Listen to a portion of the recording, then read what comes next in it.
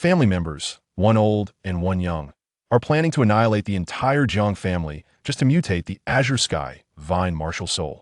At this moment, the transmigrator Jiang Luoran is in Saint Soul Village, running with a heavy load every day, about to awaken his martial soul. What he awakens is actually a waste martial soul, but when his soul power is tested, it shines so brightly that it blinds the eyes. Is actually an innate level 40 soul master. Let me tell you, this situation is bizarre from the start. I happened to stumble upon a scene that was absolutely outrageous to scheming individuals, one old and one young, whispering in a particularly luxurious academy. The young one asked, "Old man, are you sure? As long as we sacrifice that family, our Azure Sky, Vine martial soul, can mutate?" The old man, named JiangLuoran, stood there with his hands behind his back, looking all strategic. Of course, our Azure Sky Vine is already a top-tier plant-type martial soul. Why can't it compete with the Blue-Silver Emperor? It's just that the Jiang family's branch is in the way. Good heavens, I immediately understood this is going to be a massacre to upgrade their martial soul. This operation is ruthless to the core. The young one, named Zizhangi's, you heard that right. That's his name, grinned maniacally. That Jiang idiot brought this upon himself for a woman. Didn't we take care of his son too? Exactly. JiangLuoran pulled out a crystal ball and called over a green-haired little girl. "Zhihui, come, awaken your martial soul. Your martial soul will definitely be a mutated Azure Sky Vine." The little girl, named Zhihui, coldly placed her hand on it. The next second, with a loud bang, a dull gray vine popped out, and the crystal ball briefly lit up, showing level 6 soul power. JiangLuoran and Zizhang were first ecstatic, then frowned. It worked. The ancient texts didn't lie. Killing that Jiangnan brat can truly transfer the mutated talent to Zhihui. But why does she only have level 6 soul power? JiangLuoran stroked his chin, his gaze sinister. There must be stragglers from the Jiang family. This martial soul is quite sinister. We must kill all those of the same root to drain its power completely. At that moment, Zizhang's 8 soul rings lit up in a flash yellow, purple, black soul master level. He sneered. "One isn't enough, then let's slaughter them all. If we do it, let's do it thoroughly." After saying that, the corridor was left with only his eerie laughter. After telling about those lunatics, the scene shifted to me. Back then, I was still called Jiang Luoran, a rather unremarkable strongman in Saint Soul Village. Every day, I got up before dawn, carrying a few hundred pounds of heavy stones and running up and down the mountains. My speed was as if I were cheating. I tell you, I was born to love that exhilarating feeling. That day, after finishing my run, I saw Tang San sighing over there. "Hey, third brother practicing again?" I put down the stone and cheerfully approached him. We all knew what this guy was about. He's a transmigrator, having jumped off a cliff with a psychological age in his 30s, hiding a whole bunch of Tang Sek's secret techniques. Yet he pretends to be a child every day. I'm also a transmigrator, but I came a month later, and I have to call him brother. Isn't that infuriating? I woke up and was picked up by the village chief, Old Jack. As for who my biological parents were, Old Jack was very tight-lipped and didn't say a word, but I could tell he definitely knew something. When Tang San saw me coming, he immediately put away his gloomy expression. "Yeah, just practicing aimlessly." "Luoran, have you gone running again?" "TCH, go ahead and pretend. Isn't it just that his Xiantian skill hit a bottleneck?" But I didn't bother to expose him after all. We're all transmigrators, and it's better to keep a low profile. Of course, I took advantage of the good weather to run a few more laps. I feel like my legs are getting stronger. I patted my legs and hoisted the stone back up. "All right, you should hurry back and cook for your dad. Look at how skinny you are." Tang San nodded and slipped away. He probably also felt that I was a bit strange, as if I had some sort of divine perspective, making him uneasy. After running until I was exhausted, I rushed home with one thought in mind. Today, I must eat Old Jack out of house and home. If he dares to fool me with porridge again, he'll chop up his table on the spot. Oh right, there are only 3 days left until the martial soul awakening. No joke, I'm a transmigrator if I don't become a god. Am I really just here to retire? I must awaken a powerful martial soul. 2 days passed in a flash, and with nothing to do, I went to find Tang San. "Third brother." I knocked on his rickety door. I tell you, every time I come here, I'm anxious, fearing I might wake up his drunkard dad, the future Title Douluo Tang Hao. Who understands? Old Jack scolds Tang Hao as a worthless piece of trash every day. I sweat just hearing it. "Dude, you're scolding a Title Douluo? If he swings a hammer, our village would collectively ascend to heaven." Tang San opened the door and let me in, saying he was just about to have his dad teach him how to forge. I knew very well that this kid wasn't interested in learning to forge. He clearly wanted to create his Tang sect hidden weapons. "Hello, uncle." I saw Tang Hao come out from inside, reeking of alcohol. looking as if the whole world owed him money. He grunted an acknowledgement as a greeting. Tang Sin pointed at a piece of iron, or, very understandingly saying, "Dad, I want to learn to forge to help you share the burden." Tang Hao glanced at him. "You're still too young. Let's talk when you can lift the hammer." But then Tang San, managed to lift that heavy hammer. Tang Hao was shocked, probably thinking, "Is my son born with divine strength?" "All right." Tang Hao didn't waste words. "He'll teach you, watch closely." He stood firm in his stance and started explaining how to exert force from the three hearts, from legs to waist, then to shoulders and arms, in one go. As he spoke, he suddenly swung the hammer down with a loud bang. Wow! The shockwave almost blew me and Tang San away. The entire broken house shook. Tang Hao followed up with another hammer, asking, "Got it?" Tang San, having a foundation in controlling cranes and catching dragons, mimicked Tang Hao's stance and also swung down with a bang. Although it wasn't as powerful as Tang Hao's, it was still decent. Tang Hao nodded, letting him practice on his own. Then he glanced at me from the corner of his eye, probably thinking, "This chaotic hammer technique is a sex secret. Can a 6-year-old really master it?" Hey, he really underestimated me. "Uncle, can I give it a try?" I rubbed my hands and stepped forward.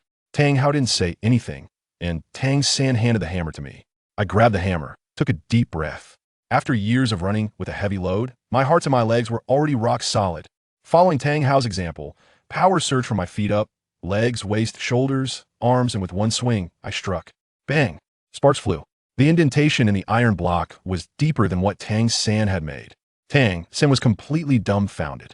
Tang Hao's eternally icy face finally showed a hint of fluctuation.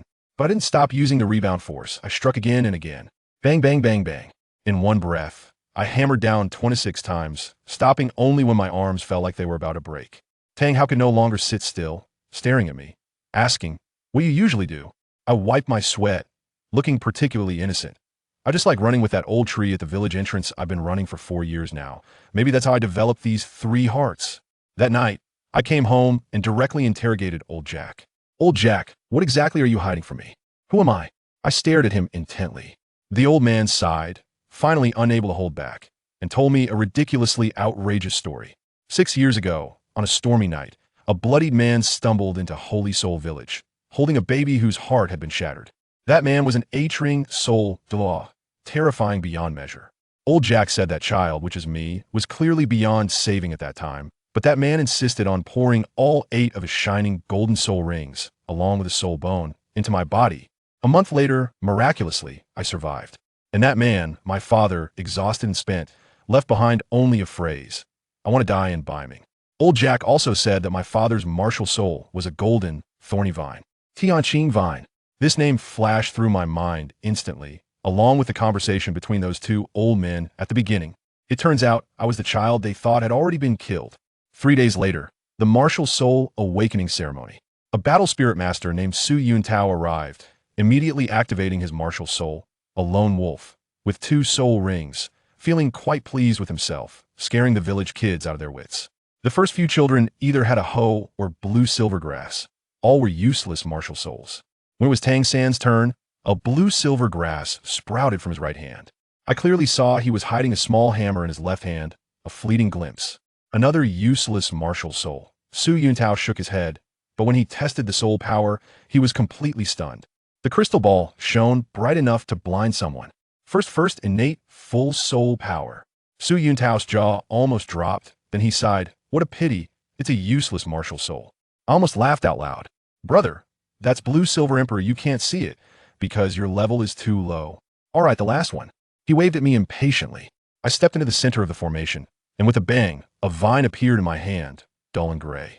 Old tree root, useless martial soul. Su Yuntao didn't even bother to look. "Next, oh, that's it, then I'm leaving. Test my soul power." I reached out my hand. Though reluctant, he still handed over the crystal ball. As soon as I placed my hand on it, a buzzing sound erupted, and the entire wooden house lit up like the sun exploding, for times brighter than Tang San's earlier glow. Su Yuntao completely broke down. Another one with innate full soul power? I sneered inwardly. What innate full soul power? I'm an innate level 40 soul master. All right. Lacking experience. After the ceremony, Old Jack gave the 2 work-study positions in the village to Tang San and me, and kept comforting us not to lose heart. I don't have time to be discouraged. As soon as I left the wooden house, I felt something was off. My whole body felt like it was on fire, and it was as if I was being torn apart by a violent wind. I ran to the village entrance and collapsed, hugging that old tree. By nightfall, layers of white feather scales began to grow on my body, and a huge phantom slowly emerged behind me. A giant bird that could block out the sun, and also like a giant fish swimming in the deep sea. Wow, it's Kunpeng. I actually have a twin martial soul, the mutated sky blue vine, and the ultimate beast martial soul Kunpeng. This talent is simply amazing. I instantly calmed down. I definitely can't add soul rings to Kunpeng right now. I need to first level up the heavenly blue vine to a Title Douluo, and then equip Kunpeng with a series of 100,000-year red soul rings. However, has my heavenly blue vine martial soul mutated for the better or the worse? After all, mutation carries risks. Just look at that unlucky guy Yu Xiaojiang to understand. I told you I have to give it a try. Right then and there, I summoned the mutated sky blue vine. Wow, it was gray and looked like rebar, glowing with a cold light. I aimed at a huge, thick tree root nearby and silently chanted bind. Guess what happened? With a loud bang, that old tree root was instantly crushed to bits by my vine. Family, who understands? What happened to the binding? This directly fast-forwarded to physical annihilation. I was dumbfounded. This thing wasn't binding at all. It burrowed right into the root, stirring it up from the inside out, and sent it off on the spot. At that moment, I realized, isn't this just a control-type ability with a killing effect? From now on, I wouldn't even need to fight. Once the vines came out, the whole area would be cleared. Simply badass. For the next 3 months, I didn't have a single day of rest. After awakening my martial soul, my physical fitness skyrocketed like a rocket. It used to be tough to carry a 100-pound tree root, but now I could run with 300 pounds of vines tied to me and feel the wind. And that is not even counting my soul power. Once I activated it, combined with my Kunpeng martial soul, I felt like I could withstand a 1,000-pound impact. Besides training myself, I also went to Tang San's place every day. Let me tell you, my third brother is also a tech geek. After a month of not seeing him, he was actually forging. There was a pile of parts on the table, and he said this was called a silent wrist arrow, a Tang sect hidden weapon. Wow, this is a big killer weapon. I thought, there's no way I could let him do this alone. So I picked up a hammer and said, "Third brother, I may not know how to assemble it, but I am a professional at forging." With one hammer strike, sparks flew, and a shockwave shook the little shabby house. Just like that, I was carrying heavy loads during the day and helping Tang San with blacksmithing in the afternoon, while conveniently perfecting my chaotic cloak hammering technique. A month later, Tang San finally managed to produce 3 wrist crossbows. He handed one to me as a thank you for my help. But he was still cautious about the core assembly technology. It's the rules of the Tang sect, and I understood. He took me to the top of the mountain and taught me how to use it. Let me tell you, that thing is incredibly powerful. Tang San aimed at a falling leaf, and with a whoosh, a silver needle shot out, not only piercing through the leaf, but also embedding itself into the big tree behind it with a thud. He said this thing has a name, called the bone-piercing needle. Once I got my hands on this treasure, my sense of security skyrocketed. It was like my cybernetic cheat code. After that, I trained even harder, increasing the weight to 500 pounds, specifically running through small groves with low-level soul beasts, focusing on extreme pressure.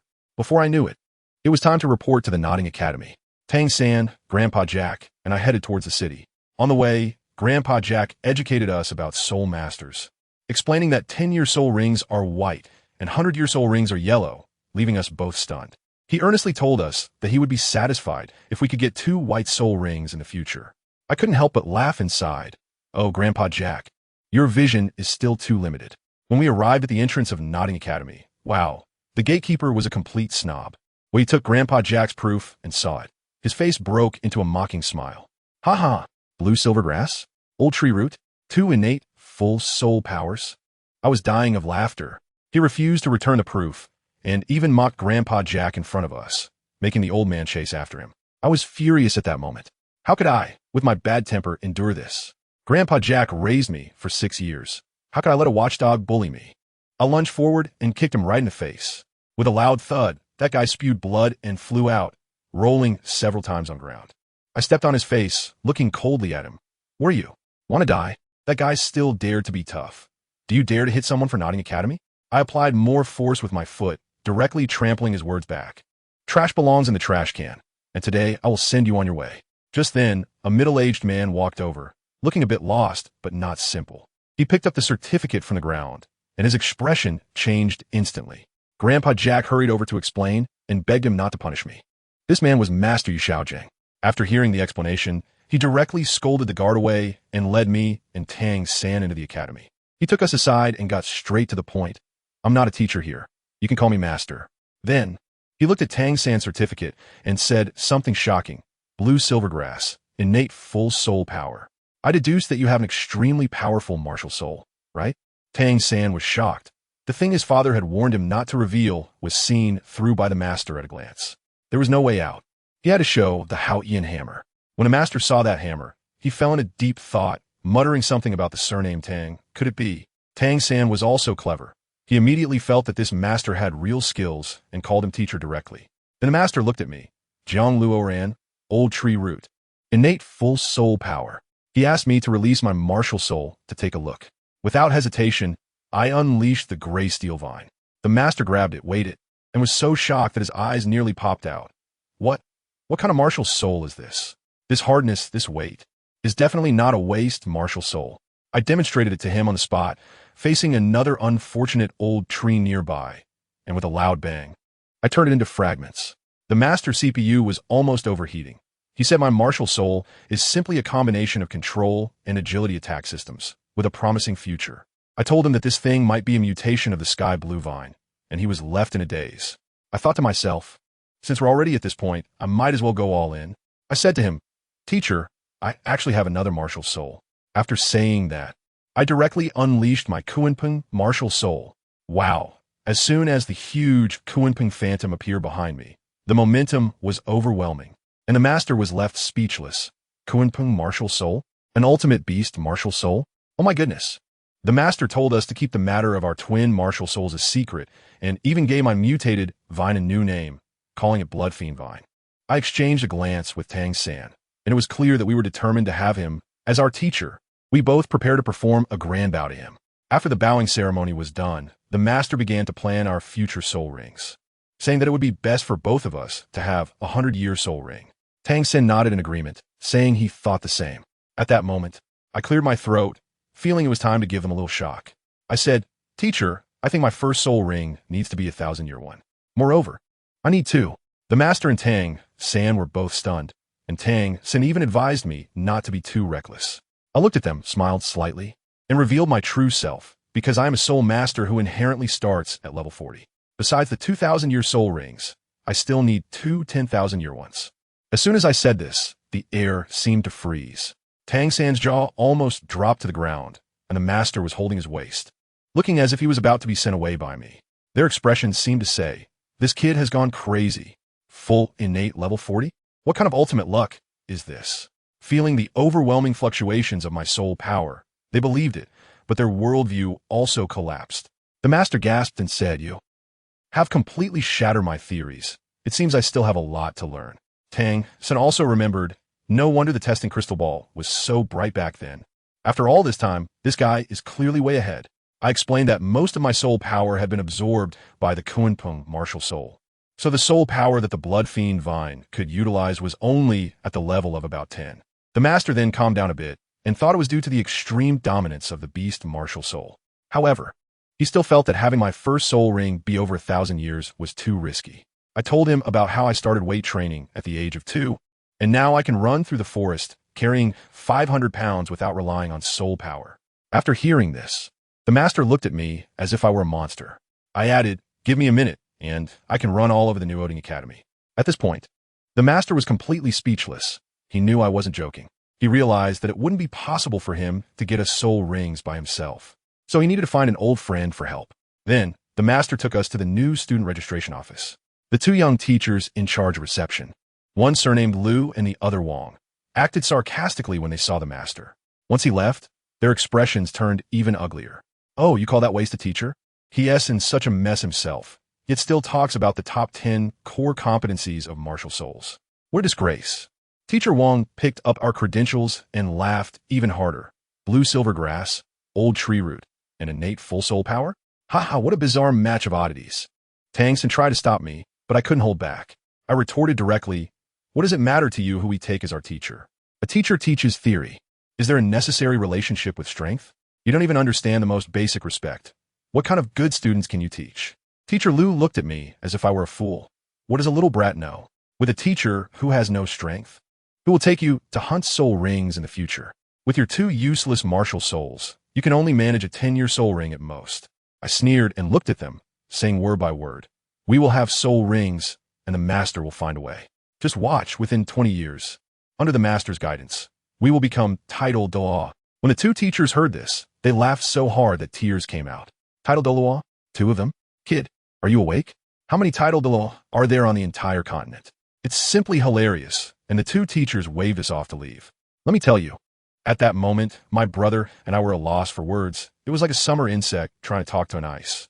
The two teachers were still there making harsh remarks, saying that if we really became Title Douluo, he would live stream eating coal balls on the spot. Goodness.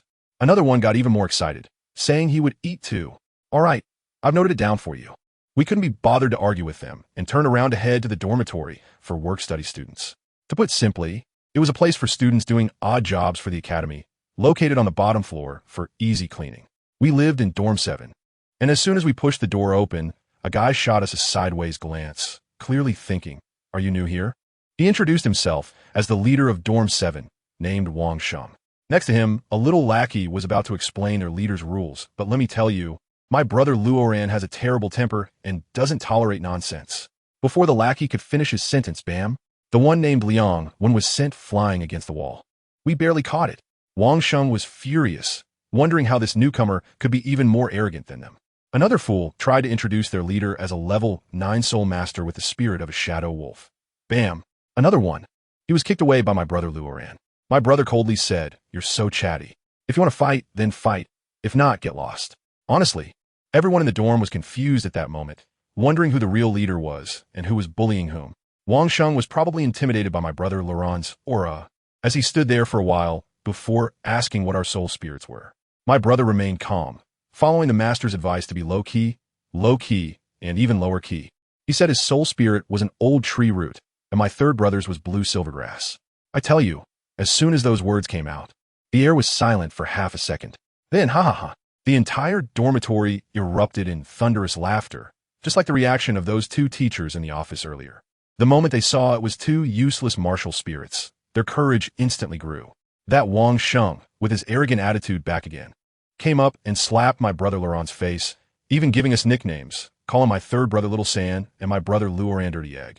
At that moment, I thought to myself, this kid is definitely not getting out of that door today. He's just walking straight into the line of fire. I, Luoran, was so angry that I couldn't help but laugh. What do you think you are? Get lost. Not convinced? Come and fight then, using your old tree roots? Wang Sheng and his gang of little brothers were laughing so hard they were rolling on the ground, and they were shouting for us to come at them together. My brother Luoran waved his hand, telling my third brother not to move, saying he would handle it himself. He also said something incredibly cool. "You're not even worthy of me," using my martial soul. As soon as he finished speaking, a phantom white shadow flashed by, kicking Wang Sheng right in the face and sending him flying back several meters. That guy turned pale, but still tried to act tough. Feeling embarrassed and insisting on a direct confrontation, he unleashed his martial soul, and a purple lone wolf appeared behind him, looking quite intimidating. And it pounced at my brother Luoran with a claw. What happened next? My brother Luoran just stood there, not dodging or evading, and simply met the wolf's claw with a punch. There was a loud bang. We all thought my brother Luoran would be sent flying, but instead, it was Wang Sheng who flew. He staggered back several large steps, clutching his arm, feeling like his bones were about to shatter, completely dumbfounded.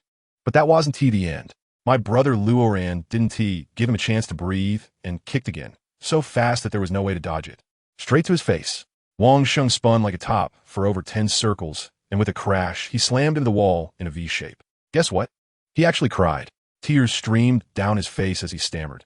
Is that a soul skill?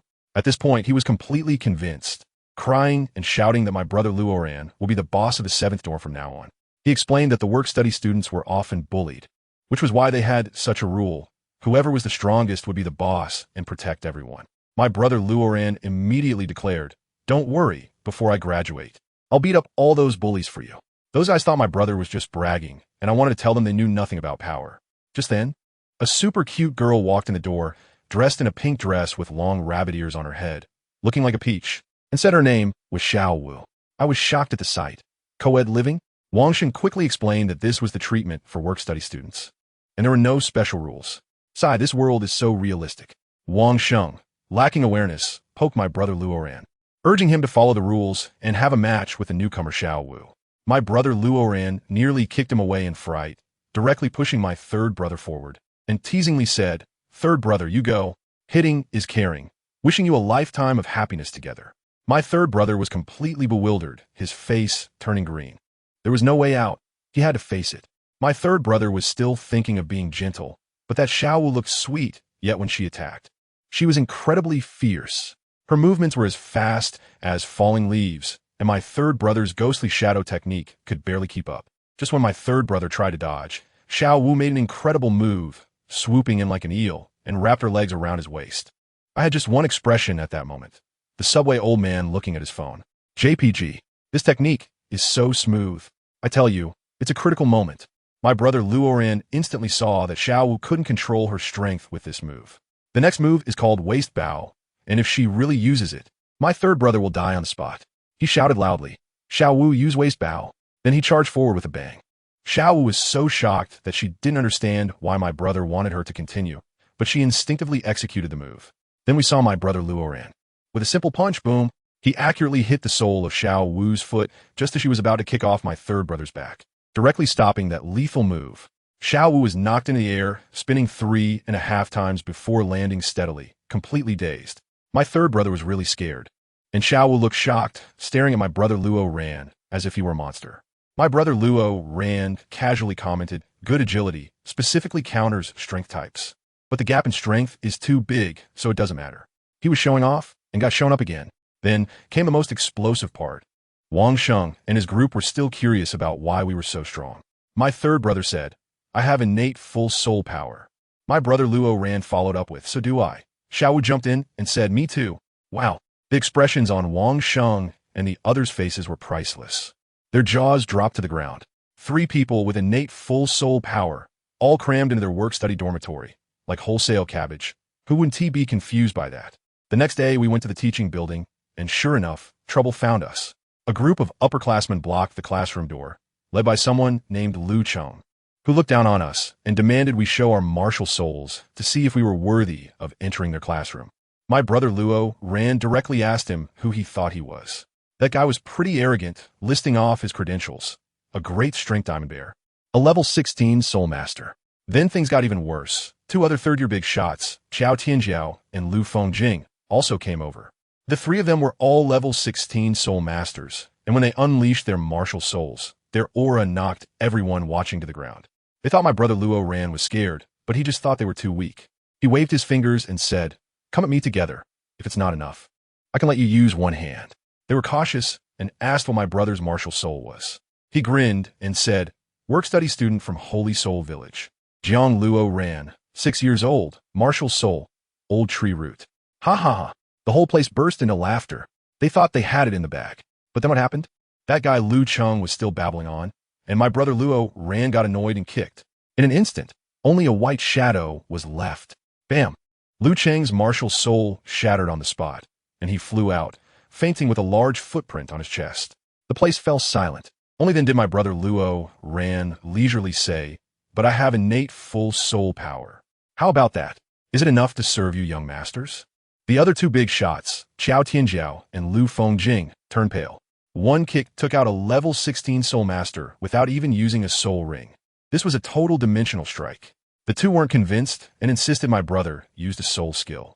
One called Lu Fengjing tried to use a chain to bind my brother, a soul skill from nearly 80 years ago.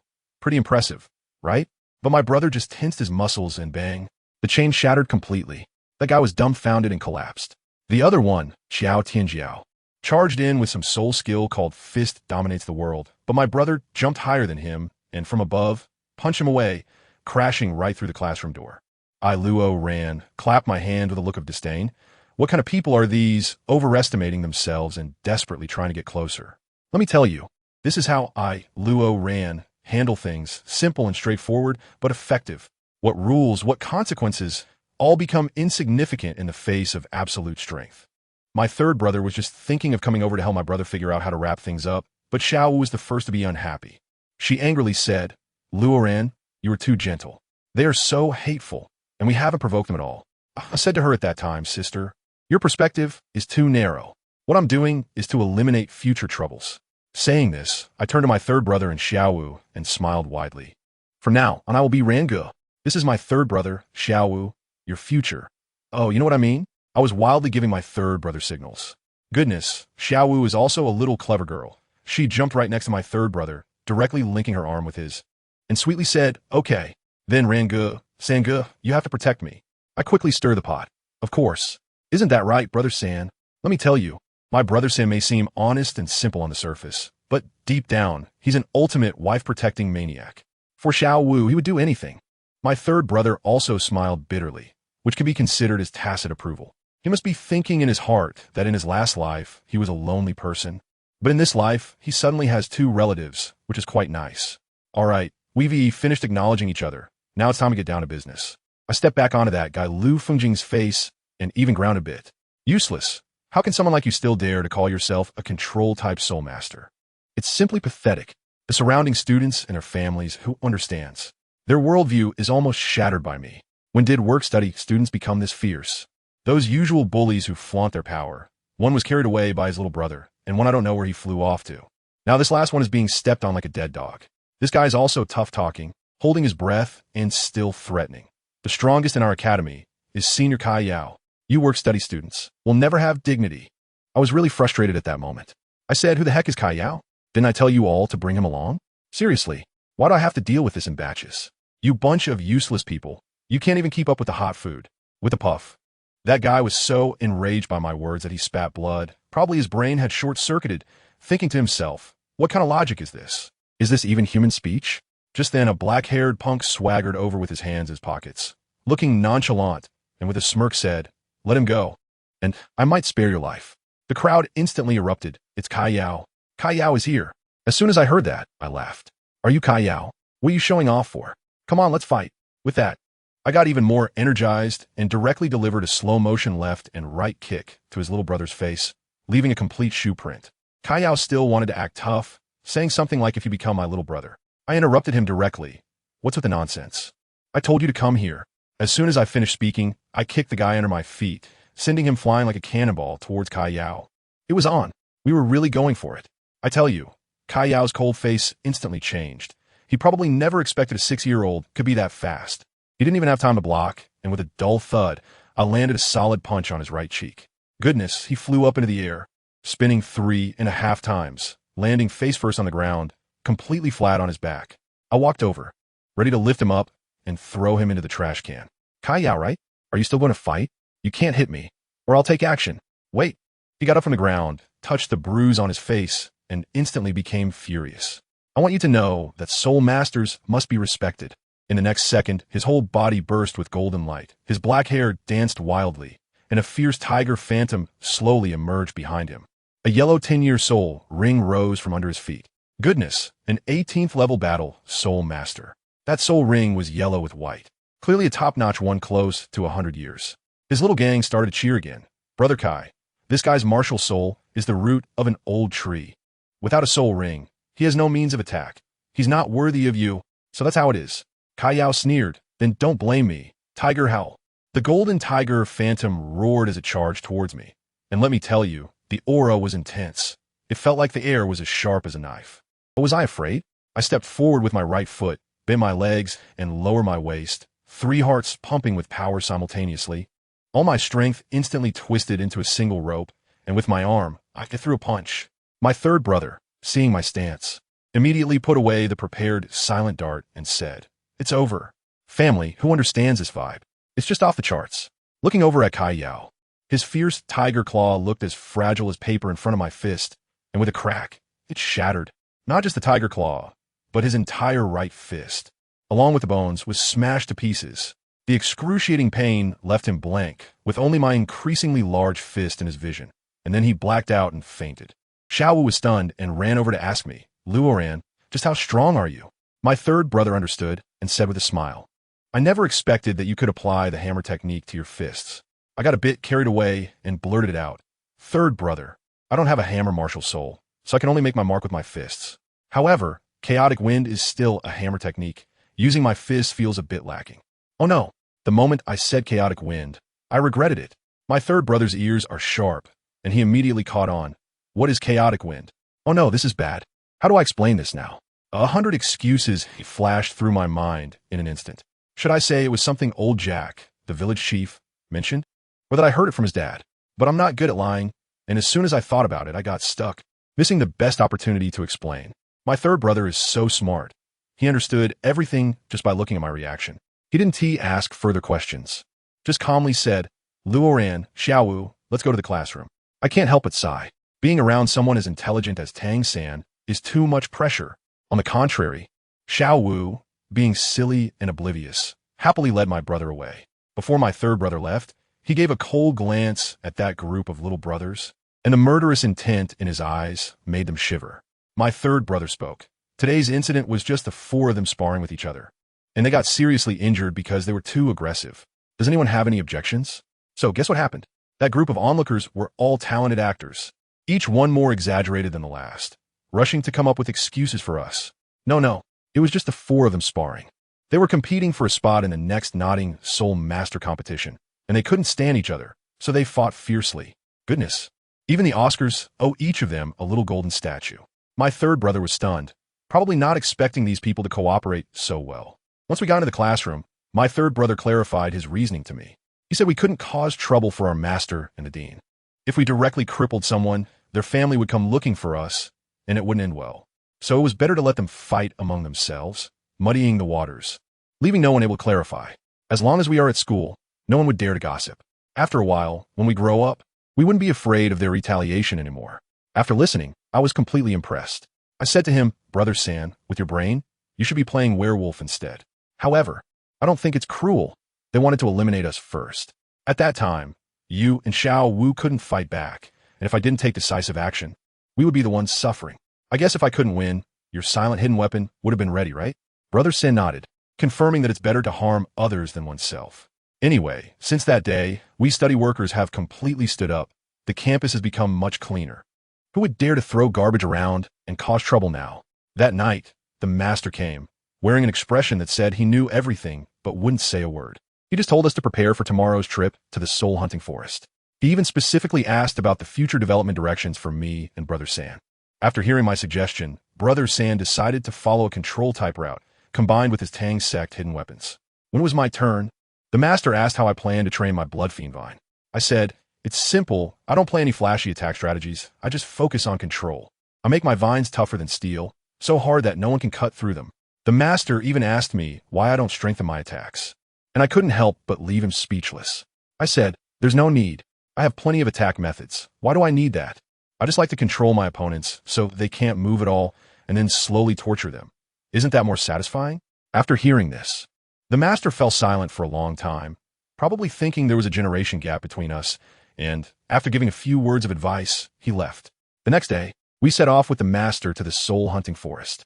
When we reached the commercial area on the outskirts of the forest, it was bustling with activity, full of soul masters trying to make a living, boasting without any hesitation.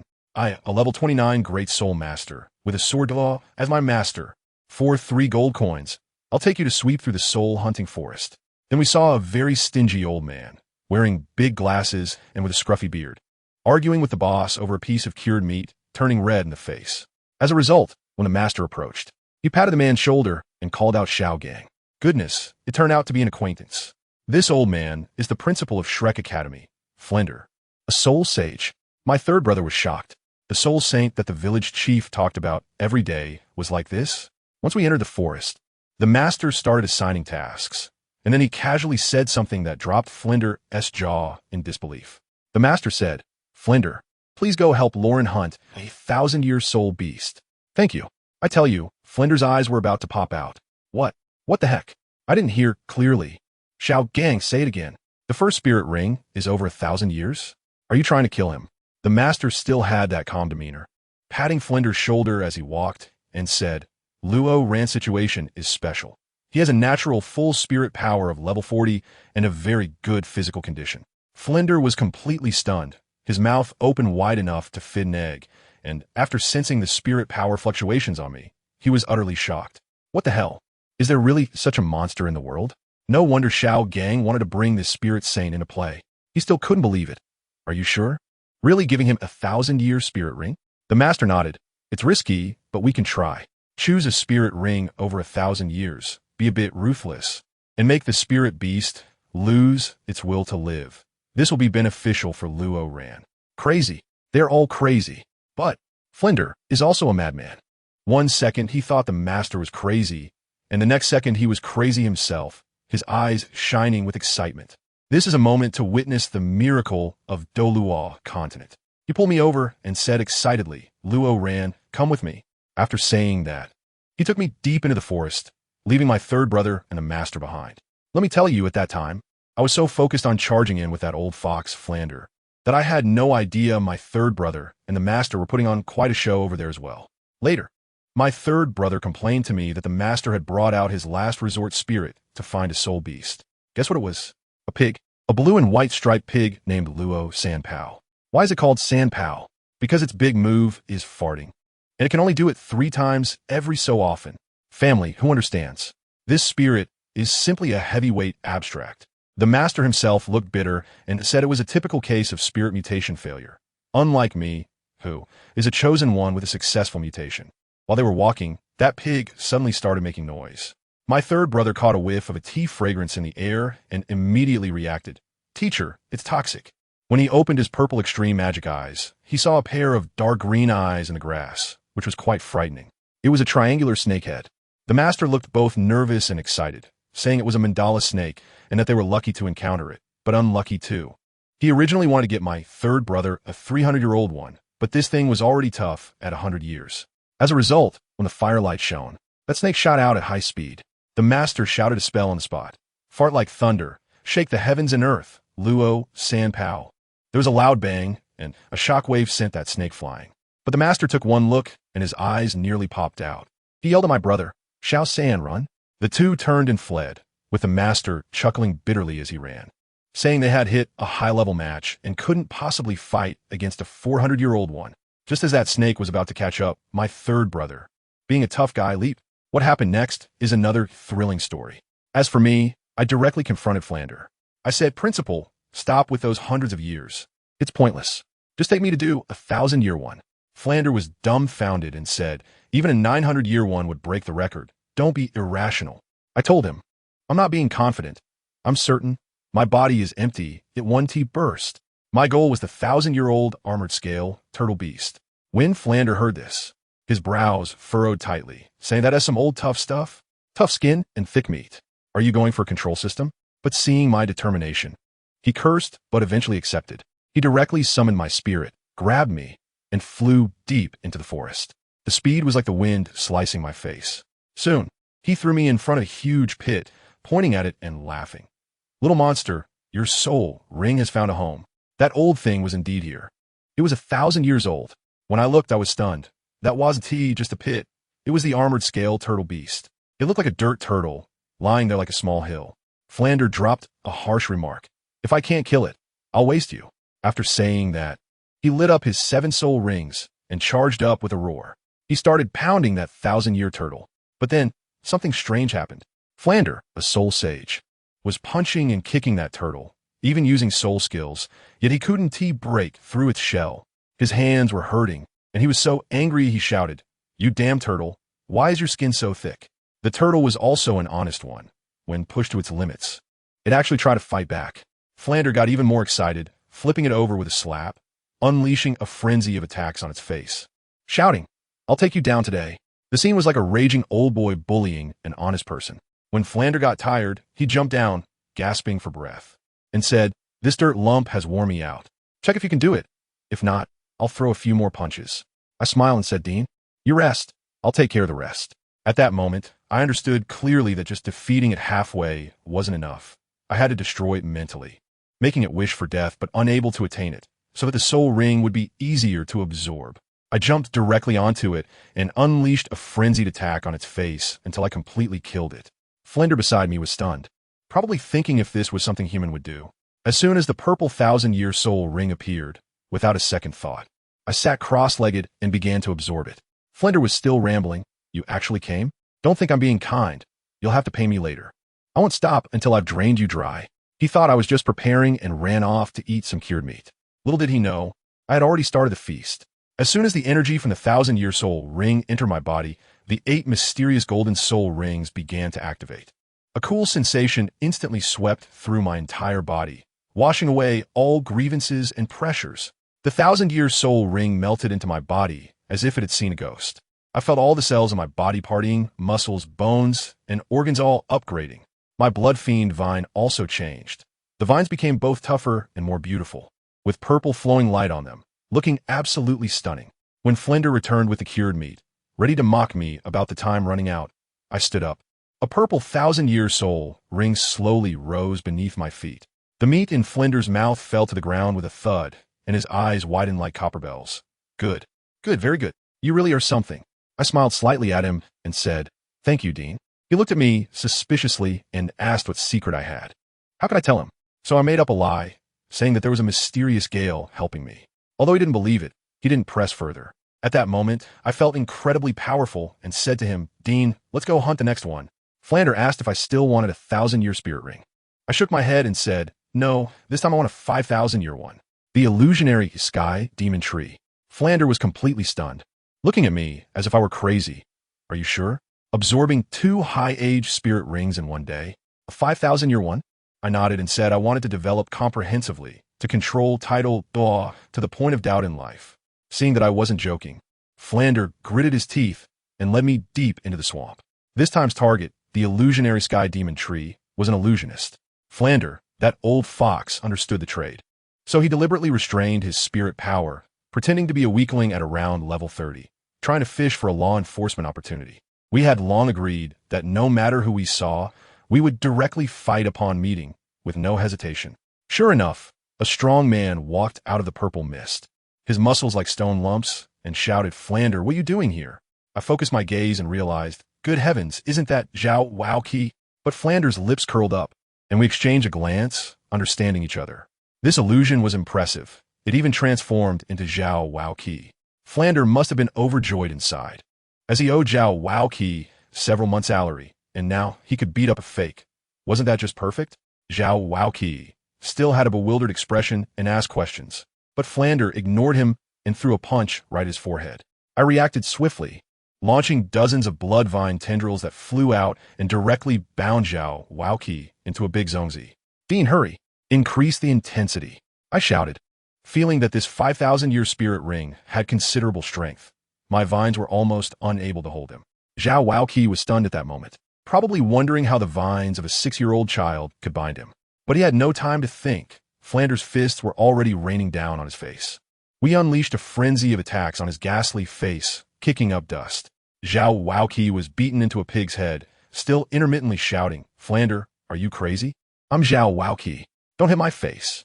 As soon as I heard it, I laughed and threw out a dozen vines to block his mouth, then charged up and kicked him over, pummeling his face while shouting, "Principal, this tree bark is way too thick."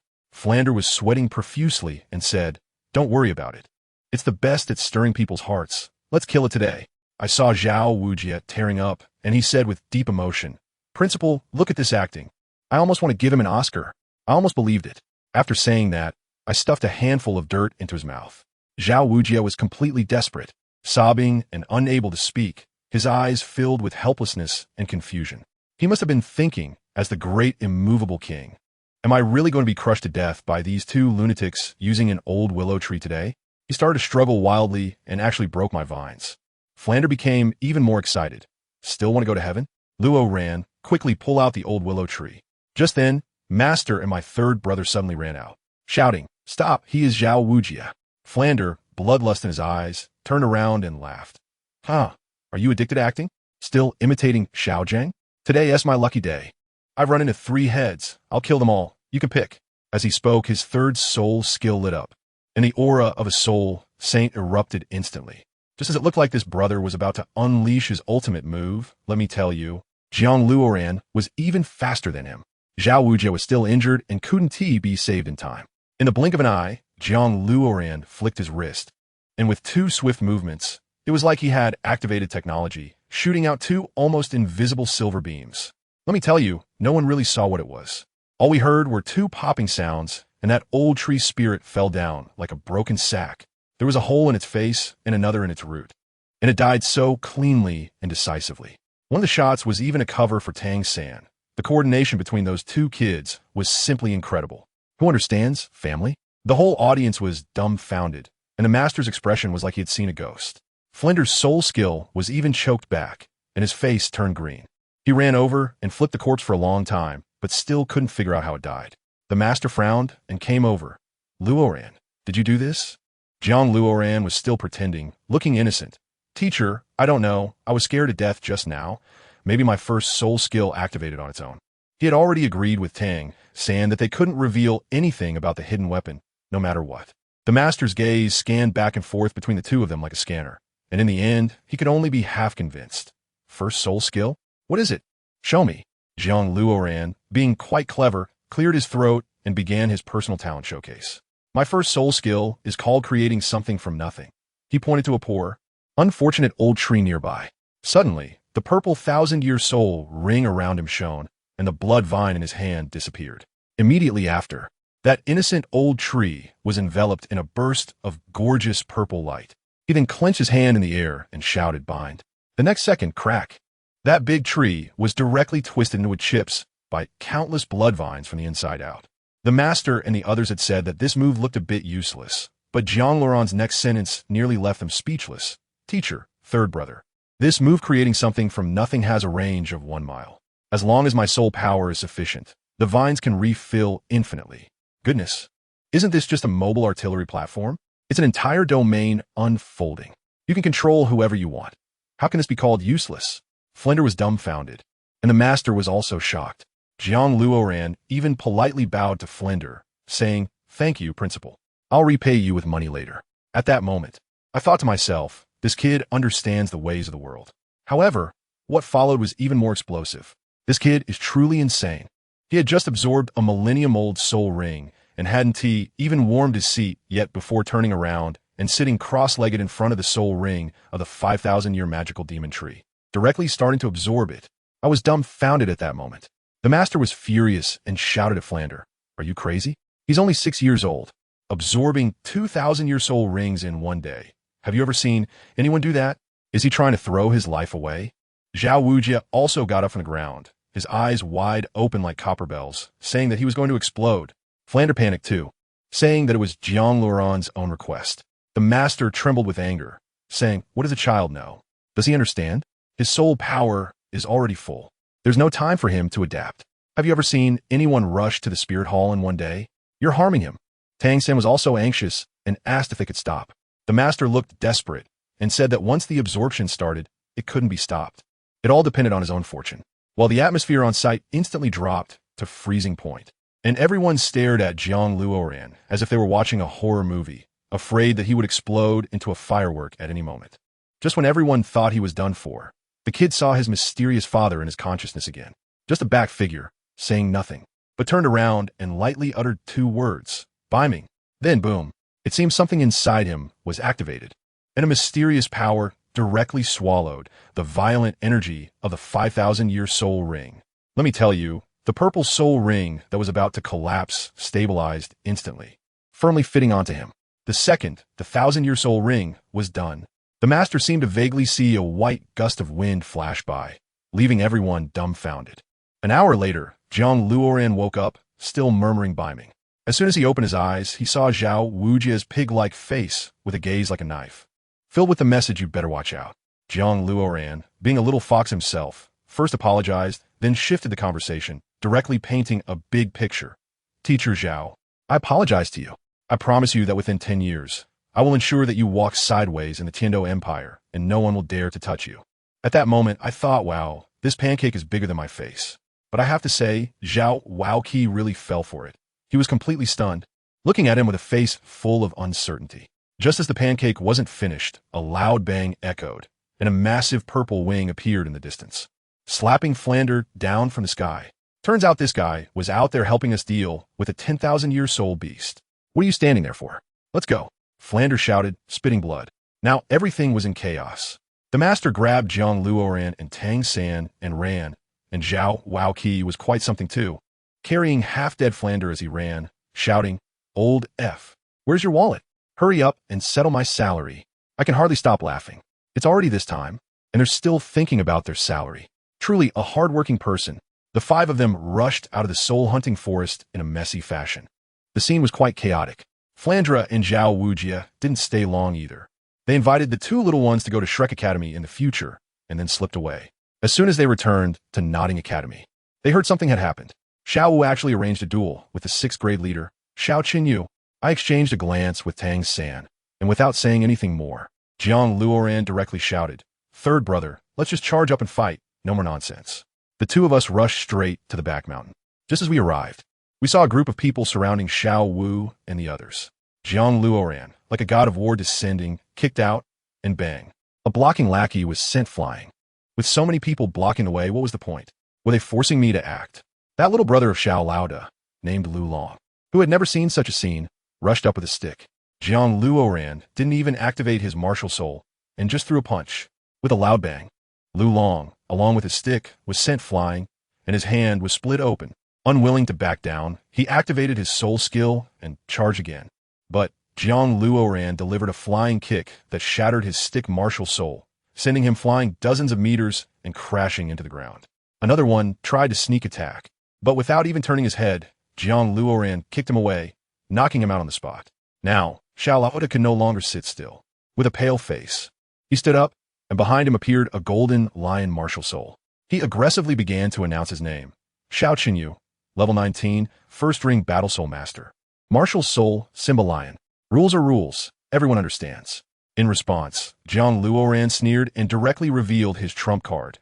Jiang Luoran, level 21, second ring control system soul master. Martial soul, old tree root. I tell you, that seems like someone pressed the pause button. Everyone was stunned, and Xiao Laoda's expression was as if he had swallowed a fly, filled with the look of "Are you kidding me?" He couldn't believe it and roared as he charged forward. Jiang Luoran was even more outrageous. "Do I need a martial soul to fight you? I don't even need to use my soul power." Saying this, he kicked out with pure physical strength. Bang! With a muffled sound, Xiao Qinyu's proud lion claw was kicked by Jiang Luoran, causing the martial soul's shadow to dim, and he couldn't control himself as he staggered backward repeatedly. The surrounding lackeys were dumbfounded. Is this a student worker? This is a monster, right? Xiao Qinyu was also stunned. His father was the lord of Nodding City, and he had never suffered such humiliation. Gritting his teeth, he activated his first soul ring, preparing to fight back desperately. On Tang San's side, the battle had also started. Surrounded by a group of people, he stopped pretending. With the blue-silver grass martial soul activated, a yellow 100-year soul ring appeared, instantly commanding the attention of the entire scene. Over here, Xiao Qinyu launched a full-force attack with his soul skill, and this time Jiang Luoran finally used his soul power, meeting it with a punch. Bang! With a huge sound, the shockwave erupted, causing those around them to struggle to keep their footing. Jiang Luoran stood firm in place, not moving an inch, while Xiao Qinyu was forced to retreat step by step, plowing a furrow in the ground, and after retreating a dozen steps, he finally steadied himself. I tell you, Xiao Qinyu was dumbfounded at that moment. His proud claws were just scraping against my fist, not even breaking the skin. His little brothers were so scared they couldn't find their way, probably feeling like the statue in their hearts called Brother Xiao, invincible, just shattered into pieces. I shook my hand, dissipating my spiritual power, and coldly looked at him. It's over. If you're still not convinced, I'll directly get you a lifetime disability certificate. Good guy. This dude is also adaptable. He smoothly slid to his knees and quickly got back up on the ground, his words stumbling. I give up. I give up. Big brother. For now on, you are the boss of our Nodding Academy. After saying that, he yelled at the group of stunned fools behind him. Why aren't you calling him boss yet? Boss good. That voice, in unison, family members, who understands? Just a second ago, he was flaunting his power, and the next second, everyone was calling me big brother. This feeling is incredible. I waved my hand and pointed to the little dancer beside me who was watching the excitement. Don't be mistaken, I'm just a worker. This one is my sister. She's the real boss. Her strength is much greater than mine. If you want to pay respects, go find her. I'm not lying. Xiao Wu is a 100,000-year soul beast. If she really gets angry, even the Nodding Academy would be turned upside down. Those people were clever too. They immediately turned around and bowed to Xiao Wu. Hello? Sister Xiao Wu. Sister Xiao Wu. After dealing with those little kids, I hurried over to Tang San. Brother San, are you okay? Tang San's eyes were shining with excitement, wearing an expression as if he had finally opened the meridians. I can feel it, the power brought by the soul ring and the Shintian skill. The purple extreme demon eye. Everything is interconnected in this world. Seeing that he was fine, I grabbed him and was ready to leave. Xiao Wu. My brother San and I have some serious business to attend to. You can play for a while. Just as I took a couple of steps, my brother San frowned. Luo ran. Aren't you bringing Xiao Wu along? She has also become a soul master. It's just right to go to the spirit hall to register together, and we can get a gold soul coin every month. Brother, you're being naive. I roll my eyes in my heart, but could I tell him? Could I tell him about Xiao Wu's identity as a 100,000-year soul beast? Going to the spirit hall to register would be like sending her straight to BB Dong as a KPI. We don't care that we got caught, at worst. We'll just return to Holy Soul Village, where the main focus is on recruiting. Isn't it said online that Grandpa Jack is the descent of the God Emperor? If they really push us to the limit, let's see if he can handle this immense wealth. When we arrived at the Wuhuan branch hall in Notting City, wow, it was resplendent and magnificent. As soon as the guards at the entrance saw our school uniforms, they immediately let us in politely. And guess what? Right after we entered, we ran into someone we knew, Su Yuntao. He was the reliable tool who helped us awaken our martial souls back then. When he saw us, his eyes widened. And when he noticed the faintly visible soul rings on us, he was so excited he could hardly speak. You guys got your first soul ring so quickly? There was also a girl beside him named Cece. When she heard that we both had innate full soul power, her eyes lit up like searchlights. When she asked about our martial souls, Tang San said, blue silvergrass. I pointed to myself and said, old tree root. I tell you, that girl's face just fell in an instant, seamlessly switching from surprise to disdain. The speed of that change would make even a Sichuan opera master hand her a cigarette. I couldn't be bothered to waste words with this kind of person. So I directly said to Su Yuntao, we are here to register as soul masters. Where's Master Matthew? Before he could answer, CC came over with a shocked expression. You became soul masters at just 6 years old? But thinking about our useless martial souls, that excitement faded away. I directly pulled Tang San inside. No trouble. We'll go to the second floor ourselves. Pushing open a gilded door, an elderly voice came from within. Who is it? So reckless? Tang San politely bowed. Sorry, Grandpa Matthew. We are here to register as soul masters. The old man probably thought we were just little kids here to awaken our martial souls. But without saying a word, Tang San directly revealed his martial soul. With a hum, a purple glowing blue silver grass appeared in his hand, and below it, a yellow 100-year soul ring slowly rose. Grandpa Matthew nearly threw out his back, his eyes bulging wide. A 400-year soul ring? Blue silver grass? He was stunned and quickly asked what kind of soul ring this was. Tang San specifically brought up the master's theory, saying that plant-type martial souls can also absorb animal-type soul rings, giving credit to his teacher. The old man nodded, just about to express his admiration for how well the master taught his disciple. It was my turn. I directly unleashed my trump card. Buzz, buzz. With 2 loud booms, the blood fiend vine behind me soared into the sky, and 2 purple 1,000-year soul rings spun wildly around my waist. The air in the entire room became thick, and even Matthew, who was over level 30, felt it hard to breathe. I told you, that old man was instantly petrified. His mouth was open wide enough to fit an egg, pointing at me, his fingers trembling. Purple. Purple? 2. Were the first and second spirit rings. I expressionlessly showed off. First spirit ring, 1,000-year-old armored scale turtle. Second spirit ring, 5,000-year-old illusory sky demon tree. My teacher, the master, once said. I repeated the master's theory again. There's no way around it. I have to register for that little subsidy every month.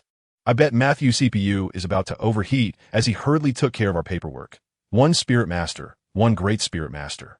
Once everything was done, he immediately started dreaming big, asking us if we wanted to join the spirit hall, claiming that resources were abundant and the future was limitless. No, I won't. Just kidding. What kind of place is the spirit hall? The boss can even be ruthless to his own disciples. The corporate culture is just too extreme. Besides, this company is going to go bankrupt in a few decades. Why would I want to join? To be part of the atmosphere group? My third brother is also really impressive. He directly bowed and said, Thank you, Grandpa. I have no mother, and my father is a blacksmith. Luoran has no parents either. We temporarily don't want to join. The conversation just died. When we got back to the academy and reported to the master, although he was still weak and lying down, he was overjoyed. When we mentioned our plan, he suggested that we learn theory with him in the morning and work at the blacksmith shop in the afternoon, balancing both cultivation and earning money. When the master heard we were going to forge, he even mentioned the hammer technique my father taught me, and his eyes instantly lit up as if he had discovered a new continent. He repeatedly urged us to practice well. My third brother looked confused and didn't understand what was so special about that hammer technique. The master also specifically approved me, saying that I was already eligible to graduate. I thought it was just right and told the master that I wouldn't be returning to the dormitory at night, so I could go out for some extracurricular activities. I brought Tang San and, familiar with the area, found a blacksmith shop. The owner, Shi San, upon hearing that we were students from Nodding Academy and so young to be out working, felt quite sympathetic and let us start with some chores like serving tea and running errands. I said, "Third uncle, don't underestimate people. Both of us can forge." The blacksmiths around us burst into laughter. But the next second, Tang San and I each picked up a giant hammer taller than ourselves, and they couldn't laugh anymore. Without a word, we jumped straight into the show. Bang, bang, bang. The chaotic wind hammer technique is underway. The rhythm, the force, the flawless coordination, I tell you. The entire blacksmith shop fell silent in an instant, leaving only the symphony of our forging. This operation is way ahead of the game. In a short while, we each hammered 37 times, transforming a piece of red-hot pig iron into the shape of a component. Everyone was dumbfounded, and the boss, Shi San, trembled as he brought over water, muttering, "Is this the legendary chaotic wind hammer technique?" My third brother was confused again, looking at me with a puzzled expression. What could I say? "Brother, the mystery of your origins is not meant to be revealed just yet. If I told you that your father is a Title Douluo and your mother is a 100,000-year-old beast, wouldn't you just crash on the spot?" After bidding farewell to Tang San, I headed straight for the soul-hunting forest alone. I almost died there last time, and I'm going back? Who understands family, right? It's all about extreme challenges. There are guards at the entrance. Can't get in? No problem. Second soul skill, shadow clone. I created a clone of an old tree trunk soul beast to act as a decoy and boldly charged towards the guards to draw all their fire. While they were in disarray, I used my first soul skill, creation from nothing. Dozens of vines shot out, binding the remaining guards into Zhongzi. Then, with a leap of faith, I climbed over the wall and got in. Exciting. Once inside the forest, I immediately summoned my Kunpeng martial spirit, and my power and speed surged instantly, transforming into a white light and rushing deep into the forest. However, I didn't get far before I ran into a tough opponent, the 1,000-year man-faced demon spider. This thing is a madman among soul beasts, biting whoever it catches, and when I encountered it, it was in the middle of a meal. Since I couldn't run away, I decided to fight. I activated all my soul skills, using my clone to bind its 8 legs first. Then my clone and I each used creation from nothing, wrapping it in hundreds of vines, turning it into a giant purple Zhongzi. Finally, with the Kunpeng martial spirit activated, I delivered a Kunpeng flying kick right to its ugly face. With a bang, I sent it flying dozens of meters away, crashing through several large trees. I thought this was finally over, but that thing still wasn't dead. My blue bar was running low, and I was panting heavily, almost exhausted, just as I saw the humanoid spider wobbling and getting up, ready to make me its next snack. At that moment, the sky darkened. I'm telling you, it's not a cloudy day. A giant object is blocking the sun. A vast purple wing descended from the sky, and with a loud clap, the invincible 1,000-year-old human-faced demon spider was directly smashed into a shower of green blood, leaving no trace behind.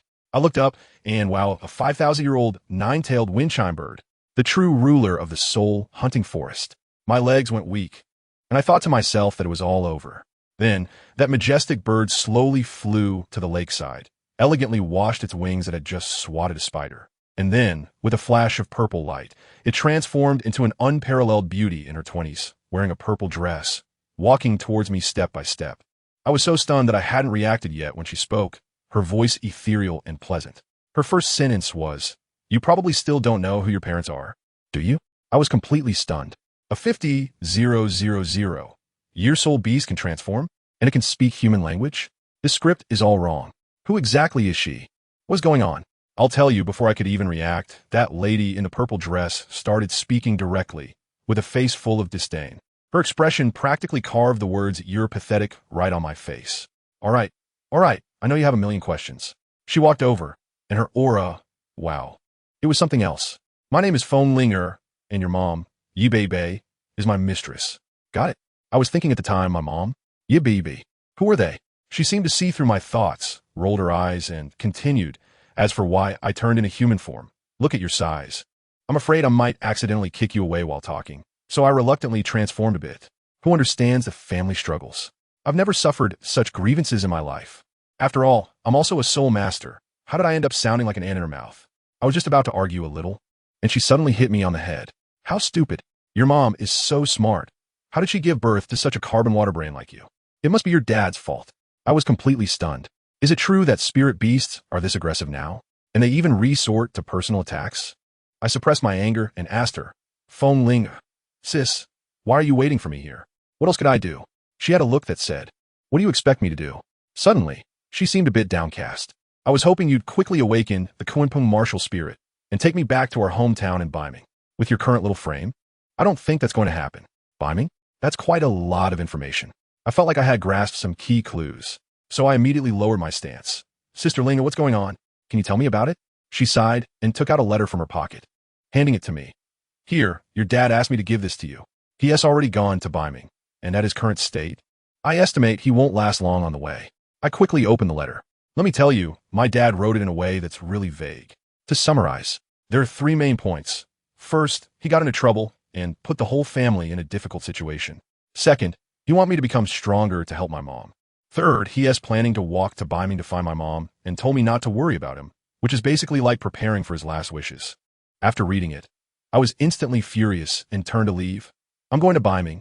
Hey, Feng Linger grabbed me and said, do you even know where Beiming is? Let me tell you, that place can only be reached if you've awakened the Kunpeng martial soul. That place is ridiculously far, not even on the Douluo continent server.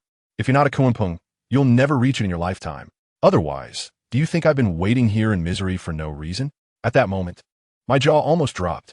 One wing flaps for 800,000 miles, and it still has to fly for a day? What kind of concept is that? All right, stop overthinking it. Feng Linger looked at me with that silly expression, probably feeling helpless too. Just focus on your training here. Once you awaken the Kunpeng, we can leave together. Your dad, he won't die. At most, he'll be disabled.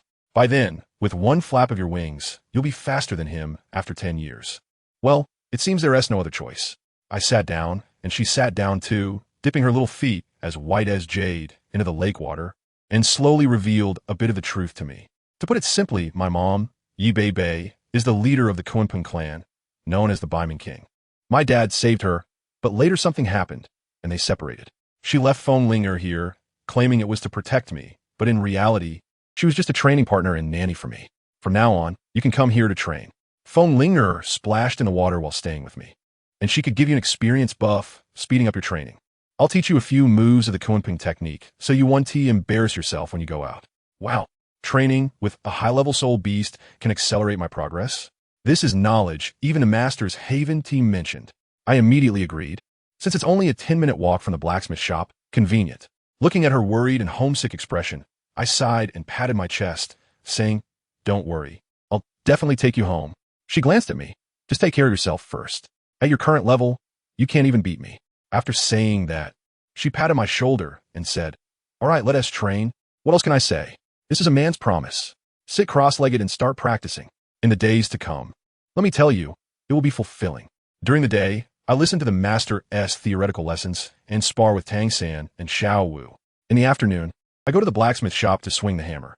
I've already managed to do over 40 strikes with the chaotic wind hammer technique. Then I dive straight into the soul-hunting forest to find Feng Ling for some intense training.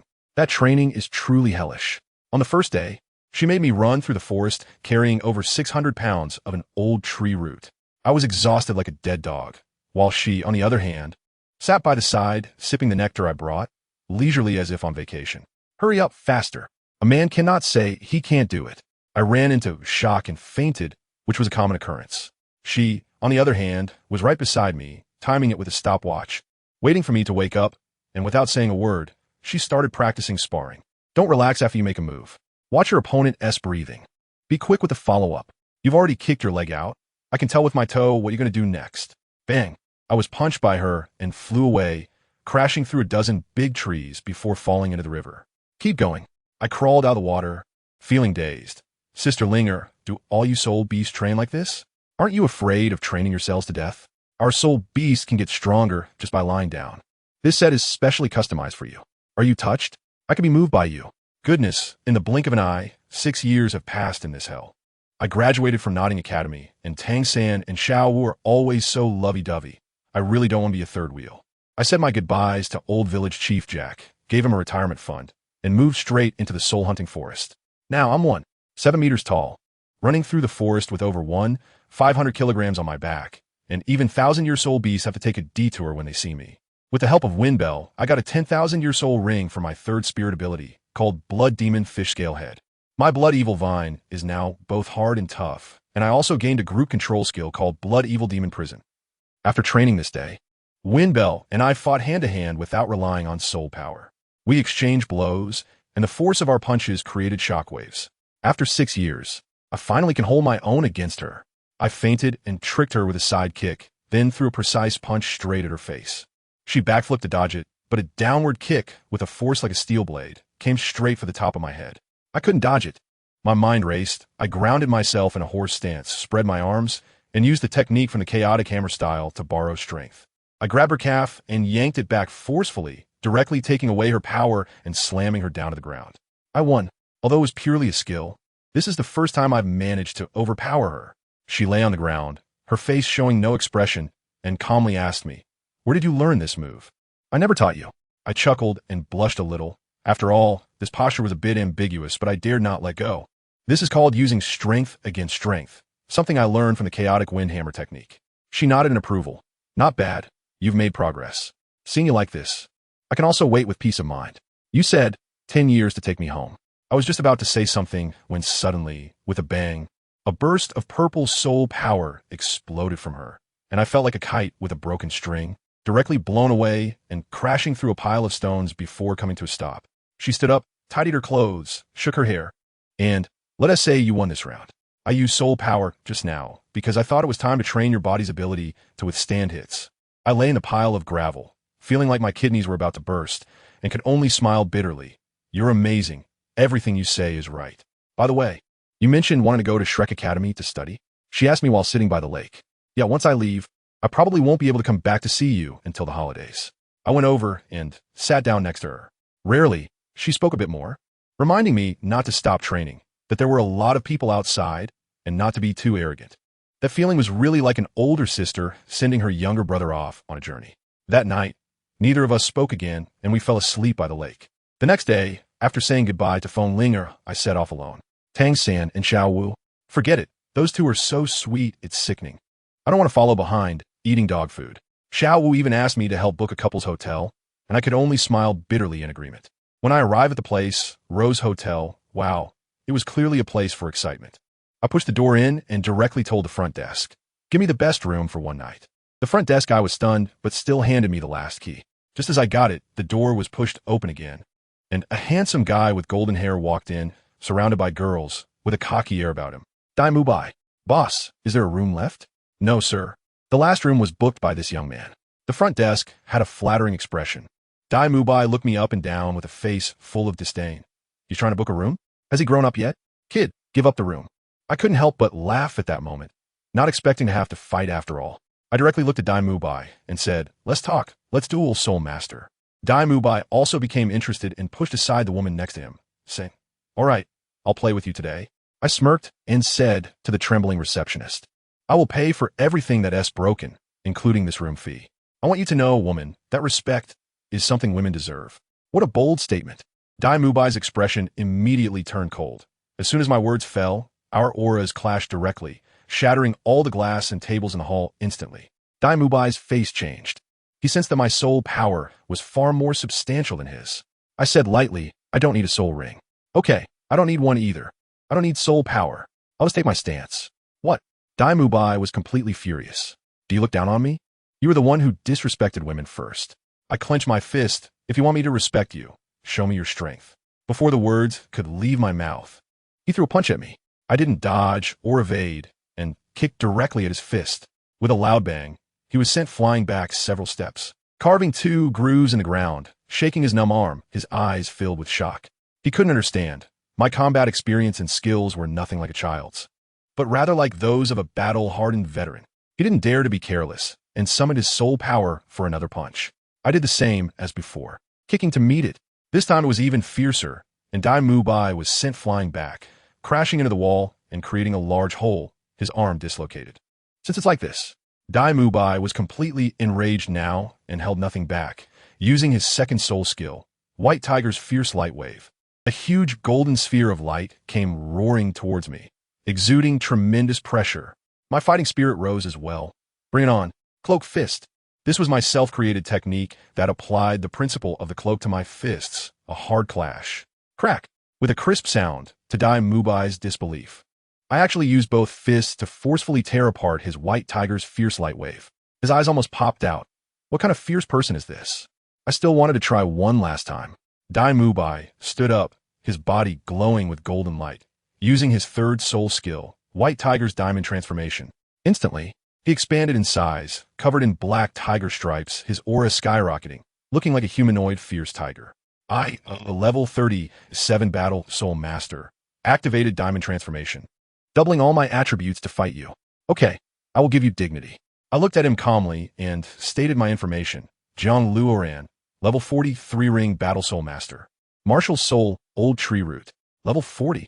Dai Mubai's pupils instantly shrank to the size of pinpoints, his face filled with disbelief. Once my White Tiger's Diamond Transformation is activated, its power is uncontrollable. I advise you to use your soul power. Dai Mubai issued his final warning, his whole body like a bomb about to explode. I pushed off the ground with both feet, soaring into the air like a great rock spreading its wings. My fists clenched. I struck a pose resembling a Kuan-Pung diving down and charged towards his golden giant fist that crashed down like a mountain collapsing and a sea surging. It was a pure clash of strength without any frills. The result was a thunderous boom. Let me tell you, the building shook like it was on a sieve. And that guy Dai Mubai was sent flying 5 or 6 steps away, the high-end tiles beneath him shattered like cookie crumbs. The look in his eyes was as if he had seen a ghost, his face written with disbelief that this was not scientific. He was still in shock, thinking, wait, dude, I've unleashed my White Tiger Vajra transformation, and you didn't even use any soul power? Is this reasonable? I tell you, his worldview was shattered at that moment. He was probably thinking about how someone like me could exist in this world. What can I say? I can't just tell him I'm from another world.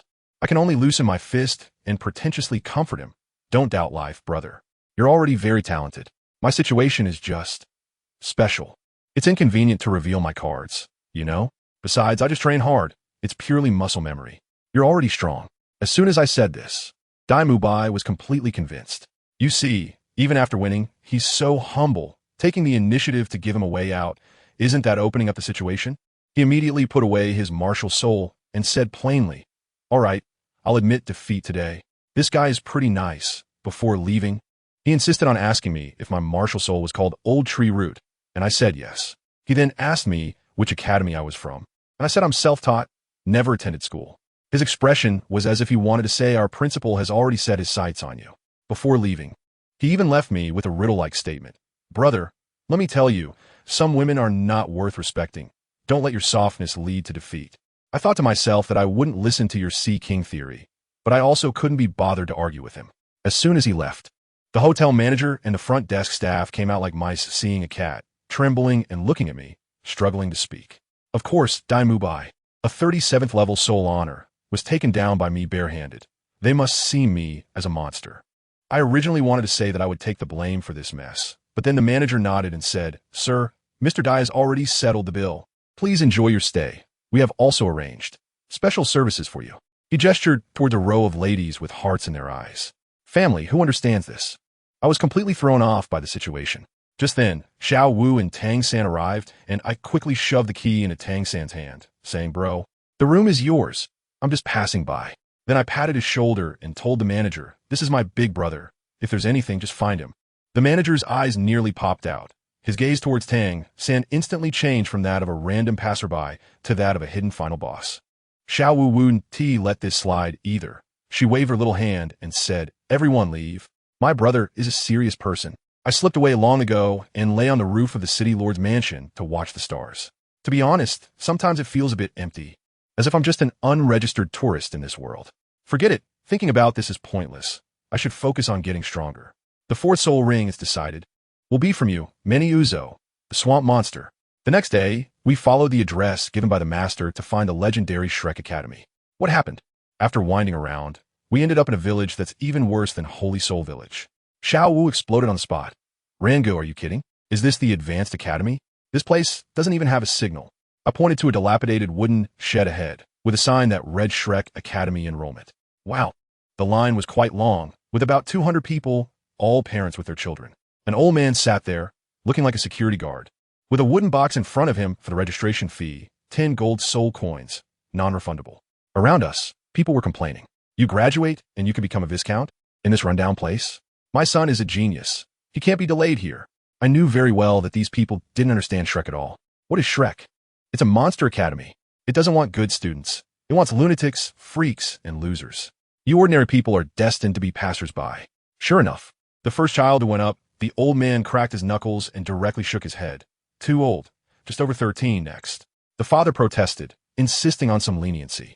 The old man shouted, "Dai Mubai. Someone's causing trouble." Dai Mubai jumped down from a tree like a ghost, and without saying a word, released his martial soul, making the yellow, purple soul rings shine dazzlingly. The aura of a soul master made the father's face turn pale, and he dragged his son away in a panic, leaving even the registration fee behind. The next one was 12 years old, had enough soul power, and the first soul ring was also 100 years. But the old man still shook his head. Your qualifications are sufficient, but you're just an ordinary person. We don't accept ordinary people, only monsters. Upon hearing this, the whole crowd was stunned. Dai Mubai added, "Listen clearly, anyone over 13 years old with soul power below level 21, and a first soul ring that isn't 100 years, we do not accept at all." Damn, this statement was like poking a hornet's nest. More than half of the parents exploded on the spot, cursing and taking their children away, saying this academy was crazy. The standards were more absurd than selecting an emperor. The old man was annoyed by the noise, stood up directly, and suddenly had a dragon-patterned stick in his hand. Then white, yellow, purple, black. 6 soul rings rose up. A soul emperor over level 60. He slammed the stick on the ground, causing the entire floor to shake. The whole world instantly fell silent.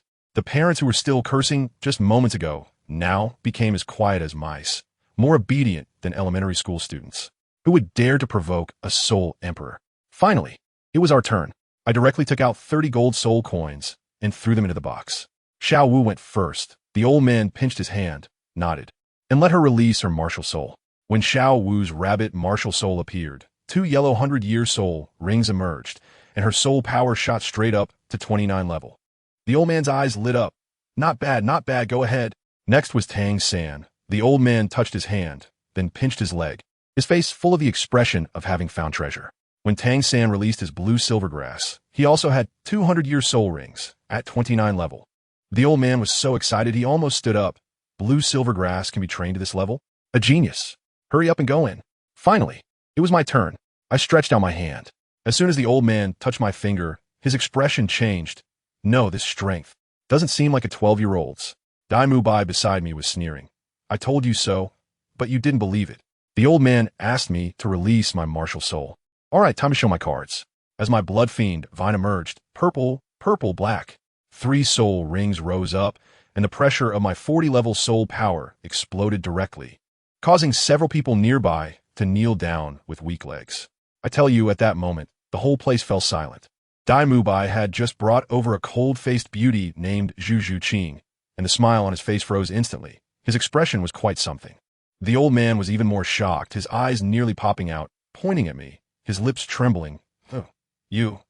This is impossible?" Of course. The first soul ring was over 1,000 years, and the third one went straight to 10,000 years. This was a complete refresh of understanding in the Douluo continent. I could only helplessly say, "The situation is a bit special. Can I explain after I go in?" The old man, having seen a lot, quickly regained his composure and immediately used his soul emperor aura to suppress the crowd, threatening fiercely. "If anyone dares to speak of this today, I guarantee they won't see tomorrow's sun." Once inside the academy, Dai Mubai looked at me with awe. Zhu Qing's icy face was also filled with shock. I could only continue to play it cool. "My name is Jiang Luoran, just lucky.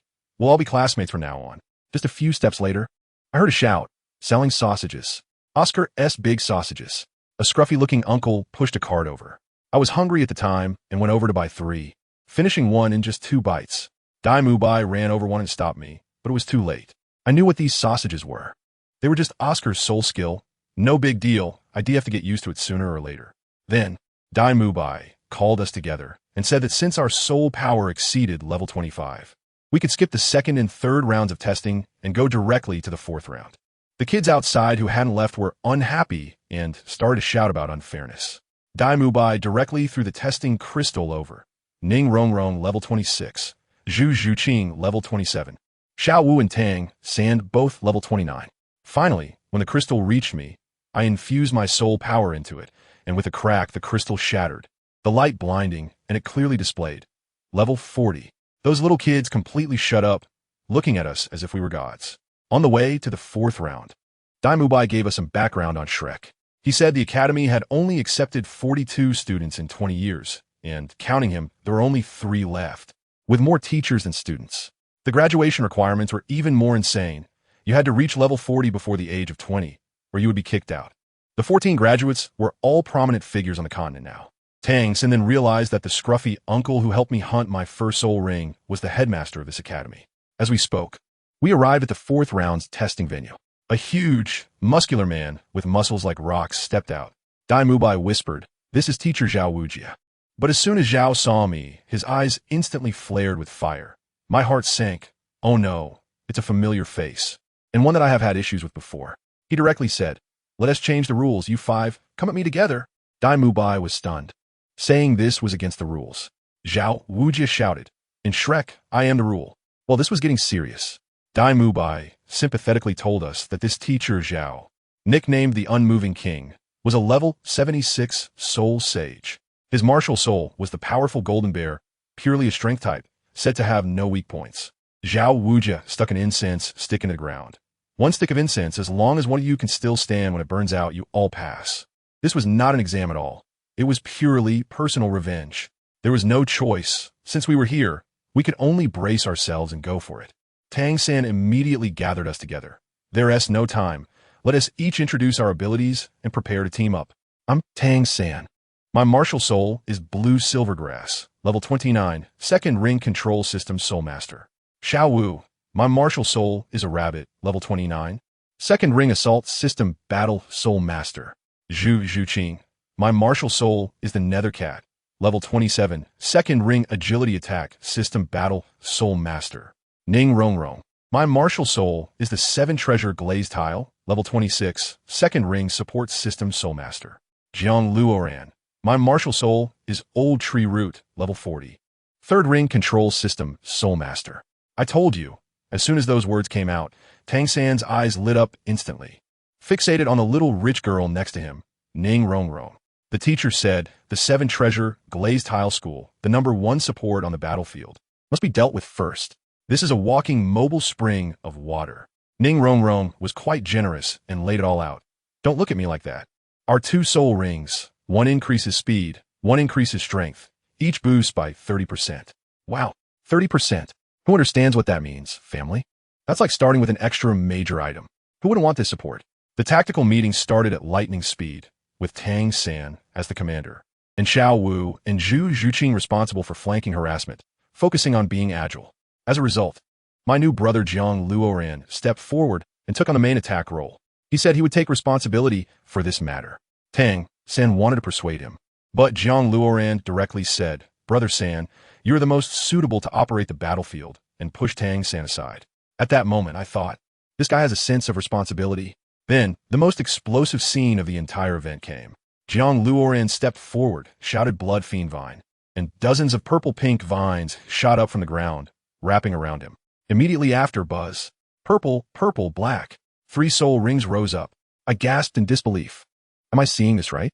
2,000 years. 10,000 years. Zhao Wujia's initially disdainful face instantly looked like he'd seen a ghost, his smile frozen. He must be roaring inside. This script is wrong. Isn't this kid level 40? Is this soul ring configuration even real?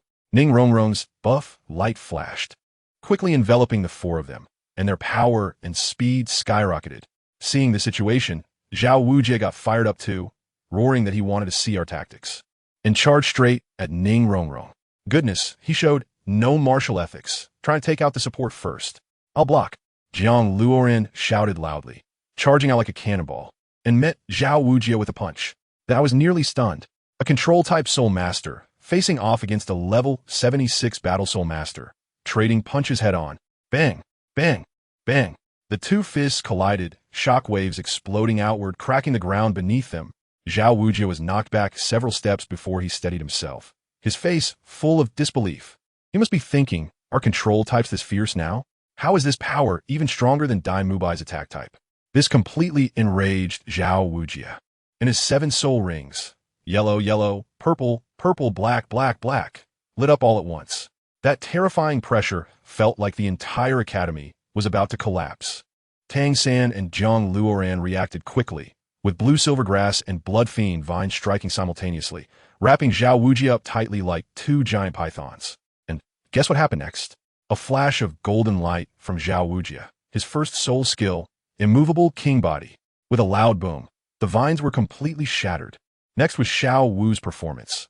That little rabbit was incredibly agile, circling behind Zhao Wujia.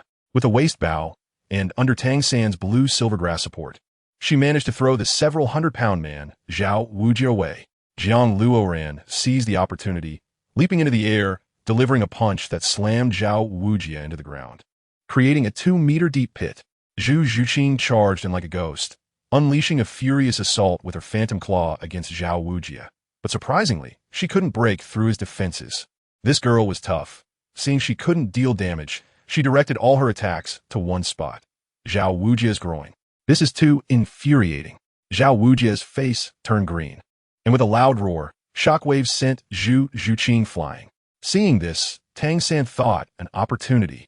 Second soul skill, ghostly rising parasite, again aiming for the vital area. Let me tell you, these little guys are full of martial virtue. Zhao Wujia has completely gone berserk. Are you trying to wipe out our lineage?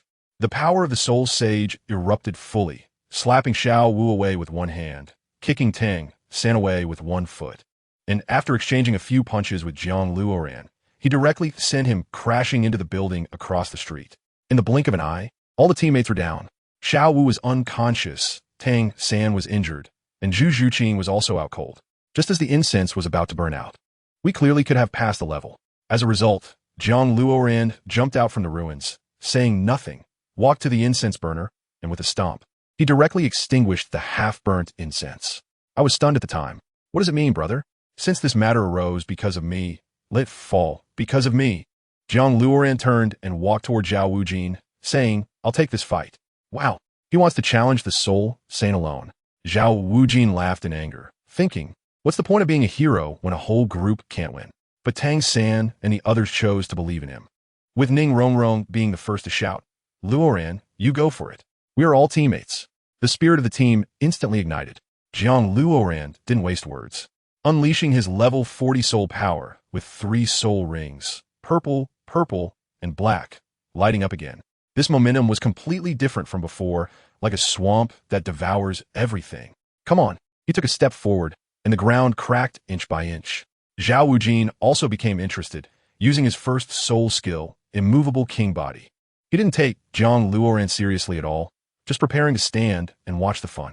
As a result, this kid Jiang Luoran played by his own rules. He feigned an attack, circling around to Zhao Wujin's back, and kicked toward the vital point. Zhao Wujin's face darkened, thinking, not again. He quickly activated his second soul skill, powerful diamond palm, to counterattack. The opportunity had come.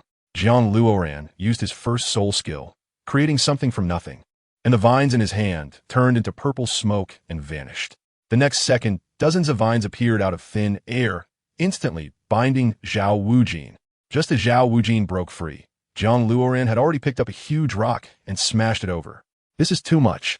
Zhao Wujin shattered the rock with a palm, and amidst the dust, he grabbed Jiang Luoran by the collar. Got you now? A golden palm print slammed down toward Jiang Luoran's face. It's over. Tang San and the others felt their hearts sink. Once caught by Teacher Zhao, there was no chance to escape. Bang! With a muffled sound, the captured Jiang Luoran turned into a puff of purple smoke. It's a soul skill. It's a clone. Zhao Wujin was stunned. Where's the real body? It wasn't over yet. From the top of the collapsed building, Jiang Luoran's voice came. His second soul ring flickered, and countless purple smoke appeared out of nowhere, surrounding Zhao Wujin from all sides, wrapping him in a huge ball of vines. Playing around, it's just about binding, right? Zhao Wujin sneered from inside. But this, in the end, was the killer move. Jiang Luoran let out a cold laugh. and his black 10,000-year soul ring finally burst forth with terrifying light. Third soul skill, Blood Fiend Demon Prison. I have to tell you, this skill is simply a sneaky move. Zhao Wuji instantly felt something was off. There was a strange suction in this vine cage, crazily draining his stamina.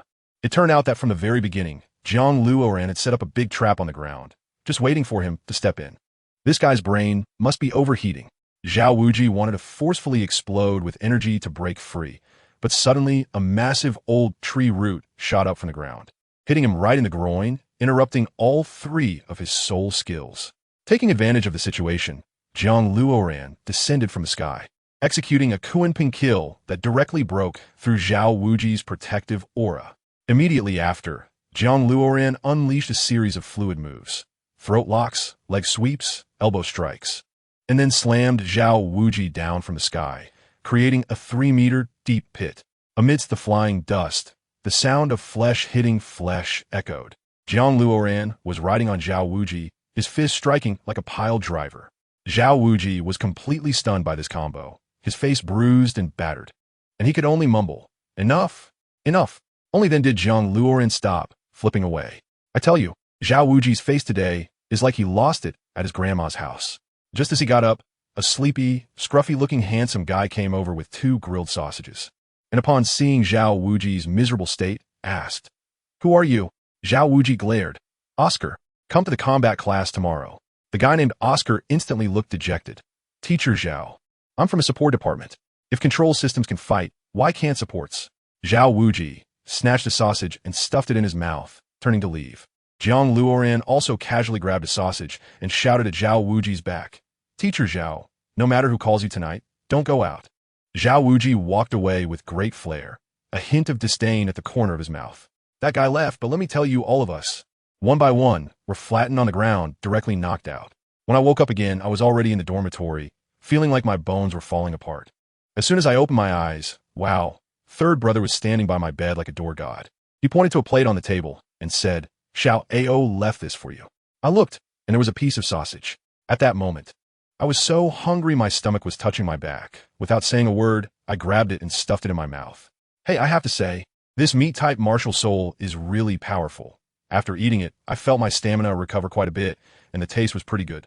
However, third brother looked at me as if I were some prehistoric creature, full of disbelief.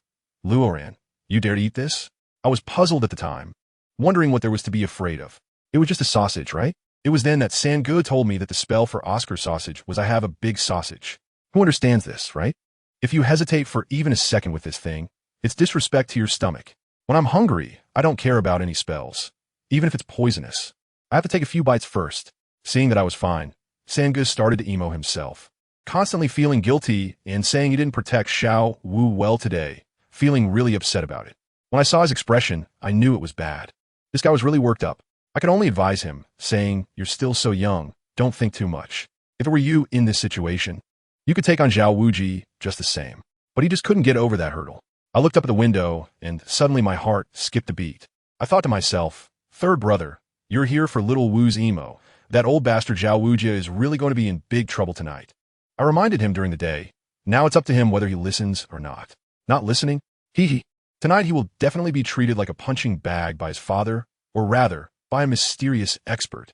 Just as I was thinking, a sudden wailing came from next door. Let me tell you, the walls of the shabby dormitory have almost zero soundproofing.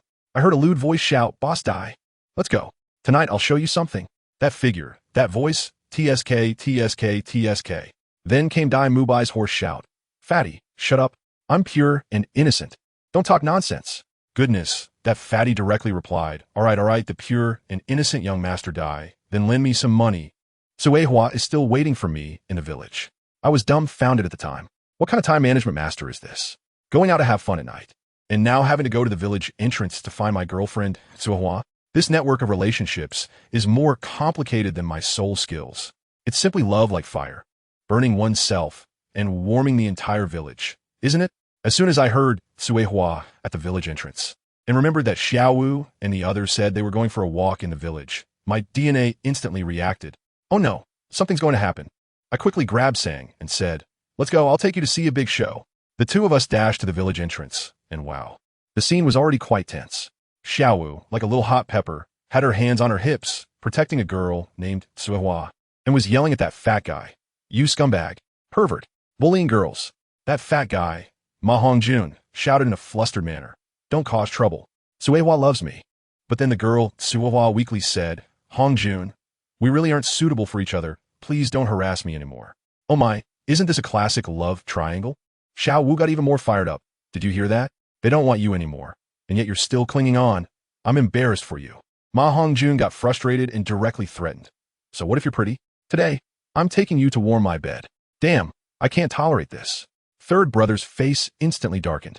Xiao Wu, with her bad temper, didn't say a word and launched a flying kick. The two fists collided with a loud bang, and they both stepped back. Ma Hongjun was quite surprised. You're also a spirit master? Xiao Wu sneered and directly activated her close combat mode. With her agility and posture, she quickly entangled the fat guy. Seeing he was at a disadvantage in close combat, the fat guy immediately played dirty, dropped to the ground, then jumped up and opened his mouth to unleash a fiery breath towards Xiao Wu. First spirit skill, Phoenix Fire Line. I felt a tightness in my heart at that moment. The fire line was like it had GPS, chasing after Xiao Wu and even burning her shoes. Seeing that she was about to suffer a big loss, I exchanged a glance with Brother San and instantly flew down from the rooftop. I directly used the Blood Fiend Vine to form a shield, clanging as it blocked the fire line. Ma Hongjun was still there spraying fire, completely unaware that two dads were coming from behind. At the same time, Brother San activated his Ghost Shadow Mist, and in a flash, he appeared right in front of the fat guy. Shin Yu's hand, control the crane, and capture the dragon. He grabbed the fat guy's big face and lifted him into the air. Let me tell you, that scene was hilarious, a fat guy being pinched by the face, continuously spraying fire upwards like an out-of-control gas canister. Can I let him go? I just went up and kicked him, sending him flying. Third brother did a mid-air relay, landing a punch on his face. Then I fired another cannonball, rushing up for another punch. We treated him like a volleyball, with all kinds of consecutive spikes and a 720-degree aerial twist, just beating him to a pulp. By the time we stopped, that fat guy was beaten into a pig's head with a bruised face, lying on the ground spitting foam. As a result, that Suihua came back crying, holding the fat guy and saying we were hitting people. Xiao was dumbfounded. Sister, I was helping you. Dai Mubai finally arrived, and upon seeing this tragic scene, he quickly explained. It turned out this fat guy was called Ma Hongjun, and his martial soul was the evil fire phoenix, which came with an evil fire debuff that made him have an irresistible desire for women, needing to release his fire through. I told you, after hearing this. Xiao Wu and Ning Rongrong turned pale and took several steps back, looking at Ma Hongjun as if he were some kind of natural disaster. How can we still be classmates after this? Isn't this just a walking hormone bomb? As a result, that chubby guy, even after being beaten up like that, still insisted on getting up to fight, shouting, I refuse to accept this, and threw another fire turkey at me. I simply dodged aside and emerged from the flames with a cold laugh. You're right, Shrek's rules are that there are no rules. Why should I force myself to take your skills head on? Dai Mubai quickly stopped him and explained our identities, especially when he mentioned I was at level 40. Shock filled Ma Hongjun's swollen eyes. Just then, Suihua really left, and the chubby guy completely deflated. Dai Mubai teasingly poked him. Chubby, are we going tonight? The chubby guy grimaced in pain and returned to the dormitory with a mournful face. When I was going back with Dai Mubai, I told him, make sure to close the door tonight. I'm afraid someone will be howling in the middle of the night. He didn't believe me. As a result, in the middle of the night, the entire academy was shaking. Zhao Wujie, come out. A loud shout was followed by the sounds of heavy beating. I lay in bed shaking my head. I told you not to go out, but you insisted on being stubborn. Now look, you've been beaten like a pig. The next morning, Zhao Wujie appeared on the playground with a pig-headed face, his eyes dark, limping as he walked. He saw us laughing and was furious, directly announcing the first lesson, devil training. He ordered Oscar and Ning Rongrong to run 50 laps until they were in shock. Then he turned to me with a cold smile. JiangLuoran, you're special. I specially prepared a piece of iron weighing over 1,000 pounds for you. Let us start. Did he think he could challenge me? Let me tell you, I picked up that 1,000-pound iron like it was a foam board and went after Oscar and the others. I wanted to show him with my actions. Teacher Zhao, is this training intensity just scraping my back? Zhao Wujie was instantly petrified, and his expression was simply amazing. In the evening, Dean Flander called us all together and said we were in a good place. Where to? The Soto Great Spirit Arena. Ning Rongrong's face turned pale when she heard that, saying that place was notorious for people losing arms and legs. When we arrived, I looked around and was stunned. It was resplendent, like a palace, but the killing intent inside was almost overflowing. Dai Mubai explained the rules to us, saying something about iron, copper, silver, and gold badges. Winning a match adds a point, losing a match deducts a point, and we must obtain a silver spirit badge before graduation. Upon hearing that, I thought, ISNT this just like ranked matches to gain points. Then the dean added a special rule for me, saying I must obtain a gold spirit badge to graduate. Dai Mubai also mentioned that he had played over 50 matches and was still a bronze spirit badge holder, which scared Tang San and the others. But he also said, I'm level 40, but I haven't obtained the 4th spirit ring, so according to the rules, the opponents I get matched with are still spirit elders. At that moment, I had just 4 words in my mind: blow up the fish pond. Isn't this just a high-level boss returning to the newbie village? As long as I don't level up, I'll forever be the father of the Soul Master area. Of course, I still had to be humble and say that there are always people better than you, and to be cautious. But deep down, I was already starting to feel confident. So, after completing the Silver Soul badge, I was the first to take the stage. Let me tell you, the Soul Fighting Arena is ridiculously large, with the platforms lined up one after another in the middle. The host is even more heavyweight, dressed flamboyantly with a sham-made hairstyle. And when he speaks, it's just so flamboyant and pretentious. The big screen directly displayed my information. Control system Jiang Luoran versus agile attack system Miezioi. Wow, the whole place erupted. Control against agile attack. Isn't this just a freebie? Everyone thought I would be carried out in the next second. The woman named Miezioi came up too, dressed entirely in pink, strutting her stuff with a sway, looking at me like I was a dish on the menu, throwing me flirtatious glances. Little brother, is this your first time here? This isn't really a place for you. I couldn't be bothered to respond to her, and just stated the facts. Jiang Luoran, level 40, 3-ring control system, martial soul, old tree root. I advise you to surrender directly. I'm quick to act and can't hold back myself. And guess what? The whole place burst into laughter. Ha ha ha. Old tree root? Can't hold back? Everyone looked at me as if I were an idiot. That guy who defeated Xiao AI turned pale when he heard I was level 40. But he still acted tough. Level 39 agility attack system, martial soul, fluttering butterfly, 10 wins out of 10. So what if you're 1 level higher? Agility attacks control. That's common knowledge. I laughed at that moment and thought to myself, common sense? Common sense is meant to be broken by me. I casually replied, I'll take you off the stage. As soon as I finished speaking, whoosh, I disappeared from my spot. Let me tell you, that speed shocked even me. It was so fast that all you could hear was the sound of the wind. That Xiao Love, being a sensitive attack type, was dumbfounded on the spot. To reach that speed, she would need to be at least a level 60 Soul Emperor. Before she could even react, I was already right in front of her. That feeling, who among my family understands? It was an absolute suppression of martial spirits, speed, and strength. I didn't even make a move. It was that simple, just a slap. Bang! A pink figure was sent flying off the stage by my slap, like a cannonball, crashing against the iron railing with a thud and not sliding down for a long time. The entire venue fell silent. 1 second, 2 seconds, 3 seconds. And then it instantly erupted. This is impossible. He cheated. How could a control type be faster than a sensitive attack type? The audience roared, insisting that I used some underhanded means and calling for the referee to investigate thoroughly. I was standing off stage, secretly amused. Is being too strong also a crime? The referee was baffled. He hadn't even seen what had happened. In the end, it was that Xiaolove who crawled down from the wall, spitting blood 3 times. Trembling as she said, he won without using any means. Once those words were spoken, the entire place went quiet. I, on the other hand, earned a point, kept my achievements and name hidden, and walked away. When I returned, Tang San and Xiao Wu had also finished their matches, both winning. Only Ning Rongrong was standing there. As a support type, she couldn't fight alone. Dai Mubai came over to mediate, wanting Tang San to partner with Rongrong for a doubles match. Seeing the atmosphere, I realized that Brother San was caught in a love battlefield. Xiao Wu's gaze was almost shooting fire. I stepped forward directly. I'll team up with you, let's go. Tang San cast a grateful glance at me. Ning Rongrong felt a bit embarrassed and said, Luoran, this might hold you back. If we team up, we'll be matched against 2 level 40 Soul Kings. I thought to myself, isn't this just a 1-on-2 situation?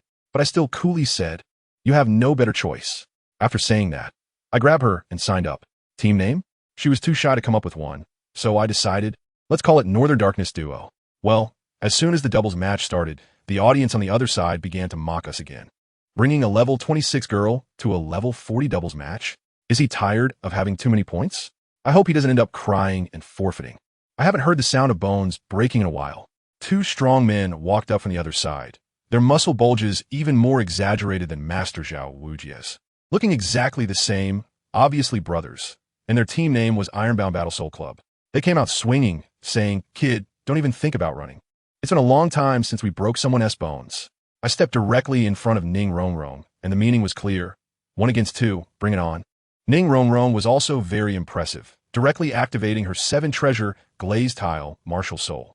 The two brothers on the opposite side saw this and thought, oh, people from the 7-treasure glazed tile sect? They have some background, so they didn't dare to go all out. So they exchanged glances. Let's just focus on bullying this little kid. I can't even be bothered to activate my martial soul. Just waiting for them to make the first move. The two brothers' soul rings lit up. Yellow, yellow, purple, white, yellow, purple. And 2 red battle soul sticks appeared in their hands. One at level 40 and the other at level 39, smashing down towards me. Kid, you think you can take my battle soul stick head on? You're still a bit early for that. I tell you, at that moment I didn't dodge or evade. I grabbed one with my right hand and pinched another with my left hand, and with a loud bang, the shockwave exploded. Their faces turned red, and they used all their strength to push down, but they couldn't budge me an inch. I borrowed strength from a kick and flipped directly over their heads. Just then, Ning Rongrong's support arrived. The 7 treasures reputation is well known. 1 for strength, the 2nd for speed. 2 beams of colorful light fell on me, and I instantly felt my whole body filled with power, almost shouting out in delight. Bang! Bang! I fell from the sky, my fists smashing directly onto their sticks. Sparks flying everywhere. They were shaken back by my 2 punches, nearly falling over. The younger brother was completely stunned. Is the 7 treasures Liuli Tower enhancement this powerful? His older brother still had a bit of sense, shouting, "Idiot!" He was pretending all along. Retreat quickly. Too late. I flashed my figure and directly rushed in front of the younger brother, launching a series of cape punches. My fists were like they had motors, pounding against his stick with a flurry of blows. In just a few hits, I shattered his martial soul stick. Then, without stopping, I unleashed a barrage on his face, knocking out 5 of his teeth and instantly turning him into a pig's head. Seeing this, his brother panicked, roaring as he rushed over to save him. Flames igniting on his stick. I kicked the younger brother away and caught his brother's flaming stick with my other hand. The force was considerable, pushing me down and plowing a groove in the ground. His brother shouted at me. At such a young age, with such a heavy killing intent, you cannot be spared. I couldn't help but laugh at that moment, looking at him coldly. I'll say the same to you. No more acting. I'm laying it all on the line. I stomped my feet hard into the ground to steady myself, then kicked him down with a powerful flying kick. Just as I was about to jump up and finish him off with my knee, that brother who looked like a pig's head rushed at me with a stick, using his 3rd soul skill. There was no choice. I could only retreat to dodge. Now, they started to cooperate, and their stick techniques were quite tricky. I had to block from side to side. The audience below was dumbfounded. Wait a minute. ISNT, he a control type? Why is he clashing head-on with 2 assault types? Are control types this competitive now? Are they starting to steal the jobs of assault types? Just then, I found an opportunity to create some distance between us. I thought to myself, the warm-up is over. It's time to flip the table. 2nd soul skill, shadow, following. 1st soul skill, creation from nothing. 3rd soul skill, blood fiend magic prison. Purple, purple, black. 3 soul rings appeared around me. The moment that black 10,000-year soul ring lit up, it felt as if time itself in the entire battle arena had stopped. Everyone went crazy. A 10,000-year soul ring. The 3rd ring is a 10,000-year soul ring. My eyes must be playing tricks on me. No wonder he was so bold. He was setting up a trap. In the next second, the entire arena was enveloped by my blood-red vines, which slithered like a python. Ning Rongrong's amplification fell again, and I simultaneously controlled the overwhelming blood fiend vines to press towards those 2 brothers. That momentum was not control, it was a massacre. The faces of those 2 brothers turned pale. They exchanged glances and directly jumped into the air, shouting, Martial Soul Fusion Skill. Battle Soul Annihilation. Soul Stick Thunderstorm. Goodness. They fused into a thick, long golden giant stick, charging towards my vines with a storm of lightning. With a buzzing sound, my overwhelming blood fiend vines were burned away like paper. The voice from the Battle Soul Stick laughed maniacally. Huh, I thought you were strong, but it's just this. Today, I'll take you down. I stand my ground, advancing instead of retreating with a smirk on my lips. Let me tell you, my move this time is simply textbook level. You know a thing or two about fishing. I shouted at the golden giant stick. I forgot to tell you, my first soul skill creation from nothing can accommodate any energy, including the blood-sucking vines from earlier. In other words, what you saw was just a decoy. Now, this is the real deal. As soon as I finished speaking, countless blood-sucking vines suddenly erupted wildly from the golden giant stick. More and more, thicker and thicker like parasites. They squeezed it inch by inch from the inside until it exploded. Boom! The golden giant stick shattered, and the MO brothers screamed as they fell to the ground. Tied up by my blood-sucking vines like two big rice dumplings, unable to move. They lost, and it was clear. But this was not the end. When my 10,000-year soul ring lit up, the audience went into a frenzy, a group of people rushing to the ring, demanding an explanation from me. At this critical moment, a person named Sima stood up, opening his eyes wide and spouting nonsense, claiming that my soul ring was a special effect, capable of changing colors and simulating pressure to influence the opponent's judgment. Who would believe such a ridiculous excuse? But he was a local authority, and since he said that, everyone could only disperse with half-belief. After leaving the soul-fighting arena, even bigger drama awaited. Ma Hongjun, that big mouth, teased Dai Mubai about his past with women in front of Zhu Zhuqing. Zhu Zhuqing's face turned dark immediately, coldly throwing out a dirty remark and walking away without looking back. Dai Mubai was furious, his face turning green. Then that little witch Ning Rongrong jumped out again, rubbing salt into Dai Mubai's wound, mocking him for being put in his place.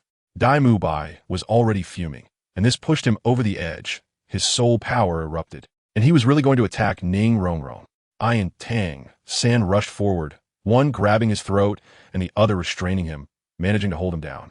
Ning Rongrong was also fierce. When her young lady temper flared up, no one could stop her. She shouted the name of the dean, Flender, demanding that he expel Dai Mubai. Flender completely ignored her. She got even more fired up, wiped away her tears, and roared at me and Tang San, Jiang Luoran, I'll pay you to kill Dai Mubai. Family, this princess is in the late stage of princess syndrome, truly hopeless. We couldn't be bothered to deal with her, and just walked away. The next morning, Flender gathered us all together, insisting that everyone must eat Oscar's sausages, claiming it was for team cooperation. Oscar, that kid, was quite clever. When he handed me the sausages, he secretly slipped me an extra one and whispered, "You worked hard during training later." Hey, I guess this is his way of thanking me for saving his Rongrong yesterday.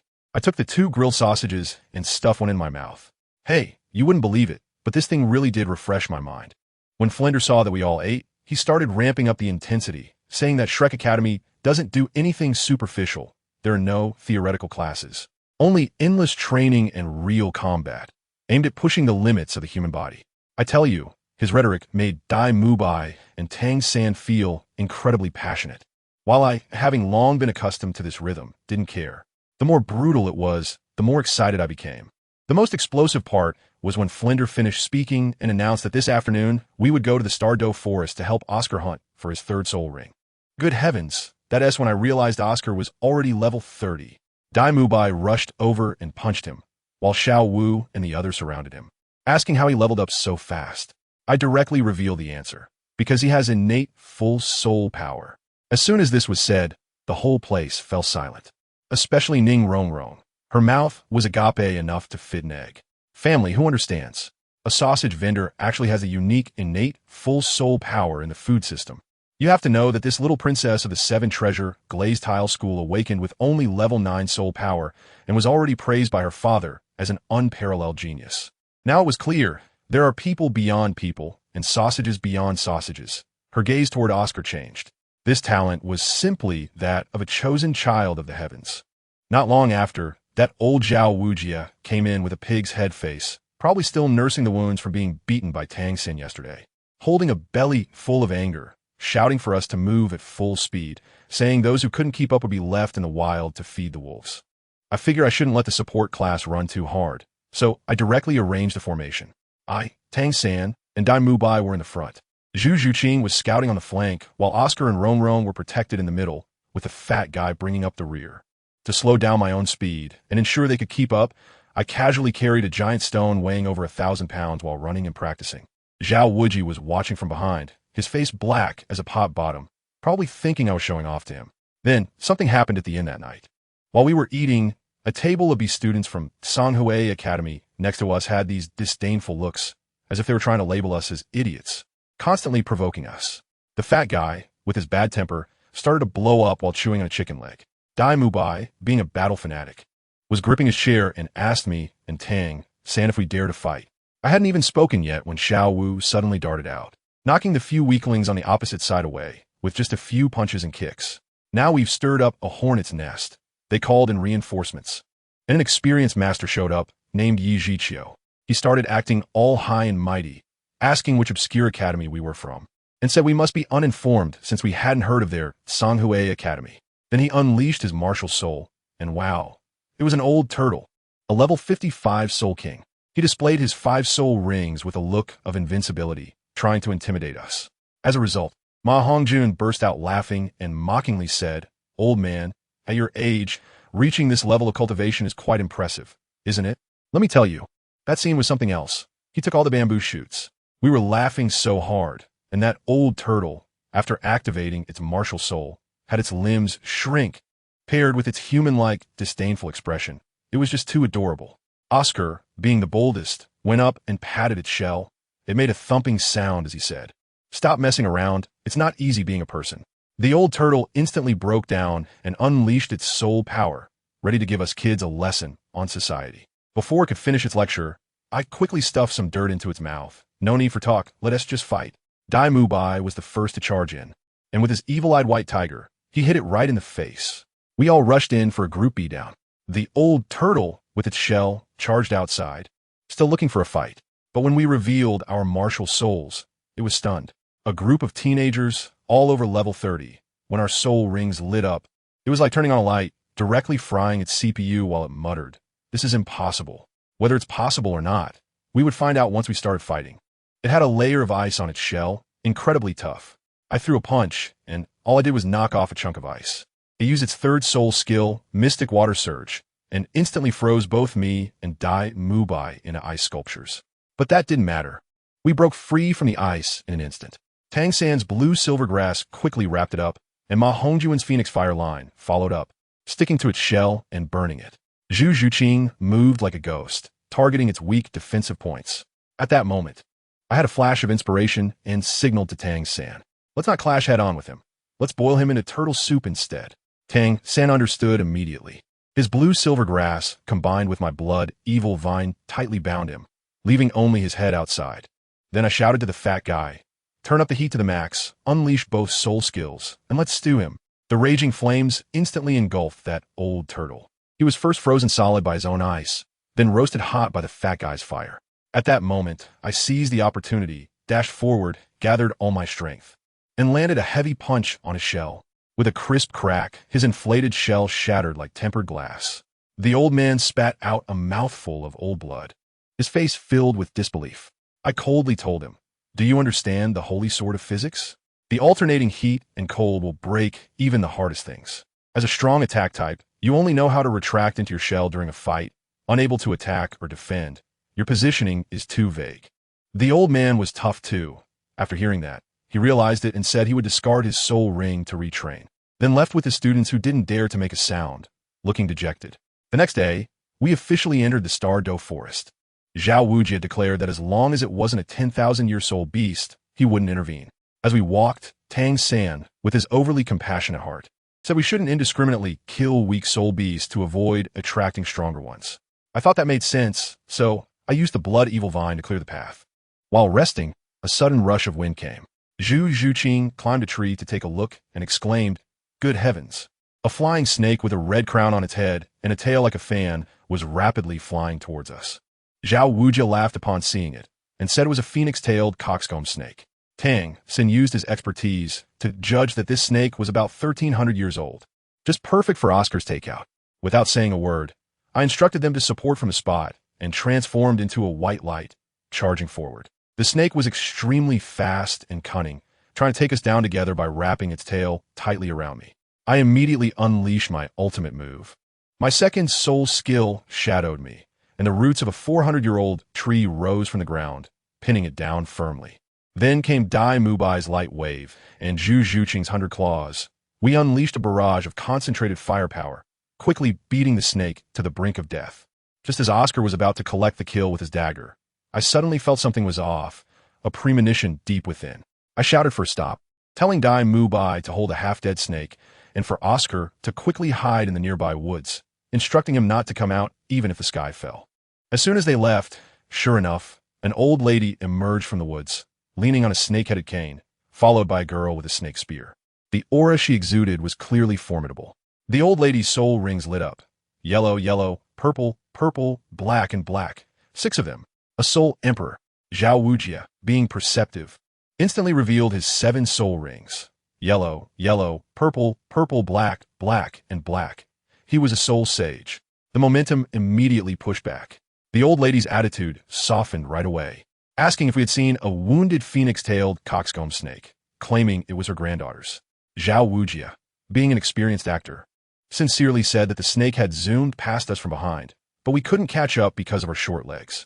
Surprisingly, the snake lady believed him, probably laughing at Zhao Wujia's short legs in her mind. Little did she know, Zhao Wujia was secretly overjoyed. She curiously asked Zhao Wujia if they were there to hunt for a second soul ring.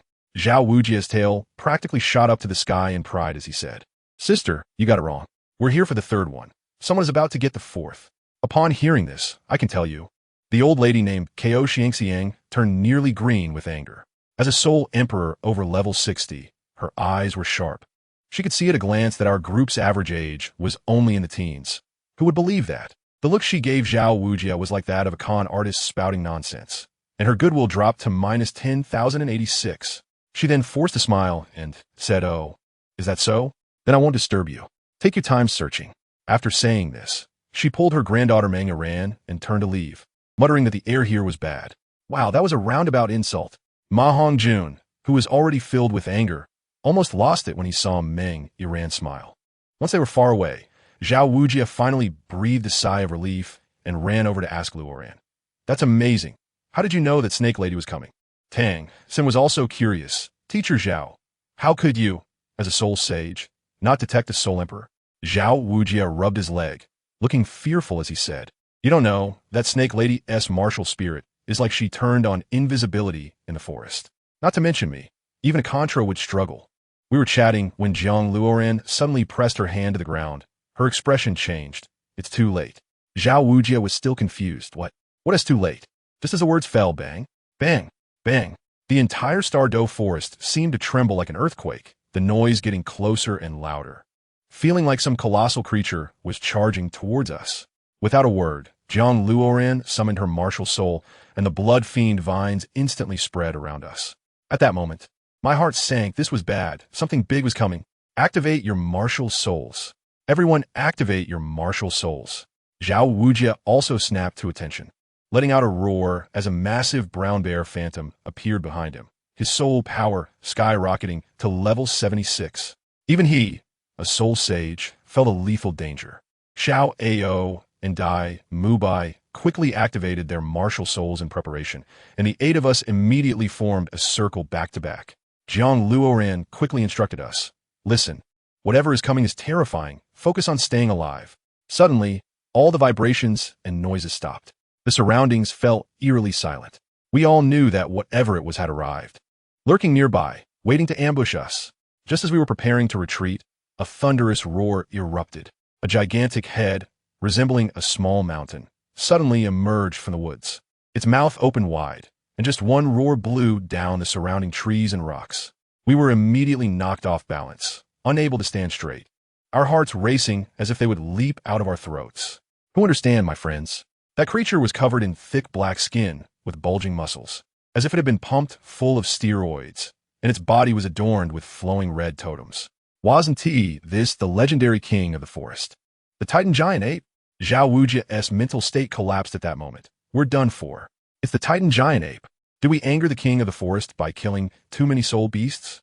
Jiang Luoran, however, remained remarkably calm, telling Zhao Wujia, "Teacher Zhao, you guys find a chance to escape. Don't worry about us." She knew that this giant ape was targeting Xiao Wu, and if Zhao Wujia fought head-on, it would be tantamount to delivering himself as a gift. "No way." Zhao Wujia roared, "Luoran, you and Tang, Sin, take everyone and go. I'll hold it off." Die. You take Rongrong and Xiao Ao and leave.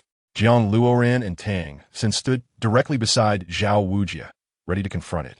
Ma Hongjun shrank back, thinking, why is no one telling me to run? I've wanted to escape for a long time. Dai Mubai also stood firm, directly activating his martial soul and charging forward. Ning Rongrong shouted, I want to leave. The 7 treasures are famous. The first is strength. The second is speed. 2 beams of colorful light struck us. But as a support type, after casting just 2 skills, she collapsed to the ground exhausted. Roar. The Titan giant ape let out another roar, clearly becoming impatient. There was no choice now. We had to fight. Zhao Wujia was the first to charge in, directly unleashing his ultimate move. Martial Soul, True Body. Great Strength Diamond Bear. Yellow, purple, black, black, black. 7 soul rings lit up simultaneously, and the scene was dazzling. Zhao Wujia's body inflated like a balloon, transforming into a golden giant bear 5 meters tall. Let me tell you, the level 70 Soul Sage's Martial Soul True Body is a life or death move, allowing soul skills to be unleashed freely within half an hour, with doubled power and significantly increased defense. But afterward, he would be left weak for 7 days, feeling like a complete wreck. Jiang Luoran was dumbfounded, thinking, why isn't old Zhao following the script? Shouldn't he plead for mercy first? Why'd he go straight in?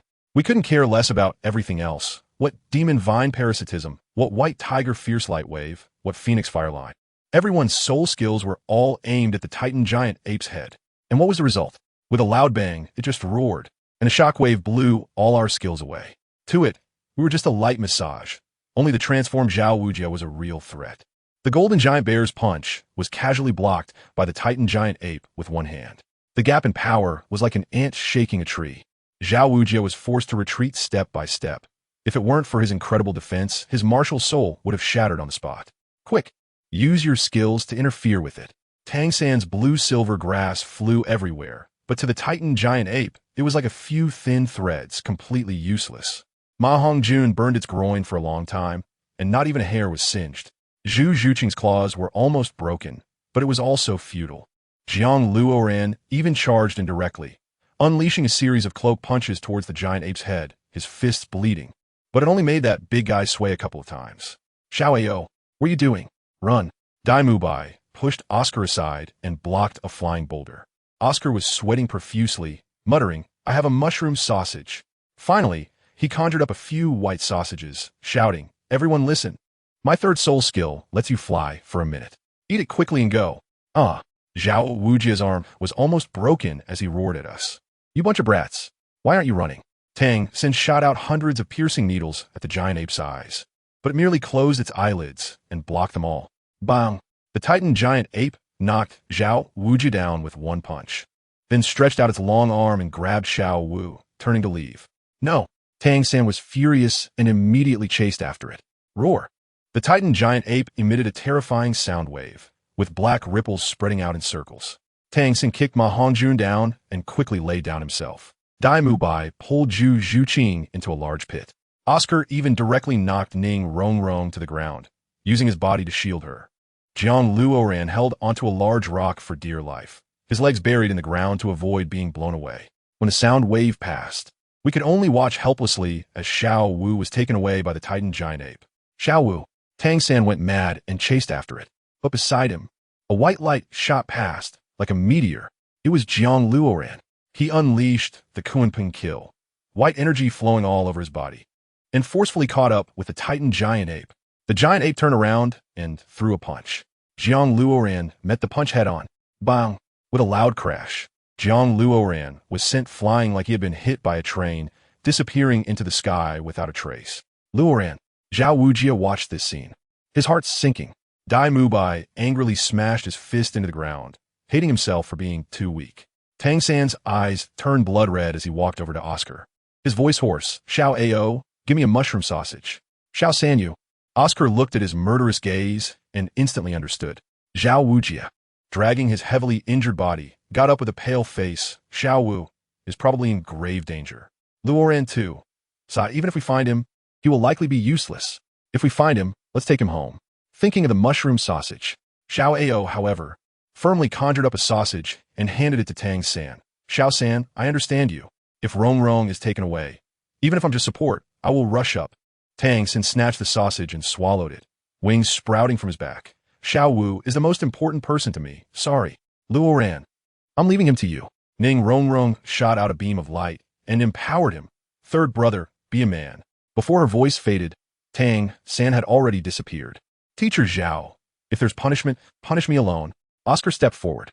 Zhao Wujia laughed boldly, coughing up a few mouthfuls of blood. Punish my ass. Just make more sausages. Damn it, we might as well die together. On the other side, deep in the Stardo forest, Jiang Luoran woke up on a branch of a big tree, his whole body in pain. I'm not dead. He recalled the 8 golden soul rings he saw before losing consciousness. It was that mysterious power that saved him. He jumped down from the tree and found a small river to wash up. As soon as he took off his tattered clothes and entered the water, he felt something was off. Besides the worn-out clothes he had thrown, when did another set appear? That fabric looked high-end, silver gray, very stylish. Almost on par with what Pope Bibidong wore. Jiang Luoran unconsciously reached out to touch it. The texture was as smooth as silk. Suddenly, a beautiful woman emerged from the water. Her wet black hair clung to her face, and even without makeup, she was stunningly beautiful, simply enchanting. Good heavens. It's like a lotus rising from the water. Jiang Luoran was so scared that he stepped back repeatedly, thinking, how can a person pop up while I'm taking a bath? I don't want to lose my virginity. Seeing him touch her clothes, the woman shouted, You thief. This is the first time I've been schemed against today. Her voice carried a hint of seduction. Jiang Luoran hurriedly explained, I didn't know someone was underwater. I'm not interested in you.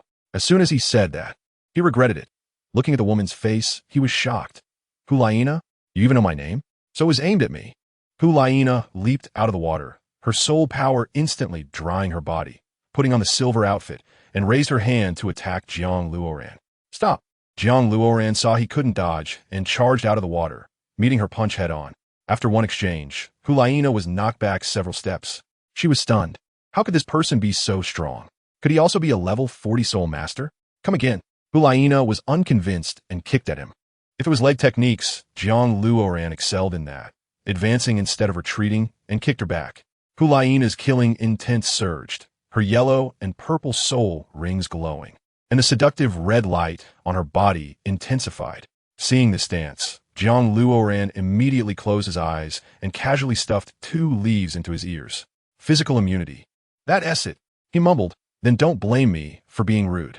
He charged forward, throwing a punch at Hulaina's throat. Seeing her charm fail, Hulaina was shocked and quickly dodged. Unexpectedly, this was just a feint. JiangLuoran's hook punch was aimed directly at her head.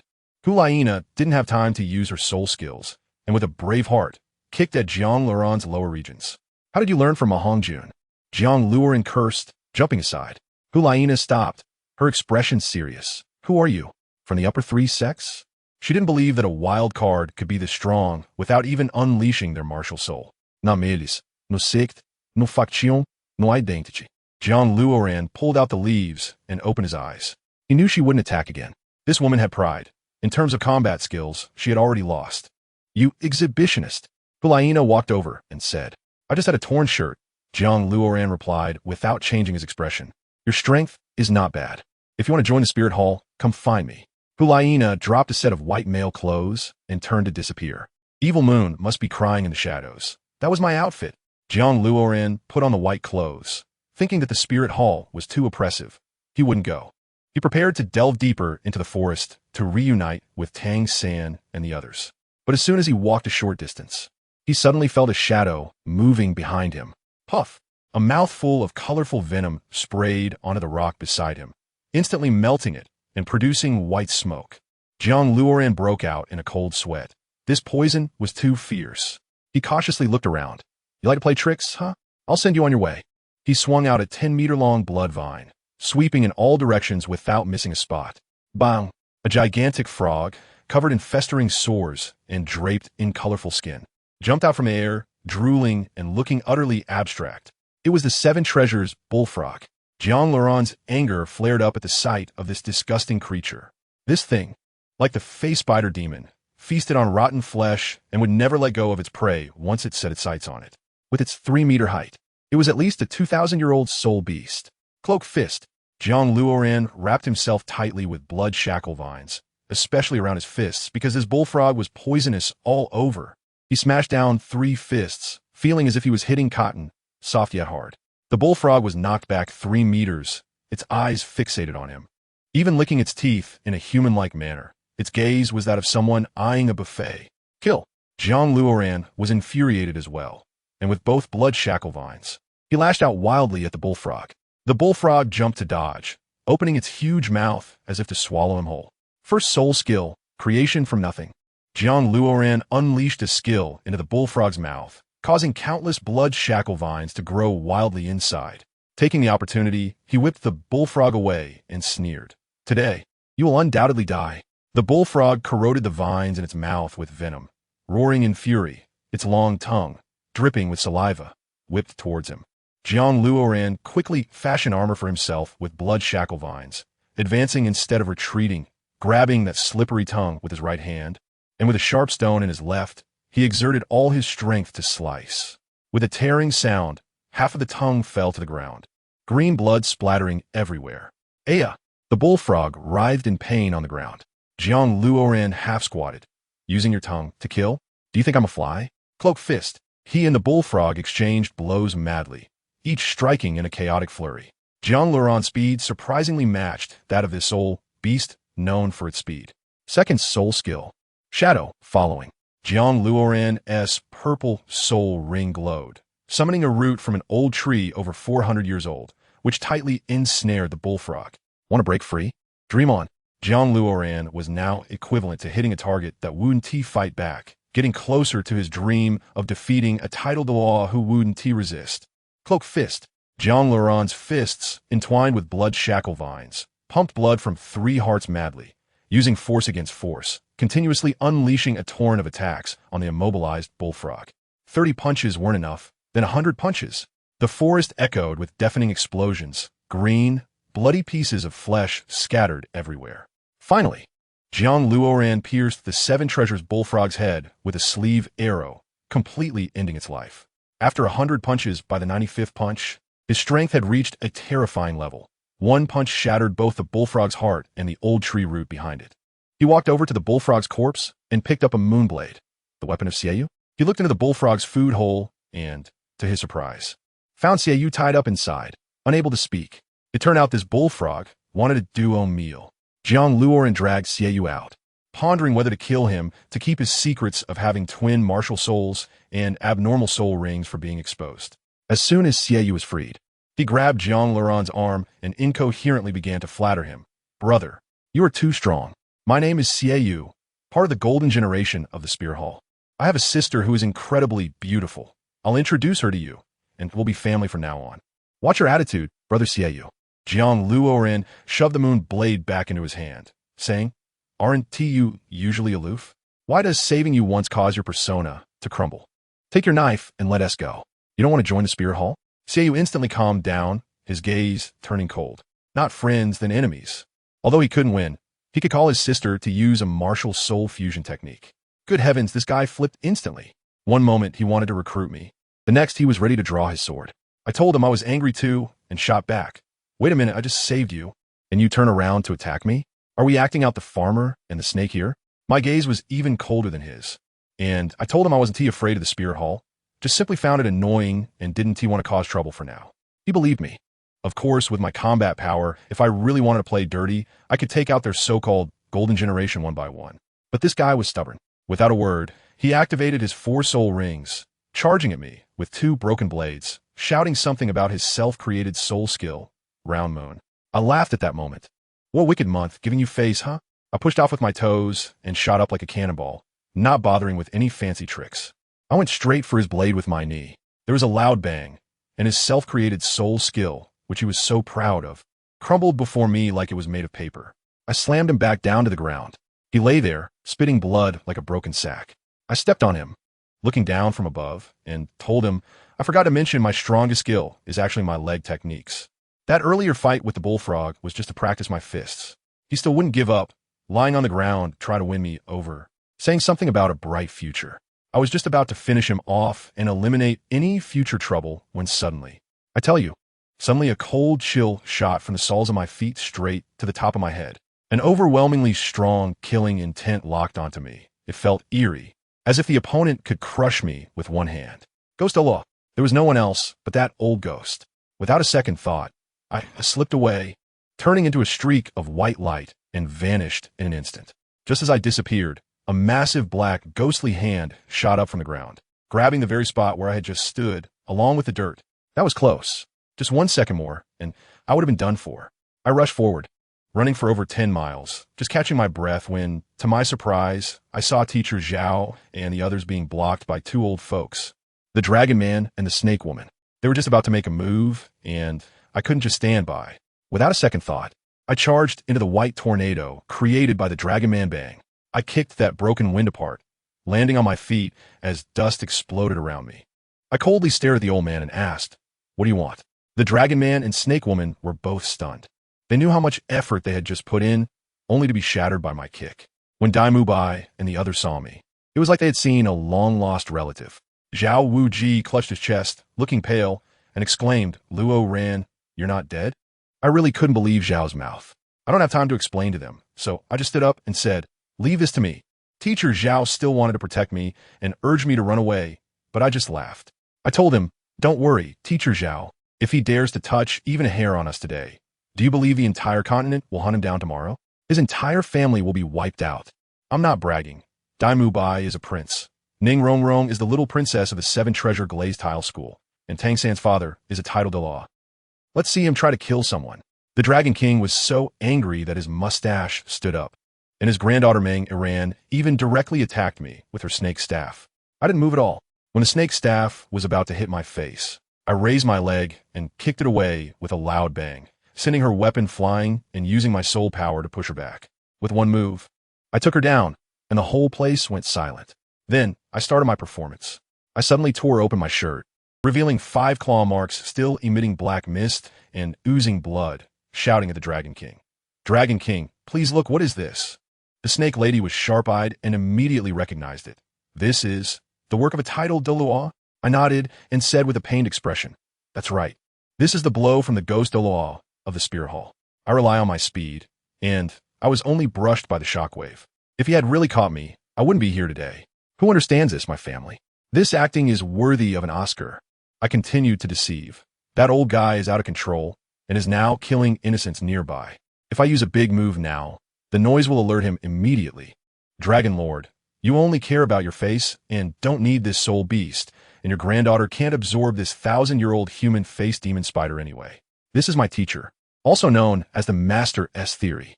To prove my identity, I pointed at the 24-bridge moonlit night on Third Brother's waist. At this point, Dragon Lord and Snake Lady completely believed me.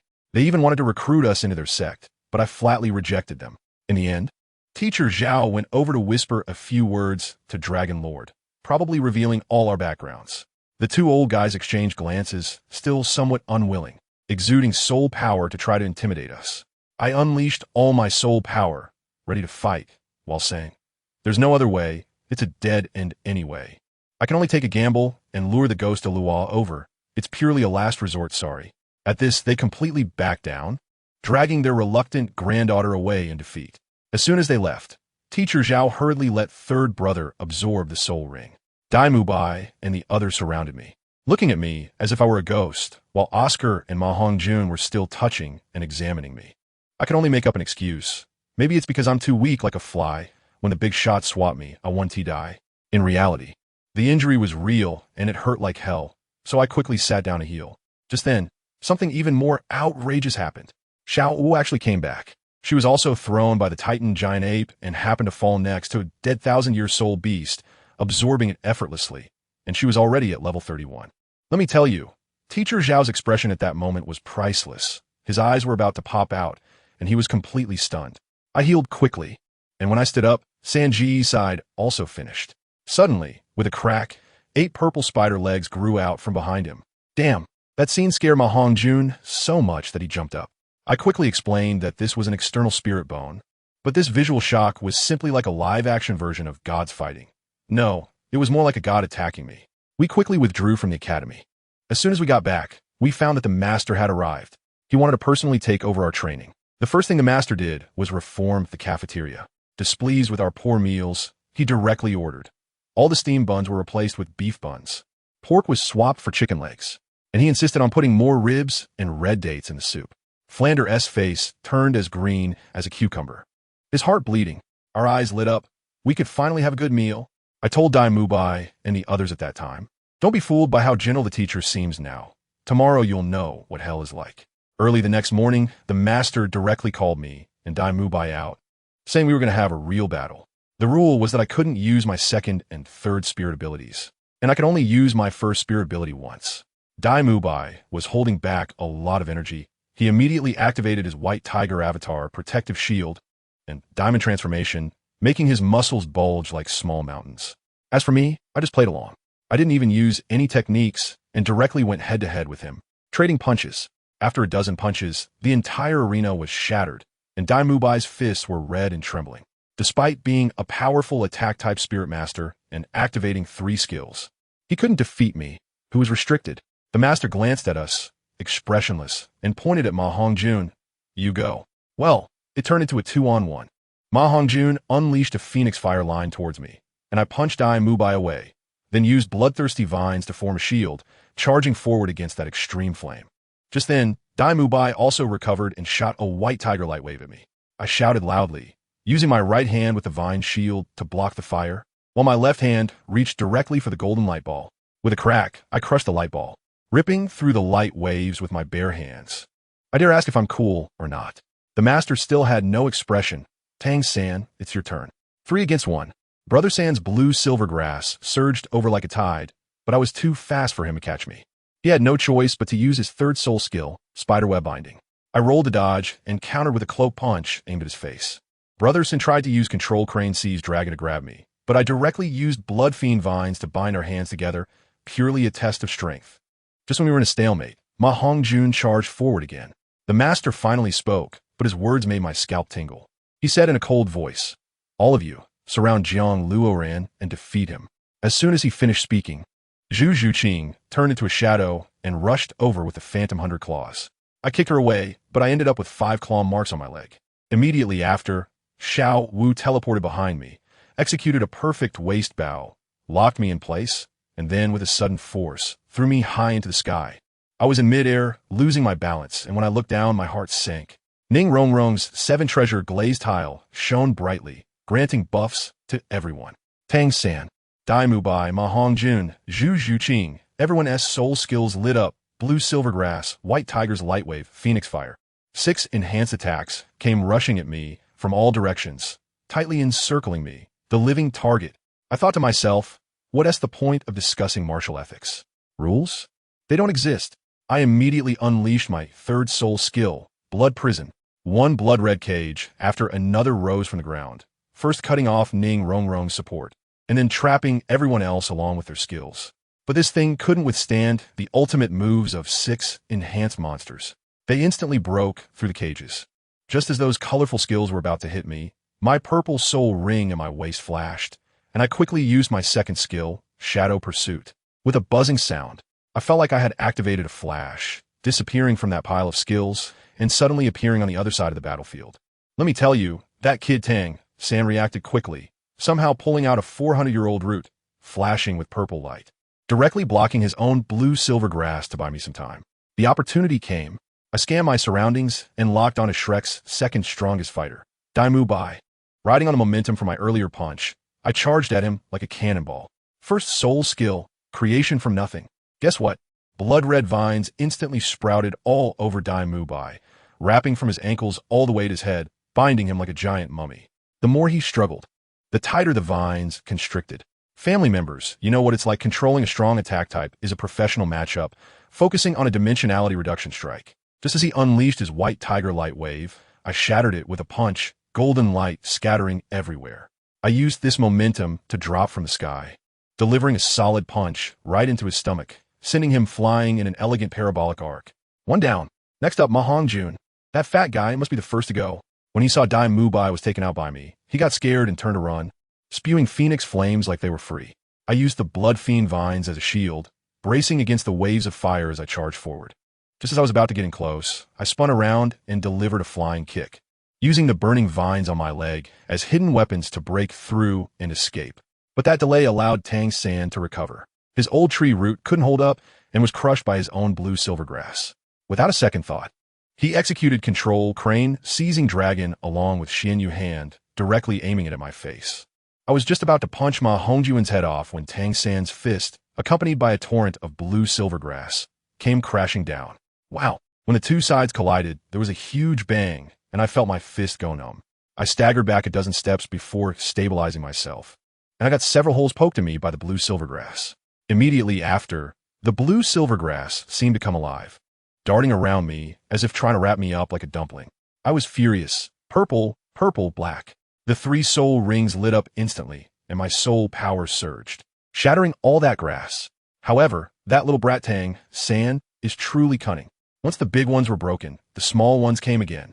Countless tiny blue-silver grasses emerged from all directions, quickly binding me tightly, leaving my arms, waist, and legs immobilized. This was his 3rd soul skill, spiderweb binding. Let me tell you, this thing is really disgusting. Not only does it have super strong control, but it also has a paralyzing effect. The more you struggle, the tighter it gets, until it strangles you to death. It's impossible to fight it head-on.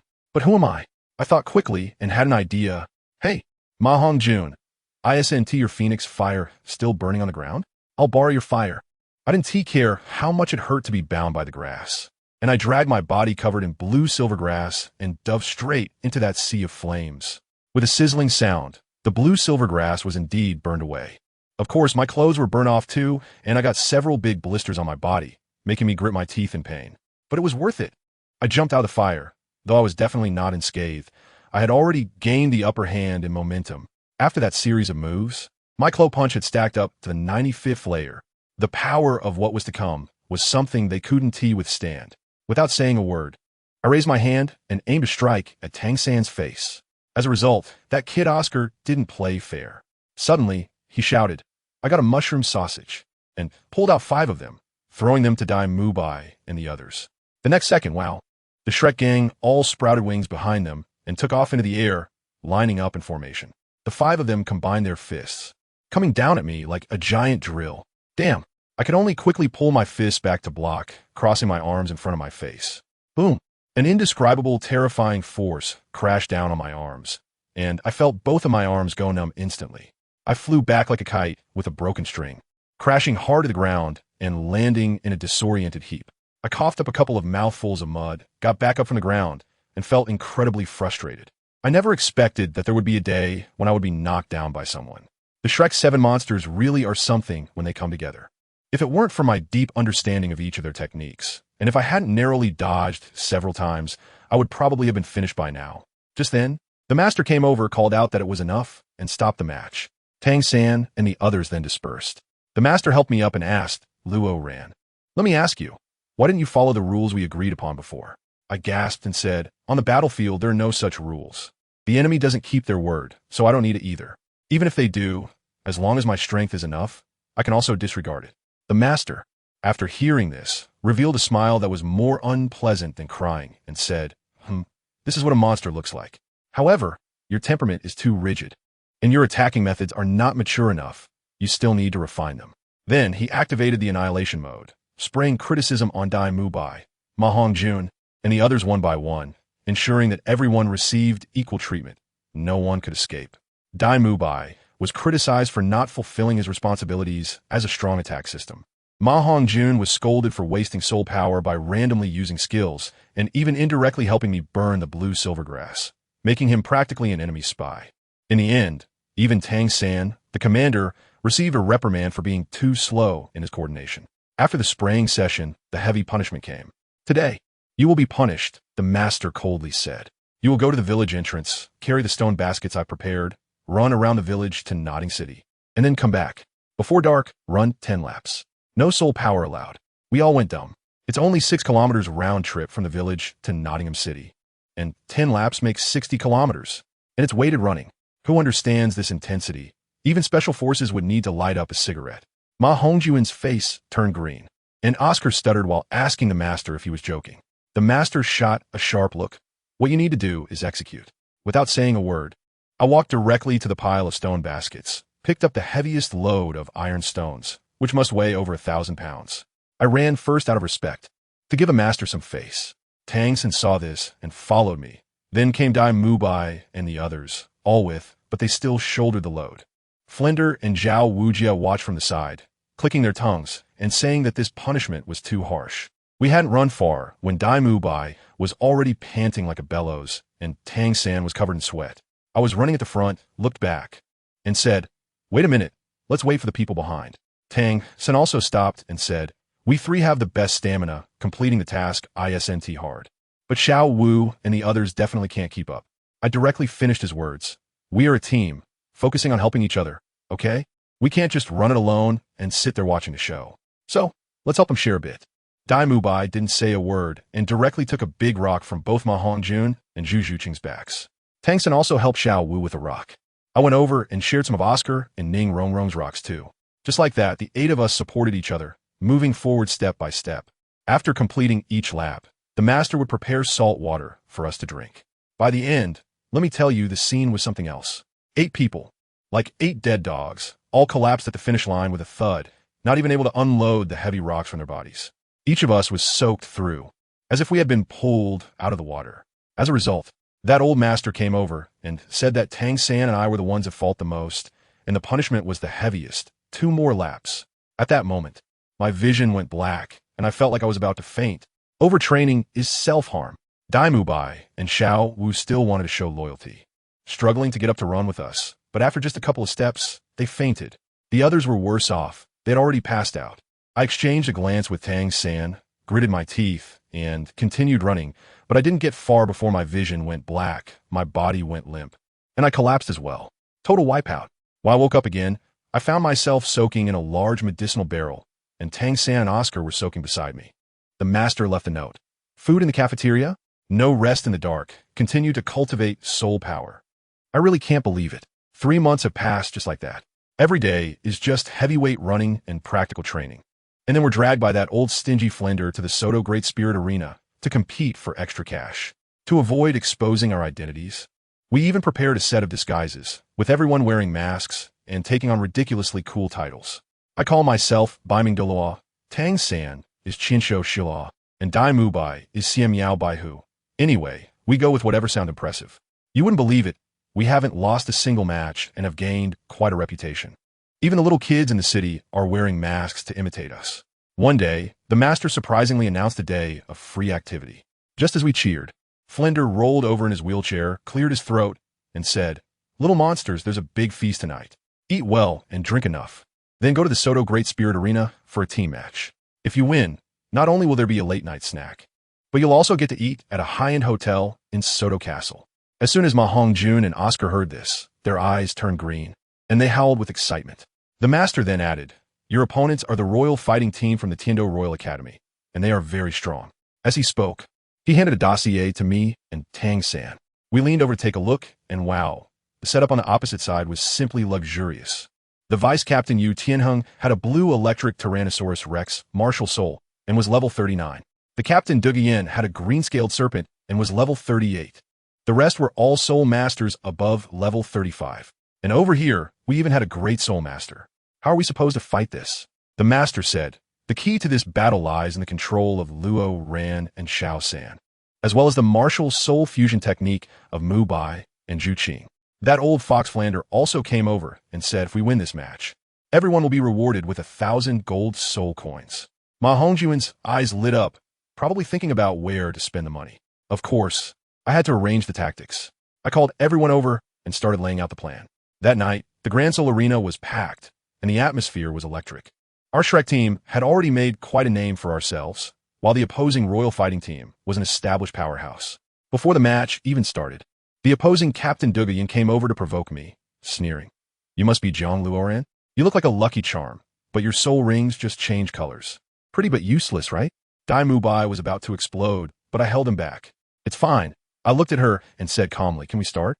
The host shouted loudly, "The battle begins."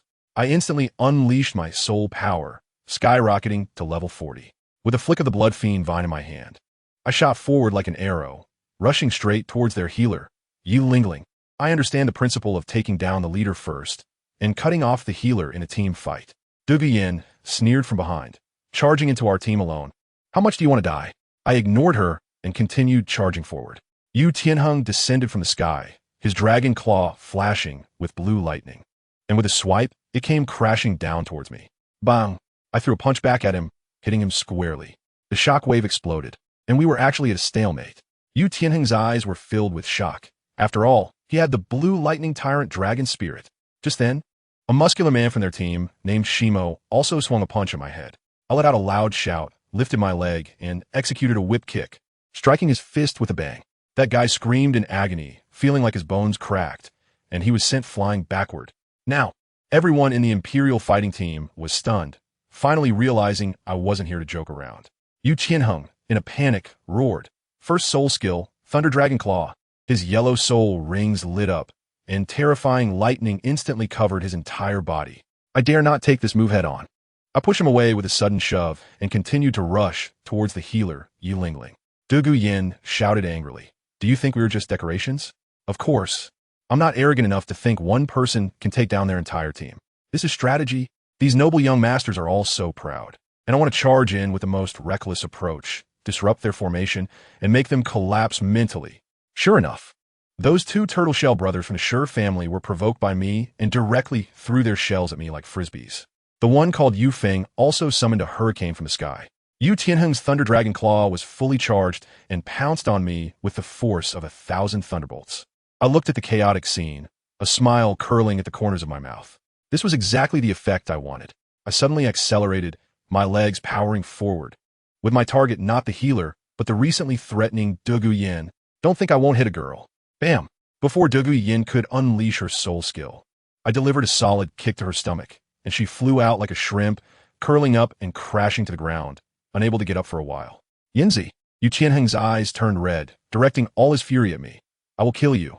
The fragments of the stone brother's turtle shell, the hurricane from Yu Feng, and Yu Tianheng's Thunder Dragon Claw all attacked me simultaneously from different angles. I was caught in midair with no way to dodge. After knocking Dugu Yin away, my expression was cold. I had no feelings. Especially when dealing with little brats like you, there was absolutely no hesitation in my actions. I tell you, just at the moment when those 3 waves of attacks were about to hit my face, whoosh, a blue-silver grass wrapped around my waist in an instant. And third brother made his move. With a control technique, he yanked me out of the encirclement. Let's go. Those 3 forces crashed together with a bang, and good heavens. Even the big screen in midair shattered. That kid Yu Tianheng was close by and got injured from the blast. It was hilarious. As soon as we landed, I shouted, "Brothers, take him down," along with Dai Mubai and Zhu Zhuqing. The 3 of us charged into the formation of the Imperial fighting team like 3 sharp blades. We all knew very well that our hard power was indeed a bit lacking. So what to do? If strength is not enough, then we rely on technique. Third brother, provide long-range support from the back. Let us take down that golden-haired Osro first. I've been unhappy with him for a long time. I swung a punch at him, but this kid was too fast and dodged it. Zhu Zhuqing was incredibly quick, transforming into a shadow and entangling him, while Dai Mubai seized the opportunity and landed a heavy punch right on his forehead. Good heavens, this guy even stuck out his tongue and went offline on the spot. I rushed up and delivered a kick, sending him flying. But I was very clear in my mind. Don't waste time with him. Their support is Jiao Xian Haidang, with massive healing power, capable of instantly bringing back multiple injuries. The rhythm was already chaotic, so we directly cut to the back line. I leaped in and charged forward, only to collide head-on with those 2 turtle shell brothers, Shimo and Shimo. Before I could make a move, a hurricane swept down from the sky, heading straight for us. The fat guy couldn't hold back any longer, and seeing it was a flying creature, he howled and charged forward, using his first soul skill, Phoenix Fire Line. The scorching flames collided with the hurricane, causing the soul power to explode and shake the air. You won't get past. The 2 turtle shell brothers said in unison. Their first, second, and third soul rings all lit up. The 2 large turtle shells instantly split into countless pieces, spinning rapidly to form a green tornado. Charging straight at Dai Mubai, I shouted urgently, "Mubai, can you hold on? I have to charge at that healer, Yi Lingling. As long as I can control her, we'll secure this match." I saw that girl stepping out, ready to heal. Dai Mubai was incredibly brave, shouting, "A man cannot say he can't." His soul rings lit up, activating the White Tiger Shield and the White Tiger Vajra transformation, and he charged forward, taking the Green Gale head-on.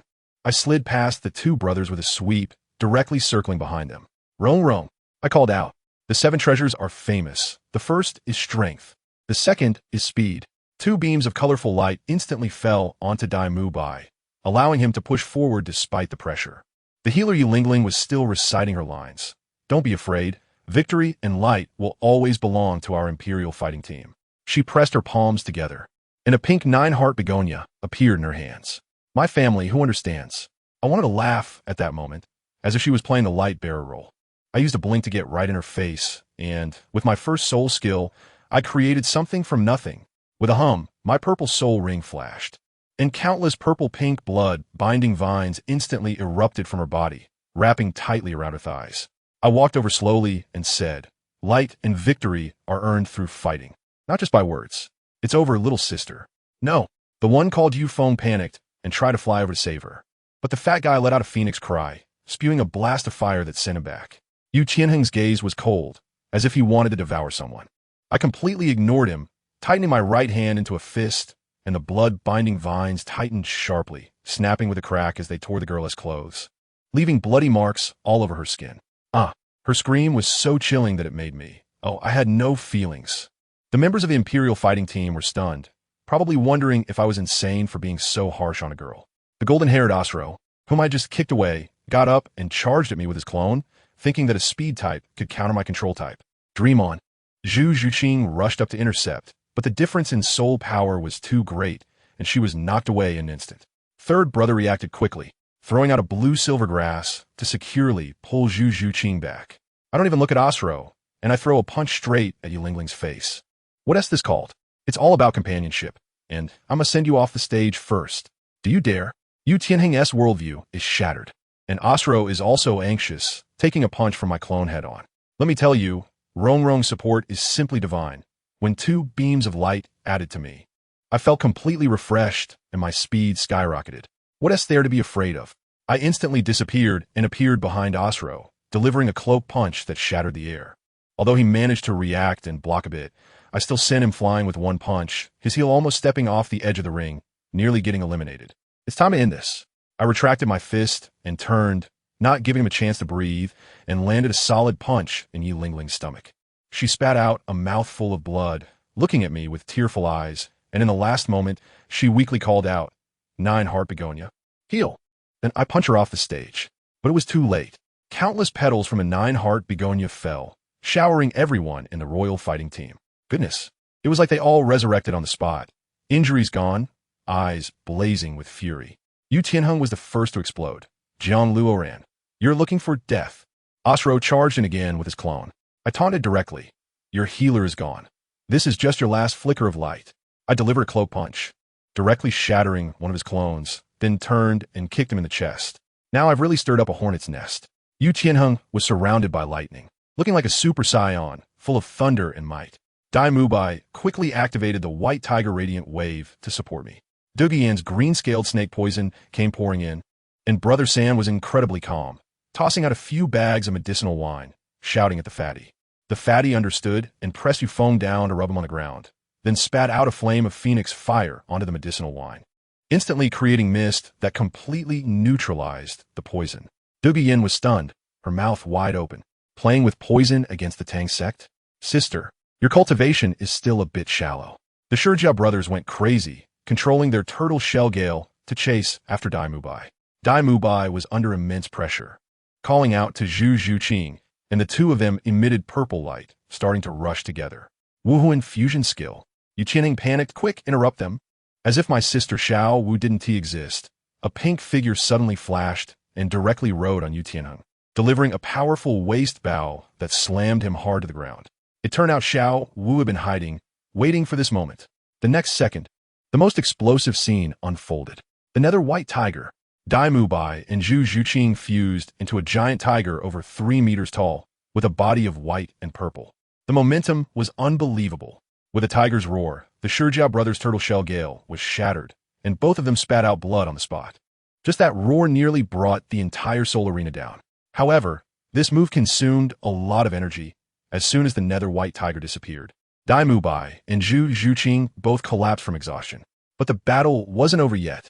The fatty finally showed his power, using his second soul skill, Phoenix of Fire, spewing flames that turned Yu Feng into a charred lump, throwing him off the stage. I was also going head-to-head with Osro. Speed? I transformed into a streak of white lightning, and in his terrified gaze, I smashed my fist onto his head. He threw his head back, spewing blood as he flew out, his facial bones shattered.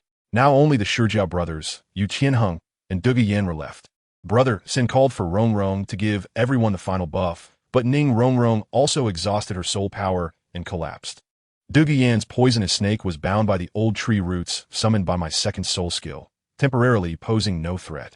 I exchanged a glance with Sange, and our understanding was perfect. Sange kicked them down. I kicked the turtle shell of the stone mill, and, at the same time, Sanji's blue-silver grass bound him. Another graphite tried to come to the rescue, but I turned around and used a technique to create something from nothing, causing the blood evil vine to grow directly from his body, wrapping him up like a zongzi. Is having a turtle shell really that impressive? I wrapped my right fist with the blood evil vine and delivered a cape punch, cracking the turtle shell of the stone mill with a loud snap. Sange was even more daring. He directly used the blue-silver grass to bind the legs of the stone mill and hung him upside down, exposing his lower body completely. Don't blame me for being rude. I summoned a 3-meter-long blood evil vine and struck down below with a loud slap. That scream was heart-wrenching. Sange and I each grabbed one of his legs and swung him around like a kite in the air, then aimed at the stone graphite on the ground and threw him over. One wanted to catch him, and the other wanted to smash down. The two collided, and I added dozens of blood evil vines, taking both brothers out of the game. In the end, only Yu Tianheng was left. This guy was getting anxious and unleashed all his lightning. Sange went all out, with 8 purple-black spider legs extending from his back, an external spirit bone, 8 spider spears. Yu Tianheng was stunned. Sange activated his purple extreme magic eye, stepped on ghost shadow mysterious steps, charged up with the lightning, used blue-silver grass to bind him, and with a swift stab, the 8 spider spear pierced into Yu Tianheng's body. Just as Sange was about to deal with Duge Yan, Yu Tianheng used his last ounce of strength to shout, "We concede." The battle was over, and we won. The referee was stunned for a long time before announcing that the Shrek team was victorious. Sange was also exhausted and collapsed onto me. Back in the lounge, Dean Flinder was in high spirits, as he had bet on our victory and made a fortune. Just as we were chatting, the leader of the Huangdo team, Qi Ming, came over. Wow, it turned out he was an alumnus of Shrek. Flinder was so happy that he took all of us out for a late-night snack. After dinner, Master and Flinder got into an argument about the development of the academy, and the next day, I saw teacher Zhao Wujia with a bruised face, probably injured while trying to mediate. Early the next morning, while they were still sleeping, I sneaked out alone. Upon hearing that we had a 7-day holiday, my family was ecstatic. I immediately planned my first move, hunting souls. I first went to the spirit hall to collect my subsidy and delivered 40 gold spirit coins to the old village chief Jack of the Holy Spirit Village, then headed straight into the depths of the soul-hunting forest. Just as I arrived, a purple shadow flew past me, almost slicing off my head. I flipped to dodge, but that purple light seemed to have eyes and chased right for my chest. I met it with both fists, and, with a loud bang, my entire arm went numb, and I was knocked from the sky into the river, becoming a drenched chicken. On the tree trunk, Feng Linger still looked ethereal as ever and lightly remarked, "It's been a few months, but you Haven Tea gotten much stronger." Sister Linger, how can I withstand your soul power hitting me? Hunting for the 4th soul ring? She asked. I'm excited. Maybe I can hunt the 5th one as well and become the Soul King directly. When will you help me? There's nothing suitable for you here. Let's go to the Stardow Forest. As she spoke, her body slowly became ethereal, transforming into a giant 6-tailed wind chime bird. You're too slow. I'll take you. I jumped on her back, a bit worried. Aren't there 2 forest overlords over there? They're old acquaintances. She flapped her wings, and we flew over 10 miles. We had fought before. Wow, that's impressive. I asked again, what should I choose for my 4th spirit ring? The cave bull python. She thought for a moment and said, if you want your martial soul to materialize, its defense is strong enough. It's the most suitable for you. I've checked the information and I'm a bit hesitant. The chance of the abyssal bull python materializing is very low, while the chance of the bull marsh monster is 50%. So let's add the materialization ability to either the 5th or 6th soul ring. After all, we can't just focus on one point. I entered a muddy yellow cave with her, and wow, it was deep. I asked her, Sister Lin, can you find that underground bull python? Without a second thought, she jumped straight down from the entrance and left me with the remark, I'm here, stand back. At that moment, my heart skipped a beat, and I quickly shouted down. Sister Linger, 2,000 years is enough. 2,000 years. I told you, my third soul ring is only 1,000 years. If I dare to ask for a 2,000-year one this time, I must be out of my mind. If it were someone else, crossing 1,000 years to absorb, it would be no joke. And what happened? Before I could even move my feet, there was a loud rumble. My goodness, the ground shook. The entire cave collapsed instantly, and purple light spread like it was free, covering several miles and still expanding. There was no need to look. I could guess with my toes that a top-tier powerhouse over 60,000 years old was going to beat up a little punk with only 2,000 years. How could that scene be anything but spectacular? The next second, the giant python, as big as a small mountain, was pulled up from the ground and fell right in front of me with a thud. It was a tragic sight. Its over 3-meter-tall body was in tatters.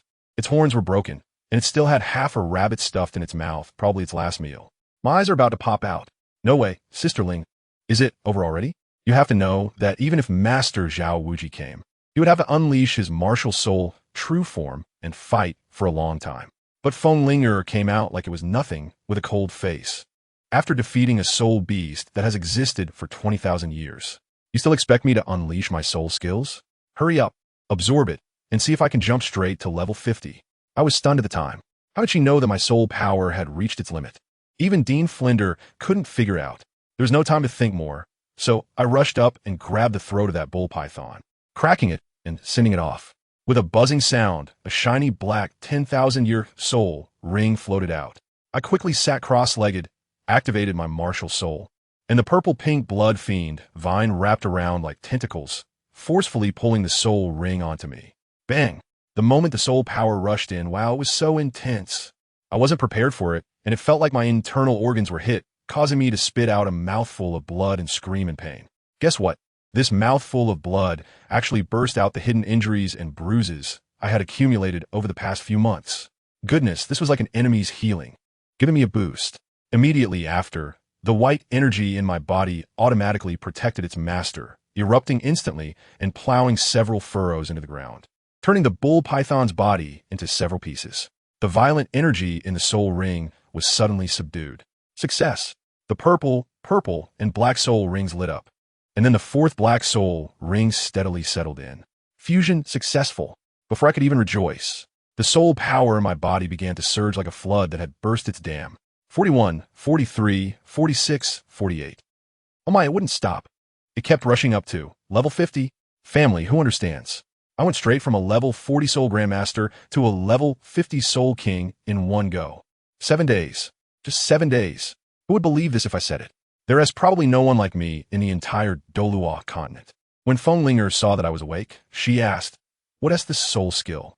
As I raised my hand, a blood fiend vine directly manifested, becoming as thick as a python, with an additional layer of armor-like patterns on it, crystal clear and obviously very sturdy. Moreover, it is now fireproof. My martial soul is finally not afraid of Ma Hongjuan's fat chicken anymore. Fourth soul skill, 1,000 hammer tempering. I excitedly clenched my fists, able to materialize my martial soul. As long as my soul power is sufficient, I can compress it into any form I want. Now I'm really pumped. And I directly told her, I can absorb the fifth soul ring right now.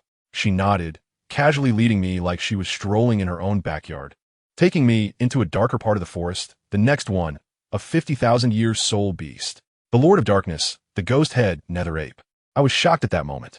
Sister, you are so familiar with this place. That look of disdain returned to her eyes. After living here for 10,000 years, how could I not be familiar? Besides, this place is too small. Small?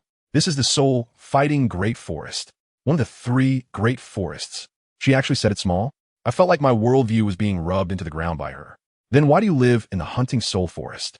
Isn't that even smaller? You are too weak. Are you expecting me to carry your corpse here? All right, I'll keep quiet. Just then, a wailing sound echoed, making my hair stand on end. Feng Linger jumped onto a tree branch, crossed her legs, and said, "You can kill your way through, but I won't make a move until you're about to die." Fine, is this a trial? Bring it on. I just leveled up to 50 and was worried about having no place to vent. Fourth soul skill, 1,000 forgings and hundreds of refinements. With a buzzing sound, half of my soul power was instantly drained. All the blood vines crazily gathered, compressed, and materialized in my right hand. In the end, A purple, giant grass hammer, over a meter long, appeared in my hand. The weight, it's all back. I charged into the darkness with a hammer in hand, not caring about any monsters or demons. Bring it on. A 1,000-year-old evil black tiger pounced at me, and I responded with a flurry of strikes, swinging in a full 360 degrees, delivering a powerful blow right to its forehead. Bang! Half of that tiger's body was obliterated, blood and flesh everywhere, and it died on the spot. The power was incredible. I couldn't afford to stop. The essence of this chaotic hammer technique was to use force against force, each strike more powerful than the last. Then, dozens of 1,000-year-old venomous centipedes swarmed out, and I swung my hammer, smashing them like whack-a-mole, green juices splattering everywhere. 11 strikes, 20 strikes, 30 strikes, 40, 50, 70. By the time I hit the 70th strike, I felt like a god of war. One blow, and a 3,000-year-old soul beast was reduced to nothing but basic particles. But then came the problem, this hammer. I couldn't stop. If I didn't find something to smash, this force would backfire on me. I was panicking, running around, shouting, "Where are the soul beasts? Where are the monsters? Why are there no monsters left?" There was no choice but to smash the hammer down onto the ground. With a crack, the ground split open, revealing a bottomless chasm. Just then, a black wolf covered in runes appeared. The way it looked at me was as if it saw a neglected, love-deprived, wayward youth in need of care. Little did it know, the way I looked at it was like seeing a lifesaver. "Come here," I roared, raising my hammer and charging forward. Boom! I collided with it in midair, and would have seen it was sparks flying like lightning. My hammer smashed its claws to pieces, and then I pressed down on the handle with both hands, forcefully driving it from the sky into the big pit in the ground, casually smashing 2 large trees as a burial offering. This was already the 83rd strike, and the power of the hammer had begun to spiral out of control, even automatically absorbing the surrounding soul energy. Just then, I felt a terrifying aura, like a volcano, rapidly approaching. It was it, the ghost head nether ape. My whole body is surging with veins, my eyes are blood red, and I feel invincible right now. The giant stone blocking my way feels as fragile as foam. I instinctively shouted the name of this move. Chaos. Unleash wind. The 99th strike. The strongest blow I can deliver at the moment. I exhausted the last bit of strength in my body and threw the grass hammer in the direction of that aura. Whoosh! The hammer transformed into a purple meteor, so fast that it seemed to have no boundaries, instantly disappearing over 100 meters away. Soon after, a burst of light exploded more than 700 meters away, shining 10 times brighter than fireworks. Crack! The sound of a giant object crashing to the ground came, accompanied by a piercing and mournful scream. I hit it. I collapsed to the ground, completely drained, my throat hoarse. The wind chime floated down and nodded. This hammer technique is not bad. Unfortunately, your proficiency isn't enough to wield it freely. Well, if I could wield it freely, would I still be here hunting soul rings with you? I go straight to smash the Pope. Is it dead? I asked weakly. A 5,000-year ghost-headed ghost ape, killed by you with one hammer? You're thinking too much. The wind chime said, but that hammer strike you just did was about half of my success rate. Half of her success rate? My heart instantly filled with joy. As we got closer, good heavens, that wasn't a soul beast at all. It was practically a dark little mountain. There was a deep, bottomless gash on its body, left by the hammer I swung just now. As soon as the ghost-headed nether ape saw Feng Linger, its enormous pupils instantly filled with fear, and it stuttered out 2 words, "Is it you?" It was scared. Feng Linger pointed at me and nonchalantly said, "Not me, it's him. He needs a soul ring, and I think you're the most suitable." Oh my, who exactly is the Dark Lord here? The ghost-headed nether ape was almost crying and hurriedly said, "I am willing to submit under the North Abyss and be at your command." Feng Linger didn't even pay it any mind and walked straight ahead.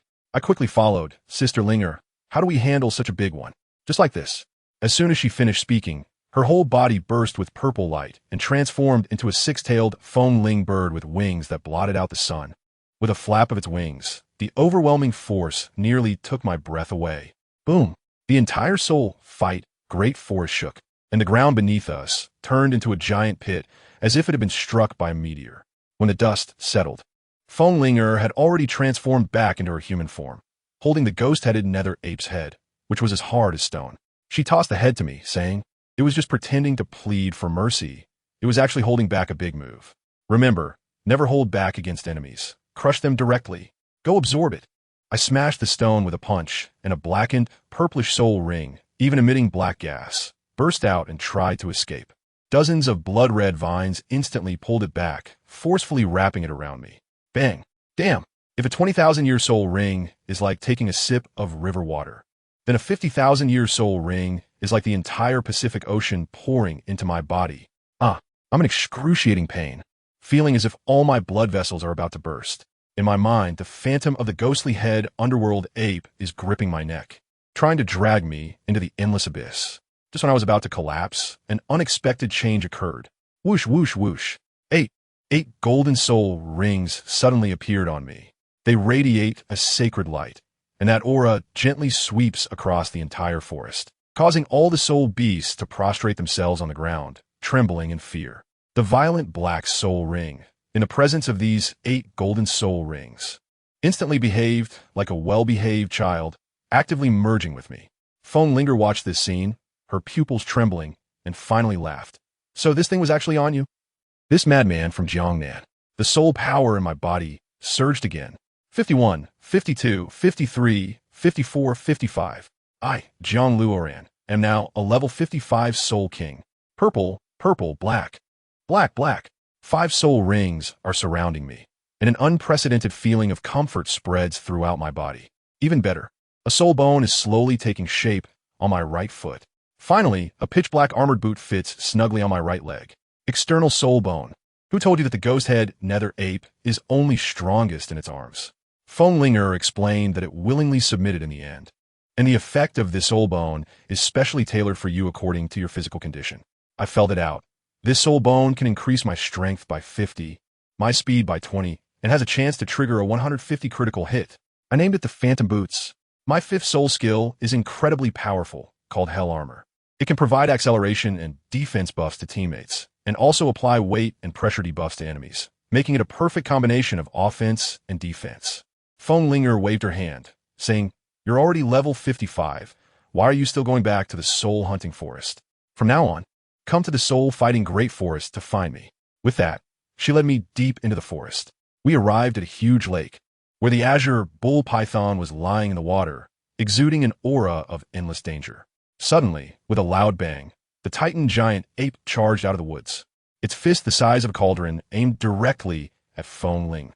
I panicked at that moment, activating all 5 soul rings instantly. The black light of the nether boots on my right leg surged, granting a 50 power boost, a 20 speed increase.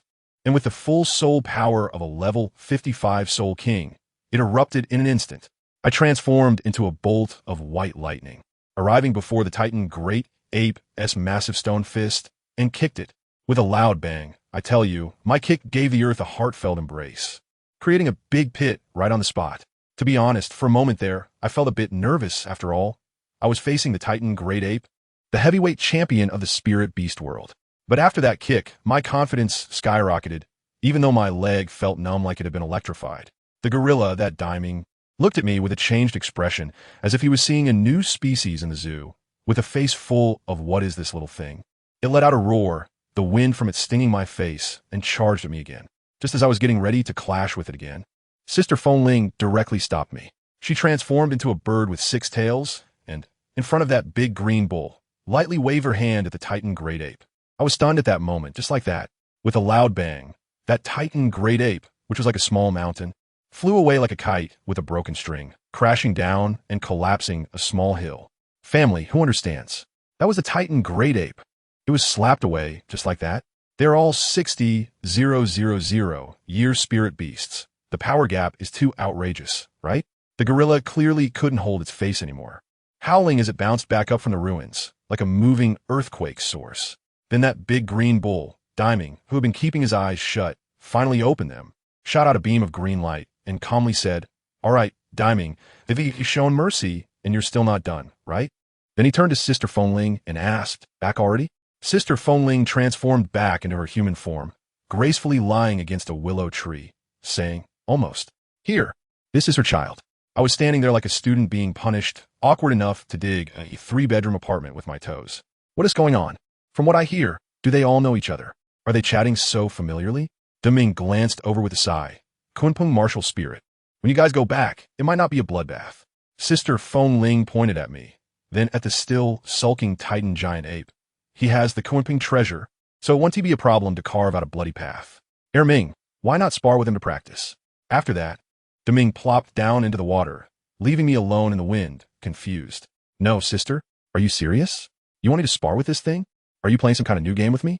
The next scene was like a live-action recording of Jiang Luoran getting beaten up. I was used as a punching bag by Ming, getting hit from east to west and pounded from south to north. My skills were almost smoking. As soon as I put on the hell battle armor, before I could even shout out the next skill, I was slapped and shattered, ending up like a rag doll hanging from a tree branch, cosplaying as a Christmas gift. If Yin T held back, I probably would have been reincarnated by now. This world, after all, lacks love. I was hanging on a tree, questioning my life, when I saw an old man and a young girl walking over in the distance. From their demeanor, they seemed to be from some prominent family, out to get a soul ring for the granddaughter. But when I took a closer look, wow, that old man's face and his martial spirit. Lin, isn't this the breakthrough I've been looking for all along? I quickly restrained my breath and hid among the leaves like a sly old fox. That little girl looked like an ice-cold beauty, her gaze so frosty it could freeze a person to death. Then I watched in shock as she revealed 3 soul rings in yellow and purple, using a gray-blue vine to strangle a 1,000-year soul beast before beginning to absorb the soul rings. Holy crap, my eyes nearly popped out. The thing, that dravine, ISNT, it's just the initial form of my martial soul from when I first awakened it. The truth is out, everyone. My martial soul is indeed related to this gray-blue vine. Should I rush in and tie them up for intense interrogation? No. That old man is an 83rd level soul Douluo. With my meager skills, I'd just be delivering myself as a meal. Sister Feng Ling and the others definitely wouldn't help me. Otherwise, they would have told me earlier. Fortune favors the bold. Even if I can't win, I have to fight. Anyway, with Brother Erming backing me up, I can afford to be reckless. If I die, it counts as my loss. Let us do it. I immediately geared up, donning my hell armor and netherworld boots, stacking all my buffs, even covering my face thoroughly. I first threw a big rock to attract attention, then started with a powerful move, the chaotic wind hammer technique, enhanced by the Kunpeng martial soul. The old man, Lin, glanced at me with a sneer, a mere soul king, hiding and showing himself. And what happened next? My earth-shattering hammer strike, wow. That old man just stretched out a vine like a cat toy and easily blocked me. As soon as I saw the situation was bad, I dropped the hammer and ran away. The soul power of Contra was like a tsunami, completely overwhelming. Still trying to escape, Jiang hooked his finger, and 3 vines shot over like lightning. Relying on my good equipment and fast speed, I desperately dodged and maneuvered. Let me tell you, that speed surprised Jiang. He must have been wondering if this Soul King was on drugs. I seized the opportunity and delivered a flying kick to his forehead, but he slapped the ground, and a thicker vine shot up from the earth, colliding directly with me. With a loud bang, I was sent flying, crashing through dozens of trees. Fine. If I can't win in close combat, then I'll use my soul skills. I unleashed all my soul power. It was time to give you a little shock with my soul rings. Purple, black. As 5 soul rings appeared, let me tell you, the expressions on that old man and his granddaughter's faces were like a mobile signal dropping from 5G to 2G in an instant, stunned. Their eyes were wide as saucers, and their mouths were agape, as if they could fit a chicken egg inside. Especially the old man, whose eyes were bloodshot, probably having his worldview shattered. Who are you? Jiang was genuinely anxious this time, rushing towards me. Come at me. First soul skill, creation from nothing. I clenched my fist, and instantly, blood vines sprouted all over him, binding him tightly. But this old man was too powerful. With a loud bang, he broke free from all the bindings. As soon as I saw my first move fail, I immediately unleashed a combo right in his face. Second soul skill, shadow follow. Third soul skill, blood fiend magic prison. Instantly, he was encased in a set of purple armor, and a large prison cage rose beneath him, with countless vines binding his limbs. Even my old tree roots emerged, wrapping around him tightly like an octopus. With 3 skills controlling him simultaneously, even a soul emperor would be stunned, but this old man still couldn't be subdued. Realizing I couldn't control him, I quickly withdrew and performed a backflip, landing 100 meters away. You can't escape. Jiang roared in anger, unleashing his soul power, which shattered all my control skills. 10 sky blue vines surged up from the ground. He pulled his granddaughter onto them, transforming into a green light that chased after me, like it had GPS sticking right to my back. I was sweating profusely at that moment. The pressure from Contra was overwhelming. I threw my skills like they were free, anything from creating something out of nothing to forging through countless trials. But as soon as a few hundred vines charged at me, my attacks felt like mere tickles. There was no other choice. I had to unleash my ultimate move. Kunping kill. I suddenly turn around, no longer running, and counterattack directly. Buzz. With a loud sound, like a whale and a giant rock, a massive beast with the form of both fish and bird appear behind me, its wings stretching hundreds of meters. A white aura instantly spread out, turning the surrounding area into a white mist, as if 10 tons of dry ice had been released. Second martial soul. Jiang was stunned, but he reacted quickly, unleashing his ultimate move, the third soul skill, Qing Vine Tsunami Kill. Vines rained down on me like a tsunami. Bang! The white and green lights collided fiercely, and I felt that the Kunpeng martial soul could actually hold its ground. My confidence soared. I hadn't even added any soul rings yet. What would happen if I did? But level suppression was truly unreasonable. Just as the Kunpeng martial soul broke free from the sea of vines, Jiang flicked his fingers and a black soul ring lit up. The surrounding Qing vines formed a green vortex and directly drilled into my body. I spat out a mouthful of blood. Even my held battle armor couldn't withstand it. My vision went dark, and I fell from the sky. My soul power was exhausted, and I was severely injured. I knelt on one knee, unable to stand steadily. Jiang jumped down with his granddaughter, and the little girl immediately pulled off my mask. Both of them were stunned. It's a child? The old man was so shocked that his beard almost stood on end.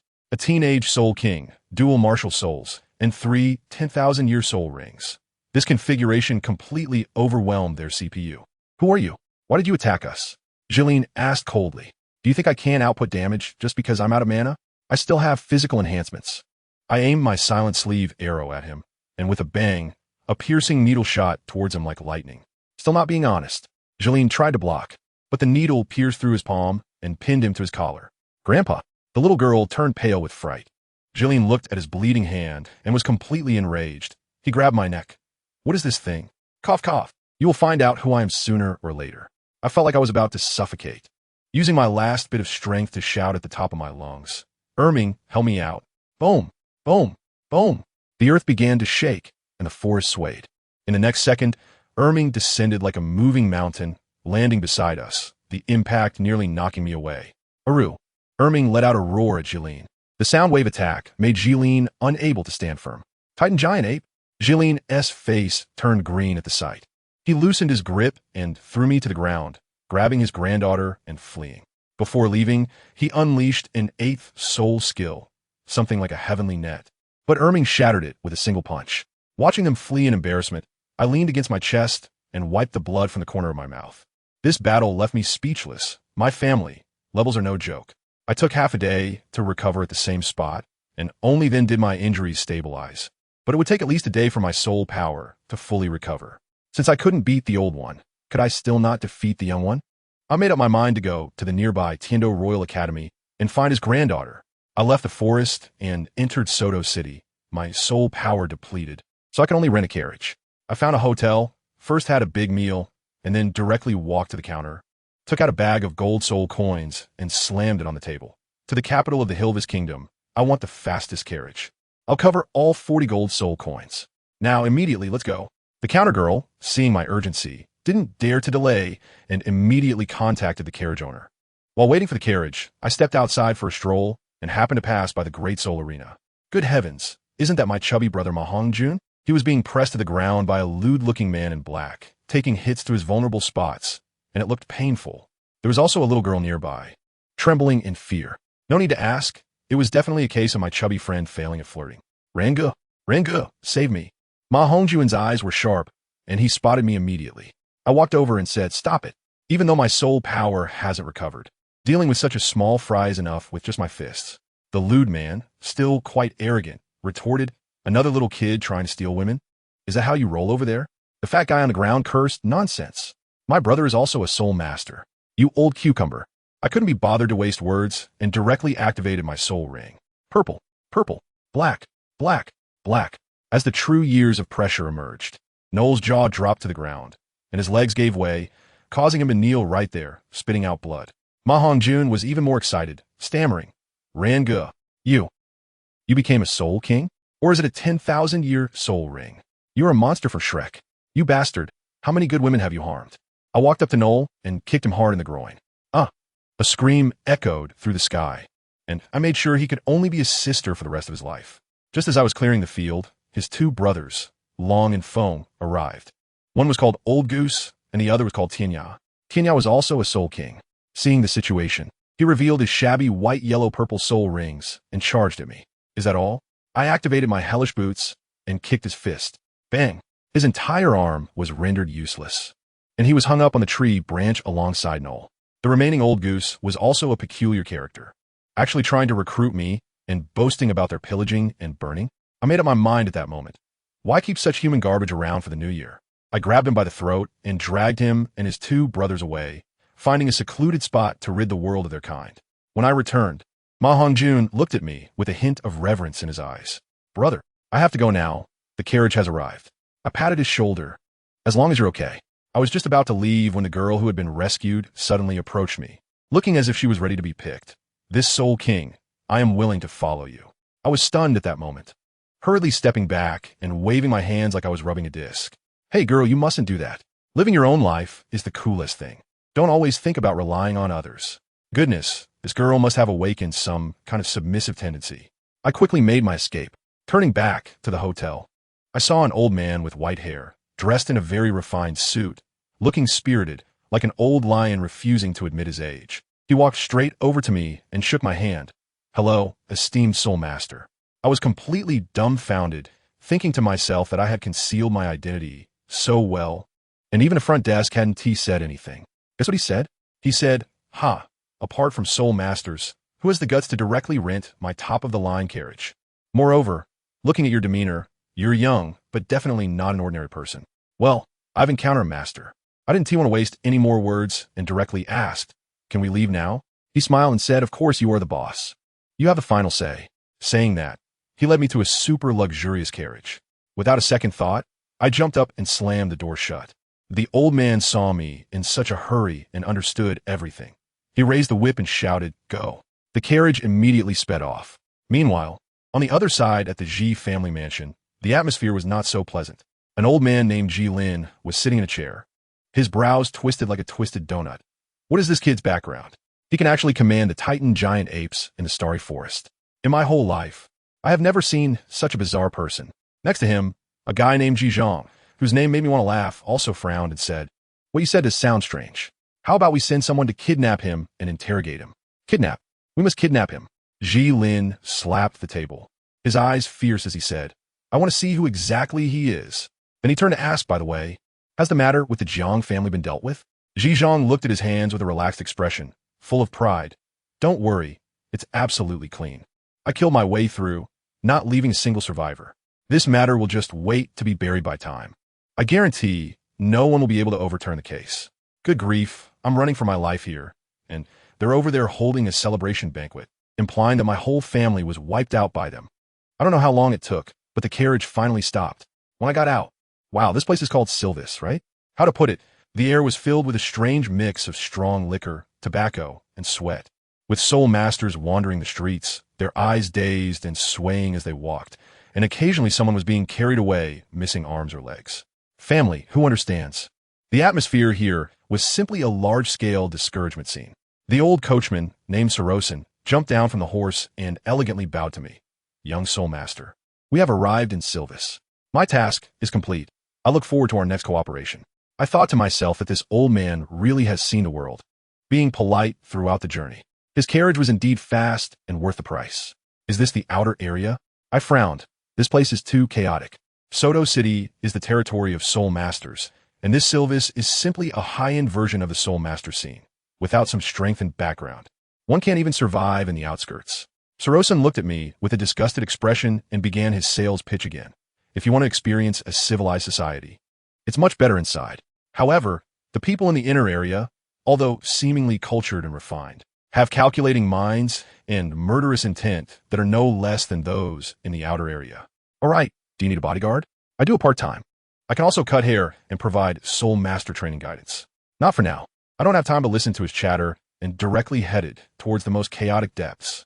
As I walked through, good heavens, There were several groups fighting with soul rings in the street, and a bunch of people nearby were holding the cheapest beer and making a ruckus. On the main road to the inner area, a silver-white arena stood tall, with 3 big characters carved on it, Spirit Hall. This place is just like a vegetable market. I even saw an old acquaintance, Su Yuntao. Looking at his outfit and that lost expression, he probably isn't doing well. He must have been dumped by some girl. Next, who else is dissatisfied? The Spirit Hall Knight on the stage shouted. The people below were whispering. What a joke, the people sent here are too fierce. Isn't the Spirit Hall too overbearing? Aren't there any authorities from the 2 great empires to manage it? Sure. Are you looking for death? Be careful about speaking ill of the Spirit Hall. You might not wake up again tonight. I listened for a while and found out that the elite from the Spirit Hall were training in the countryside, which basically means gaining prestige. The woman standing on stage was looking down at everyone with a strong presence. If you can defeat me, you can join the Spirit Hall, enter the inner circle, and also receive 500 gold soul coins. If you can't even defeat me, what right do you have to survive in the inner circle? I took a glance and said, Oh, isn't that Hulaina? I originally planned to sneak past from the side, but my presence stood out too much in the crowd. Compared to this group of oddballs, I was simply a crane among chickens. Hulaina spotted me immediately. You come up here, she said, pointing at me. What can I do? I can only flash onto the stage and get straight to the point. I'm just passing by and want to enter the inner circle. Want to join the Spirit Hall? Her gaze at me held a hint of curiosity. No. I waved my hand. I'm just borrowing a path. Can you let me through? Of course. Hulaina surprisingly stepped aside decisively. I can't beat you. However, I'm very curious. Without a sect or an academy, how exactly are you cultivating? I've looked into you for a long time, and everything about you is a mystery. I felt a jolt in my heart. This woman really did check on me. My mind raced, and I blurted out, I have an academy, but you just can't find it. As for my abilities, you know I have exceptional talent, right? By the way, if I owe you a personal favor, would you be willing to help me out? Sure, Hulaina replied quickly, like an AI. Join the Spirit Hall and become one of us. Your matters will be the Spirit Hall's matters, and we'll resolve them for you immediately. Great. 3 sentences in, and she's trying to recruit me. Is this girl really that desperate? Fine, I'll handle it myself. I lifted my foot, ready to head into the inner area. Wait. She grabbed me, not giving me a chance to react, insisting that we talk in the branch hall. I was half-dragged, half-pulled into the outer Spirit Hall branch. Inside, it was resplendent, a stark contrast to the chaos outside. I naturally sat down on an ivory chair, pulled out a cup from under the table, poured myself some water, and drank. Hulaina was stunned. Have you been here before? Aren't all the Spirit Hall branches the same? Just different skins with the same bones. I'm a soul master, after all. I have to come here every month to collect my subsidies, so I'm quite familiar with it. I sighed. She immediately seized on a key point, her expression turning cold. Since you collect money from our Spirit Hall every month and carry the medal issued by us, can't you make a small concession and join us? I almost spit out my drink. Wow, this logic. Although it's a bit outrageous, I really can't argue against it. I can only stubbornly argue. You can't say that this is a universal policy and I'm one of the many beneficiaries. Even if I don't accept it, you still have to distribute it, right? That's a fair point. She actually got caught up in my reasoning. So why are you unwilling to join? I am speechless. Is this girl a repeat machine? I've decided to change the topic. My name is Jiang Luoran. Using this name, help me check my own background. As for why I don't want to join, the Spirit Hall has too many rules. It's too oppressive. I don't like being controlled, and I have a bad temper. A bad temper? Hulaina pondered. Jiang Luoran. Do you want to know everything about yourself? I nodded. That's right. I've been living in a fog since I was born. You asked me who I am, and I want to know myself. Now I have to trouble you to help me find out who I am. So that's how it is. Her eternally icy face finally showed some fluctuation. So, is this favor of yours useful? I don't know, but you can take a gamble. Bet that this favor of mine will be worth a fortune in the future. After I finished speaking, I stood up. I don't have the patience to wait for her to consider it slowly. Just as I was about to reach the door, a commotion suddenly erupted outside, and I recognized the voice of my old acquaintance, Su Yuntao. Cece, listen to me. I am now a soul master. What are you?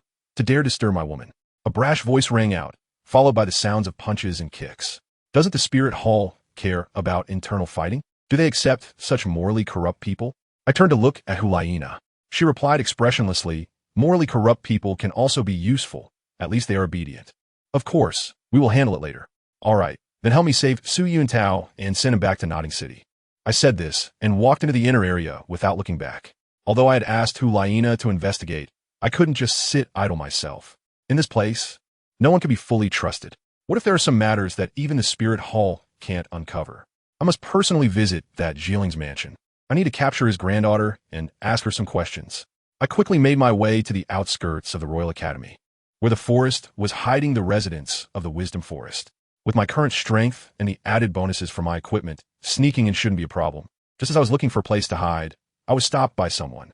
A blonde nobleman, accompanied by 6 lackeys, crossed his arms and raised his chin so high it could poke the sky. Halt! Who dares to trespass here? Don't you know this is the Royal Academy? I wanted to curse right then and there. Are you all from the Royal Academy? So idle, not focusing on your training, and just patrolling here every day? I can only pretend to be humble for now. Sorry. I was just curious to take a look, and I'll leave right away. Hey, our prince is asking you a question. Why are you leaving? Country folk really don't understand manners. The lackey behind him started to go wild. A prince? I couldn't help but chuckle to myself. What luck I have, just stumbling upon a prince. This guy must be the 4th prince, Avalanche, who pretend to be a playboy every day just to survive in the power struggle. I know all about his script of enduring hardship.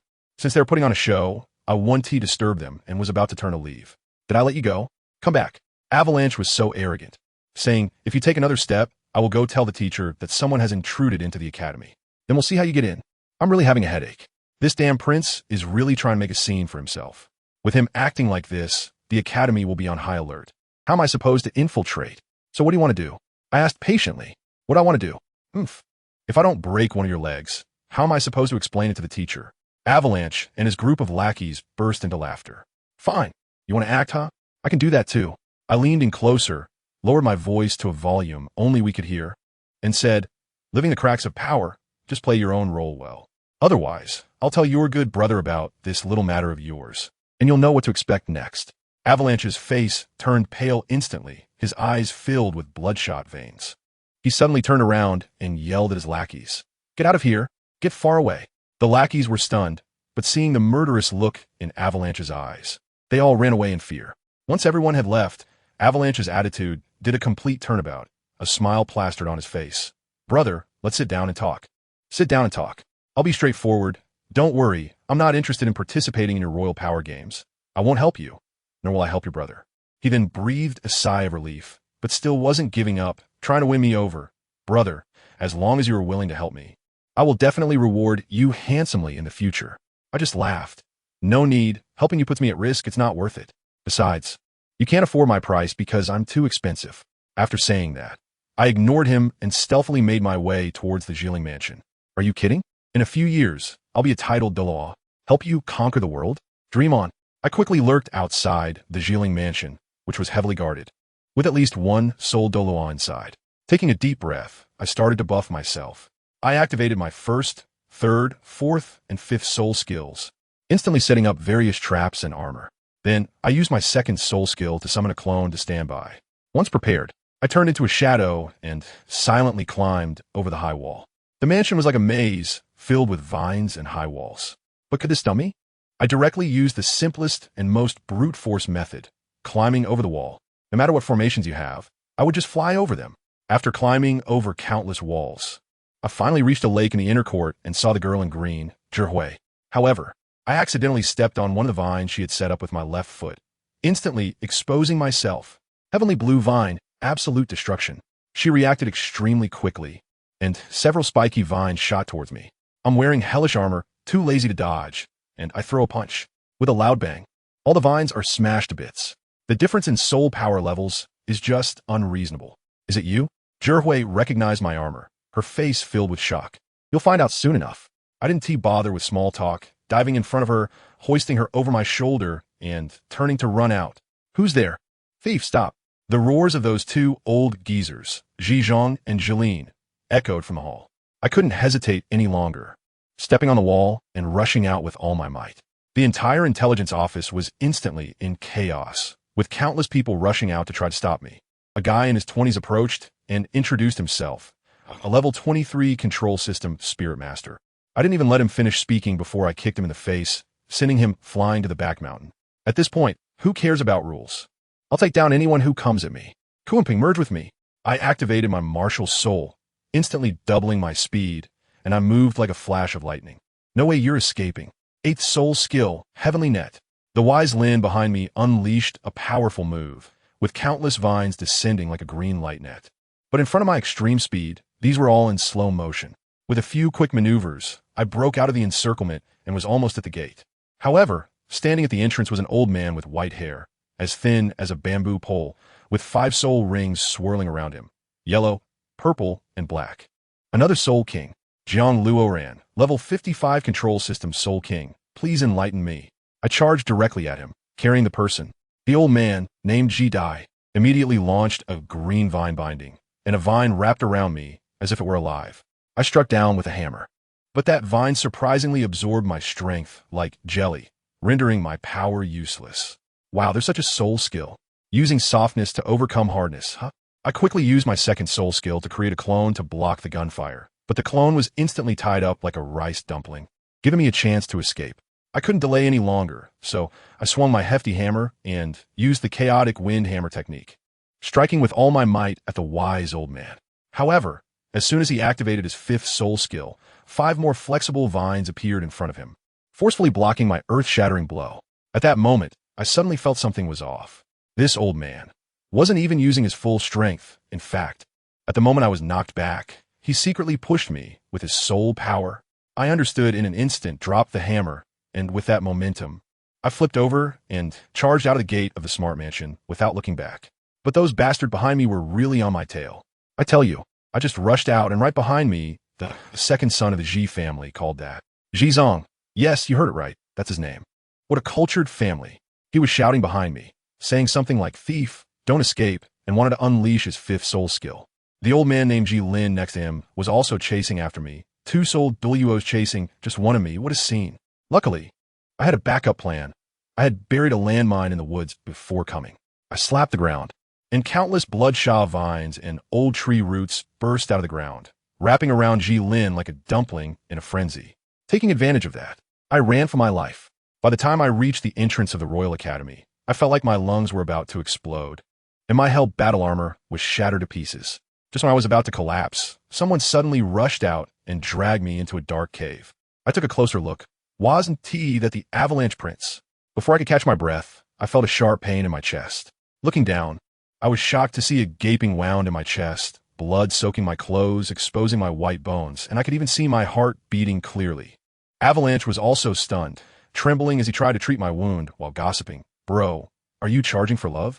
Did you elope with someone? I was in so much pain that I could hardly speak, and I didn't have the energy to deal with him. At that moment, the girl I pulled out from Jijia, Ji Hui, also woke up. Avalanche, clumsy like an intern, almost stabbed my heart while applying the medicine. On the contrary, that girl, after waking up, took the medicine box without saying a word, and her technique was so professional that she quickly bandaged my wound. Avalanche was still there sighing. It's nice to have a caring woman. Your relationship is really good. Neither Ji Hui nor I paid him any attention. The atmosphere was so cold it could freeze. I regained my composure and asked where the cave came from. He seemed a bit embarrassed and said he had dug it secretly to make it convenient for going out at night. As for the medicine box, his face turned red, and he said it used to hold not medicine, but that kind of, well, you know what I mean? Good grief. Avalanche really is a master of time management. It's already 2025, and he's still playing this game. I instantly understood. This guy is definitely at the level of an acting king, pretending to be a spoiled rich kid in front of me. But I don't have time to deal with him right now. I'm focused on Ji Hui.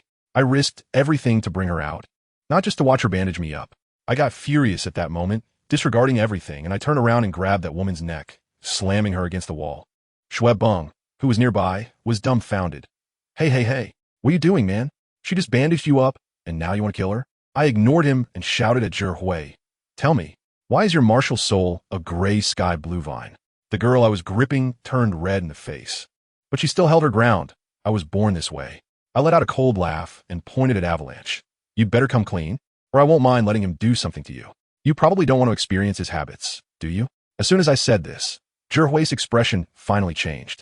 She gritted her teeth and said that she had lived in a fog since childhood, doing whatever her father told her to do. All she knew was that her mutated martial soul came from another family, a family whose martial soul was also a sky blue vine. Other than that, she knew nothing. Just this little clue? I risked everything for this? My killing intent surged, and my soul power exploded, causing my wounds to split open. But I felt no pain at all. I was solely focused on wanting to kill her. Avalanche still wanted to advise me. saying that she was the granddaughter of Jilin, and if I killed her, I would be hunted down worldwide. I glanced at him and asked if he had developed a sense of pity, or should I wait for him to enjoy himself first? As soon as he heard this, he immediately shrank back several steps, saying, "Do as you please." Just as my fist was about to come down, Hui suddenly shouted, "Wait." I thought she was going to say her last words, but she didn't stop at all. And guess what? This girl, in order to save her life, dropped a shocking bomb on me. She said, "I can help you uncover the truth because I want to know too. And Jilin is not my biological grandfather." Wow, I was stunned on the spot. The plot twist came way too fast. Family members betraying each other? This girl is even tougher than I am. Seeing that I had backed off, she finally sighed in relief, and we introduced ourselves to each other. I, Jiang Luoran, level 55 Soul King. She, Hui, level 32 Soul Respect. She said she wasn't betraying her family. She just wanted to clarify her own background. Now I believed her, so I told her to get lost quickly. She stayed in the cave for a day and a night, and when her injuries improved a bit, I was ready to leave. Avalanche came again to change my bandages, and when he saw my rapidly healing wounds, his eyes nearly popped out. He was probably wondering what kind of monster I really was. I asked him where this tunnel led to, and he said it led to a place called the Wangting Palace, which is the most famous high-end club in Silvis. I thought it was perfect. I would definitely run into the Ji family if I went back the same way, so I took this route. After walking for a while in the dark tunnel, I suddenly saw a light and jumped out from an opening. However, as soon as I came out, I was stunned. This wasn't the backyard at all. It directly led into a lavishly decorated room. A flamboyantly dressed woman saw me and immediately came over, saying she had been waiting for a long time. I ignored her entirely and just pushed the door and left. My goal is very clear: the Silves Arena, the darkest and most lawless place on the entire continent. I want to go there to meet up with Shrek, and by the way, take care of that ruthless team that finds pleasure in beating people to a pulp. As soon as I entered the arena, the stench of corruption and blood nearly made me leave. The place was filled with smoke and chaos, with a group of gamblers howling at the matches in the iron cage. Just as I arrived, I heard the referee roar, "Ruthless team, annihilate your opponents once again." The word annihilate means to kill. I walked up to the front desk and slammed 20 gold soul coins on the table. I want to register for the soul fighting.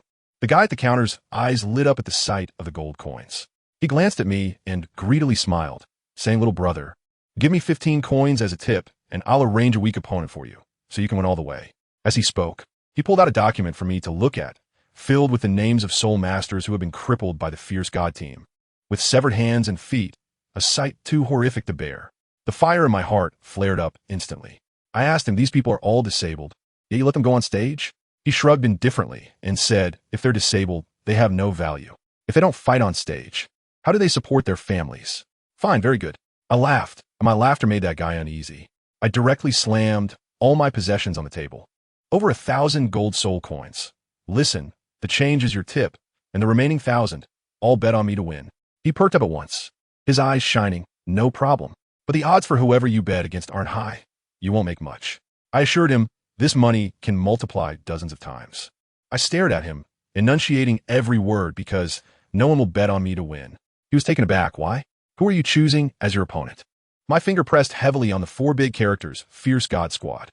"I want to fight them in the next match, just me against all 7 of them." The guy at the front desk was stunned at that moment. The gold soul coins in his hand fell to the ground, and he looked at me as if I were a madman. "Oh, you want to take on the Fierce God Squad by yourself? Are you crazy?" I ignored him and turned to walk towards the preparation area. Behind me, his hysterical laughter echoed. "Crazy. Want to die while showing off? I'll arrange this for you right now. Whoever bets on you to win is just as much of a lunatic."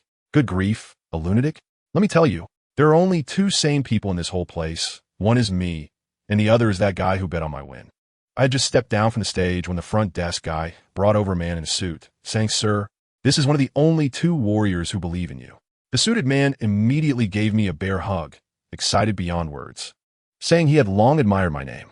I then handed him the 300,000 gold notes along with a ledger that recorded who bet on whom, directly stuffing it into his arms.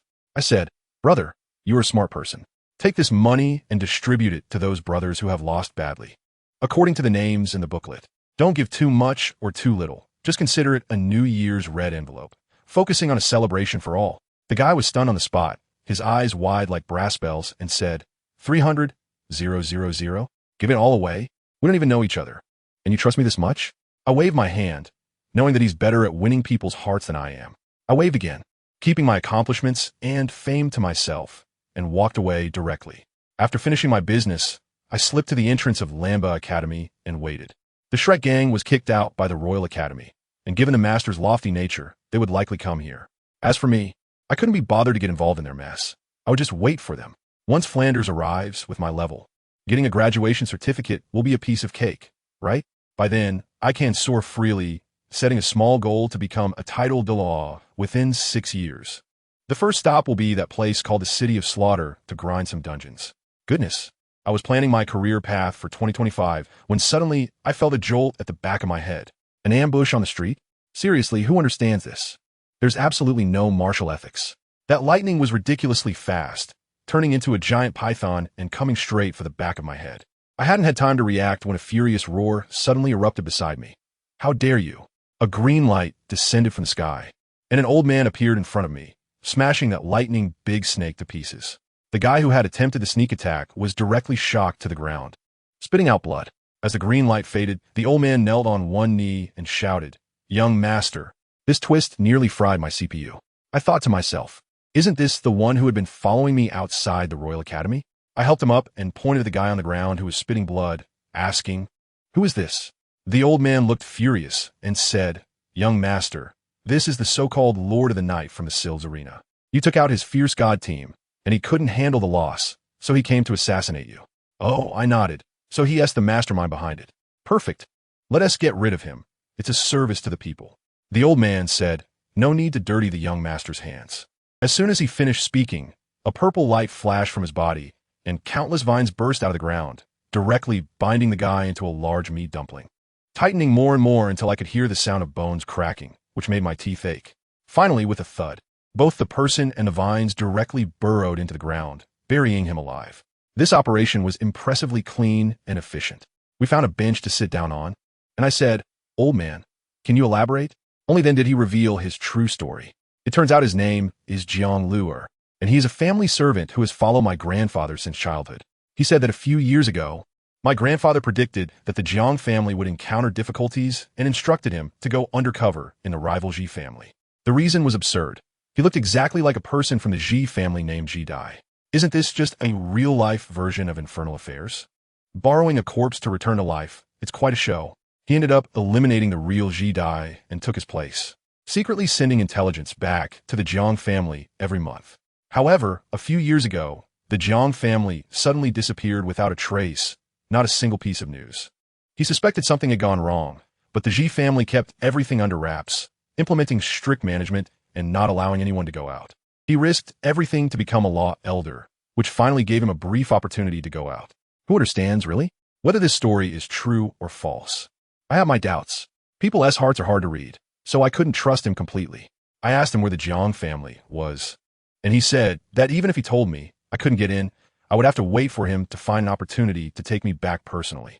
After saying that, he hurriedly left, saying he was afraid of being suspected. Once the old man was gone, I was still pondering over it when I heard a familiar commotion coming closer. Flander and Zhao Wuji were arguing loudly, with Master behind them trying to mediate, and the Shrek 7 devils were all present. When they saw me, they looked just as confused. Dai Mubai came up and asked me about the rumors circulating in the academy. Master was the most direct, getting straight to the point. Hong Jun said, "You're already a Soul King?" I won't hide it either. As soon as I unleashed my soul power, there was a buzzing sound, and the purple, black, black, 5 circles of light started dancing around my waist. The whole place fell silent. Everyone's jaws dropped to the ground. Oscar was so shocked that he stuffed his fingers in his mouth, stuttering. Ranga level 55? Are you cheating? 15 levels in 7 days. Zhu Zhuqing's eyes went wide, saying it felt like a dream. The master, being the master, was the first to react, urging me to quickly retract my soul rings. I casually made up a reason, saying the 5th soul ring was from a 50,000-year-old ghost head, nether ape, and its energy was too overwhelming, which was helped by my sister. Flinder and the master exchanged glances, probably wondering who my sister was, but they didn't ask further. I casually brought up the topic of graduation, and Flander was really reluctant about it. The master also advised me, saying that the Advanced Spirit Master competition for the entire continent is about to start, and asked if I wanted to go and have some fun. I said, Isn't it a bit unfair for me to go at this level? Guess what the master said? He said, the world has never been absolutely fair. If you want fairness, you have to fight for it yourself. If they can't beat you, they can only blame themselves for not training hard enough. Wow, master. I really like what you said. I thought it made sense. I could treat it as a warm-up match before heading to the city of slaughter. And it would also bring glory to the academy. So I agreed. Ma Hongjun and Oscar were so excited when they heard my agreement that they almost wanted to become sworn brothers on the spot. With me, the Soul King. In the mix, wasn't he the competition, just like driving a tank into a beginner's village, crushing everything in our path? Later, Senior Qin Ming ran out and said that the principal of the Blue Lightning Tyrant Dragon Academy was the fiancé of a master, and they were going to change the name of the academy to Shrek, so we had a place to stay. The main force marched into the academy, and I just greeted Tang San, telling him I had some personal matters to attend to, but would definitely return for the competition. After saying that, I turned and left, planning to take a look around the Spirit Hall. However, just as I reached the iconic white wall of the Spirit Hall, suddenly, a blue lightning bolt, as thick as a water bucket, came charging at me with a world-destroying momentum. That overwhelming force was definitely from the Blue Lightning Tyrant Dragon. Luckily, I was well-versed in military strategy and knew that this thing's attack didn't come with GPS. It only traveled in a straight line. I rolled out like a hungry tiger pouncing on its prey, staying close to the ground. The lightning zipped past my scalp, and with a loud bang, it created a pit over 3 meters deep in the wall of the Spirit Hall. I broke out in a cold sweat. This strike was at least at the level of Contra. Without saying a word, I put on the full set of the infernal boots and hell armor. Another bolt of lightning came down, and I used the dragon soaring technique to leap into the air. The lightning passed right through below my chest, burning me fiercely. I estimated I had lost a layer of skin. I fell onto the ruins, looking at the old man opposite me, who had white hair but an imposing presence. I shouted, "Senior, we have no grievances in the past and no enmity recently. Why did you strike so hard?" The old man replied with an arrogant expression, "I am Yu Yunjin, and I never sneak attack." Yu Yunjin. My heart almost stopped on the spot. Thunder Douluo, the father of the master, the patriarch of the Blue Lightning Tyrannosaurus family. A Title Douluo came to ambush me. A mere Soul King? What a ridiculous plot. He didn't even give me time to react. A dragon claw covered in lightning reached out to grab me. I used all my strength, relying on my understanding of their soul, abilities, weaknesses, frantically dodging and wildly unleashing soul skills, trying to create chaos to draw out the people from the Spirit Hall. And what was the result? All my skills were like paper in front of him. He shattered all my abilities with a single finger. In the end, just a small spark of electricity grazed my abdomen, and I flew out like a kite with a broken string, spitting out a mouthful of blood and crashing into another wall before finally stopping. He teleported in front of me, gripping my crown, and domineering lightning instantly filled my whole body. I felt like my brain was being fried, the pain making me scream in agony. This is it. I'm definitely going to die today. Just when I thought it was over, a thunderous roar finally came from the Spirit Hall. Who is fighting here? Causing chaos in my Spirit Hall? Do you think this is a competition arena? I tell you, as soon as that sound came out, my hair stood on end. Another Douluo with a sealed title. It's over. This time it's really a disaster. That old man grabbing my head, Yu Yunjin, as soon as he heard the noise, without saying a word, grabbed me and vanished like he teleported. Good heavens, I thought he was scared, but later I found out he was just feeling guilty. After all, he had just smashed the wall of the Spirit Hall, and staying there to argue would be too embarrassing. By the time I realized what was happening, we were already in some corner of the forest. That old man's hand was like a vice clamped onto my forehead, and I felt like my skull was about to be crushed like a walnut. I could feel blood starting to trickle from the corner of my eye. Who understands? This is such an unjust death. I desperately shouted, "Senior, why does someone of your level have to personally come down to kill a small fry like me?" And guess what he said? With a calm expression, he replied, "I'm old, and looking at my son as portrait every day isn't satisfying. So today, I wanted to see the real thing." At that moment, I felt like an old man on the subway looking at his phone, completely confused. "Dude, why are you looking at your son? What does that have to do with me? Why are you grabbing my head? Am I your long-lost grandson?" My mindset completely broke down, and my tone became harsh. "If you want to see the master, then go ahead. Why kill me? Are you just bored?" To my surprise, he actually followed up on what I said. "Yeah, as I was watching, I realized something was off about you."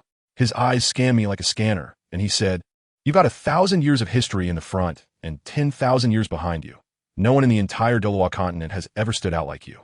How could I not be curious to come take a look?" Damn, I realized it on the spot. After all this fuss, It turns out my soul ring configuration is just too impressive, attracting this great deity. The master had reminded me to be low-key, but I still got ganked online. Tell me the secret of your soul rings, or I'll send you on your way right now. He exerted a bit of force with his hand, and with a crack, I felt like my skull had split. The pain was excruciating. I was about to give in, so I hurriedly confessed. I have 2 martial souls that can regulate each other, so I can absorb stronger soul rings. Nonsense. He cursed me, but the shock in his eyes was undeniable. How could I not know about twin martial souls? Regulating each other? Do you think I'm a 3-year-old? I went all out and directly threw down the gauntlet. What if I'm innate level 40? I glared at him, my eyes filled with a fierce determination that said, if you kill me today, you won't have it easy either. I said everything that needed to be said. Dying at your hands, I won't accept it. This sentence completely stunned the old man. He instinctively loosened his grip and took a step back. Innate level 40? Twin martial souls? I could almost see his brain's CPU overheating. He stared at me intently, as if reassessing something. All right, very good. You're not willing to back down? Huh. Suddenly, a terrifying network of lightning erupted from him. Yuan Jun, appreciate your fearlessness. As soon as I heard this, I knew there was a chance. So I quickly raised the stakes. If I'm also a Title Douluo, who knows who would win or lose? Provocation, pure provocation. I was betting that this old powerhouse cared a lot about his reputation and would fall for it. Sure enough, he fell silent. He knew very well that if we really fought at the same level, the outcome was hard to say. All right, since you are the disciple of my useless son, prove it to me and show whether you two are just daydreaming. As soon as he finished speaking, he grabbed me, and in an instant, we were off like a whirlwind. The next moment, I found myself in an incredibly bizarre place. On both sides were stone-carved giant dragons, and in the middle was a super formation made up of countless electric stones, each over 10 meters high. Lightning crackled and darted between the stones, and the entire formation was barren, resembling Thor's bathing area. This is the Jade Dragon Lock Thunder formation of my blue Electric Tyrannosaurus Rex family. He threw me to the ground, as if giving an order. I'll give you a month to come out of here. After you come out, take 5 moves from me.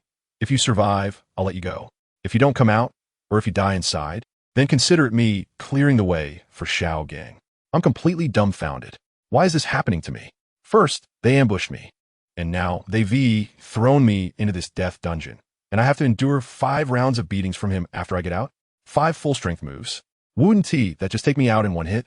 It seems like he saw through my thoughts and coldly added, because you are his disciple. I want to see if you have the qualifications to clear his shame.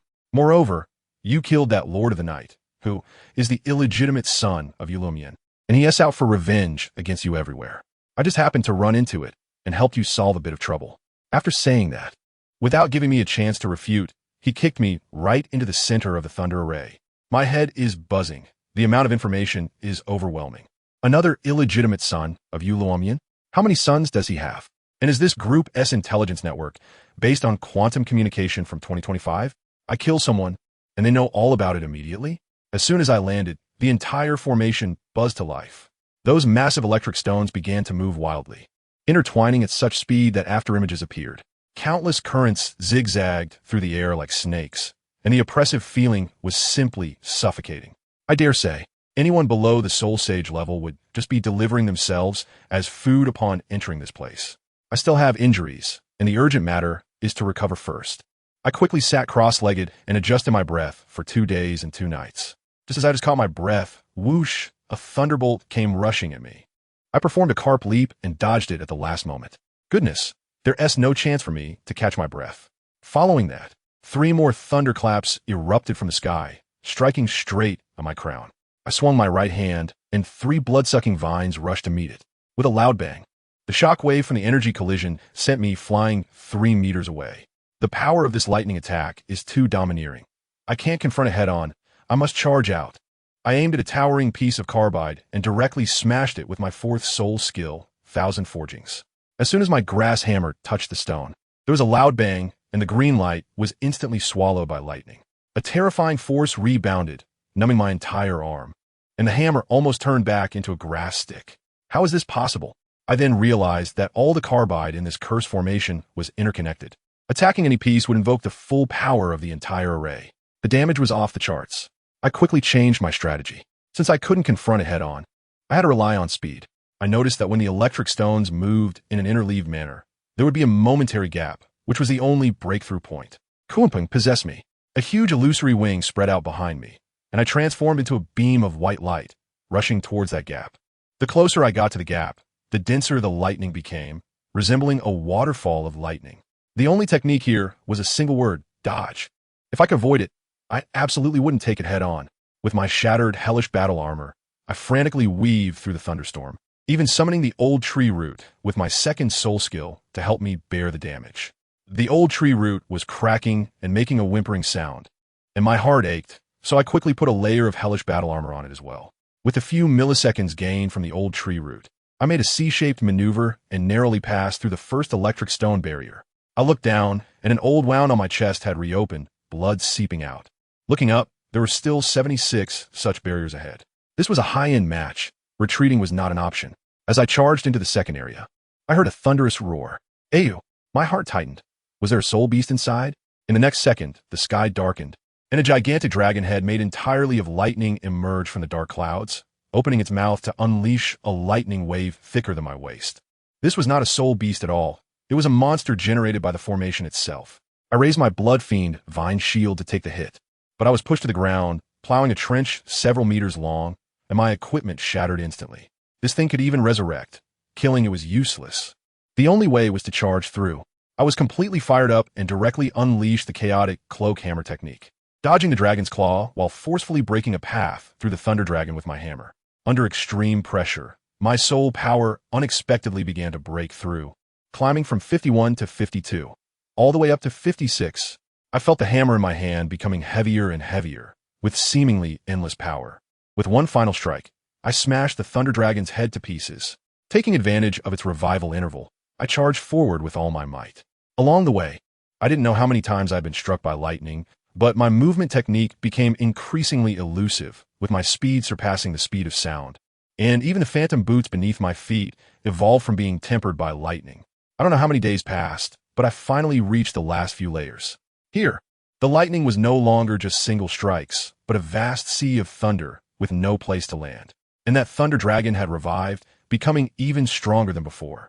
My soul power has run dry, and I can only rely on the evolved hellish boots and the muscle memory I've developed over the past few days to navigate through the thunder sea.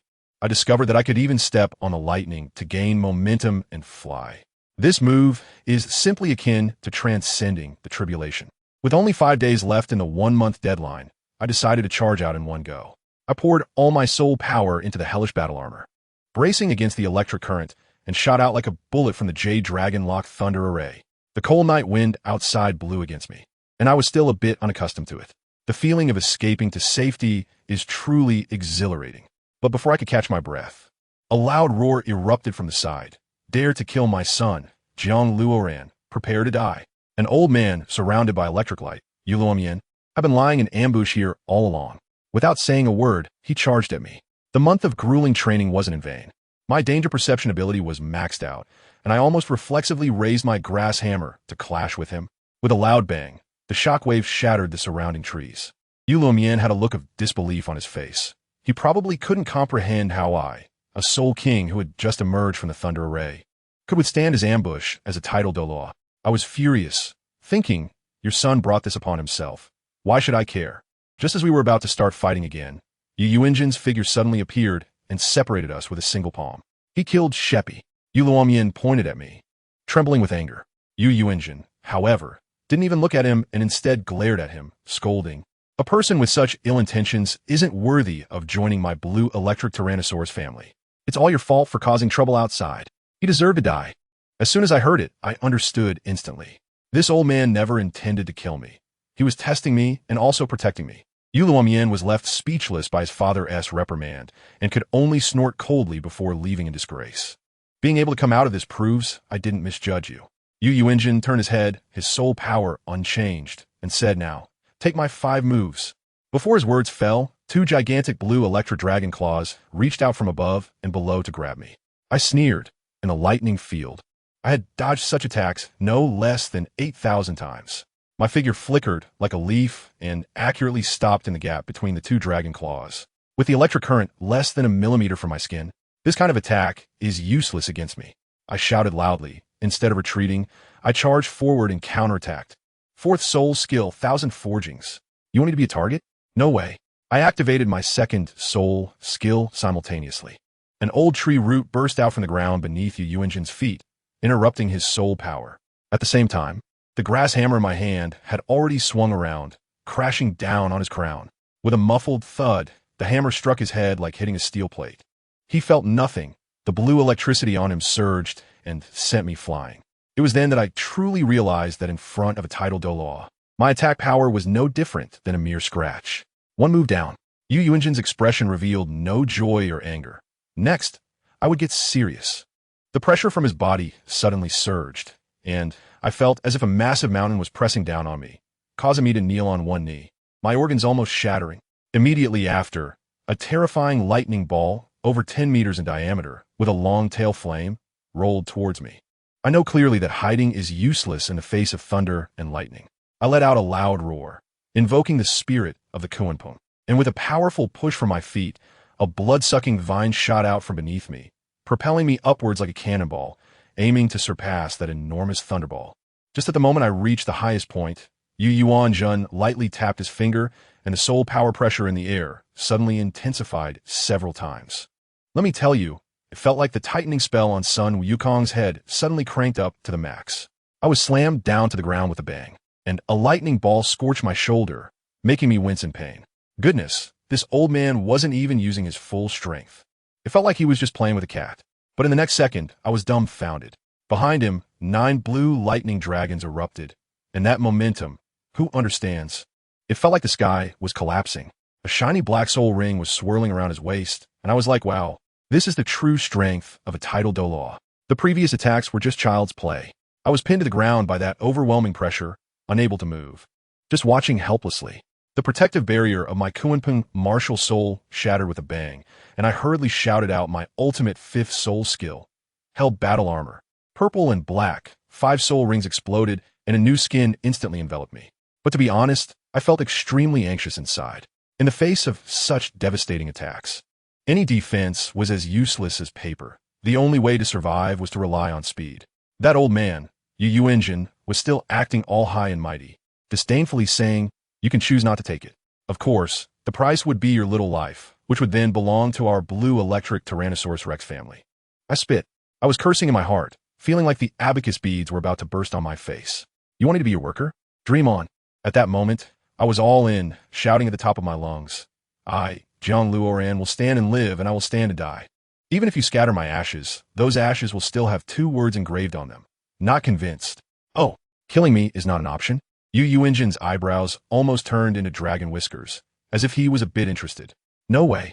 I braced myself and stood up from pit, ready to show you my ultimate Kunpeng body technique. All right, you got guts. If you die, I won't tell Xiao Gang.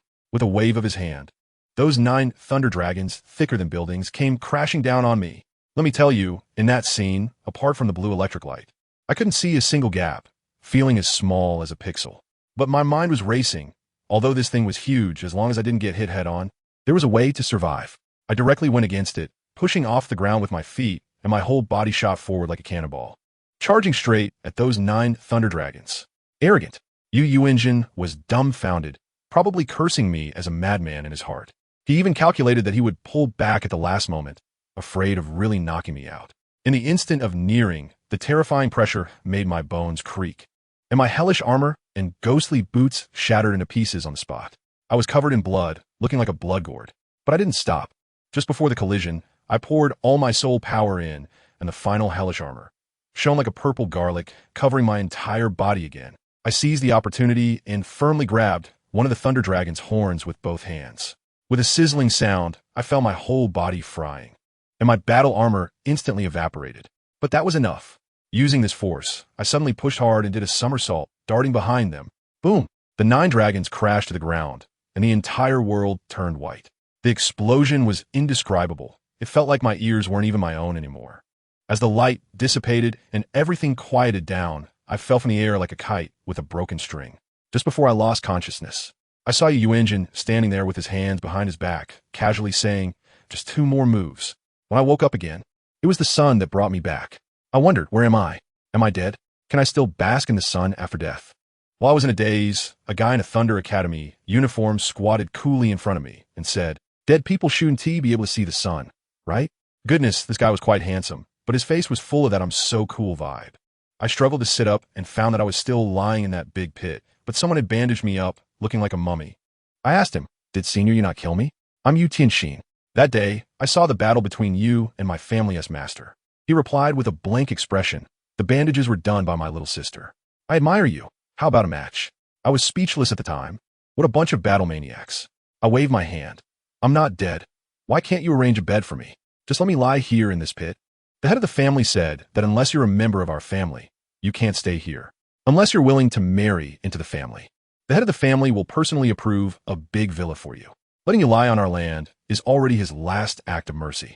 By the way, you've been lying here for 2 whole days and nights. Marry into the family? Forget it. Forget it. It's fine to sleep outside. Did I really faint for 2 days? Ridiculous. Duel with me. That would be your way of repaying our care. That kid Yu Tianxin got excited again. "Big brother, I just finished a battle at a higher level, and now I'm an injured person who needs to rest." I stood up, "And please take me to see Elder Yu." "All right, you're injured. We can fight another day." He was straightforward about it, turned around and said, "Follow me." Following him into main house, wow, it was huge. But the decoration style was a bit monotonous, like a bear house. We walked to a door, and it was noisy inside. A furious voice shouted, "I don't care. How are we supposed to handle him injuring Tianheng? Are we, the blue lightning Tyrannosaurus Rex, just going to endure this?" Another voice retorted, "Why weren't you so tough in front of the spirit hall?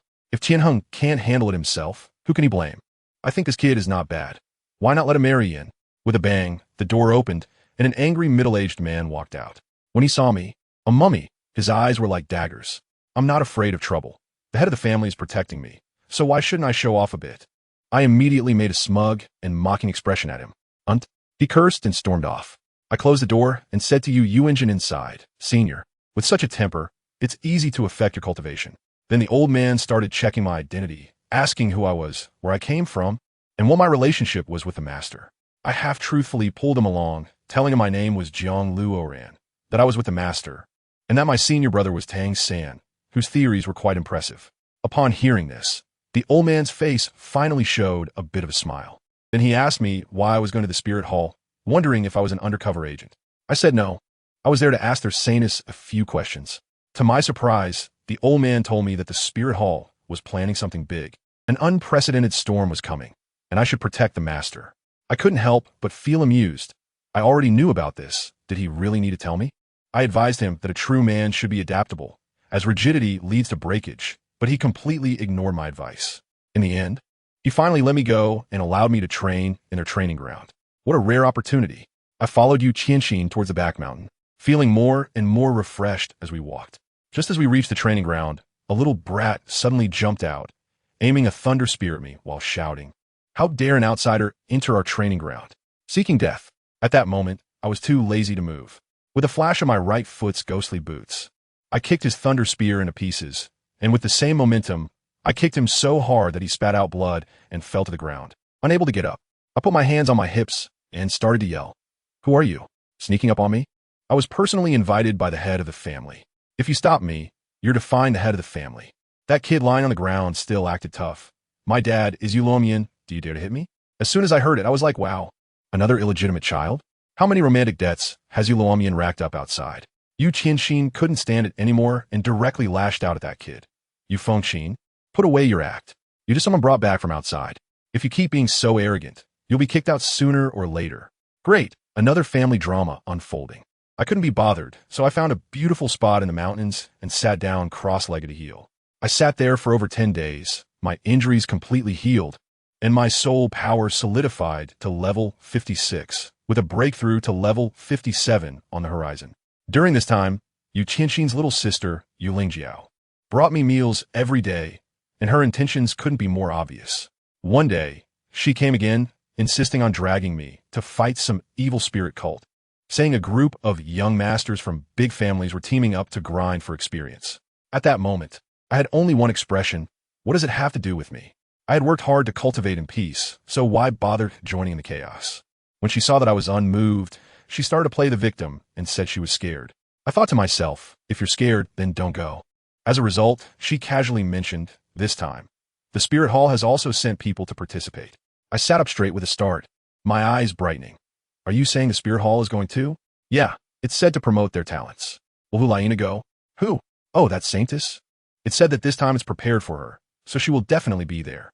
Cough. I cleared my throat and boldly patted my chest, saying, Ling Jiao. Why didn't you say it earlier? The evil spirit cult is harming living beings. How can we cultivators just sit back and do nothing, considering your safety? After much thought, I have decided to take on this mission. The pair of chopsticks in Ling Jiao's hand snapped with a loud crack, her expression worse than crying. Family. It's not that I have double standards. I mainly want to see how my old friend is doing now. Isn't that reasonable? She must be cursing me for being despicable and lusting after her body. When do we set off? I asked enthusiastically. The day after tomorrow morning. Great. I'll wait for you at your door. After she left, I immediately seized the time to start cultivating. I had to level up before departure. 2 days later, I successfully reached level 57, feeling better than ever, and then I floated towards the main house with satisfaction. When I arrived at the door, I saw Yu Tianxin, Yu Lingjiao, and that Yu Fengqin were all there. It turned out that this kid Yu Fengqin was also going along. Yu Tianxin let him go, probably hoping that his Xuanwu turtle shell spirit would act as a shield for Yu Lingjiao at a critical moment. I descended from the sky and landed gracefully, leaving Yu Tianxin in awe. Is that a flight soul technique? Misunderstanding, it's just the Kunpeng body technique. I humbly waved my hand, feeling incredibly pleased inside. The four of us got into a luxurious carriage, and my buddy Yu Tianxin was straightforward. He immediately began a pre-battle mobilization, educating us about the evil spirit cult. To put it simply, they are a group of madmen researching martial souls, and they've developed a potion that can temporarily boost one's power, allowing a soul master to instantly become a soul king. But the downside is that they can never cultivate again for the rest of their lives. Their stronghold is in the Death Canyon. The cowardly Yu Fengqin was so scared that he nearly wet himself. How many people are over there just waiting to die? I can't help but complain. Brother Yu, isn't it you who insisted on coming along? As a man, you should stand by your words. Yu Tianxin also spoke up, saying that this time all major forces have sent people, and the Spirit Hall dares to let the Saintess come for the trial, indicating that the strongest enemy is only at the Soul King level, so we can rest assured. To coordinate the battle, he suggested that everyone reveal their strengths. Yu Tianxin, level 43, Assault System Battle Soul Master, Martial Soul, Blue Lightning Tyrannosaurus. Yu Lingjiao, level 29, Assault System Soul Master, Martial Soul, Blue Lightning Tyrannosaurus. Yu Fengqin, level 29, Support System Equipment Soul Master, Martial Soul, Blue Lightning Xuanwu. Jiang Luoran, level 57, 5 Rings, Control System Battle Soul King, Martial Soul, Blood Evil Vine. Yu Tianxin, Yu Lingjiao, Yu Fengqin. Chapter 97, A Soul Bone. Yu Lingjiao almost stuffed her hand into her mouth. A Soul King in their teens. It feels overwhelming. Yu Tianxin gasped. He couldn't bear such a blow. After all, he was the one best at martial power. Yu Fengqin couldn't help it anymore. You're level 57? What freak training in the womb? It can't be that you're a transformed soul beast, right? Brother Luoran, how? How did you train? This is too abnormal. Yu Lingjiao's face turned pale. Although she knew Jiang Luoran had dodged 3 moves from Yu Yuanjin, she didn't know he had such high strength. If that's the case, doesn't it mean that Jiang Luoran is several times stronger than the younger generation in their family? Yu Tianheng? No. This is already a complete crushing. Jiang Luoran smiled bitterly. He still retained his second martial soul and the external soul bone, the nether boots. There really are people beyond people and mountains beyond mountains. I will catch up to you. I look forward to fighting with you. Since you are a control system, then you set the positions of the team members. Yu Tianxin's eyes were rarely eager. Jiang Luoran nodded. I can take the lead attack. Tianxin will be on my left side. Then behind me is Lingjiao. Fengqin, you will protect Lingjiao. That's it. Just like that. Yu Tianxin was puzzled. No need for tactics? Like how to respond to issues. Do you want to die to save the world? Jiang Luoran retorted without answering. I can't die for now, but if it's for peace, I would, Yu Tianxin said stiffly. Jiang Luoran almost laughed out loud. This guy's a bit melodramatic. The greater the ability, the greater the world you can save. Isn't it better to become a Title Douluo to decide a larger world? Why die here? Jiang Luoran said with righteous indignation. What you mean is we don't attack, only defend, the whole time aiming to survive? Yu Tianxin felt surprised. No wonder this guy could live so long. It's just that Yu Tianxin likes to be competitive and doesn't like to be timid. You stole the Spirit Hall's prestige, yet still won't reap any good rewards. Instead, if you participate in this battle peacefully, you will still receive praise. Of course, it still depends on whether you agree or not. Jiang Luoran didn't say more. Otherwise, it would be meaningless. If the other party disagreed, he would just charge forward. But by then, the casualties among the Blue Lightning Tyrannosaurus clan wouldn't be something he could control. Moreover, his original intention was not to destroy the evil spirit cult, but to find Hulaina. For Yu Lingjiao, whether to fight or not didn't make much difference. So she reserved her opinion. Yu Fengqin would rather do this, and could even retreat a bit further. All right, let's see first. But if the front can't hold, I must go. Yu Tianxin's thoughts struggled for a long time. After a bumpy ride, it was already dark. Yu Lingjiao had fallen asleep leaning on Yu Tianxin. Yu Fengqin had fallen asleep with his head resting on Jiang Luoran's feet. Stop. The Spirit Hall is executing a mission here. You must not cross the line. The person in this carriage is the young master of my family, and he has come here to participate in the battle. The old man took out a Spirit Hall token. It was engraved with a blue lightning dragon. Please enter. We have arranged 2 tents for you. Yu Tianxin was the first to get out of the car, followed closely by Jiang Luoran and the others. The old man only escorted them and wouldn't follow them inside. This has always been a rule of the Blue Lightning Tyrannosaurus family. Unless absolutely necessary, elders wouldn't step in to help juniors. Led by the sergeant, they were brought to the middle of 2 tents, which were engraved with 2 blue lightning dragon symbols. One for Lingjiao. We 3 can squeeze together. Jiang Luoran waved his hand. 2 tents are set up here. What else is there to think about? Why are the 4 of you standing at the door? I'm afraid. What if people from the evil spirit cult come to kill us?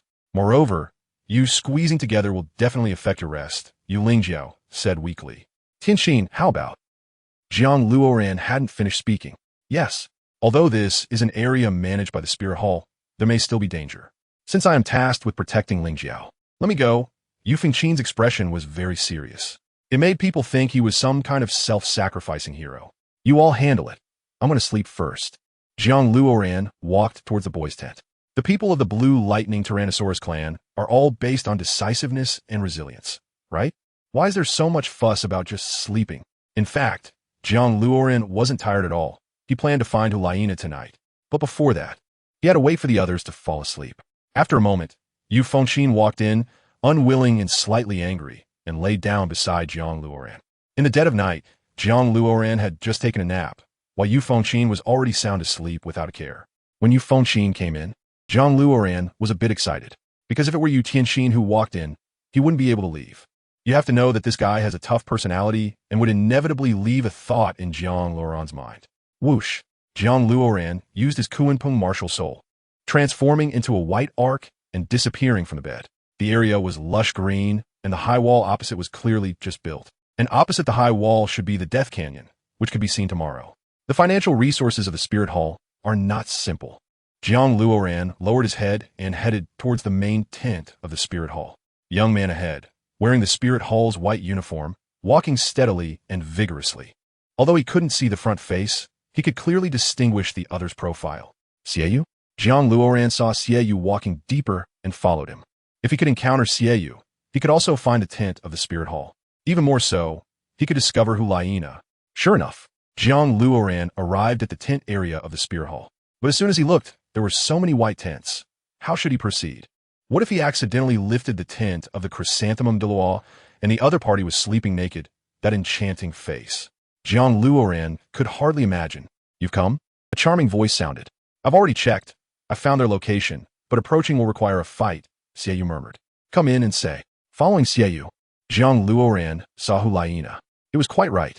It could be said that everything was going smoothly. He really had to thank this Xieyu.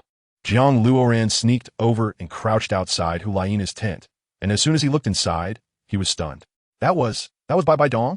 Holy crap. The sacred light pierced Jiang Luoran's eyes, making it hard for him to open them. His heart almost jumped out of his chest. This was the Pope, who had definitely come out of seclusion for Hulaina. Jiang Luoran quickly calmed his heartbeat to avoid being detected by a deity like Beiming Douluo. If he hadn't used the enhanced Kunpeng movement technique just now, he would have certainly been noticed. His current Kunpeng movement technique was as gentle as a breeze, and it was a form of movement that moved with the wind, making it very stealthy. I pay my respects to the Pope. I have discovered their stronghold and successfully escaped. Evil Moonbows, get up and speak. Bibidin's voice carried an expansive resonance.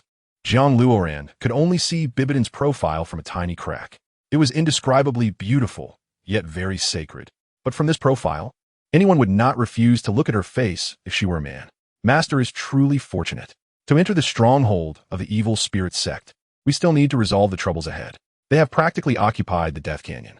However, this is not very difficult, as we have already gathered various families and academies this time. Evil Moon said, "Very good. Soul masters of the evil spirit sect, who violate morality, should be killed. We're merely taking some things along the way. Is that soul bone present?" Bibidon's eyes turned cold. "I saw it. They indeed have that soul bone." Evil Moon cupped his hands. This soul bone will be given to you, but I want you to retrieve it personally to showcase the might of our spirit hall." Bibidon looked at Hulaina. "Yes, I will not disgrace the mission." Hulaina knelt on one knee, her pupils trembling. It is easy to imagine what kind of soul bone this is. Soul bone? JiangLuoran's gaze focused, and his expression became serious. He did not expect this to be anything but a mundane demon-slaying operation, but rather a purposeful seizure. The spirit hall is indeed focusing on cultivating Hulaina. Killing intent. Bibidon frowned. Killing intent? Evil Moon and Hulaina exchanged glances. Who is it outside? Chapter 98. Explosive. The appearance of various families and academies is merely to prove Hulaina's strength. When Hulaina personally slays demons and seizes the soul bone, how many geniuses will be overshadowed at that time? If a person's mindset is shattered, what ambition can he still have? Perhaps he will forever be unable to lift his head in front of Hulaina. Jiang Luoran could not say that this thought was wrong. If the emperor of the Tiando Empire were in power now, he would probably make his son do the same. Jiang Luoran was slightly out of sorts outside the tent and was noticed by Bibidon. This shows how powerful a Title Douluo is. The Kuanping movement technique was executed flawlessly. He was just short of using the Kuanping martial spirit. Evil Moon rushed out of the tent, leaping into the air, wielding a knife, and slashed across towards Jiang Luoran. Slash! 2 red crescent blades came from behind, directly attacking Jiang Luoran's neck. First soul skill, creation from nothing. Jiang Luoran did not stop his feet, and a purple soul ring appeared on his right hand, aiming backward. Suddenly, 6 bloodthorn vines appeared in midair, shattering the enchanting red blade aura and flying towards Evil Moon. "Break!" Evil Moon shouted, his moon blade glowing red, slashing at the 6 broken bloodthorn vines. Bang! 1 strike landed on the bloodthorn vines, and Evil Moon's expression changed. He retreated quickly to avoid being captured and suffocated. Uncuttable? How bizarre. As a soul master, he could not cut through such vines with all his strength. This was simply unbelievable. The vines continued to attack, and Evil Moon dodged while engaging in fierce battle. Seeing Evil Moon being restricted, Jiang Luoran relaxed, but dared not stop his legs. Jiang Luoran knew that Bibidon was the Pope, a person above all others. How could she personally intervene because of a mere soul master and a trace of killing intent? Therefore, he did not have to worry about her coming to kill him. Martial spirit, possess. Who? Jiang Luoran looked around. He was a soul king, yet he could not sense the opponent's presence. Hulaina, appeared in front of Jiang Luoran, her eyes radiating a charming red light. After all, her attack was from the Nine Tails and Charm, so she needed to make eye contact with Jiang Luoran.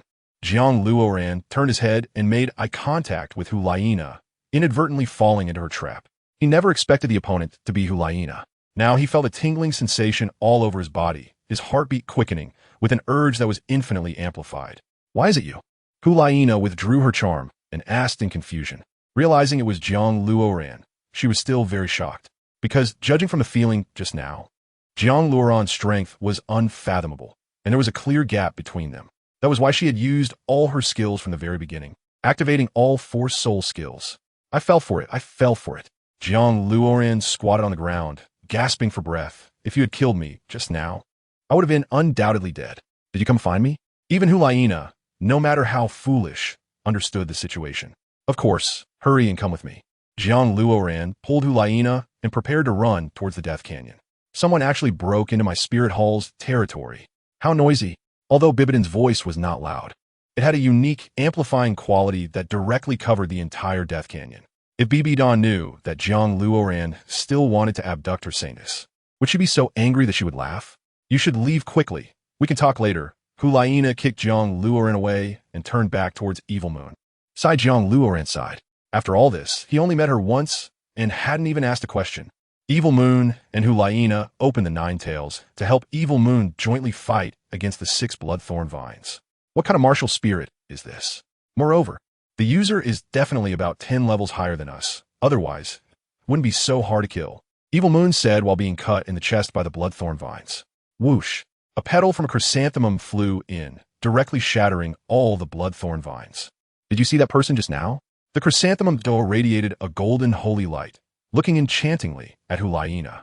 I didn't see clearly. I let him escape. Hulaina hesitated. Could he be from the evil spirit sect? I will chase him. The chrysanthemum Douluo was just about to leave. Elder, what if we alert the enemy and damage our spirit hall's reputation?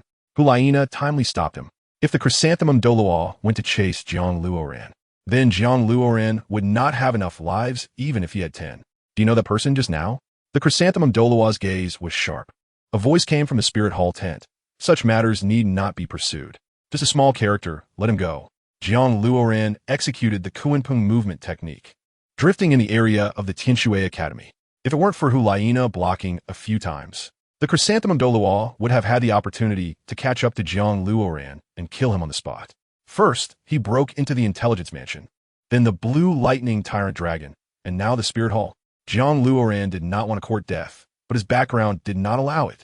While catching his breath, JiangLuoran saw Shui Bing'er sleeping in an exaggerated position. Indeed, in her youth, her talent was quite good. He used the bloodthorn vines to help Shui Bing'er pull up her blanket. JiangLuoran turned around and jumped away, swiftly drifting back to the blue electric Tyrannosaurus area.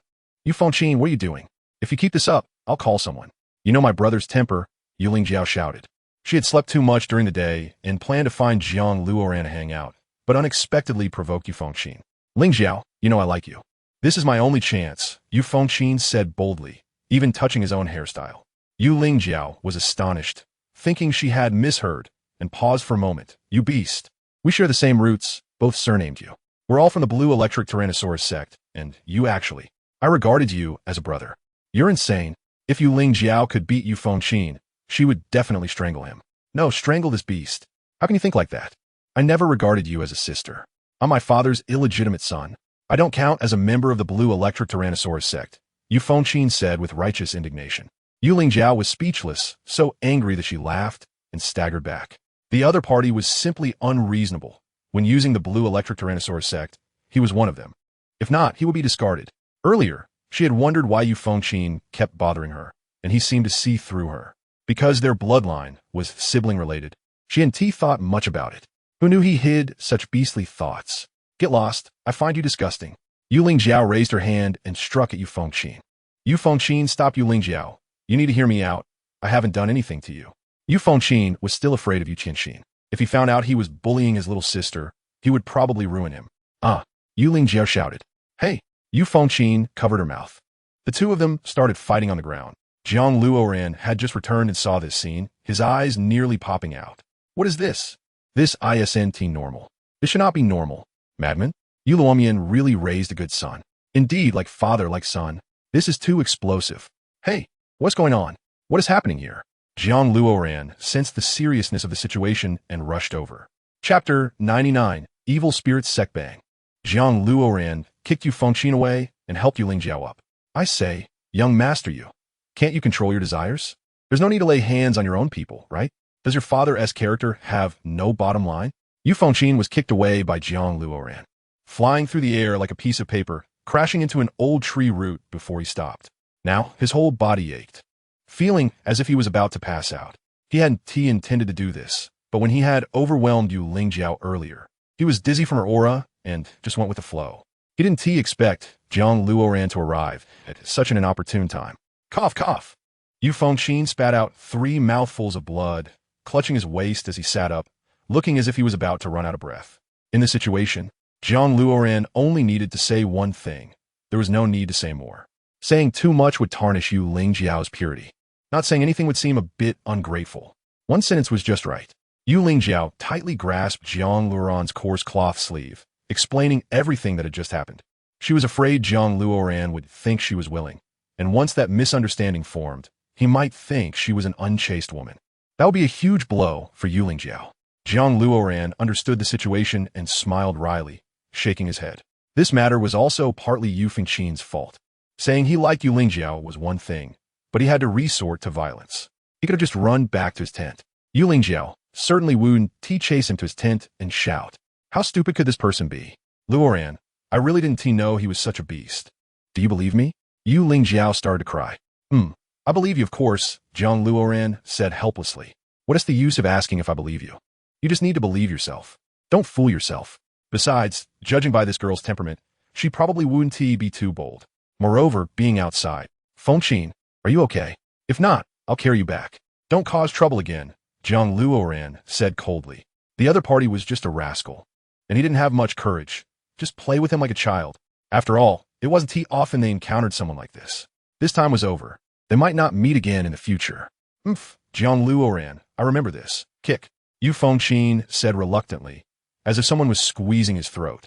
He staggered into the tent, casting a fierce glance at Jiang Luoran. I'm going to sleep now.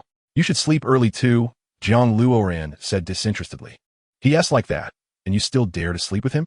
Aren't you afraid of being stabbed in the back at night? Still, Yu Lingjiao was worried that Yu Fengqin might have thoughts about Jiang Luoran as well.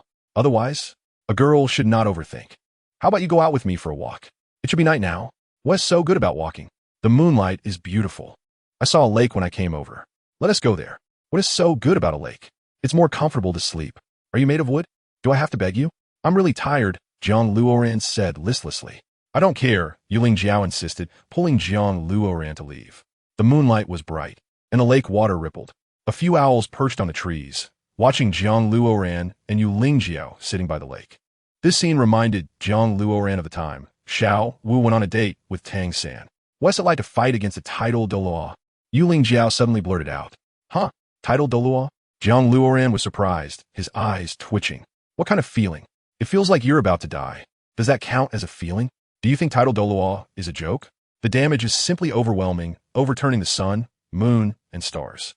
If it weren't for Jiang Luoran's good luck and many opportunities aligning, being protected by others, he would have died long ago. And feeling? You should try it yourself to find out. You have to try it yourself, or become a Title Douluo. Jiang Luoran smiled faintly. I must become a Title Douluo, absolutely. Yu Lingjiao had a great yearning for strength. If that is the case, then listen to me. This time out, don't go home. Go try on your own. Jiang Luoran knew the fate that awaited her. Yu Lingjiao was still young, but her strength had already reached the level of a 29th rank Great Soul Master. Her future achievements were limitless. Perhaps she truly had the potential to become a Title Douluo, but if she didn't leave her family, she would be crushed by the Spirit Hall. Just thinking about such a pure girl being killed made Jiang Luoran feel a sense of resistance. Therefore, as long as Yu Lingjiao didn't return to the blue electric Tyrannosaurus sect, there would be infinite possibilities. Alone? Can't I go with you? Yu Lingjiao asked weakly. I can help you hunt for your third spirit ring. At that time, you will need to venture out on your own. It's best to bring your brother along. You are a blue electric Tyrannosaurus. You have your own stubbornness. No one needs you to submit, not even the sun, moon, and stars. Jiang Luoran thought he was giving Yu Yuanjin a glimmer of hope. He didn't know if Yu Yuanjin would think more openly. Blue electric Tyrannosaurus? Yu Lingjiao conjured a lifelike blue thunder dragon in her hand, letting out a series of roars. The next morning, the bells of the Spirit Hall rang. It was time to depart. A group of people stood in the square, looking up at the high platform. After a moment, Hulaina and Zhu Huaguan emerged, standing on the high platform. As expected, Bibi Dong had come in secret this time, solely for Hulaina, and did not intend to show herself. It is well known that the evil spirit sect is utterly depraved, tarnishing the name of spirit masters. And this is an act against the natural order. They have developed a potion called Dora, which can instantly elevate a person's spirit power by 15 levels. This already violates the way of nature. Shouldn't we eradicate it? As soon as Hulaina appeared, she unleashed her spirit power, exuding a chilling murderous intent. Kill! Kill! Kill! Jiang Luoran initially thought no one would pay attention to the Spirit Hall, that no one would support Hulaina, but unexpectedly, all sects and academies erupted in excitement. The cries of killing were deafening. What kind of hatred was this? How could you set aside your prejudices to cooperate with those you despise? Jiang Luoran was, of course, unaware of the higher-ups' thoughts. Firstly, the evil spirit sect goes against the heavenly path, and as spirit masters, they all possess a heart of loyalty and would not allow them to roam free. Secondly, the evil spirit sect is utterly insane, targeting ordinary people, and many disciples of various sects have been harmed. How could they not be furious? They would gladly rush into the lair of the evil spirit sect, right now, and uproot their foundation. The intensity had reached its peak. Very well. We are fortunate to have invited 2 of the top 3 sects, as well as the lower 4 sects and the 4 Elements Academy. Hulaina introduced one by one. The Blue Lightning Tyrant Dragon sect, being one of the top 3 sects, naturally stood at the forefront closest to the high platform. When Hulaina saw Jiang Luoran, she was also taken aback and almost fell off the high platform. Many people cast admiring glances at the Blue Lightning Tyrant Dragon sect. Everyone knew what kind of spirit they possessed. With their presence, there was assurance ahead. Jiang Luoran felt troubled. Their group planned to slack off. And with everyone looking at them, they felt a bit embarrassed. They had already confirmed the precise location of the evil spirit sect, a cave on the right side of the Death Canyon, where Xiaoyu had come. Without further ado, I will lead the charge, slaying demons. Hulaina was the first to rush out, while Zhu Huaguan stayed back to give Hulaina a chance to shine. Kill! Kill! Kill! The crowd was in an uproar, like a pot boiling over, reverberating throughout the Death Canyon. Many were packing their belongings, intending to follow Hulaina, but they saw that Jiang Luoran and the others remained unmoved. If the Spirit Hall was the primary battle, then the top 3 sects were the second priority. Kill! 4 young men dressed in luxurious blue robes rushed out, bearing the emblem of the 7 Treasure Glazed Tile School. Kill! Jiang Luoran shouted loudly, rushing out after them. Don't wait. Adapt as needed. Stay close to me. Chapter 100. The battlefield of slaughter. Over 200 young men and women, all elites, burst out from the white walls, like hungry beasts, following Hulaina into the Death Canyon. This scene was like a stampede of thousands of horses, dust flying everywhere, far beyond what mere humans could match. Bang! Bang! Bang! A rumbling sound came from the opposite side, followed by more and more, as if countless massive creatures were charging in. Hulaina stopped, silencing the large troop behind her. The buzzing sound grew closer. Uru! At this moment, everyone's emotions reached an unprecedented boiling point. They saw that the opposite side was filled with shadows, both spirit beasts and humans, all with blood-red eyes. That bloodthirsty desire to hunt down life was shocking. They were about to counterattack us. Dora not only allows the user to gain a spirit power boost of about 15 levels, but also puts the user in an excited state. Spirit beasts can also be commanded. Hulaina's 9 tails spread out, and the red light around her became increasingly enchanting. They were about to charge. The 4 from the 7 Treasure Glazed Tile School shouted, but Hulaina did not order them to fight. Hulaina was waiting for the best moment to battle. The evil spirit sect was charging in so fiercely that they must be exhausting their lung capacity. They just needed to let their side maintain the momentum and then rush in a kill. Conversely, if they charged in now, their side would also exhaust their energy. On the battlefield, even the slightest benefit must be fought for. The opposite side had already gone mad. Were they also insane? What were we waiting for? Let us charge. Shui Peng shouted, putting on a look of someone who knew nothing about the battlefield. I am armor. Hulaina waved her hand, signaling the others to keep quiet and prepare. Everyone unleashed their spirits. Hundreds of spirit rings activated simultaneously, and various spirits appeared, with a roar of spirits shaking the entire Death Canyon. In an instant, the Death Canyon seemed to erupt with divine aura, the overwhelming spirit power breaking through the sunlight high above. This was a vast army composed of over 200 elite spirit masters. Any high-level spirit master would understand one principle. Only the battlefield can cultivate true spirit masters.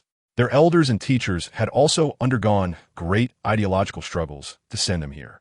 Yellow and purple for spirit rings surrounded Hulaina, and at that moment, her alluring aura took on a hint of murderous intent. Kill! Kill!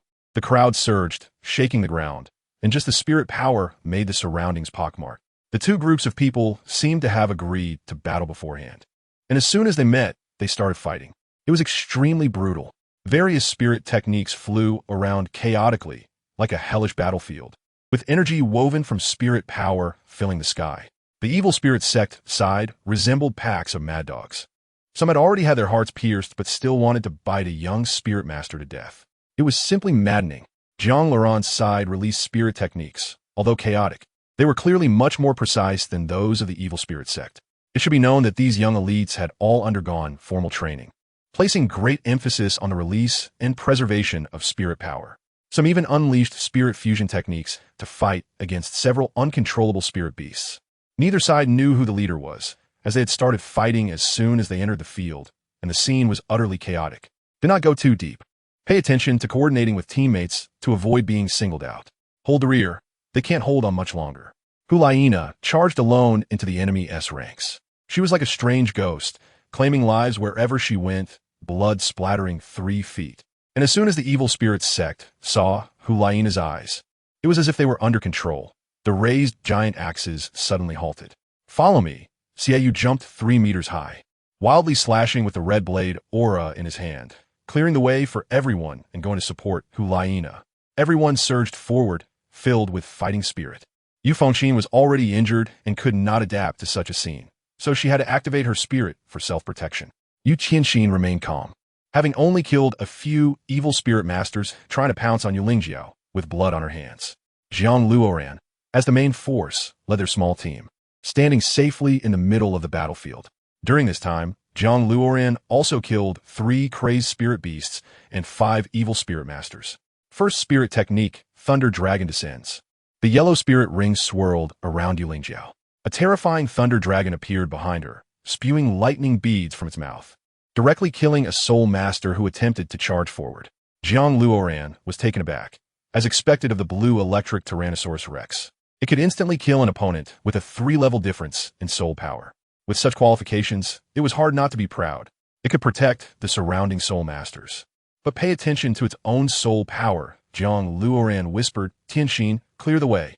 The 4th soul skill, Blue Electric Divine Dragon Rush. Yu Tianxin was still young and, seeing so many corpses, had become somewhat demonic. Roar! An astonishing dragon roar echoed through the sky, and the blue electric flying dragon behind Yu Tianxin directly smashed 3 soul beasts into minced meat. The shockwaves from a battle also killed 3 evil spirit masters. Feng Qinxin, you should leave. With your current strength, I can't guarantee your survival, Jiang Luoran said frankly. Even if Yu Fengqin followed, it would only activate the martial soul's self-protection, and it couldn't even protect Yu Lingjiao. He would be of little use. The other party didn't have a deep-seated grudge against him. If he wanted to leave, he could. Yu Fengqin's purpose for coming was to find Yu Lingjiao. With things escalating like this, there was naturally no need to fight to the death with them. Leaving now, no one would know, and the spirit hall would not pursue it either. Yu Fengqin withdrew silently, not saying a word. On the battlefield, no one would say Yu Fengqin was wrong. Everyone was afraid of death, and he had the right to make his own choices. Let's go. Jiang Luoran pulled Yu Lingjiao and caught up with Yu Tianxin. The crescent moon, the double blades in Xiaoyu's hands, glimmered with an impending red light. Swish, swish, swish. At that moment, the red blade aura swept everything away, obscuring everyone's vision. It opened the path to Hulaina, and Xiaoyu rushed forward, grasping her right hand. The enchanting and alluring red light occupied the entire area of soul power, wrapping Hulaina and Xiaoyu in crimson light. Martial soul fusion skill. Everyone looked to the sky, eager to see what this strike would be like. Enchantment. As the words fell, a red, magnificent blade appeared in the sky, as sharp as a celestial weapon, giving the feeling that encountering it meant certain death. Whoosh! The red blade fell, sweeping horizontally, making only one sound. Centered around Hulaina, most of the evil spirit masters and soul beasts within 4 meters died, with only a few surviving. Moreover, those who died were all cut in half with a single strike. This was a martial soul fusion skill that could only be performed by 2 soul masters. This scene was so powerful that it left people speechless. Breaking through 3 waves of attacks, everyone had already made it to the right side of the Death Valley. Along the way, they encountered many dangers and traps. Everyone's stamina was nearly depleted. This was still under the condition of conserving soul power from the very beginning. More than 200 elite soul masters fought fiercely, and now only over 100 remained. So we're barely hanging on. Where's Su Biying? He's a prince. Where did the prince go? After killing to this extent, who still cares about titles? They directly shouted for Su Biying. He ran away long ago. I saw him taken away by the guards. Bah, what a thing, still calling himself a prince, bah? Is this how royal people behave? I can't take it anymore. Let the top 3 sects go kill, I need a rest. Where's the blue electric Tyrannosaurus Rex? Huh, hurry up and come out to take the lead. I can't hold on any longer. Exactly, let the blue electric Tyrannosaurus Rex clear the way. This is very easy for them. Luoran, what should we do? Let's go. Yu Lingjiao bit her red lips, feeling somewhat restrained. Go. In this situation, it's all about self-preservation. Otherwise, why would they be making such a fuss? Didn't they see that all 4 from the 7 treasure glazed tile school are dead? Isn't it better to become a Title Douluo in the future and contribute to the Douluo continent? Why must they confront it head-on? Jiang Luoran stopped Yu Lingjiao. Hey, Yu Tianxin, so you were here. Feng Xiaotian walked over, looking quite disheveled. Yu Tianxin remained unmoved, staring blankly at Feng Xiaotian. Yu Tianxin, what are you still dawdling for at a time like this? Let's go. Brothers are following you. Let's eradicate the evil spirit sect. Yes. The Holy Maiden of the Spirit Hall and Xie you have already charged in. We must hurry to support. JiangLuoran's face twitched. This Feng Xiaotian was causing trouble. Who knew you? Tianheng and Duguyan rushed out, glancing disdainfully at Yu Tianxin. Along the way, with so many dangers, it was clear who contributed more and who less. In fact, Jiang Luoran and the others weren't too cowardly. They protected the surrounding elite soul masters and cleared the most difficult areas of soul beasts. I'll go. Yu Tianheng was almost out of breath, his soul power nearing exhaustion, his body tattered and covered in blood. In his condition, he should have returned to the Royal Academy long ago. The Spirit Hall has regulations to avoid unnecessary losses. Elite soul masters who lose the ability to fight should retreat immediately. But Yu Tianheng was very proud and, even in such a state, refused to go back. Duguyan was also long past her limit, but still held on to accompany him. Yu Tianxin was unwilling to be outdone, planning to step forward. He was not willing to be overshadowed by Yu Tianheng. Jiang Luoran held him back. Why bother with so many rumors? There will be places where you can exert your strength later. Didn't you see that Yu Tianheng is exhausted? You'll have to save him later. If you weren't a soul king, I wouldn't take your advice. Yu Tianxin retreated.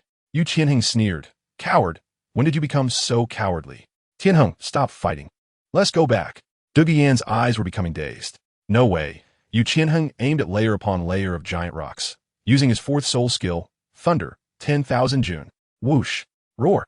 100 bolts of thunder erupted with a dragon's roar. Yu Tianheng was enveloped in lightning, smashing all the giant rocks to pieces. Charge! Charge! A group of people rushed in. By destroying the evil spirit sect, they would be praised by the world and could bring glory to the academy or their families. Follow me. Jiang Luoran led Yu Tianxin and Yu Lingjiao to charge towards a high mountain on the right side of the Death Valley. Woo woo woo. From the cave on the right side, hundreds of evil spirit masters and frenzied soul beasts rushed out, immediately engaging in battle with the elite soul masters. This should be the last remnants of the evil spirit sect, Jiang Luoran thought, stroking his chin. Since it's the last, then let's help. Yu Lingjiao urged. We'll attack from behind. Tianxin, you wait here. At my command, blow up the mountain peak.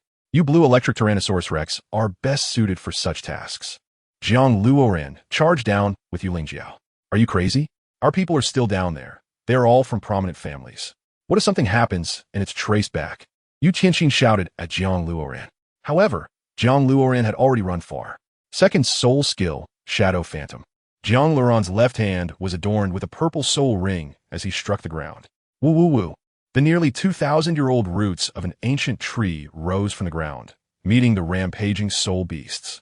Jiang Luoran dashed towards the cave, going against the frenzied, evil spirit masters.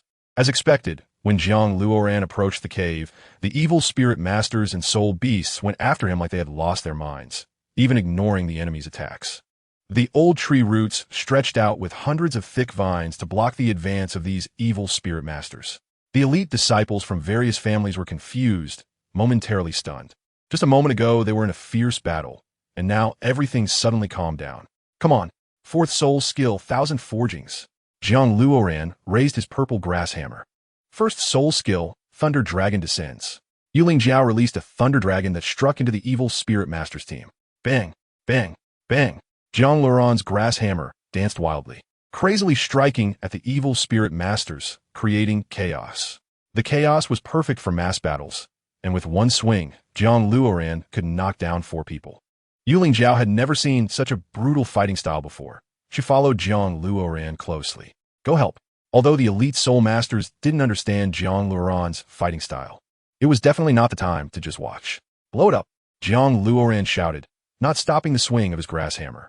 The blue electric god, Dragon, rushed in, and Yu Tianxin seized the opportunity to command the dragon to collapse the mountain peak. Boom! A massive 4-meter-high mountain fell from the sky, crushing some evil spirit masters and blocking the paths of the elite soul masters. Jiang Luoran sneered. This was exactly what he wanted. giving Hulaina enough time to get to that soul bone. In exchange, he needed to obtain the intelligence he wanted. Chaos Wind 79. Jiang Luoran's soul power increased to level 57, and the grass hammer in his hand became incredibly fierce, rampaging through the crowd. Bro, I'm here to help. A young man in white flew over, his martial soul being a white sparrow. Stormy clouds rage. The young man swung his arms like wings, striking at the already frenzied mass of soul beasts. Jiang Luoran was stunned. Who the hell are you? Coming up and calling me bro. Who are you? Ling Xiao. Don't release your soul skill. Conserve your soul power to stay alive. Just stand behind me. Jiang Luoran swung the large hammer. Roar. A 4,000-year-old emerald bat appeared in the team. This bat was highly poisonous.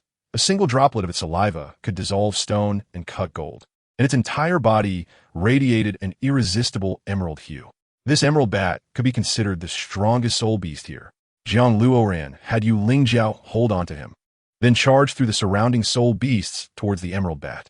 With the Kunpeng's ethereal movement, even while carrying Yu Lingjiao, Jiang Luoran's speed was unaffected. Flying? Yu Lingjiao's pupils widened.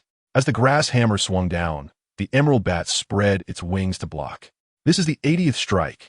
The power has already reached a terrifying level. Bang! The emerald bat couldn't withstand Jiang Luoran's hammer strike, tumbling over several times. The evil spirit master shouted, "Kill him! Everyone, attack!" Soul beasts swarmed around, determined to surround and kill Jiang Luoran. Blue Electric God Dragon. Yu Tianxin, having been in awe of Jiang Luoran's battle prowess, rushed to help him in his time of need. Boom! The dragon descended, killing all the soul beasts and humans, blocking Jiang Luoran's path. Yu Tianxin landed, her hands charged with lightning, with her back to Jiang Luoran. It's the last moment. Finish them and leave. Jiang Luoran threw the grass hammer up, aiming for the emerald bat's head. Buzz! A strange sound emanated from the emerald bat, causing Jiang Luoran and the others to lose focus. The emerald bat ambushed Jiang Luoran, pinning him to the ground. In that instant, Jiang Luoran pushed Yu Lingjiao away. Help quickly! Jiang Luoran was still regaining his senses. Coming, Tang Bai flew in, spreading his wings to knock the emerald bat away. Bro, my name is Tang Bai. Jiang Luoran smiled bitterly. Introducing yourself on the battlefield? Jiang Luoran. Jiang Luoran shouted, picking up the grass hammer and jumping from the ground. His posture resembled flying through the air. Luoran, brother, I'll lend you a hand. Tang Bai transformed into a ball of white light, charging at the emerald bat. Fourth soul skill, daylight. Boom! Jiang Luoran's grass hammer struck the emerald bat's head, and Tang Bai collided with its body, directly smashing it apart. What a relief, haha. Tang Bai lendet, laoging gaifa. This guy's a weirdo. Jiang Luoran was astonished. Not good. There's an ambush in the cave. 10 soul sects and 5 soul kings. The holy maiden of the spirit hall and Xie are surrounded. The speaker's voice arrived before he did. Jiang Luoran's expression changed, and he rushed towards the cave. Luoran, what are you doing? The goal has been achieved. Isn't it more important to stay alive? Yu Lingjiao blocked Jiang Luoran. Pressure makes people grow. I don't care. Jiang Luoran disappeared from his spot. Chapter 102. 50,000-year soul bone. Moon Tiger Battle Soul Blade. Yu Fengxin? Didn't you go back? How are you here? Yu Tianxin asked, gathering blue electricity in her right hand as she approached Yu Fengxin. I don't know what happened. I was tied up in a cave, and the holy maiden rescued me. Then we were surrounded. Yu Fengxin spoke in a chaotic tone, not knowing what to do. Luoran has already gone in. Brother, we need help. Yu Lingjiao pulled Yu Tianxin. Bro, wait for me, haha. Tang Bai, seemingly unaware of the danger, followed Jiang Luoran into the cave. Xie, you traitor. I've known you had ulterior motives. That's why I revealed the location of the evil spirit church to you. How does it feel to be deceived? The black-clothed man leading the group spoke with a sinister smile. He was the leader of the evil spirit church. Xie frowned. This was a mistake he overlooked, which led him and Hulaina into the enemy camp. Xie, do you still have soul power? Release the demon charm one more time. Hulaina's expression was cold. In the face of danger, she remained composed.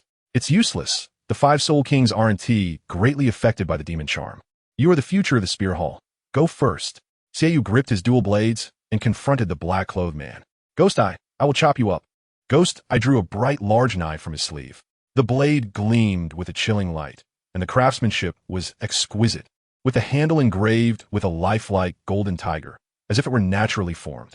Even a discerning person could see that this was a large knife made from soul bone. No blacksmith in the world could forge a weapon of such quality. Bang! Ghost I swung the knife, knocking Xieyu's dual blades away and gripping Xieyu's throat. This soul bone is indeed with you. Xieiyu glared at the soul bone. Now, everyone on Duo continent knows that the weapon in Tian Douluo's hand, measuring heaven, is a weapon transformed from soul bone. It's hard to imagine that there is another one, also transformed from soul bone. We put in a lot of effort to find it. The Moon Tiger Soul Cutting Blade was dropped by a 50,000-year-old battle Moon Tiger Soul Beast. I heard that you want to claim it for yourselves? How naive. Gui Tong's face twisted in anger. Let my sister go, or you will be hunted to death by the spear hall, Xieiyu threatened. There's no need for that. We can break through. Hulaina used her 9 tails and swept towards Gui Tong, holding the Moon Tiger's Soul Cutting Blade. Gui Tong easily cut through Hulaina's 9 tails. Let them all die. Blood Fiend Hammer, Chaotic Wind. Jiang Luoran seized the moment and swung a hammer at Gui Tong's back. The 57th level soul power was unrestrained, with 5 purple-black soul rings surrounding the Blood Fiend Hammer. Gui Tong was caught off guard, interrupted by the sudden blow, and hurriedly defended. But how could he withstand Jiang Luoran's sudden strike? Moreover, this time Jiang Luoran used the Kunpeng body technique, having reached the realm of a sensitive attack soul emperor. This was not something Gui Tong could block. Bang! Gui Tong died under Jiang Luoran's hammer, killed on the spot, without even having time to resist. The leader, the other 14 shouted. The opponent is also a soul king. Kill him. Jiang Luoran grasped the Moon Tiger Soul Cutting Blade, flipped on the ground, and arrived beside Xieiyu. This soul bone is called the Moon Tiger Soul Cutting Blade? Is it you? So it's you? You're already a soul king? Xieiyu recognized Jiang Luoran. Soul king? Hulaina was moved, but the soul power on Jiang Luoran indeed reached the level of a soul king. Moreover, it was even beyond the 55th level soul king. Did you start cultivating in the womb? Let's break out first. Jiang Luoran pulled the closest evil spirit master, raised his right hand with the blade, and struck down at his neck. A fatal blow. This blade is surprisingly sharp. No wonder it is a soul bone weapon bestowed by the Spear Hall. Third soul skill, evil spirit spell. Third soul skill, evil spirit spell. Fourth soul skill, evil spirit spell. Seeing the surrounding evil spirit masters unleashing their soul skills, Jiang Luoran and Hulaina turned their backs to Xieiyu. Everyone has the exact same soul skill? What a joke. Jiang Luoran had heard the master's lectures. The master once said that each person's soul skill is unique. There are no completely identical soul skills or martial souls in the world. Even among the Blue Lightning Tyrant Dragon family, their martial souls have differences in strength. This is the evil spirit master. They have altered the natural ethics of soul masters. In this evil spirit sect, everyone only knows one soul skill, and the additional soul rings only enhance the power of that soul skill. Once the evil spirit spell is activated, their attacks can blow up enemies, until they are completely exhausted, with not a shred of soul power left. This soul skill will cease. Hulaina told Jiang Luoran to get ready. Fifth soul skill, Hell Armor. Jiang Luoran raised his right hand and summoned 3 sets of purple battle armor for the 3 of them to wear. This armor feels so comfortable.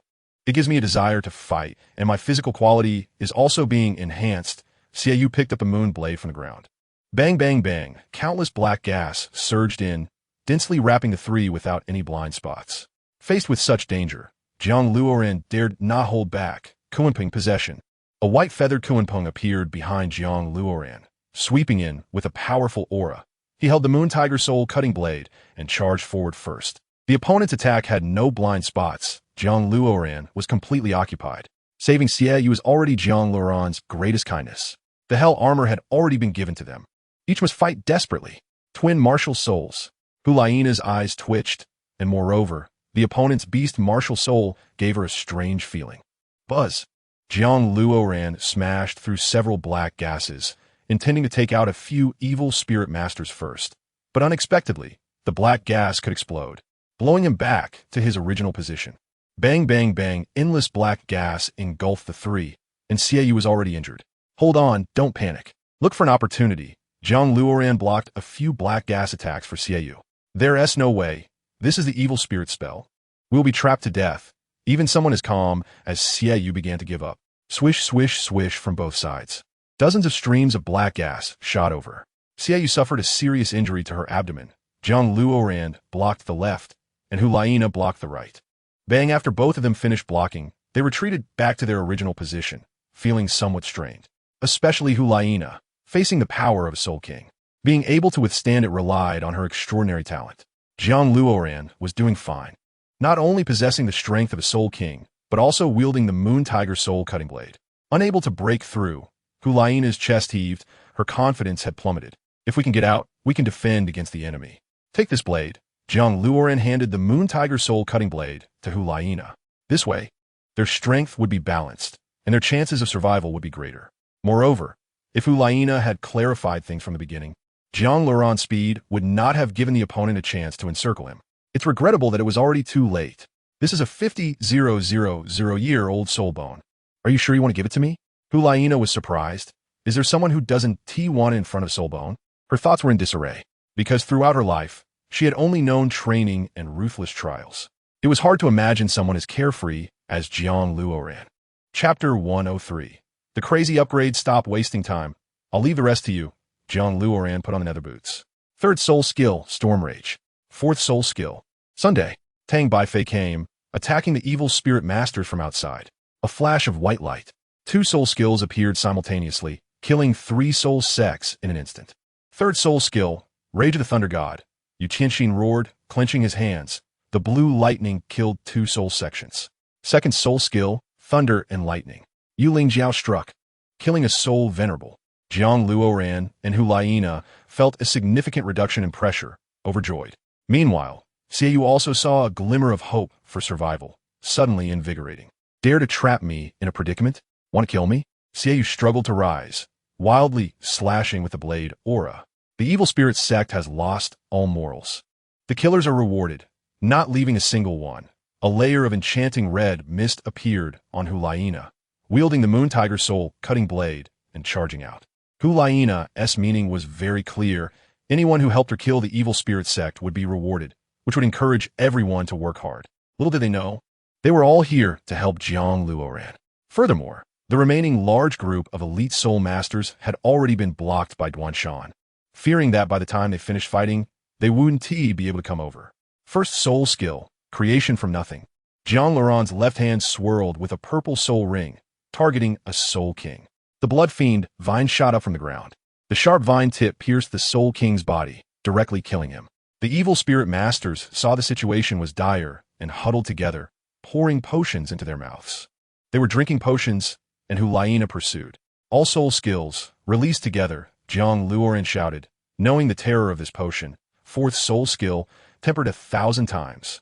Yu Qianxin, fourth soul skill, Blue Lightning Divine Dragon Dash. Yu Lingjiao, second soul skill, Thunder and Lightning. Tang Bai, second soul skill, Sun Crown Wings. The evil moon was injured and temporarily unable to unleash the advanced soul skill. Full Moon. With her martial soul manifested, Hulaina transformed into a charming 9-tailed fox. Wielding the Moon Tiger's soul slashing knife, various attacks surged together, charging towards the evil spirit master. A shocking scene unfolded. At that moment, Jiang Luoran's eyes nearly popped out. The second soul skill, Shield of the 100 Clans. Yu Fengxin transformed into a gigantic blue tortoise, blocking in front of the evil spirit master. Especially surprising was that his soul power had climbed to level 35 and was continuously rising, as if there was no limit. Ha ha ha! One of the evil spirit masters laughed loudly, as if he had seen something exhilarating. This potion is indeed powerful. My strength is continuously rising. Yu Fengxin's eyes turned red, like a bloodthirsty beast. Level 40, level 45, level 50. He was still leveling up like a flood crashing through a dam, unstoppable. Moreover, he had even broken through the soul ring restrictions, which was an incomprehensible method, because a soul master must hunt a soul beast to obtain a soul ring when advancing to the next level. But now, Yu Fengxin had surged to level 56 Soul Emperor. This was simply unbelievable. Boom! The blue tortoise blocked all soul skills, and the turtle shell glowed with intricate patterns. Yu Fengxin, what are you doing? Yu Qianxin shouted in pain, looking at the chaotic Yu Fengxin. Yu Fengxin ignored Yu Qianxin and turned to the evil spirit master behind him, thinking, can I really continue my cultivation from Soul King without dying? That's right. This is our latest potion, which can fully unleash one's potential. The leading evil spirit master threw the empty potion vial to the ground, declaring, our power is back. Jiang Luoran and the others suddenly felt something was off due to the aura and soul power of the evil spirit masters across from them. Suddenly, It became terrifyingly powerful. Among them, the Soul Kings had even transformed into Soul Emperors. Run! Jiang Luoran ordered everyone to retreat. Ha ha ha! Jiang Luoran, you will undoubtedly die. Do you still want to escape? Yu Fengqin descended from the sky, carrying the blue tortoise shell, blocking the path between the caves. At this moment, he felt filled with power and a wild fighting spirit. He even felt capable of taking on 6 opponents alone. Yu Fengqin, don't be tempted. The evil spirit sect is no good, Yu Lingjiao advised. I want this power, not for you. You like strong people, and I am now one of them. Moreover, I took an extra bottle from the elder. This is for you, Yu Fengqin smiled. Yu Lingjiao felt embarrassed and said nothing further. Yu Fengqin, have you lost your mind? What nonsense are you talking about with Lingjiao? Yu Tianxin's eyes sparked with blue lightning. Stop arguing. Yu Fengqin was killed by an elder of the evil spirit sect while trying to slay the leader, Ghost Eye. We are heartbroken, Jiang Luoran said, snatching the Moon Tiger Soul slashing knife from Hu Laina and charging at Yu Fengqin. If we don't kill Yu Fengqin, we will all fall here. Jiang Luoran steeled himself, taking on the sin. How shameless, Jiang Luoran. I've disliked you for a long time. Are you more handsome than me, or do you have more background? What qualifications do you have to make Lingjiao so devoted, huh? Although Yu Fengqin's strength had surged, his basic rationality remained. However, Jiang Luoran didn't waste time talking, finally asking him, will you step aside? No. Yu Fengqin shouted without a second thought. Buzz. The Moon Tiger Soul slashing knife in Jiang Luoran's hand suddenly erupted, waves of heat rising from the blade, making the air feel fervent. Jiang Luoran felt that the Moon Tiger Soul slashing knife was crazily absorbing his soul power, and it was about to drain him completely. It turned out that this Moon Tiger Soul slashing knife could only absorb the energy of soul masters above the Soul King level. No wonder Hu Laina used this ability. Everyone looked at the Moon Tiger Soul slashing knife. It had become the most eye-catching presence here. No one knew why, but the knife exuded a threatening aura. They felt as if they were gazing at the sun. Bang! At that moment, everything around Jiang Luoran turned into a blazing white, and he swung at Yu Fengqin. Whoosh! The Moon Tiger Soul slashing knife seemed to slice through another corner of the world, dragging a fiery arc that carved an indelible black mark. Yu Fengqin regretted it at the last moment, but when he felt Jiang Luoran strike, it was already too late. Because Jiang Luoran's blade was too fast. So fast that his body was split in two before he even realized it. In the end, he looked reluctantly at Yu Lingjiao, still holding a bottle of the new potion. Evil Spirit Technique. This overwhelming soul power crushed everyone's eyelids, growing larger and larger, eventually forming something resembling a black hole. Tianxin and Lingjiao retreated first. Lao Bai carried the evil moon. Jiang Luoran stuffed the Moon Tiger Soul slashing knife back into Hu Laina's hands. Kunpeng manifest. Jiang Luoran closed his eyes tightly, and his hair turned a clean, ethereal white. Next, his eyebrows, body, and face underwent a divine transformation. Whoosh! 2 giant white wings spread out, hanging in midair, blocking everyone. Brother, it's really you, Tang Bai said as he carried the evil moon. For some reason, he always felt that Jiang Luoran's second martial soul had some connection to him. Hu Laina spat out a mouthful of blood, her chest in severe pain, her whole body feeling hot, and her 9 tails involuntarily trembled and grew. Jiang Luoran also felt something was amiss. There was always a sense of mutual attraction with Hu Laina. Martial soul fusion skill. The two looked at each other and simultaneously said this phrase. Chapter 104. The universe and the world. Hu Laina and Jiang Luoran charged rapidly towards the evil spirit masters. The dazzling red light met the holy radiance, 2 different energies mysteriously merging together. The white-feathered Kunpeng detached from Jiang Luoran's body, flying into the air. Under the enchanting red light, the Kunpeng grew larger, gaining a hint of worldly aura. Buzz! Jiang Luoran and Hu Laina merged into the Kunpeng made of white and pink. The Kunpeng's wings spread wide, breaking through the cave, its eyes transforming into charming pink, but devoid of any seductive intent. Instead, it radiated endless divine might. The 9 tails grew out, sweeping across the ground, and the white-feathered wings sliced through the cave at high speed, heading towards the evil spirit masters. Boom! The black magical hole collided with the pink and white Kunpeng, instantly obliterating the space within 3 meters and continuing to expand. On the pink and white Kunpeng, 5 soul rings appeared, purple, black, black, black. Then, Hu Laina's 4 soul rings appeared, yellow, yellow, purple, purple. The 9 soul rings intertwined, wrapping around the Kunpeng, as if they were born from the same root, perfectly coordinated. At the same time, the Kunpeng underwent a tremendous transformation, its body continuously swelling, its aura becoming even more majestic. How is this possible? The evil moon showed a puzzled expression. Hulaina could only use the martial soul fusion skill with him. Unexpectedly, now was being unleashed with an ordinary passerby. This was simply baffling. Has his Douluo continent changed? The so-called martial soul fusion skill not only requires compatible martial souls, but also a deep connection in temperament. How could Jiang Luoran and Hulaina have such a mutual understanding right after meeting? Even if Xiaoyu racked his brains, he couldn't figure out what was going on. Not to mention Xiaoyu, even Hulaina and Jiang Luoran, who were fighting here, didn't understand the situation. The martial souls on both of them inexplicably attracted each other. Such a powerful martial soul fusion skill, its power was still stacking. I have studied martial souls since childhood, yet I can't describe what kind of soul beast it is. Yu Lingjiao was dazzled. Boom! The mountain in the back exploded, and everyone saw Yu Tianheng's pale, cold face, shimmering with layers of sweat. After opening this mountain, Yu Tianheng fell to the ground as if he had died. After seeing Yu Tianheng fall, De Guyan also fainted as if she had been freed from a heavy burden. The elite soul masters rushed in, only to see a pile of corpses on the ground, along with the collapsed cave ahead and the rampant soul power energy. Where's the evil spirit master? Where's the saintess? Feng Xiaodian observed the surroundings. Who sealed off the road just now? Almost killed me. The crowd of soul masters began to chatter. The saintess was fighting to the death with the last remnants of the evil spirit sect. And Xiaoyu pointed to a giant Kunpeng in the distance. What is that? A soul beast? 1,000,000 years old? Why is it so big? My God, what is that over there? It's pitch black. This is an evil spirit technique, a common method of the evil spirit sect. The greatest advantage of this soul skill is that it can embody countless powers in one. Boom! The Kunpeng slowly became ethereal, and the black hole suddenly disappeared. Jiang Luoran supported Hulaina, wielding the Moon Tiger soul-cutting blade, and chopped down 3 dying evil spirit masters before stopping. In this battle, the evil spirit sect was completely annihilated. Can you still do it? Jiang Luoran pushed Hulaina. Although he said Hulaina couldn't do it, he himself was still dazed and his mind was foggy. How did your soul ring absorb? How can there be someone like you in this world? Even though Hulaina was about to faint, she still held on to ask. It's innate, don't think about it. Jiang Luoran directly made the other party give up such thoughts.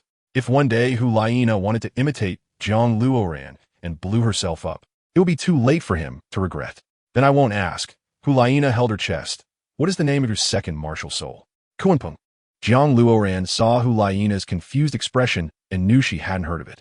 Indeed, she had never heard of it, but from various performances, it was an extreme beast martial soul, very powerful. The reason Hulaina said it was very powerful was that she knew Jiang Luoran hadn't added any soul rings to the Kunpeng martial soul. Even without any soul ring enhancement, the Kunpeng could still unleash such powerful strength. It was thought-provoking. This knife will be given to you, after all. You can't go back empty-handed, right? Jiang Luoran let Hulaina put it away. Well then, we will use it together. We can exchange it when needed. Hulaina was not a shy person. Moreover, she really needed to take a knife back to report. No need to be polite. Since we've already used the martial soul fusion skill, I no longer treat you as an outsider. Jiang Luoran waved generously. Of course, he didn't mean to be frivolous toward Hulaina, but meant that being able to use the martial soul fusion skill together surely indicated a mutual understanding. If there is a mutual understanding, the other party wouldn't betray oneself at the very least. It was like having the best of friends. Although most of those who could use martial soul fusion skills on Douluo continent ended up becoming couples, and the probability of these people becoming couples was also high, Jiang Luoran wouldn't bring it up so early. Hulaina's face turned red, clearly misunderstanding Jiang Luoran's meaning. This matter, let me observe it a bit longer. What should we call our martial soul fusion skill? Jiang Luoran had a moment of clarity, thinking that Hulaina's mention of observation was about the matter he had entrusted her to investigate regarding his origins. So he came here for nothing, and she still hadn't found the answer. She still needed to observe? Then I'll trouble you. As for the name of the martial soul fusion skill, how about heaven and earth for thousands of miles? Jiang Luoran was also stunned. How difficult must it be to trace his family's history that even the spirit hall needed such a long time? Hulaina didn't consider the matter Jiang Luoran had entrusted her with, as various shocks had left her feeling somewhat muddled. This matter is not a trouble. The name of the martial soul fusion skill is very good. I like it.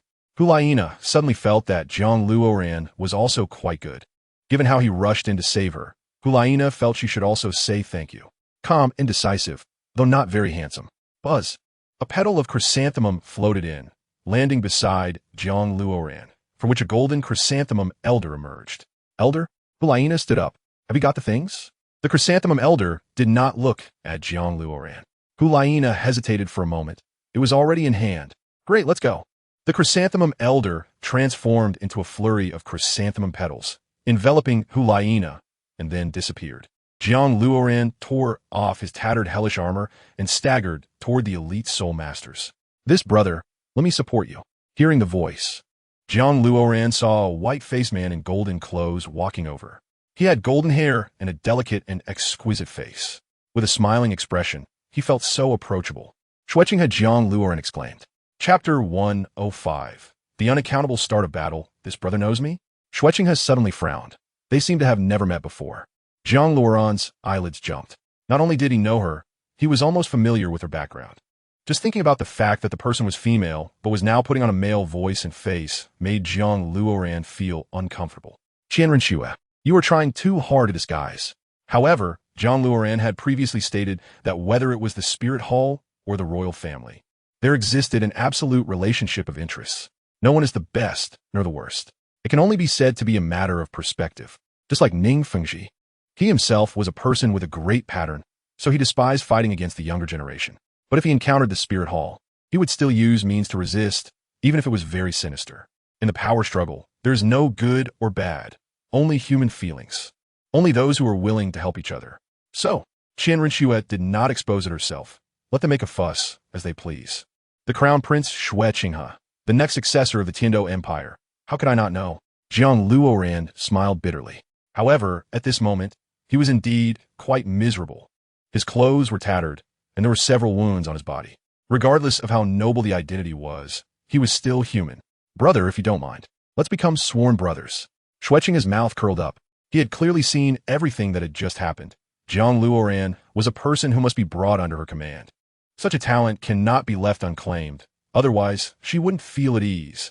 I consider myself lowly. Jiang Luoran's face darkened. The other party wanted to become sworn brothers? With such a status, making such a request, if he refused, this is obviously disdain. Absolutely. There's no choice. Jiang Luoran can only respond forcefully. He has little interest in Qianrenxue, yet insists on becoming sworn brothers. What a contrast. It seems my brother is disdainful of me and doesn't want to make an oath. Shueqing's tone is sincere, neither angry nor excited. How about? We swear to heaven and earth. I actually quite like you. Jiang Luoran reveals a wicked smile. Disgusting. Let's see how you respond to that. Jiang Luoran always understands one thing. If he can't answer the other person's disgusting question, he should bring up a topic that will make them feel even more disgusted. Being good friends is fine by Jiang Luoran, who would mind having a very beautiful female brother. But the problem is, Qianrenxue wants to drag him into the power struggle. This, Jiang Luoran will not agree to. What? What did you say? Shueqing's brain almost couldn't process it. He nearly vomited. He almost spat in the other person's face, considering he knew he was a woman, or he might have really thrown up. Unexpectedly, the brother's taste is different from ordinary people. Shueqing's face turned red, and his breathing became rapid. Jiang Luoran generously draped his arm over Shueqing's shoulder and leaned closer to his face. Think about it. What's so good about being brothers? Why not just become husband and wife? Wouldn't that be better? Fortunately, Jiang Luoran also knows the other party's true identity is female. Otherwise, he would have to throw up too. This is simply a clash between actors. Seeing Jiang Luoran's invasive gaze, Shueqing took a few steps back, or else Jiang Luoran would have kissed her. What's wrong with being my brother? When I rise to power, I will bestow upon you the title of Imperial Teacher. One person below all, from now on, your status will be noble, revered as supreme. Shueqing stood with his hands behind his back, already channeling soul power. Jiang Luoran. If he can be collected, then collect him.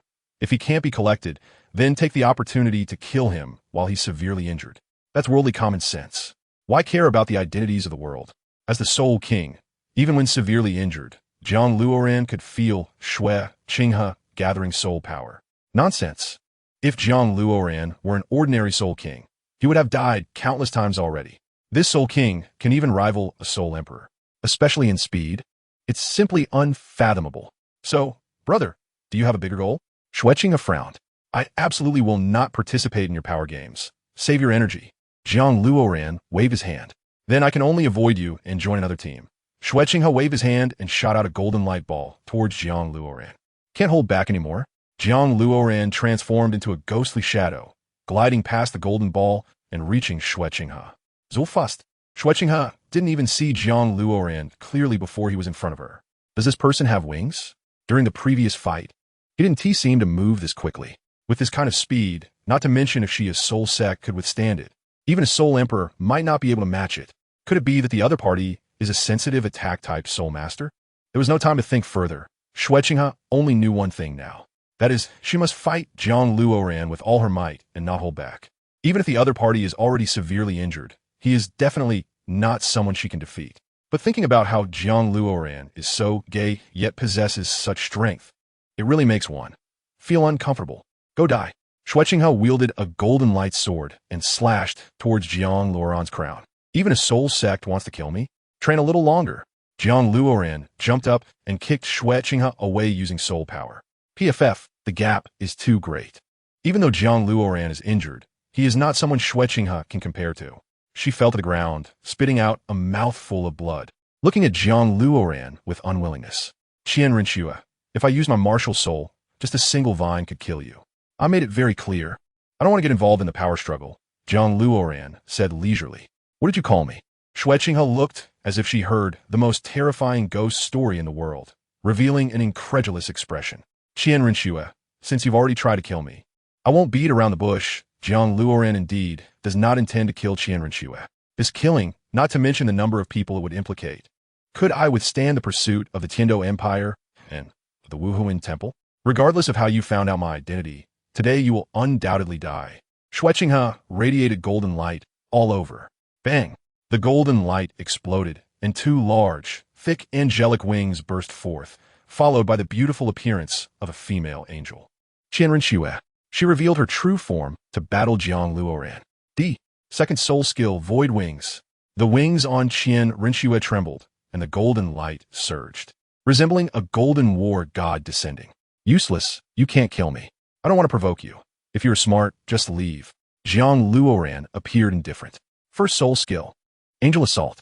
Qianren raised the angelic light, sword high, and two yellow soul rings emerged. Whoosh! Qianren transformed into a sharp golden light charging forward, seemingly wanting to cut Jiang Luoran in half. Bloodthirsty Vine. Jiang Luoran grabbed a purple-pink bloodthirsty vine and whipped it towards the golden light. Bang! Chapter 106. Complete defeat. Bang! A loud thud echoed. The golden light instantly collapsed, leaving behind trails of golden brilliance on the ground. Qianren was defeated in one move, directly falling from the sky. It was only because she had the additional state of the second soul skill, Void Wings, that she wasn't injured. After just one strike, Qianren's worldview was shattered. How strong is the opponent? It's simply outrageous. Whoosh, whoosh, whoosh. Three streams of sword light shot towards Jiang Luoran's head, unerringly striking. First soul skill, creating something from nothing. A purple soul ring emerged from Jiang Luoran's fingertip, releasing a stream of purple gas.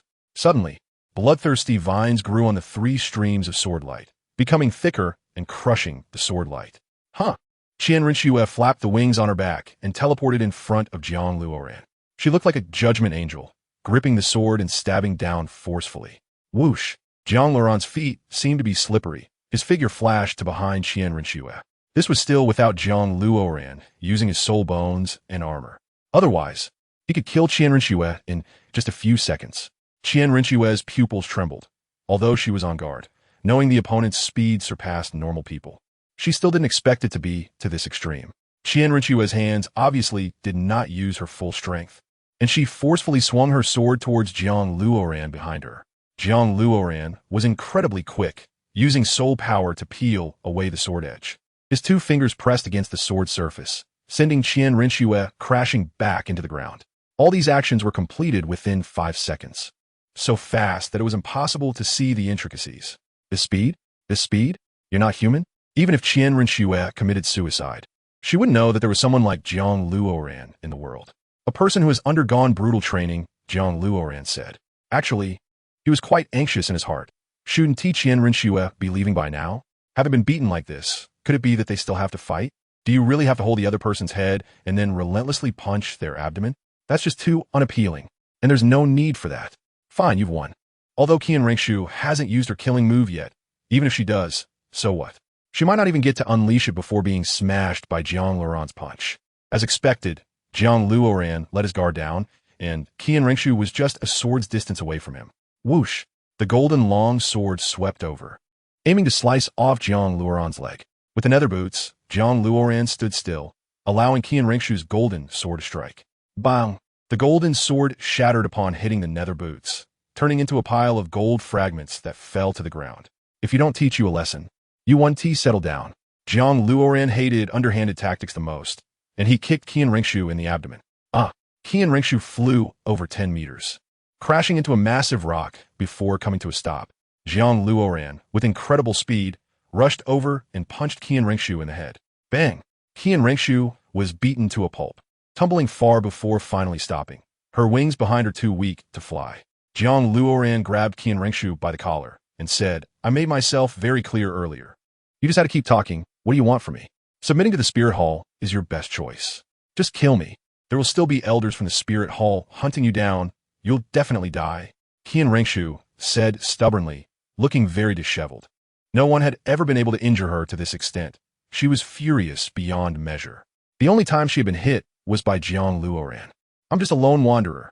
Are you trying to tie me to the Spirit Hall? Can I promise not to join any forces or factions? Jiang Luoran raised 3 fingers. Are you sure? Qian Rinxue suddenly froze. Do you really think you can let go of worldly riches? I'll be leaving soon anyway. Who cares about your conflicts? Do whatever you want, Jiang Luoran said casually. If that's the case, then fine.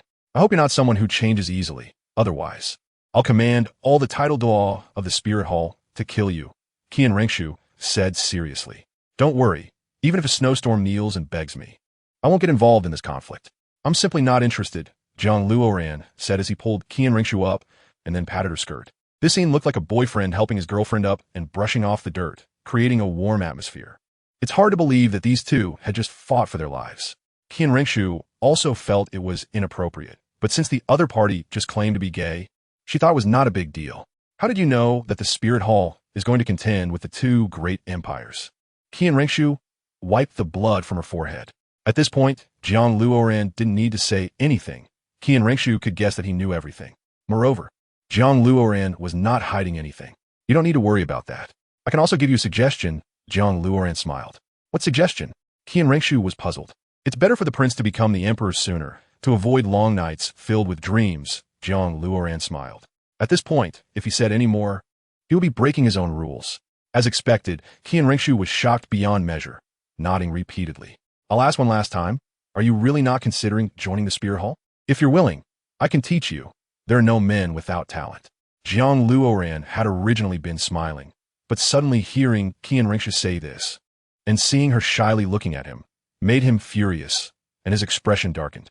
Get lost. Qian Rinxue didn't stay any longer, not knowing how she had angered Jiang Luoran, desperately flapping her wings to escape. It was infuriating. Did she take me for that kind of person? Jiang Luoran was furious and regretted being too lenient earlier. He had been watching for quite a while. Come out. Jiang Luoran had long since someone was spying, and they were not weak. Bro, I saw you on a date just now, so I didn't disturb you. Tang Bai walked over with a smile. Are you also from the Spirit Hall? Jiang Luoran asked. Yeah. Tang Bai smiled gently. You have a unique taste. Why not go for such a good girl? Stop talking nonsense and leave quickly, Jiang Luoran said impatiently. Tang Bai's overly familiar demeanor made him very uncomfortable, as if everything was being seen through. You seem to be a sensible person. Why is your temper so bad? Do you know it affects your cultivation? Tang Bai summoned his martial soul and flew into the sky. Take care. If you run into trouble, you can come to the Spirit Hall to find me. My name is Tang Bai. Seeing Tang Bai fly away, Jiang Luoran said nothing and headed toward a group of elite soul masters. It must be said that the Spirit Hall was being extremely cautious now. They were preparing for the most critical moment and couldn't allow any changes to occur. Little did they know, their greatest threat was Tang San. Thinking of this made JiangLuoran's head ache. As for killing you, Finken, Jiang Luoran still felt some guilt. After all, she was just an innocent child. Moreover, she had good potential. If she were to grow up, she could very well become the next Yu Qianeng. Chapter 107. First collision in the Death Canyon. A sealed area of the Spirit Hall. Salus walked alone in his old man's shoes. I wish you success in killing the demonic enemy. The Spirit Hall will report to the royal family, to your academies, and to your families. Everyone will remember your honor. For the fallen geniuses, I express my condolences. The Spirit Hall will provide due compensation to their families. Upon hearing the first half of the sentence, everyone was in high spirits, but the latter half brought them down. Some elite academies were even completely wiped out, and some died in a horrific manner. Although they had prepared themselves mentally for this, when it actually happened, there was still an indescribable sensation in their chests. Some had already fled, like the leading avalanche. Everyone saw that avalanche was taken away by a group of knights in golden armor. Counting them, there must be at least a whole platoon. Everyone along the way sighed. No wonder he's just a prince and not a crown prince. Who would dare to give him power with that temperament? Shueqinghe was at the front, and the knight group couldn't stop them. The group praised, claiming that the empire's future wasn't too bleak. This first attack belonged to our Spirit Hall's saintess, Hulaina. However, she is heavily injured and needs to recuperate, so she cannot come here, Salus said with a slight smile. This statement choked everyone up, as there was no way to refute it. Hulaina and Xiaoyu had charged into the cave. They were still killing the second wave of evil spirit masters. Moreover, the final battle was also left to them. These people had only killed 3 waves of enemies, and the truly dangerous foes were all dealt with by Hulaina and Xiaoyu. However, some were relieved because if they had gone up, their lives would have been in danger. The second one was Jiang Luoran from the Blue Lightning Tyrant Dragon family. Salus smiled, because the Pope had instructed that this person must be brought into the Spirit Hall. It has to be done. From the Blue Lightning Tyrant Dragon family. How can the surname be Jiang Ha? Did he marry in? How bizarre, I've never heard of this character, and to be considered the second attacker. He must not be an ordinary person. Jiang Luoran awkwardly smiled. He didn't care about the first attack. He just wanted to finish quickly. Those empty titles were fine for play, but if taken seriously, they would lead to nothing. Let it go with the wind. What was frustrating was that Salus claimed that a second-class merit could earn 10,000 gold soul coins, along with the right to enter the Spirit Hall at will. In other words, this was giving Jiang Luoran a backdoor. As long as he was willing to enter, the Spirit Hall would cultivate him vigorously. There was no choice. Jiang Luoran had to go on stage to receive the award. Salus shook hands with Jiang Luoran, noting that this young brother had such extraordinary talent and a refreshing appearance. Clearly a great talent. No wonder he could use the martial soul fusion technique with my holy maiden. In Salus's view, being able to perform the martial soul fusion technique meant that the martial soul and personality were in sync. This meant that Jiang Luoran would definitely stay in the Spirit Hall because of Hulaina. With the martial soul fusion technique, these two couldn't be separated. Jiang Luoran was somewhat surprised and said that the bishop was overpraising him. He still needed to hone his skills and was far from being qualified. Humble. Salus. The old man naturally liked someone to bow their head in front of him. Moreover, this was a man with the potential to accompany the Holy Maiden for a lifetime. His mood was extremely pleasant. All right, let's go to the Spirit Hall to meet the Pope. Salus held Jiang Luoran tightly, not letting go. I'm afraid not right now. I have decided to go train alone.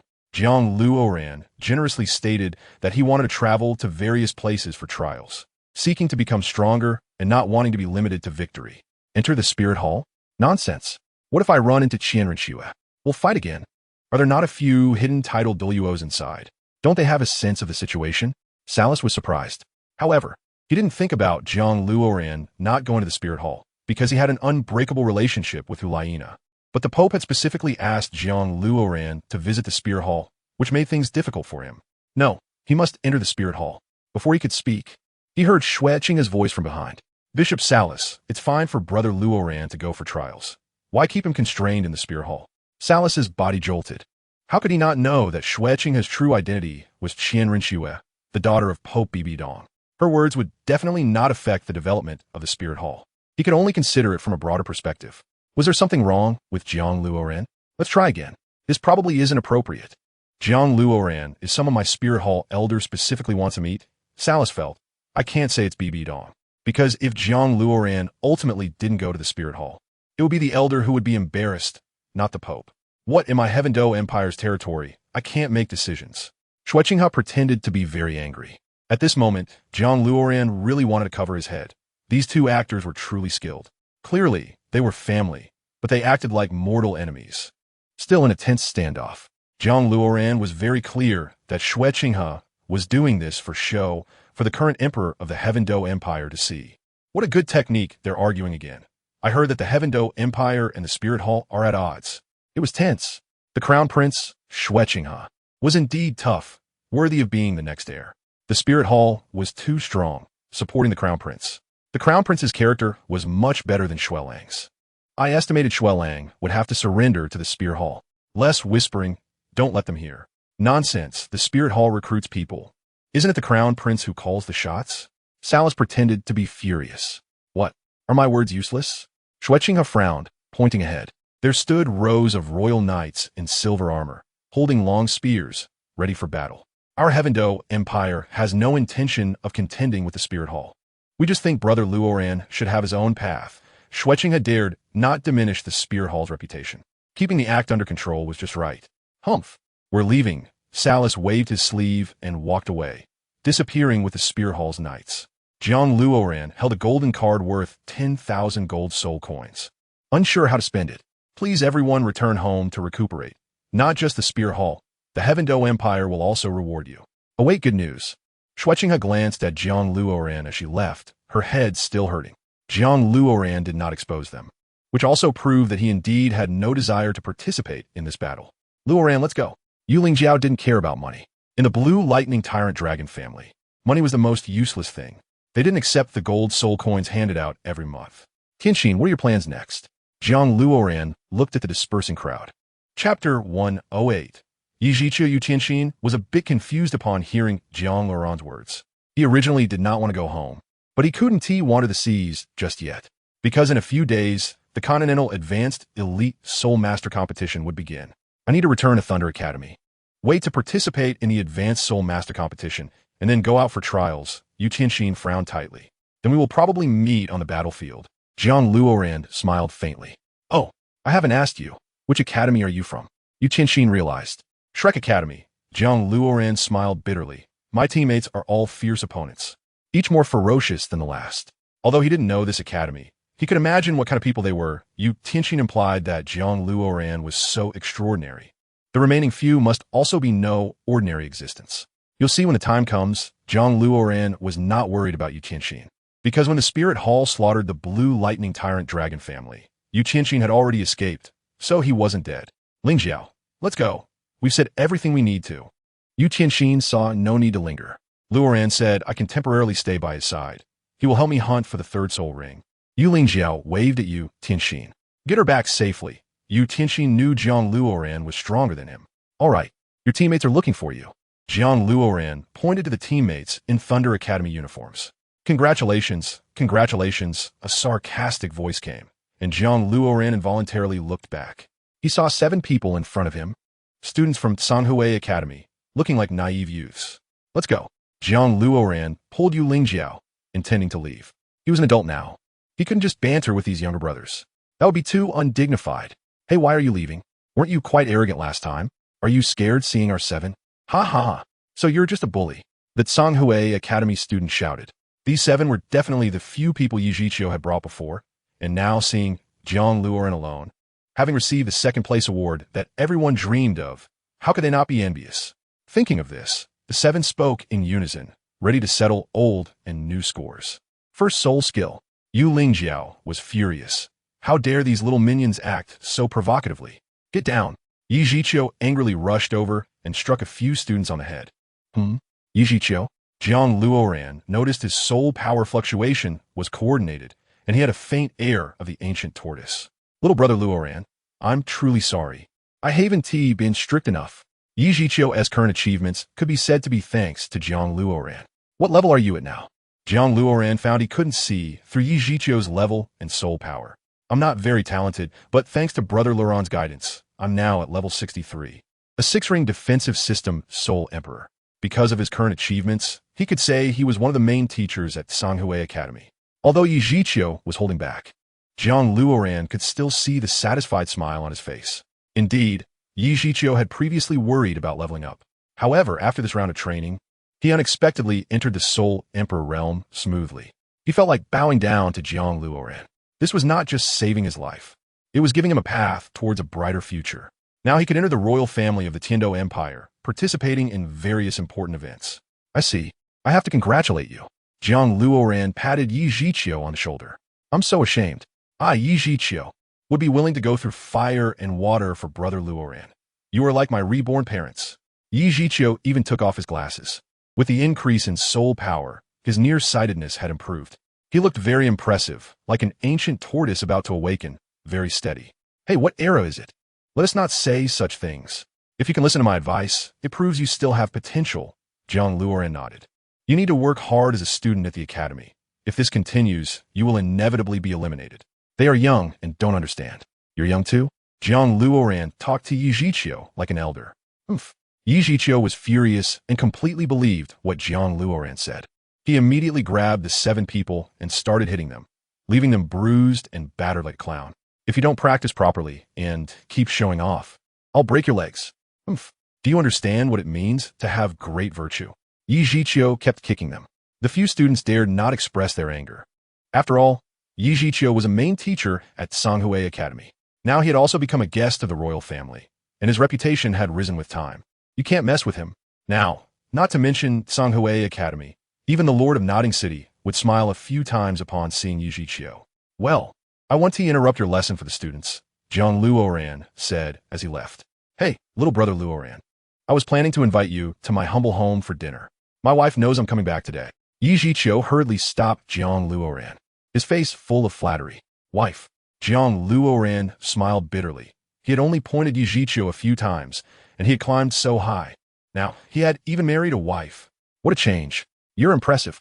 Jiang Luoran ignored Yi Zhiqiu and walked away with Yulingjiao. Yi Zhiqiu knelt down for Brother Luoran. Yi Zhiqiu did not care whether Jiang Luoran needed it or not, and bowed in the direction Jiang Luoran had left. Teacher, teacher. He is already far away. The students behind helped Yi Zhiqiu up. You guys, after Brother Luoran's guidance, it's like receiving the decree of a Title Douluo. How dare you offend the Holy Majesty? Watch me beat you to death today. Yi Zhiqiu kicked everyone away and started beating them. Yulingjiao sensed the cries of pain coming from behind. Brother Luoran, is that a soul emperor? Has he guided you too? Then you should guide me as well. Yulingjiao had caught on to the general idea. Your situation is different. You are a blue lightning tyrant dragon. I can't guide you much. If I were to say something, it would be to combine hardness and softness, Jiang Luoran said. Combine hardness and softness? Yulingjiao pondered. She felt she had heard this phrase somewhere before, but couldn't quite recall. Let us go to the soul-fighting great forest and help you hunt for your 3rd soul ring. Jiang Luoran planned to walk there. Well, they could also train a bit. Additionally, he needed to reach the Soul Emperor realm. The opponents were too strong, not to mention Title Douluo. Even Soul Douluo Jiling could crush him. Jiang Luoran vaguely felt that through this trial, he might have a chance to reach the Soul Emperor realm. If it didn't work out, he could just train in the soul-fighting great forest, fighting day and night, and he would surely find an opportunity for a breakthrough. With that, he could soar into the sky and become a Soul Emperor. Chapter 109. Redemption. Heading north all the way, Jiang Luoran and Yulingjiao arrived at Silvis. Still some distance from the soul-fighting great forest. First, let us eat, then we'll go to the auction house to buy a soul guide device. To enter the soul-fighting great forest, we need to prepare some supplies. Jiang Luoran didn't have a soul guide device with storage space, so he could only try his luck at the auction house. Otherwise, carrying a bunch of stuff into the soul-fighting great forest with Yulingjiao would be too tiring. Having so much useless money on hand, it was better to make use of it. Their meals along the way were all top-notch. They ate to their heart's content.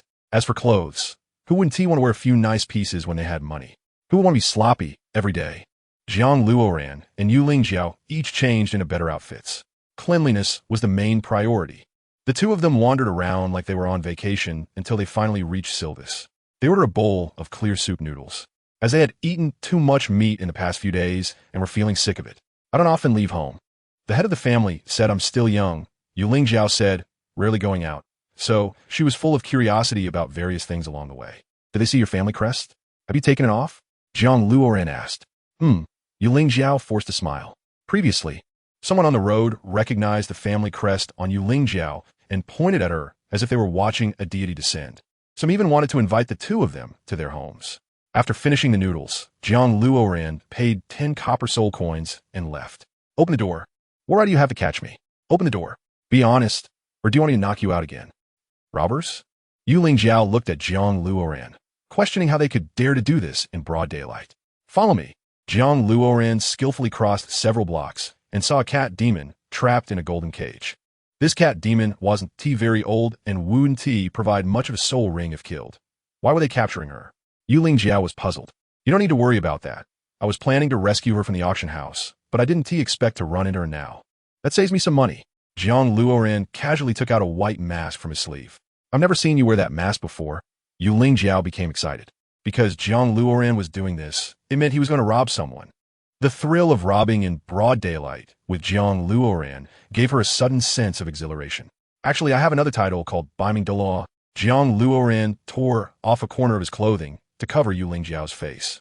Beiming Douluo? Yu Lingjiao was astonished. Who would directly claim to be a Title Douluo? The key was that the other party hadn't reached level 90. Jiang Luoran stepped out alone, walking calmly as if he were a seasoned veteran, ready to intercept. If we must resort to violence, then just stand still. Don't move, we are the Soul Kings. Be careful. Yu Lingjiao is probably talking nonsense because it's her first time. She might even be a bit tangled up. Quickly hand over all your money. And the armor you're wearing, yes, even your underwear. After we go back, you can't tell anyone it was us who intercepted you, including not reporting it to the Spirit Hall. Just say you don't know. Jiang Luoran's face turned dark, and he quickly covered Yu Lingjiao's mouth. This is not a robbery. It looks more like insanity. Soul King. Soul King. It must be fake. Don't believe it. Would a Soul King really stoop to robbing for a living? Gentlemen, there's just a cat demon in this carriage. It's not something valuable. I don't think you would want this cat demon. The leading guard's meaning was clear, thinking that Jiang Luoran and Yu Lingjiao were a couple. So this cat demon was naturally unnecessary. Not only unnecessary, but it might also cause entanglements. Jiang Luoran said no more and kicked the leading guard away, angrily shouting, "Get lost if you know what's good for you. This is 1,000 gold soul coins, enough to buy it at full price, so you can report back." Jiang Luoran tossed aside 1,000 gold soul coins. It seemed very generous, but Jiang Luoran knew how much he saved. The cat demon entered the scene, and several forces were making money off it, driving the price up rapidly.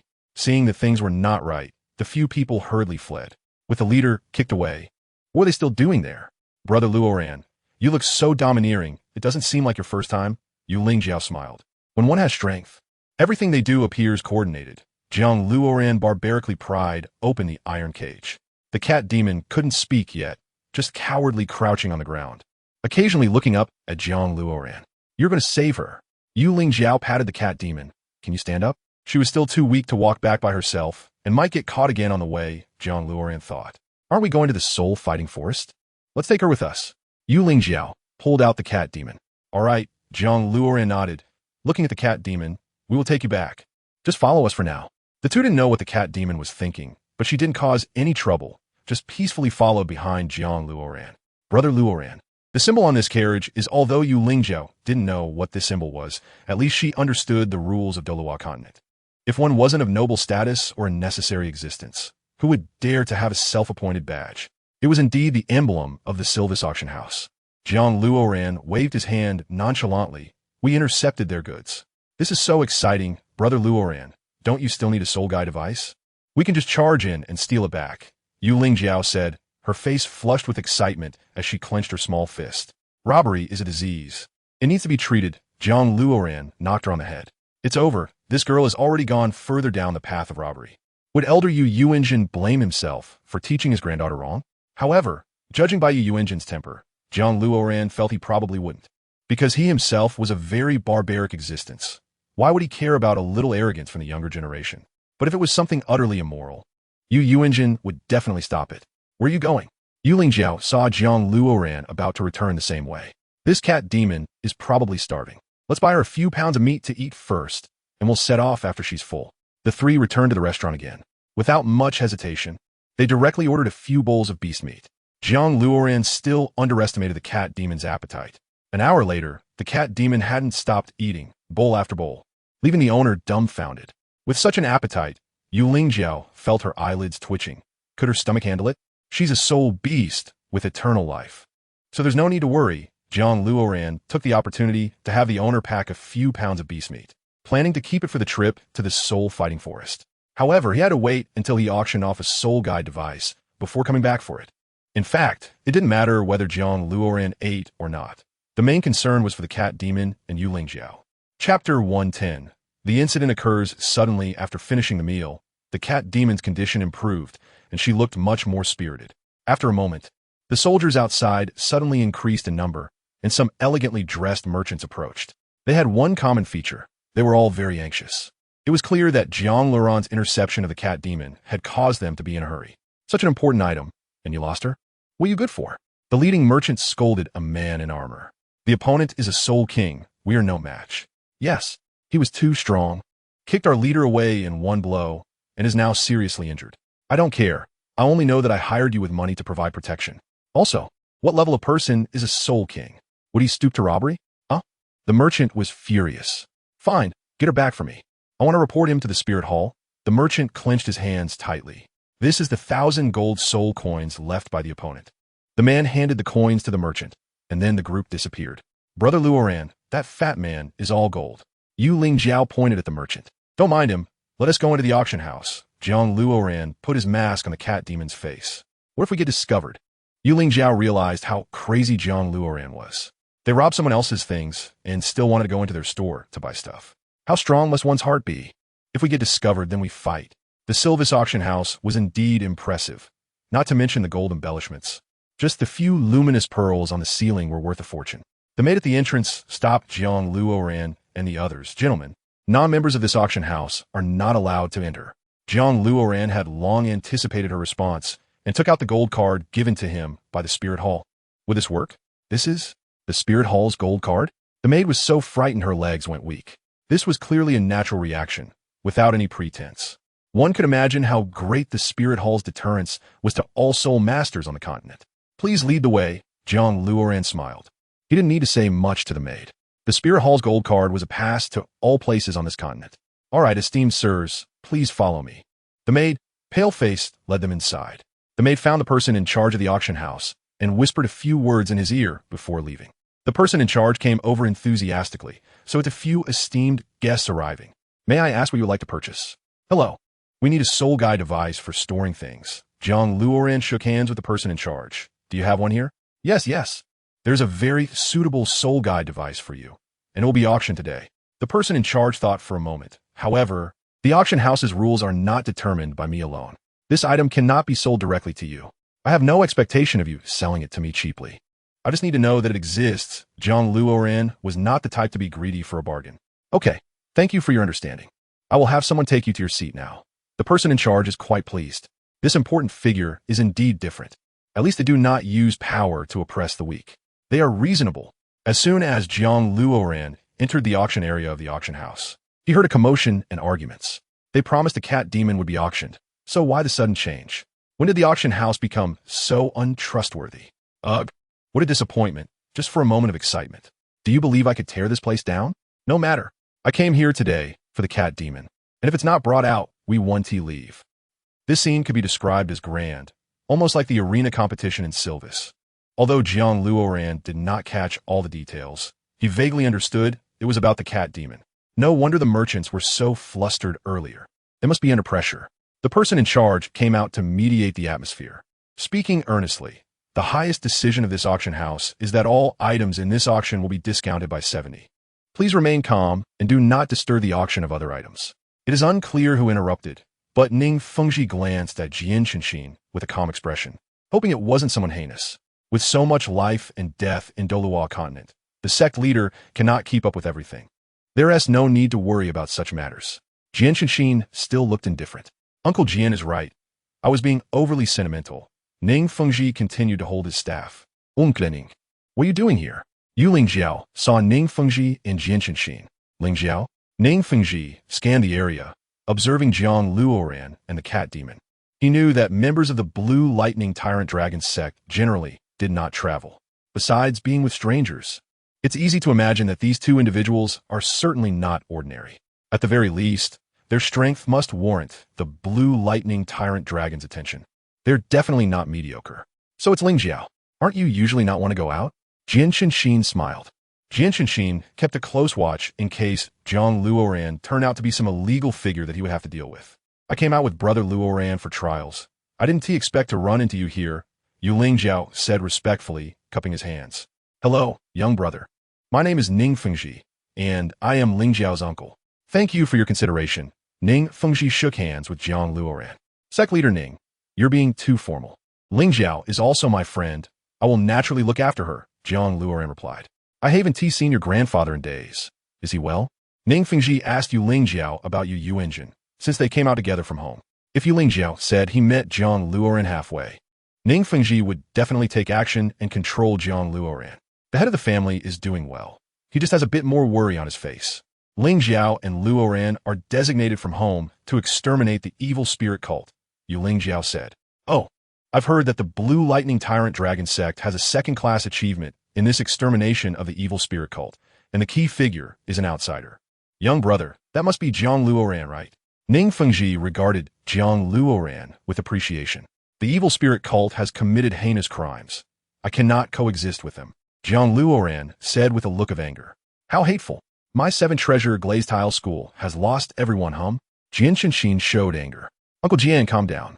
Entering such places is like walking on a tightrope. We had anticipated this kind of outcome. Ning Fengji was rather open-minded about it. Besides, the 7-treasure glazed tile school did not send out their most powerful soul masters. Battle soul masters are the weakest for the 7-treasure glazed tile school.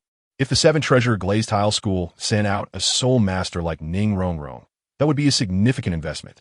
One must know that a soul master with the 7-treasure glazed tile tower on the battlefield is an immense asset. Ning Fengji wouldn't dare and also couldn't bear to. Chapter 111. The extremely clever monthly ticket reward, handshake. Fengji, you are right. We send our disciples out to let them experience life and death. Now that they are all gone, who can we blame? Sighed Jian Qinshin showed a look of melancholy. Jiang Luoran's cheeks twitched. Jian Qinshin was boasting. If Ning Rongrong died on the battlefield, he would probably dig up graves at the evil spirit cult. Then he would bombard the ground. If he went crazy, who knows, there's a saying that goes, what is not important is not to be heartbroken. Brother Luoran, if it's convenient, can you tell me the situation regarding a few disciples in our sect? Ning Fengji's expression was calm. One could tell he was someone with a grand vision. Otherwise, why would even Tang Hao say that Ning Fengji is a prodigy not seen in 100 years? If it weren't for the 7-treasure glazed tile tower suppressing his level, he would probably be a Title Douluo by now. Perhaps if Ning Fengji became a Title Douluo, he would be the one coveting Douluo continent. Who doesn't have the ambition to swallow the world? Several senior brothers from the 7-treasure glazed tile school fought bravely and bled on the front lines. One could say that half of the reason for breaking through the enemy's path was because of them. Jiang Luoran was not lying. Once the battle began, several men from the 7-treasure glazed tile school charged in like wild horses, their determination akin to seeing a sorrowful person. At first, it even left Jiang Luoran stunned. Did the brains of the people from the 7-treasure glazed tile school grow on Ning Fengji? Although Yu Tianheng also fought hard, he had solid strength, which is why he didn't fall on the spot. They, on the other hand, were outmatched, but were even more ferocious than Yu Tianheng, almost pressing their faces against the opponents. After several waves of battle, these few were killed on the spot, their deaths brutal. I knew Ning Tian and the others were good men. Ning Fengji looked at Jiang Luoran with a strange expression, as if he knew everything.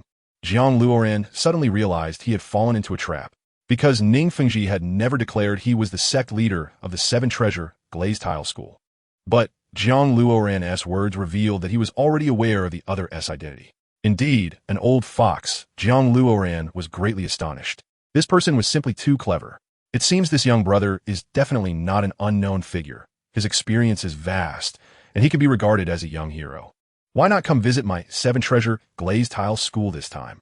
Ning Fengji kindly invited. We still have trials to undergo. We will definitely visit when we have the chance.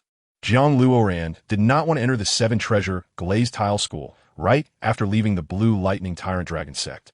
That would be too flattering. The key is that he still needs to cultivate and has no time to mess around with them. When is this opportunity? Our sect leader is inviting you as a guest, not to capture you. What is there to worry about? Jian Qinshin frowned. Jiang Luoran conceded. The other party was a Title Douluo, and he was strong, so what he said made sense. But he couldn't just let himself be slaughtered. Uncle Jian, it's great that you understood the importance of cultivation at a young age. You will certainly become a pillar of our empire in the future. And the empire will be proud of you too. Ning Fengji waved his hand. The auction is about to begin. If Ling Jiao wants to buy something, Uncle Ning will buy it for you. Ning Fengji smiled. Ling Jiao didn't have much she wanted to buy. She just needed a soul guide for storing goods. Thank you for your trouble, sect leader Ning. Jiang Luoran didn't want you Ling Jiao to own Ning Fengji a favor. The way of heaven. You Ling Jiao's future achievements. This is the purest blue lightning tyrant dragon. In case Ning Fengji employs any tricks, with this little girl's wits, she definitely won't be able to outsmart him. Moreover, Yu Ling Jiao, as a young lady from a wealthy family, has no shortage of anything. A soul guide device? Ning Fengji stroked his chin. I'll auction off one for you. What's wrong? Are you not happy about it? Truly arrogant. The more Jian Chuxin watched Jiang Luoran, the more displeased he felt. No. Then thank you, Sect Master Ning. Jiang Luoran cupped his hands. It's better to follow orders than to refuse. If he declined again, it would seem like he was rejecting the other party. Jian Chuxin might just jump over to hit someone. Due to an unexpected event, all items in the auction house are now at a 30% discount. This led to dramatic bidding. Although 30 off isn't a huge discount, this is the Silvis auction house. A 30% discount here is equivalent to a severe loss. One could see the auctioneer below. His face darkened. Blood coral, starting bid, 500 gold soul coins. The auctioneer slowly presented a golden plate. 500 gold soul coins, I want it. 550, don't compete with me. 600, I have enough money. Is there anyone else competing with me? The blood coral was finally sold for 1,000 gold soul coins. Ladies and gentlemen, please look at the next item. The auctioneer clapped his hands and asked the maid to bring it out. This is a garment made from 10,000-year-old dream, ice, silkworm silk. After testing, it is waterproof, fireproof, and lightning-proof, but can still cause harm if overloaded. Starting bid, 3,000 gold soul coins. The auctioneer dropped the hammer. Dream ice silkworm silk? My goodness, I want this piece of clothing. 4,000 gold soul coins. Good stuff. 500 gold soul coins. 700. Don't compete with me. 6,000 gold soul coins. Does anyone have any objections? You're not playing by the rules. Dream brother. Is that you? Jiang Luoran was astonished. The current dream ice silkworm is only about 10,000 years old, right? Could it be that the plump little worm was caught? But considering its cleverness, escaping shouldn't be an issue. That said, 10,000 years ago, Douluo continent was far too normal. Just look at the items up for auction, all soul guide devices, and the like. At most, there were clothes made from soul beasts. Thinking about the Douluo continent 10,000 years later, soul bones are sold like candy, unlike now where everyone fights fiercely over a single soul bone. Even backstabbing happens quite often. The Snow Empress was still sold off. This is simply outrageous. Honestly, the natural ecology is too resilient. Right? And then there's Hui Yuhao. That big shot is simply not to be trifled with. Whoever provokes him can wait to die. 10 million-year soul rings can unleash a light wave that could easily kill a god. Jiang Luoran could now imagine the fate of Dai Huabin. Saying it was tragic would be an understatement. At this point, the garment made of dream ice silkworm silk had already been auctioned off for 10,000 gold soul coins. The next item is a soul guide device with a storage capacity of 10 cubic meters. It can store anything, but the condition is that it must be inanimate. It's very suitable for soul masters going out for trials. Starting bid, 1,000 gold soul coins. The auctioneer glanced at Jiang Luoran and smiled slightly. A maid approached with a golden plate, on which lay a black bracelet. The black diamond above the bracelet possesses 10 cubic meters of storage space. This thing is not lacking at home, and besides, it's not practical. I don't want it. Let us wait for the next item. Storage soul guide device? Who would want something like this? No one wants it. In 5 seconds, I will withdraw it. The auctioneer was puzzled. 1,000 gold soul coins. Just give it to me. 100. A flat price of 2,000 gold soul coins. If no one is competing, just give it to me. Ning Fengji tapped his cane. Chapter 112. 100 without taboos. Monthly ticket rewards. Handshake. 2,000 gold soul coins to buy a soul guide device. And it's the storage type. This person is either a fool or just has too much money to burn. Many people looked up at Ning Fengji, their expressions dumbfounded. Does the 7 treasure glazed tile school lack a soul guide device? All right, 2,000 gold soul coins. The auctioneer confirmed with a hammer, allowing the maid and Ning Fengji's attendant to trade directly. This is the privilege of the 7 treasure glazed tile school. Thank you, Sect Master Ning. Jiang Luoran expressed his gratitude. No problem, if you don't mind. Just call me Uncle Ning. Ning Fengji's eyes were very kind, and he never asked who this girl was. The cat demon stepped back a bit, looking quite flustered. Fortunately, she was wearing a mask, so no one became suspicious. She is a cat demon I intercepted midway. Once we reach the Soul Fight Forest, I will let her go. When dealing with someone like Ning Fengji, it's best to speak frankly. Why bother with so many flowery lies? Isn't it tiring? Oh, Ning Fengji was momentarily taken aback, so that is how it is. Being saved by the little brother is indeed a blessing for her. Ning Fengji was not frightened by the identity of the cat demon. What scared him was Jiang Luoran. According to reliable information, the man who kidnapped the cat demon is a soul king. Although soul kings are not rare in this world, they are definitely not too common. Moreover, it's a soul king of Jiang Luoran's age. Compared to Ning Fengji's contemplation, Jian Xuxin's inquiry was sharper and more decisive. What? You say you were the one who kidnapped her? Jian Xuxin stepped forward. You're only about 18 years old. How could you be a soul king? Sect Master Ning. This is the soul guide device you auctioned off. A maid approached with a golden plate, rather unceremoniously. Ning Fengji pointed at Jiang Luoran. It's a gift for you. Thank you. Jiang Luoran quickly took the soul guide device and put it on his wrist. The soul guide device can automatically enlarge or shrink to follow the user's body. The cat demon curiously leaned on Jiang Luoran's shoulder, admiring the soul guide device. Tail. The maid saw the cat demon's yellow tail, dropped the golden plate, and fell to the ground. Everyone in the auction house turned to look here, not knowing what was happening. Isn't that a cat demon? What is going on with the auction house today? Don't they want to sell to us? What is happening? How did the cat demon end up here?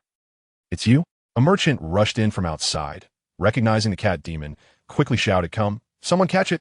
A dozen armored warriors rushed in, holding long spears. Charging toward here. We're the guards of the auction house. Bring them all over. The scene became chaotic, and the most excited was the merchant, who nearly mobilized all the fighting power of the auction house. Little brother, I can't help you with this. Ning Fengji said calmly as if he hadn't seen this group of people. The same root and origin. No soul beast has ever belonged to anyone. When did this ecology become the merchants? They are not qualified enough, and Jiang Luoran remained surprisingly calm. Since he is a soul king, he could easily resort to violence. If it comes to that, he would just fight them off. The 1,000 gold soul coins given earlier could be considered compensation for the merchant's equipment used to capture the cat demon. But now that he wants to settle the score, Jiang Luoran will also contribute a little to settle the ecology. The world is like this. Although what you say makes a lot of sense and is very human, no one will heed your advice. Instead, they will think you are crazy. Because you currently do not have the ability to change the world, no one will support you. Ning Fengti Siket. You have a good temperament. Do you want me to help you with a sword? Jian Xuxin emitted a blue glow all over. No need, senior. These scumbags don't know how to appreciate kindness. I, Jiang Luoran, stand on the side of reason, so I'm not afraid to cause a scene here. Jiang Luoran instantly crushed the railing he was gripping with one hand. Soul power has risen to level 57. The soul rings automatically surged out, purple and black. 5 soul rings rotated from top to bottom, with one stopping at Jiang Luoran's waist. Hisu Lingjiao skillfully tore off 2 pieces of cloth from her body and tied them around Jiang Luoran and her own faces. Soul King. Ning Fengji's face turned grim. This soul ring. Jian Xuxin was at a loss for words. Let's go. Jiang Luoran's figure flashed, and he released a wave of soul power toward the front. Boom! The purple light surged like an exploding gas bomb, immediately blowing away 5 warriors. Get him! Kill him! The merchant shouted angrily, his facial veins bulging. Dozens of warriors picked up their weapons and began to fight Jiang Luoran in the auction house. The nobles who came to purchase items were stunned. They were about to fight in the auction house, and it was so intense. A resplendent auction house was turned into a fighting arena. It's not just once in 1,000 years. Even once in 10,000 years, you probably wouldn't see such a scene. Strange things happen every year, but this year is particularly full of them. Some people even watched with interest, cheering for Jiang Luoran as he fought against dozens of people. Hit him. Good job. Young man, if I were a few decades younger, I would join you. Look at these worthless scum. They can't even hold on to a kid. They've grown up for nothing. I'm switching to being a fan of a young man now. Ha ha ha. Are we really fighting? My God, ha. The person in charge swallowed hard. What was going on? How did it suddenly turn into this? Moreover, the cheering and shouting around them grew louder. What is going on? Everyone calm down. Our auction house is facing trouble today. Please go home. The person in charge tried to persuade, but not a single person left. All of them cheering for Jiang Luoran, as if they had been injected with adrenaline. Get away! Jiang Luoran used soul power to kick away the team leader who wanted to take the cat demon. A debt has its owner, and the main thing is this merchant. So Jiang Luoran wouldn't hold back against these guards. I'm gonna fight you. The merchant charged in, raising his fat fist to smash down. How can an ordinary person compare to a soul master, let alone a soul king? Although the merchant looked like he had little fighting power against Jiang Luoran, his attacks and strength were definitely not as simple as they appeared. Jiang Luoran grabbed the merchant by the neck and swung his right fist down, smashing the opponent's head into a large bump. It looked like it was about to burst. The merchant was thrown aside like a dead dog by Jiang Luoran. Boom! Jiang Luoran clasped his hands together, unleashing soul power to knock down more than a dozen people. He kicked out and sent 5 people flying, pinning them against the wall of the auction house. Jiang Luoran grabbed 2 guards and pressed them against the glass of the auction area, indirectly causing the sound of glass shattering against skulls. Then he slapped the guards behind him. It was complete devastation. Jiang Luoran was like a titan, utterly domineering. No one could stop him, like a celestial cow python walking on the ground. Prince Xuexing's expression was panicked, clearly frightened by Jiang Luoran's reckless demeanor. He threw off his mask and left. This person was simply ruthless. He even dared to attack the auction house. Completely reckless. Lacking love since childhood. Chapter 113. Storming the auction house since ancient times. Those who go against the tide live short lives. Jiang Luoran's bold act dazzled everyone's eyes. If we talk about madmen, there are not many in the Douluo continent, but Tang Hao is definitely one. I vaguely remember Tang Hao smashing through the Death Canyon, crossing the Slaughter City. He beat down the 2 elders of the Martial Soul Hall, directly smashing the top of Qiang Sunji's head. Now, another madman has appeared, and Jiang Luoran has a bit of Tang Hao's style. Ning Fengji and Jian Shenxin exchanged glances and smiled knowingly. Speaking of which, Jiang Luoran began to ponder. Zhao Wuji's previous encounter with Tang Hao, Flinder mentioned that he was someone who dared to hit even the Pope. This proves that before Tang Hao's life and death battle with Qiang Sunji, they had already crossed paths once. Moreover, it was a well-known battle. It's not suitable to stay here for long. Jiang Luoran clenched his right hand, and a purple soul ring surged out. First soul skill, creation from nothing. Swish! Dozens of bloodthirsty vines erupted from the ground, immobilizing everyone else.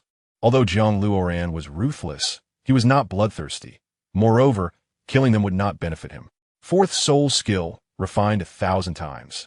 Jiang Luoran shook his right hand in the air, and a black soul ring along his right arm transformed into a purple hammer. Without saying much, when a merchant entered here, he must have closed the door.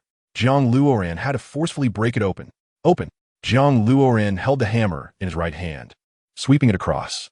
The heavy golden door and the ground cracked open like paper, and the blinding white light outside shone directly on Jiang Luoran. Hurry up! Jiang Luoran pulled the cat demon and Yu Lingjiao and dashed toward the distance. The 3 of them went to the restaurant to pick up the beast meat prepared by the owner for them, and continued north toward Notting City. Because to get to the Soul Fighting Forest, they had to pass through Notting City. Brother Luoran, if I had taken out the blue lightning tyrant dragon's family emblem just now, would it have resulted in a different outcome? Yu Lingjiao completely forgot about this while watching Jiang Luoran fight. Using those would only make me feel incompetent. I am not someone who wants to live in the background. It makes me feel empty. Jiang Luoran did not blame Yu Lingjiao. The cat demon couldn't speak human language, just silently followed behind Jiang Luoran, not knowing whether he was a good person or a bad person. But that did not matter. She just knew he was strong enough to handle most problems. Brother Luoran, you're still as fierce as ever. Shui Bing clapped as she walked over, looking very pleased. Who are you? Jiang Luoran ignored her and walked around with the 2 girls. The other party was acting like a child, and Jiang Luoran clearly didn't want to pay attention to her. Playing word games? I'm too busy for that. Shui Bing's face darkened as she chased after him. I even gave you medicine before. How dare you pretend not to know me? Believe it or not, if I report you now, countless armored warriors will come to find trouble with you. They won't be faster than me. Jiang Luoran revealed a sense of loneliness, and they might not necessarily be able to defeat me. That's right, when it comes to speed, I have never lost. You changed women again? I thought nobody loved you. Shui Bing scrutinized him. Don't say anything, just from the 2 women. You can feel that they are extraordinary. Is this the law of the more you desire something, the harder it is to obtain? The ones who want it the least are the ones who have it. The ones who want it the most are the ones who can't get it. Just call me by my name, Your Highness. Don't add the word brother indiscriminately, Jiang Luoran threatened. What if I can't control myself? An avalanche doesn't matter. Then I'll help you stitch it up. If it really doesn't work, we can chop it off. Jiang Luoran disliked his rogue behavior. Although being a rogue is also a means. But being a rogue to the point of being disgusting is wrong. This can only be called lewd. An avalanche was momentarily speechless. He was indeed that ruthless character, daring even to threaten a prince like himself. What was even more frustrating was that he couldn't voice a rebuttal, because he didn't know how to argue back, thinking carefully about the twists and turns. It seemed like he was the one who had been sticking to the other party, but there was an indescribable feeling in his heart. He just felt that Jiang Luoran was very important, always enticing him to get closer to him. Am I not just sick to the bone? This is not a good habit. Hurry up and say what you want from me. Jiang Luoran became impatient. After all, there were a bunch of people chasing behind, and he couldn't afford a delay. However, Avalanche at least wouldn't betray himself, because it wasn't worth it. He was very clear about what he represented. Making enemies with himself, or trying to please the auction house. Avalanche would definitely not choose the former. Zhihui has been with me these past few days just to find you. But I didn't expect that this time, coming out with my uncle for a stroll, I would witness your great deeds. Avalanche feared chaos in the world.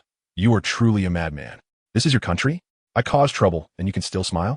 Jiang Luoran was surprised. You aren't getting too into the role, are you? It's hard to say what the future will be like. I don't have much hope for the throne. I just want to live peacefully. Besides, they're only stationed on my empire's territory. If this place is gone, others will take its place. There is no shortage of money, Avalanche said. Take me to see Zhihui. Right now, Jiang Luoran looked around. Let's first leave Silvis to avoid the chaos in finding you. Avalanche led the way. No need, just go directly to find Zhihui, Jiang Luoran said. You are ruthless. Avalanche had never seen someone so unrestrained. Brother Luoran, where are we going? Yu Lingjiao didn't understand what they were talking about. Although she felt that Jiang Luoran was unlikely to sell her, she was still a bit scared because the road was getting darker. The cat demon also started to call out, its steps light and somewhat timid, clearly frightened. Don't worry, I'm just going to see a friend, say a few words. Then we'll continue to the Soul Fight Forest. Jiang Luoran adjusted his mask. Under Avalanche's lead, the four of them arrived in a dark alley. Avalanche skillfully opened the innermost door. Come in. Is every place you choose this dim? Jiang Luoran felt like a thief. But no matter what, Avalanche did bring people to see him. If he nitpicked again, it might be somewhat impolite. After all, he was a prince, at worst. He could just abandon him and not care. However, the other party was only helping Jiang Luoran out of an interest relationship, which couldn't be considered much of a friendship. If nothing unexpected happens, this would be Avalanche's last time helping. Because Jiang Luoran had not given Avalanche anything he wanted, this was unbalanced for those in the power struggle. Jiang Luoran made up his mind. Helping Avalanche this time would count as a reward for the other party's assistance. Chapter 114. A half-understanding monthly ticket reward. Handshake. Upon entering the shabby room, the group saw Zhihui in a green cloak, drinking wheat beer. Are you sure there's no tail outside? Zhihui silently took 3 gulps of beer. This isn't about any imperial affairs. We're not that popular. Jiang Luoran told everyone to sit down. I'm talking about the tail behind you, Zhihui said unhappily. Jiang Luoran. They're my trusted subordinates outside. The current captain of the 6th Squad of the Royal Knights. You can speak freely, Avalanche assured them. To keep it brief, your father is a madman. And you seem to have perfectly inherited your father's genes. This topic made everyone very awkward. How can one say that? It can't be about mental issues. Jiang Luoran thought this was not funny at all. If Zhihui specifically called him here just to joke around, then Jiang Luoran would have to consider changing teammates. Comparatively, Zhihui could also die. Of course not. I'm not that bored. Zhihui paused. About 10 years ago, for some unknown reason, he crazily broke into the Zhihui residence. In the end, he killed hundreds and injured countless others. It's said that after he killed, his hair was disheveled and his eyes glowed red, leading people to mistakenly believe he was possessed. Zhihui was stopped by Jiang Luoran. I don't think he's mad, because when I was on the brink of death, he abandoned all his cultivation to save me. If he had been possessed, I would have also suffered badly. This may just be a rumor. Jiang Luoran waved his hand. He speculated that the other party had encountered a situation where he had to kill, which led to a bloody rampage. Now finally knowing a breakthrough point, if they could figure out why Jiang killed, then all these issues could be resolved. Jiang Luoran knew that figuring this out wasn't difficult, because it involved the Zhihui residents, and even the 4 clans didn't count. Compared to Tang San's background, he could say it was much easier now. Avalanche was astonished, shocked by the madness of the father and son. If they went any further, they might be included in the ranks of the evil spirit cult's mages. Just thinking about someone like Jiang Luoran becoming an evil spirit master made Avalanche shudder. Whether evil or good, both need a leader capable of taking on great responsibilities. Where the leader's thoughts are, there the team's goals are. Where the leader's potential lies, there the team's identity lies. Sometimes it's not because you are demonic, but because you're not demonic enough. Let's keep the doubts for now. In fact, I didn't believe it at first either, but after getting to know you, I feel this matter might hold water, Zhihui said without a hint of teasing tone. Jiang Luoran. I'll continue. That man went mad and ran away alone, never to return to the Jiang residence.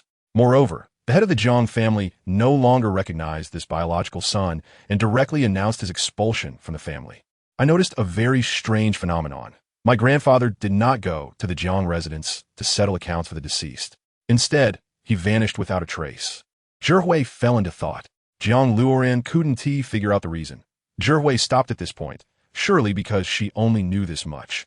If the other party knew the reason, they would have explained it clearly at the first opportunity. My head is about to explode. You guys continue playing detective. Avalanche walked outside. He really couldn't take it anymore. Indeed, this world belongs to those with high configurations. High IQ, great physique and appearance, strong abilities. My martial spirit is different from everyone in the Ji mansion. I wanted to ask several times, but the elders have remained tight-lipped. It's as if they are holding a piece of vacuum glass, enclosing me within it. Zhihui feels that these two matters cannot be connected. All signs indicate that you are indeed a direct descendant of the Ji mansion, and there is no need for further investigation. So why go through such trouble to investigate? Jiang Luoran once again doubts Zhihui. I live in confusion. Didn't I say that last time? Zhihui's hands trembled. Does this person really have to be so careful? I still remember almost dying last time, and thinking about it still sends chills down my spine. It's better not to meet next time. Just sending letters will do. What if one day he gets unhappy and goes mad, coming to kill me directly? Wouldn't that be very unfair? Is that all? Jiang Luoran feels that what Zhihui said only gave him a clue. Actually, I came to warn you. The elders at home seem to want to kill you. Zhihui stood up from the chair. Now that my agility has reached a small accomplishment, I might not be able to escape if I encounter your elders again. I can also tell you one thing. My martial spirit was exactly the same as yours before it acquired the soul rings. It was only after my martial spirit underwent changes from the addition of 1,000-year and 10,000-year soul rings that it transformed greatly. Jiang Luoran's meaning was very clear.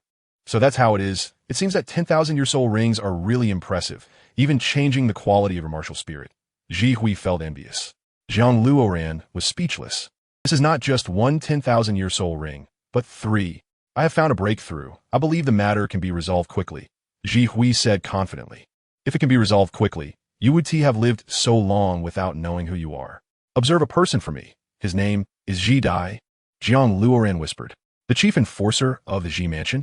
Does he have any problems? Zhihui thought that the last person who needed observation was Ji Dai. Because this person is indifferent to social connections, it seems he was born to exist in numbness. He meditates at home every day and is oblivious to everything. It was precisely because Ji Lin saw his temperament that he handed over the position of chief enforcer to him. No problem. Just observe his usual interactions. Jiang Luoran couldn't say that he might be Jiang Lu from my Jiang mansion. You should know that Zhihui is also a member of the Ji mansion, and wouldn't allow any gaps to hide in the house. To take a step back, if Ji Dai really is Jiang Lu, then wouldn't I be killing him? Oh, I see. You take care of yourself. Zhihui opened his hands, signaling Jiang Luoran. What are you doing? Want money? Jiang Luoran didn't understand. What use is money? Just give me a piece of your martial spirit, and I'll study it when I go back. I want to find some mysteries within your martial spirit, which will definitely help me break through. Zhihui thought that since the martial spirits are the same, he could learn from the other party. Many soul masters want to gain experience from more powerful soul masters, especially someone like Jiang Luoran, who relies on soul rings and willpower to push through. It can be said to be unprecedented. Blood Fiend Vine. Jiang Luoran's right hand produced a half-meter-long purple-pink Blood Fiend Vine and handed it to Zhihui. After sending Zhihui away, Jiang Luoran found Shuebong, intending to help him as a form of repayment. However, his words might not necessarily play a decisive role. Chapter 115. Just a transaction with monthly ticket reward. Handshake. Here are 3 robes. You all put them on and hurry up and leave. Bong pointed to the black robes on the table. Jiang Luoran sneered. Is the other party angry? No guande. A prince sticking to a commoner like me would feel uncomfortable. It feels like a child wanting candy in front of an adult. But the adult just won tea by it. Bong, if you want to live more securely, I suggest you get close to someone named Tang San. Jiang Luoran patted Bong's shoulder. Tang San? Who is he? A soul Douluo? Bong asked 3 questions in a row. No, he has a potential stock. Currently a student at Shrek Academy, Jiang Luoran replied. Student? Shrek? Bong thought carefully. I did provoke such an academy before, but I was beaten by a blonde man. That asked them. The ones in blue are Tang San. Jiang Luoran laughed. This Bong is also playing dumb right up to the gunpoint. It's no wonder he got beaten by Daimu Bai. Fortunately, he wasn't attacked by a group. Otherwise, even as a prince, he would have to go get soup. Are you sure? But they look like stray dogs. Bong frowned, deep in thought. Jiang Luoran was surprised. It really is true that ignorance is bliss. So how are you now? Are you really much better than them? You should know that heroes don't ask about their origins. Why bother with those identities? What you said make a lot of sense, and I admit it. But that Tang San, does he really have the strength to protect me? Bong was skeptical. What can a still student soul master do to help me? Can he defy the heavens? If Jiang Luoran is willing to help him, he will be happy. After all, anyone with eyes can see that Jiang Luoran's achievements are extraordinary. Rest assured, as long as I'm willing to talk to you, I will definitely not harm you. Jiang Luoran indicated that he didn't need to guess too much. Also, the following days will be about patience. No matter what happens, even if the martial soul hall targets your father, you must endure it. Jiang Luoran was afraid that Bong would discover something and be directly cut off by the other party. Wouldn't that be disastrous? Although Bong has achieved nothing, he still has some basic family ties. Out of sight, out of mind, just don't get involved. Because waiting is your only path to victory. My meaning is very clear. You don't need to do anything at all. Just wait and you will win. Jiang Luoran advised Bong. Okay, then thank you. I trust you. Bong didn't know why he trusted Jiang Luoran so much. But he just felt that Jiang Luoran knew everything, and following him would lead to a bright future. I can promise that if you're in danger, I will help you once. Jiang Luoran and the 2 women put on the robes and prepared to leave. Really? Then thank you, Brother Luoran. Bong was overjoyed. Get in my carriage and go. My coachman will safely take you away. This is just a transaction, as my repayment. I still say the same thing. I will never intervene in the power struggle. Jiang Luoran and the 3 women got into the carriage. This just saved the trouble of renting a carriage. And no one dared to investigate Bong's carriage. Wherever you want to go, just take them there. Bong patted the middle-aged coachman. You may leave. Farewell. Jiang Luoran waved his hand. Yu Ling Jiao remained silent throughout, knowing that in this situation, silence was the best attitude. Overall, Jiang Luoran and she were completely on different paths. The key issue was still that he was not strong enough, not qualified enough. The cat demon was initially a bit unaccustomed, but after drinking a dozen cups of wheat beer, she seemed to settle down. The coachman followed Jiang Luoran's instructions, whipping the horses towards Nodding City. After all this time, Jiang Luoran was also a bit tired. Looking at the hazy scenery, he fell asleep. Yuling Jiao looked at Jiang Luoran and couldn't help but feel confused, leaning against the cat demon and falling asleep. The cat demon was in high spirits, stuffing JiangLuoran's roasted meat into its mouth as if it could never be full. By afternoon, the coachman drove into Nodding City and woke up Jiang Luoran and the others. The 3 of them got off the carriage and urged the coachman to leave quickly to avoid being targeted. Arriving in Nodding City felt like coming home. They were very familiar with the place. However, it was already a bit late, and rushing to the soul-fighting forest seemed too hasty. Moreover, there was no need to hurry. Taking advantage of the free time, Jiang Luoran treated the 2 to a simple meal and then took a stroll around. Nodding City, the martial soul branch. Yin Tao, don't go there again. ISNT this enough? You can't change anything. Matthew grabs Su Yin Tao at the door. It's definitely my strength that isn't enough. I need to get stronger. I want to enter the soul-fighting forest to train. Su Yin Tao's eyes turned blood red, and his hair was disheveled. What is done. What are you doing? What should be there will be there, and what shouldn't be there won't be. Matthew desperately held onto Su Yin Tao. He was an elderly man and couldn't hold back such an excited young man. His body almost broke.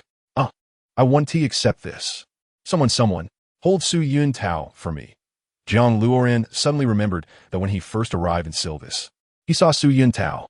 At that time, Su Yin Tao was almost disabled, and he had begged Hulaina to save him and send him back to Nodding City. It was clear that he was not willing to accept the situation. No wonder, the girl CC really wasn't suitable for him. But Su Yintao had genuine feelings and was even less willing to let others touch his girlfriend. Not to mention now, Jiang Luoran flashed to Matthew's side and knocked Su Yintao unconscious with a palm. He really couldn't tell if it was good or bad. What Su Yintao experienced could be described as cruel. What is the cruelest thing? It's suffering. When something happens, you don't have the ability to stop or solve it. It's suffocating. Finally, it's quiet. Thank you, young brother. Matthew couldn't hold on and fell to the ground. Grandpa Matthew, you don't remember me? I'm Jiang Luoran, the boy who comes to collect gold soul coins every month. Jiang Luoran smiled. One should be grateful. Matthew had invited Jiang Luoran and Tang San to dinner because he saw they were both working students and wanted to help them out a bit. Oh, so it's Luoran. Shall San and T come back with you? Matthew suddenly perked up. No, third brother is training. Yes, very busy, Jiang Luoran replied truthfully. Oh, good. You brought your girlfriend back this time. Are you planning to develop in Notting City? Matthew looked at the two girls, not knowing which one was Jiang Luoran's girlfriend. However, they both seemed pretty good. Grandpa Matthew. Yuling Jiao helped Matthew up. The cat demon weakly called out, not knowing what it was saying. They're not my girlfriends. These two are my very good friends. Also, I came this time to go to the Soul Fighting Forest, not to stay. Jiang Luoran picked up Su Yintao. Soul Fighting Forest? You're still young. You can't go to that kind of place. You need an adult to take you in. I just stopped someone who was going to the Soul Fighting Forest, and now you're saying you want to go. Matthew felt like his mentality was collapsing. Are you going to let this old man live? Chapter 116. Goodbye Su Yintao. Grandpa Matthew, don't get excited. I'm already a Soul King. I can ensure my own safety, Jiang Luoran hurriedly explained. Otherwise, given Matthew's temperament, he would inevitably cling to Jiang Luoran. Soul King? You're not lying to me, are you? Matthew didn't believe it. A teenager was a Soul King? Who would believe that? Only a madman would. Jiang Luoran raised his hand and released his 57th level soul power, aiming at the iron pillar next to the martial soul branch. Boom! The thick iron pillar seemed to be crushed by an unmatched force and instantly shriveled and exploded. A Soul King above level 50, Matthew's pupils widened. Although he hadn't reached that level, he had tested soul power for a lifetime. Just by looking, he could roughly feel the other party's level. I believe it. Luoran, your future is immeasurable. I didn't expect such a genius to appear in Notting City. It's nothing. Let us first get Master Su Yintao back. Jiang Luoran took the lead and walked into the martial soul branch. He had been like this for a long time. It was fine when he was just pulled back. But usually, he was quite silent. However, he didn't know what was going on in the past few days. He had gone crazy to this extent. Fortunately, he happened to run into you. Otherwise, the consequences would have been unimaginable. It's all that girl named CC. Matthew pushed open Su Yintao's room. Jiang Luoran placed Su Yintao on the bed. He couldn't get over that mental hurdle himself. And it was useless to say anything. Luoran, don't worry about it. I'll handle this. I'll report this matter to the Martial Soul Hall. I'll ask for leniency in my name. I've worked in the Martial Soul Hall for a lifetime, so they should help me a bit. That's good too, Jiang Luoran nodded, feeling it was a way out. No one wanted to encounter such things, but Su Yintao happened to run into them. At this point, saying these things was useless. He had already advised back then. Matthew went downstairs. You all can leave tomorrow. I'll go and arrange for someone to bring the food. Jiang Luoran planned to say they had already eaten, but Matthew was being so kind that he didn't want to be too constrained. After the meal was prepared, Matthew arranged 3 rooms for them to stay in the Martial Soul Hall. The Martial Soul Hall was large, with all kinds of empty rooms, so there was no worry about accommodation. Seeing you all, I suddenly feel old. When I saw your characters back then, I thought you would definitely achieve great things in the future. But I didn't expect your achievements to be this great. Matthew smiled wryly. After seeing the young people, he couldn't help but feel passionate. But looking down, he realized he was already in his 60s. It was truly a case of having the will, but lacking the strength. After chatting a bit, Jiang Luoran didn't know how to help the old man. He didn't lack money, wasn't bullied, and his life was fine. After dinner, Jiang Luoran and the 2 girls each stayed in a room. The next morning, Jiang Luoran got up early for morning exercises. After finishing, the 2 girls were still asleep. He was frustrated and forcibly pulled them up. After preparing breakfast, Matthew also just got up, and the 4 of them gathered around the large dining table to eat. Was it you who knocked me out yesterday? Su Yintao asked, touching his messy hair as he came down from the 2nd floor. 39th level battle soul master? Training so hard will affect your foundation. Jiang Luoran swallowed a piece of beast meat. You had the chance to become a Soul Emperor. Who are you? Su Yintao frowned, feeling annoyed at this person who was chatting with him so casually early in the morning. His anger flared up again. I'm Jiang Luoran. Don't you remember me? Master Yintao? You were the one who awakened my martial soul. Jiang Luoran gestured for him to sit down and eat. Jiang Luoran? Su Yintao's pupils dilated, and his body trembled slightly. They said you begged the saintess of the martial soul hall to let me go. You saved my life. Even without my request. She would have let you go. Jiang Luoran nodded. Yintao, stop torturing yourself. Stay with me at the spirit hall, and there will be a time for you to shine. Matthew led Su Yintao to the dining table and urged him to eat quickly. You haven't hunted for your fourth spirit ring yet. Why not come with me into the soul-fighting forest? Jiang Luoran felt that Su Yintao would definitely cause trouble again. It would be better to take him away herself. Didn't he want strength? Then she would help him. Are you sure? What level are you now? Su Yintao sensed Jiang Luoran's tone, which carried a certain high-handedness. It was a natural high-handedness. Moreover, thinking about it, if Jiang Luoran could have connections with the saintess of the spirit hall, how low could his accomplishments be? Level 57 Control System Spirit King. Think about it. Jiang Luoran said. She was looking for Su Yintao to help him hunt for a spirit ring, but in a real battle, a spirit venerable wouldn't be enough. Helping one is helping, and helping two is also helping. Since the other party is in such difficulty, helping him a bit won't cost her life. I'll go. Su Yintao agreed without hesitation. He needed to gain power, and with such an opportunity, how could he let it go? Besides, he couldn't find a second spirit king willing to help him, who would have the time to help him. However, he could apply for enforcement from the spirit hall to help himself, but that would delay time. What do you need? I'll give you everything, Su Yintao said excitedly, eager to set off right away. For the sake of strength, he was willing to give up everything. Shout out. Don't be impulsive, Matthew stood up. You're only a spirit venerable now. It would be hard to protect yourself in the soul-fighting forest. Matthew wasn't worried that Jiang Luoran wouldn't protect Su Yintao, but he was uneasy about Su Yintao's current temperament. Hunting for spirit rings depends on luck. To take a step back, entering the soul-fighting forest also requires calmness and caution. I will do my best to keep them safe. Don't worry, Jiang Luoran assured Matthew as he urged him to sit down. Inside the soul-fighting forest, he recognized 3 dominant spirit beasts, so there was definitely no life-threatening danger. If they encountered a truly formidable spirit beast, they could just run to the center. Seeing the seriousness in Jiang Luoran's eyes, Matthew gradually felt more at ease and stopped saying anything. However, the other party's attitude indicated everything. He still didn't want them to go. The 4 quickly finished breakfast and bid farewell to Matthew. On the way, Su Yintao remained silent, like Jiang Luoran's follower. Seeing his state, Jiang Luoran didn't say much either. The 4 arrived at Old Jack's house in Saint Spirit Village, where Jiang Luoran handed Old Jack 100 gold soul coins.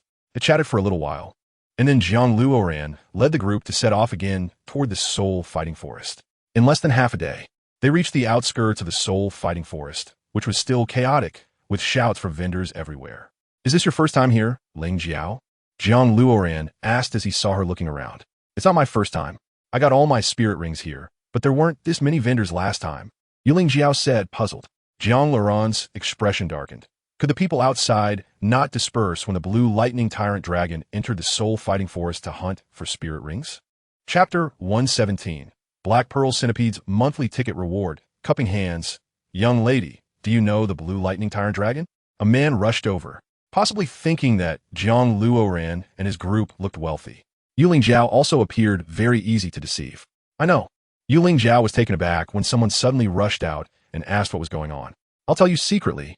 I'm the illegitimate child of the blue lightning tyrant dragon family, Ling Jiao. Jiang Luoran. I now carry the bloodline of the blue lightning tyrant dragon family, and I suddenly feel the need to achieve great things. Let me protect you as we enter the soul-fighting forest to hunt for spirit rings. Not much, just 10 gold soul coins, the man said, forming a cross with his hands. Blue lightning tyrant dragon? Su Yintao trembled all over. Are you from the blue lightning tyrant dragon family? Jiang Luoran pulled Su Yintao away, realizing that someone who was so desperate to become stronger was losing even his intelligence.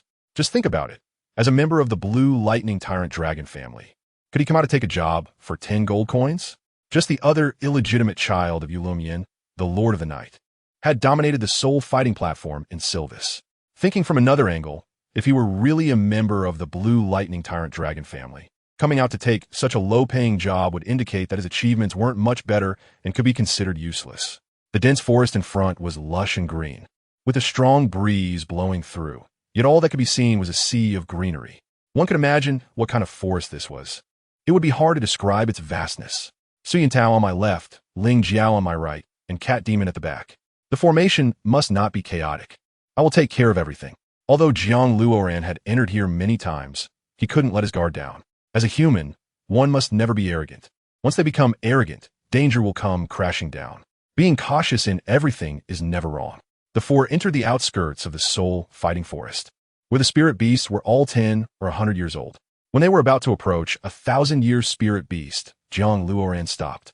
You can go now. Only here can you grow safely.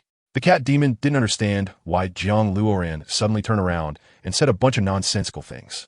The three looked at the cat demon, signaling that she could leave now. We will always remember you. Quickly leave. Yu Ling Jiao suddenly felt a bit reluctant, perhaps because she had relied on the cat demon along the way. The cat demon scratched her head in confusion, not understanding what was going on, and even showed a naive expression. Jiang Luoran covered his head and then thought of sign language. He pointed at the cat demon and then pointed to a thicket on the right. The cat demon seemed to understand, with tears welling up in her eyes. Don't mind it. Soul beasts have eternal lifespans, and there's nothing you should feel reluctant about. Our meeting this time is just a fleeting moment in your million years of cultivation. I wish you can become a million-year soul beast and live well, Jiang Luoran said, patting the cat demon's shoulder. Although he didn't know if the cat demon understood, when she became a 100,000-year soul beast, she would understand the sentence. Of course, this was assuming she didn't forget. The cat demon leaped and transformed into a blue light, disappearing from sight, feeling a bit annoyed in her heart. All right, what we are about to face next are 1,000-year spirit beasts, Jiang Luoran said, clenching his fists. Yu Ling Jiao felt a bit reluctant, although she thought about taking the cat demon. But the cat demon could only grow better in the soul-fighting forest, a place full of potential. Is this friendship? Su Yintao felt like he had experienced the ups and downs of life, adjusting his state since they had entered the soul-fighting forest. There was no need to be weak. Fourth spirit ability, Thousand Hammering, Jiang Luoran raised his right arm, and the black spirit ring slid down his arm, transforming into a purple hammer. Su Yintao, level 39 attack system spirit venerable, with a martial spirit lone wolf, his eyes turned purple, and a huge purple evil wolf appeared behind him. The tyrant dragon possessed, and a clawing lightning dragon appeared behind Yu Ling Jiao, with clear scales visible. This was the pure blue lightning tyrant dragon, and it was obvious that this was a direct descendant. Are you a member of the blue lightning tyrant dragon family? Su Yintao looked in astonishment at Yu Ling Jiao. As long as we know the roots and background, that's enough. Let's get moving. Jiang Luoran won't stay here to waste time. What good is surprise?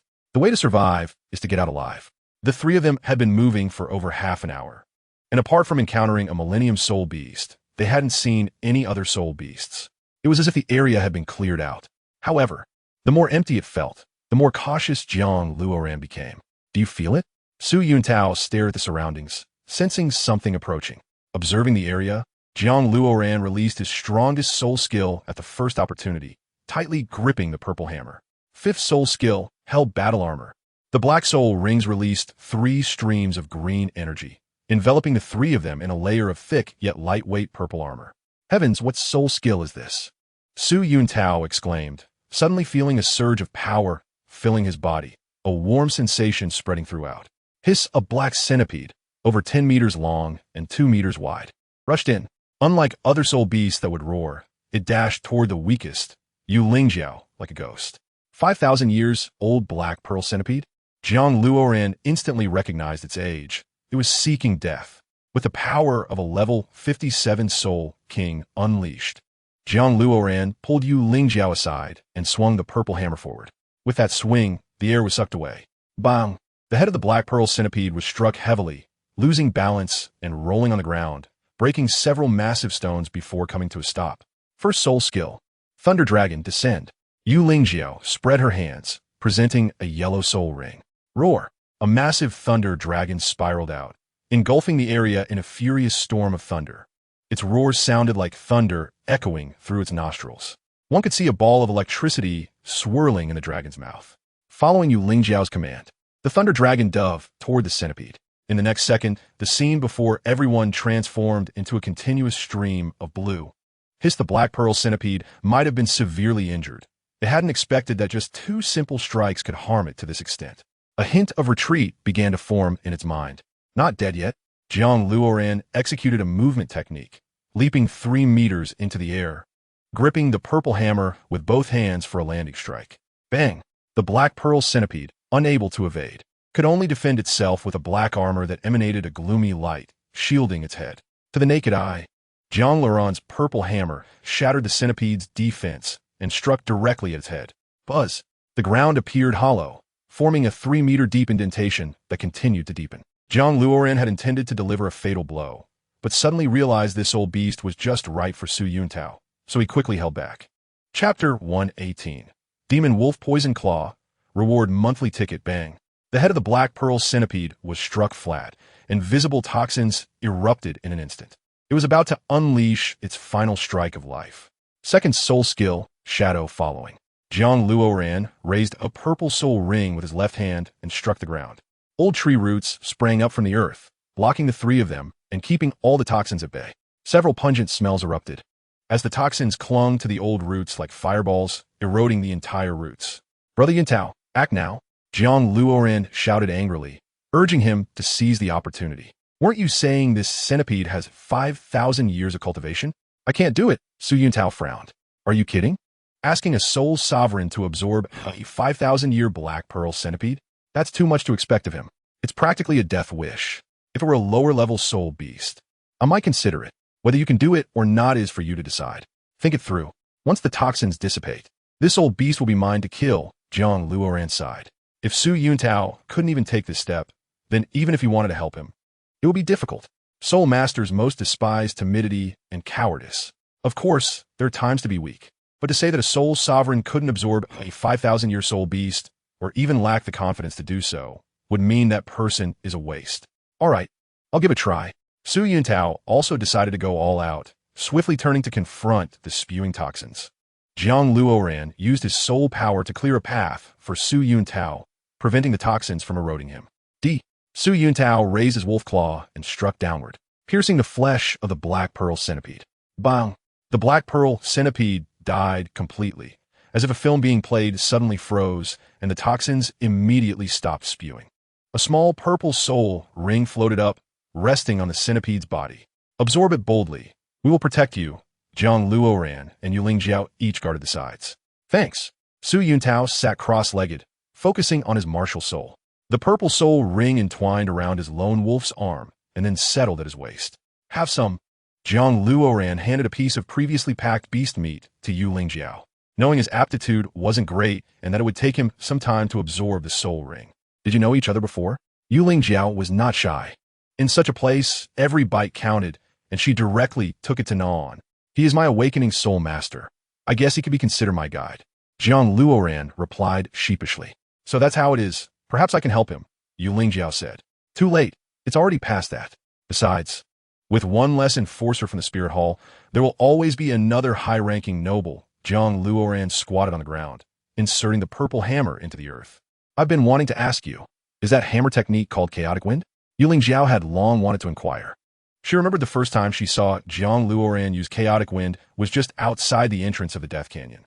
With this hammer technique, Jiang Luoran had managed to reach the combat level of a Soul Emperor. At first, Yuling Jiao hadn't noticed anything, but gradually, she realized that the purple hammer in Jiang Luoran's hand was becoming increasingly powerful.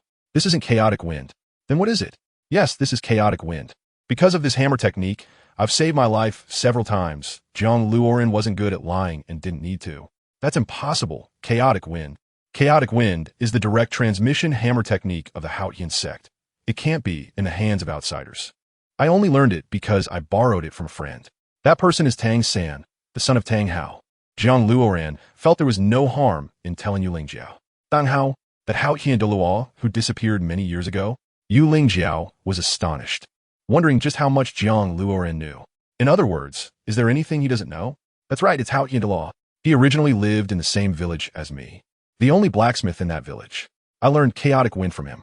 Although Uncle Tang, Hao didn't say much. I swear I will never use chaotic wind in front of the members of the Haotian sect.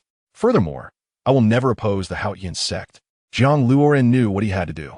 Having taken someone else's things, one must have plans to repay them.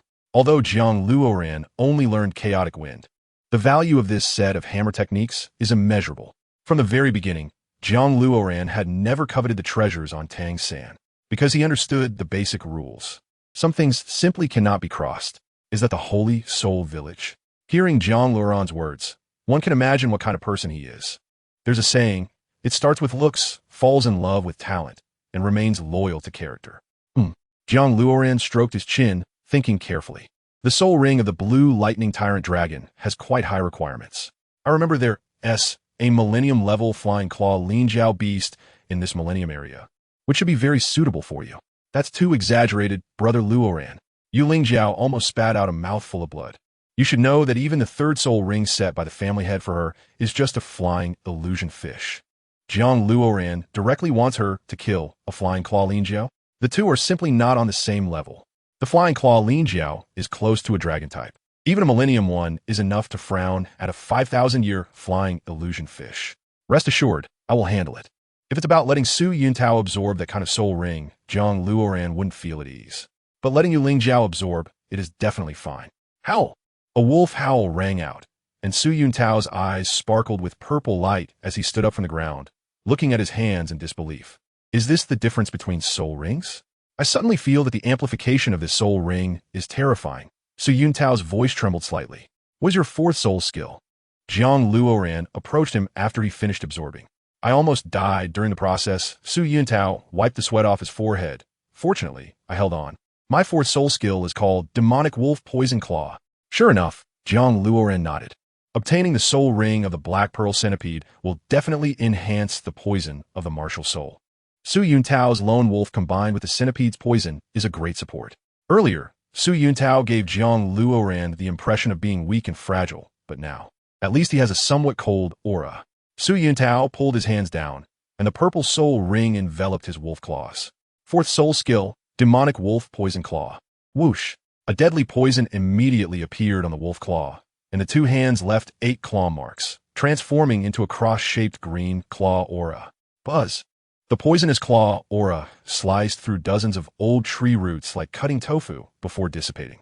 A fishy smell wafted through the air, and the tree was stained with green poison. It seems this soul ring is very suitable for you. Jiang Luoran has indeed learned from the master. He understands the soul ring pairing for soul masters very well. Moreover, these things are simple. It's like on Earth, snakes and dragons are very similar animals.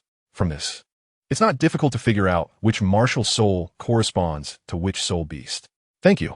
Back then, I thought your martial soul was useless. It's all my fault for being short-sighted. I almost buried a genius. Su Yuntao felt a bit guilty. Back then, he said JiangLuoran's martial soul was useless. So isn't he now even worse than useless? Thinking of this, Su Yuntao lowered his head in shame. Chapter 119, A Wonderful Battle. Monthly ticket for rewards. Jiang Luoran waved his hand, signaling Su Yuntao not to say any more. Regret is the most useless thing, especially since he doesn't need it. I was a bit unsure before, but with your input, I feel it might be worth a try. Jiang Luoran picked up the purple hammer from the ground and waved for them to follow. In the soul fighting forest, in the outer inner layer, in a lake. I will go up and fight. Yuntao, target the soul beast wound with your fourth soul skill. Lingjiao, find the right moment to unleash a finishing blow. Understood? Jiang Luoran only said it once as he boldly walked into the lake with the hammer. Ow! Moments later, the lake echoed with the roar of the dragon and the sound of fierce fighting. Clearly, they were already engaged in battle. Second soul skill, shadow following. Jiang Luoran casually released a black soul ring. Woo! The old tree roots grew from the lake, continuously extending and thickening until they became a giant tree 5 meters high, directly entwining the flying claw Linjiao beast. Howl! The flying claw Linjiao beast tried to escape, and with its great strength, it snapped several vines of the old tree roots. Want to escape? First soul skill, creation from nothing. Third soul skill, blood fiend, demon prison. JiangLuoran's left hand formed a claw shape. The purple and black soul rings wrapped around his hand, emanating a chilling glow. Suddenly, a purple prison appeared above the flying claw Linjiao beast, enclosing it within. The flying claw Linjiao beast roared, using its whole body to crash against the prison. Immediately after, Countless blood fiend vines shot out from the flying claw Lin Jiao beast's body, wrapping around it completely, especially around its dragon head. Jiang Luoran lunged forward, raising the purple hammer, and struck down on the flying claw Lin Jiao beast's head. Bang! The surface of the lake boiled, rippling endlessly. The flying claw Lin Jiao beast was heavily injured, falling into the lake, unable to rise. Fourth soul skill, Thousand Hammer Forging. Jiang Luoran's fingertips twirled a black soul ring. This soul ring emitted a cold black light, attracting the blood fiend vines bound to the flying claw Lin Jiao beast. Lock. Jiang Luoran's fingertips curved slightly, and the black soul ring seemed to receive a command, emanating streams of black light. All the blood fiend vines on the flying claw Lin Jiao beast transformed into solid form, like a set of armor tightly bound to its body. Now it could barely move. Jiang Luoran knew this was far from enough. The vitality of a dragon is very strong. Although it seemed like it was down, if it unleashed its potential, it was still not to be underestimated. With a fluttering cape, Jiang Luoran's soul power surged, and purple light flickered in his pupils, radiating a chilling aura. At that moment, he resembled a loaded sniper rifle. That explosive breath surging forth, even 100 meters away, could feel his intimidation. This feeling is like the innate fear we have of a tiger, suddenly rising from the ground to pounce. Sensing Jiang Luoran's killing intent, the flying claw Lin Jiao beast's body convulsed, emitting black smoke all over. Then, bang! Only one sound echoed, akin to striking iron with a hammer on rebar forcefully. Bang! The flying claw Lin Jiao beast severed all the blood fiend vines. It transformed like a giant dragon about to take flight, suddenly changing drastically. Its entire scale armor unfolded. Its dragon head grew larger, resembling a dragon's head more and more, especially its pair of dragon horns, resembling true dragon horns. Its black tail lashed toward the lake, and the lake shook as if it were being swept by machine gun fire, creating a series of loud splashes. The 2,000-year-old flying claw Lin Jiao beast surprised Jiang Luoran. Generally, ordinary soul beasts are easy to identify, but for the flying claw Lin Jiao beast, you can only see its age when forced to use all its strength. In fact, the master's records are also scarce. Jiang Luoran combined his knowledge of Earth and here, gaining a deeper understanding of this soul beast information. How? The flying claw Lin Jiao beast took the initiative to attack this time, pushing through the lake and immediately diving down from the sky. Bang! With all his soul power unleashed, Jiang Luoran was now not just emitting purple light from his pupils, but his entire body was radiating purple soul power. If Jiang Luoran just now resembled a loaded sniper rifle, now he was like a cruise missile ready to hit launch. This was a destructive aura. Bang! In a single clash, the purple hammer collided with the dragon head, then swept past, leaving a long trail of fire. Jiang Luoran turned back again, wielding the hammer in his left hand, executing the Kunpeng body technique, and swiftly descending. This method of harnessing inertia and speed to increase power was something Jiang Luoran never tired of using. Bang! The white light slashed across the horn of the dragon's head, catching the Jiaolong off guard, making it recoil as if struck by lightning. Howl! The flying clawed beast let out a long cry, as if a ball of black flame was about to erupt from its mouth. Jiang Luoran was unsure of what the opponent was about to do, as it had already surpassed his understanding. Whoosh! A jet of black flame shot up from the lake, aimed directly at Jiang Luoran. Not to mention the damage from the flame. Just the force of the jet was enough to rival a super high-pressure water gun. One must understand that bullets become deadly weapons due to their speed. Similarly, this attack from the flying clawed beast was not simple at all. Jiang Luoran was already wearing hellish battle armor, but he did not dare to be careless. With both hands gripping the hammer, he concentrated all his strength and soul power onto the purple hammer. Purple and black. 5 soul rings surged forth like piano keys played by a musician, producing a deafening sound. The two forces of energy finally collided. To be precise, both sides took only 3 seconds to prepare. This was a battle ignited in an instant.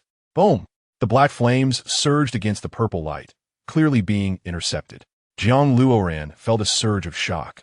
Fortunately, this flying clawed beast was not very old, and he could barely withstand it.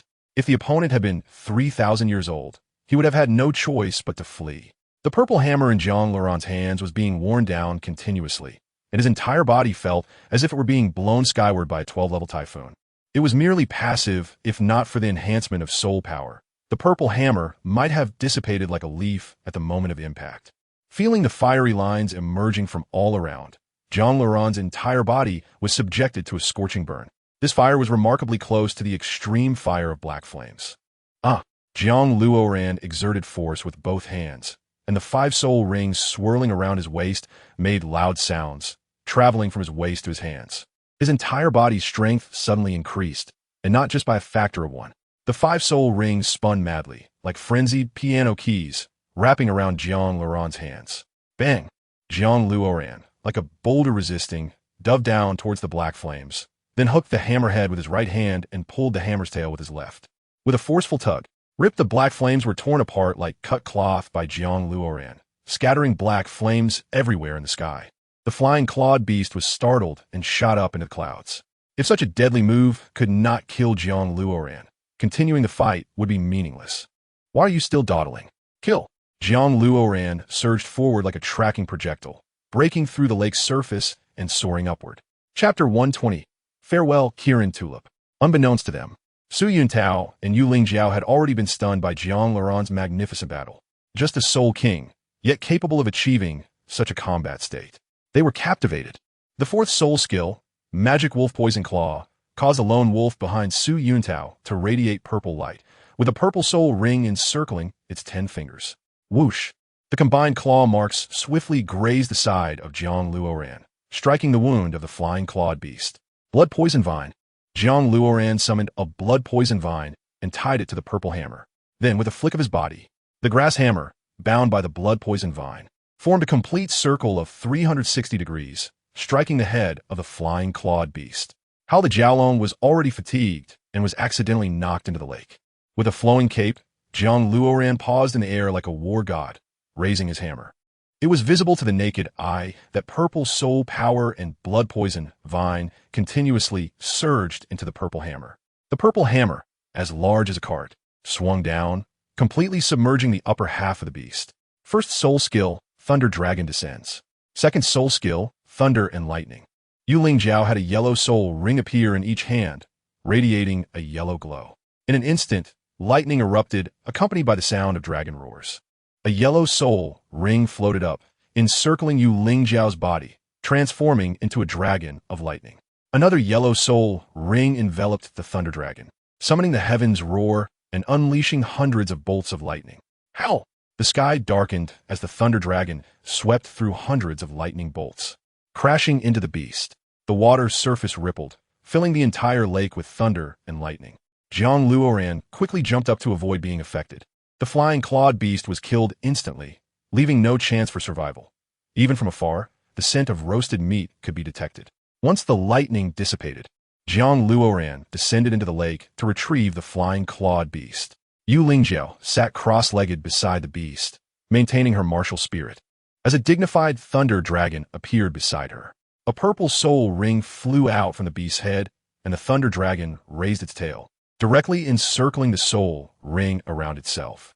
Jiang Luoran had expended considerable soul power and also sat down to recover his soul power and stamina. Su Yuntao acted as a guard, observing the surroundings. He couldn't help but envy the power of the blue lightning tyrant dragon. It could indeed be described as terrifying. Su Yuntao had never seen such a domineering martial spirit and soul skill. It was simply a martial spirit favored by the heavens. In comparison, neither his martial spirit nor soul skills could hold a candle to the opponents. Even the strength demonstrated earlier made Su Yuntao feel he would be injured if he encountered it. It should be noted that there was a difference of more than 10 levels between them. He truly felt dwarfed, as if standing at the bottom of the soul masterworld. After a night had passed, the two were still sitting cross-legged. Su Yuntao gnawed on dried meat while sipping lake water, thinking that these two might continue like this indefinitely. Yu Lingjiao did not look well. Her forehead was covered in beads of sweat, as if she were enduring some sort of ordeal. Jiang Luoran gradually woke up, and seeing Yu Lingjiao like this, he couldn't help but frown. Such matters could only rely on her own efforts. Moreover, she had an ultimate martial spirit, making it much easier for her to absorb soul rings than for them. A few thousand-year soul masters had been driven away by him earlier, and Su Yuntao had several new wounds on his chest. You rest for a bit. Let me take watch, Jiang Luoran offered, handing medicine to Su Yuntao. What's that smell? Jiang Luoran suddenly caught a whiff of a fragrant aroma, and as he inhaled, he felt a surge of hot energy rising. You smell it too? Su Yuntao looked around, puzzled about the source. Following the scent, Jiang Luoran approached the corpse of the flying-clawed beast. His fingers glowed purple as he summoned a blood-poison vine, slicing open the belly of the flying-clawed beast. This is a Kirin tulip. Jiang Luoran was nearly startled into sitting down. To see a Kirin tulip in the soul-fighting forest, what kind of concept was that? He would surely be besieged by soul beasts.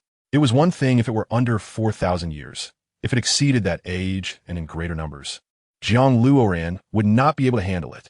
Moreover, with Yu Lingjiao present, how could he possibly escape? This beast had clearly just swallowed the Kirin tulip and had not had time to digest it before being killed. And how could such a celestial herb decay along with it? The beast's body was gradually rotting, unable to mask the herb's fragrance anymore. From now on, this place would become a danger zone. What is the Qilua tulip? Su Yuntao sensed that something was wrong. He rarely saw Jiang Luoran lose composure, which must mean she encountered a problem that even she found difficult to solve. Awa hiss, woo-woo, bang bang bang. There was no time to think as countless soul beasts rushed towards them, as if competing for mates. Jiang Luoran intended to quickly eliminate them, but there was simply no time. Brother Yuntao, if you want to leave, I won't stop you. Jiang Luoran leaped in front of the Yulingjiao.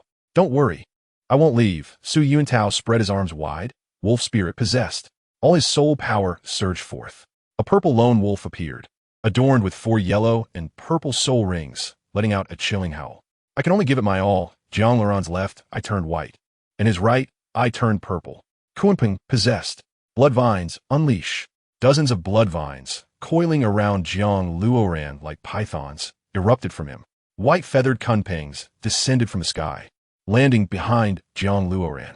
The beast tide arrived in an instant, too fast for anyone to react. Using his second soul skill, shadow following, Jiang Luoran rushed toward the beast tide. Old tree roots burst from the ground, swallowing dozens of soul beasts like a man-eating flower. Before Jiang Luoran could finish speaking his third soul skill, he was knocked away by a 1,000-year-old unicorn. Fourth soul skill, Demon Wolf Poison Claw. I'll fight you to the end. Su Yuntao charged forward, striking with his claw energy without holding back. He knew that none of his soul skills could inflict significant damage on these 1,000-year soul beasts. Using the fourth soul skill too much would also lead to soul power depletion. But there was no choice. Who knew why these soul beasts were going mad? Jiang Luoran flipped in the air to gather his strength, quickly bringing his hands together. First soul skill, creation from nothing. The purple soul ring rubbed against the air and sank into the ground. The blood vines surged forth recklessly, working with the old tree roots to trap a large number of soul beasts. The scene grew increasingly chaotic, and the soul beasts were completely uncontrollable. Fifth soul skill, held battle armor. Jiang Luoran raised his right hand, dragging the black soul ring, releasing 3 beams of purple light. Excluding himself, the other 2 beams landed on Su Yuntao and the old tree roots. There was no time to conserve soul power, facing such a beast tide. Even if they gave it their all, they might not be able to hold out for long. Then let's do this. Jiang Luoran also went wild. Since there was no way to cope, he could only charge ahead. The black soul ring dragged his arm, transforming into a tall purple hammer. Bang! With a flap of the Kunping's wings, Jiang Luoran became a streak of light that landed on the ground, swinging the hammer in a sweeping motion. The solid feeling of the hammer striking countless soul beasts made Jiang Luoran sweat nervously. Chapter 121. Overall Enhancement. Bang! The purple hammer could only barely repel the soul beasts in front of him, and even the force was diluted. This enraged the soul beasts, causing them to swarm towards Jiang Luoran. The old tree roots and held battle armor were about to break, emitting moaning sounds. Su Yuntao couldn't withstand such an attack and fell back into the lake once more. I can only fight. I hope that by the time I exhaust my soul power, the Yulingjiao will have finished absorbing. Jiang Luoran could feel that the Yulingjiao was about to complete its absorption. The white wings behind him flapped wildly, and the purple hammer in his hand swung like a tornado, not daring to pause for a moment. Not to mention whether Jiang Luoran could hold out. The sheer number of soul beasts was already unmanageable, with many slipping through the cracks. Their ultimate goal was the Qilua tulip, not to foolishly confront Jiang Luoran here. I'll block. Su Yuntao, not daring to rest, crawled up from the lake to intercept the soul beast that had slipped through. All 4 of his soul rings seemed to fly out recklessly. At that moment, Su Yuntao wished he could use his soul rings to confront the beast head-on, as they were simply too densely packed. Get back. Jiang Luoran flapped his wings, pushing all the surrounding soul beasts back. As of now, neither of them had killed a single soul beast, and their numbers only seemed to increase. Jiang Luoran used the Kuanping movement technique to find an opening, transforming into a streak of light and shooting out. He grasped the Chilua tulip in his hand.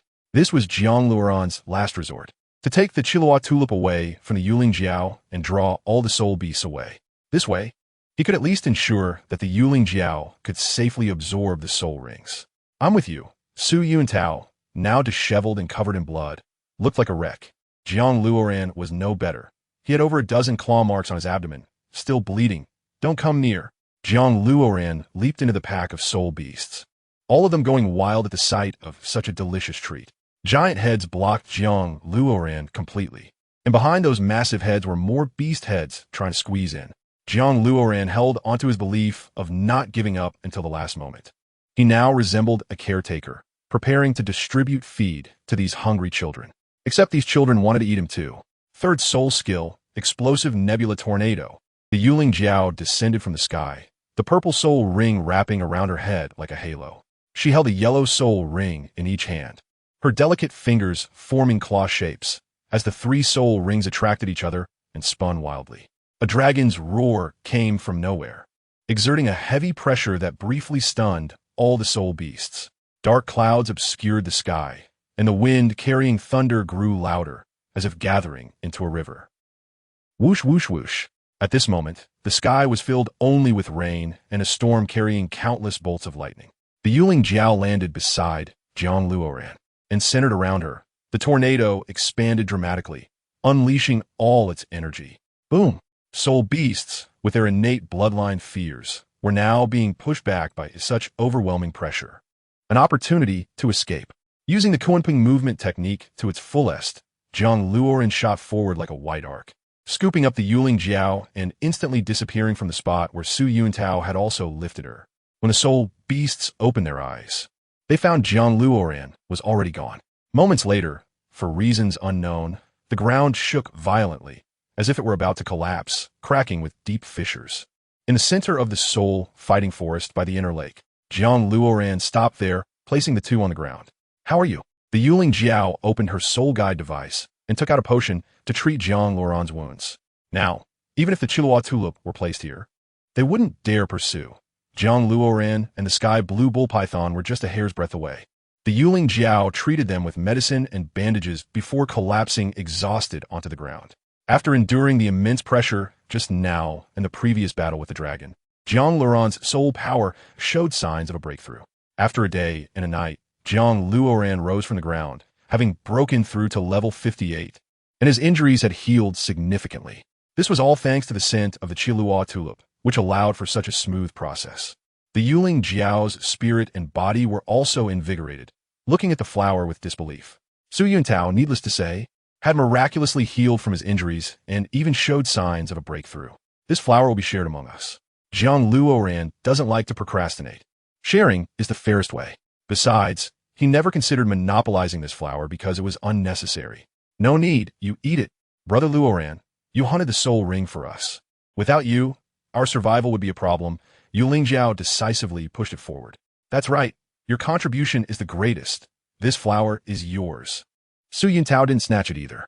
Although he craved power, without Jiang Luoran, even with his current strength, it would be out of reach. Understanding how to be content is the greatest brilliance of human nature. Jiang Luoran was somewhat pleased to see their characters, proving that he hadn't misjudged them and hadn't fed meat to the dogs. Back on Earth, some friends and relatives treated him like an apple in a juicer, which was truly disheartening. As for Su Yuntao, his character could be considered rare. How did he end up in such a sordid emotional affair? If you want to eat, then eat, Jiang Luoran said coldly, pulling up the tulip and feeding it to Yuling Jiao. Yuling Jiao had gradually understood this person's temperament, so she said, I'll only eat one. That's enough.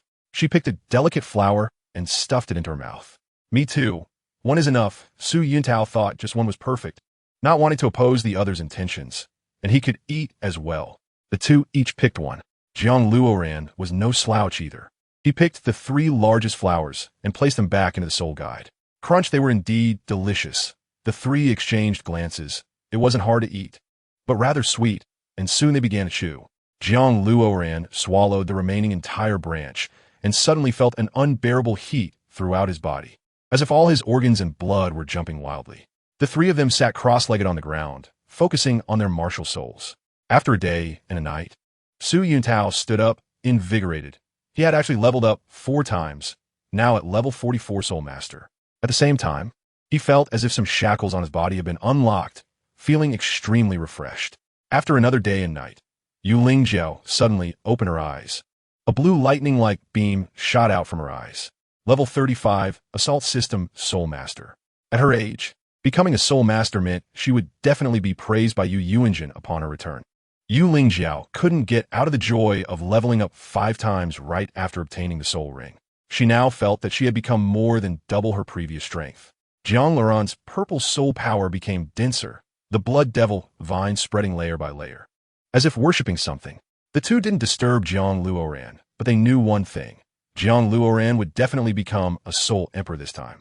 In the future, his worth would receive supreme offerings. Not to mention anything else, just being able to follow such a person would be a blessing. One must know to keep their eyes open and recognize what kind of person this is. A potential stock that is both righteous and lonely should not be provoked. Chapter 122. 9 Nether Demon Crow. JiangLuoran's aura grew more and more robust, the soul power swirling around like purple satin. After 3 days and 3 nights, Su Yuntao and Yu Lingjiao were initially very anxious. After all, they were staying on the territory of the leader of the soul, fighting Great Forest. It felt like 3 little lambs that could be slaughtered at any moment, which was quite uncomfortable. Whoosh! Jiang Luoran stood up from the ground. The purple light in his eyes had not yet dissipated. Heaven knows what changes had occurred. After all, that was a tulip. Reaching level 59 was certainly solid. This unprecedented power made Jiang Luoran observe his palm. He squeezed hard, producing the sound of frying beans. In fact, Jiang Luoran couldn't quite explain what had changed in his body, but he just felt strong, about 5 times stronger than before. Perhaps the tulip had altered his body and potential, or maybe Jiang Luoran had been completely refreshed. Luoran, how are you? Yu Lingjiao saw Jiang Luoran like this and thought he had gone mad. It was an indescribable feeling, as if he had been baptized. Jiang Luoran pulled open his clothing. All the wounds on his body had disappeared, replaced by skin as smooth as jade, far better than that of an ordinary girl. It was time to hunt for the 6th soul ring, but before that, he had to settle Yu Lingjiao and the others. He knew he was facing a 10,000-year soul beast, and Yu Lingjiao and Su Yuntao could not help at all and might even become his weaknesses. Follow me. Jiang Luoran led the two deeper into the central lake. The two had no doubts about Jiang Luoran's orders. If he said they could enter, then they could definitely enter. If Jiang Luoran wanted to kill them, he would have done so already. However, entering the territory of the leader of the soul fighting Great Forest still made them feel inexplicably anxious. The 3 little lambs walked in, waving their hands and saying, "Hi, have you eaten?" Bang, bang, bang, bang, bang. Boom! Dust flew up in front of them, resembling an army charging, but everyone knew that it wasn't an army, but rather a soul beast as large as an army. Jiang Luoran, however, showed no hesitation, approaching as if he were greeting a close brother, looking as if to say, "My friend is just this tall." A giant blue bull's head emerged from the water. Just its 2 blue horns were enough to serve as the foundation for a 20-meter-high building. Instinctively, Yu Lingjiao activated her martial soul, and a lifelike thunder dragon with dragon scales appeared. It stood upright between the Tianqing bull python and the Titan giant ape. The 3 beasts exchanged glances, all filled with confusion. When Yu Lingjiao absorbed her 3rd soul ring, her martial soul evolved, already nurturing unmatched dragon scales. Moreover, the thunder dragon's form was even more complete, vaguely symbolizing something ancient. "You've returned."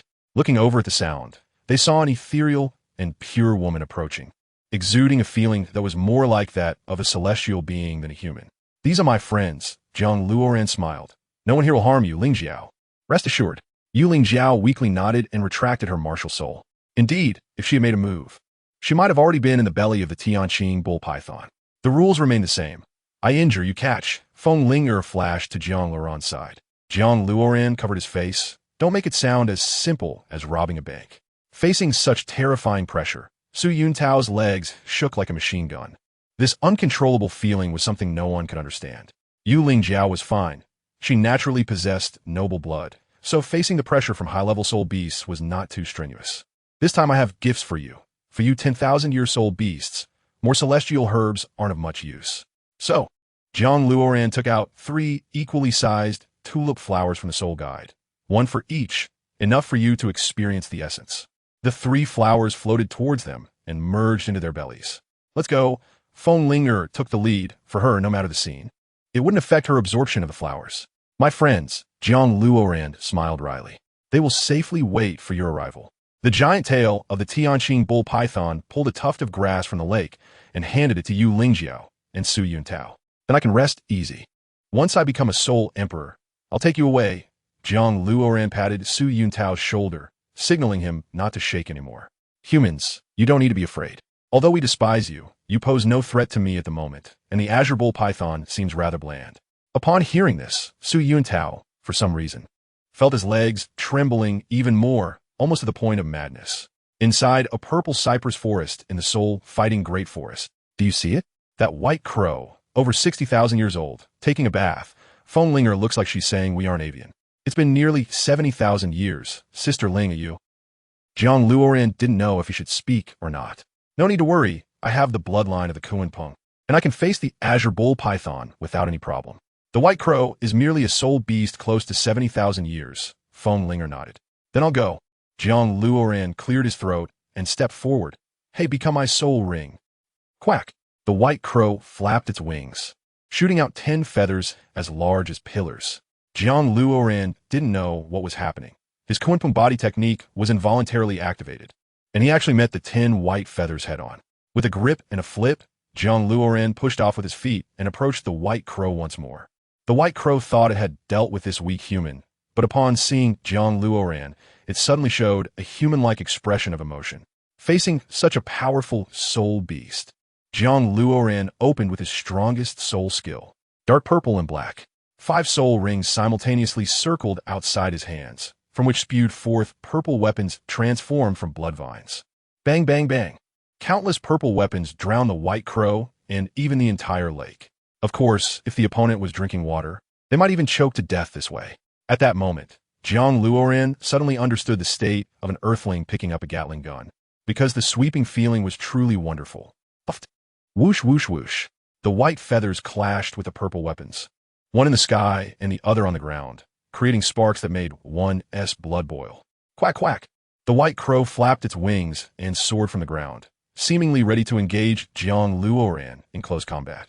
Jiang Luoran reached into the 5 soul rings and pulled out a giant hammer 3 meters long and 6 meters wide.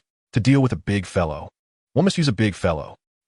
Jiang Luoran didn't give the white crow a chance to take off, bringing the hammer down on its head and driving it into the ground. With a motion of his left hand, the 5 soul rings floated over simultaneously, hovering above his hand, and aimed at the ground for a bombardment. Bang, bang, bang. Below, the sound of metal clashing echoed. Without saying, Jiang Luoran knew the opponent must have activated something similar to a soul skill. He saw a smooth and shiny white crow flying towards him, its left wing extended, slashing at Jiang Luoran. An exceedingly powerful attack. Chapter 123. The Cursed Gun's Monthly Ticket. The bright white wings looked like they were cut from stainless steel, a product of future technology. Jiang Luoran stood firm, rapidly descending from the sky, using his first soul skill, creating something from nothing. His third soul skill, Blood Vine's Prison. Dozens of blood vines erupted from the ground, surging upwards, while the blood vine's prison descended from above, like intersecting chains and cages, trying to ensnare the white crow. As a soul beast over 60,000 years old, the white crow's strength was difficult to gauge. It radiated a white, waxy glow. Then, in an instant, the white crow began to grow larger, like an inflatable doll being inflated. The blood vines and cage hadn't even gotten close before they were completely sliced apart. Jiang Luoran swung the purple hammer directly at the white crow's abdomen. Quack! The white crow's eyes glimmered with black light, its wings folding together like a knife, severing the purple hammer and charging towards Jiang Luoran. With the Kunpeng body technique in play, Jiang Luoran barely managed to evade, pulling a purple spear from the 5 soul rings and aiming it at the white crow's black eyes. Whoosh! The purple spear shot through the air, with soul power swirling around it like a vortex. The white crow closed its eyes, blocking this targeted shot. Is its eyelids made of iron armor? Jiang Luoran was secretly astonished. The white crow seemed unwilling to continue playing with Jiang Luoran, showing a human-like disdain. Quack quack. Waves of sound echoed throughout the forest, reverberating off the mountains, in the woods, and across the lake. The echoes grew louder, and Jiang Luoran's brain suddenly went blank, as if he had entered a dream. Everything before him was white, but this white only evoked a sense of death, as if he could never break free from it. There was no sound here, and Jiang Luoran wanted to scream, but he seemed to forget how to shout in an instant. Ironically, although he had forgotten how to speak, he could still recall conversations with his friends. No one cared, as if he had never existed, sinking deeper and deeper. Fear. Yes, it was fear. Jiang Luoran was surprised. He had rarely felt such fear. Hey, don't be silly. Feng Linger smiled, patting Jiang Luoran's right shoulder with her left hand. Jiang Luoran's gaze shifted. The white light immediately dissipated, and he gasped for air as if he had just been pulled out of the lake, drenched in cold sweat. This time, hunting the soul beast is with me. Let me teach you what battle really is. Feng Linger stepped boldly into the sound waves, holding a purple feather. For some reason, Jiang Luoran suddenly found himself immune to the sound waves, and he followed Feng Linger's pace with his hammer in hand. When the white crow saw Feng Ling, it suddenly sensed a strong sense of danger. Feng Linger moved like the wind, her right hand striking down with the purple feather, forcefully slamming the white crow to the ground. Jiang Luoran activated all 5 soul rings simultaneously, unleashing countless purple weapons. Leave no room for mercy, kill it directly. Feng Linger instantly vanished, sweeping horizontally at the white crow's head. The white crow panicked, flapping its wings and soaring into the sky. Jiang Luoran crossed his hands, the 5 soul rings swirling around him.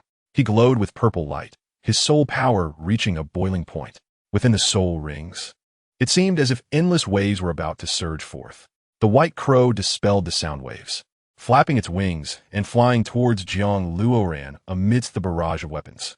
It aimed to eliminate the weakest first. Ghostly Boots, 5th soul skill, held battle armor. Jiang Luoran immediately armed himself, advancing rather than retreating. Bang!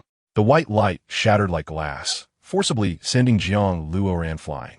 With the Kunpeng spirit manifesting, a white feathered Kunpeng appeared behind Jiang Luoran, stabilizing his form. Slash! An exaggerated purple light descended, blocking out the sun, completely covering the forest. From Jiang Luoran's perspective, this was a massive purple aura descending from the heavens. Bang! The white crow didn't even know how to dodge and was struck on the head, with the shockwave blowing against Jiang Luoran's face. Aren't you supposed to be more ferocious? Were you holding back? Feng Linger approached Jiang Luoran. Seeing Feng Linger's calm expression, it seemed to say, we're just playing a little game. In contrast, Jiang Luoran felt that soul masters of the Contra level were far too friendly.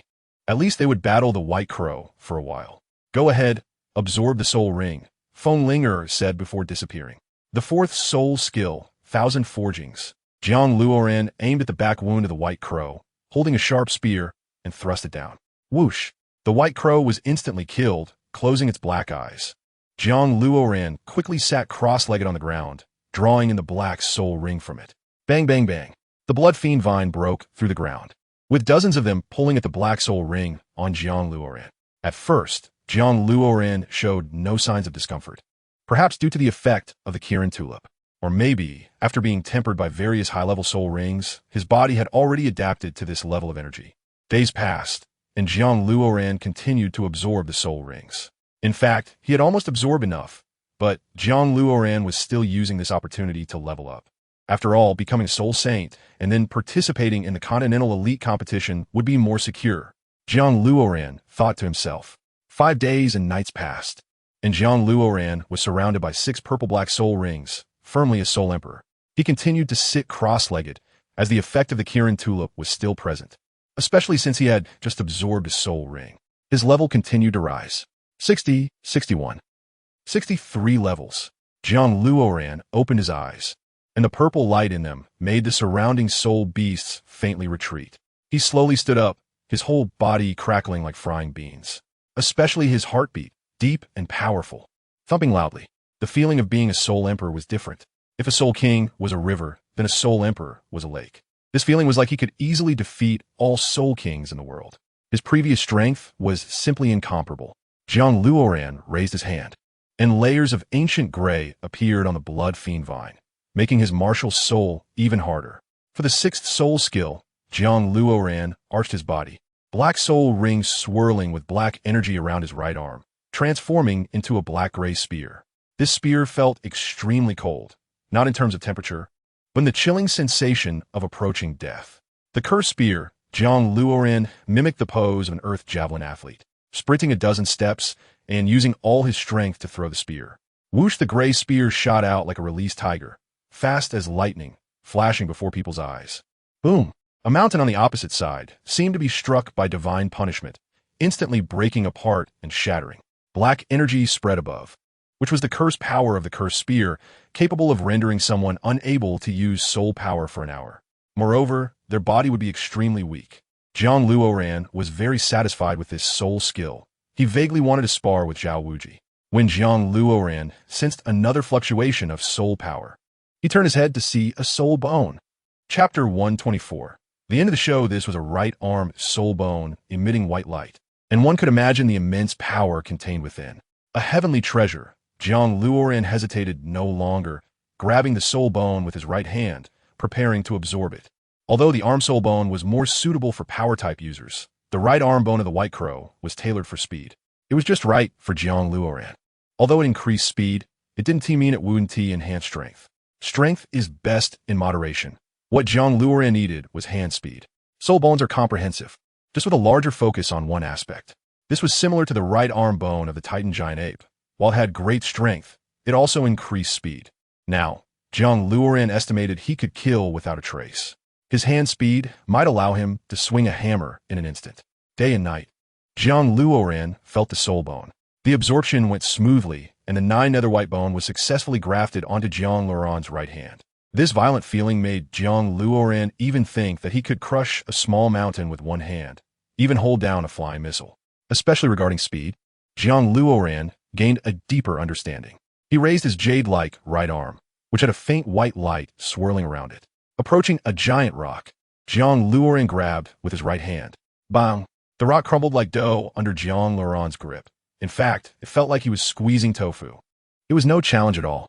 On the lake, Jiang Luoran clenched his right hand into a fist and struck the water surface. Bang! His right arm moved like white light, crashing into the lake like a cannonball. The entire lake seemed to be impacted by a whale, roaring and churning up massive waves. Level 63 Soul Emperor. An external soul bone, a right arm bone. Participating in the Continental Elite competition should be no problem now. If he became a soul saint, he might not even need to fight. Just a glance could defeat everything. He remembered that there was an Elephant Armor Academy in the Elite competition, and there was someone named Hu Yanli who had a skull bone. However, the threat was no longer significant. After packing everything up, Jiang Luoran returned to the central lake. Brother Luoran Yu. The most surprised was Yu Lingjiao. Although Jiang Luoran had absorbed the 6th soul ring and his body had changed somewhat, she still recognized him. What's wrong? Jiang Luoran noticed Su Yuntao was also looking at him. Upon entering the lake, Jiang Luoran found he had changed his appearance. His originally refreshing and gentle face had become somewhat handsome. His muscles were well-defined, like a small bull walking on land, but not overly exaggerated. However, one could imagine the explosive power contained within those bulging muscles. The power of a soul emperor was constantly revealed, making one feel an undeniable majesty. Maybe because of the Kirin tulip, I'm now a 63-level soul emperor, and just now I got a right arm bone, Jiang Luoran said, clenching his right hand, and white, iron-like claw scales appeared before everyone. Your talent makes me feel ashamed, Su Yuntao sighed, realizing what true genius meant. This is completely insane. It's a level that can only be reached by a madman. Yu Lingjiao thought back to before when she had been pestering Jiang Luoran, and her face suddenly turned red. This gap is impossible to bridge. It's nothing. As long as you work hard, you can all become strong too. The reason I'm so strong is just that there are some things I need to fight for, Jiang Luoran said as he retracted his soul power and soul bone. After all, this was on the territory of the sky blue bull python. They were like sitting around a fireplace eating beef, while the bull demon king was watching from behind, and they were still laughing heartily. Hey, I think barbecue tastes better. Creepy, let's go. Jiang Luoran led the two away. Goodbye. The sky blue bull python dove back into the water. Brother Yuntao, what are your plans? Jiang Luoran asked. I want to follow you. Do you think that's okay? Su Yuntao replied.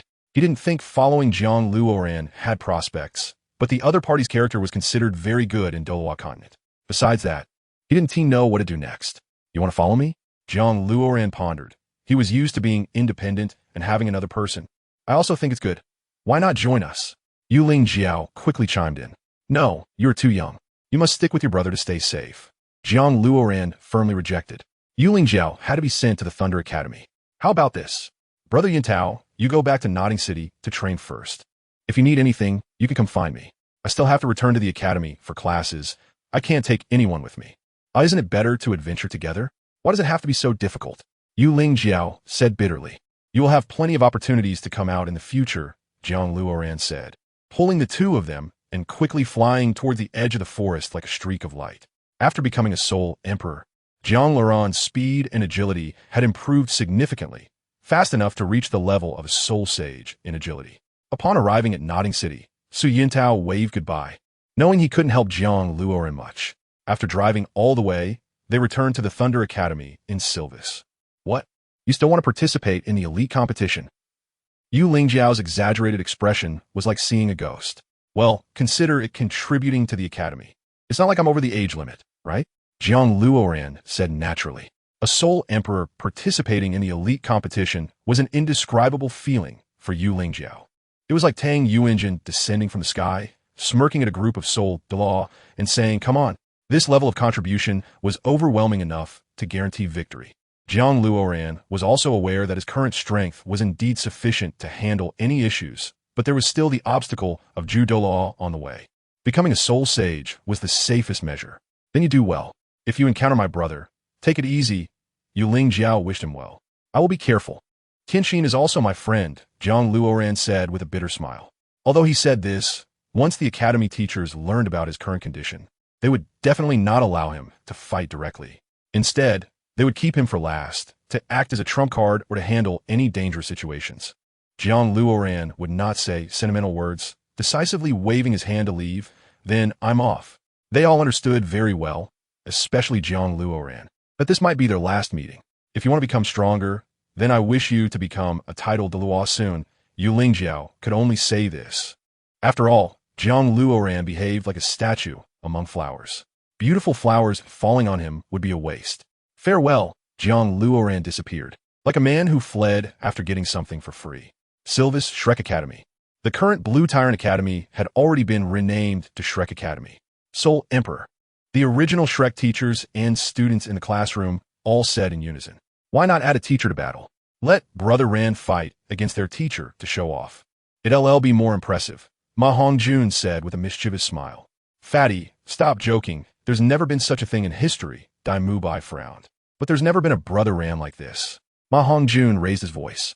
Indeed, this had become a process of overwhelming dominance. This victory might reach 100. Tang Sin stroked his chin. Chapter 125. Blood Battle Reward Monthly Ticket. If there were human dissection experts in the Douluo continent, Jiang Luoran felt they would definitely focus on him first. With this arrangement, we are not just aiming for the championship. We can't let Luoran directly dominate. The kids should compete, and Luoran should be kept for last as the trump card. If necessary, let Luoran go up. Don't treat it as a competition. It should be seen as training, Yu Xiaojiang said gently. Jiang Luoran had already guessed this. They had previously said they were fighting for the glory of the academy, and now it was being treated as training.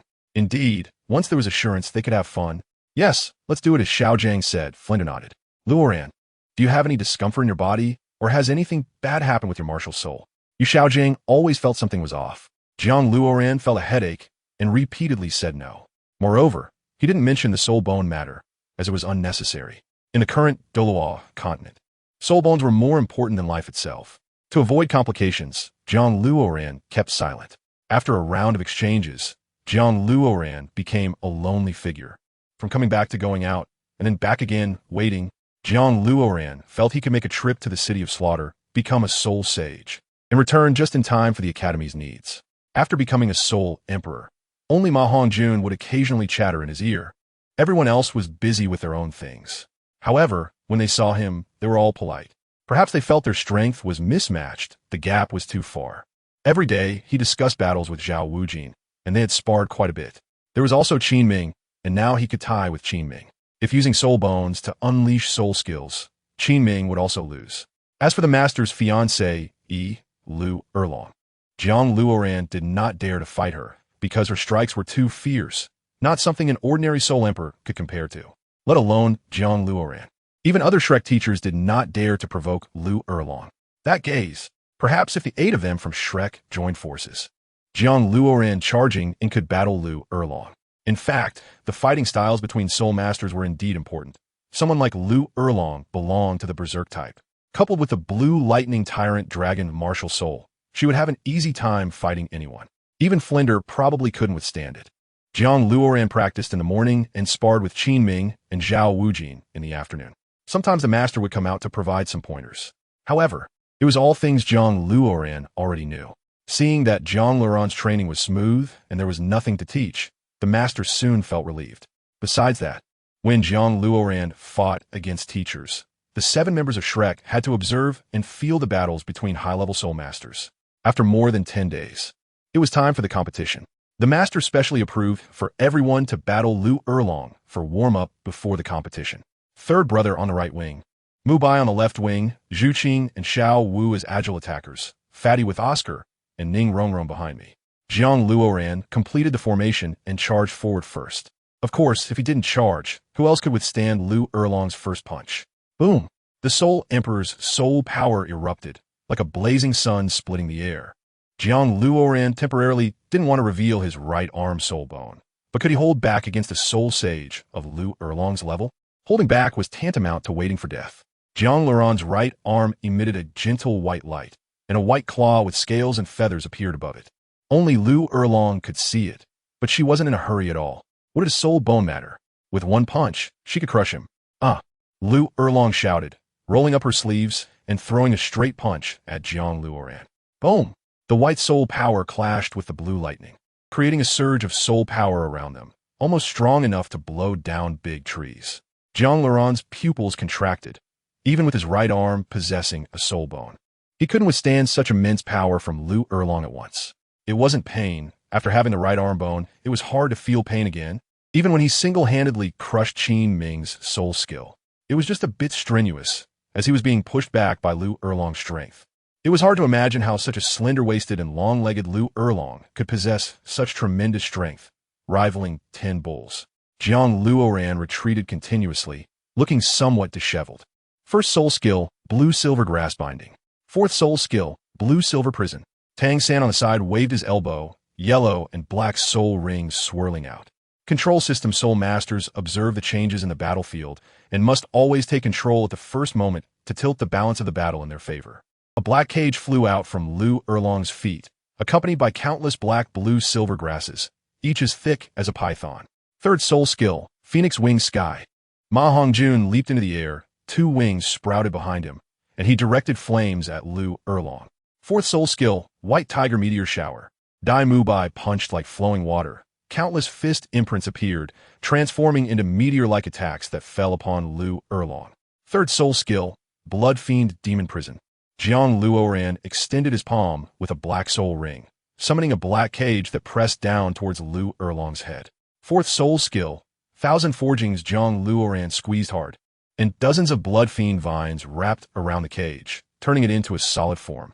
Seventh soul skill, True Body of the Red Dragon. Jiang Luoran was shocked and quickly retreated to avoid being wiped out. The other 7 dispersed, not daring to stay even for a moment. Fifth soul skill, Hell Battle Armor. Jiang Luoran formed a hand seal. The Hell Battle Armor could only be used by 3 people, so he protected the 3 girls, Xiao Wu, Zhu Qing, and Ning Rongrong. Roar! A giant dragon appeared, and it was not carrying lightning but a sea of thunder, the aura of a soul sage spreading through the air. A massive blue vortex formed a repelling circle, not only shattering all soul skills, but also sending Jiang Luoran and the 8 others flying. This was not a battle of the same level.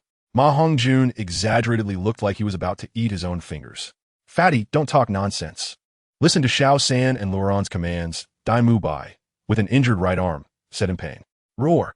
Lu Erlong sat atop the thunder dragon, like a divine punishment descending from the heavens, her expression cold and fierce, attacking Jiang Luoran at the first moment. Someone's gonna die. Teacher Erlong, show mercy. Oscar shouted. With such a strike, Jiang Luoran would either die or be severely injured. Jiang Luoran faced such an attack without panic. gripping a gray spear in his right hand, aiming it at Lu Erlong. The next scene left the Shrek 7 stunned, even gasping in awe at Jiang Luoran. Instead of retreating, Jiang Luoran advanced to meet Lu Erlong's attack. The black soul ring merged into the spearhead, ribbons of silky purple soul power spreading out. After running a few steps, he unleashed the cursed spear using the principle of a chaotic wind. The cursed spear shot forth as Jiang Luoran violently swung it. Even using all his soul power, the cursed spear surged like lightning in a storm, rising against the wind, surrounded by silky purple light, the tip emitting a deathly aura. The Shrek members had never had the chance to see Jiang Luoran's 6th soul skill before. Today they would see what kind of soul skill could make Jiang Luoran face Lu Erlong's martial spirit true body without retreating. Boom! Chapter 126. Turning the tide, the sound of ghostly cries lingered, a sensation as if everyone was food, completely sucked into a juicer. It was a piercing scream that tore through the eardrums. Lu Erlong's true body of the red dragon was still present, but her complexion had turned pale, her eyes dim, like a war god who had been drained of strength. The function of the cursed spear was never to attack the opponent, but to curse them. Jiang Luoran's strike might not work on Flander, but on Lu Erlong it was guaranteed. Therefore, he did not need to flee, as the cursed spear in his hand had a 99 chance of hitting. Now, Lu Erlong could only rely on the red dragon beneath her and her battered willpower. Erlong, it's over. You've already lost, the master advised Lu Erlong, knowing Jiang Luoran's 6th soul skill. Impossible, I will not lose. Lu Erlong steadied herself, her hand supporting her forehead. Shrek closed in. Jiang Luoran moved like a flash towards the willow tree, bending at the waist. Xiao Wu had been waiting for a long time, her hands wrapping around Lu Erlong's waist. Dream on. Even if Lu Erlong has lost her soul power, she is not someone Xiao Wu can withstand. Just as she was about to attack. 3rd soul skill, Ghostly Claw. Zhu Zhuqing flew in, not aiming for Lu Erlong's face, but her arm. This could prevent her from attacking Xiao Wu. Concentrate fire. Tang Sen leaped onto a willow tree, using his 2nd soul skill, Ghostly Vine Parasitism. 3rd soul skill, Web Binding. 4th soul skill, White Tiger Meteor Shower. Dai Mubai rolled quickly to Lu Erlong's side, throwing punches like meteors, recklessly attacking. 4th soul skill, Phoenix Sky Strike. The 9 treasures turned out with glass. All these soul skills fell upon Lu Erlong, and fortunately, the true body of the red dragon was blocking, or she would have been sent to the medical department. After all, the true body of the red dragon was a 7th soul skill, so it could naturally withstand these attacks, but the 8 members of Shrek were attacking from all angles. The red dragon could not block everything, and some attacks would still land on Lu Erlong. Also, while they could fight, they couldn't injure Lu Erlong. They had to give the master some face. Seeing the attacks too dense, Jiang Luoran waved his right hand, and dozens of blood fiend vines rose from the ground, pulling Lu Erlong back to Yu Xiaojiang's side. Although Lu Erlong accidentally got hit, everyone understood that a normal soul sage in battle could instantly wipe them out. Moreover, Lu Erlong was a soul master who specialized in killing. If she held back in battle, her damage would be greatly reduced. However, with their current coordination and formation, fighting a Zhao Wujia who held nothing back would not be a problem.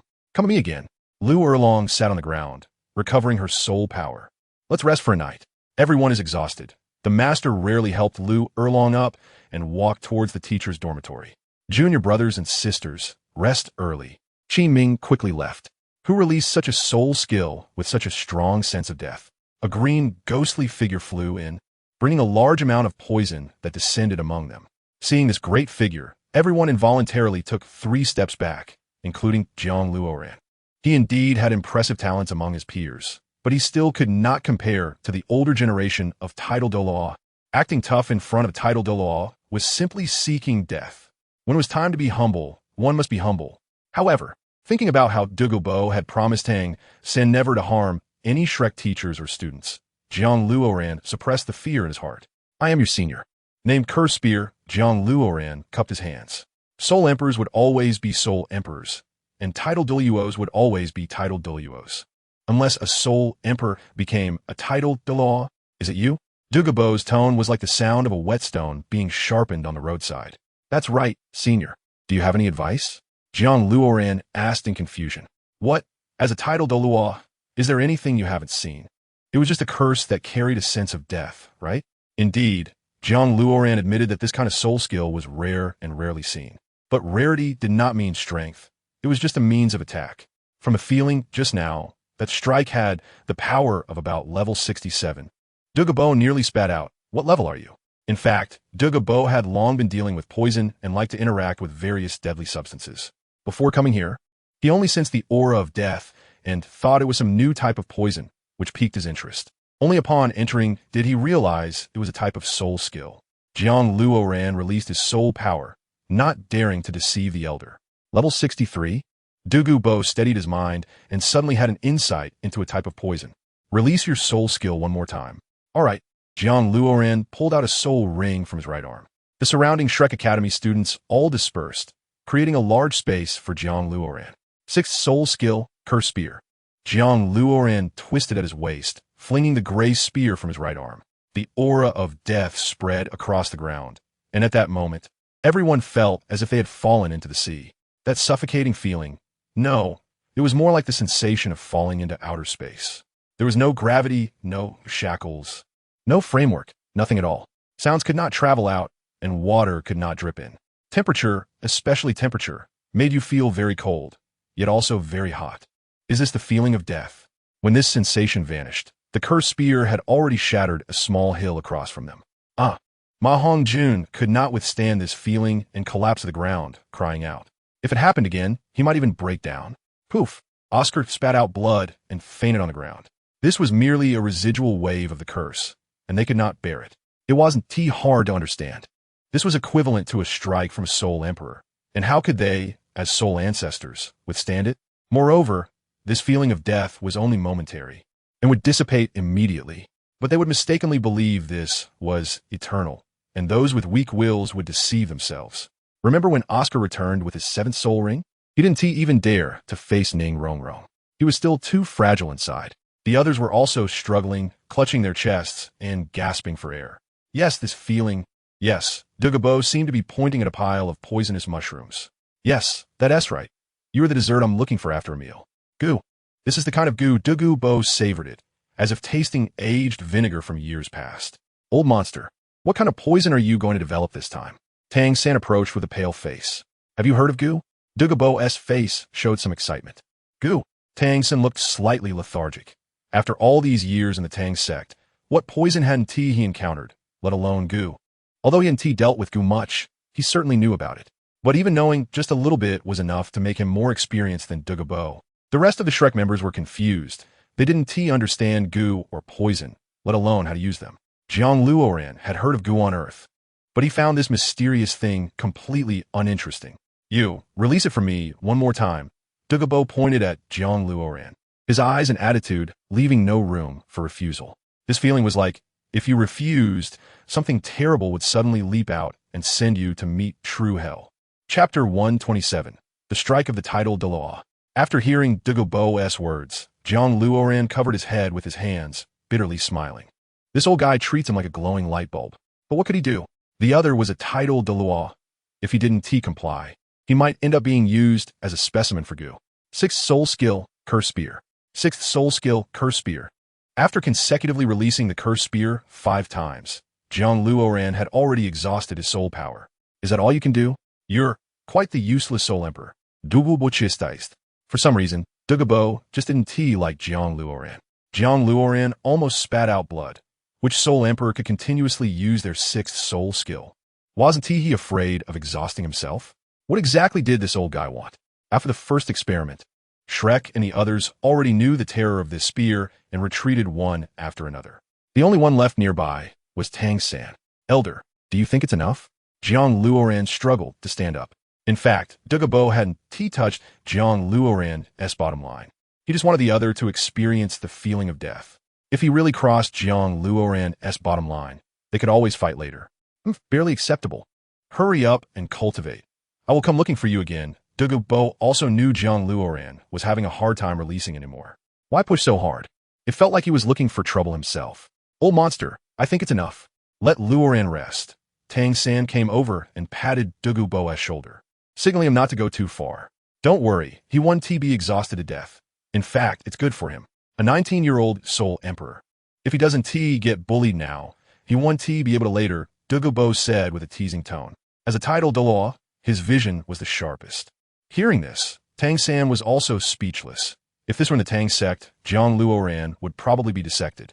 All right, you bunch of bastards, Dugu Yin rushed in angrily. Grandpa, you're really here as a consultant? Yin Yin. Dugu Bo was overjoyed to see Dugu Yin and immediately embraced her. Is it you? Tang San exclaimed. What a twist of fate. How did Dugu Yin find this place? Moreover, were the guards outside, guarding with their eyes closed? So, you all are students here? Dugu Yin's anger did not subside, her eyes blazing, especially upon seeing Jiang Luoran. Recalling those punches he had landed on her abdomen and head at the Soto Great Soul Arena, and how he had beaten Yi Lingling into a state of disarray. His strikes were vicious and extremely brutal. This kind of person clearly had no girlfriend. There probably wasn't even a normal person around him. Thinking of this, Dugu Yin wished she could skin Jiang Luoran alive and let his body rot in a poison pit. Do you know each other? Hey, this is great. I was just about to introduce him, but Dugu Bo was interrupted by Dugu Yin. It's them who severely injured me last time, especially that malicious-eyed Jiang Luoran. Dugu Yin had already released her soul power. Malicious? Jiang Luoran had looked in the mirror on the lake. Aside from being pure, he wasn't malicious at all. My teammates, several of them were crippled by him. He is not even human. Dugu Yin looked at Jiang Luoran as if he were a monster. Cough, cough. Our academy has always been known for being monsters, Tang San interjected humorlessly. This one mainly talks about cultivation. He is clear about that. As for emotions, he is even worse than Jiang Luoran. All right, they're about the same. Yin Yin, how do you want to deal with him? Dugu Bo's eyes emitted a dark green light, like the eyes of a poisonous snake. I want to duel him, Dugu Yin said without thinking. Over the past few years, she had been training day after day and perfecting her poisons. She was very confident she could take down Jiang Luoran. What? A duel? Yes. Is there a problem? Does Jiang Luoran dare to accept my duel? You're too far apart in strength. Come back to my room first. Dugu Bo grabbed Dugu Yin's hand and turned to leave. Old monster, you should rest early. Tang San approached Jiang Luoran. Why won't you let me duel him? I can definitely defeat him. For Dugu Yin, Yu Qianheng is the strongest among the younger generation. How strong can he be? Moreover, the Shrek members are still young. Their strength is not that high. He is a soul emperor. Don't even think about getting close to him, let alone fighting him. With absolute soul power suppression, you would be reduced to a puddle of blood in less than a second, Dugu Bo said slowly. What a joke. A soul emperor is not like a cabbage. Dugu Yin's heart raced. She was scared. Has Dugu Bo ever deceived her? The answer is no, not once since she was a child. A soul emperor? Even if you accidentally hurt Yin Yin during a duel at the Soto Great Soul Arena, it shouldn't have been that severe. I don't care about your feelings. But when it comes to my granddaughter, I have to intervene. Dugu Bo's soul power surged continuously. Level 91 Title Douluo. A green toxic mist, like a poisonous hand, descended from the sky, pressing down on Jiang Luoran. Dugu Bo then took Dugu Yin away, indifferent to JiangLuoran's life or death. This was just a normal palm strike from a Title Douluo. If Jiang Luoran couldn't withstand it, then he would die. Jiang Luoran was shocked at the sight of the green hand. There was no way to dodge it. Luoran, do you still have any soul power?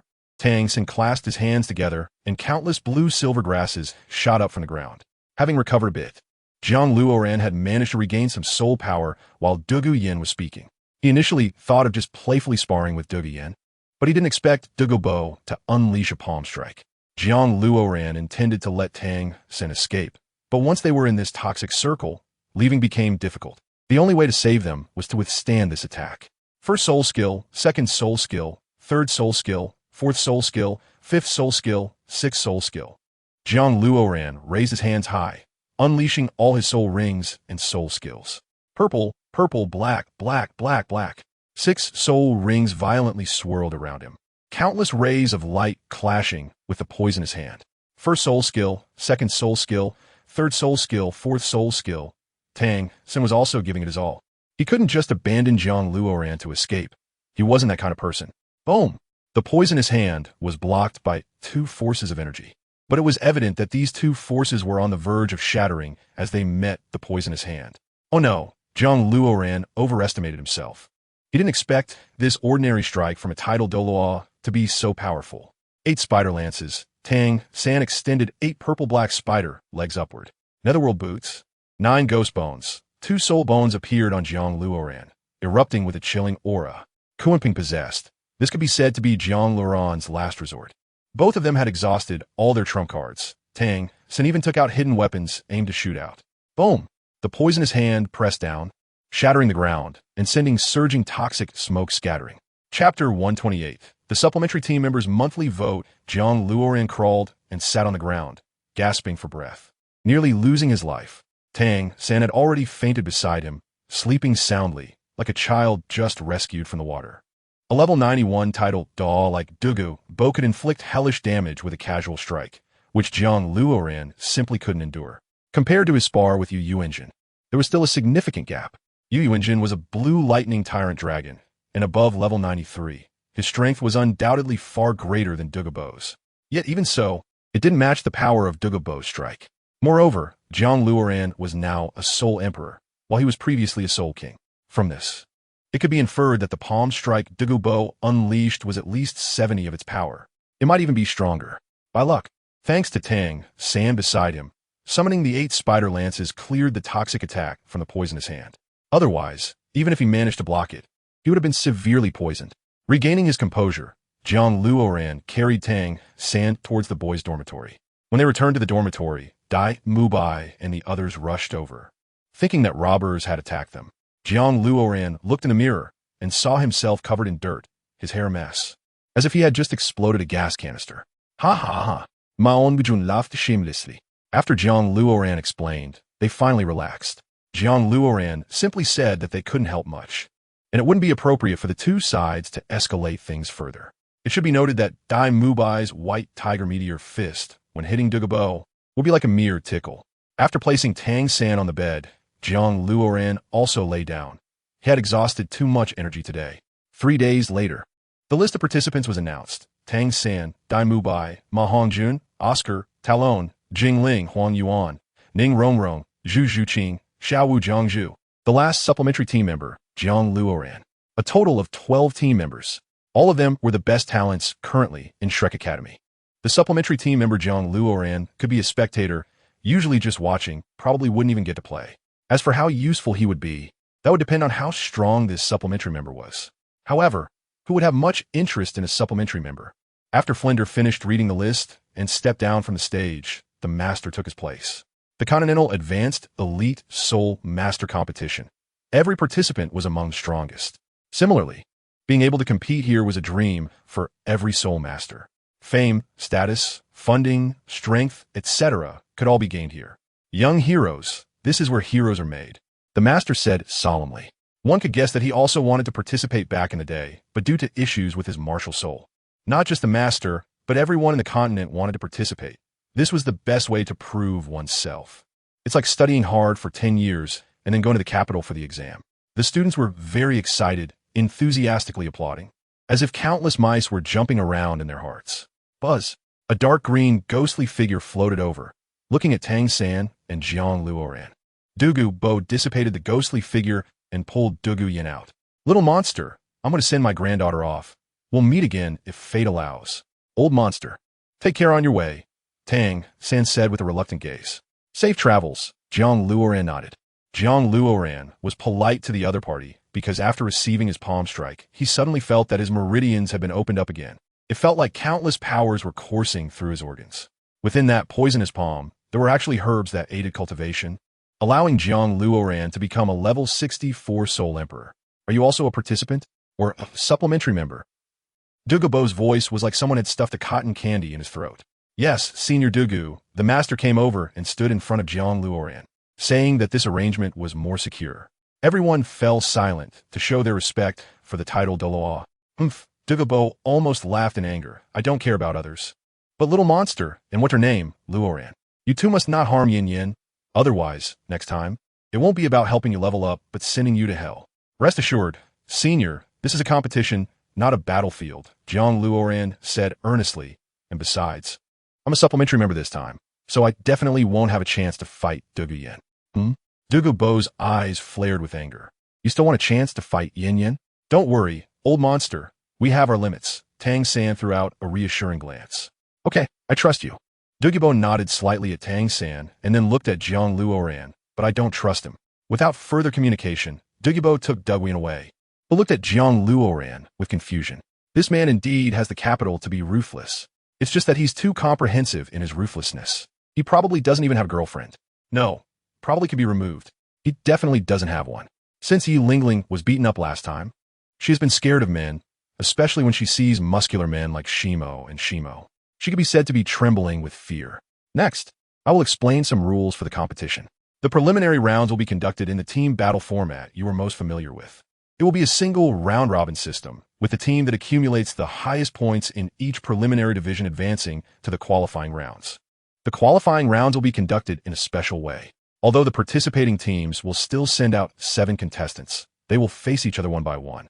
The winner stays on the field, and the losing side will continue to send up their contestants until one side has all its contestants defeated. The master said, then there will be individual elimination rounds. Although the competition rules are quite elaborate, everyone should not feel burdened. You are all very strong. Flinder noticed that they were listening with confusion. Well, among the younger generation, the highest should be soul respect, right? Where else could it go? Ma Hongjun waved his hand, feeling relaxed. As for Jiang Luoran, he was even more in control. Not to mention that they could originally win the championship. With him added, it should be more stable. But one should not be careless. The master is always the most cautious. I suggest that you adopt a strategy of conserving strength. Conserving strength.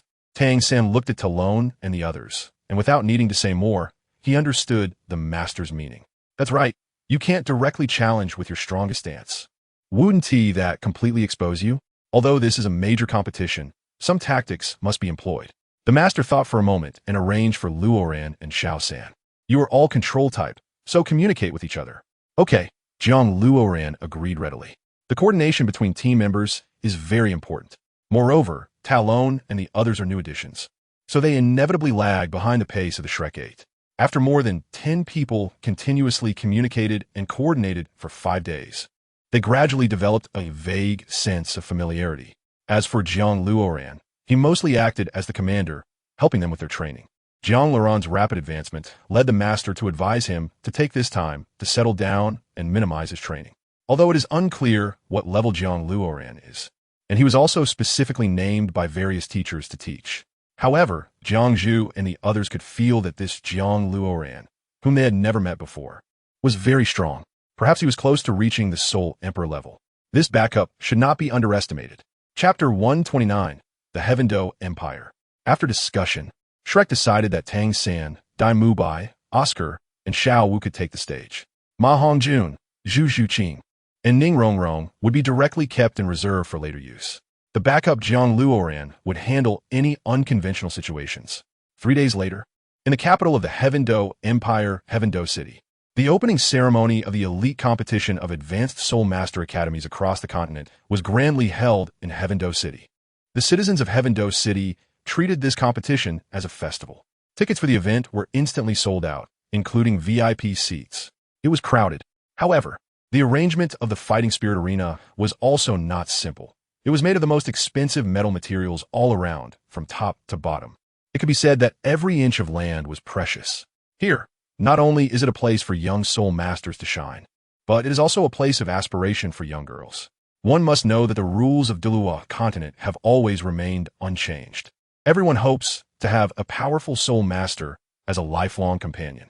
Moreover, the nobles, if they see a promising soul master team, will definitely spend significant resources to cultivate and hire them. Heaven-Do City has never been this bustling. The streets and alleys are filled with crowded people. There are too many people. Tang San thought he had never seen such a noisy scene. Only Tang San had the mood to care about this, while the others were troubled by the green advertising clothes they were wearing. Covered in logos, they looked more like they were advertising than competing. Because of this, the others argued with the principal for a long time, but to no avail. Flinder viewed money as life, disregarding their objections and claiming that if they continued to oppose, he would add more advertisements. The master comforted them, saying that this was just a way to strengthen their mental quality. Only in this way could they become stronger. As soon as they entered the competition platform, Shrek undoubtedly became the most shining presence. What kind of academy is this? The clothes even have a smell of copper. Which blonde man wears this outfit? What a waste. Look at that red-haired fat guy. With this outfit, he could definitely make money grilling skewers in Mexico. Flinder, Lu, Erlong, the master, Zhao Wujia, and Qi Ming walked past the students as if they were gliding on oil. When they saw the other students, none of them were not dressed in shiny satin. Some were even more eye-catching than noble clothing. Some students from certain academies were even wearing custom-made outfits.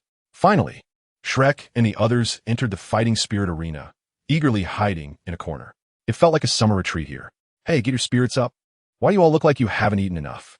Flinders scolded angrily. In fact, Flinder divided the advertising money into 3 parts. 1 part for the expenses of participating in the competition, 1 part for Shrek Academy's funding, and the last part to be shared among the Shrek students. Although this was quite humane, they, being in their teenage years, couldn't bear such humiliation. Moreover, it was embarrassing to be in the Heavendo Empire, watched by countless high-ranking officials and nobles. However, they could hide for a moment, but not for a lifetime.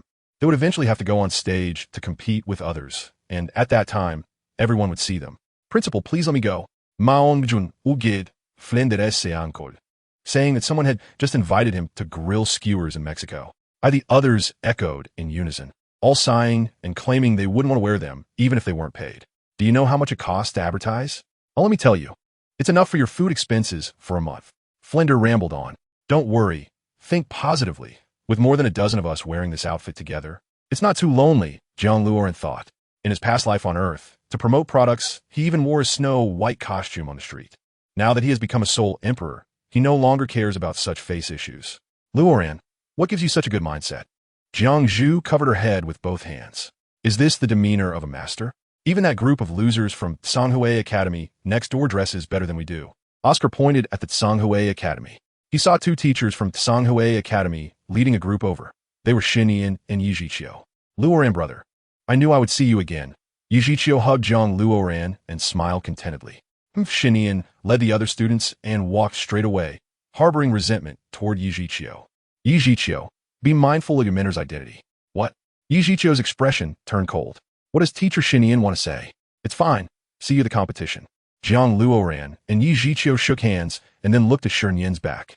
Xinyan seemed to be targeting Tang San, being a level 72 soul sage.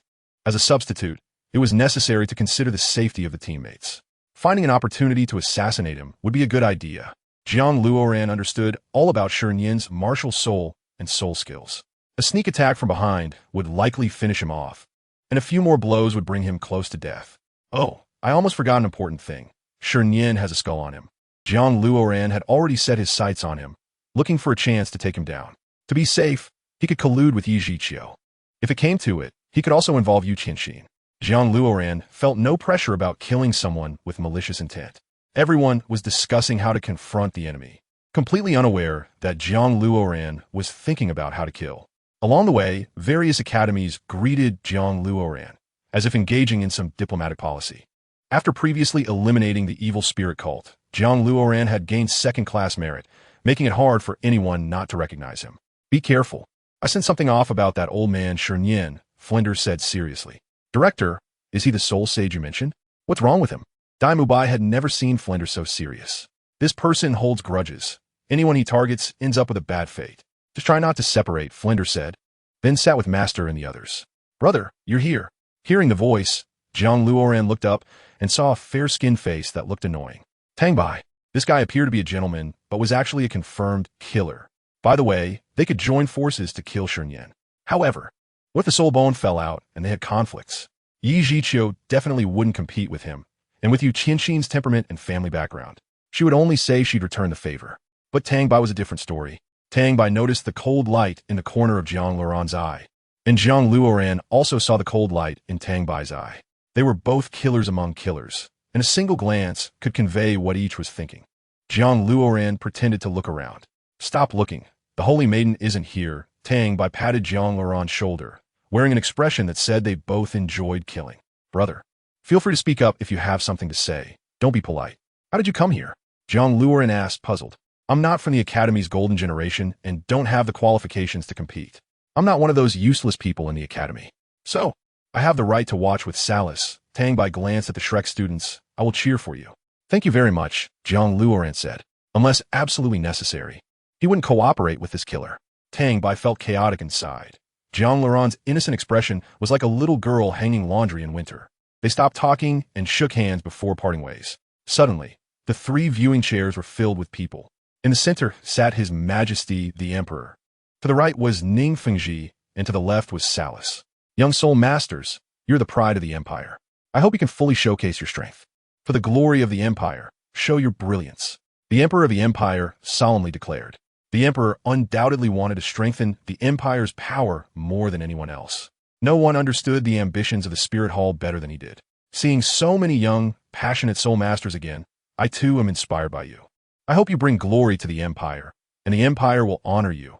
Ning Fengji clapped his hands, his expression kind. Salas merely nodded without saying much. In the first round of the preliminaries, Sanghui Academy faced Zixing Academy. In the first round of the preliminaries, Oakland Academy faced Flame Glory Academy. In the first round of the preliminaries, Shrek faced the Tiendo Royal Academy. You all compete well. We will take our leave first, Flinder said weakly, not giving the Shrek students a chance to speak. Luoran, you lead the team. All arrangements are up to you. Master felt there was nothing difficult about this. In the match against Tiendo Royal Academy, if it weren't for the fear of losing face for the Empire, Shrek could have sent just 3 people to take them down. Their purpose for coming this time was to win the championship. Who wants to compete with something like Tiendo Royal Academy? This kind of match is just right for you to warm up. Qin Ming casually walked away as if going on a vacation to the beach.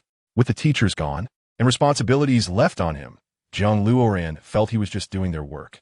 Following the original request, excluding Ma Hongjun, Ning Rongrong, and Zhu Zhuqing, the 3 of them were kept hidden and the rest were screened.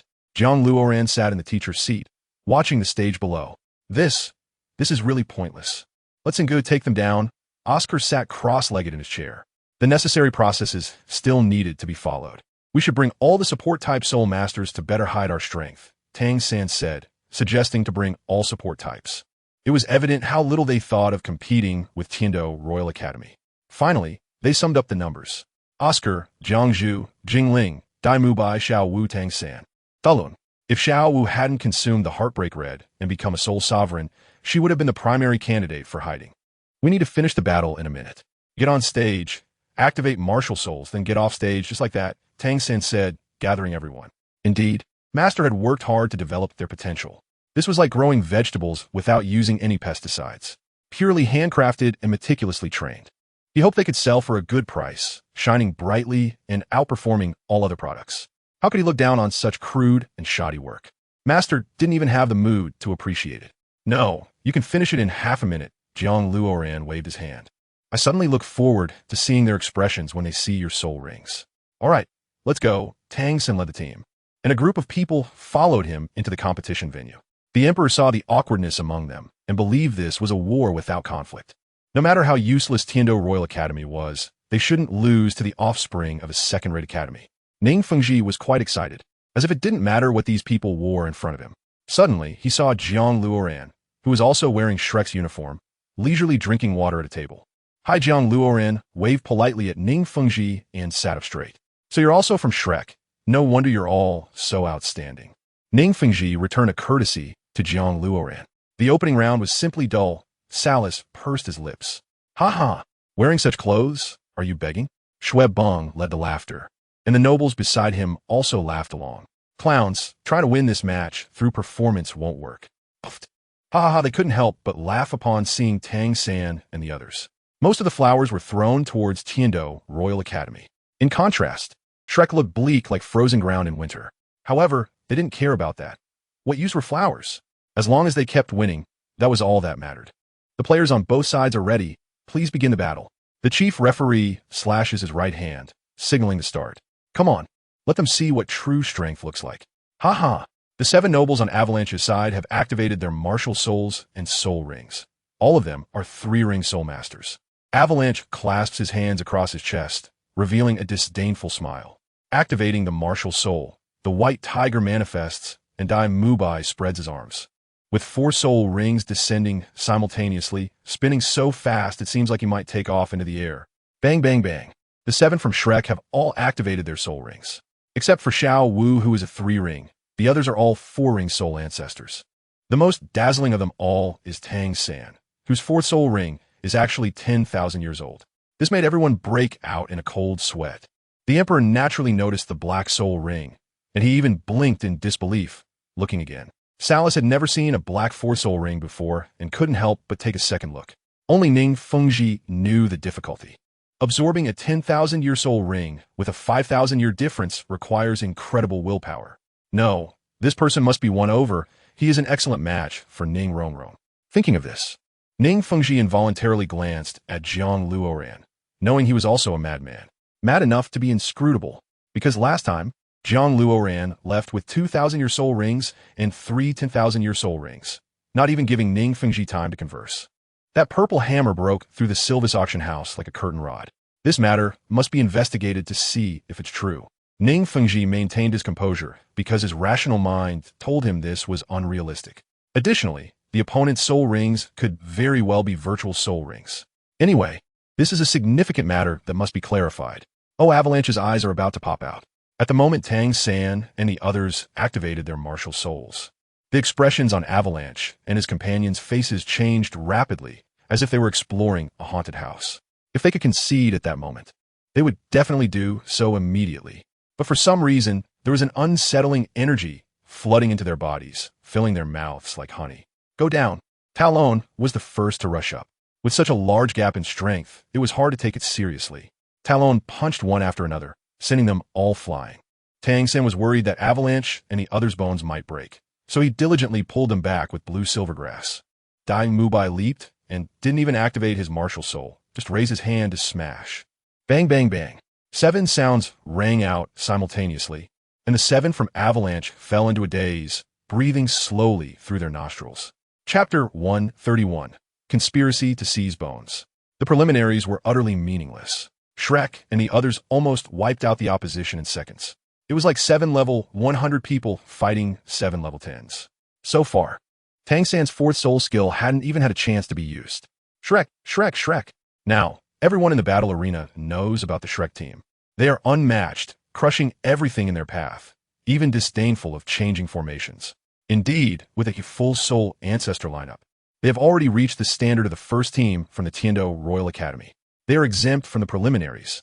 Shrek Academy wins nighttime inside the Shrek camp. They thought they were all tough guys, but they all crawled. Ma Hongjun was referring to the battle situation. The master said nothing about this. They had gained their strength through their own struggles and had the capital to show off.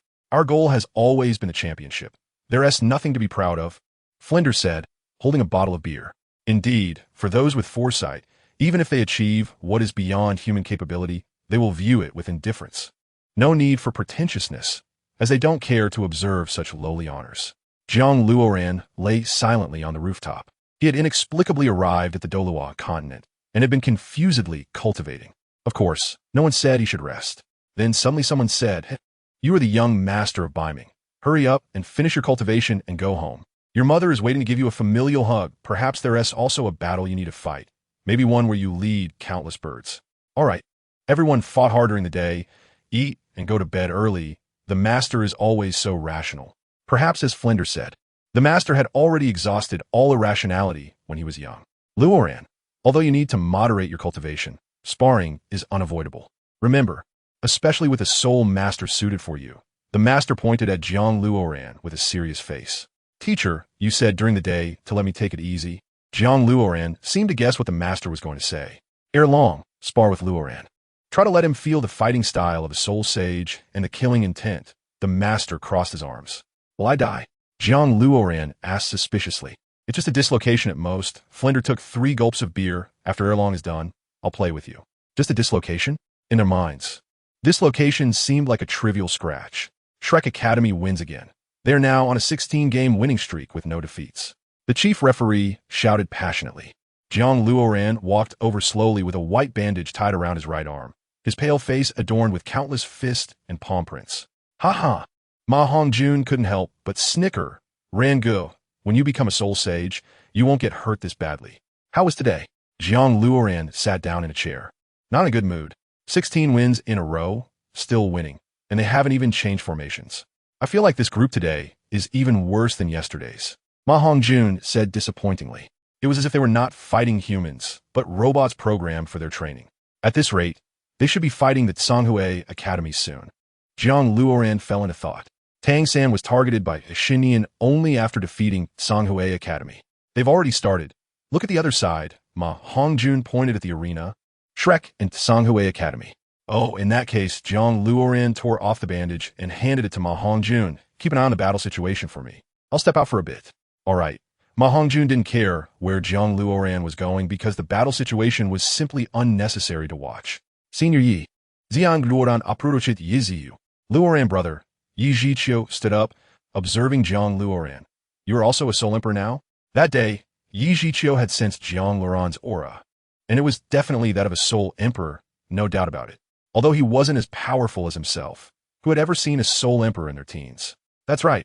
I came to ask you to help me kill Xinyan. Jiang Luoran's smiling face suddenly turned cold. Yi Zhiqiu was clearly startled, and his face paled. To say so blatantly in front of the public that I want to kill Xinyan? However, it might not be impossible moments later, just as Jiang Luoran was about to leave. At that time, he was notorious for his evil deeds and was truly a disgrace to our academy. But unfortunately, he is a soul saint, someone we cannot provoke. You wouldn't know, this old man has quite a way with young girls. Yi Zhiqiu began recounting the history of Xinyan. This is a beast. Jiang Luoran was still unaware that Xinyan had such a colorful history. No wonder when he killed Tang San, it involved Xiao Wu. Although this was also the only way to harm Tang San. The weight of a soul saint. Even if Xinyan was notorious, the academy wouldn't say much, right?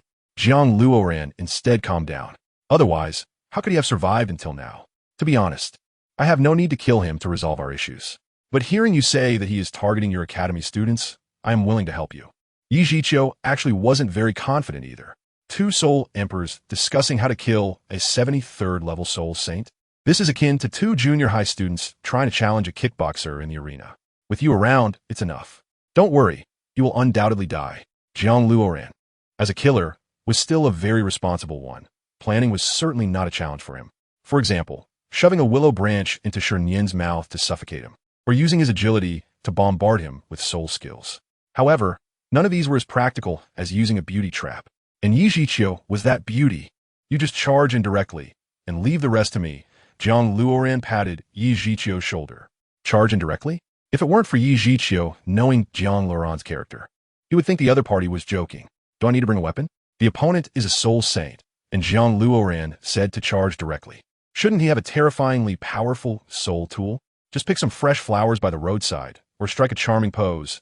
Anything goes, you decide. Jiang Luoran left without hesitation. The match in the arena had already ended, and Tang San pretended to be injured as he left alone. In reality, he wasn't seriously hurt.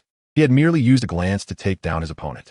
A top-tier expert in a certain field was provoked, and then the opponent was all taken down by him in an instant. This expert feigned ignorance with an innocent expression.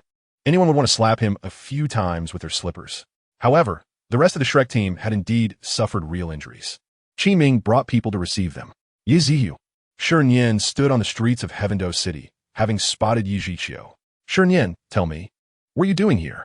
Yi Zhiqiu was on high alert, summoning his martial soul and soul rings. I am the main teacher of Songhui Academy. Do I need to report to you? You are just the most useless one among the main teachers. Xinyan waved dismissively. Then I'm also a main teacher. Yi Zhiqiu knew he couldn't defeat the other party, so it was important to strike first. Whoosh. Chapter 132. Trapped and killed. Whoosh, the sound of breaking air came. And before Xinyan could even turn his head, he was struck by Jiang Luoran's cursed spear. Xinyan's chest was pierced, and his right arm was even broken by Jiang Luoran. Good, very good. You actually conspired against me. Xinyan, although heavily injured and having been ambushed by Jiang Luoran, showed no fear. Instead, he felt a stronger hatred. After all, he was a soul saint. Two soul emperors were nothing. Killing them wouldn't be difficult. Xinyan, Yi Zhiqiu had previously doubted Jiang Luoran, but now that they appeared together, he was no longer afraid. Just you? Xinyan waved his right hand. Xinyan, where did my martial soul and soul rings go? Xinyan's eyes were filled with terror, like an old man who had been deceived. Sixth soul skill, Xiangui Dunjia. Yi Zhiqiu transformed into a phantom green turtle shell, adorned with countless ancient patterns. Bang! With a loud crash, Xinyan was sent flying, crashing into a large tree before landing on the ground, his mouth full of dust. If he hadn't held back, the bruised and bloody area on his chest would have burst out. Impossible, this cannot be. My martial soul, Xinyan had never encountered such a situation. This was even more unbelievable than killing in his dreams. Even more perverse. Is it you? Xinyan frowned, looking at Jiang Luoran. My 6th soul skill, Curse Spear, can control an opponent for an hour within level 5, and for 20 minutes within level 10. And I am now a 64th level Soul Emperor, 9 levels higher than you. So I can control you for 5 minutes. Therefore, during these 5 minutes, we have professionals to prepare your coffin. Jiang Luoran's right hand clawed, and the 9 nether white bones emerged. There was no need to spare the cursed spear. Killing an old thing like Shernyin must be done directly. If he releases a dream, anyone who comes would surely die. Presumptuous. I am a soul saint. How could I be killed by such a ridiculous reason? Shernyin clenched his hands tightly, but couldn't summon his soul rings. Long Ao Jiushao, Yu Tianlei, stood atop a willow tree, raising both hands and bombarding Shernyin. Shernyin was battered like a dead dog, rolling back and forth, his face twisted in agony, spitting out black blood. It's actually premeditated? Shernyin trembled all over, and thankfully he was a soul saint. If it were someone else, they would have been killed long ago. Yi Zhiqiu, we are both teachers of Songhui Academy, and you are killing me for them? Shernyin was furious. Ha! You are not worthy. Yi Zhiqiu's right hand covered in the turtle shell slapped Shernyin's face. Crack! With a loud sound, Shernyin's once proud old face was now a mess. I'll fight back. Shernyin first locked onto Jiang Luoran, leaping high and raising his heavy fist. Kunping, possessed. Jiang Luoran's closed eyes suddenly opened, emitting a blinding white light, as if some soul beast had awakened. 100-meter wide, white wings expanded. In high-speed movement, the wings resembled a giant hand pulling back the curtain of the world, more like the first light of dawn, covering all darkness. Shernyin's already damaged eyes were exploded in that moment. He felt a fiery pain on his right side, while his left side sank into the hard ground. That feeling, surely no one has ever experienced it. This was not a battle. Shernyin felt like a demolition expert who had been blown up by Jiang Luoran and his companions in a minefield, unable even to keep his eyes intact. 5 minutes passed. Shernyin's soul power and soul rings all recovered. However, in his current state, even the soul saint's soul power was left in tatters. The body of a soul master is essentially the vessel for soul power. With the body turned to dust, what soul power could remain? Wait to die. However, Shernyin did not want to give up. He still had beautiful students to bully, and he himself should not perish. Dream. That's right. No matter how useless he was still a soul saint. Moreover, he was a soul saint capable of creating dreams. He planned to trap Jiang Luoran and the others in his dream, subjecting them to endless humiliation. With that thought, Shernyin rapidly activated his soul power, his entire body emanating a dreamy blue light. Old man, I will send you off. Sun Corona Feather, Tang Bai flew in, flicking his hand to shoot down hundreds of white feathers. Bang, bang, bang. At that moment, Shernyin felt like he wanted to die. At the last moment, someone else appeared. How many more people are there? Are they hunting down or assassinating? The 5th soul skill, ancient mystic turtle Yi Zhiqiu, being the strongest soul emperor inside, naturally had to be the first to charge in, paving the way for them. The mystic turtle shell on him emitted a distant aura, with ancient patterns glowing in a line, shining green. Bang at the moment Shinian was hit.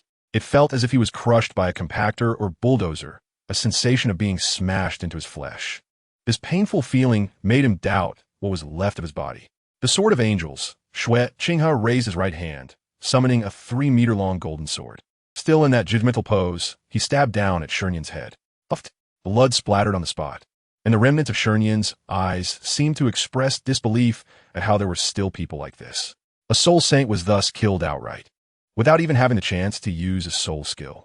Yu Qianxin merely delivered the finishing blow and was about to leave, not meeting Jiang Luoran. Jiang Luoran aimed to kill a soul saint from the Tiando Empire, as it would reduce one enemy for their spear haul, which was why he lured Xue Qinghe in. Xue Qinghe completed the task and disappeared. Tang Bai cupped his hands toward Xue Qinghe, smiling at Jiang Luoran. The moment I saw the killing intent in your eyes, I knew you were going to kill again. This made it sound as if Jiang Luoran was some kind of ruthless killer, just a step away from licking a blade and revealing a sinister gaze, saying, I think killing everyone will make me happy for a while. I'm not bloodthirsty. They just forced me to be. Jiang Luoran jumped down from the wall, his expression numb. The aftermath is on me. Yi Zhiqiu sighed and quickly left. No worries. Your students have all been knocked silly. He mentioned the aftermath to the 7 fools, but to them, it was just a mouthful anyway. Jiang Luoran wondered if Yi Zhiqiu hurt him. I've taken the treasures from his body. This was part of the previous deal. Tang Bai took away the storage soul guide from Shernyin's body. Remember, When Tang San killed Xinian, he used the Yama's mark, which is a ruthless thing. Xinian turned into pus directly, leaving behind nothing good, except for a soul bone. For someone like Xinian, could there be no good things in his pockets? He worked diligently his whole life, and here, he could only say thank you. Tang Bai didn't mind that it was dead stuff. He had a skull, right? Tang Bai looked at Jiang Luoran. I may be envious, but I can't beat you. To avoid a conflict, I'll leave first. When Tang Bai was attacking Xinian earlier, he had already sensed that the other party had a soul bone. Otherwise, why was his whole body rotting, but only his head was fine? And everyone was attacking his head. It couldn't be that he practiced some Shaolin secret skill from a young age, like Iron Head skill, could it? Jiang Luoran watched Tang Bai leave, then waved his hand to disperse the black smoke, revealing a shiny skull. A wisdom skull. Chapter 133. Unmatched power with a wisdom skull. He naturally absorbed it immediately. Jiang Luoran looked around, hiding the skull in the storage soul guide, and quickly left. Back at the Shrek rest area, Jiang Luoran entered his exclusive supplement room. He took out the skull again, which sparkled as if it were a finely crafted gift. I must say, the feeling of killing and exploding bones is genuinely great. The power gained from killing almost made Jiang Luoran lose himself. It felt like entering the city of slaughter. The skull floated up and fitted onto Jiang Luoran's head, merging with him. Gradually, Jiang Luoran's gaze became clearer and his thoughts sharper. Many previously difficult issues now came to mind instantly. It felt like someone suddenly pulled you out of a swamp. Release your thoughts, free your mind. Settle down, then settle down again. The skull's role was still significant, mostly increasing wisdom. But the skull from the Symbol Armored Academy was considered offensive. One must know that soul masters inevitably encounter mental blocks while cultivating. If he had the skull at that time, it could significantly enhance his leveling probability. Also, the head is the source of all thoughts. Increasing wisdom means enhancing a person's depth and cultivation. A powerful soul master without a stronger posture could hardly face terrifying enemies. Whether it was soul power suppression or finding the opponent's weaknesses, the skull was a treasure-like existence. Jiang Luoran spent the entire afternoon lost in the gentle warm sun, with soul power continuously pouring into him as if recognizing its master. Jiang Luoran slowly opened his eyes, lacking that piercing light, devoid of overwhelming ferocity, and not a trace of the murderous aura of soul power surged out. There was only a gentle gaze, soft as water. But from his eyes, one could see the hidden storms beneath that gentle surface. Absorbing the skull also affected his face. A touch of captivating coldness appeared on his cheerful expression. His long black hair reached his waist, each strand shining like black pearls. Now, if someone were to break my bones, they might die laughing in their dreams, Jiang Luoran thought, looking at his hands. He didn't know why, but after absorbing the skull, he felt himself becoming stronger again. Soul power blossomed, level 66. At that moment of feeling, combined with the added effect of the soul bone, Jiang Luoran leveled up twice. Calculating, the seventh soul skill would be the true body of his martial soul. The first martial soul, Blood Demon Vines, was not a beast martial soul. What would its soul skills be like? It couldn't possibly turn into a vine giant. Voices of soldiers came from outside. Bishop Salas, is it inappropriate for you to barge in like this? Investigating the causes and consequences of the competition, what's inappropriate? Step aside. Salas waved his hand and pushed past the soldier. What's going on? Jiang Luoran, closest to the door, opened the tent and walked out. Salas almost didn't recognize him. Then thought of the name. It's only been 2 days. How come you look a bit better? What does this lively appearance mean? Living too well? Oh, you came to investigate the matter of Songhui Academy becoming mentally challenged? Jiang Luoran spoke first. That's right. What position do you hold at Shrek? If you're a student, I haven't seen you on the field. Salas's tone softened a bit. Don't say on the competition field. I've seen Jiang Luoran in the team area. Oh, I'm a substitute. It doesn't matter whether I'm there or not. Just a guy who serves tea and water, Jiang Luoran explained. You guys at Shrek are quite impressive. Did you know you almost killed someone this time? Salas said irritably. Well, I think it's better to let it go. You won't get any results from this. Jiang Luoran said, wanting to hold his head. Step aside. Salas led 12 Spirit Hall warriors into the teacher's area of Shrek, drinking in the starry sky. Senior Salas, I really didn't know Flanders' voice could be heard from afar, sounding as if he had lost his virginity. I didn't know, and I came here just to hear you say you didn't know. No matter, Salas slammed the cup in his hand onto the table. You must give me an explanation today. Otherwise, the Spirit Hall has the right to make you withdraw. I work hard to establish the academy, so that the children we nurture can shine brightly. Especially in terms of morality, It should be taught by our beloved teachers. They're like a group of naive little lambs, you know? Little lambs. How could they harbor murderous intentions and harm such trash? It's absurd, pointing fingers at Songhui Academy. I came here to listen to your instructions, not to discuss founding an academy. Since that's the case, then disqualify you from the competition. Salas snorted coldly. Teacher, are you looking for me? Tang San staggered in weakly from outside, and Qin Ming quickly supported him. Thank you, senior. I really overexerted myself, Tang San said. His lips pale. This was because he had restrained himself, leading to a depletion of his vital energy. Tang San, I ask you, what did you see on the arena? Why did you incapacitate them? Salas asked. Little San, quickly tell us what those wastes did to you on the arena. You must speak the truth, Flender said, emphasizing the word waste. Indeed, in Flender's eyes, the students of Songhui Academy were top-tier wastes. They had no strength, their character was corrupt, they spoke without restraint. Yet they couldn't contend with those stronger than themselves. Even worse, they had to rely on external power to fight in the arena. What else could they be but wastes? All right, those wastes. No, the students of Songhui Academy, right from the start, released something like a poisonous gas bomb. You all saw it, the arena was filled with smoke. I almost choked to death, it was hard to breathe, Tang San recalled. And then, there was nothing left. Nothing left? Are you saying they incapacitated themselves? Now all 7 are like idiots, as if they have mental disabilities. Salas's tone was unfriendly. For him, it didn't matter if Songhui was wasteful. What was important was to eliminate Shrek, that uncertain factor. Mental disabilities? They all became incapacitated? Tang San looked like an innocent person, showing a puzzled expression. Yes, they were so ruthless that they harmed themselves. I've lived for a long time, and I've never seen such ruthless people, Flender said, sounding like a lamenting old man. Nonsense, I now announce that Shrek is disqualified. The reason is malicious killing. Salas stood up. Jiang Luoran understood how the Spirit Hall had perished. One was a tough character, Qian Xuanji, and the other a stubborn donkey, Salas. These two were too ruthless in their actions. Was it really necessary to be so rigid? Couldn't they make friends?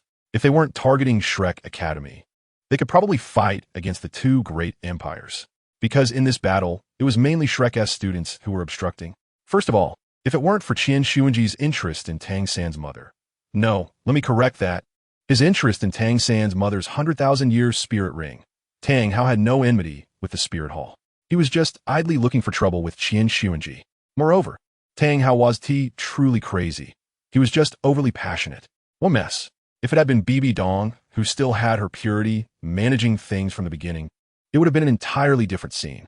It's good to have a bit of compassion as a person. That old turtle Qian Xuanji, damn him. Chapter 134. 1 against 7. Part 1. No one can disqualify Shrek Academy from the competition. The master pushed aside the curtain and stood directly in front of everyone. Huh? Before Salas could speak, the other Spirit Hall warriors rushed over. Are we going to fight?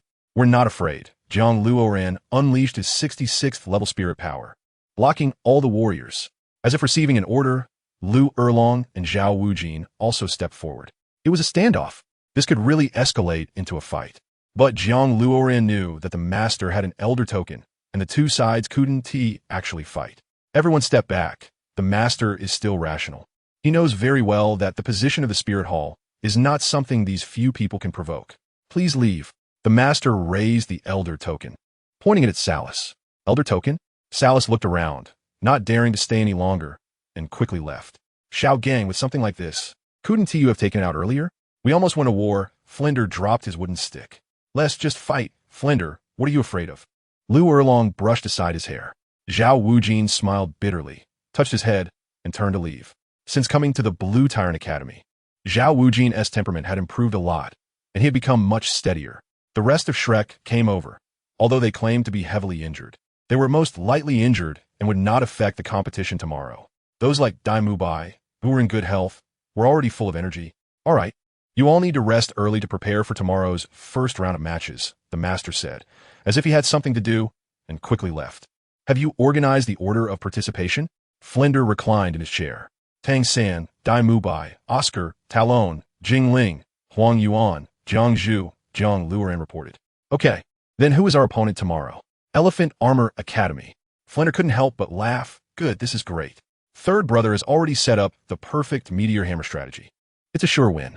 Jiang Luoran felt there was no need to remind Tang San about Hu Yin Li having soul bone. After all, it would be a win either way, so it didn't matter if he said it or not. On the first day, Shrek versus Elephant Armor Academy. Shrek wins.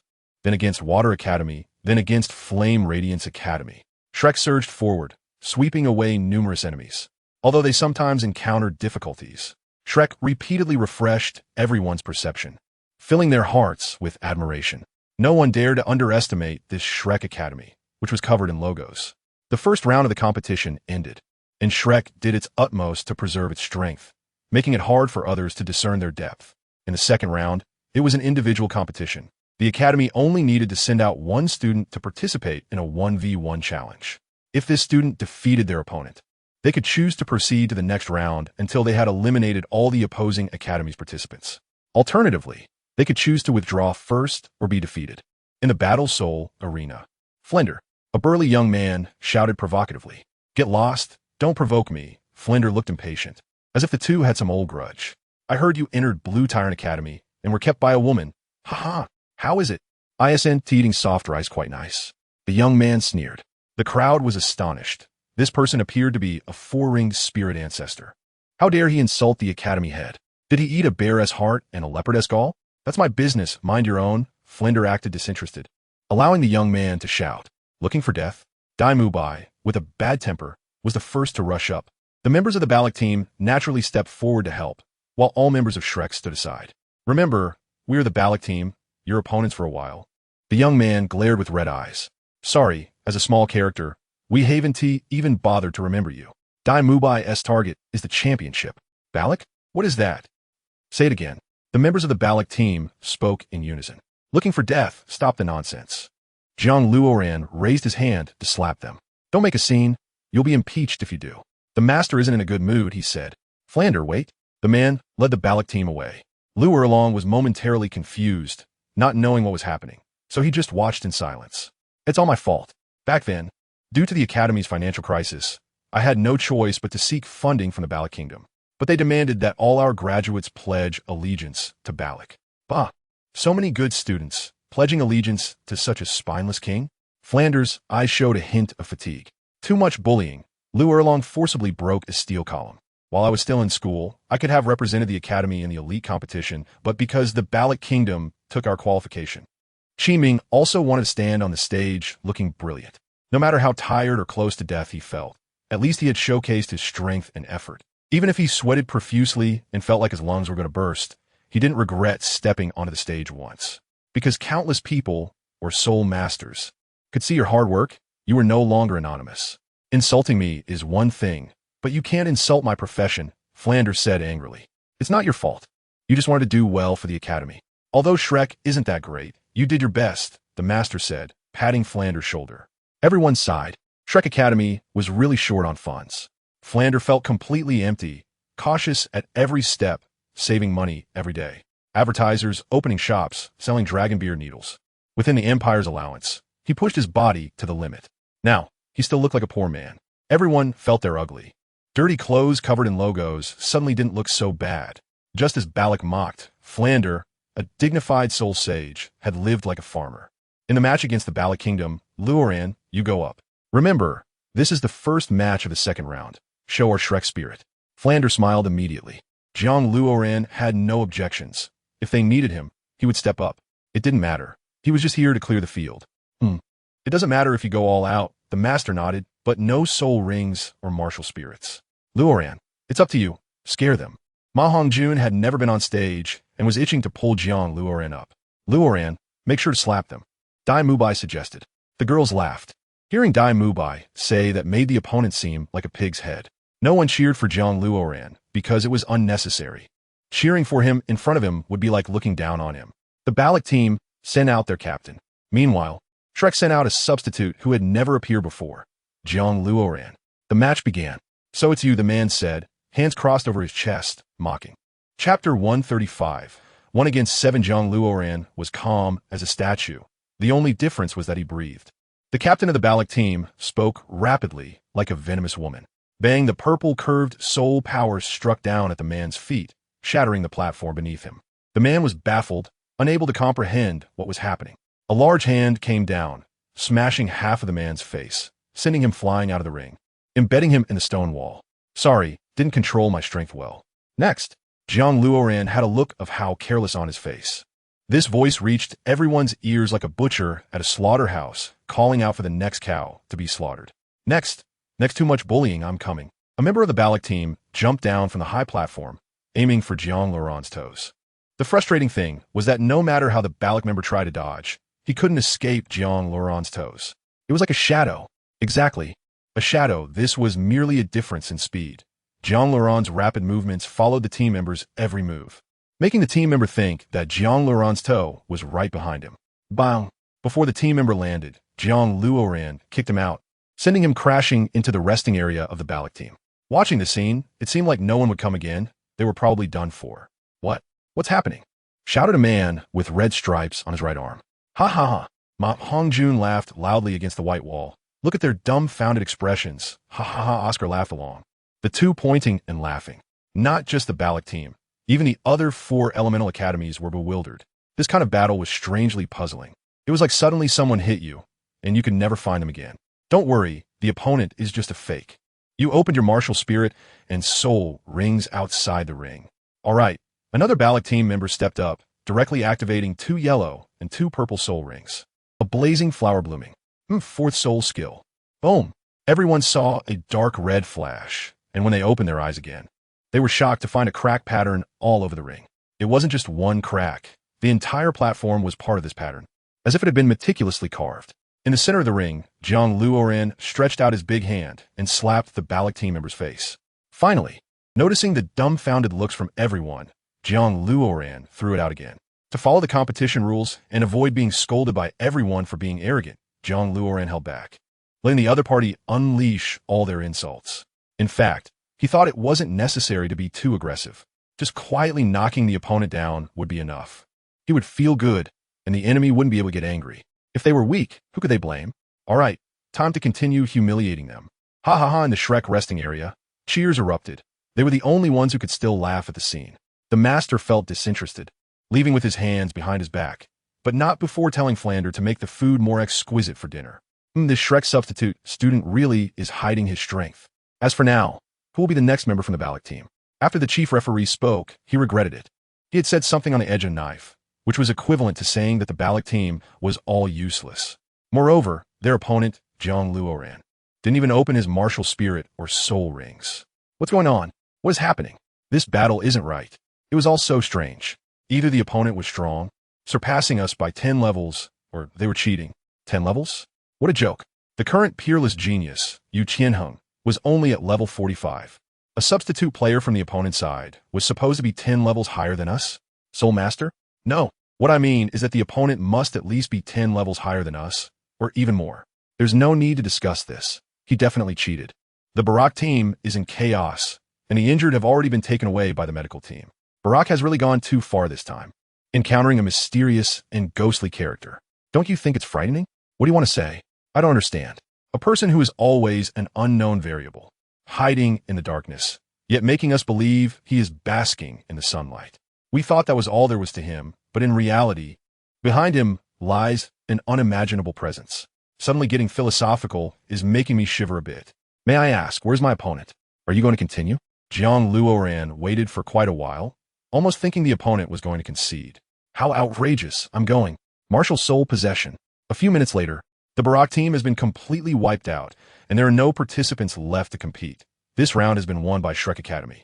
Congratulations to our player, Jiang Luoran, who successfully achieved a 1 against 7. He is also the first one to achieve this so far. In this situation, there should be applause. However, everyone feels they haven't seen Jiang Luoran's effort. Or perhaps, they're just watching someone drink water, which isn't exciting at all. Challenging Barak is as simple as drinking water. Indeed, who would cheer for someone who is merely drinking a glass of water? A student, he is a student. Ning Fingji stood up and walked to Xueqing's side, saying, "Come with me." The Emperor of the Empire also nodded. Such talent serving the Empire would truly be refreshing. Salas said nothing. After all, Jiang Luoran is someone who can use a martial soul fusion technique with Hulaina. After all, he is from the Martial Soul Palace. There's no rush. Luoran, which strike did you hold back on? According to me, he should have been disabled. Ma Hongjun said harsh words, but acted adorably. It's hard to imagine how he could say such fierce words so naturally. Saying the harshest words, taking the most foolish path. To truly feel proud, we still need our academy to be stronger. Beating these kids won't solve anything. We need to instill fear in the Barak kingdom, make them afraid. Jiang Luoran casually brushed aside any mention of the Barak team. Let's go. Enjoy yourselves tonight, and look forward to your match tomorrow. This afternoon, Luoran set the stage for you. Make good use of the fear the other academies have of you, and then defeat them one by one. Flender looked at Jiang Luoran and others, filled with longing and hope. He couldn't help but think how wonderful it is to be young. The pent-up frustration in his chest gradually dissipated. For some reason, he suddenly wanted to drink beer. The Shrek 7 surrounded Jiang Luoran. Talon and his 4 companions looked puzzled. Like the other academies, they felt an inexplicable fear of Jiang Luoran. Who doesn't he need to unleash their martial soul against the soul sovereign? Only a soul sect would be afraid. Thinking carefully, if Jiang Luoran were a powerful soul sovereign, what would the other academies do? Surrender? They hoped the opponent wasn't such a terrifying entity. Otherwise, they would feel cold chills down their spines. Those who don't seem human will bear the title of not human. But in essence, he is human, eating and drinking, just like everyone else. It's just a change in thinking. Chapter 136. Conversation Shrek's Rest Area. Luoran, this is for you. Tang San handed 2 mother and son soul-devouring darts to Jiang Luoran. Seeing JiangLuoran's incredulous expression, Tang San explained, this is a kind of weapon. Throw it away when in danger. It's for self-preservation. Jiang Luoran had shown himself and had not been targeted, but he was still on others' minds. Besides, life and death are unpredictable. As a friend, he gave him 2. What Jiang Luoran couldn't believe was that Tang San would give him such an important item. Although it doesn't compare to Tang Sek's secret skills, having these 2 darts is like having an extra life. Tang San is so generous. Thank you, third brother. Jiang Luoran accepted without hesitation. Finally found you, a calm voice came. Jiang Luoran and Tang San turned to see Ning Fengji in a splendid white robe, accompanied by Xue Qinghe in imperial robes, walking slowly towards them. Little San, you know each other? Ning Fengji pointed out, but it was more than just knowing each other. They were in the same academy. It was natural to know each other. However, upon seeing the mother and son soul-devouring darts in Jiang Luoran's hand, Ning Fengji realized their relationship was not ordinary. After all, even Ning Fengji had never received such hidden weapons. He only had the Zhuge God crossbow given by Tang San. Jiang Luoran swiftly put the 2 darts back into his soul guide. Ning's sect master, Tang San, clasped his hands, and Jiang Luoran followed suit. There was no way. The soul guides in their hands were gifts from him. Little San, no need for such formalities. I've told you many times. Just call me Uncle Ning. Ning Fengji smiled. This young brother Luoran, since we last met, your demeanor still lingers in my mind. Ning Fengji nodded involuntarily. He was a bit wild, but a person with great strength can't be called wild, can they? At most, it's just being overly passionate. You're overpraising me, Sect Master Ning. At that time, I had no choice. It was truly a helpless act, Jiang Luoran said regretfully. Ning Fengji almost wanted to hit him on the head. A helpless act, yet so reckless. It was simply outrageous. Come, let me introduce you to my disciple, who is also the crown prince of the Tiando Empire, Xue Qinghe. As soon as Ning Fengji finished speaking, Jiang Luoran's expression changed. Similarly, Xue Qinghe's face darkened upon seeing Jiang Luoran, wishing he could kick Jiang Luoran in the lower body. Oh, you know each other? Ning Fengji saw the intense gaze exchange between Xue Qinghe and Jiang Luoran. Yes, when we eradicated the evil spirit sect, I was fortunate to fight alongside brother Luoran. Xue Qinghe pretended to be elegant. Luoran, you participated in the eradication of the evil sect?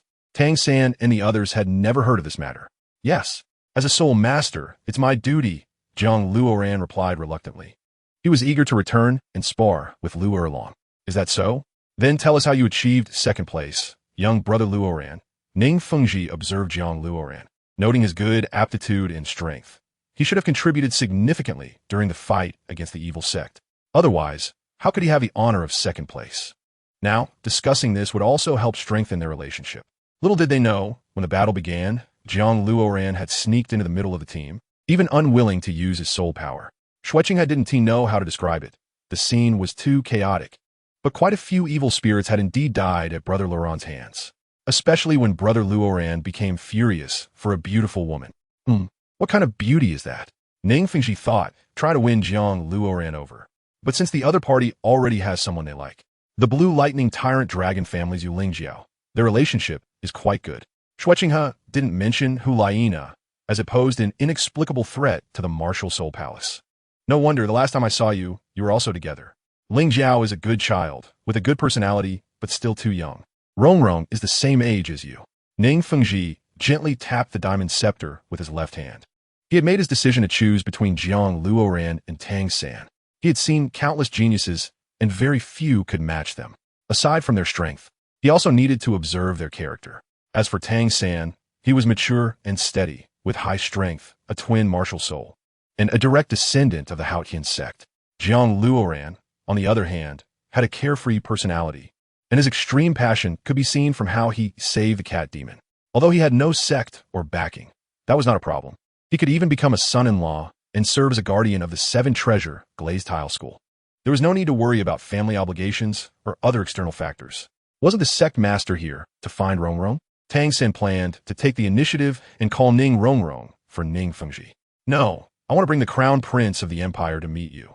Since you will be working together in the future, Ning Fengji looked at Xueqinghe. Brother Tang San, Brother Luoran, how are you? Xueqinghe said, exuding a generous demeanor. Brother Xue, with such a high status and such a low profile, Tang San found it hard to refute. Brother Xue, Jiang Luoran clasped his hands. Considering how hard you all have worked in the competition, I specially brought some exquisite food from the 7 treasure glazed tile school, which I've already sent to Flender. Ning Fengji pointed ahead, indicating to walk and talk. I wonder what Brother Tang San thinks of this competition. Xueqinghe took on the tone of an elder brother. It's an honor to participate. I will do my best in the competition, Tang San said as concisely as possible. I hope you all bring glory to the empire. Looking around, Shrek will definitely be the top contender in this competition. It's up to you to face the golden generation of the Spirit Hall. Xueqinghe's tone was slightly somber. We will do our best. Tang San understood that speaking too much could lead to mistakes. Ning Fengji appreciated this quality in Tang San because their temperaments were quite similar. It proved that such people could live longer, go further, and have greater futures. This was also the only thing that saddened Ning Fengji, because Jiang Luoran had always shown an attitude of desperation. To put it bluntly, this was a sign of a short life. If Jiang Luoran had a temperament like Tang San, he would have directly used all his strength to pull Jiang Luoran over. I believe in you. Xiao San, Luoran, you should go out with Qinghe more often. Don't get too absorbed in your cultivation. You've already exceeded the limits a bit. However, he was unsure what level Luoran was at. Ning Fengji finally brought up the most important topic. What? How should I answer this? Should I say I'm level 66? Would I be reported by Ning Fengji, or worse, sent to the Soul Master Body Research Institute? Tang San found it difficult to figure out how to prevent the other party's questions. Ning Fengji had seen JiangLuoran's soul rings, if he could be believed. He was a soul king. Jinshin also said that the other party had soul king strength. However, Ning Fengji still wanted to hear Jiang Luoran speak the truth. Don't be afraid. You can trust Uncle Ning and the crown prince of the empire. You will only become the pride of the empire, not its targets. Ning Fengji had never been so persistent. It was as if he was indirectly coercing Jiang Luoran to speak. Should I lie or not? Besides, is it really necessary to keep lying? I accidentally became a level 66 control system Soul Emperor. Chapter 137. The second round of the final battle after bidding farewell to Ning Fengji and Xueqinghe, Jiang Luoran and Tang San returned to the Shrek resting area. In the upcoming matches, Jiang Luoran had not fought yet, but there were cases of 1 against 7. It was not just other academies' fear of Shrek. It also stemmed from their own strength. Shrek was becoming more and more invigorated, defeating various academies with an overwhelming momentum. The final showdown was between Tang San of Shrek and Feng Xiaotian of the Godwin Academy. Their temperaments were well known. They fought out of love. Feng Xiaotian was not just fighting hard for Huowu. He wanted to prove that he was stronger than Tang San and more worthy of reliance. This was a kind of rivalry between men. The battle on the arena had reached a fever pitch, filled with the sounds of intense clashes. The 36 slashes of the Gale Demon Wolf had already reached 23. The chaotic wind hammer technique of the Haotian hammer had reached 19 strikes. The atmosphere was filled with intense passion. It was a visual feast. Powerful energy and soul power intertwined. The booming sounds mixed with a will to destroy everything. Lightning and the Haotian hammer had triggered terrifying blue electricity. Feng Xiaotian was becoming increasingly strained. He knew that if he finished the 36 slashes of the Gale Demon Wolf, his body would be extremely depleted. He might not even have the strength to fight anymore. The strangest thing was that no matter how Feng Xiaotian attacked Tang San, the latter could always counterattack. What kind of hammer technique was this? Feng Xiaotian roared, spiraling in the air, pulling hard, and continued his assault on Tang San. Tang San had reached a state of forgetting himself. Now, in his heart, there was only a hammer radiating terrifying blue electricity. Defeating his opponent was something he had to accomplish. Boom! The sound of collision stirred up a tremendous surge of electricity and fierce winds. This was the final battle, the most eye-catching struggle. The chaotic wind hammer technique was surprisingly proficient. The Emperor of the Empire widened his eyes in disbelief. Your Majesty, Tang San is the son of the Haotian Douluo and also a direct descendant of the Haotian sect, Ning Fengji said with a smile. Oh my, he is actually the son of the Haotian Douluo. The Emperor was shocked again, then displayed an expression of realization. He must have seen Tang San's and Tang Hao's similarly passionate temperament. Salus waved to summon a knight and whispered, "This is the Haotian hammer. He has a twin martial soul. One blue silver grass is strong enough, and he also has an ultimate weapon martial soul. What kind of academy is Shrek? It feels like there are hidden talents, and how much more is hidden? Look at those two on the arena. They're in a killing frenzy. I can't believe they're playing for real. Come on, today I will fight you to the end," Tang San said through gritted teeth. As he realized his consciousness was becoming murky, he was teetering on the edge of collapse. Bang the final blow. Feng Xiaotian fell to the ground. He was exhausted. Tang San also suffered greatly, drenched in cold sweat, with bloodstains on his shoulders. The referee was considering whether to stop the fight because these two were clearly in a no-holds-barred situation. Twin martial souls. Feng Xiaotian grunted out those 4 words, looking at the Haotian hammer in Tang San's hand. That's right, the hammer is called Haotian. Such a formidable and imposing name. Yet Tang San now spoke it so weakly. All right, with pride coursing through him, he would not allow himself to fail in this battle, even if it meant using underhanded tactics. Besides, who would to use a few tricks on the battlefield? Whoosh! Feng Xiaotian broke his wind wings and shot straight at Tang San. This was his last resort. In the chaos, Tang San raised his hammer and desperately grabbed a wind wing that spun like a whirlwind, using a technique of borrowing strength to fling it away. The remaining wind wing caught him off guard, slicing into his left chest and leaving a streak of blood as it flew onto the white wall behind. Xiao San. Flinder intended to say not to push himself, but what good would that do? Tang San had already blocked 2 of the opponent's attacks. The master clenched his fists tightly, his brows furrowed. He was more excited than anyone else because Tang San absolutely could not make a mistake. You. Very good. Feng Xiaotian fell to the ground. As if dead, the battle was over, and the 2 teams rushed forward to lift them all and take them to the medical department. You didn't lose to me. It's just that my hammer technique happens to counter your attack. Tang San closed his eyes. The elites of the Empire had been officially selected, and Shrek was undoubtedly number 1. The combat displayed by their team earned them applause. Many people were already requesting students from Shrek Academy with very high offers. Even more wanted to send their children to Shrek. 2 days later, everyone had recovered slightly and was then summoned by the Emperor. You are all the pride of the Empire, and I am proud of you.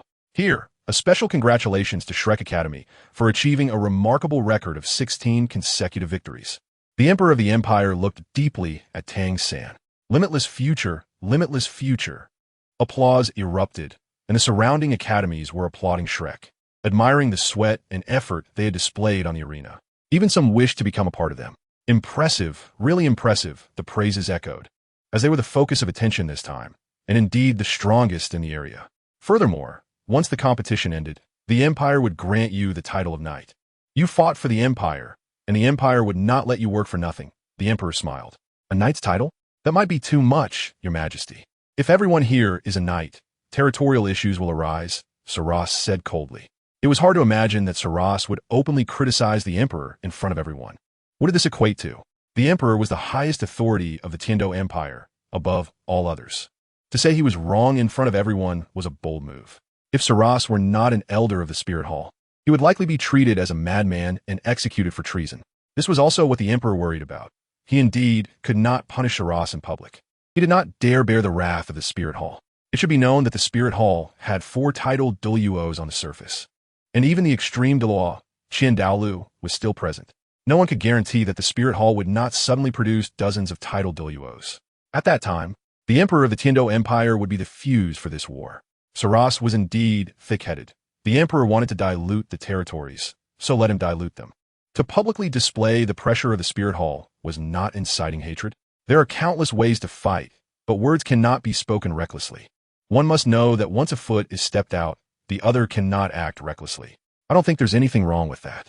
They serve the empire, so they should be granted territories. The emperor's tone was cold, and he was already restraining his anger. That's right. After diluting the territories, the Tiando Empire will also gain the support of many geniuses because regardless of the situation, their territories are in the Tiando Empire. Just imagine, if all these people were Title Douluos, then the authority of the Tiando Empire would reach unprecedented heights. Chapter 138. Returning home, although it is unlikely for an empire to have more than 10 Title Douluos, the achievements of geniuses are limitless. Even Seoul Douluos have some pride. Just from the exchange between the emperor and Saras, everyone sensed the thick scent of war. They all knew that the relationship between the Spirit Hall and the empire was tense, but were unaware of how tense it was. It was clearly a stance preparing for war. Bishop Saras, calm down. We should first settle the students. Ning Fengji mediated, but also leaned towards the emperor. Tomorrow morning, all the outstanding academies will go to the Spirit Hall to participate in the final competition. Remember the identity of the Tiando Empire engraved on your backs. Additionally, the empire is offering a free 10,000-year spirit ring to the outstanding victors. This time, the emperor was putting in significant resources. What is most important in the Douluo continent? It is nothing but spirit rings and spirit bones. The distinction in their years is critically important. The empire's offer of free 10,000-year spirit rings is truly unprecedented. What? Saras exclaimed. Flinder led everyone away first to prepare for tomorrow's matters. What's going on? Why did it suddenly escalate? Oscar occasionally glanced back. The two empires were already at odds with the Spirit Hall, and the Spirit Hall's strength was too formidable. This was inevitable, Dai Mubai said in a low tone. Does the empire want to use territorial division to strengthen itself? Tang San frowned. Or perhaps the Spirit Hall has pushed them to the brink, forcing them to accelerate their plans, Dai Mubai said helplessly. No one could predict what would happen in the future. Dai Mubai's words made people ponder. All right. The empire's matters are not for you to interfere with. Focus on your training. No matter what happens in the future, I hope you can unite and remain safe. Flinder also appeared older. Flinder, do you really think it's possible? Zhao Wujia hesitated to speak. In this world, who can make accurate predictions? Flinder sighed in melancholy. Hey, where's Xiao Gang? Lu Erlong asked sharply. Xiao Gang. He should have gone back first, Flinder said respectfully, like a frightened little rabbit. Nonsense. I didn't see him come here earlier, so how could he go back? Where would he go? Lu Erlong frowned. A woman's intuition is keen, especially for a woman like Lu Erlong. Ahem, he asked me to give this to you. Flinder handed a letter to Lu Erlong. What? He still wants to find her? After all these years, what does he want with her? Rekindling old flames? Lu Erlong crushed the letter with one hand. Don't be impulsive. The children are still here. You should trust him. Flinder waved his hand. Trust what? To the Spear Hall. Seeing this situation, Zhao Wujia decisively led Tang San and the others away, returning to Shrek Academy first. The teachers and students of Shrek Academy had already heard the news of their triumphant return and rushed out to welcome them. Young master, Ji Dai shouted at the door, looking around warily as if on guard against something. What was coming has finally arrived, Jiang Luoran said with a smile, excited. Ji Dai approached Jiang Luoran, saying that the senior members of the Jilin mansion had all gone to the Spirit Hall to prepare for the final battle. Take this opportunity. Let's go quickly. Seeing his anxious expression, it didn't seem like he was lying. Jiang Luoran paused for a moment and quickly found Tang San. Third brother, you don't have to wait for me tomorrow for the competition, Jiang Luoran said. Why, Luoran? Don't you want to participate in the competition? Tang San was anxious, caught off guard by the sudden change. It's nothing. I'll arrive shortly. Do you believe me? Jiang Luoran said seriously. I believe you. Tang San also didn't know why he said that, but he just did, saying to go early and return early. Do you need help? No. Just help me inform the other teachers. Jiang Luoran quickly left, taking Ji Dai with him. Inside Shrek Academy, in the cafeteria, everyone was celebrating. Also to help ease the mood of the Shrek 7, so they could better face tomorrow's competition. What? He left. Was he planning to? Oh, he'll be here soon. Is there something urgent? I hope nothing went wrong. He said he didn't need help. Tang San nodded, just like each of us. Everyone has their own matters and identity. We shouldn't push too much. If he really needs us, he will say so. That's true. He's always been so mysterious. We tried to suppress our inner doubts as Flanders chatted with a few teachers. Do you think it could be a girlfriend? Ma Hongjuan's thoughts always lean in that direction. No way. With his personality, even if the girl took off her clothes, he'd probably just think she was too hot. Tang San made an accurate judgment. Jiang Luoran didn't know how far they had followed Ji Dai, but the only thing he knew was that they were still in Heaven-Do City. Jiang Luoran's movements were ghostly. He grabbed Ji Dai like a carriage moving on land, and Ji Dai pointed the way, which Jiang Luoran immediately followed. From a city to the wilderness. Finally arriving at a lush forest, the two walked cautiously deeper for an unknown time. Are you sure it's here? Along the way, Jiang Luoran saw the confusion in Ji Dai's eyes. It seemed to say, where exactly is this? Young master, it should be correct, trust me. Even if I haven't returned for decades, I won't forget the location of the Jiang residence, Ji Dai said confidently. Jiang Luoran could only be half convinced. It felt somewhat like returning home. Is there still someone at home? Will there be someone? Arriving beneath a waterfall, Ji Dai exclaimed in surprise. Claiming they hadn't gone wrong after all, he pulled Jiang Luoran into the waterfall. It was dark inside, as if it had aged for hundreds of years, with a rusted smell everywhere and moss clinging to the stone walls. No, that rust smell. How could there be a rust smell inside a waterfall? Young master, this is the mechanism to enter the Jiang residence. It requires the blood of our kin to open, Ji Dai observed for a moment outside the waterfall before running back. It's fine, I'm sure there are no tails. Ji Dai cut his palm and pressed it against the rusted iron. Soon they would see their kin. Jiang Luoran didn't want to interrupt Ji Dai's excitement, but he felt something was off. Moreover, it wasn't just the smell of rust. There was also a scent of dried blood on the iron. Boom! The darkness in front suddenly brightened. A green light burst forth, and the stone door opened automatically. All right, let's hurry. Ji Dai pulled Jiang Luoran and dashed into the white light. It seemed endless ahead, yet it felt so mysterious. Jiang Luoran let it be. After all, he was here to find this place and wanted to see what it was all about. Beyond the white light was a scene of ruins. Weeds had already turned yellow, corpses were strewn everywhere, and blood had dried on the ground, staining it a reddish-brown. Not just a patch of reddish-brown, but the whole place was enveloped in it. Hundreds of withered bodies exuded a moldy smell, clearly not yet decomposed bones. Desolate. This place immediately brought that word to mind. Massacre, that was the second feeling. It was completely like experiencing a massacre. Chapter 139. The azure leg bone in front was a huge and broken mansion, with several corpses hanging. It was dark here like a hell. Ji Dai was already dumbfounded, standing still as if nothing mattered anymore. Jiang Luoran ignored him. After observing a dozen corpses, he found that the people here had all been strangled to death. The opponent was powerful, at least at the soul sage level. As they continued along, the bodies increased, creating a visual pileup. Enemies? Or foes? Pushing open the main hall. Thick dust flew up, the ancient creaking grew louder, and finally, with a cracking sound, the door collapsed. In the center of the main hall was a grayish body, unrecognizable in its cause of death, but it could be discerned that it was an old man. The shattered stone walls, broken jars, and collapsed bookshelves and books all proved what kind of destruction had occurred here. I should have thought of this.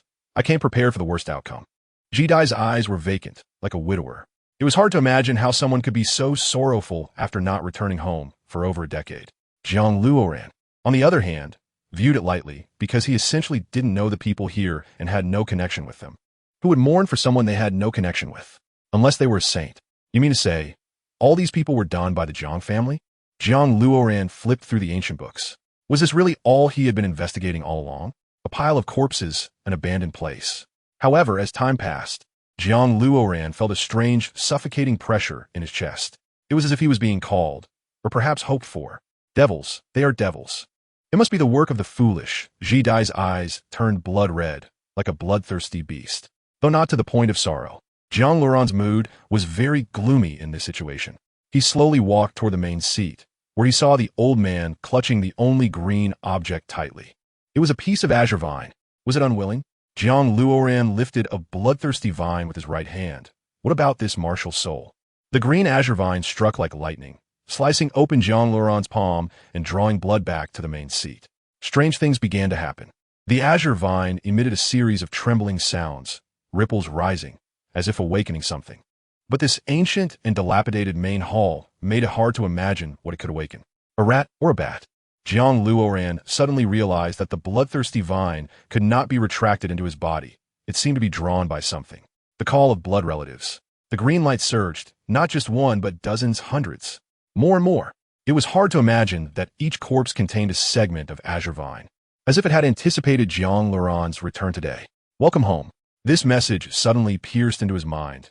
This feeling of helplessness was like a wanderer, traveling across the rivers and lakes, finally returning home. The green light surged, becoming more and more invigorating, until it enveloped Jiang Luoran completely. Jiang Luoran didn't even know what they were going to do. The endless green light flowed into Jiang Luoran's body continuously. Soul power. Jiang Luoran's pupils widened. His soul power was surging in an incredible manner, and his martial soul was also changing. The pinkish-purple, bloodthirsty vine transformed into golden thorny brambles. Although Jiang Luoran was aware of various secrets in the Douluo continent, he had never heard of a sacrifice of 100 people before. It was as if, before 100 people died, they preserved the remaining energy and entrusted it to their kin. It sounded very fantastical because there was no basis for it. Moreover, even the Haoyan clan probably doesn't have such means. Or perhaps, only the Tianqing Tang family can do this? Regardless of that, Jiang Luoran sat cross-legged and quietly felt the gentle soul power. There was no need for cultivation, no need to utilize it. The soul power completely merged into his body as if it had always existed. It was only natural. The deceased on the main seat seemed to be shaken by something. A bone emitting a phosphorescent green flew out and directly attached itself to Jiang Luoran's left leg. This was a left leg soul bone. It possessed healing energy and could lighten the user's burden, making their legs feel light. Both strength and speed were greatly enhanced. Although it wasn't entirely suitable for someone like Jiang Luoran, who relied on speed, it compensated for his shortcomings significantly. Because once Jiang Luoran was injured, it would be akin to falling into a desperate situation.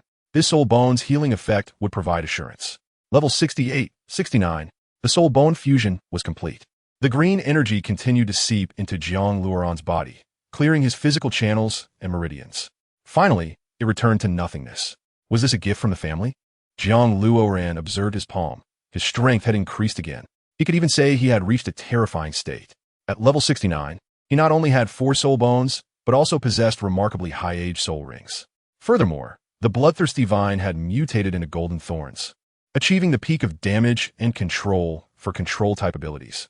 The left leg bone, named Tianqing, was a healing leg bone of very gentle existence. Absorbing it required little effort. Young master, this is the family's trust in you. You are now the only hope of the family. Jidai saw Jiang Luoran acknowledged by the family and knelt down on both knees. Obtaining these inexplicably valuable items, Jiang Luoran pulled Jidai up. He now understood why he could remain so calm when faced with a sea of corpses and why he wasn't afraid. One must know, even a stranger would be frightened upon seeing such a scene. It was a skull. The wisdom skull on his head allowed Jiang Luoran to see reality clearly. Getting angry was useless, and it was better to rationally observe his surroundings. One must understand that with such a strong, killing aura permeating without the skull, Jiang Luoran could easily go mad. No wonder Tang San and Hu Laina entered the slaughter city. Thanks to the skull support, otherwise, they might have truly lost their senses. This shows the importance of the skull. If Jiang Luoran were to die now, he would undoubtedly unleash a treasure trove of good things. With 4 soul bones and a fully mutated martial soul, Jiang Luoran was confident he could battle Liu Erlong. This was the advantage of having more soul bones and soul rings with greater age. I feel this is the head of the family. It can't be mistaken. Jidai saw Jiang Luoran staring at the elder on the main seat. Could be my grandfather. The immense shock of this realization made Jiang Luoran radiate a glow. The energy from the 4 soul bones had brought him to an extraordinary level. To not repay this enmity is not gentlemanly. I, Jiang Luoran, have no need to return to the Ji mansion. Jidai's gaze was sharp, as piercing as a blade. Jidai, then accompany me to take revenge. Kill them all. Jiang Luoran said lightly. Although the skull suppressed his anger, it did not suppress his killing intent. Just the killing aura emanating from Jiang Luoran made Jidai feel cold all over. During their first meeting, Jiang Luoran was still childishly weak. Now, Jidai could only look up to him. This energy was thick, difficult to fathom like the ocean. From now on, there would be no Jidai from the Ji mansion. Only Jiang Luoran. Jiang Luoran bit his white teeth. It seemed he was determined to avenge blood. Chapter 140. 9 nether dragon elephant to kill those from the Ji mansion. Strength was still required. Although Jiang Luoran could now be considered a rare expert, he might not be able to compete with soul fighters. There was still a gap. However, the continuous sacrificial energy had yet to dissipate. Jiang Luoran felt that after becoming a soul sage, he could still push a few more levels. That's right. Hunt for soul rings and become a soul sage. Directly head towards the spirit hall. Along the way, he could help Shrek Academy.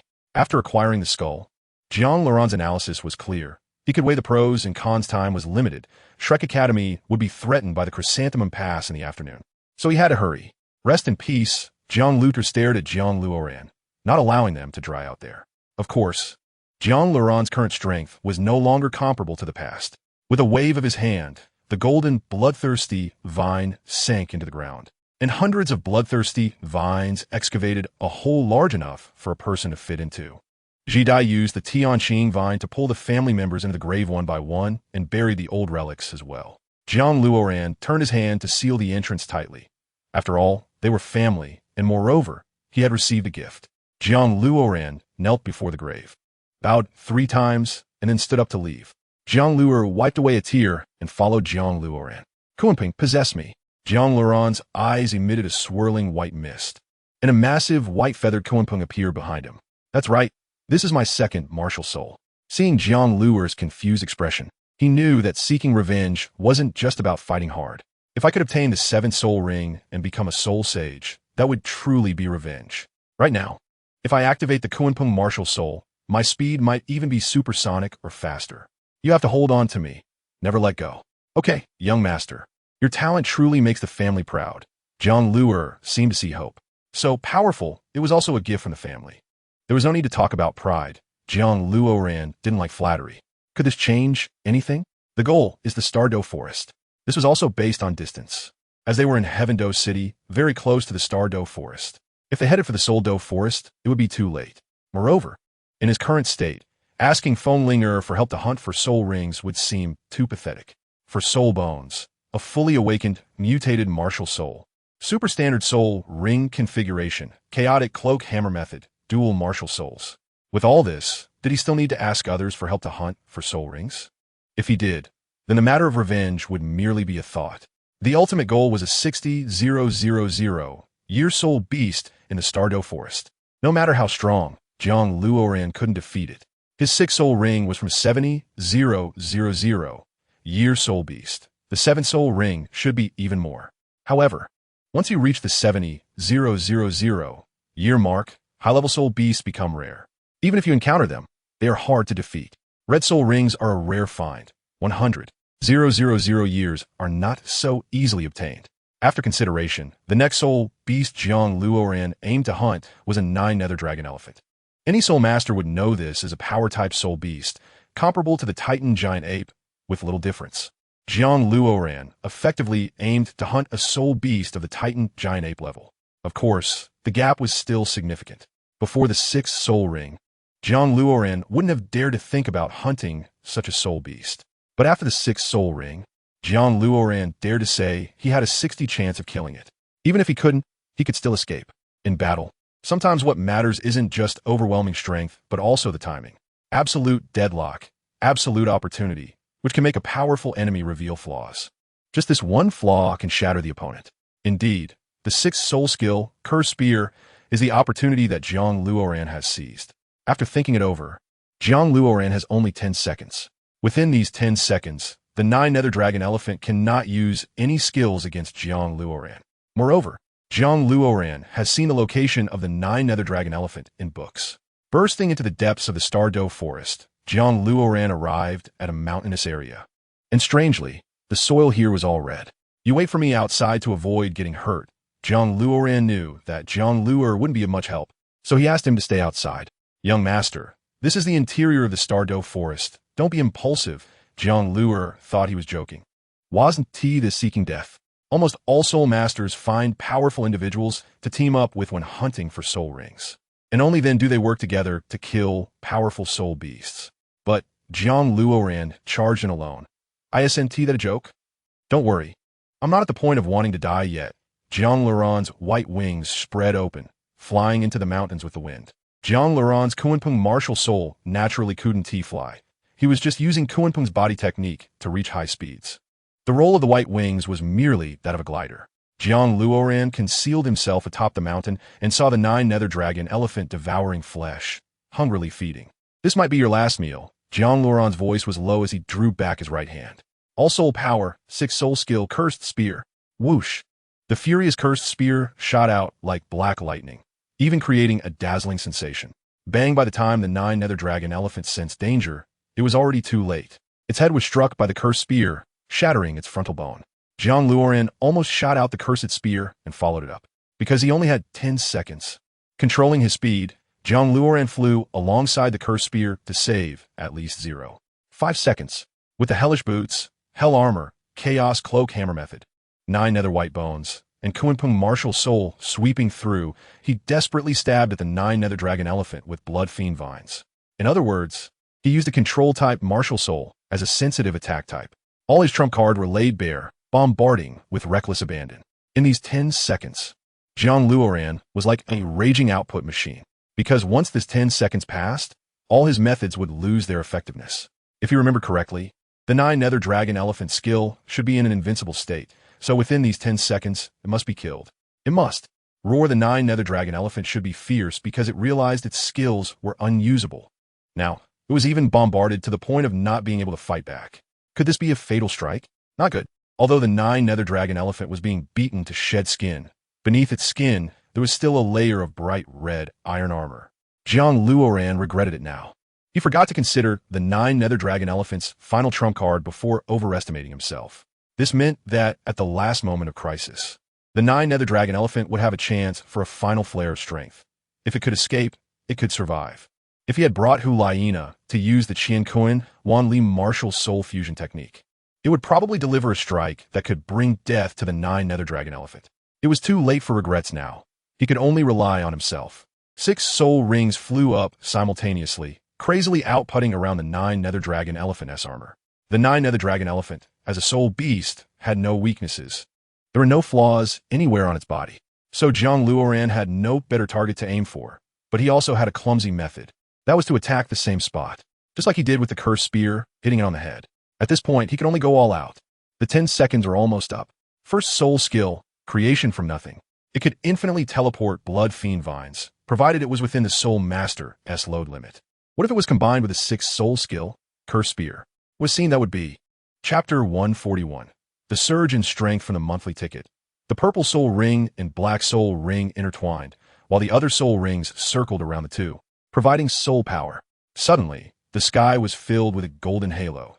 This was the conveyor belt of creation from nothing. Full firepower.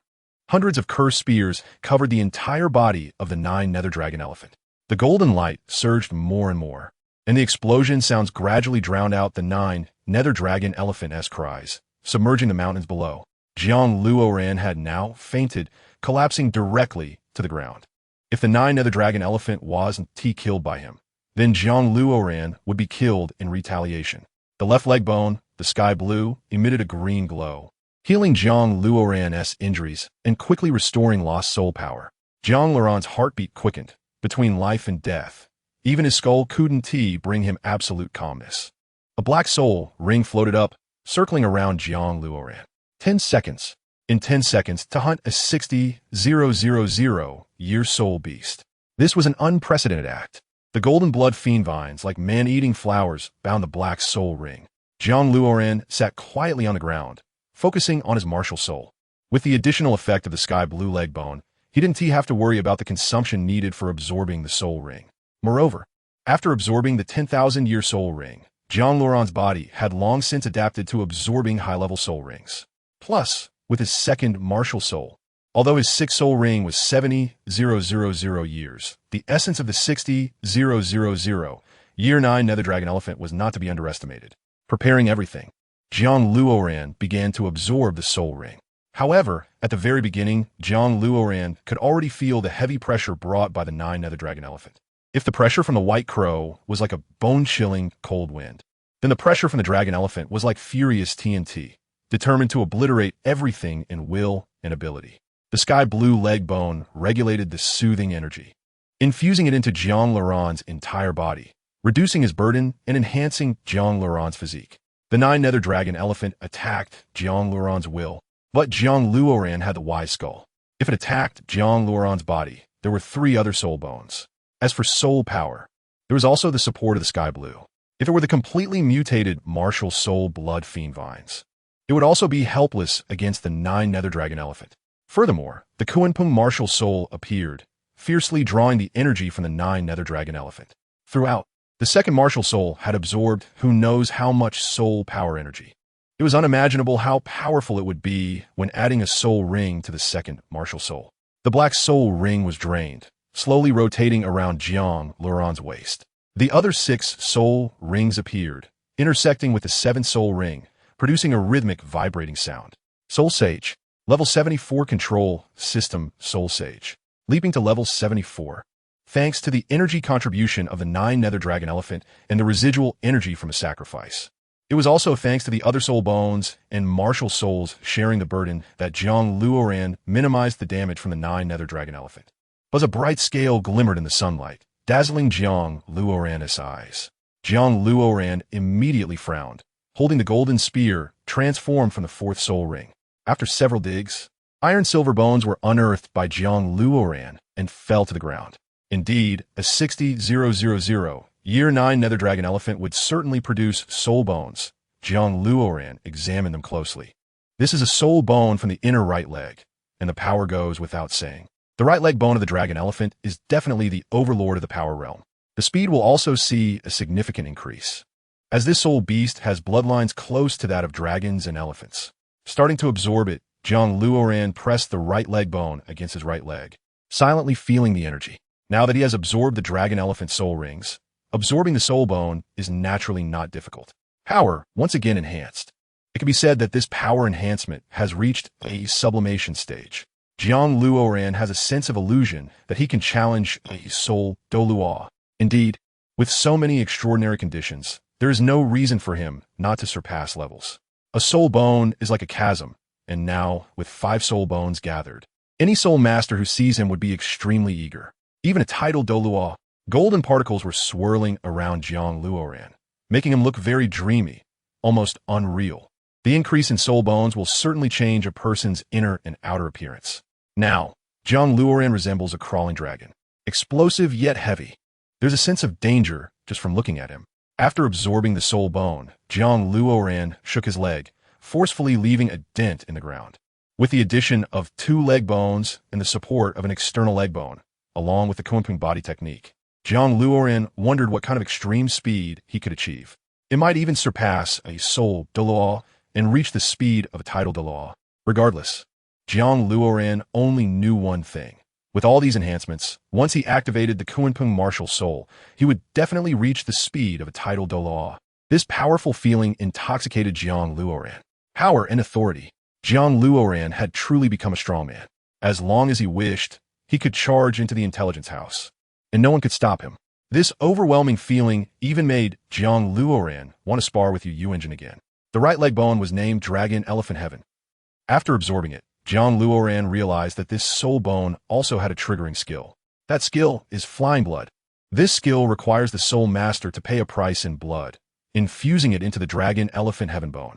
In simple terms, the more blood you sacrifice, the greater the power it unleashes. Jiang Luoran couldn't imagine the power that would erupt if he used Flying Blood to activate the Dragon Elephant Heaven bone. It might even be enough to rival a Title Douluo, the 7th soul ring, Blood Vine True Body. Jiang Luoran can transform into a 5-meter-tall vine giant, increasing his defense by 200 and attack power by 200, calculated based on the degree of armor collapse. This means that the vine armor outside Jiang Luoran will shatter but will not affect him, and he still possesses a 200 increase in defense. Although he cannot use his previous soul rings infinitely like Zhao Wujie, Jiang Luoran's soul skill can be said to be unmatched in dominance. The power is endless, and he feels like a monster. Killing a Soul Douluo is not difficult for him now. Jiang Luoran shook his body and appeared behind Jiang Luoran, asking, "What are you doing, young master? You are out?" Jiang Luoran turned around and immediately sat on the ground in fright. Jiang Luoran understood the reason, dissipated his soul power, and concealed all his soul bones. Soul Saint? In such a short time, Jiang Luoran wanted to say that planting a cabbage still requires waiting for harvest. Jiang Luoran just entered the ground, and he immediately matured. All right, I won't take you with me. You go to the spirit hall slowly, and we will meet up to wipe out the intelligence house. As for now, I need to save someone. Jiang Luoran was now the leader of the Jiang family. And Jiang Luoran had no reason not to listen, promptly agreeing. Jiang Luoran was going to rescue Shrek and the others. Bringing Jiang Luoran along would not be useful and could instead endanger him. The Tianqing and dragon elephant leg bones glowed, and the underworld boots fitted onto Jiang Luoran's legs. Purple and black. 7 soul rings jumped like piano keys, each one rising and falling, producing sound. Soul power fully unleashed. Kunping martial soul released. Everything that could enhance speed was activated. With a leap, Jiang Luoran shot out like a nuclear bomb. The spot he had just stomped on transformed into a large pit. This violent speed made Jiang Luoran feel like a fighter jet. So domineering, he felt like the overlord of the sky, frowning at all existing entities.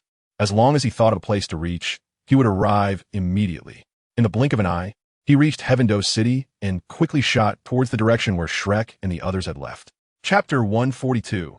This is a strongman Hordiera. Kill them all. Zhuhua Guan licked the golden claws on his fingers, revealing a smile. Yes, my lord. Hordiera activated the Dapeng martial soul and flew towards Tang San to kill him. Fortunately, Luoran was not around. Otherwise, all 8 of us from Shrek would have perished. Dai Mubai coughed up blood, his face pale.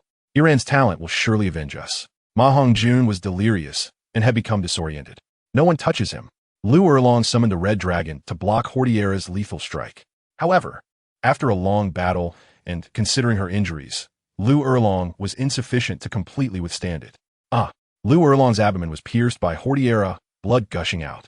Erlong, Flinder, still in his cat demon form, flapped his wings fiercely and arrived in front of Shrek and the others. Today you all must die. Zhuhua Guan adjusted his tone, as if a woman and a man were speaking together. Then come. Tang San stepped out, activating his martial soul. The remaining ones all activated their martial souls. Whatever it is, must die, must die. Jiang Luoran sat atop a high peak, overlooking the chaotic scene below. Who are you? Zhuhua Guan sensed a dangerous aura. Though not deadly, it was undoubtedly the strongest presence here. Zhuhua Guan had seen Jiang Luoran before, but did not recognize him now that he had changed his appearance.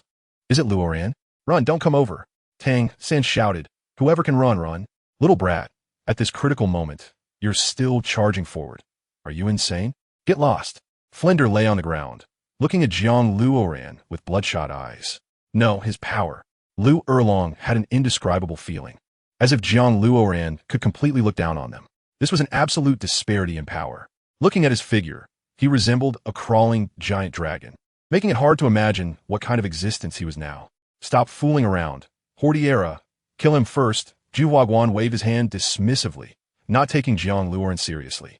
Yes, my lord, Hordiera, feeling frustrated, was a soul dog but treated like a dog by Zhuhua Guan. Yet for the sake of the spirit hall, he endured it. Hordiera could sense something was off with Jiang Luoran. He activated his soul skill and transformed into countless golden feathers, flying towards Jiang Luoran. Flying blood. Jiang Luoran used a small amount of blood to activate the dragon elephant heaven bone, kicking up towards the golden feathers. Jiang Luoran's right leg ignited, enveloped in layers of crimson flames, as if it were about to explode like TNT. The flames surged. Boom! An explosion sounded. The result of 2 extreme energies colliding. A soul saint, without using a soul skill, was able to block a soul Douluo's attack. Hordiera retreated 3 steps. His eyes filled not with disbelief, but with terror. You're a soul sage? How could you possibly be a soul sage? The soul sage? Flander also sensed Jiang Luoran's soul power, at least around level 74, or even higher. To be honest, he wasn't sure if he could defeat Jiang Luoran anymore. A soul sage, damn it. Ma Hongjun felt like he was going crazy. After just one night, Jiang Luoran had become a soul sage. What monster! Dai Mubai sat on the ground, cursing in his heart. This was something only a madman could do. Not just them. Even Zhuhua Duo was astonished, watching Jiang Luoran. If you were to become our enemy, I would have to make sure you die, but if you're not difficult to represent your side. I also have someone I like in your team. But a large family can have thousands of people, both good and bad. I don't target any ambitious person, but I won't let any strong person go. Jiang Luoran's meaning was very clear. His actions today were not aimed at anyone specifically, but rather at their overwhelming strength. Do you know us? Duuluo was even more surprised. Could it be that he had exposed himself? Of course, Tang-san. You don't need to eliminate him at all. If you don't threaten him, he won't harm you. Jiang Luoran's words were sharp and to the point. Indeed, Qinchuan-ji was already dead, and it was Bibi Dong who caused his death. If Bibi Dong didn't target Tang Hao anymore and instead gave the other side respect, then Tang-san would pose no threat to them. Some geniuses need to be eliminated, like those who want to curry favor with the Tiando Empire and have malicious thoughts. But some geniuses don't need to be bothered, just don't provoke them. Haven't you heard? 30 years in the East and 30 years in the West. When Xiao Jiang went to ask Bibi Dong how to cultivate twin martial souls, he verbally promised Tang-san that he would no longer threaten the Spirit Hall. With this in mind, JiangLuoran was too lazy to recall. Perhaps he was a bystander with clarity. However, based on everyone's character, he did not wish for either side to suffer losses or pain. Perhaps he could create a harmonious and beautiful ending. We are only responsible for the mission, so we cannot listen to your one-sided words. Young man, you're already a soul sage at such a young age. Consider joining us. You will be our master in the future. Duuluo could sense that Jiang Luoran, this soul sage, was different. There was a kind of terrifying potential, very intimidating. Of course, he had not yet noticed the 5 soul bones. If he knew, he would surely drool. Impossible. Jiang Luoran slowly walked forward, as if he was going to take on 2 opponents. Hordiala, are you confident? Send him on his way. Douluo waved his hand. The 7th soul skill. Great Pung, true body. Hordiala transformed into a golden-winged Great Pung and pounced towards Jiang Luoran. Bang, bang, bang, bang, bang. Purple, purple, black, black, black, black, black. 7 soul rings slowly appeared around Jiang Luoran. The collisions between the soul rings resonating throughout the valley. This is what is called soul ring configuration. The advanced level stunned everyone. Just the mobilization of the soul rings caused the mountains and rivers to resonate. Do you know why you failed? It's because you were too arrogant. You think you're a Title Douluo and that completing this task would be easy. But you must know one thing. Even a tiger uses all its strength to catch a rabbit. Jiang Luoran looked up, his eyes filled with gold. Cold and majestic, like a king descending. The 7th soul skill, Jiang Luoran crossed his arms to form an X, and with a fierce swipe, he activated the 7th soul skill. Blood Vine True Body. Jiang Luoran's body rapidly expanded, countless golden blood vines rising around him. Fusion. This was the fusion of a giant and plants. In the end, Jiang Luoran transformed into a 5-meter-tall plant man, and the surrounding soul power surged to an almost blinding level. It was Jiang Luoran's first experience feeling the true body of his martial soul, knowing that this was the martial soul true body guided by the soul rings of the 9 nether dragon elephant. This feeling of possessing absolute power was like, with one punch, making the mountains and seas boil and the sky lose its color. Is this what power feels like? In front of weak soul masters, they were as fragile as ants on the ground. He raised his fist and struck down towards Hordiala's golden pong with a straight punch. The trajectory of the air shifting with Jiang Luoran's punch. The heat wave was felt by those on the ground, already sensing this terrifying heat. Boom! The golden light clashed. The sound like a blacksmith hammering molten iron. Chapter 143, The Madman's Battle, Violent. Violent. The golden-winged Great Pung was knocked back, coughing up blood twice, struggling to regain its composure after being hit. Is this an attack that a soul sage can bring? It could be regarded as a super soul sage. Could the difference in the age of the soul rings have allowed him to surpass levels? Dalu. But if that were the case, his body might not be enough to contend with the Great Pang's true body. The only possibility left would be the soul bones. Duuluo's eyes brightened with a hint of greed. You must know that even a Title Douluo would kneel and plead upon seeing soul bones, because this is the only thing that can enhance their strength. In the hierarchy of Title Douluos, having more power means having more say. No wonder Duuluo saw Jiang Luoran's body bursting with crimson light. It turned out he had benefited from the nourishment of soul bones. Just relying on soul rings to suppress, at most, would only injure Hordiala. After all, Jiang Luoran did not have the combat experience of a soul Douluo. What Jiang Luoran wanted was to defeat the opponent, to defeat him quickly. Otherwise, if Douluo came to help, he would not be able to extricate himself. Tianqing. Dragon Elephant, 9 nether white bone, underworld boots, wisdom skull. The 5 soul bones all radiated their own light, no matter who it was. They clearly saw the power of the soul bones all over Jiang Luoran's body. Purple, purple, black, black, black, black, black. All trump cards revealed. The 5-meter-tall plant giant seemed to have come from the ancient times, emitting an invincible energy. It was hard for anyone to imagine such an existence. 5 soul bones. A complete configuration of high-level soul rings. This is too exaggerated. Flander was secretly amazed. How did he not know that Shrek had such a crazy existence? I really have seen a ghost. Ma Hongjun hugged Ai Mubai. He had been hiding his strength. Is this his true power? Tang Sin wiped the blood from the corner of his mouth. Kuanping possessed. Behind the plant man, 100-meter giant wings sprouted, cascading into the air. It also exuded white gale energy. At this moment, the golden plant man had already turned into a colorful figure, the light of the soul bones. The color of the soul rings, and the soul power boiling. This was completely like a Transformers from the Douluo continent. The 4th soul skill, Thousand Forgings. The 6th soul skill, Curse Spear. The towering plant man held a golden spear in his left hand and a golden grass hammer in his right. Completely unleashed. This energy fluctuation was something that a soul Douluo could not handle. 5 soul bones? Twin martial souls, and those strange soul rings. I remember who you are now. Juhua Douluo shouted, laughing somewhat madly. I didn't expect that Douluo continent still concealed such a madman. Hordy Allah, retreat quickly. Master, I can't move. Hordy Allah was pressured by the golden pupils of the opponent, unable to resist the attack. Boom! 100-meter-high golden hammer instantly tore apart the golden-winged great pung, as if it were a sword in Jiang Luoran's hand, rather than a hammer. The golden spear in his left hand measured 5 meters long, and just the spear tip was enough to pierce through Aordiara's entire body. But JiangLuoran did not strike. The towering golden plant humanoid emitted a voice that echoed through the heavens. I don't want to kill you, but don't push your luck. The 5-meter-tall golden plant humanoid slapped Aordiara away and turned to look at Chrysanthemum Douluo. Why is this happening? Can't you use your martial soul fusion skill with her? We are family. Chrysanthemum Douluo was surprised by JiangLuoran's current achievements. It could be said that JiangLuoran was now a treasure in every sense. No, that's 2 different things.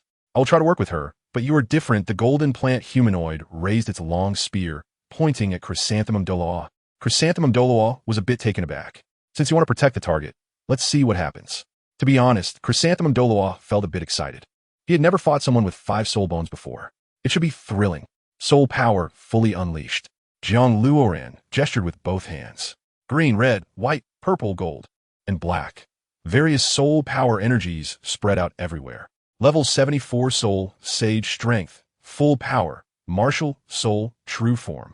This was everything JiangLuoran had. He would battle Chrysanthemum Douluo in this form. I'm getting fired up. Chrysanthemum Douluo adjusted his voice, raising a lotus similar to the Buddha's wrathful lotus. Boom! The golden spear quickly stabbed into the golden lotus, not piercing through, but holding steady. The fierce battle in the sky caused the ground to tremble, and ripples spread through the atmosphere. Is this the power of soul bones? Ha! I can feel it.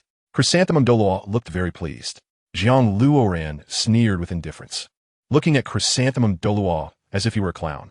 It is well known that the chaotic wind is a technique triggered by the simultaneous operation of 3 hearts, leading to a series of hammer strikes. JiangLuoran's legs and right arm were just enhanced by soul bones.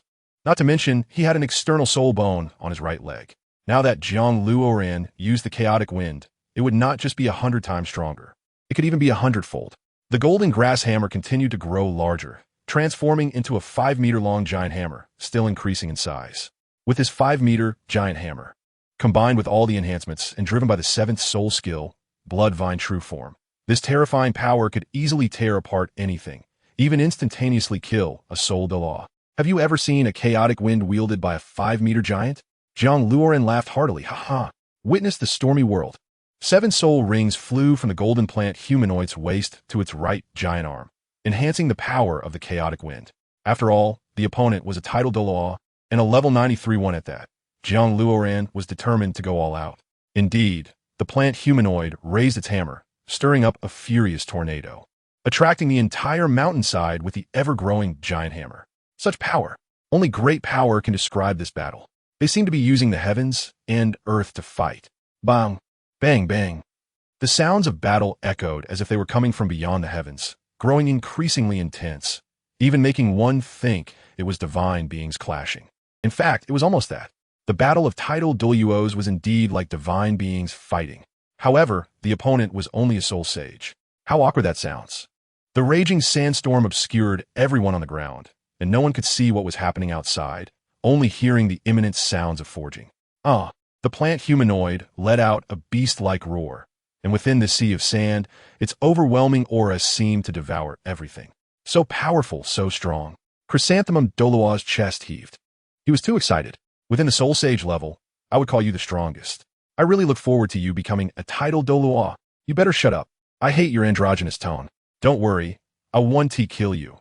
I still need to give her face. The plant humanoid wildly swung its 7-meter golden hammer. It was hard to imagine such a massive object being swung so naturally by the plant humanoid. It was like a normal human fighting while holding a building. So visually striking. The golden hammer smashed through chunks of golden chrysanthemums, directly advancing towards Chrysanthemum Douluo.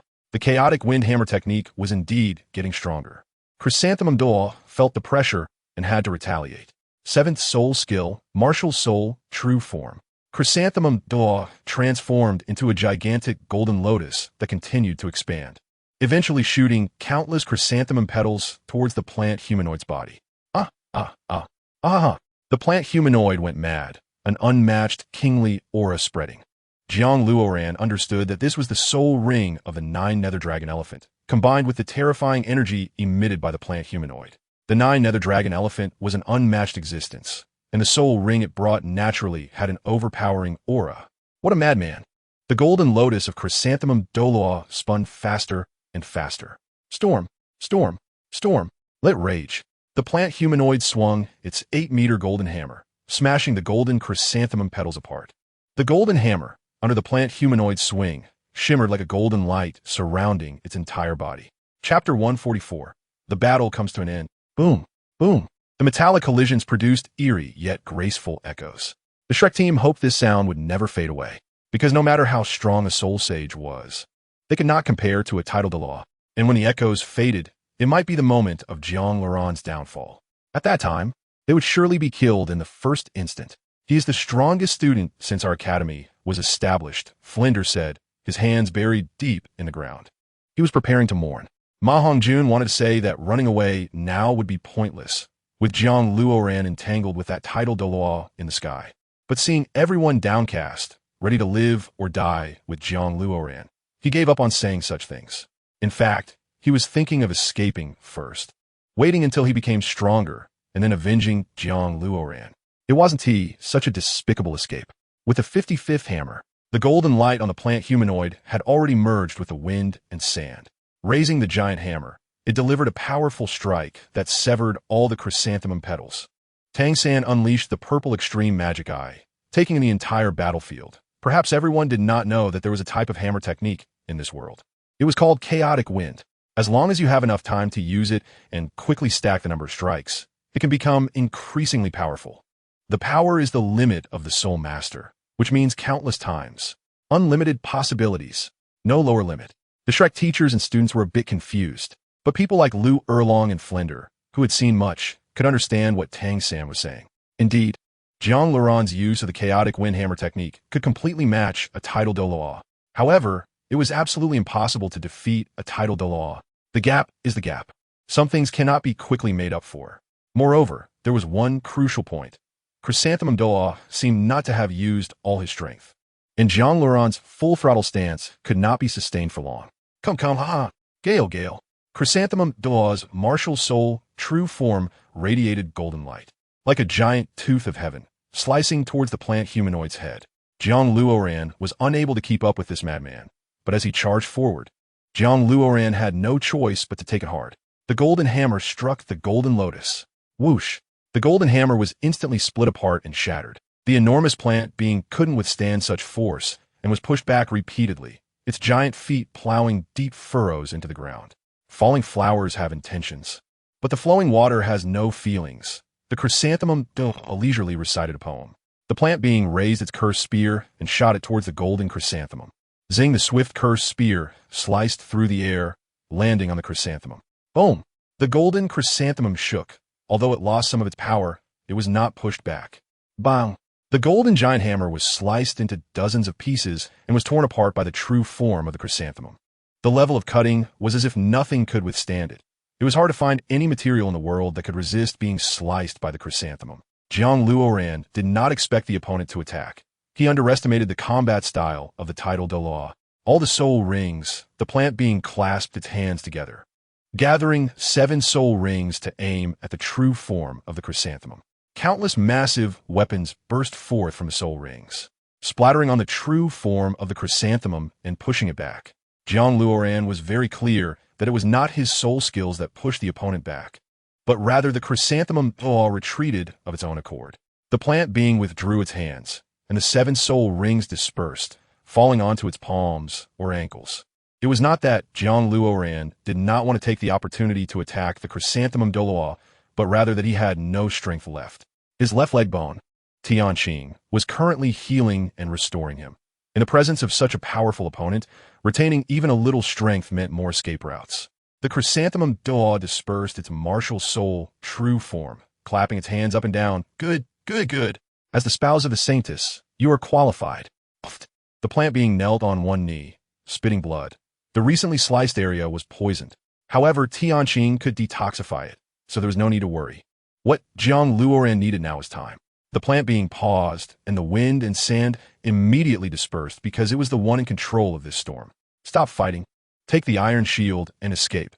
He can't catch up to you. Tang San, although unaware of how fast Jiang Luoran really was, felt that escaping with the iron shield would definitely suffice. Yes, if Jiang Luoran needed to escape now, let alone the Title Douluo, even the chrysanthemum Douluo would not be able to catch up to him. As long as you don't target Shrek Academy from now on, your future path will be smoother. Jiang Luoran was sure this was the last time he would advise.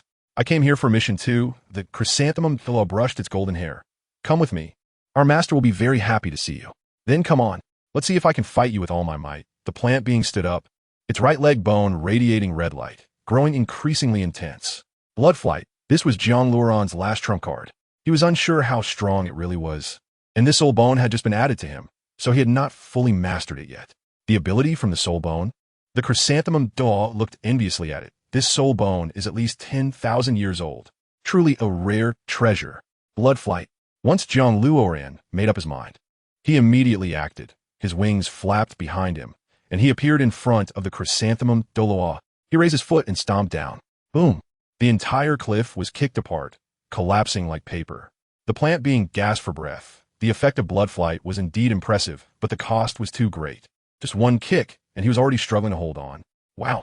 The chrysanthemum Douluo stared at the destroyed cliff. What kind of soul bone is that? Buzz the blood vine, true form dissipated, and Jiang Luoran fell from the sky, landing on the ground. Although he had the martial soul true form to withstand it, his body was still covered in bloodied wounds, especially on his chest, where his heart had nearly been gouged out.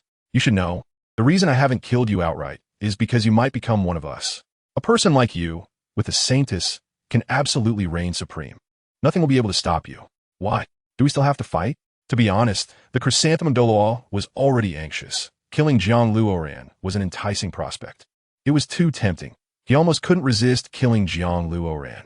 This was a gold mountain walking in the world. Who could withstand it and not kill him? However, the other party could be a member of the Spirit Hall, and the chrysanthemum Douluo did not want the Spirit Hall to give up on this genius. With his addition, at least during his lifetime, the Spirit Hall would be safe. This person might reach the level of a peerless Title Douluo like Dalu, or perhaps even higher. Chrysanthemum Guan, you are underestimating us, Shrek, too much. A green poisonous gas flew over, directly attacking the chrysanthemum Douluo. Old thing? When did Shrek become yours? Chrysanthemum Guan frowned, unable to discern the situation. I am originally a consultant for Shrek. If you want to move against Shrek, then try me first. Dugobo stood tall, shielding everyone behind him. Don't you know the consequences of opposing me? You can't afford to provoke us. Chrysanthemum Guan's right fist clenched tightly, throwing a punch. Afraid? If you're afraid, then don't come. Dugobo, seeming to go mad, punched back. The attacks of the two Title Douluos collided, and a true, earth-shattering battle began now.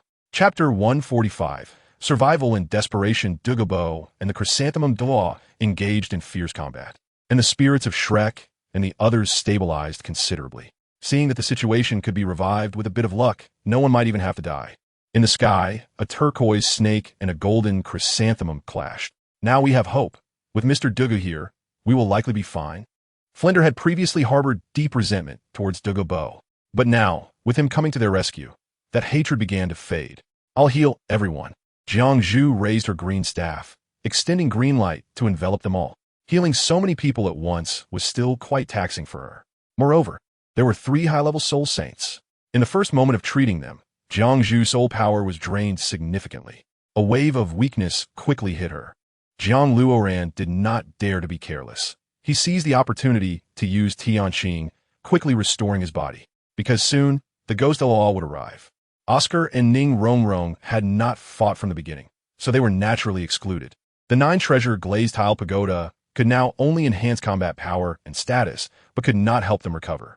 Oscar continuously used his soul skills to summon sausages, feeding them to the most severely injured Lu Erlong and Flender. Listen to me. You all should head to the spirit hall now to avoid any unforeseen circumstances with the old monster. Tang, Sen urged Dai Mu Bai and the others. No way. If we're leaving, we all leave together. Zhu Zhuqing's tone was not open to debate. Exactly, we're not afraid. Xiao Wu also squatted down, beginning to restore her soul power. Help me recover my soul power. It can assist Senior Douluo. Jiang Luoran ate the sausages Oscar gave him. Old geezer, you can't do it. The chrysanthemum Douluo shouted madly, pressing Douluo to the point where he could hardly breathe. Although the poison on Douluo had dissipated significantly, improving his condition, the gap in levels could not be bridged. Chrysanthemum Guan, stop being arrogant. The 7th soul skill, true body of the green-scaled snake. The green snake in the sky instantly transformed into a green giant python with thick scales, fierce and terrifying. Buzz, buzz, buzz. Shadows attacked one after another, and just the momentum made one feel a chill. This sense of oppression was definitely that of a Title Douluo. The ghostly figure appeared, leaving no martial soul behind. He had arrived. Jiang Luoran stopped his recovery and cautiously looked around. Isn't this too exaggerated? To annihilate a Shrek, they actually sent 2 Title Douluo. Flender frowned and stood up as well. The best method now is to take them down one by one, while the ghost Douluo hasn't arrived. We should soar into the sky and launch our strongest attack on the chrysanthemum Douluo. Then, let the Senior Douluo withdraw and deal with the ghost Douluo. Jiang Luoran spoke quickly. As soon as he finished speaking, he had already leaped into the sky. Crimson Dragon True Body, Cat Eagle True Body, Blood Vine True Body. The 3 soul saints stood tall in the sky, forming a 4-corner encirclement with Douluo, as if the gods had descended. However, the chrysanthemum Douluo was not afraid at all. Soul saints were merely insignificant to a Title Douluo. Of course, excluding Jiang Luoran, this abnormal output machine. As long as the 3 of them timed their attacks well, they could create an opportunity for Douluo to attack and have a fighting chance. Attacking simultaneously to create an opportunity for the Senior Douluo, Jiang Luoran said, unleashing all his soul power towards the chrysanthemum Douluo. Lu Erlong and Flender also attacked the chrysanthemum Douluo without reservation. Chrysanthemum Douluo die. Douluo surged like lightning, aiming a direct assault at the neck of the chrysanthemum Douluo. Buzz, buzz. A skull stood in the sky, waving its hand to disperse Douluo's lethal strike.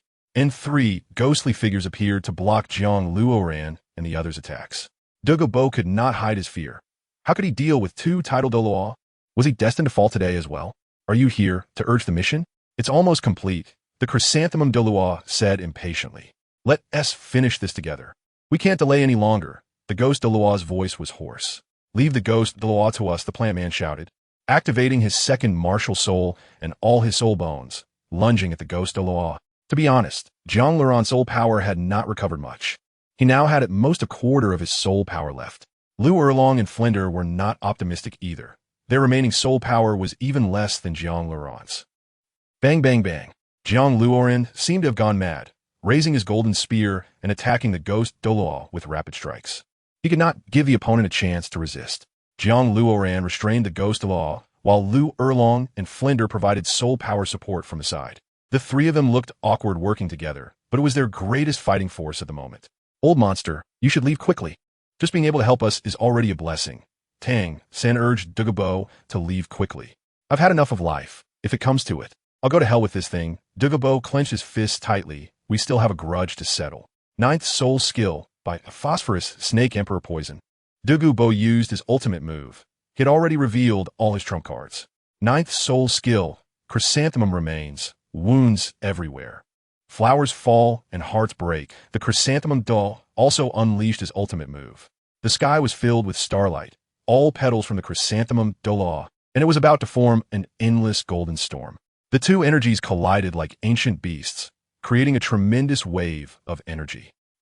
Get down. Jiang Luoran used his 5-meter-long spear like a rolling pin, pressing against the ghost Douluo.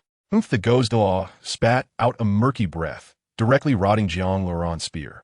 Whoosh, a lightning-fast black claw struck down, aiming for the plant man's head.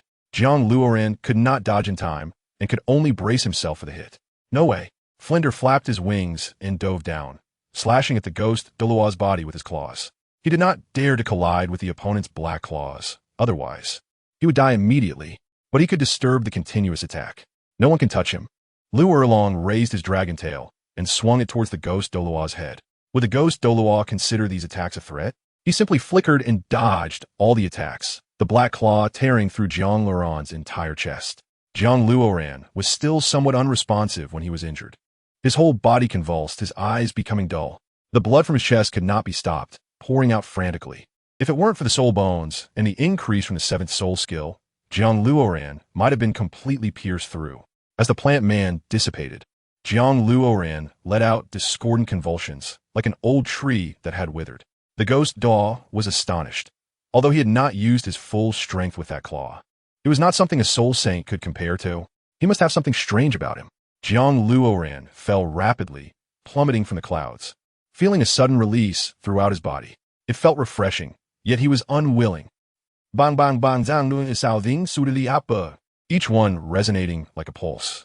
Even with the support of the soul rings, Jiang Luoran felt he could not fight anymore. Suddenly, he was intercepted by a pair of slender arms, and through his clothes, he could feel how smooth those arms were. It must be a woman. Yet, one could sense the terrifying energy contained within her arms. She had become stronger, completely exceeding my expectations. However, in a battle at the highest level, you still need time. A cold, aloof female voice spoke, and Jiang Luoran opened his eyes upon hearing it. Feng Linger, dressed in purple, looked expressionlessly at the ghost Douluo, her pupils only showing indifference. Chapter 146. All the great ones show their true colors. Monthly ticket for rewards. It was truly rare. Jiang Luoran had never thought he would be held by Feng Linger. This feeling was quite nice. He had previously envied others who had elders to protect them while he was all alone. But now he no longer felt lonely.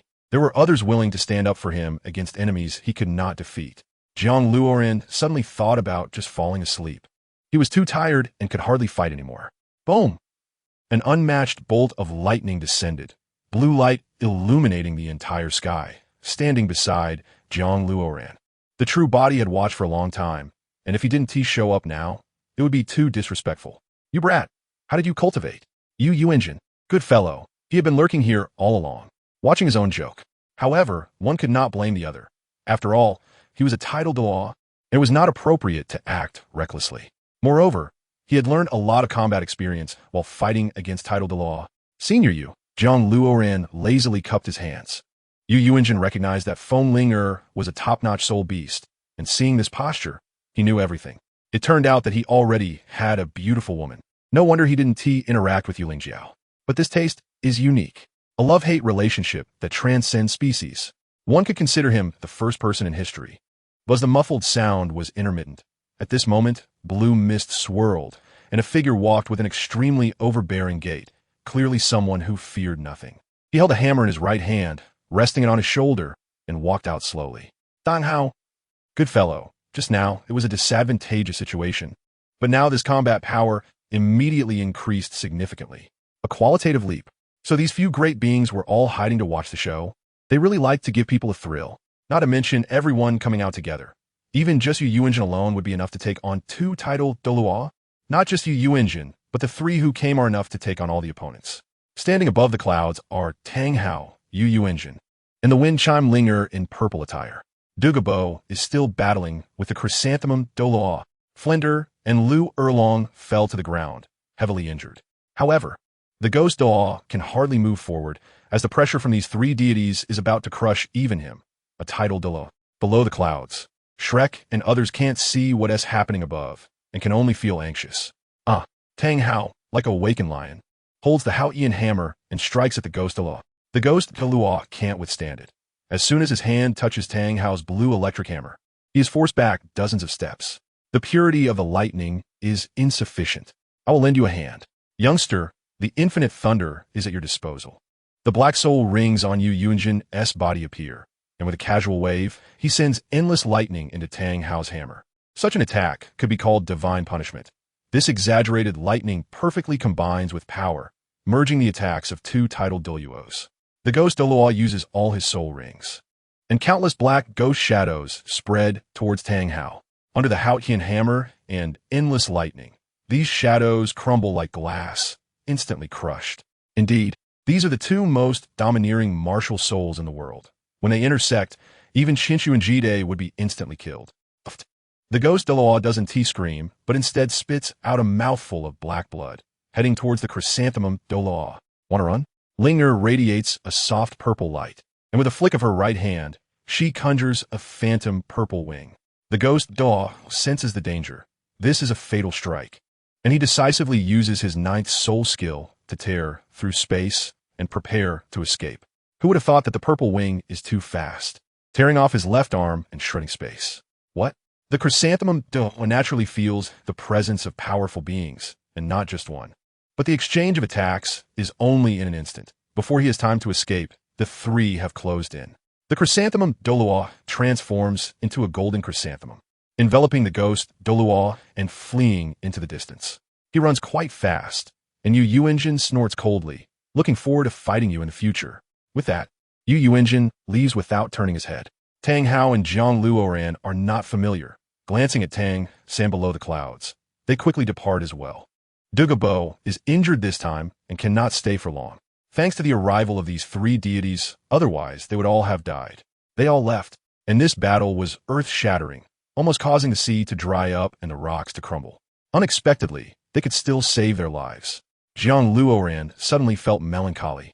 It's good to be alive. Before I came, the two of them had already hidden away. 5 soul bones, you are not simple. Linea finalis smidet in appreciation. Don't misunderstand. What I mean is that this will greatly enhance your speed, perhaps you'll return quickly. After recovering for a while, Jiang Luoran stood up, activating his Kunpeng martial soul. Pausing briefly in the air, he should be fast. Rest assured. Let us go. Linger transformed back into her true form, turning into the 9-tailed wind chime bird and swiftly leaving. Jiang Luoran used the Kunpeng technique, crawling on the ground. It's over. Everyone is dead. We won't survive either. When Ma Hongjun saw Flinder and Lu Erlong fall, he was already disheartened. In the final moments, Jiang Luoran also fell down. This is definitely the end. Just wait to die. Oscar held sausages, stuffing them into the 3 fallen ones, quietly waiting for the final lesson of life. You two, stop your nonsense. Ning Rongrong really can't do anything with these 2 treasures. I said, Sister Ning, I'm almost dead. Friends, fight hard. When they come down, use the Zhuge God crossbow to bombard them. Don't think about the bone-piercing needle. Tang Sen looked desperate. Ha ha ha, Jiang Luoran gasped, laughing foolishly. If they come back, we will surely die. What do you mean? Tang Sen relaxed. As until now, no one had come down. They left, the one chased away by the 3 deities. Senior Dugu also left. Jiang Luoran struggled to get up from the ground. Don't ask for now. I can't explain it all at once. In short, we can escape now, and no one will chase us. Hurry up. Jiang Luoran lifted Flinder and Lu Erlong and joined the others into the carriage. The soldiers of the Tiando Empire had already been crushed to death, so Tang San took the role of the driver, directing the carriage to fly away. Where are we going? Tang San already began to suspect the Spirit Hall. This must be their doing. Otherwise, who else on the Douluo continent could command 2 Title Douluos to kill them? The Spirit Hall, in terms of pros and cons. Once we enter, we will be in no danger. Jiang Luoran didn't dare to say much, having lost too much blood. Dai Mubai and the others saw that his chest had a huge wound with exposed bones, and didn't know if he could survive. Xiaowao, Uhi, take out all the sausages. Dai Mubai supported Jiang Luoran, so he could lie down in the carriage. Oscar reluctantly took out 3, pale-faced, saying, there really isn't even one left. The 3 sausages were fed to Jiang Luoran at the same time, temporarily stopping his bleeding. Ning Rongrong didn't know if her excitement was useful, but at least it would make him feel more comfortable, and she released her soul ring towards Jiang Luoran. Jiang Zhu had just recovered some soul power and now had to exert herself, feeling somewhat exhausted. The three sources of energy, combined with Jiang Luoran as a sky blue soul bone, finally stabilized his injuries and slowly healed. The carriage, like a frightened white rabbit, dashed towards the spirit hall, ignoring the surrounding rubble. The other academy students had no idea what had happened. They only remembered that a famous Shrek student was fighting madly against someone at least at the Soul Douluo level. Chapter 147. Fleeing in disarray. Jiang Luoran was puzzled. Ning Fengji had witnessed Sarala's whispering. Couldn't he call someone to help? Could it be that the other party didn't realize? Impossible. What could someone like that not be aware of? If Ning Fengji wanted to harm them, Jiang Luoran felt it was impossible because Ning Rongrong was still here. He couldn't possibly sacrifice his precious daughter as well. Jianxin appeared at the place where the battle had just occurred, but he was a step late. After a night, Shrek and the others finally returned to the spirit hall. Under the leadership of the sergeant, they came to the tent area belonging to Shrek. Thank you all for your hard work. This is the resting area arranged for you by the Empire. The sergeant bowed deeply, saying, "Please bring glory to the Empire." "We will," Flinder replied politely, though his face was pale. "Hurry, rest today, and try to recover from your injuries. You must not make any mistakes in the competition." Lu Erlong, also feeling weak, immediately returned to her tent. The sergeant obviously still didn't know that the escorting army of Shrek had already encountered trouble. After talking with everyone, he quickly arranged for the medical department to treat Shrek and the others. Then he personally went to the attacked site. Jiang Luoran was placed on the bed by Dai Mu Bai, and the medical department rushed to treat him, pushing him into emergency care. It's hard to imagine how terrifying the battles between soul masters could be. Flesh and blood everywhere, exposed bones. The smell of blood permeated the air. After a lot of hustle, Jiang Luoran was wrapped up like a mummy, with potions being shoved into him as if they were free. In any case, JiangLuoran's life was saved. In the future, there will be capital for more struggles. Looking up, the rest of the Shrek members were tightly bound with bandages. All had serious injuries. Jiang Luoran felt helpless. This time he had truly embarrassed himself by being beaten like this. Just look at them. They looked like they had just returned from the battlefield. Especially Flinder, he was barely missing a sewn-up mouth. Lu Erlong had lost a piece of dragon scale and was severely injured, but all were internal injuries. Qi Ming was nowhere to be found. Relying on his memory, Jiang Luoran seemed to recall that Qi Ming had led a group of spirit masters away. He wouldn't have met his end, would he? Hopefully, he was all right. Otherwise, Jiang Luoran would feel very guilty. Everyone was deeply asleep, and Jiang Luoran had a wisdom spirit bone, so he wasn't too fatigued and couldn't sleep. He walked straight to his room, lying alone on the bed, gasping for breath. In the past, running hundreds of miles wouldn't tire him, but now, after just a dozen steps, he was out of breath. Clearly, his body still had a long way to go to recover. "Young master, what happened to you?" Jiang Luoran sneaked into the Shrek area. Although Jiang Luoran was wrapped in bandages, Jiang Luoran, being a soul king, could still recognize him through the bandages. "Jiang Luoran regretted seeing him. He should have brought him along to help Qin Ming fight against the men in black. At least it would have provided significant assurance. "What's going on? I'm going to kill him," Jiang Luoran said angrily, looking like he was really going to kill someone. "Don't get excited. As a spirit master, one must be aware of the possibility of injuries. They haven't died yet, have they?" Jiang Luoran sighed and first mentioned the location of the Jifu members. "With such severe injuries, young master, you..." Jiang Luoran hesitated, seeing the resolute look in Jiang Luoran's eyes that brooked no argument. "With my fake identity, it's easy to find the Jifu and confirm the location. At any time, I can take revenge," Jiang Luoran said, and his eyes turned blood red at the mention of revenge. "Don't get angry. Isn't there a way to resolve this? They are already on the brink of death. So don't let your anger flare up." Jiang Luoran coughed twice. "I remember there are 2 Soul Douluo inside. They have chased me before. Are there any other details?" Jiang Luoran couldn't just charge in without knowing anything. What if he was surrounded and beaten by 3 Soul Douluo? That would be too ridiculous. Moreover, Jiang Luoran could currently only fight against 1 Soul Douluo, and he had to be in peak condition to defeat them. Therefore, there could be no mistakes. The head of the Zhijiao family is called Ji Lin, and his son is called Ji Zhuang, both at the Soul Douluo level. I suspect they are the instigators because since I arrived at the Jifu, very few of their members have left. Not to mention large-scale movements, Jiang Luoran said firmly. "Are you sure?" "I am sure. It seemed my inference was correct. The people who killed those from the Jiang family all used a single martial soul and left no traces of battle. In other words, this person was rampaging through, killing anyone in sight. It was either Ji Zhuang or Ji Lin. They were the masterminds. I don't care why they want to kill my family. They must die in 10 days. Jiang Luoran, with his wisdom spirit bone, saw everything very clearly. All right, I've noted that. Jiang Luoran clasped his hands. Also, I want to ask you, what state are the Jifu members in? Have they lost all moral integrity? Jiang Luoran's eyes shone with golden light. The people of the Jifu, most of them have IQ deficiencies and many are brain dead. They have no idea about the upper-level matters. Under the leadership of Ji Hui, they have done quite a bit of greening work, Jiang Luoran nodded. Since that's the case, grievances have a head and debts have a master. I will kill the 2 heads of the Jifu, Jiang Luoran said coldly, gritting his teeth. Yes, Jiang Luoran had no choice but to agree. In 10 days, after I recover, I will go kill the Jijia people. At that time, if anyone obstructs me, I will kill them. In the meantime, you need to arrange for my isolation and separate these 2 soul Douluo. Do you have a way? JiangLuoran stared at JiangLuoran. It seems my identity needs to be revealed, and it can be done. If Jiang Luoran doesn't care about his identity anymore, there's a chance to isolate them. Jiang Luoran thought, although I don't want to kill good people, I will never let any bad person go. After the battle, you and Ji Hui will take over the Jifu. Those with ill intentions must be killed. Jiang Luoran had already thought about how to lay out the plans. After Jiang Luoran left, Jiang Luoran propped himself up and sat on the bed. He mobilized his soul power to heal himself.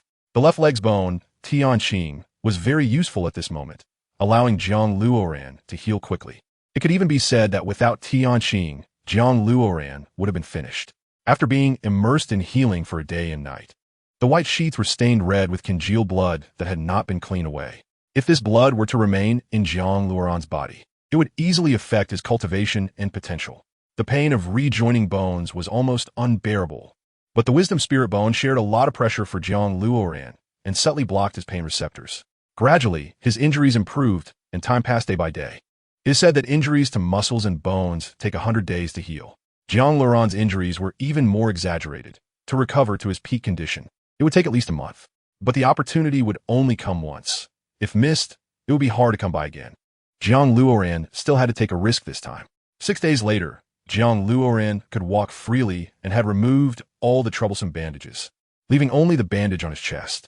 After being hungry for so long, he naturally woke up to eat. The others from Shrek were injured but not as seriously as Jiang Luoran, and they had already removed their bandages early and were preparing for the competition. After this battle and the pressure from the Title Douluo, Jiang Luoran's soul power had reached level 75. Indeed, the further one goes, the harder it is to level up. Jiang Luoran could clearly feel the difficulty of leveling up. Chapter 148. Concealing one's strength and biding one's time. Jiang Luoran was a person who clearly distinguished rewards and punishments. Since the heavenly punishment had already fallen upon the Jifu, he no longer needed to wipe them out completely. Mainly, the people of the Jifu were innocent, and moreover, most had become fools. Even if he killed the heads of the Jijia family, would Ji Hui come after him with people to fight? If someone obstructed him while killing Ji Lin and Ji Zhuang, Jiang Luoran would kill them without hesitation. If the other party came seeking revenge, Jiang Luoran could take a detour. Tang San and the others had already participated in a round of competition, and Flinder was still seriously injured, while Lu Erlong had recovered quite well. During this time, Oscar prepared a grilled sausage for Jiang Luoran at every meal, and Jiang Zhu would also take time to help Jiang Luoran recover from his injuries. With multiple treatments, Jiang Luoran was mostly healed, but he was still not fit for intense battle. He had nearly died. Now recovering to this state was already a stroke of luck. Everything requires time for transition. Jiang Luoran's recovery was already somewhat against the odds. The Shenkong Academy and the Qihua Academy joined forces, which truly was a strong alliance. Dai Mubai sat on a chair, facing everyone. They did this to save face. Ning Rongrong nodded. There should also be a sense of not wanting to lose. But that is not what we should consider. Tang Sin stroked his chin, thinking about how to respond next. Are you all here? Jiang Luoran lifted the curtain and walked in from outside. He was now the undisputed soul sage, a standout among Shrek. Who would dare to overlook this genius now? Not just women, but also men are targets for making friends. To be honest, when Jiang Luoran transformed into a soul saint and came in, he almost scared everyone to death.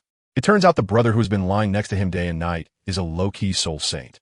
The battle was earth-shattering, and he even had 5 soul bones. In the end, he even faced off against Douluo. Now, Jiang Luoran's image in their hearts is unforgettable. It's hard to imagine his future accomplishments. Jiang walked over and supported Jiang Luoran. After today's treatment, she had already helped him relieve his muscles and bones. The medical department had instructed him not to go out. Indeed, although Jiang Luoran was no longer seriously injured, his body was weak, and many areas had not yet recovered. However, he felt stuffy in the room and couldn't help but come out to join Shrek and the others discussing the battle situation. The room was too stuffy. "I'm not old. It's fine to get some fresh air," Jiang Luoran said as he sat down in a chair with Jiang's support. Tang San and the others were all smiling, especially Ma Hongjun, who was teasing him with his eyebrows. Without needing to say much, Jiang Luoran knew what they meant, and he smiled bitterly. The combination of Qihua Academy and Shanfeng Academy is essentially a combination of violence and violence, with the wind aiding the fire. This power is absolutely unmatched, and their combat power has at least tripled compared to before, possibly even more. Jiang Luoran got straight to the point. "Yes, with such a powerful combination, we must go all out. I'm thinking of strategy," Tang San said with his hands together. Jiang Luoran knew that Tang San had developed a strategy and had once again defeated the 2 major academies. But he had a better strategy. "Third brother, you are actually the root of this battle. Success or failure lies in your single thought," Jiang Luoran smiled. "Me? How could I?" Tang San was a bit confused. "Look, the 2 major elemental academies must have carefully selected their participants. Feng Xiaodian, I don't need to say. He will definitely have psychological fluctuations when he sees you. Wu, she likes you even more, these 2. Cough cough." Jiang Luoran suddenly stopped talking because he saw Xiao Wu about to twist Tang San's waist off. It's fine, Tang San groaned in pain. His face not looking good, you continue. "Oh, okay. These 2 are the strongest here, and you're precisely the one who can easily lead them to a crushing defeat." Jiang Luoran didn't like to beat around the bush. Moreover, everyone here is elite. Even if I speak vaguely, they can understand. "So what should we do? We can't have third brother take off his clothes, right?" Ma Hongjun was anxious. How could that be?" Xiao Wu stood up. "You all have ulterior motives." "Xiao Wu, don't be anxious. I haven't finished speaking." Jiang Luoran was troubled. Did he seem like that kind of person? "Third brother, you rush in at the start, and Feng Xiaodian and Huo Wu will definitely chase after you to fight, because they will think you are the strongest in Shrek. If they defeat you, the others will collapse. Rush in at the start? Luoran, your strategy is very aggressive, but it's only suitable for you." Ning Rongrong was defeated by this violent man. Indeed, everyone knew Jiang Luoran's ferocity. He had fought against Title Douluo with ferocity. Now, he was even a soul saint, and it was hard to say where this person's lower limit lay. "Don't worry, we still have so many team members. We won't let third brother take risks. Dalu and Ma Hongjun will hold off the remaining people." At this time, Oscar supplemented with mushroom sausage, which can allow them to stall in the air, prolonging the time. Jiang Luoran added, 2 against 5? That's too exaggerated. Ma Hongjun knew that in terms of numbers, it wasn't that easy to surpass. "I've thought about it. Fatty is fire immune, so no matter how strong the wind and fire, it can't deal lethal damage to you. And Dalu is the second strongest among us, but they just don't know it yet. Before the wind and fire arrive, use White Tiger Transformation and White Tiger Guardian Shield simultaneously, plus White Tiger Meteor Fist to relieve the fire pressure. This way, you still have a capital to stall. Oscar's mushroom sausage can be eaten, allowing them to maneuver in the sky." Jiang Luoran elaborated on more precautions. "Isn't that a bit forced?" Although Ma Hongjun felt what the other party said made sense, he felt a bit guilty. "Fatty, it's fine. We can bear it together." Diet and Mubai also thought it was feasible. "Third brother, you must be careful when fighting the 2. Their combined damage can even reach a destructive effect." Jiang Luoran felt that the most dangerous one was Tang San. "I'll pay attention, if necessary. I will use the 8 spider lance," Tang San pondered. "Then what about us?" Xiao was confused. "For people have been sent out. Are there still 3 left to play mahjong? The reason for letting you be free is to play a crucial role. Third brother opens with blue silver prison to block everyone's movement routes. Then the plan begins. The remaining 3 will go around behind the opponent, forming a horned position with third brother, saturating with soul skills to suppress them. Strive to achieve a quick kill against Feng Xiaodian and Huo Wu, using their own strength against them. They want to eliminate our strongest, so we'll eliminate their backbone first." Jiang Luoran drew more requirements on paper, including some specifications and timing. For example, When Feng Xiaodian releases a big move, it's best to ensure its range targets only one person, because Feng Xiaodian and Huo Wu's attacks are definitely large-scale. This is also the reason for controlling them from the start. Otherwise, they would lose right from the beginning. After planning and discussing for the whole night, they slowly came to a conclusion. Continue discussing practicality tomorrow. If there are no problems, then let's do it this way, Tang San concluded. Okay, then I look forward to it. Jiang Luoran stood up. Luoran, if you weren't injured, you could go directly into the arena. Why we have to run around like this? Ma Hongjun made everyone laugh. He was actually complaining, not really regretting it. Ma Hongjun knew that only through actual combat could one become stronger. Me? I'll wait for the finals, haha. Jiang Luoran scoffed and walked out. I'll help you. Jiang Zhu got up. Chapter 149.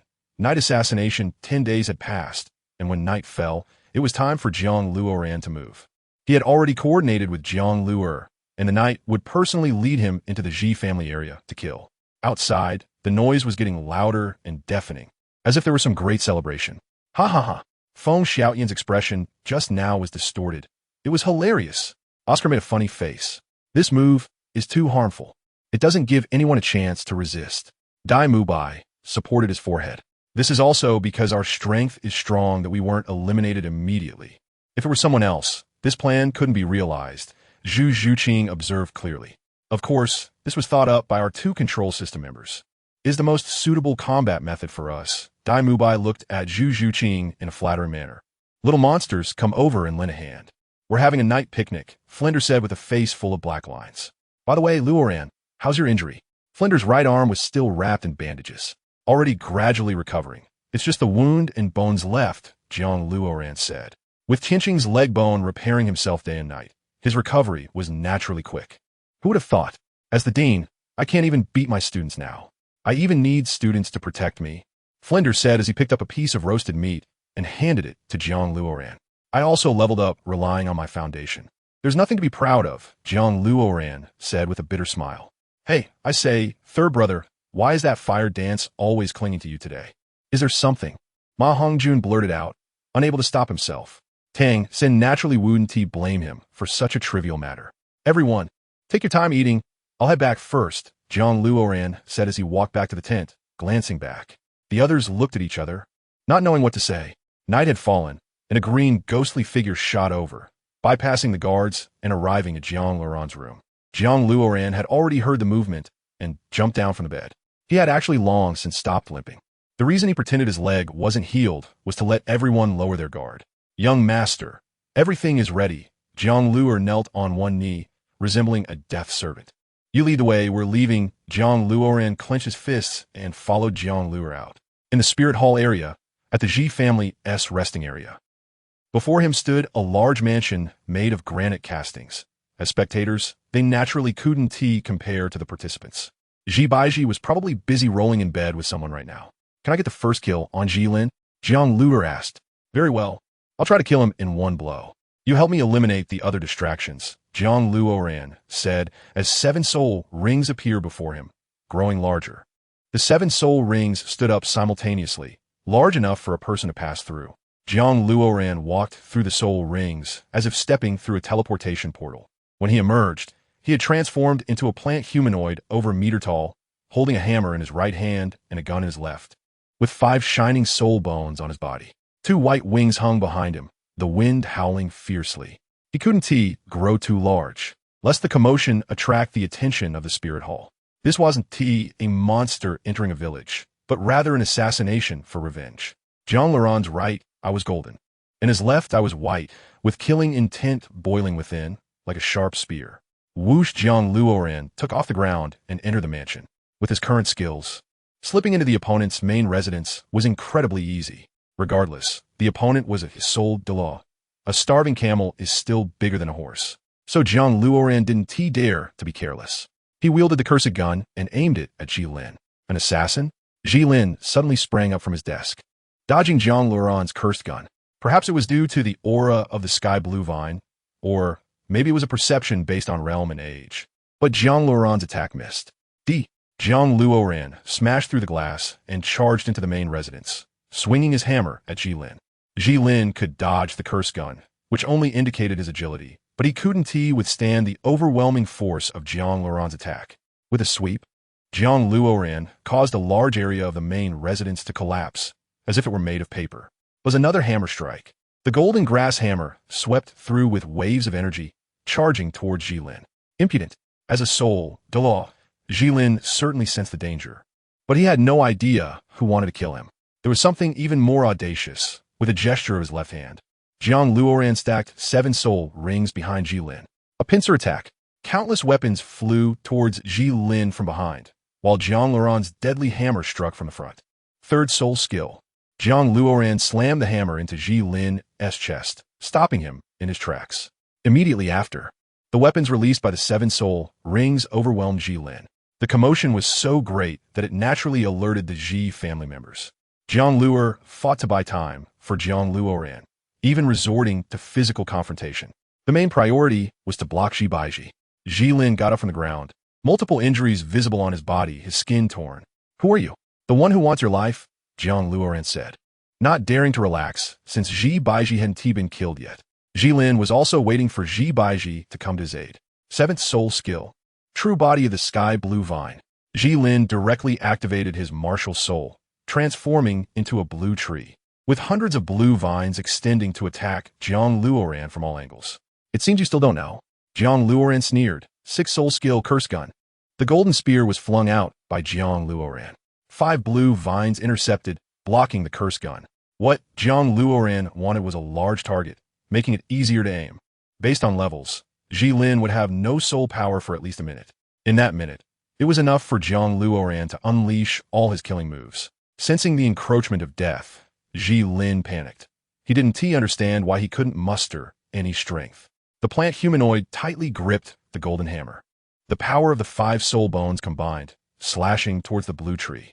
Boom!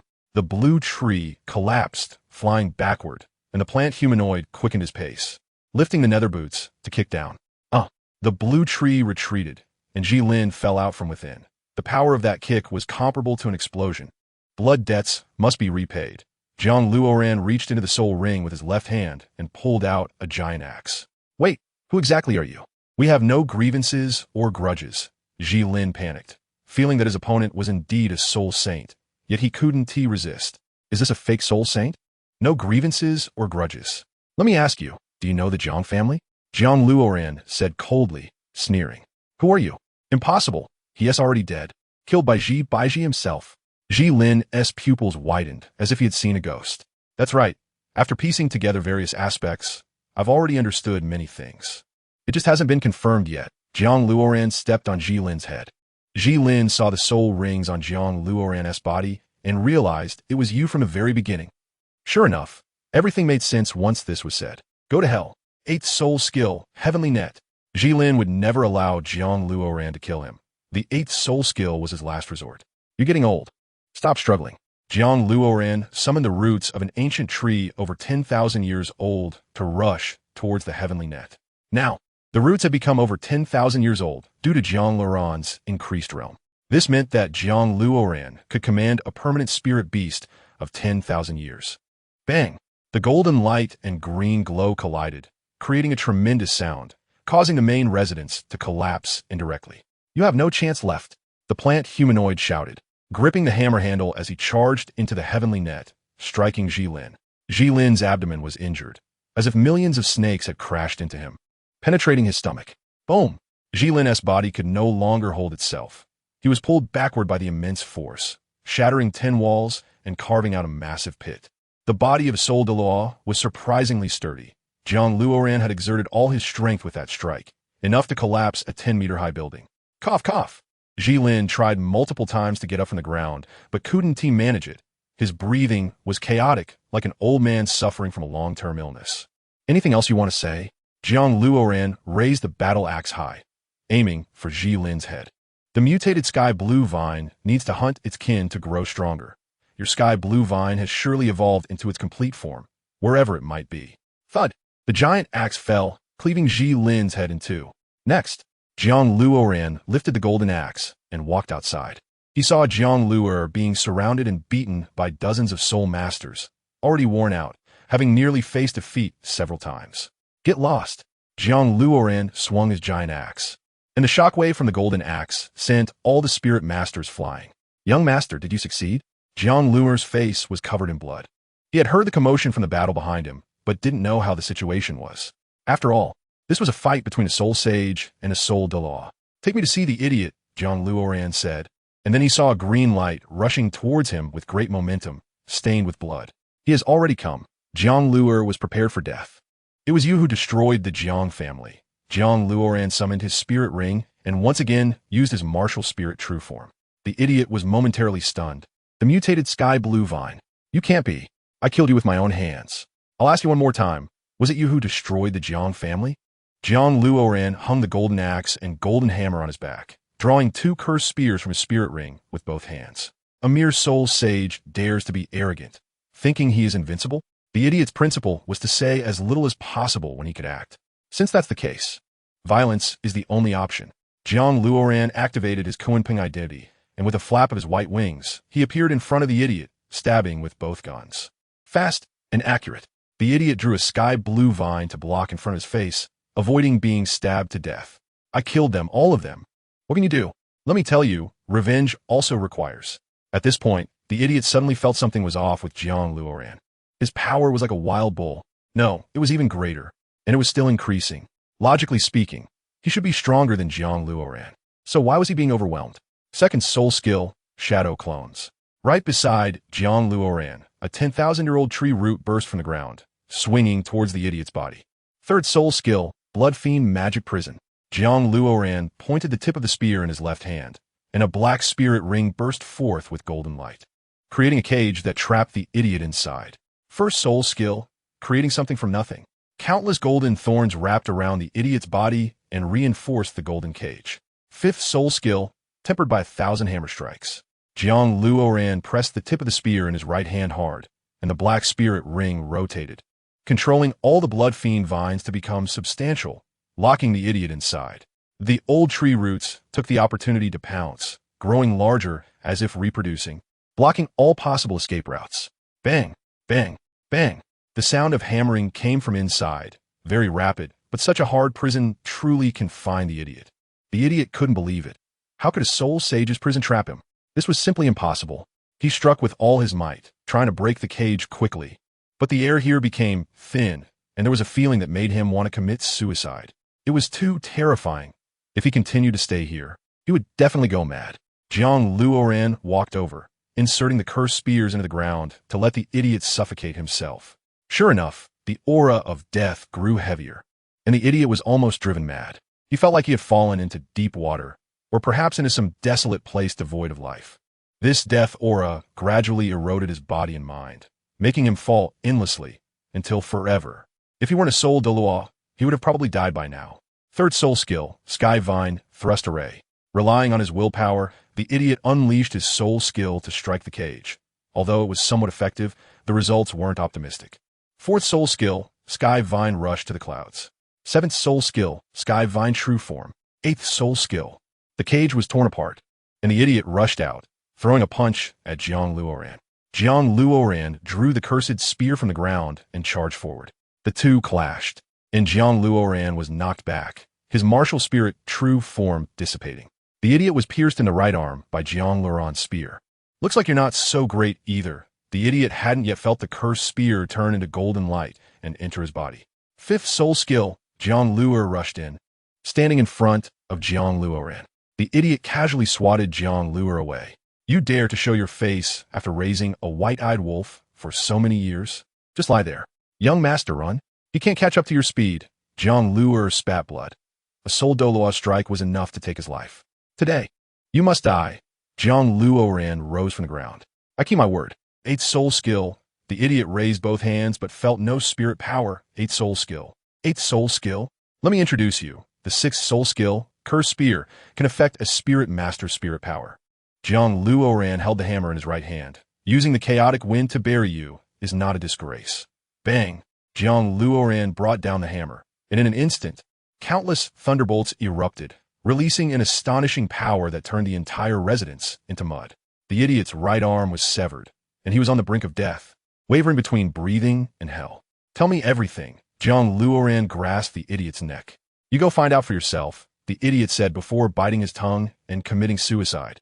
His state was already worse than death. The idiot could no longer endure. Quite ruthless. Very good. Jiang Luoran staggered back to Jiang Luoran's side.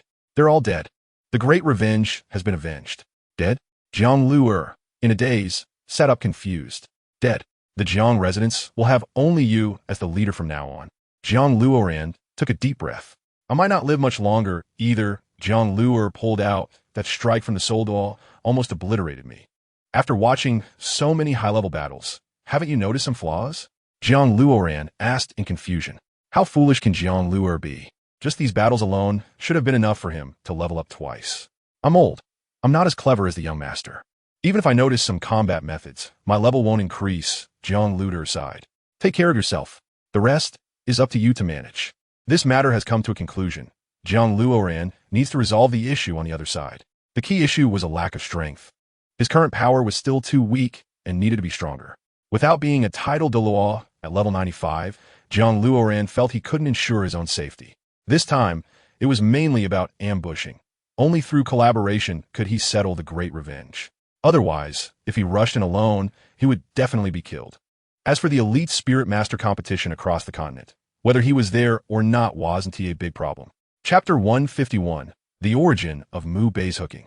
The four major elemental academies had all been challenged by Shrek, and next up was the Royal Tianhou team, the team led by Yu Tianheng. They were exempted from all preliminary rounds and went directly to the finals. This was the Empire's way of showing confidence in their strength. In fact, many people like to compare Yu Tianheng's level to the children because he was currently the strongest on the market. For now, let's not discuss it. Indeed, at Yu Tianheng's age, having reached his current level is quite rare. New grudges and old hatreds? Tang Sin looked at everyone. This time we are facing the Royal Tianhou battle team again. Once former subordinates, this will be easy to resolve, Xiao Wu said nonchalantly. We must remember that our first victory was due to our skills. They only lost because they were careless. I think this time they will definitely be much more cautious. Tang Sin said, but our levels are not the same as last time.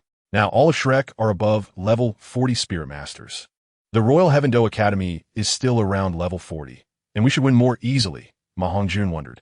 Last time we won entirely with skill, but this time the opponent's strength is comparable. Can we still not win? What Sengu wanted to say is precisely this point. Our strength has increased, yet it has become harder to win. Jiang Luoran looked at their confused expressions. One must understand one thing. To break steel, all it takes is a piece of cotton. Last time, we were like that piece of cotton. But holding a steel bar, it is difficult to break steel. Even small characters have the power to defeat larger ones. The key lies in application. But now we can't do it. After comprehensive calculations from various angles, this match will surely be quite brutal. Jiang Luoran nodded.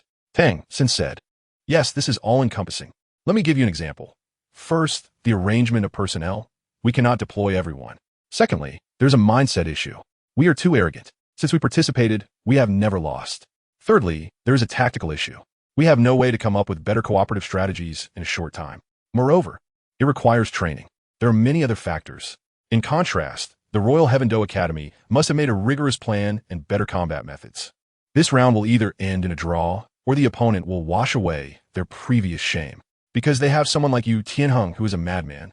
Jiang Luoran said in conjunction with Tang San. Is it that serious? Oscar still couldn't understand. Both are at level 40. How can the gap be so large? It is that serious. The Heaven Do Royal Academy is not a bunch of useless people. They're also the pride of the Empire. Otherwise, how could they have such power? Tang San's tone was heavy. Third young master, it's bad. A group of madmen from the Spirit Hall wiped out the Heaven Do Royal Academy. Tai Long and Huang Yuan rushed in. This statement made everyone feel dizzy. It was indeed a bit overwhelming. Don't panic. Take your time to explain. Dai Mubai signaled him to sit down. At that time, there was a beautiful woman and a handsome man from the Spirit Hall. They used a martial soul fusion skill that directly annihilated Yu Tianheng and the others. That's too exaggerated. Yu Tianheng and the others didn't even have a chance to fight back. Tai Long had never seen such a battle. The Spirit Hall is indeed not easy to deal with. Using martial soul fusion skills is just hiding their power, Tang Sin pondered. Right? And that guy named Yin didn't even move. It felt like playing a game. Huang Yuan sighed. The gap is too big. Jiang Luoran smiled. It seems an old acquaintance is about to be met. It appears that the Heaven Do Royal Academy doesn't need to engage in battle with them anymore. Let's not worry about that for now. Can the two control system users discuss your upcoming plan? Dai Mubai and others looked at Jiang Luoran and Tang San. 1. Luoran will take the field. 2. Shrek will hold nothing back except for Luoran. Tang San could only think of these. Everyone was surprised. Since Jiang Luoran is taking the field, what is there to fight? They could only choose option 2. Who is our next opponent? Jiang Luoran asked Huang Yuan. It's the Xingluo royal team. Huang Yuan, seeing Jiang Luoran, also needed to bow respectfully. What did you say? The Xingluo royal team? Dai Mubai and Zhu Zhuqing exclaimed simultaneously, standing up. Is there a problem? Huang Yuan didn't understand what was going on and was a bit confused. Luoran, give me a favor. Don't take the field this time. Let me handle it. Dai Mubai looked at him with pleading eyes, placing his hands on Jiang Luoran's shoulders. Okay, that's just what I was thinking, Jiang Luoran reassured him. Anyway, if you win in the end, why be so agitated? What is going on? Dai boss. I've never seen you so out of sorts, Ma Hongjun asked with concern. Seeing the puzzled expressions of everyone, Dai Mubai sighed. Regardless, he needed their help. Actually, Mubai and I are from the royal family of the Xingluo Empire, but due to the royal family's rules, we escaped. Zhu Zhuqing dropped a bombshell. Everyone was left in a state of confusion. That's right, those with weak power in the royal family will only be eliminated, and their power will be stripped away. I am the prince of the Xingluo Empire. When Dai Mubai spoke of such a shining title, there was no hint of arrogance, only melancholy. Royal family rules? They even drove you to escape, Dai boss? Tang San had already guessed that this was a heartbreaking story. Is power really that good? Is it worth it for you to do this? Xiao was puzzled. Jiang Luoran, however, did not oppose the notion of power. Those who have truly held power will revel in it. It is intoxicating like a Bloody Mary. The feeling of holding everything can extinguish all other powers. No one can surpass you. They will only sit down and follow your orders. You will have the most beautiful woman in the world, slim-waisted and long-legged, living in the most comfortable, luxurious residence. In other words, even if you want to do good deeds, you can easily make a poor, desolate place prosperous. Power is like that. Can you say it's not intoxicating? Vulgar? Or not vulgar? The difference is not that significant. From another angle, if one has power, would Xiao Wu still be threatened by the Chrysanthemum Douluo? Would she still be unable to stop Tang San when he was about to die? Those who have experienced power find it hard to let go. Jiang Luoran had no intention of criticizing Xiao Wu because wanting to be natural in this world is not wrong. On the contrary, it is commendable because living without pressure and being happy is the real life. Of course, it's not the kind of thing where every day you shout, "I'm happy, I'm joyful." That is simply the behavior of a sycophant. Happiness does not need to be spoken. It should be enjoyed and be open-minded. But Xiao Wu should not have said it out loud. She should just know it herself. Because for Dai Mubai, it was a bit unfair. They were also just forced by circumstances. You may not know the cruelty of the royal family. The weak can only be used by the strong. And after the age of 25, if we still aren't stronger than the strong or have other resources, we will be eliminated. Zhu Zhuqing clenched her fists tightly. Yeah, Zhuqing even blames me for not competing with the elder brother, for lacking fighting spirit. But Zhuqing, what do you want me to compete with? Dai Mubai scratched his head. Don't be agitated, Dai boss. We understand you. Tang San and others were not fools. They could tell from the 3 sentences what the other party situation was. When I ran away from home, I searched everywhere for women, indulging in debauchery until I met you guys. Dai Mubai's eyes were slightly moist. Chapter 152. Who is right and who is wrong? I tried every possible way to indulge and not think about these things since I would die after 25 anyway. Until I met you, becoming a part of Shrek, I saw a bright future again. Dai Mubai slammed his fist on the table. Like Mubai, I initially came to find him with a searching attitude, but I saw the training system of Shrek Academy. I thought I could become stronger here. I could survive. I could compete with my brothers and sisters. I'm really happy to have met you. When I was lost, Zhu Zhuqing seemed to be holding back. I have a request, hoping Brother Luoran can agree to me. You see, we are all classmates. I will ensure your safety. Jiang Luoran knew that these people were asking him for help, and it must be a matter of martial strength because he was a killer. Besides that, there is nothing else. But if Jiang Luoran were to get involved in the power struggle of the Star Luo Empire, he would absolutely refuse. He only guarantees the safety of Dai Mubai and Zhu Zhuqing. I know that Luoran's ambitions are far-reaching and are not confined to the Douluo continent. But I beseech him to save Mubai's life in a moment of crisis. Zhuqing would give her life without hesitation, and infinite treasures would be at your disposal. Zhu Zhuqing was resolute. If it really came down to the last moment, she would probably find Jiang Luoran unavailable to help her. It's better to plead now. Zhu Qing, you don't need to worry about my safety. Luoran, only in a crisis can you save Zhu Qing. Thank you, brother. How could Dai Mubai allow Zhu Qing to plead for her? That would be too ungrateful. What do you take me for? A trading house or an assassin? If that kind of situation really arises, I can guarantee your safety. Don't thank me. You're not the type to say such things. To take a step back, Mubai, if you win against your elder brother in the arena, not only can you turn danger into safety, but you can also seize imperial power. Jiang Luoran signaled everyone to remain calm. Hearing Jiang Luoran say this, Dai Mubai and Zhu Qing were still very pleased. Let us not even mention how incredibly strong that opponent is. Just the fact that he isn't being modest with us is already a great comfort. So loyal. In fact, everyone knows that Jiang Luoran's ambitions are far beyond the Douluo continent, perhaps even higher. Dai Mubai sometimes wishes he had Jiang Luoran's talents. That way, he wouldn't have to worry about family issues at all. He might even be revered like a deity. What? Dai Mubai, do you think you can't defeat your elder brother? Jiang Luoran asked. I don't know. You should be very strong now.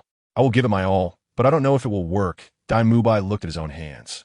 Believe in yourself, Dai Mubai. You've faced so many dangers. Your strength is the strongest among us. Tang San smiled. Mubai, in this state, you can't win. You need to be confident. Ning Rongrong and others cheered for Dai Mubai. There is no need to worry. Just go all out. Even if you lose, I will take care of everything. Jiang Luoran had decided not to participate. All right, all Shrek members mobilize, Tang San agreed. The crown prince of the Star Luo Empire must be dealt with by Dai Mubai. Everyone just needs to create an opportunity for their one-on-one duel. Let us have a fair soul master duel and see who is truly the strongest. The next participants are Dai Mubai, Tang San, Oscar, Ma Hongjun, Ning Rongrong, Zhu Qing, and Xiao Wu. The match relies on you all. Jiang Luoran supported himself on the table with his hands. In fact, for the royal family, it's either Dai Mubai dies or the current crown prince dies. If Dai Mubai wins, then the crown prince must be killed. Power can really be confusing. You never know when to yield and when to be tough. If you let the crown prince go, he might come back or do something detrimental to the country. But if you don't let him go and kill him outright, it makes you seem too brutal. Shrek, victory is assured. The 7 members of Shrek clapped their hands, and Jiang Luoran silently left. In fact, he didn't need to get involved in anything. Shrek didn't need to support, and he didn't want to support them either. Some things like a loaf of bread, fresh out of the steamer, it's fragrant and tender, crispy on the outside and soft on the inside. Over time, it will slowly dry out or even mold. Everything and everyone has a changing side. Nothing is absolutely good. Some things are just hidden in the heart, unwilling to be spoken. You say Shrek is a righteous existence, yet they still kill soul beasts and 1T hesitate to kill when it matters. Of course, they 1T violate their moral bottom line. You say the Spirit Hall is evil, but that S, just the leader S nonsense. The people below, like Su Yuntao and Matthew, are quite good. Anyway, Jiang Luoran does not appreciate the Shrek Academy of 1,000 years later. It's too utilitarian. The glory of the past is buried in the soil. Pursuits or dreams, one should just bury themselves in work without needing to make it known to everyone. After all, not every university student is a professor in the academy. Jiang Luoran wandered aimlessly outside the Spirit Hall, not knowing where to go for a moment. Anyway, there is no need to watch the match. He already knows the outcome. Hey, esteemed soul sage, are you pondering why you are so strong? A teasing voice came from behind. Jiang Luoran looked back in surprise, then smiled. He almost forgot. This is your territory. You are transparent in my eyes now. All your information is in the Spirit Hall. My master and the others are handling it. Hulaina shrugged. What? Are you going to kill me? Jiang Luoran guessed this situation, but he didn't feel any danger. They were just discussing. They hadn't said anything about enforcement yet. The key is that they think we can come together. Hulaina spoke hesitantly. Oh, I guess that too. Jiang Luoran sat down against the stone wall. The matter you asked me to investigate before has come to light. Hulaina was about to speak, but was stopped by Jiang Luoran. I have already resolved everything. Oh, the Spirit Hall still plans to send enforcers to help you, since you have already resolved it. Saintus, yesterday the residence of the Ji family was destroyed, and there were corpses everywhere. Ji Lin and Ji Zhuang are dead. The enforcers came running. I see. Hulaina waved her hand, signaling him to leave. You really can kill soul masters beyond your level. Of course, with so many top-tier soul rings, plus soul bones, I can't exceed levels. I can only be considered useless, Jiang Luoran said. Oh, Shrek Academy has great potential. Our final match opponent should be them. Yes, it really is them. Jiang Luoran nodded, agreeing with Hulaina's thoughts. Are you on the competition stage? Hulaina asked directly. I shouldn't TB because it's not needed. I estimate I'll leave, Jiang Luoran said, either for trials or wandering for a while. I know you don't like these complicated power struggles, so I want to ask you to join the Spear Hall. Where are you going? Hulaina asked. I don't know. Maybe as I walk, I'll find out, Jiang Luoran said nonsensically, looking carefree. Take care of yourself. The current Shrek is definitely not something you can underestimate. Jiang Luoran didn't hope for Hulaina to win. He just thought to prevent her from recklessly attacking. Thank you, but if you and I had a soul fusion skill, we could probably take them out in one hit, Hulaina just complained. That's right. Not to mention that Jiang Luoran is now at the Soul Sage level, even if he were still at the Soul Master level. The power of the Soul Fusion skill used with Hulaina would be enough to take down Shrek 7. Qinkun Wanli. I hope there will be a chance to use it with you. Hulaina turned to leave. Although she didn't have any bad feelings toward Jiang Luoran, she always felt unable to see through him. Things like feelings could only come slowly for her. Anyway, Qinkun Wanli is stuck in the middle. No one can escape. Chapter 153. Danger approaches. Jiang Luoran has already decided that after the Senior Soul Master competition ends, he will leave. The goal is the City of Slaughter. 2 days later, in the Shrek rest area. I really didn't expect we could win this far. Tang San himself felt a bit at a loss. This means they will represent the two major empires to battle against the Spirit Hall. Although there are many instances of luck involved, luck is also a part of strength. They are the strongest among the two great empires. The Master led Flanders and Lu Erlong in, congratulating them for standing out among the elite Soul Masters and becoming the final battle team. Master, little monsters, you have graduated. Flanders announced this ahead of time, and the previous championship was just to motivate you. In this final match, regardless of winning or losing, you are all graduates. This also sets a record for Shrek Academy, with more than 2 graduates in the same year. You have broken the Academy record simultaneously. Congratulations. Lu Erlong said with a smile of relief. Tang San and the others were also very happy, especially since they had resolved many issues along the way, making their future paths smoother. The opponent you will face in the end will be the strongest among your peers. The Master noticed the puzzled expressions on everyone's faces. That's right, remember my words. They're the strongest among your peers. As far as Tang San knew, the Master was a cautious person who never spoke so absolutely about anything. But once he said something was absolute, it was definitely true. One could only imagine how strong the opponent was. I have analyzed it, and you'll find it very difficult to defeat them. But there is one point that can be exploited. That is, the opponent has no soul bones. The Master pointed at Tang San.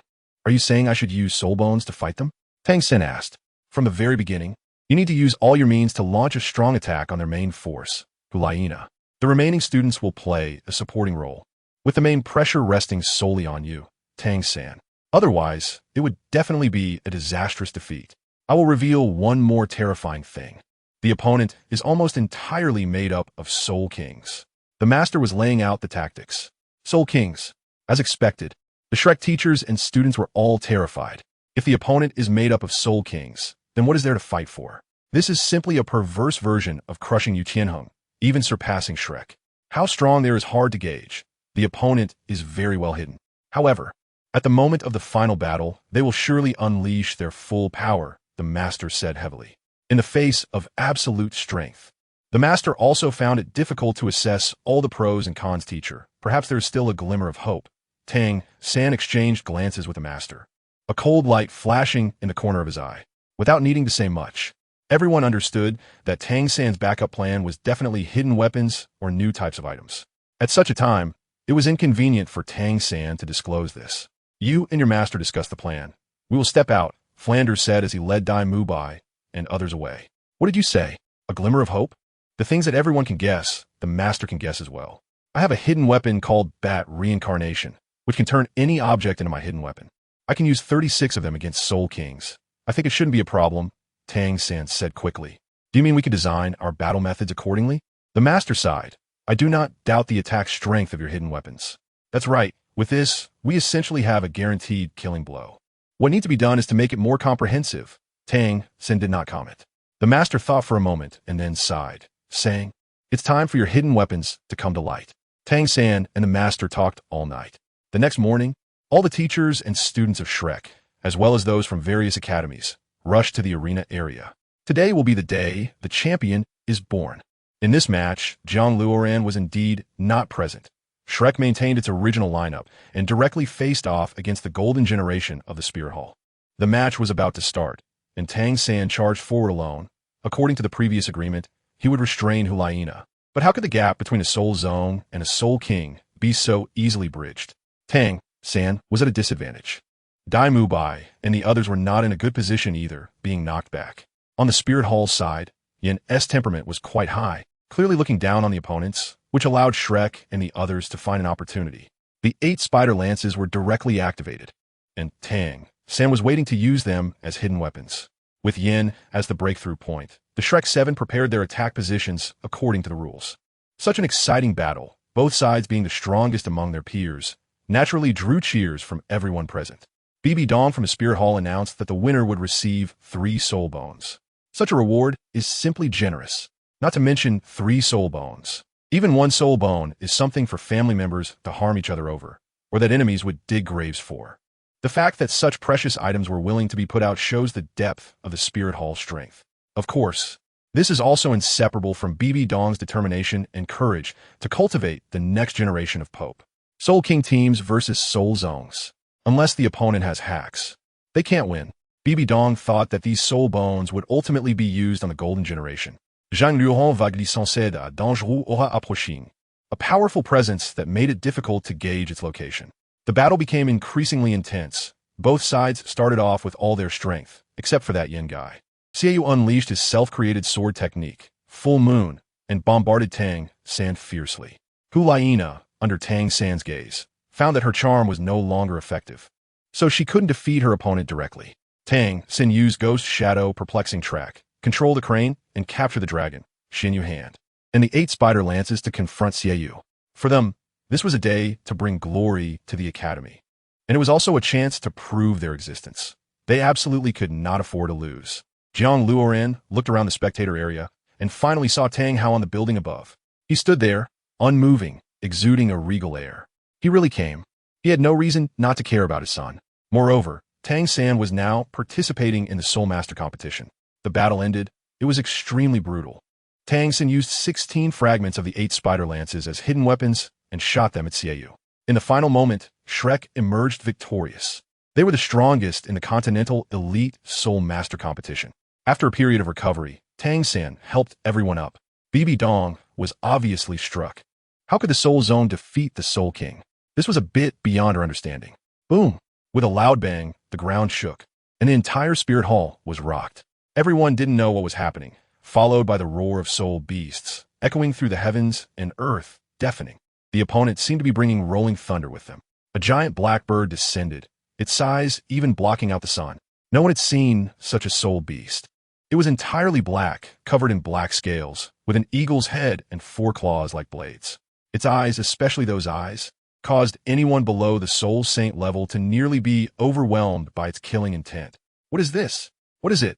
Not to mention the Soul Masters in the spectator area. Even a seasoned person like the Master could not recognize this soul beast, let alone its age. Jiang Luoran also didn't know what the opponent was, but he could feel how powerful this soul beast was, even stronger than a 100,000-year soul beast. Even Tang Hao felt the danger. This feeling was such that even a Title Douluo would be insignificant in front of this soul beast. Chapter 154, United as One. Soul Beast? What kind of soul beast has entered the human territory? What does it want? It's flying over here. All those below the soul sage ranks scatter in panic, and the scene becomes uncontrollable. I didn't expect there would be an outer domain soul beast. What does it want? BB Dong stares at the soul beast in the sky. Your Holiness, should we kill it? Ghost Douluo asked. It's very powerful. We shouldn't be its match. Let's observe for now. BB Dong pondered. Jiang Luoran? Is that the name? A green flying creature transforms into a handsome young man and lands on the Spirit Hall. Some soul masters point and claim the soul beast has become an immortal and can transform into a human. The current scene looks more like a tourist group sightseeing a gorilla. There is still great confusion about how this soul beast suddenly appeared and dared to brazenly enter the human world. With the wisdom of a skull, Jiang Luoran can understand the intricacies. The other party must be from Beiming, because he can't think of any forest that has a soul beast over 100,000 years old. Moreover, the other party is a flying creature and even spoke his name directly. As for how it could come from Beiming, it must be due to some sort of portal there. The other party's posture clearly indicates it's here to kill Jiang Luoran, further proving it belongs to a faction in Beiming that targets him. Some things are obvious. Why waste so much time talking? What's the point? It's like, you come to kill me, and I want to kill you too. When two people meet, they just fight. There's no need for so much sentiment. Yes, I'm the person you're looking for, from Beiming, right? Jiang Luoran just didn't expect the other party would send someone to kill him, and so urgently. That's right, it's Beiming. Your talent is quite good. Fortunately, they sent me to kill you. Otherwise, given time, you really might have killed your way back to Beiming. I am Qingyi, your executioner. Qingyi raised his right hand. For Qingyi, killing Jiang Luoran is too easy. The current situation is like crushing him with a finger. Jiang Luoran naturally wouldn't be arrogant enough to think he could defeat Qingyi, but what could he do? Run? He definitely couldn't match the other's speed. Fight? What a joke. A soul beast over 100,000 years old is something else. Submit. 7th soul skill, blood, vine, true form. One must say the contrast is too great. Just after the elite soul master competition, someone from Beiming comes looking for him.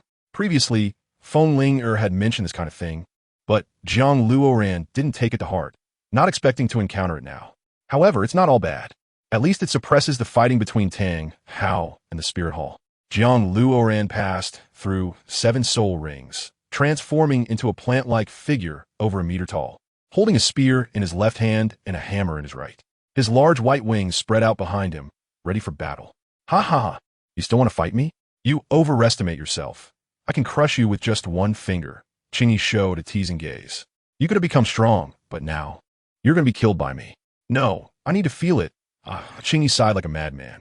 Jiang Luoran understands that someone without much status in Beiming comes to Douluo continent, thinking he's the only strong one here. For him, there is no existence stronger than himself. He certainly wants to let loose. Soul Sage. How is he a Soul Sage? He seems to be a substitute student from Shrek. Has anyone noticed his soul rings? Jiang Luoran exposed himself among major elite academies, and countless teachers and students looked down at the two. Oh no, one person and one soul beast. Jiang Luoran, don't expect anyone to save you. Feng Ling has been detained by another enforcer. Qingyi saw through Jiang Luoran's thoughts. How is that? I'm not dead yet, am I? Jiang Luoran retorted stubbornly, unwilling to yield. Then die. The Beiming treasure is mine, Qingyi charged. Bad people die from talking too much. I'm not a good person, but at least my heart isn't dark.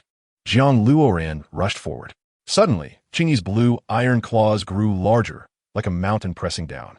At this moment, Jiang Luoran realized their perception was vastly different. They were not on the same level. This feeling is like being a drop of water facing a vast ocean. A sense of helplessness surged, leaving no chance to even fight back. Boom! The overwhelming soul power erupted, with 3 streams of golden, white, and black soul power blocking Qingyi's blue claws. Hey, did you forget whose territory this is? A voice came from the front, the Chrysanthemum Douluo. Jiang Luoran opened his eyes to see Beiming Douluo and Chrysanthemum Douluo with Ghost Douluo in front of him. They actually came to save him. Why? Clearly, he was opposing them. Repaying kindness with enmity doesn't seem to be the Spirit Hall style. This debt of gratitude was too great.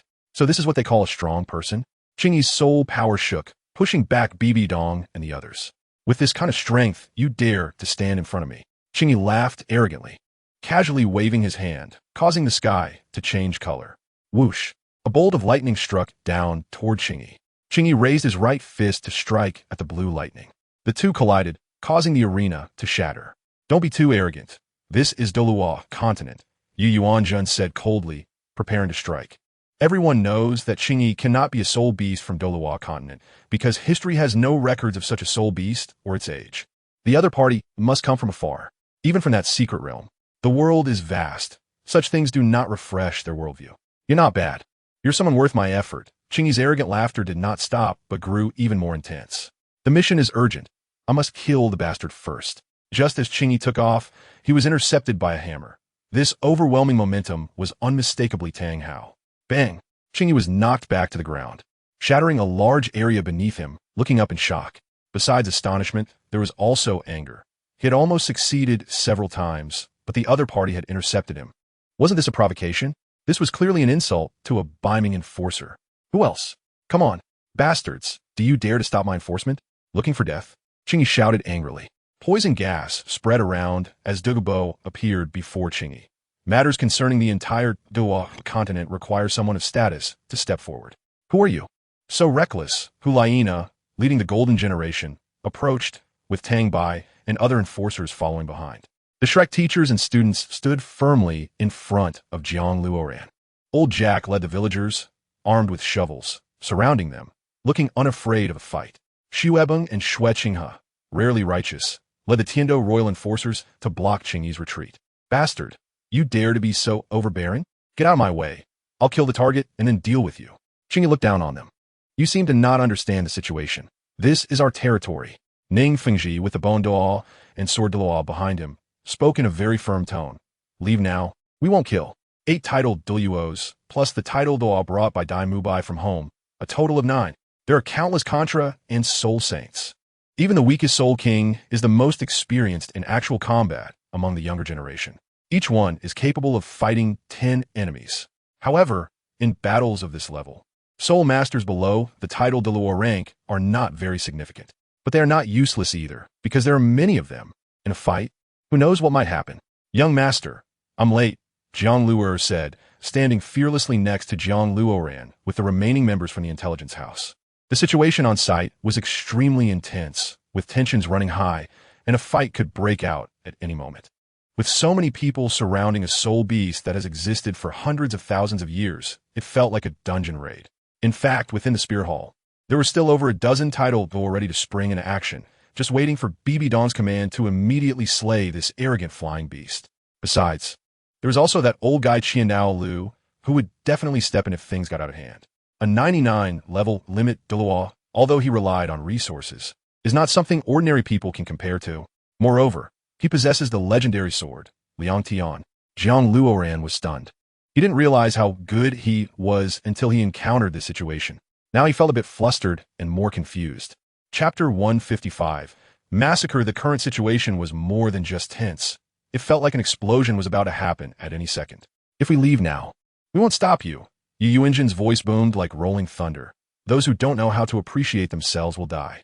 You bastard. Qingyi thought that anyone who dared to look down on him deserved to die. The battle was about to begin.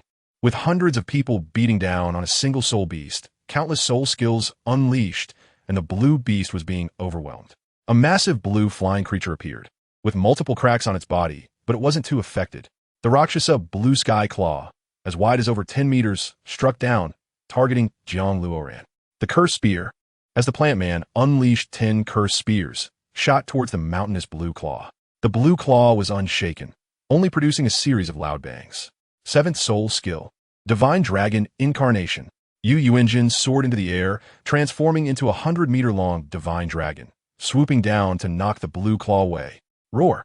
2 different roars echoed as the dragon and the green flying beast viciously tore each other in the sky. A brutal sight. 7th soul skill, Sword Path True Body. Jian Shinshin also took off to assist Yu Yuanjin. 7th soul skill, Martial Soul True Body. All those present who could unleash their martial soul true body did so, with dozens of soul masters above level 70 simultaneously charging into the sky. The air was charged with tension. This was an unprecedented war of slaughter, because so far, there hasn't been a situation that could gather so many high-level soul masters together. 9 Title Douluo simultaneously used their 9th soul skills, instantly causing the sky to explode with light, sword light, lightning, poison gas, ghost shadows, spider legs, starry seas. All the soul skills intersected, and no one could watch anymore, as the blinding light obscured their vision. How could a battle of this level not be terrifying? The isolation zone specifically designed for the elite competition had already been shattered. The ground could only be described as a horrific sight. The 9 Title Douluo all used their own fighting methods, such as the chaotic wind. The sounds of slaughter rang out one after another. How could a soul beast that has surpassed 100,000 years compare with 9 Title Douluo?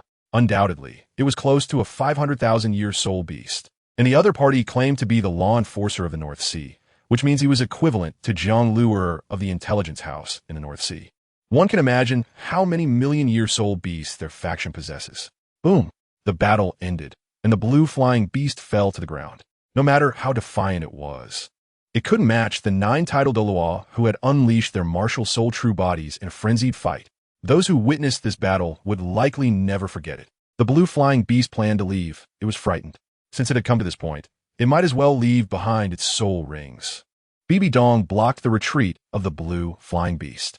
Just now, when she told him to leave, he refused to go. Now that he wanted to leave, who would let him? I said you only get one chance. Yu Engine also sealed off the green flying beast. Chaotic Wind, 99. Ninth Soul Skill, Heaven Soaring Strike. Two extremely domineering powers fused together, striking directly at the green flying beast's head, let alone the power of the strike. Even a shockwave was enough to blow away some soul saints. Boom! The green flying beast's head was heavily injured, and it shriveled down. The previous battle had already left it severely wounded, with its wings and body covered in blood. Indeed, those who are not of my race must have different hearts. When the kin saw outsiders coming to kill their own, they united as one. Furthermore, who has seen a soul ring close to 500,000 years? Probably everyone present. If they obtained this soul ring, they would be a standout in the Douluo continent. Moreover, a 100,000-year soul beast must explode with soul bones. What about a soul beast close to 500,000 years? Therefore, from any perspective, the green flying beast must die. It is also unfortunate that Qingyi ran into the gunpoint. The elite soul master competition across the continent was currently underway, with many elders following. There were 9 Title Douluo alone. How arrogant can one be? If Qingyi had chosen a different time or place, JiangLuoran would undoubtedly be dead. But now, crying and shouting in fear would be useless. You bastards, dare to kill me? I am the law of the North Sea. Be careful of the North Sea, sending people for revenge. This is not something you can contend with. The green flying beast's aura was chaotic, and its expression was panicked. If you are afraid, you won't dare to kill. I want to see what kind of people your master can send over. Dugu Bo aimed for the green flying beast's head wound and poured in a dose of green phosphor snake emperor's poison. Arrogant. Where are you pretending to be? Even at the brink of death? Bone Douluo transformed into a bone dragon, stuffing a black cannonball into its mouth. Esteemed ones, please leave the soul ring to me. I urgently need a soul ring right now. Of course, I won't take any of the soul bones from it. Bibi Dong said. The Title Douluo did not say anything, as they didn't need to. They already had their 9th soul ring. What use would a soul ring close to 500,000 years be? They really didn't want to agree to Bibi Dong, but they genuinely couldn't absorb it. All the Title Douluo present had their soul rings. As for the Contra, with their qualifications, how could they absorb a soul ring close to 500,000 years? That is to say, Bibi Dong was the only one present who could absorb the soul ring without wasting it. If not her, then who? At least they could argue. And they wouldn't have to hand over the soul ring. There was none, not a single one. Furthermore, Bibi Dong said she wouldn't take any of the soul bones from the green flying beast, just seeking the soul ring. Moreover, the spirit hall would reward them. There was no way. Good things are only suitable for the most appropriate people. All right, since we can't absorb it, you can take it. The Title Douluo from the Star Luo Empire immediately waved his hand. The remaining Title Douluo also said nothing, simply agreeing to the other's request. Bibi Dong waved her right hand, and suddenly white light surged, directly severing the neck of the green flying beast. A red and gold soul ring floated out from the green flying beast. No one had ever seen a soul ring of this color, but just from the energy fluctuations above, it was definitely not weak. At this moment, they wished they had not absorbed the 9th soul ring so they could compete for it. This soul ring was too tempting.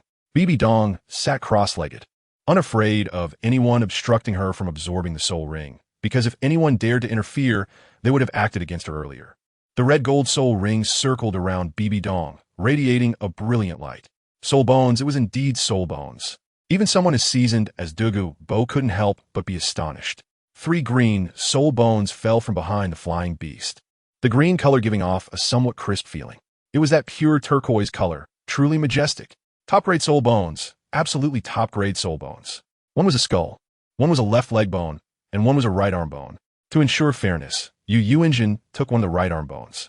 The Title Douluo from a Star Luo Empire took a right arm bone. Dugabo took the skull. All participants in the battle received generous rewards from the Spear Hall, with the first battle yielding rewards of soul bones. The rest could accept guidance from the Ghost Douluo and gain access to the Spear Hall. The main reason was that no one died in this battle. JiangLuoran watched as a live slaughter turned into the division of soul beasts. This soul beast died well. If JiangLuoran were outside now, it would have already fallen victim to its poison.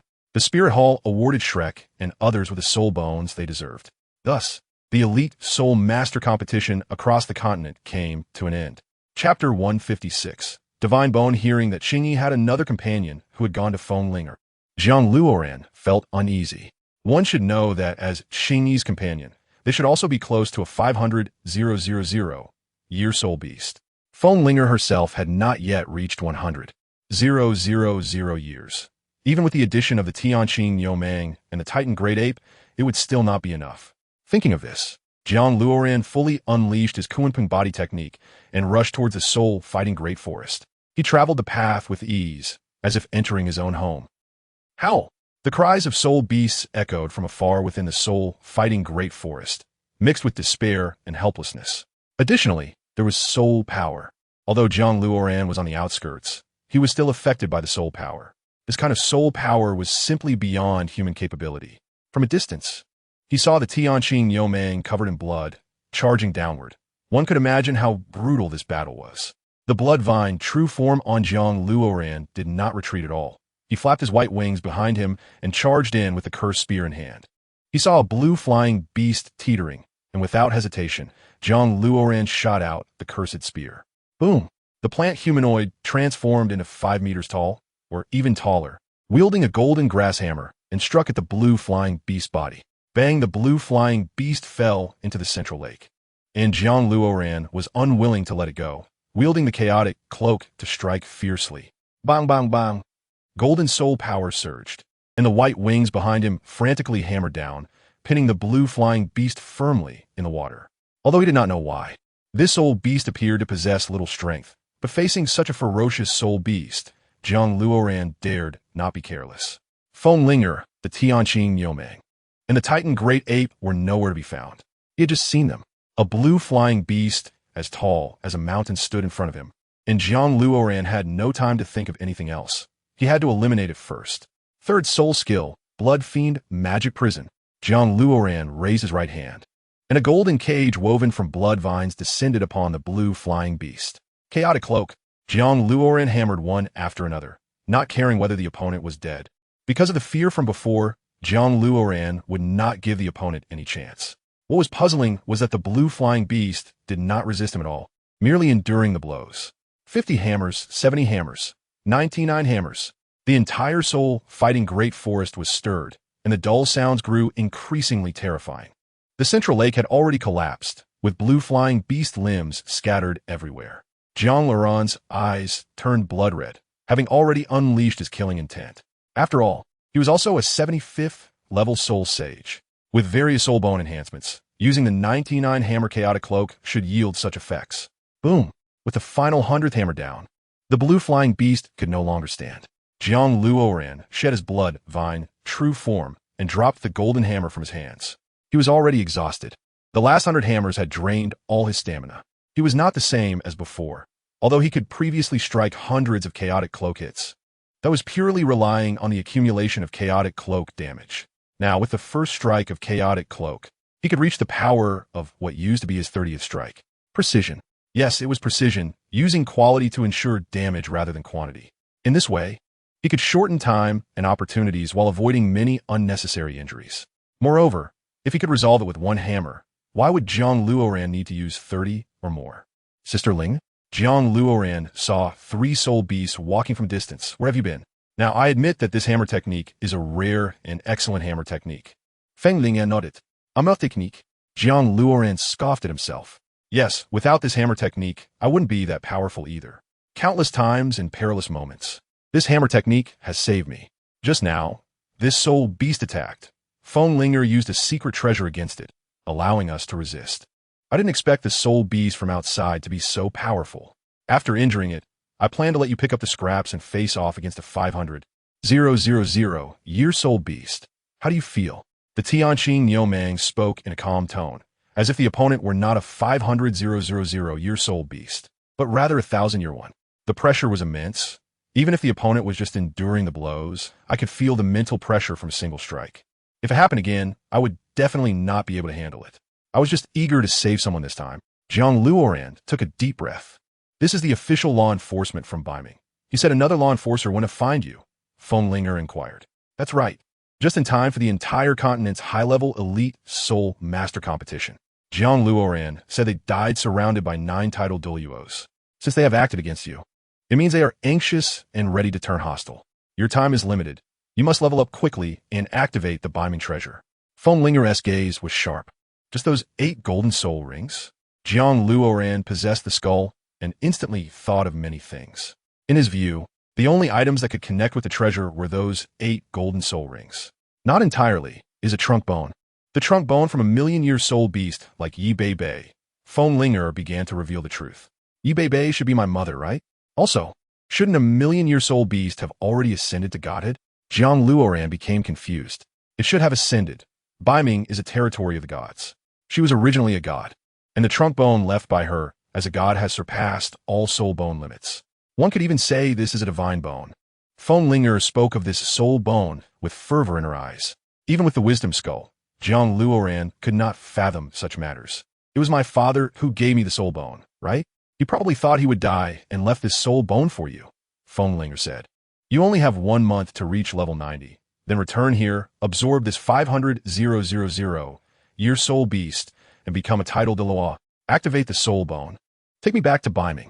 Fenglinger's tone was not to be questioned. Sister Linger, do you think leveling up is a joke? Just like that, I can already feel the difficulty of leveling up. Besides, the lowest soul beasts in Beiming are at least 300,000 years old.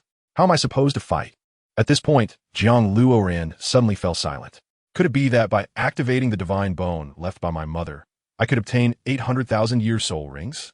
Jiang Luoran was stunned. This speculation seemed plausible. No, it's 9 rings. Because Jiangnan at that time was only a soul Douluo, he could only obtain 8 rings. If you're a Title Douluo, then it's 9. Fenglinger finally revealed the whole truth, although there were still many obscure aspects. God, Jiang Luoran still found it hard to believe that his mother was a god. A mother he had never met claiming to be a million-year soul beast turned god was a stark contrast. Jiang Luoran suddenly felt scared, and luckily he had the wisdom skull to clear unnecessary emotions for him. Otherwise, he would go insane like a normal person. Don't ask anything. Your progress is fast and good. I will inform you of everything when the time comes. Time is precious. Let us set off now to all places that can enhance strength. With a flap of her purple wings, Fenglinger sent Jiang Luoran out of the soul fighting Great Forest. Jiang Luoran fell outside the forest, and after the battle with the 500,000-year soul beast, his soul power had risen to level 76. Chapter 157. The beginning of evil with only 1 month left. Where did Fenglinger get the confidence that she could become a Title Douluo in that time? However, this also proved that Fenglinger was truly anxious. But even with 5 soul bones attached, it was impossible to become a Title Douluo in such a short time. Unless one had to cheat. Wasting a second is wasting life. Jiang Luoran got up and unleashed his Kunpeng martial soul and flew away. The city of slaughter. You will be the place of my rise. Jiang Luoran rushed toward the city of slaughter like a thunderbolt. A gloomy village lay ahead, with an endless black mist. It felt like an abyss that one could not escape from. However, this was not a big deal for Jiang Luoran. He fully understood the rules of the city of slaughter. This black abyss, he could break through it, but he had to be extra careful. After all, the arrogant are bound to fail. Remember, to enter the city of slaughter, one must drink a Bloody Mary made from human blood. Killing is also necessary. However, this only applies if someone provokes Jiang Luoran. But as long as he went to drink the Bloody Mary, it was impossible for no one to target Jiang Luoran. Once he stepped in, there would be no turning back. Jiang Luoran walked into the dim shop, as if it had been hidden for years. Bloody Mary. Jiang Luoran raised his hand. Ha ha ha. Look, a child has come in, and he wants to drink Bloody Mary. The men around him laughed heartily. They were not being polite because drinking too much Bloody Mary would affect one's sanity. Even if they didn't want to cause trouble, they couldn't help themselves. This was very normal. Moreover, in this place, death was the most common sight. No rules meant that was the rule here. Killing was the rule. If you don't kill, then you'll be killed. Hey kid, can you drink? A big uncle approached, clearly intending to treat Jiang Luoran as an exhibit for entering the city of slaughter. To enter the city of slaughter, one needed to have a Bloody Mary. In other words, a human life. Not drinking? Of course not. Once you start drinking, you will naturally learn. Jiang Luoran made his meaning clear. He compared Bloody Mary to a human life, meaning he wouldn't kill, but once he started, he would know how. Big words. The uncle serve a Bloody Mary, come on. It seems you haven't completely lost your sanity. You can still understand what I'm saying, Jiang Luoran scoffed. To be honest, Jiang Luoran found the Bloody Mary here disgusting. He couldn't bring himself to drink it. That was human blood. Jiang Luoran swore that even if he had to eat raw eggs, he would not drink human blood. After all, he was a person, a normal person. What kind of person would appreciate and savor human blood?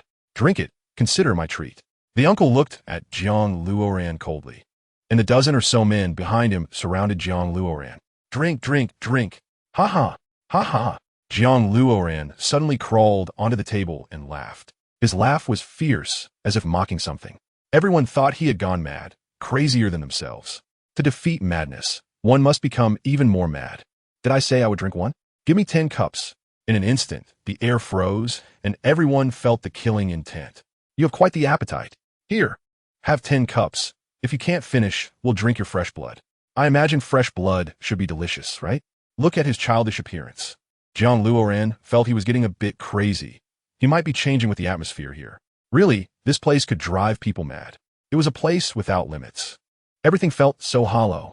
Fun. Eternal fall. In fact, if Jiang Luoran turned evil, he could. He inherently had this evilness. But he wouldn't lose his true heart. Just like Jiang Luoran would participate in the Sylvis Great Soul Arena and then donate all the gold coins. Being evil is fine, but humanity should not be twisted, and moral should not be blurred. Otherwise, what is the difference from a beast? What I said about 10 cups is fresh blood. Just as Jiang Luoran finished speaking. Bang, bang, bang. Everyone rushed forward, but they were all bound by Jiang Luoran's blood vines. Some were strangled to death, while others were pierced through by the blood vines, resulting in a gruesome scene. A total of 13 people died. The surrounding patrons seemed not to see anything. This place didn't feel like a place of death, but more like an atmosphere akin to eating edamame. Observing the restaurant staff, he had a vacant expression, wiping the wine glasses alone, as if he hadn't seen anything. Yes, death was nothing new here. Today one dies, tomorrow another. Countless corpses lie in rows. I said they all must die. Jiang Luoran suddenly struck, binding the remaining patrons, acting ruthlessly and striking fatally. Some of these people were fugitives, some were patrons of ill repute, and many had bullied good families and were wanted. Too many to count. Jiang Luoran felt no guilt in killing these people. After all, in this regard, Jiang Luoran was not a good person either, until he killed everyone, a total of 23. Only then did the waiter raise his head to look at Jiang Luoran. Perhaps he was also puzzled as to how a child in his teens could be so ruthless. Truly a fierce person. To enter, you must drink. It's my treat. The waiter handed Jiang Luoran a drink. Those are for them. I'm different. Jiang Luoran sent 3 people to the waiter. These 3 are my return gift. Good luck. The waiter nodded, very gentlemanly in his bow. Jiang Luoran said nothing more. 20 blood vines, bringing 20 lives, walked into the abyss. To enter the city of slaughter, one must pay the entrance fee. The fog cleared, and a woman in black stepped out. Here, Jiang Luoran saw the woman's face. Although she had a beautiful appearance, he could feel that her face was icy cold, as if she were dead. They say the eyes are the windows to the soul, but this woman's eyes have been swallowed by darkness. Perhaps even she herself didn't know what she was doing. You haven't had a Bloody Mary. That's the rule. So you can't enter. The woman blocked Jiang Luoran's way. Jiang Luoran was not pretentious. He simply didn't want to become a bloodthirsty person. Drinking human blood, what would he become? However, without drinking, he really couldn't enter. In that case, Jiang Luoran made a ruthless decision and used Bloodvine to cut open the woman's right arm. The Bloodvine returned with a cup of Bloody Mary, and Jiang Luoran tilted his head back and drank it down. Is it okay now? There was no other way. Lingering would change nothing. Sometimes, a man has to be tough on himself. The woman clearly didn't expect Jiang Luoran to act this way. She didn't even notice his attack. The speed was too fast. Jiang Luoran grabbed the woman's right arm with one hand, and his left leg glowed as he healed her wound. Various evil feelings surged in his heart, and Jiang Luoran felt his desires magnifying. Luckily, it was the wise skull controlling him. Otherwise, he didn't know what he would do. Chapter 158, The Endless Desire. Once you enter the city of slaughter, your soul skills will be unusable. Here, everything depends on your fighting methods. The woman's voice remained cold, as if the injury to her right arm hadn't happened. Jiang Luoran was still suppressing his evil desires. He felt as if a flame was about to burst out his chest. Just now, the woman's blood was boiling in his throat. All right, I know everything. Hurry up and leave. Jiang Luoran impatiently urged her to go away. His dark desires were becoming uncontrollable, and he needed to kill to relieve himself. Remember to participate in the arena match. The woman might think someone like Jiang Luoran wouldn't live long and turn to leave. Arena match? Jiang Luoran scoffed. It sounded nice. But who could survive on the arena? However, this wasn't a big deal for him. With a chaos cloak and bloodvine in hand, they were just right to counter those who couldn't use soul skills. There were quite a few people here, all with fierce faces and robust builds. Of course, there were also those who were as thin as a rake, evidently bled dry by someone. Jiang Luoran could only describe this place with the word ghosts. It was too chaotic. It didn't resemble a human world at all, but rather a devil's hall. After seeing the rotting flesh, Jiang Luoran squatted on the ground and began to vomit. He suddenly empathized with Tang San's plight. Anyone coming here without a skull might easily be eroded. The eyes of the people here were filled with expressions of depravity.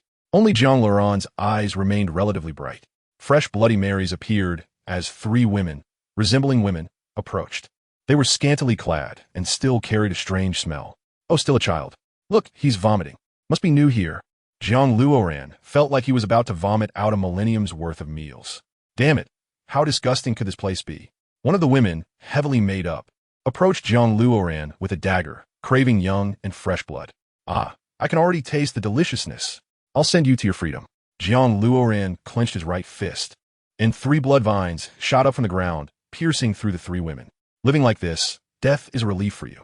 Be a good person in your next life. Jiang Luoran wiped the drool from the corner of his mouth. 3 days passed, and Jiang Luoran had already made a name for himself, known as the North Sea Killing God. Of course, with Jiang Luoran's killing methods, this was not difficult. Whether in the arena or on the regular streets, he had killed quite a few people, even forgetting how many he had killed himself. Blood was everywhere. The women were scantily clad, practically not wearing clothes, crowding around men. The men, bloodthirsty, wanted to kill, and the women they were fondling were immediately brutally slaughtered. Jiang Luoran gradually became numb, leaning against the wall in his room, gasping for air. Get away from me. Little girl, come here to uncle. Oh my God, such a beautiful woman. How did she end up here? Jiang Luoran looked towards the voice and saw Hulaina. She had indeed come, looking for death. Hulaina had a bad temper and knew she needed to carve out a bloody path. In just 3 exchanges, she began fighting with the opponent. With her skills and fighting methods, she was more than capable of dealing with those who couldn't use soul skills. After all, her teacher was a Title Douluo, and there was no other honor like this in the entire Douluo continent. A man sneaked up behind Hulaina, preparing to knock her out. Looking for death? Jiang Luoran transformed into a flash of white light and kicked the man with a hammer to death. It's you. Hulaina looked at Jiang Luoran. Is it really that hard to kill these people? Jiang Luoran waved his left hand, and the blood vine rose from the ground. Spare me, North Sea Killing God. We didn't know he was yours. Spare me, spare me. Before these people could finish speaking, they died at Jiang Luoran's hands. Jiang Luoran's mindset was not good right now. It wasn't suitable to talk more with Hulaina. After killing, he returned to his tent. Hey, why do you act like a stranger? Where are you going?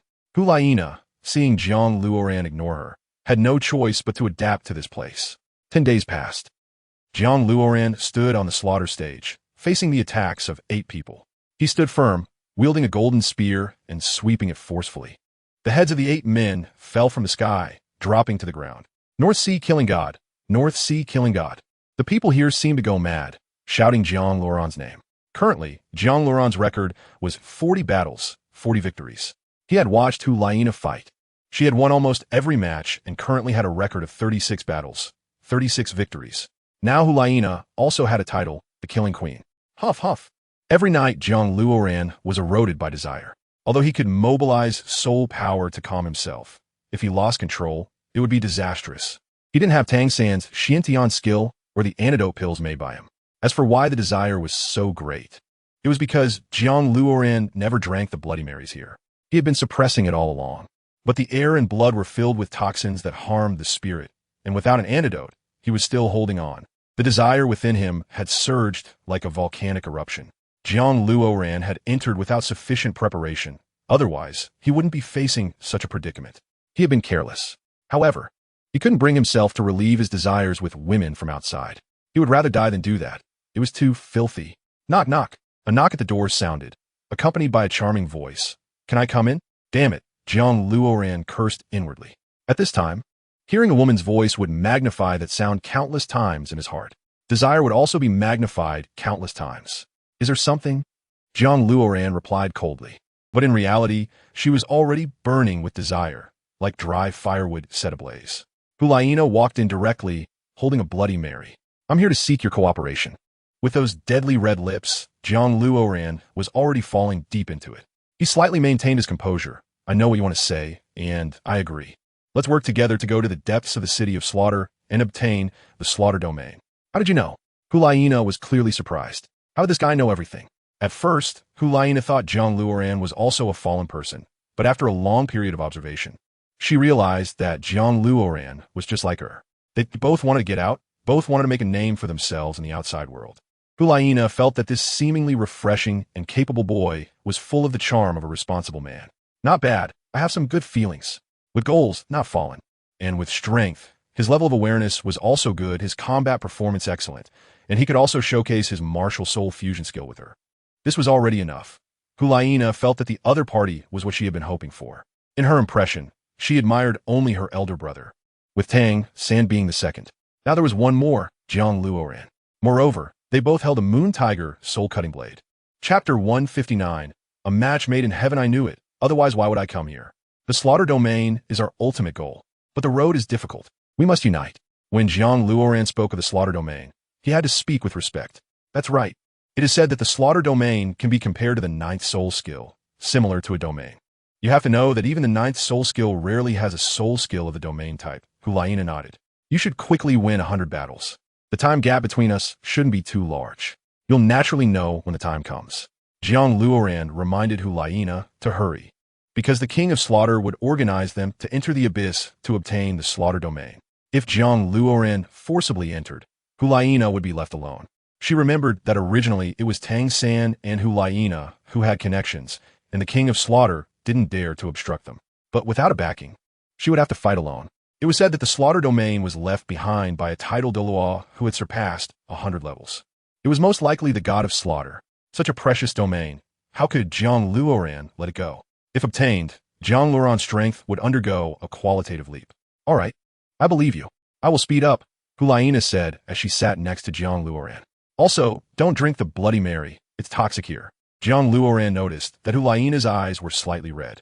This is murderous intent. Toxic? Hulaina threw away the Bloody Mary in her hand. How do you know it's toxic? Even Bibi Dong never told me that this drink was poisoned. Don't misunderstand. I'm not saying the Bloody Mary is toxic. I'm saying the air here is filled with the scent of poison. We absorb this air, and it will affect our minds. The blood of the dead also has this component. You will become increasingly thirsty until you turn into a devil, Jiang Luoran endured. Then do you have the antidote? Hulaina asked eagerly. To be honest, I don't have an antidote either, which is why I fled upon seeing you. Right now, I've been enduring it. There's no way. I don't have any medicine to cure this. The best way now is to obtain the slaughter domain in the shortest time possible and then leave. Jiang Luoran took a deep breath. Or, there is another alternative. Hulaina looked into Jiang Luoran's eyes. You mean? Release desires, but only in a mutually willing situation. Jiang Luoran thought Hulaina was really a tough girl. This kind of thing he didn't even dare to think about. This can make our minds clearer and prevent us from being eroded by devils. Moreover, it also solves the problem of cultivation. Do you want to lie here with a frown for so many days without cultivating your soul power? What is the point of our coming here? Hulaina said, yeah, if we resolve our desires, then everything can go smoothly. This is the best way for them at the moment. And right now, the only two untainted are the two of them, thanks to the existence of soul bones. In other words, only they two can do this. With the conversation reaching this point, Jiang Luoran didn't hold back anymore and pounced. The next morning, Jiang Luoran and Hulaina walked out of the room. Although it was called morning, outside it was always dim and blood red, all year round, 24 hours a day. Don't worry, Jiang Luoran patted Hulaina's shoulder. Hulaina understood Jiang Luoran's meaning, and a charming blush appeared on her face. I'm going to compete. You should cultivate today. Hulaina turned around. Don't forget the Moon Tiger Soul-Cutting Blade. If you use it in the Elite Soul Master competition, you might not lose. Jiang Luoran just made a suggestion. That is what the teacher forbade me from using. She said winning with soul bones is not strong enough. But unexpectedly, Hulaina released Jiang Luoran's hand and left directly. But unexpectedly it backfired, right? After sending Hulaina off, Jiang Luoran returned to his room. Since he arrived here, it had already been 15 days. He hadn't cultivated for a single day, always lingering in actual combat and slaughter. He immediately sat down on the ground, mobilizing his soul power and blood fiend vine. After releasing it, he found that cultivating was surprisingly easy. He didn't know if it was because of the person he fused with his martial soul. But Jiang Luoran could clearly notice that his body's soul power had become more ferocious. Although he didn't know his current level, it must not be low. Hulaina had participated for 3 days and was now at 56 battles, 56 victories, a few times in critical moments. She had relied on the Moon Tiger soul-cutting blade to kill her opponents. She wasn't afraid of being hunted or having her soul bone stolen because Jiang Luoran was guarding her from behind, killing any intruders at the first moment. Indeed, in such a place, having friends, oh no, having a partner was very reliable. One looked ahead while the other looked back. They formed an unbeatable fortress. In the city of slaughter, within the Hell slaughter field, below was the victory of the 72nd battle of the North Sea slaughter god. Here, those who win represent that they have never lost. Because as long as one loses a match, that person becomes dead. Who else wants to challenge me? Jiang Luoran surveyed the people below the stage.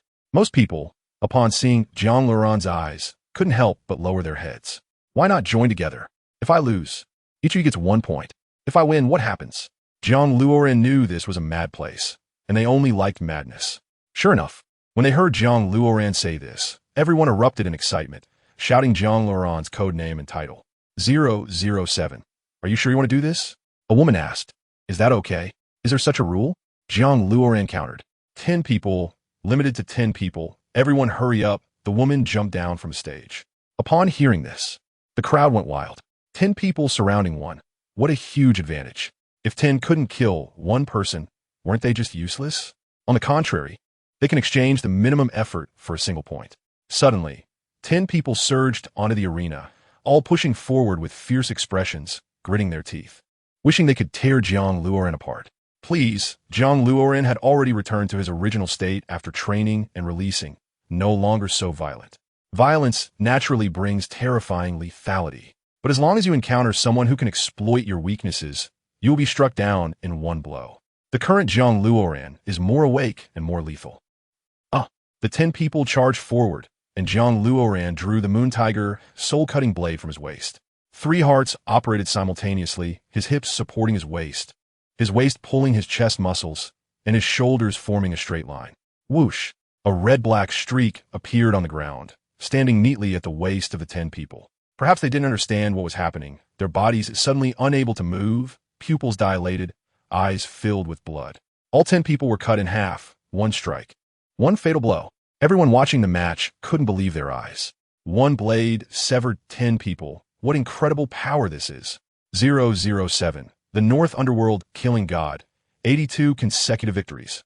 Congratulations. The lady lifted Jiang Luoran's right hand. In the past, he would have thought about taking the opportunity to feel the woman's palm. But the current Jiang Luoran would no longer be threatened by anything. He shook off the lady's hand and left alone. Chapter 160. Chaos. In the past few days, Jiang Luoran and Hulaina, unable to suppress their desires, stayed together. Then there was training. To be honest, training in the city of slaughter felt incredibly rapid.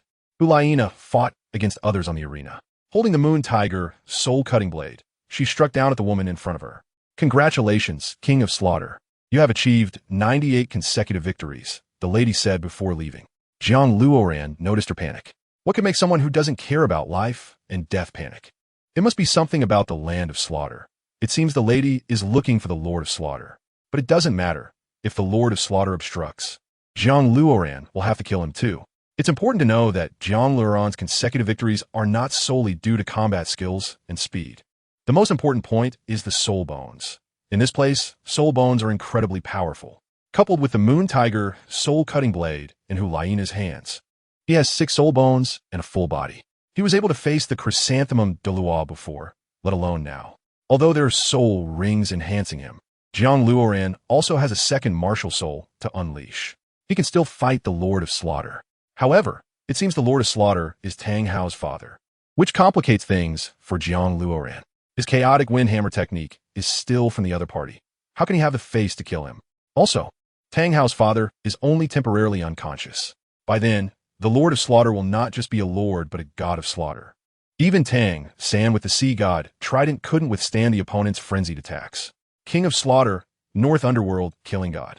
Now, in the City of Slaughter, everyone knows about them, shouting and cheering. Tomorrow we will complete the final battle, and then we will enter the land of slaughter together. Are you ready? Jiang Luoran asked. Sure, but I feel strange today, Hulaina said. Don't worry. Remember, if a fight breaks out tomorrow and I lose, you step up. Jiang Luoran felt it necessary to remind Hulaina. Fight? With whom? Hulaina didn't understand. The Lord of Slaughter. He will obstruct us from entering the land of slaughter and obtaining the domain of slaughter, Jiang Luoran said. Here, take this. Hulaina now trusts Jiang Luoran. She handed the Moon Tiger soul-cutting blade to Jiang Luoran. No need for reasons. If he says it is so, then it is so. After asking back and forth, the two felt annoyed. Jiang Luoran thought, if only they could use their martial soul fusion skill. The universe spans thousands of miles, not fearing anyone. If Hulaina were a higher level, their martial soul fusion skill might even be able to battle against Title Douluo. Jiang Luoran kicked and killed a large man with fangs. And it was over. North Underworld, killing god, 100 consecutive victories. King of Slaughter, 100 consecutive victories. The Lord of Slaughter stepped out, clearly having communicated with the lady. North Underworld, killing god, King of Slaughter, hello, I am the Lord of Slaughter. First of all, congratulations on winning 100 matches. From now on, the City of Slaughter will be open to you at any time. Additionally, you will be honored as esteemed guests. The Lord of Slaughter, dressed in black, concealed his face. Jiang Luoran smiled. Enter the City of Slaughter at any time? What good is that? What he wanted was the real land of slaughter. That was the true hard currency. What if one day you, old man, are unhappy and don't let us into the City of Slaughter? Wouldn't my efforts be in vain? Besides, this kind of place is terrifying. When the Douluo continent goes to war, you might not even be able to protect yourselves. Thank you, Lord of Slaughter. But we want to enter the land of slaughter for trials. This is also the rule of the City of Slaughter. Winning 100 matches means entering the land of slaughter.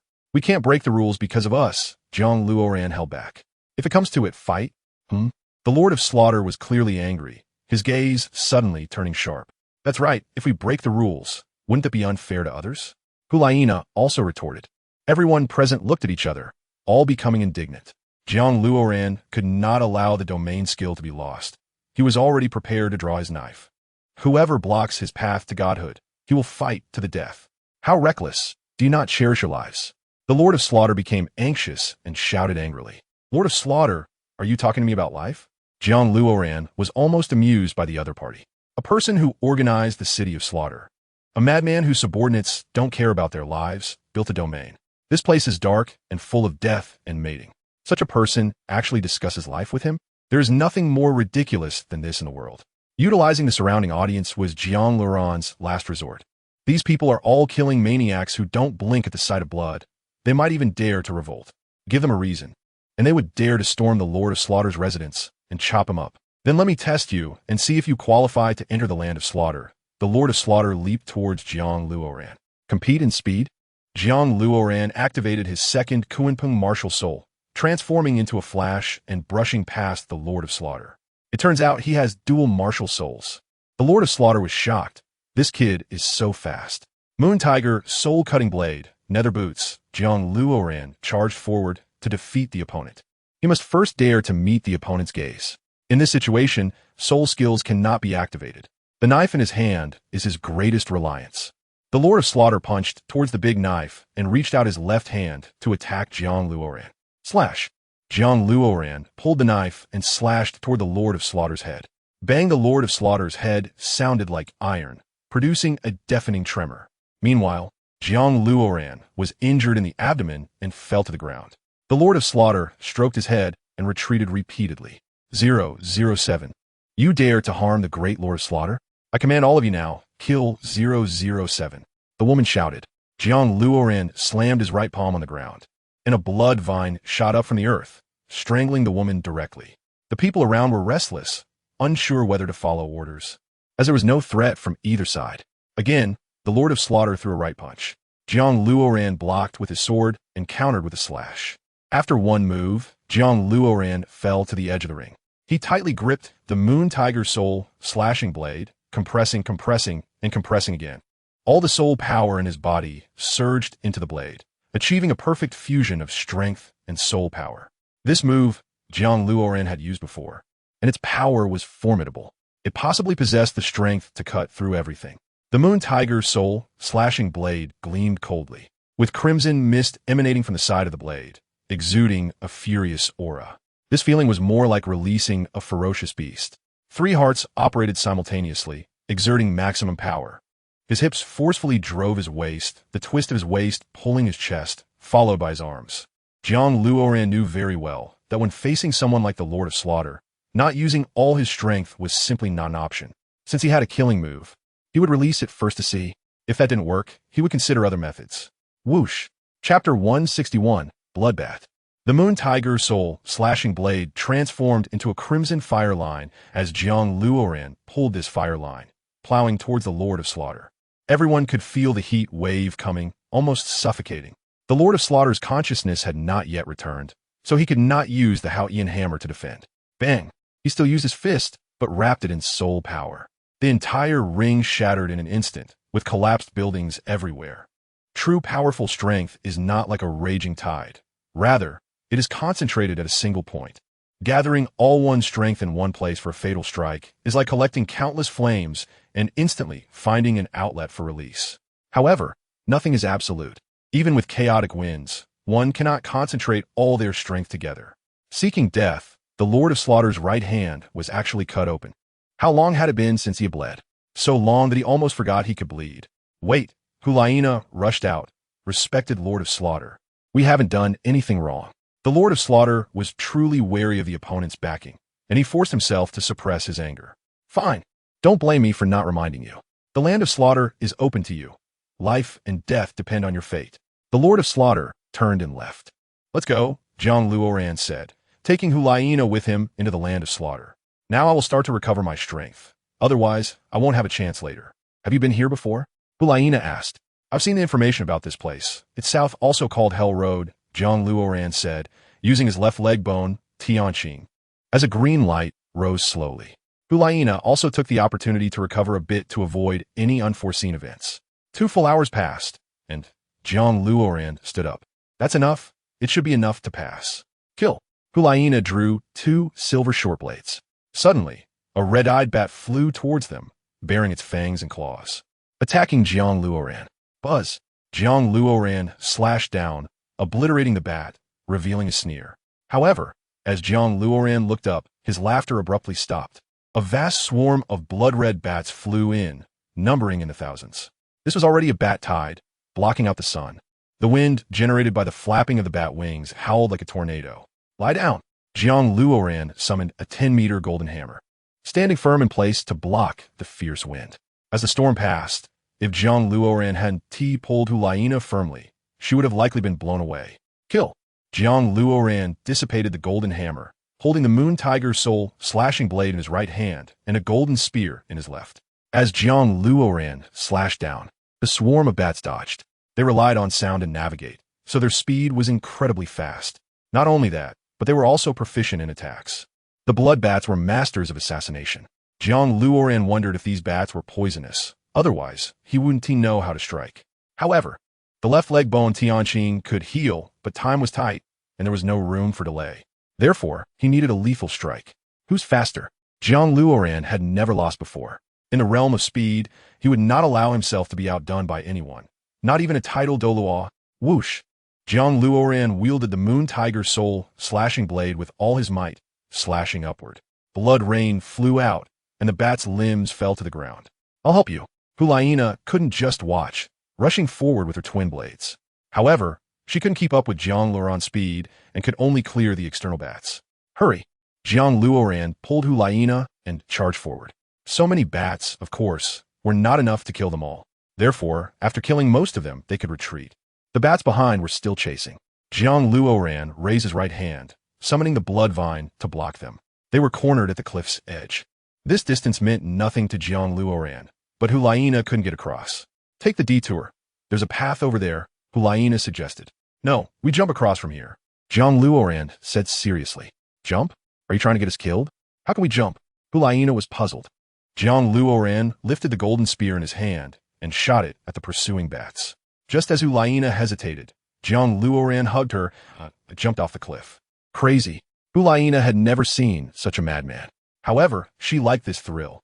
Just as the two were about to fall, Jiang Luoran summoned the blood vine, binding it to a rock above and slowly climbing up. "You kill the bats behind, and I'll escape with all my strength," Jiang Luoran commanded the blood vine. Okay.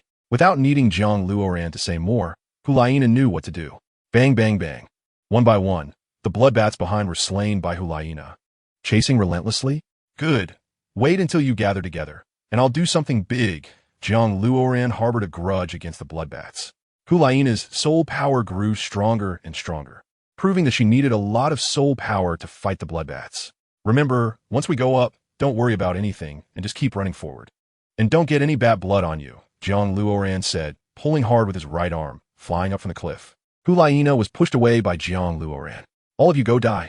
Jiang Luoran furiously drew his sword, and under the urging of soul power, the moon tiger soul, slashing blade, transformed into a red ribbon. It grew longer and longer until it reached more than 10 meters, looking more like a soul skill. The 10-meter ribbon, carrying a wave of air, severed all the blood bats, even evaporating their blood. It was hard to imagine how extreme the speed could be to generate the temperature needed to vaporize blood. This speed had reached the pinnacle of soul masters. What is wrong? Jiang Luoran noticed Hulaina was not continuing to run, but was standing still. "We have a big problem," Hulaina murmured. Ahead, there was a gigantic golden bat, and it actually had 3 heads? What kind of poison would it take to have 3 heads? At a glance, it is clear that this is the overlord among bats, the leader of the blood bats. Here, there's always been only one path. And the dark gold 3-headed bat king stands in the way. If it is not killed, there is no way to leave. This is not a problem. Just kill it. Jiang Luoran raised the moon tiger soul-cutting blade and pointed it at the dark gold 3-headed bat king. This is a blatant declaration of war. The bat king lunged forward, its golden wings striking Jiang Luoran. Jiang Luoran rolled to deflect the force, but looking at the bat king in front of him, he felt a wave of nausea. "Don't think I only know how to use a blade. Blood fiend vines crush." Jiang Luoran clenched his fists tightly. Dozens of blood fiend vines shot up from the ground, binding the bat king. Jiang Luoran took a few quick steps, bent down, and charged forward with the moon tiger soul-cutting blade. Sensing the murderous intent, the bat king flapped its wings and flew up again. Jiang Luoran followed suit, leaping into the air, spreading his Kunpeng white wings, and continued the attack. Seeing that Jiang Luoran would not give up, the bat king also became furious, its claws shooting towards Jiang Luoran's head. Blood fiend vines. Chapter 162. Kunpeng domain. The blood fiend vines burst forth, stabbing into the bat king like sharp swords. However, the bat king remained unharmed. Its own strength was sufficient to withstand the penetration of the blood vines. Just as Jiang Luoran prepared to attack again, the bat king seemed to have gained intelligence and flew towards the weakest Hulaina. Jiang Luoran snorted coldly. Did it think Hulaina was an easy target just because she was a woman? The opponent just hadn't used her soul bone. Jiang Luoran had already predicted the Bat King's fate. It would die a miserable death. Hulaina suddenly seemed to go mad, her whole body radiating a crimson light, especially from her backside. A red tail emerged, growing longer with Hulaina's thoughts and emotions, and the white fur on it suddenly became incredibly hard. Jiang Luoran knew what this was, a soul bone. Below, the sound of tearing flesh echoed as the Bat King was turned into a shower of blood under Hulaina's massive tail. With the Bat King dead, the remaining blood bats were indignant. Their leader was dead, and of course, the younger brothers wanted revenge, all lunging in to attack. Jiang Luoran and Hulaina turned their backs to each other and fought in 2 different directions. Under Hulaina's massive tail, the blood bats disintegrated like paper, turning to dust in an instant. Strangely, not a single drop of blood stained Hulaina's tail. The 2 fought their way through, clearing all the blood bats. The murderous intent. They could feel the murderous intent becoming uncontrollable. Jiang Luoran was secretly alarmed. They had just passed the first level, and they were already unable to suppress their murderous intent. He remembered that Tang San had previously used the blue-silver domain to help him and Hulaina reach the end. Not only that, but he also had the support of the Xiantian Gong, which allowed him to remain safe and sound. Right now, Jiang Luoran had nothing he could use. He had no domain or any similar techniques like the Xiantian Gong. This was not good. If this continued, they would definitely not be able to pass the 3rd level. To recover his strength, Jiang Luoran sat down cross-legged, and Hulaina followed his lead. He was thinking of a way. As long as he could suppress the murderous intent, everything would be easier. The Bat King of the first level had been dealt with, and the 10-headed Sun Serpent of the second level could also be easily handled. But the murderous intent was the only problem that couldn't be solved. This was the most difficult hurdle of the third level. An hour later, both of them opened their eyes simultaneously and continued forward. Jiang Luoran had thought of many things, but none of them provided a solution. Relying solely on the skull was definitely not enough. The murderous intent here had reached a boiling point. If a person without a skull were to enter, they would likely be killed in the first moment by their own murderous intent. The further they walked, the redder the surroundings became, as if they were walking deep within a volcano. The air and temperature grew increasingly chaotic, making one want to scream in despair. It was unbearable. Hulaina's skin had turned a pink color, as if she were about to be cooked. They hadn't even reached the 10-headed Sun Serpent yet. This couldn't go on. Jiang Luoran carried Hulaina on his back, saying, "Use all your soul power to control yourself. The rest is up to me." To be honest, Jiang Luoran was also struggling. But what could he do? If it really came to it, he might have to knock Hulaina out and carry her through the challenge. Jiang Luoran cleared the obstacles along the way. Although he didn't have Tang San's abilities, his destructive power was still terrifying. This was his only strong point. With a thud, Jiang Luoran fell onto the scorching ground, the murderous intent and heat bringing forth all negative emotions. Even Jiang Luoran was struggling, let alone Hulaina, who had long since reached her limit. Kunpeng Domain. Kunpeng Domain. This was his only means of escape. Fenglinger had said that the Kunpeng Domain relies on compressing and releasing time to achieve what one desires. Sometimes being fast does not necessarily mean speed. It could be a form of mental liberation. In simpler terms, if Jiang Luoran wanted to awaken the Kunpeng Domain in the future, he would have to feel time, rather than just focusing on speed. Right now, Jiang Luoran didn't care about time or speed. He urgently needed the Kunpeng Domain to rescue him. Kunpeng Domain. Jiang Luoran desperately squeezed his Kunpeng martial soul, and a white light began to faintly manifest, but it did not fully break free. Time? It is something people use to measure. In reality, it doesn't exist, especially for the Kunpeng. Being able to manipulate time is why it can reach the fastest speed.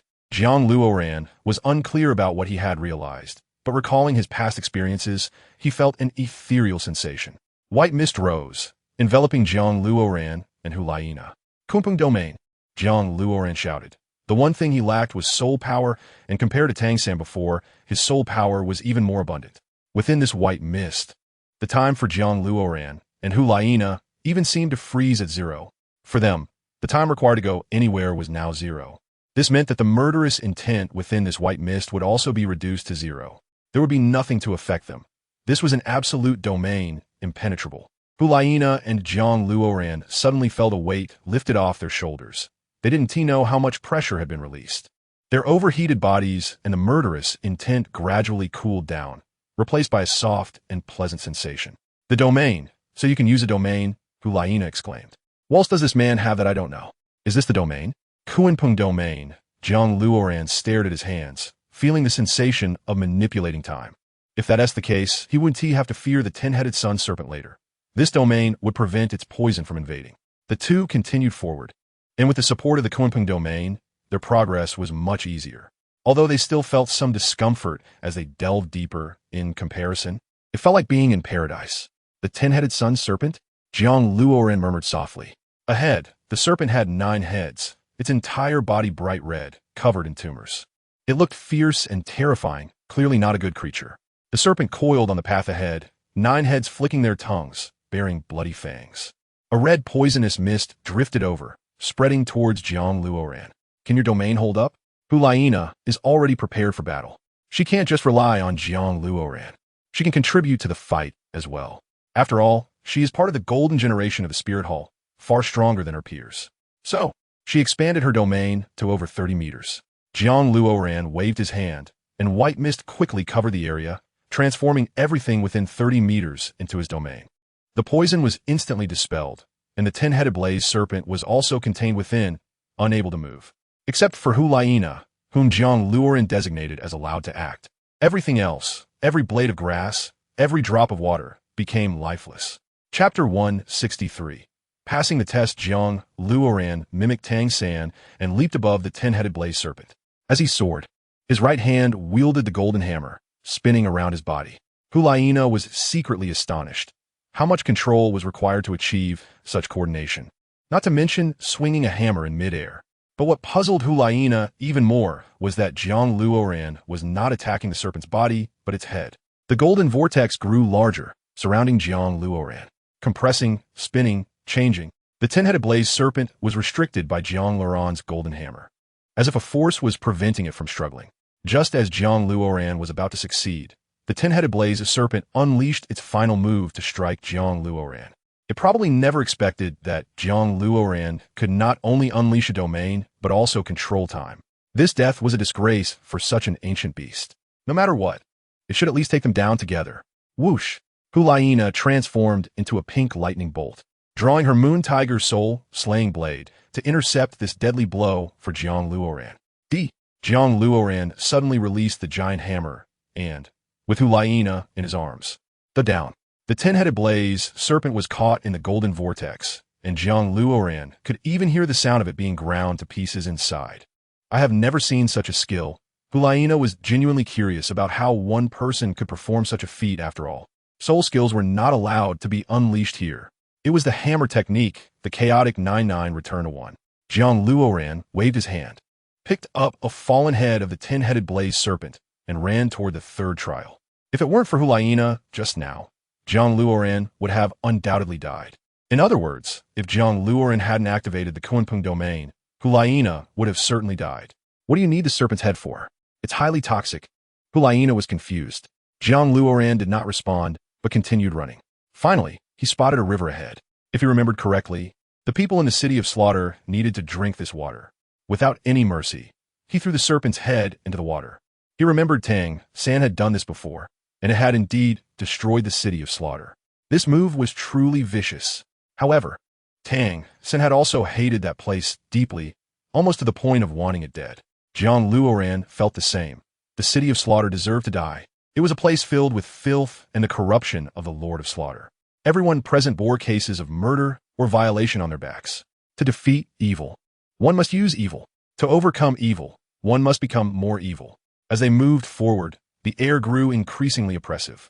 The killing intent surged uncontrollably, as if the body were leaking. They could not control their killing intent at all. Indeed, this third trial was specifically aimed at the killing intent. While the first two trials allowed for some emotional control, now the killing intent was boiling over. The Kunpeng domain shrank. Its influence reduced to just Jiang Luoran and Hulaina. Even Jiang Luoran, with full soul power, dared not recklessly use the Kunpeng domain now. The time control of the Kunpeng domain became limited, and he was barely holding on. Hulaina was on the ground, her eyes blood red, her entire body turning a scorching pink. To be honest, Jiang Luoran also wanted to escape this overwhelming sensation of killing intent and heat. It was unbearable, beyond what one could endure. Even the hottest sound on earth would not be this difficult to withstand. But Jiang Luoran was the only backbone present. If he crawled, no one would come to rescue them. He knew this place. The longer they delayed in the third trial, the greater their danger. Seeing Hulaina on the verge of collapse, Jiang Luoran prepared to carry her. Logically, he could knock Hulaina out and rely on himself to escape together. I can't hold back the killing intent any longer. Either you leave, or you knock me out and take me with you. Hulaina was the most unwilling woman. Even in despair, all she thought about was surviving. In the face of life, she would not be embarrassed. Hearing this, she clearly reached her limit. Looking at Hulaina now, it was a torturous sight. Without hesitation, Jiang Luoran knocked Hulaina out and used the blood fiend vines to bind them together. It's all or nothing. Jiang Luoran reinforced the Kunpeng domain, layers of white mist rising, freezing time at a dead point. Jiang Luoran was already known for his speed. His feet were like greased lightning as he shot forward. Spotting two giant stones ahead, Jiang Luoran summoned two blood fiend vines to bind them and rapidly pulled back. Bang! He used the force of the impact combined with his own speed to shoot over 30 meters away. If it weren't for his deep footwork, he might have fallen to his death. After sprinting for more than 10 minutes, he finally saw the last slope. Jiang Luoran knew where the exit was. He summoned the Kunpeng martial soul and dashed toward the mountain. For him, every second felt like torture. He wished he could escape immediately. As he leaped toward the mountain and stepped into the cave entrance, Jiang Luoran felt a sense of release. Suddenly, an inexplicable pulling force tugged at him from behind. Jiang Luoran would never forget this feeling. The killing intent belonged solely to this place. The killing intent here even had a powerful suction, pulling people in, making it impossible to extricate themselves. If it weren't for so many factors at play, even with 9 lives, Jiang Luoran and Hulaina would not survive. This third trial could even be said to be completely insurmountable. Without a domain, there would be no relief from the third trial. Only those twisted members of the fierce god battle team would be infatuated with such a place. The cave entrance before him grew brighter, and Jiang Luoran's vision became clearer. All burdens on him were lifted. However, Jiang Luoran did not dare to immediately release the Kunpeng body technique because, after enduring such intense, killing, intent pressure, his body had formed an antibody. If he were to immediately release the Kunpeng domain now, their bodies would not withstand the pressure, leading to either incapacitation or explosion. It was like battling Yijiqiu. One could not quickly alternate between hot and cold, or even the hardest things would not be able to endure. Finally, the Kunpeng domain slowly unraveled, time passing minute by minute, until Jiang Luoran fainted from shock. In fact, even he did not know if he had completely exited the city of slaughter. The city of slaughter had erupted completely. Everyone surviving inside was like they were poisoned, falling into shock. The Lord of Slaughter was furious. One must know that while the 10-headed blaze serpent was easily defeated, it was still an ancient beast. The poison of such a beast could not be overlooked by ordinary people. The poison that had been dormant for millennia had, at the last moment of its life, done a good deed. Uncertain of the time, Jiang Luoran struggled to get up. He suddenly felt how wonderful the air outside was. Chapter 164, Star Luo Empire. He raised his Kunpeng martial soul, which had a very striking white stripe attached to it, known as the Killing God Domain. Jiang Luoran finally understood what it felt like to be in the Killing God Domain. Once this power was activated, the enemy would immediately be eroded by his killing intent. This meant that during battle, the enemy would automatically have their strength reduced by 10, while the one possessing the Killing God Domain would have their strength increased by 20. This was the Killing God Domain. Against soul masters of a lower realm, it was even possible to defeat them with just a glance. Looking around, Hulaina had already disappeared, presumably taken away by Ghost Douluo and Chrysanthemum Douluo. You felt it too, right? Hulaina hugged a fragrant fruit and began to eat. In the Killing City, one could only consume the meat brought from storage space. Food like fragrant fruit, which was juicy, was simply unattainable. Not to mention eating, even smelling it was out of the question. How does it feel? Hulaina smiled. Not bad. The visual contrast is always so bright and beautiful. Jiang Luoran waved his hand. Just now, the 2 elders came to find me, wanted to take me back to the Spear Hall. I thought about it and realized that I shouldn't get too complacent just because I obtained the Killing God Domain. I should continue to cultivate with you for a while. Are you sure? I'm planning to go to the Stardow Forest to cultivate next and obtain an 8th spirit ring, Jiang Luoran asked. Your soul Douluo now? Is that for real? Hulaina scrutinized Jiang Luoran. You didn't take any hormones, did you? How would you level up so quickly? Just reached level 79. I just felt it. I didn't expect to level up this fast. Let me ask you again. Are you sure you want to go? Jiang Luoran said. I'm sure. With the Killing God Domain plus the Qiankuan Wan Li, and with you being a full-level soul sage, I think it won't be a big issue. Hulaina analyzed seriously. This is precisely the problem, because once I start fighting, it will affect you, Jiang Luoran said. Oh, a hoarse roar echoed from afar, the sound piercing through the clouds. Just by hearing it, one could feel the killing intent from the other party. However, for Jiang Luoran and Hulaina, it was useless. They both possessed the Killing God Domain and were the source of killing intent. Let's go quickly. Jiang Luoran pulled Hulaina and fled, running away again. What did you do? Hulaina followed Jiang Luoran out, still in doubt. Once they left the Killing City, it was a different story. All of Jiang Luoran's soul skills and martial souls were unrestricted.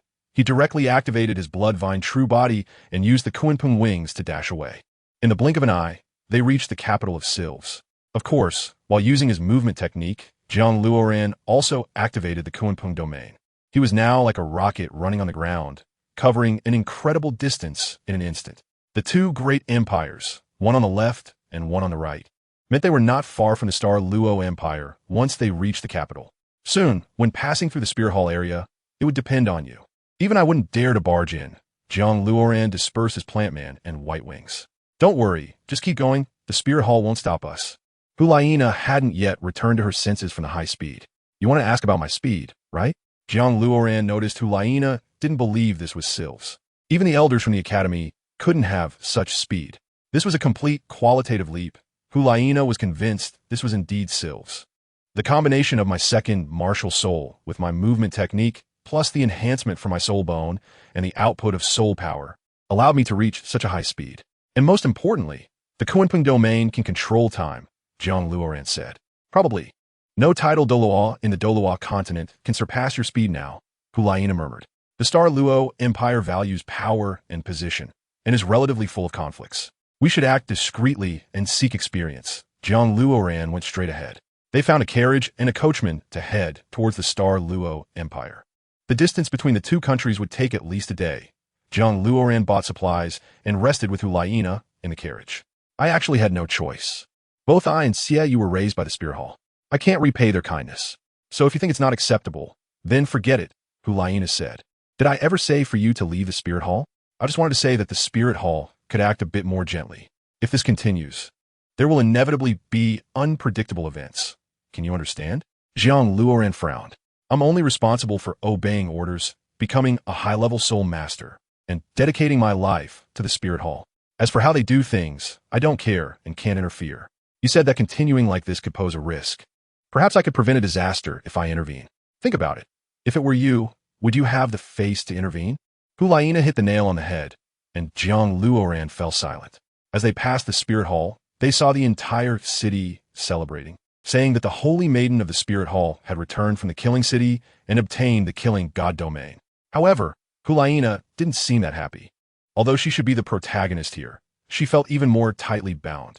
Speaking of interests, it wasn't that deep. Hulaina also had a harmonious relationship with Bibi Dong and the elders of the Spirit Hall. She regarded the Spirit Hall as home. But the affection this home showed her was too much for her to repay. It could be said that she had the weight of the world on her shoulders. The higher the pile, the harder it is to come down from above. Jiang Luoran sighed, but you can rest assured. I can guarantee absolute safety. No passage allowed. Please turn back to the city. The Knights of the Spirit Hall blocked the carriage.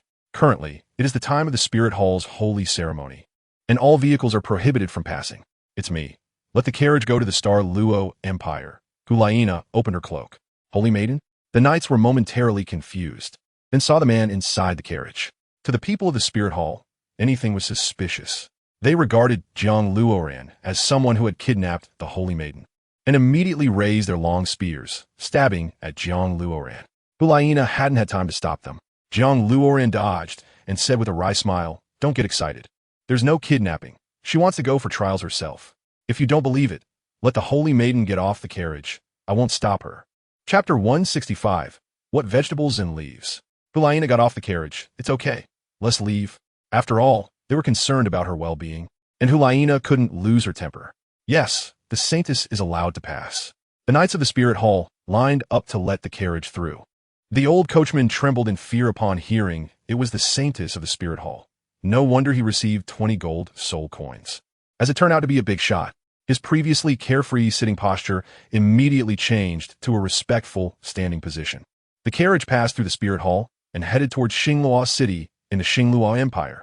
After a night, they arrived at the foot of Xingluo City. What's wrong? Hulaina asked in confusion. Suddenly feeling a honeymoon vibe, Jiang Luoran expressed that he couldn't adapt to the cool goddess suddenly turning into a neighborly little sister. The two entered a hotel to temporarily stay and plan before entering the Stardow Forest. After all, it was their first time entering such a place of ultimate skills. Without sufficient preparation, how could they dare to cross over? After the incident in the City of Slaughter, Jiang Luoran felt he had indeed been overly careless. If it hadn't been for the activation of the Kunping domain at a critical moment, he might have already become a skeleton.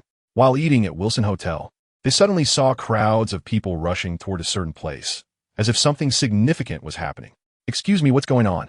Jiang Luoran asked the waiter while pointing at the crowd as they served the dishes. "You don't know? Such a big event. It's all over Xingluo City." The waiter replied exaggeratedly. "Oh, can you speak frankly?" Hulaina became interested. What could shock Xingluo City so much? The Xingluo Auction House has released a level 5 soul guide device, and it's of the battle spirit type. I've heard that even the crown prince and princess of the Xingluo Empire are attending. By the way, the current crown prince is Dai Mubai, who just took the position half a month ago. A level 5 soul guide device. This is indeed a world-class creation, Hulaina whispered. "Who is the creator?" Jiang Luoran asked. "It's Mr. He K. The Soul Guide device is a tool that allows low-level soul masters to have the capital to compete with high-level soul masters. When soul masters find that soul bones are rare and soul power is difficult to increase, they come up with this method of enhancing strength through technological means. It was not until 10,000 years later that soul guides became popular in Douluo continent and were developed up to level 9. Now, a level 5 one has emerged, which is indeed a rare piece. It's important to know that with current technology, achieving this kind of technology is very challenging. The two of them finished their meal and decided to watch the auction. If it looked suitable, Jiang Luoran planned to bid for it. After all, in Douluo continent, the means of survival are the most important. Jiang Luoran even suspected that this Hike might be the great-great-great-grandfather of Hike too. With Hulaina's big name as a golden medal, Jiang Luoran didn't need to fear trouble in any situation. Soon, they found themselves sitting in the auction seats. A level 5 soul guide device, I must have it. Bro, don't think about it. Look at who has come. With just a few tens of thousands of gold soul coins, you can barely buy a part, I believe. I've heard it's a battle spirit device, but I wonder what its attributes and attack are like. Since it's level 5, it definitely won't be weak. Let's wait and see. The Crown Prince is here. Look at his demeanor. If he bids, we can forget about it. Following the gaze of the crowd, Jiang Luoran looked at Dai Mubai and Zhu Zhuqing sitting on the high platform. Both were dressed in royal attire, with maidservants attending to them. I assume everyone is here for the level 5 soul guide device, so I won't waste your time. The person in charge clapped. 2 maidservants walked out from the room, holding a crystal pedestal. Let me introduce this soul guide device. The person in charge pulled back the red carpet, revealing a large red blade. This is a level 5 soul guide device with an added flame effect. It is 1 meter long and 0.5 meters wide, with a swift blade, making it very practical. Even if you have a level 2 gap with your opponent, you can still hold your ground with this blade. As soon as the person in charge finished speaking, the crowd cheered. This kind of weapon made their hearts a bit eager. Now, the starting price is 50 million gold soul coins. Bang! Just as the person in charge finished speaking, the door was pushed open and a disheveled middle-aged man rushed in. Shouting, I said I want to sell it, get it back. Stop him, stop him! The person in charge shouted. The maidservants and guards rushed forward to block the middle-aged man. What is going on? ISNT that Hike. In a fluster. He looked as though something had been stolen from him. Hike shouted angrily, I never intended to sell this soul guide device. It contains not just power, but also the foundation for deducing soul guide devices. To create more powerful soul guides, one must start from this basis. You clearly signed a contract. The auction house will give you 60 of the profits. Someone take him out. The person in charge was also furious. What is going on, suddenly barging in like this? How can we sell anything now? It's not about money. It's not about money. You got me drunk and had the ladies serve me, just to restrict me. That's why I was forced to leave my fingerprint. This is a scientific research achievement. It cannot be sold. Cannot be sold. PK struggled. What is going on? Is this extortion? Xingluo auction house. Give us an explanation. Such explosive news. Did it really need to be said face to face? It was too stimulating. Xingluo auction house is extorting us. We demand an explanation. The scene instantly erupted like a boiling pot, somewhat reminiscent of the scene at the Silves auction house. Jiang Luoran had once fought his way out of the Silves auction house, and the people behind him were just as enthusiastic. I wonder if someone is a bit familiar with this scene. Hulaina teased, suddenly missing the time when you were still the charming goddess. Jiang Luoran felt that Hulaina had become more talkative. Some of Hike's supporters rushed down and started fighting with the guards. Some were cheering from their seats, while others were shouting. It seemed that the level 5 soul guide device was the foundation for even level 6 or level 9. Jiang Luoran nodded. This was indeed very precious. It could be considered priceless. If you don't make sense, don't blame me for robbing it. PK was indeed wild, throwing explosive shells at the guards. The auction house was in chaos, with various buildings collapsing, and the two sides engaged in fierce combat on the ground. Dai Mubai slapped the royal throne and jumped down. As the crown prince of the Xingluo Empire, if he didn't intervene, who would? Moreover, it was also an opportunity to bring some authority to the citizens of the Xingluo Empire. Everyone stop. Dai Mubai unleashed his soul power, causing the hall to shake. Unfortunately, Dai Mubai didn't bring soldiers. Otherwise, he could have quelled this group. One side had their research materials stolen, equivalent to their lives. The other was a businessman. Taking his money was like taking his life. How could these people be calmed down with mere words? Chapter 166. Redemption. Dai Mubai was at a loss for what to do. Even if he wanted to intervene, he didn't know where to start. Suddenly, A robust man clad in golden hair and noble attire charged towards him. Indeed, his target was Dai Mubai.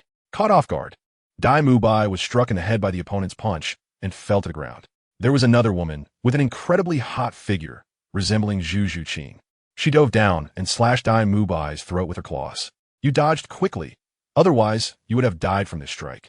The woman in black said with a wicked smile. Elder brother, elder sister-in-law, you have already lost, and I have spared you. Why is that? Dai Mubai shouted in anger. Shut up. You stole our things and still dare to cry injustice here. The blonde man said sharply. The throne belongs to us. The empire only recognizes the stronger. What we did was also agreed upon by the powers. The woman in black licked her nails. What do you want? Zhu Zhuqing descended from the high platform, standing in front of Dai Mubai. So is all your plan, Dai Mubai said with a bitter smile. Then, elder brother, don't blame me for being ruthless in the future. Future? You still want a future? The woman in black laughed. You have no future, the blonde man said, bypassing Zhu Zhuqing and stepping on Dai Mubai's face. Fourth soul skill, White Tiger's Tread. Bang! Golden light shattered, and Dai Mubai's face took a heavy blow, nearly cracking his pelvis. He rolled over a dozen times, smashing 3 granite pillars before finally coming to a stop. Mubai! Zhu Zhuqing had just spoken when she was ambushed by the woman in black, taking a heavy blow to her abdomen, and several blood streaks appeared on her body. Collapsing beside Dai Mubai. At such a moment, still showing couple affection. Zhuqing, I can spare your life. Just become my concubine. The blonde man laughed heartily. Today, I was careless and accidentally got you involved. Zhuqing, hurry and go find the others. Dai Mubai pushed Zhu Zhuqing away. In a while, I'll fight them. Life or death doesn't matter. A fierce light flickered in Zhu Zhuqing's eyes. Third soul skill, Flying Tiger Howl. Fourth soul skill, Ghost Shadow Phantom. Seeing the 2 soul skills before them, Dai Mubai and Zhu Zhuqing closed their eyes, waiting for the moment of death. Whoosh! 2 silver short swords flew through the sky, blocking all lethal strikes and embedding themselves in the ground. Dai Mubai opened his eyes in disbelief, staring at the 2 short swords. Aren't these the weapons of the Saintess of the Spirit Hall? Hulaina, Jiang Luoran, and Hulaina approached simultaneously. Just in the nick of time, what a disgusting situation. The blonde man and the woman in black turned their heads, their expressions instantly numbed. They didn't even dare to make eye contact, as the eyes of the other party were filled with endless killing intent. What kind of existence is this? It felt like a soul beast descending upon the human world. Jiang Luoran shot a glance at the 2, and they suddenly retreated, sitting on the cold floor. What kind of gaze is this? Even the blonde man, who had killed countless people and had a heart of ice, was frightened by this glare. Mubai, Zhuqing, Jiang Luoran pulled Dai Mubai up, and Hulaina helped Zhu Zhuqing to her feet. Even though they restrained their killing intent, Dai Mubai and Zhu Zhuqing did not dare to meet their eyes. Luoran, you acted justly today. I, Dai Mubai, will repay you with my life. For Dai Mubai, whether he lives or dies is not important. What matters is that Zhu Zhuqing has survived because of this. Luoran, how did you suddenly come to the Star Luo Empire? Zhu Zhuqing was also grateful to them. It's like this. I need to obtain the 8th soul ring, so I plan to go to the Star Do Great Forest. As for Laina, she is following me for training, Jiang Luoran explained. Soul Douluo, they both exclaimed in unison. Although they knew Jiang Luoran was not far from becoming Soul Douluo, they still felt it was a bit fast. Soul Douluo? The blonde man and the woman in black exclaimed, feeling a desire to escape. There are only a handful of Soul Douluos across the continent, probably not more than 15, and Dai Mubai actually knows a Soul Douluo. This is simply incredibly lucky. Good for you. I thought a person like you wouldn't have a girlfriend, Dai Mubai joked. Since the other party didn't treat him as an outsider, Dai Mubai didn't treat Jiang Luoran as an outsider either, which seemed too pretentious. I also thought a person like me wouldn't have a girlfriend, Jiang Luoran self-deprecatingly replied. It is said that Yi Lingling, whom you injured before, has now developed a phobia of men. No matter how old the man is, she'll run far away when she sees them. Zhu Zhuqing raised an eyebrow. So serious? Can I ask you to help her overcome her shadow? Jiang Luoran inquired. Leave it to me. This is my strong suit, Dai Mubai readily agreed. What about them? Kill them? Jiang Luoran's right fist tightened.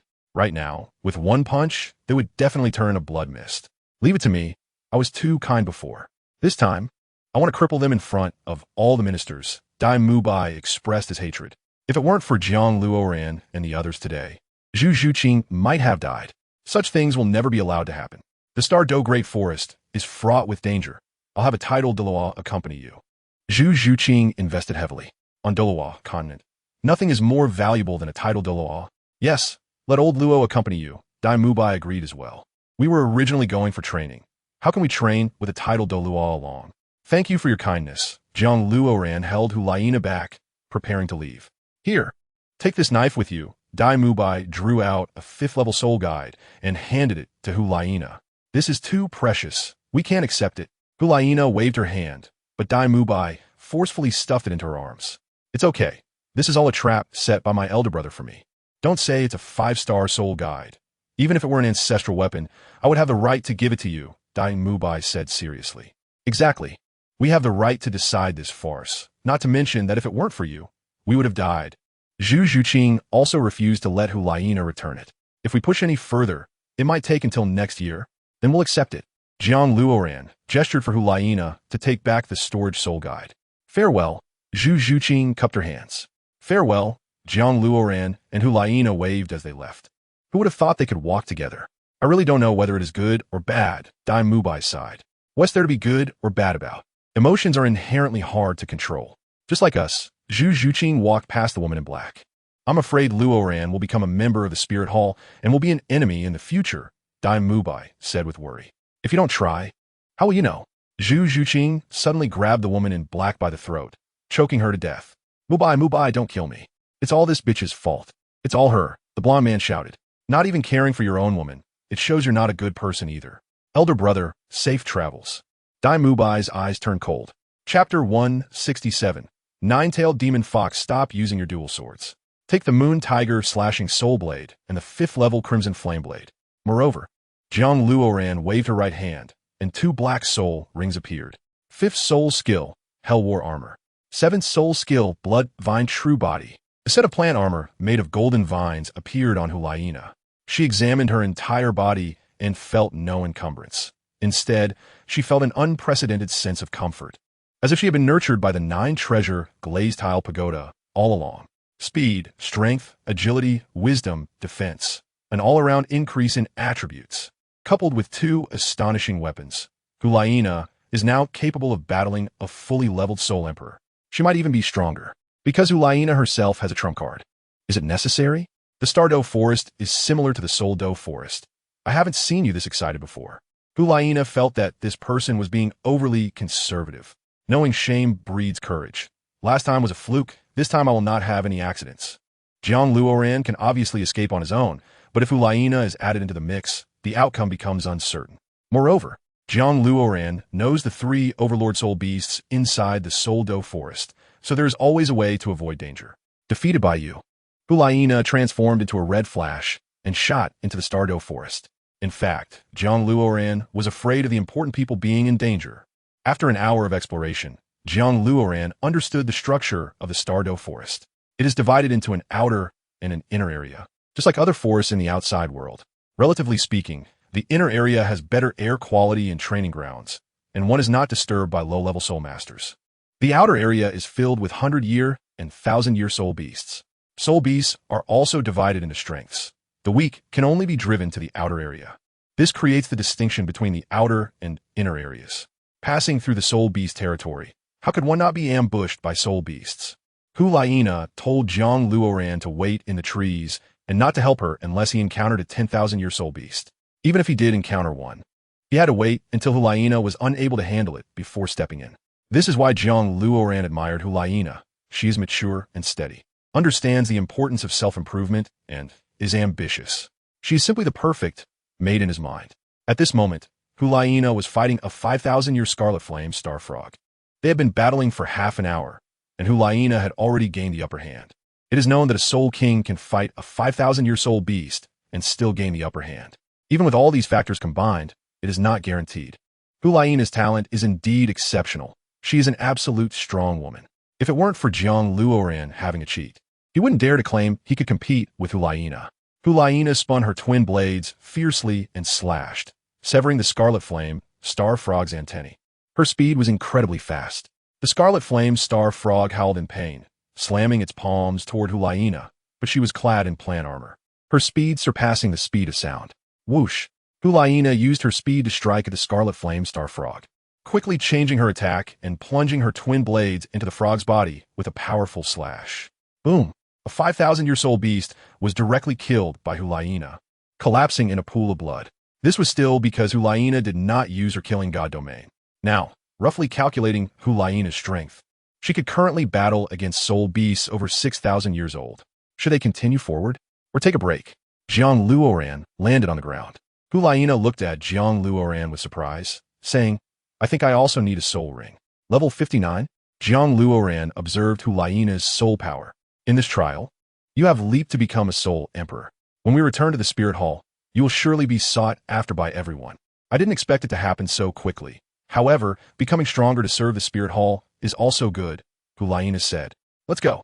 I know which soul ring suits you best. Jiang Luoran planned to postpone his own soul ring hunt and first help Hulayina become a soul emperor. This way, it could provide more security for the team, and he wouldn't have to be so distracted. It's simply killing two birds with one stone. Breaking through to a 1,000-year-old beast means entering the inner part of the Douluo forest. What they would encounter next are 10,000-year-old beasts. This is my first time in the Douluo, so I don't know the exact location. But I know the kind of habitat they prefer. If I give you a 15,000-year-old beast, can you absorb it? Jiang Luoran explored ahead. The old man Zhu once said to let me absorb a 12,000-year-old beast. But after multiple battles and experiences, I now want to try a 15,000-year one. I just don't know what kind of soul beast it is. Hulayina retracted her twin blades. Finally found it. What I want you to absorb is a celestial-type soul beast, the nine-tailed fox. Jiang Luoran stopped by a lake, spotting a white-pink fox in the distance. This soul beast looked extraordinary, exuding a celestial aura. Most importantly, it had 9 tails behind it. Soul beasts are rare to encounter, let alone one of this caliber. Thanks to your good fortune, I found it. Jiang Luoran wiped the sweat from his face. The 9-tailed fox. This is simply a soul beast that surpasses the pyramid. One could even say it is a celestial-grade soul beast. The soul rings produced by this kind of soul beast will undoubtedly be immensely powerful, crushing all peers. Wow! Hulayina opened her twin blades, summoning the red giant tail behind her, and charged forward. Bang, bang, bang! In an instant, the two began to fight, and as soul techniques were released, the entire mountain range shook and collapsed, sending the surrounding weaker soul beasts fleeing in all directions. Jiang Luoran waited on the side, avoiding any other soul beasts from interrupting. Hulayina's soul techniques had little effect on the 9-tailed fox. Conversely, the 9-tailed fox's skills also had little effect on Hulayina. The two were completely relying on their physical skills to battle, and neither could harm the other. The 9-tailed fox had a lifespan of 16,000 years, and Hulayina was definitely no match for it. But Jiang Luoran adhered to her idea, waiting until Hulayina truly couldn't hold on before stepping in. Even if a soul emperor ascends to a soul sage, they wouldn't dare challenge such a soul beast alone. They must rely on a team. Hulayina, holding on until now, was already quite remarkable. The twin blades in Hulayina's hands were as fierce as a gale, and with the giant tail behind her. She swept out attack after attack. However, the 9-tailed fox had 9 white-pink giant tails that blocked all of Hulayina's attacks and counterattacked. Whoosh! The 9-tailed fox was struck by a blade, and blood as bright as agate flowed from its body. This celestial-grade soul beast indeed possessed high intelligence and lineage. It did not cry out or howl. It simply observed Hulayina calmly. Luoran, I'm at my limit. Hulayina plunged her twin blades into the ground. The 9-tailed fox lunged at Hulayina, summoning its 9 tails to sweep across her body. 6th soul skill curse spear. Boom! The golden spear struck the 9-tailed fox, knocking it back and breaking 4 of its tails. 1st soul skill, creation from nothing. Jiang Luoran transformed his right fist into a palm. A purple soul ring surged forth, and hundreds of blood fiend vines burst from the ground, binding the 9-tailed fox tightly. Hulayina seized the opportunity to thrust her blade forward and swiftly turn the blade to cleave at the 9-tailed fox's neck. Swish! The 9-tailed fox quickly dodged, but was still slashed in the abdomen by Hulayina. It was originally a soul beast of charm. Its physical defense was naturally inferior to that of human.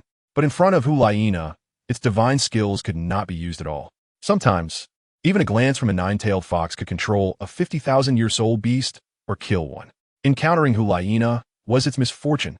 2nd soul skill, shadow following. A purple soul ring coiled around Jiang Luoran's waist.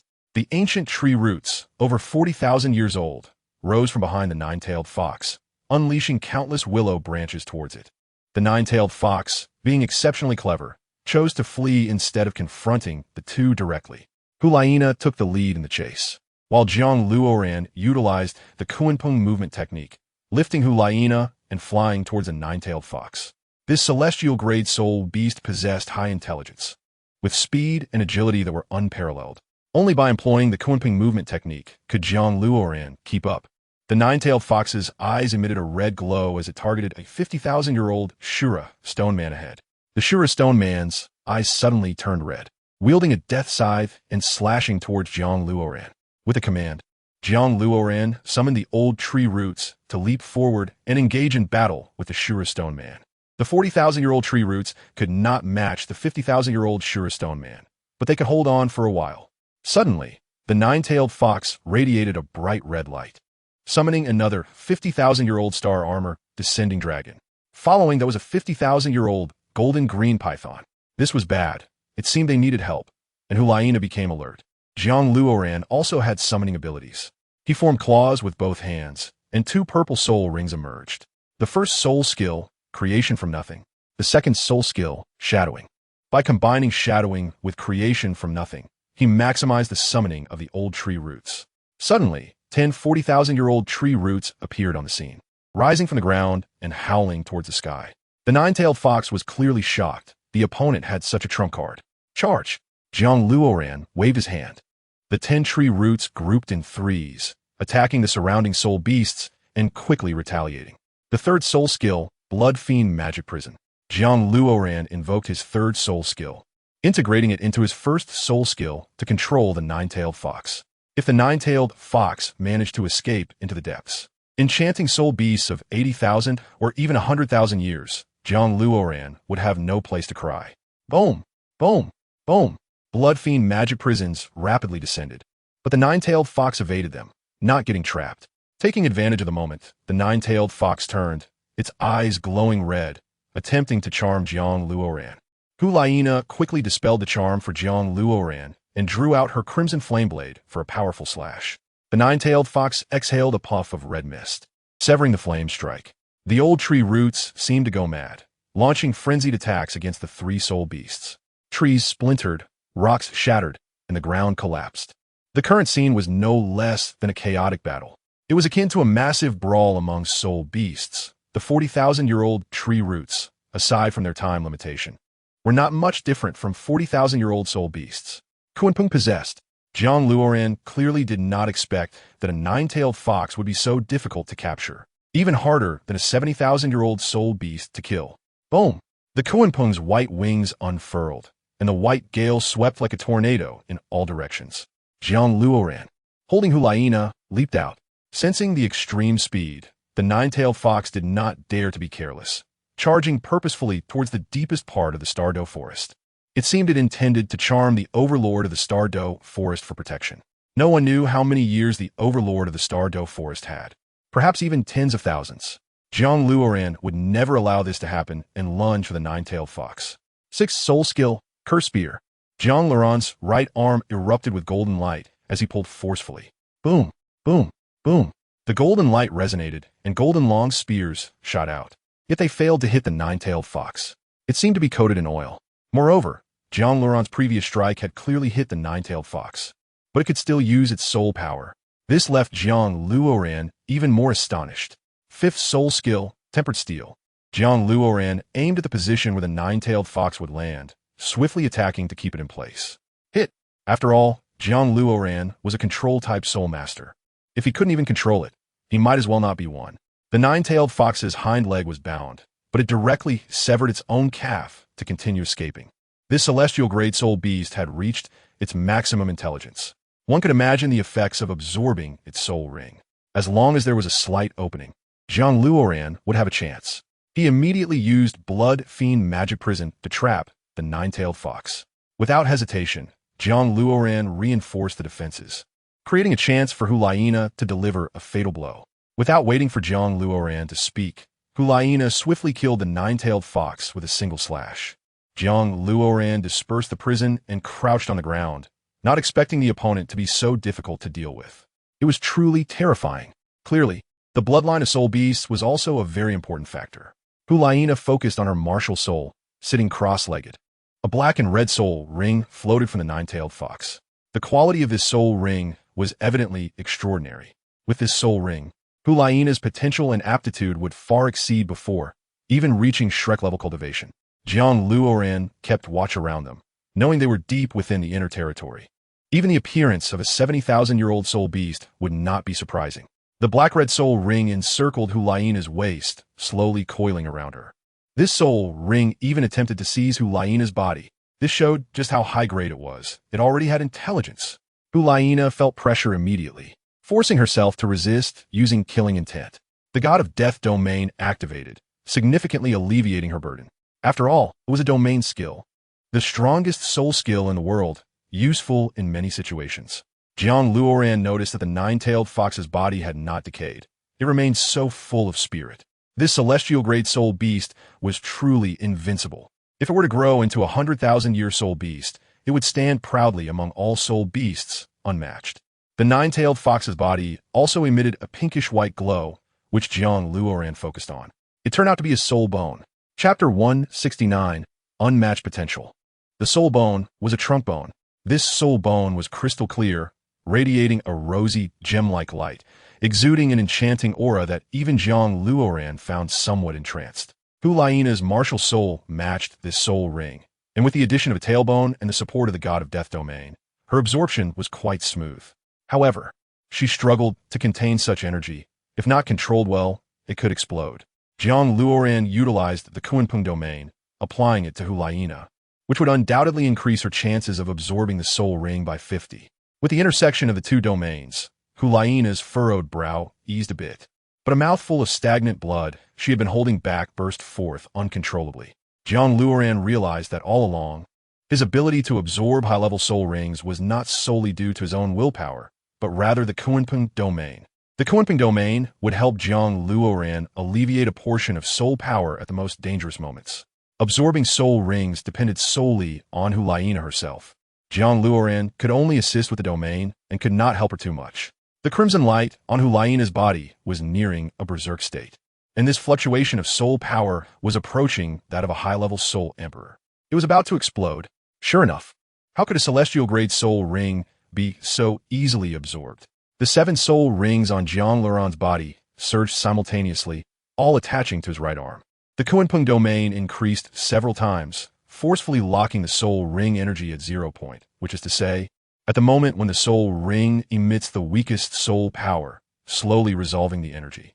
An hour later, Hulaina suddenly opened her eyes, her gaze filled with overwhelming divine aura, as if a goddess had descended. Strangely, the severed body bone of a nine-tailed fox suddenly shot into Hulaina's body. There was no need for absorption. The body bone automatically merged with Hulaina. The soul bone itself fused with the soul. Not to mention this kind of soul beast soul bone, naturally following the soul body. This way, it also saved Hulaina's time. Even Jiang Luoran felt the strength of the other party. Wasn't the nine-tailed fox supposed to be enchanting? Why did Hulaina suddenly become so pure after absorption? Like a spotless lotus flower.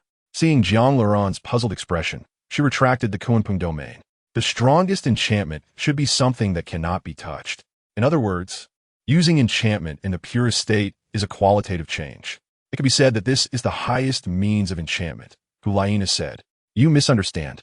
Enchantment is never about flirting. That's what a courtesan should do. The real soul skill should make people feel the purest love and the purest desire to obtain. This is deadly." Hulaina has now become stronger and suddenly has gained composure.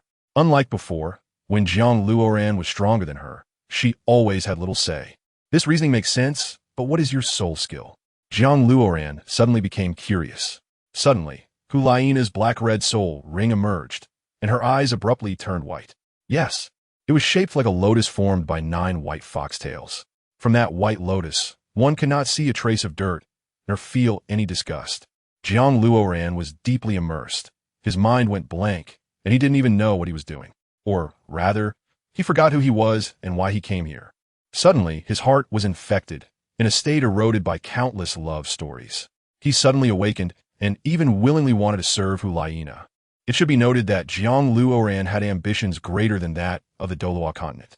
Life and death could not change his will. What kind of spiritual submission could make him serve Hulaina? Sixth soul skill, nine-tailed white lotus.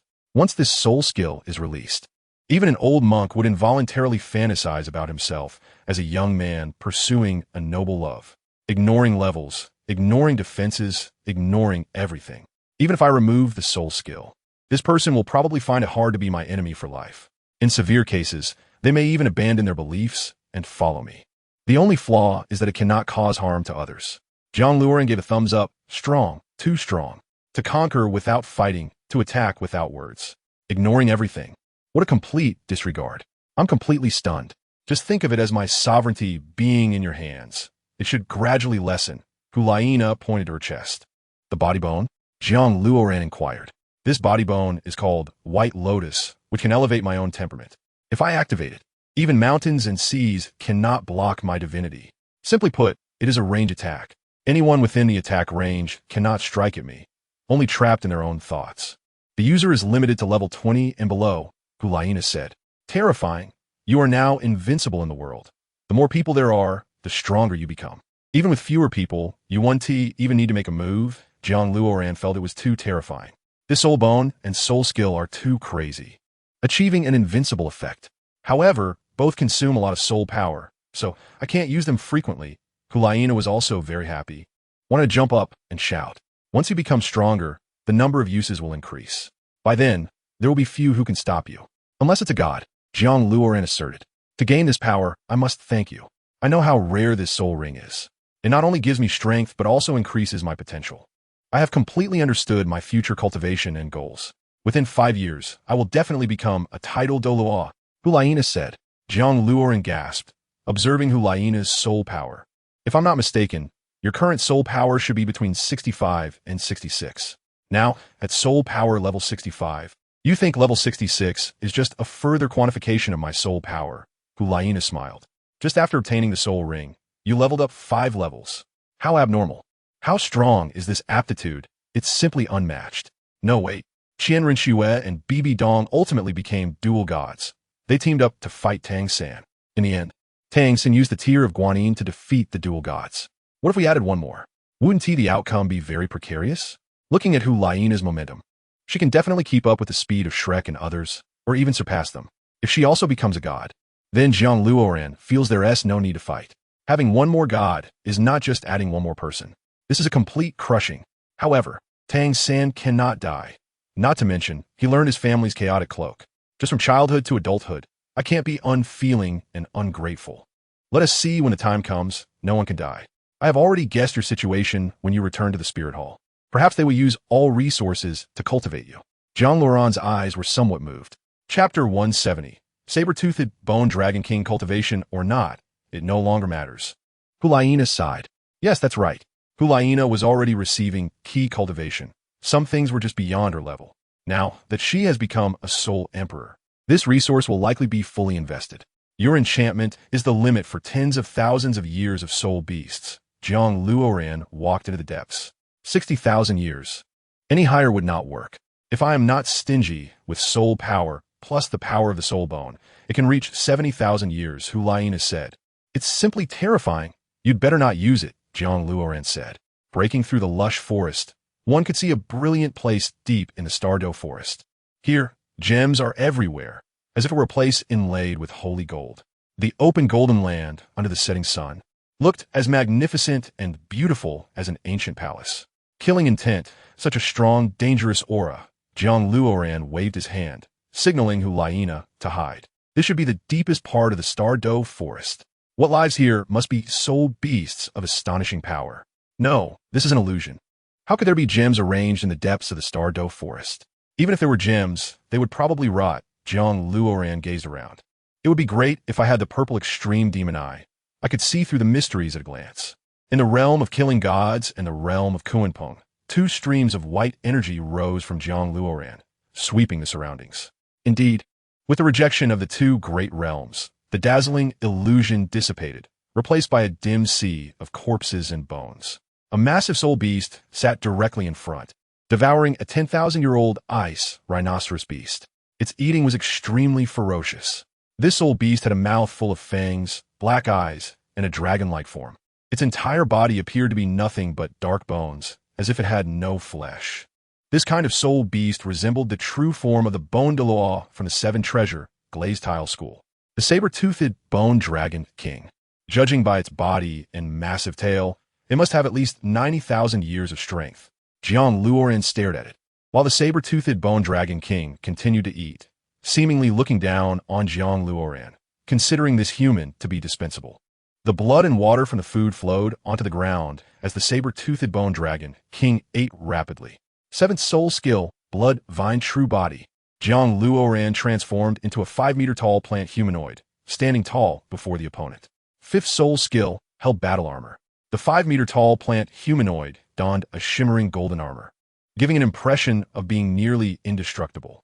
4th soul skill, forged through 1,000 hammers. A 5-meter-tall golden war hammer appeared in the right hand of the plant humanoid, exuding a chilling light that instilled fear. The moon tiger soul-cutting blade flew out from Jiang Luoran's body, transforming into a 5-meter weapon, held in the left hand of the plant humanoid, resembling the blade of the celestial gate. Kunpeng possessed. Realm of killing gods. Realm of Kunpeng. All soul bones. Jiang Luoran's aura surged like the sea, layer upon layer of power breaking through. All power gathered in one body, and he chose to battle the saber-toothed bone dragon king. Jiang Luoran did not know what the outcome would be, but he had to give it a try. The saber-toothed bone dragon king could no longer ignore him. This aura had already reached the level of a Title Douluo, even surpassing it. The 5-meter-tall plant humanoid seemed like a deity descending. No, it was like a deity descending.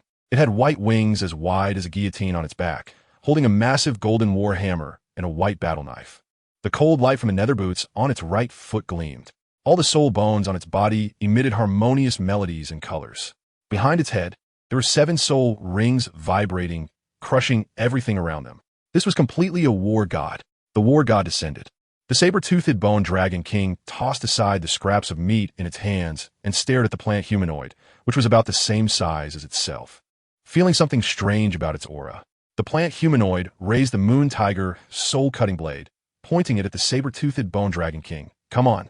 The saber-toothed bone dragon king rushed forward, spinning 360 degrees, with its massive tail striking directly at the plant humanoid's head. The plant humanoid raised its hammer to block this massive tail strike and swung its knife with the left hand, fiercely slicing at the opponent's tail. Puff it hit. A segment of the saber-toothed bone dragon king's massive tail was severed, and blood flowed from the wound. When powerful beings clash, one strike can be fatal. A slight oversight can lead to irreversible consequences. The saber-toothed bone dragon king was not anxious.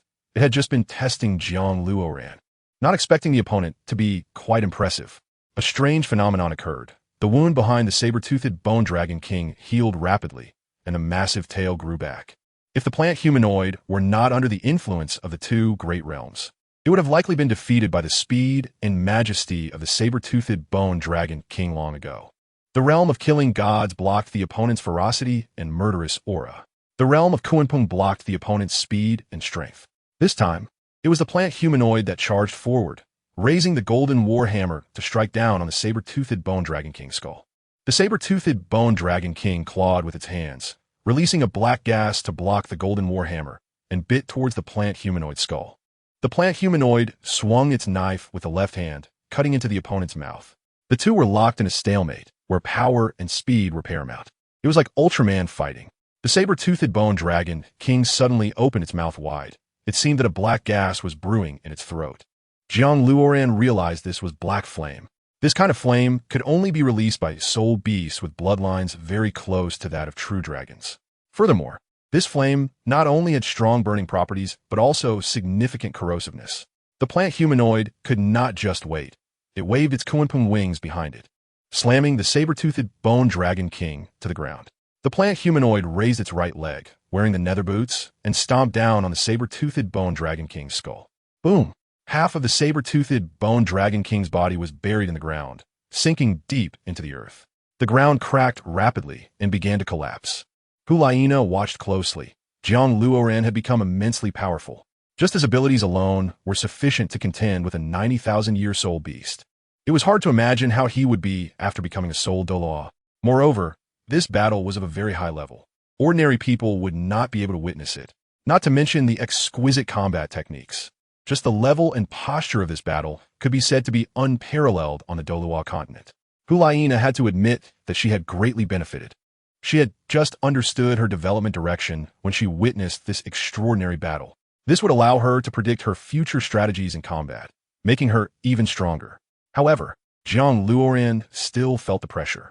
After all, the opponent was a 90,000-year-old beast and a direct descendant of the Dragon Clan. Thus, it would be quite difficult to kill it in a short time. In a wild frenzy, the plant humanoid seemed to go mad, seizing the opportunity to swing the golden hammer. Each strike landed on the saber-toothed bone Dragon King. Chapter 171, A Match of Equals. Bang, bang, bang. 20 strikes, 30 strikes, 40 strikes. Jiang Luoran's wild frenzy delivered 40 blows, all striking the saber-toothed bone Dragon King. Deep in the Stardow forest, the ground had been battered into 1,000 wounds, and the scene was a complete wreck, resembling a hellish battlefield. The level of destruction could already be said to surpass that of a Title Douluo, akin to a bulldozer at full throttle. Whoosh! The black flame flickered and extinguished. In that moment, Jiang Luoran even thought time had paused as the black fire surged forth with overwhelming fury. Third soul skill, Blood Fiend Magic Prison. A cage enveloped the plant humanoid, resisting the surging black flames. The saber-toothed bone Dragon King had multiple depressions on its body, with some bones even broken. It did not give the plant humanoid a chance to recover and lunged in for the kill. The saber-toothed bone Dragon King was as fast as lightning, clearly filled with rage. The plant humanoid raised the hammer in front of it, but the cage shattered the moment the saber-toothed bone Dragon King made contact. The plant humanoid was pushed back by the immense force, its body also enduring the heavy blow from the massive tail. Looking at the ground, they had plowed a long and wide trench, even revealing underground water. The two had completely gone berserk, putting everything into attempting to kill each other. Second soul skill. Shadow, following. Old tree roots surged from behind the saber-toothed bone Dragon King, extending hundreds of vines to bind its body in various places. The plant humanoid swung its knife, slicing from saber-toothed bone Dragon King's chest down to its heel. Feeling it wasn't enough, the plant humanoid raised a massive hammer and struck hard on the saber-toothed bone Dragon King's head. With a muffled sound, the saber-toothed bone Dragon King was thrown out and landed in a mountain of corpses. The plant man spread his wings wide and swooped down, attacking with both blade and hammer, overpowering the saber-toothed bone Dragon King. The saber-toothed bone Dragon King opened its wings and flew up, spinning in the air, and struck down with a claw at the plant man. The plant man quickly fell to the ground, rolling for dozens of meters before coming to a stop. Not daring to rest, he charged up again using inertia. The plant man leaped into the air and engaged in battle with the saber-toothed bone Dragon King. Although he could not fly, he utilized the Kunpeng technique to briefly pause in the sky. Hulaina retreated to a safe area. By now, they had been fighting for an entire night, and still, there was no clear victor. It wasn't until the next day that both the plant man and the saber-toothed bone Dragon King fell to the ground. Jiang Luoran returned to his original form. All means of fighting had dissipated. The saber-toothed bone Dragon King was covered in wounds, panting heavily, holding a piece of its own broken bone. "I can't go on. I can't go on," the saber-toothed bone Dragon King said in a deep voice. "Let's take a break. Are you dismantling bones or killing soul beasts? Didn't you also break my plant man's arm?" Jiang Luoran thought to himself, relieved that he still had the bone of his right arm. Otherwise, his arm would have definitely been gone. Hulaina was confused. Was this a time to rest before the next round? And what was going on? Nevertheless, she hurried over to bring Jiang Luoran some water and food. "Share some with me," the saber-toothed bone Dragon King gasped, taking some jerky from Hulaina's hands. This situation was too incongruous. It was simply unimaginable. Two beings who wanted each other's lives were now discussing the battle and chatting. Jiang Luoran asked Hulaina to withdraw from the danger zone and come back later with food. "Your second soul skill is very rare. If used well, it could even surpass 10,000 years. The main thing is it will increase in years with your level," said the saber-toothed bone Dragon King. "I'm thinking about whether to add your soul ring to my second, martial soul. That way, my Kunpeng martial soul can fly." "It's been so difficult not being able to fly," Jiang Luoran said bluntly.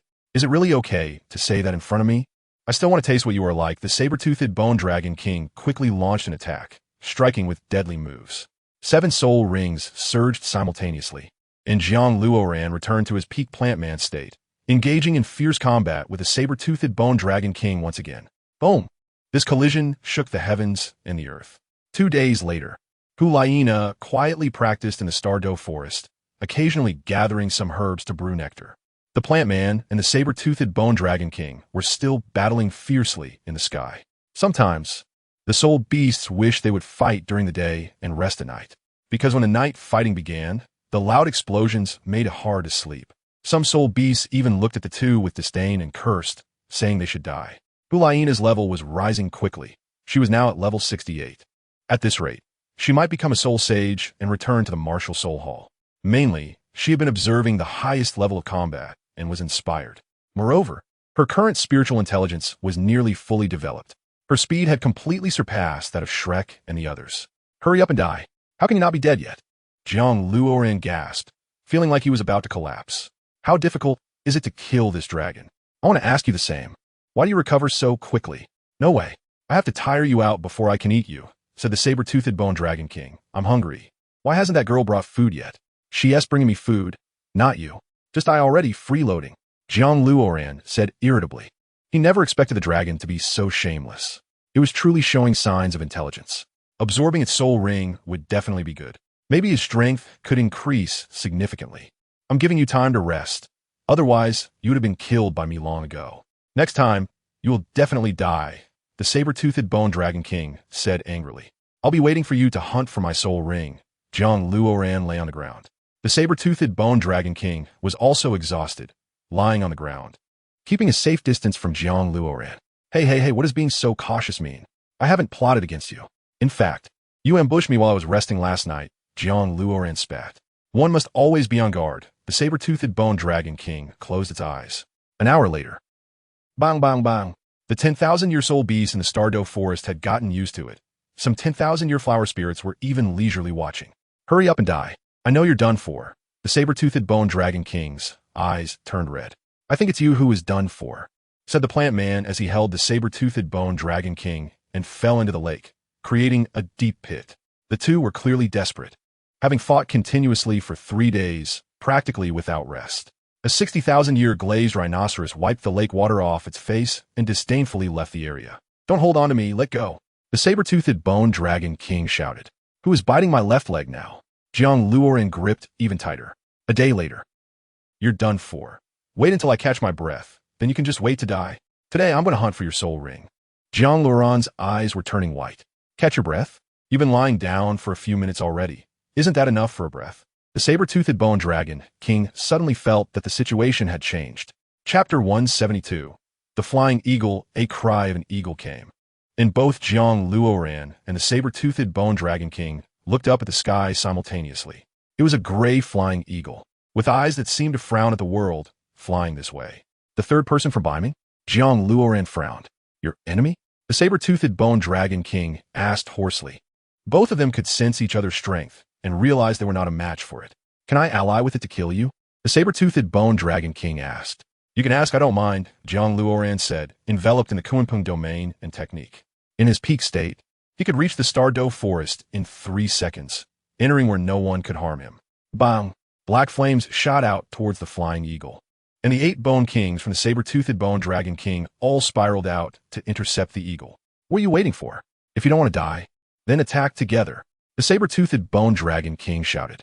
Jiang Luoran returned to his peak plant man state, brandishing his blade and hammer towards the eagle. The flying eagle spread its left wing, blocking the impact and burn of the black flames, and raised its right claw to knock the plant man down to the ground. What kind of monster is this? It's simply not a soul beast. The saber-toothed bone dragon king cursed. For the saber-toothed bone dragon king to curse a monster, the opponent had to be extraordinarily strange. I won't let you go. I must destroy you, Jiang Luoran shouted, swinging his large blade forward. The flying eagle unleashed a crimson light, sending the moon tiger soul-slicing blade flying away. The aura of this soul beast was rising layer by layer, reaching the level of an indestructible diamond. The gap was too great. If only you were Title Douluo, it would be more manageable. The saber-toothed bone dragon king tightly clenched its fists. The plant man had one of his arms broken by the flying eagle, and his head was pinned down in the dirt beneath the eagle's foot. Jiang Luoran, you have betrayed the 2 law enforcers of Beiming. Now, they have fallen. You could die 1,000 times and still not repay your debts. The flying eagle spoke in human language. Clumsy and reckless, what are you? This is my territory. The saber-toothed bone dragon king raised its bone sword and charged forward. The flying eagle flapped its wings from behind, sending the saber-toothed bone dragon king flying once again. How dare a little shrimp be arrogant in front of me? Seeking death. The flying eagle stomped on the head of the saber-toothed bone dragon king, wanting to crush it. Second soul skill, shadow follow. First soul skill, creation from nothing. Dozens of old tree roots rose from the ground, a dark mass, surrounding and beating towards the flying eagle.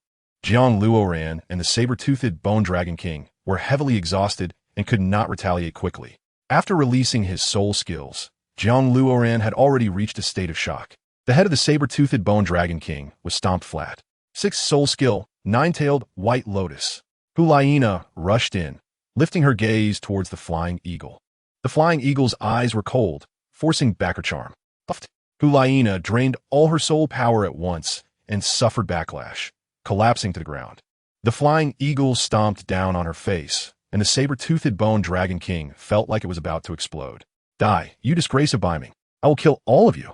Plants, stand up. The Haotian hammer spun around, striking towards the flying eagle's eyes. The flying eagle raised its hand and crushed the plant completely, grabbing Jiang Luoran. I regret it now. You should be punished on the spot. Just die, said the flying eagle. Jiang Luoran, help me quickly. The saber-toothed bone dragon king is really on the verge of death. If this goes on, I estimate I'll explode soon. I have no trump cards left because my soul power is exhausted. Really, not a bit left, Jiang Luoran cried out in pain. I told you not to hit so hard, but you insisted on hitting. Could you save some strength to avoid death? The saber-toothed bone dragon king reproached. Are we still discussing this now? Jiang Luoran panted anxiously. Run. The saber-toothed bone dragon king emitted black light all over its body, and at that moment, Jiang Luoran even felt that time had been severed. When he woke up, he found himself and Hulaina being pulled by the saber-toothed bone dragon king, fleeing forward. To the Soldo forest, it's absolutely safe, Jiang Luoran said. No way, too far, I can't fly that far. I can only stop in a hidden place. The saber-toothed bone dragon king said, exhausted. I have the Kunpeng domain, I can compress your time, we can make it.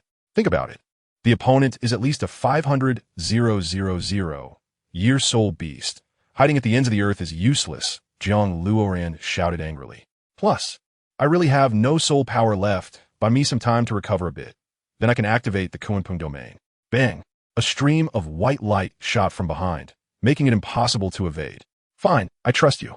Anyway, your woman is also here. Would I still be afraid you would run away? The saber-toothed bone dragon king suddenly filled with hope and flew towards the Soldo forest. Now, it was completely an aerial chase. The flying eagle did not know why. It just couldn't catch up to the saber-toothed bone dragon king. Every time it was about to touch the opponent would suddenly float away like a phantom. Serge, you're right. A few days ago, we were chasing the nine-tailed fox. Now we're being chased by the flying eagle, Jiang Luoran said. Jiang Luoran, it's your turn now. Let me rest, the saber-toothed bone dragon king roared. I'm on my limit, I really can't go on. Jiang Luoran instantly transformed into a plant person with white wings, holding Hulaina and the saber-toothed bone dragon king, continuing to fly towards the Soldo forest. The two had switched places 4 or 5 times like this, allowing them to rest a bit. Trekking thousands of miles took them only a few minutes. This speed could be said to be reckless. Get ready, Jiang Luoran signaled to the saber-toothed bone dragon king. Already prepared, the saber-toothed bone dragon king spread its wings. Kunpeng domain. Whoosh! The saber-toothed bone dragon king and Jiang Luoran both flew rapidly, cutting through the white mist. The scenery around them quickly retreated, while they themselves seemed to pass through like a fleeting shadow. Almost there, just a bit more, old dragon. Hang in there.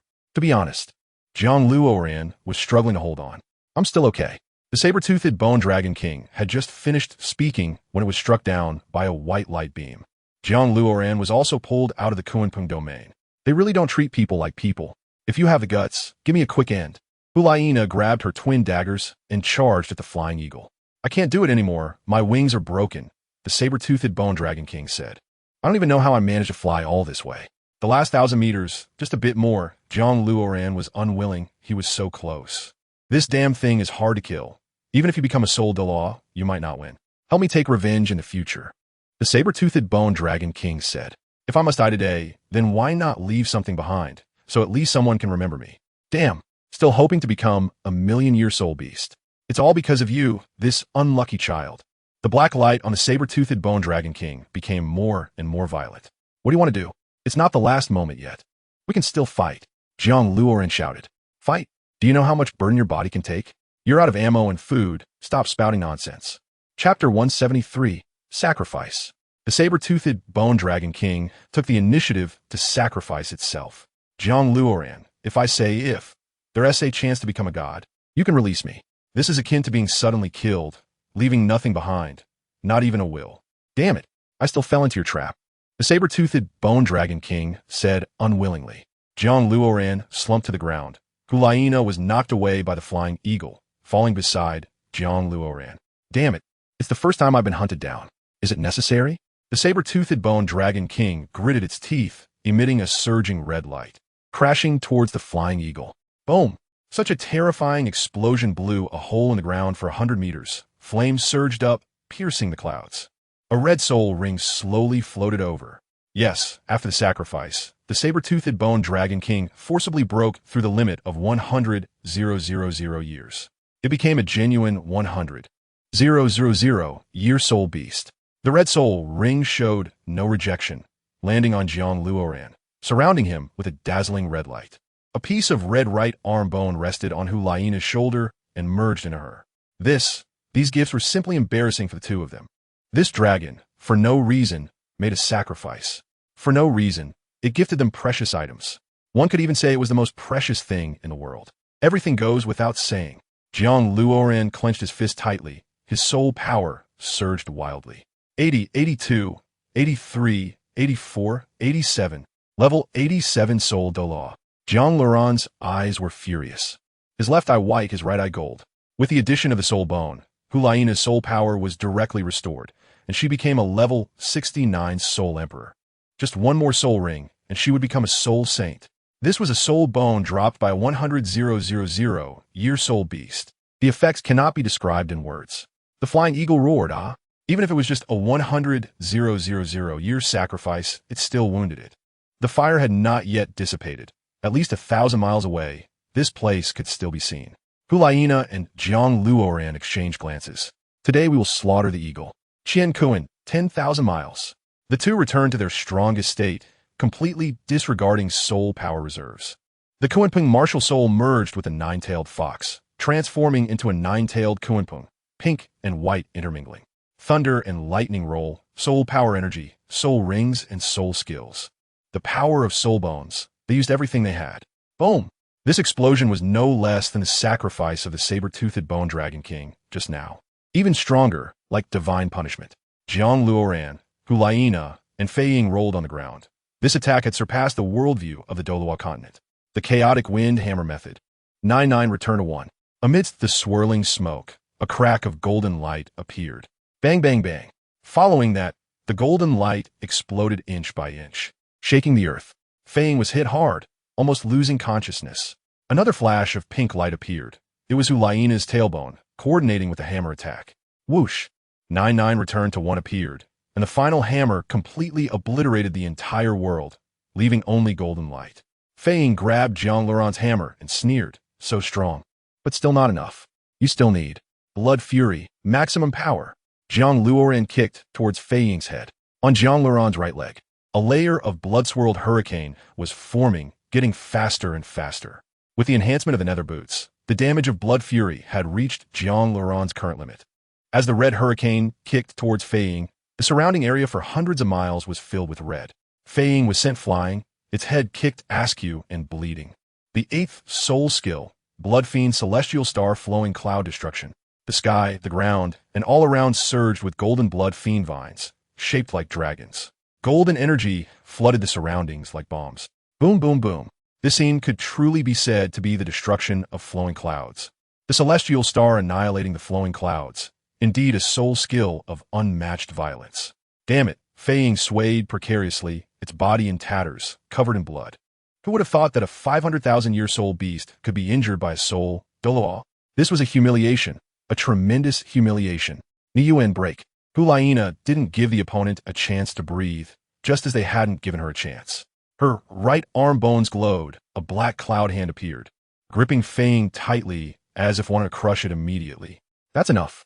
Fei Ying spread its wings, sharp as a guillotine, and slashed down. Heaven and earth for thousands of miles. Boom! The two forces collided in the sky. Fortunately, there were no people around, or else it would all be over. Fei Ying stepped back, seemingly about to flee. You all wait for me. Prepare to accept the punishment of Beiming. What do you mean you're Beiming? That's my Beiming. Jiang Luoran raised the Moon Tiger soul-cutting blade and walked towards Fei Ying. What do you want to do? You've offended the entire Beiming, Fei Ying gasped. Haven't I offended you long ago? I'm going to kill my way to Beiming, holding this knife against your boss's head. Jiang Luoran shouted angrily, raising it to his old beard, aiming to slice down at the neck. Our leader has no neck, Fei Ying said. Then I'll chop off the waist, Jiang Luoran hated. Is there a waist? Yes, 8 of them. Fei Ying retreated. A purple 9-tailed wind bell bird charged in, carrying a gigantic soul beast behind it. The 500,000-year soul beast Jiang Luoran had killed before. Slash! The purple wings swung down. Seeing the situation was bad, Fei Ying withdrew. Fullinger, wait for me. Sister Ling, how did you know? Jiang Luoran retracted his soul power. With the 10,000-year soul beast already sacrificed, and this battle being so terrifying, if I don't hurry over, will I wait for you to finish playing? Fullinger transformed back into human form. I haven't reached level 90, Jiang Luoran sighed, sitting alone on the ground. Still level 90? You want to fly to the sky. Saying level 90 was just to motivate you. The effect is already very good now. I will personally accompany you for the next training. Once you become a Title Douluo, we will kill our way back to Beiming. Fullinger spoke with a strong killing intent. You should have said it earlier. I was rushing for quick results. Jiang Luoran pointed into the distance. Can I still encounter it? I want to take revenge for a friend. Yes, as long as you fight it, you can, Fullinger said fiercely. I am now an 87-level Soul Douluo. This was all thanks to its help. Jiang Luoran looked at his hands. Inheriting the Beiming divine position can revive your friend and restore its physical body, Fullinger said. Physical body? Divine position? Jiang Luoran was astonished. Beiming certainly has a divine position, didn't you know? That's a great divine position. Your mother Yi Bei will definitely let you inherit it. As long as you fight for a glimmer of hope for Beiming, the people of Beiming will not forget you. At this point, can you tell me what Beiming is really like? Why did all this happen? Jiang Luoran really wanted to understand the situation. What is all this about? Chapter 174, Poseidon. You know this is a critical moment. Is the truth even important now? You just need to remember to kill your way back, Fullinger replied impatiently. So where do we go now? Jiang Luoran asked. See God Temple.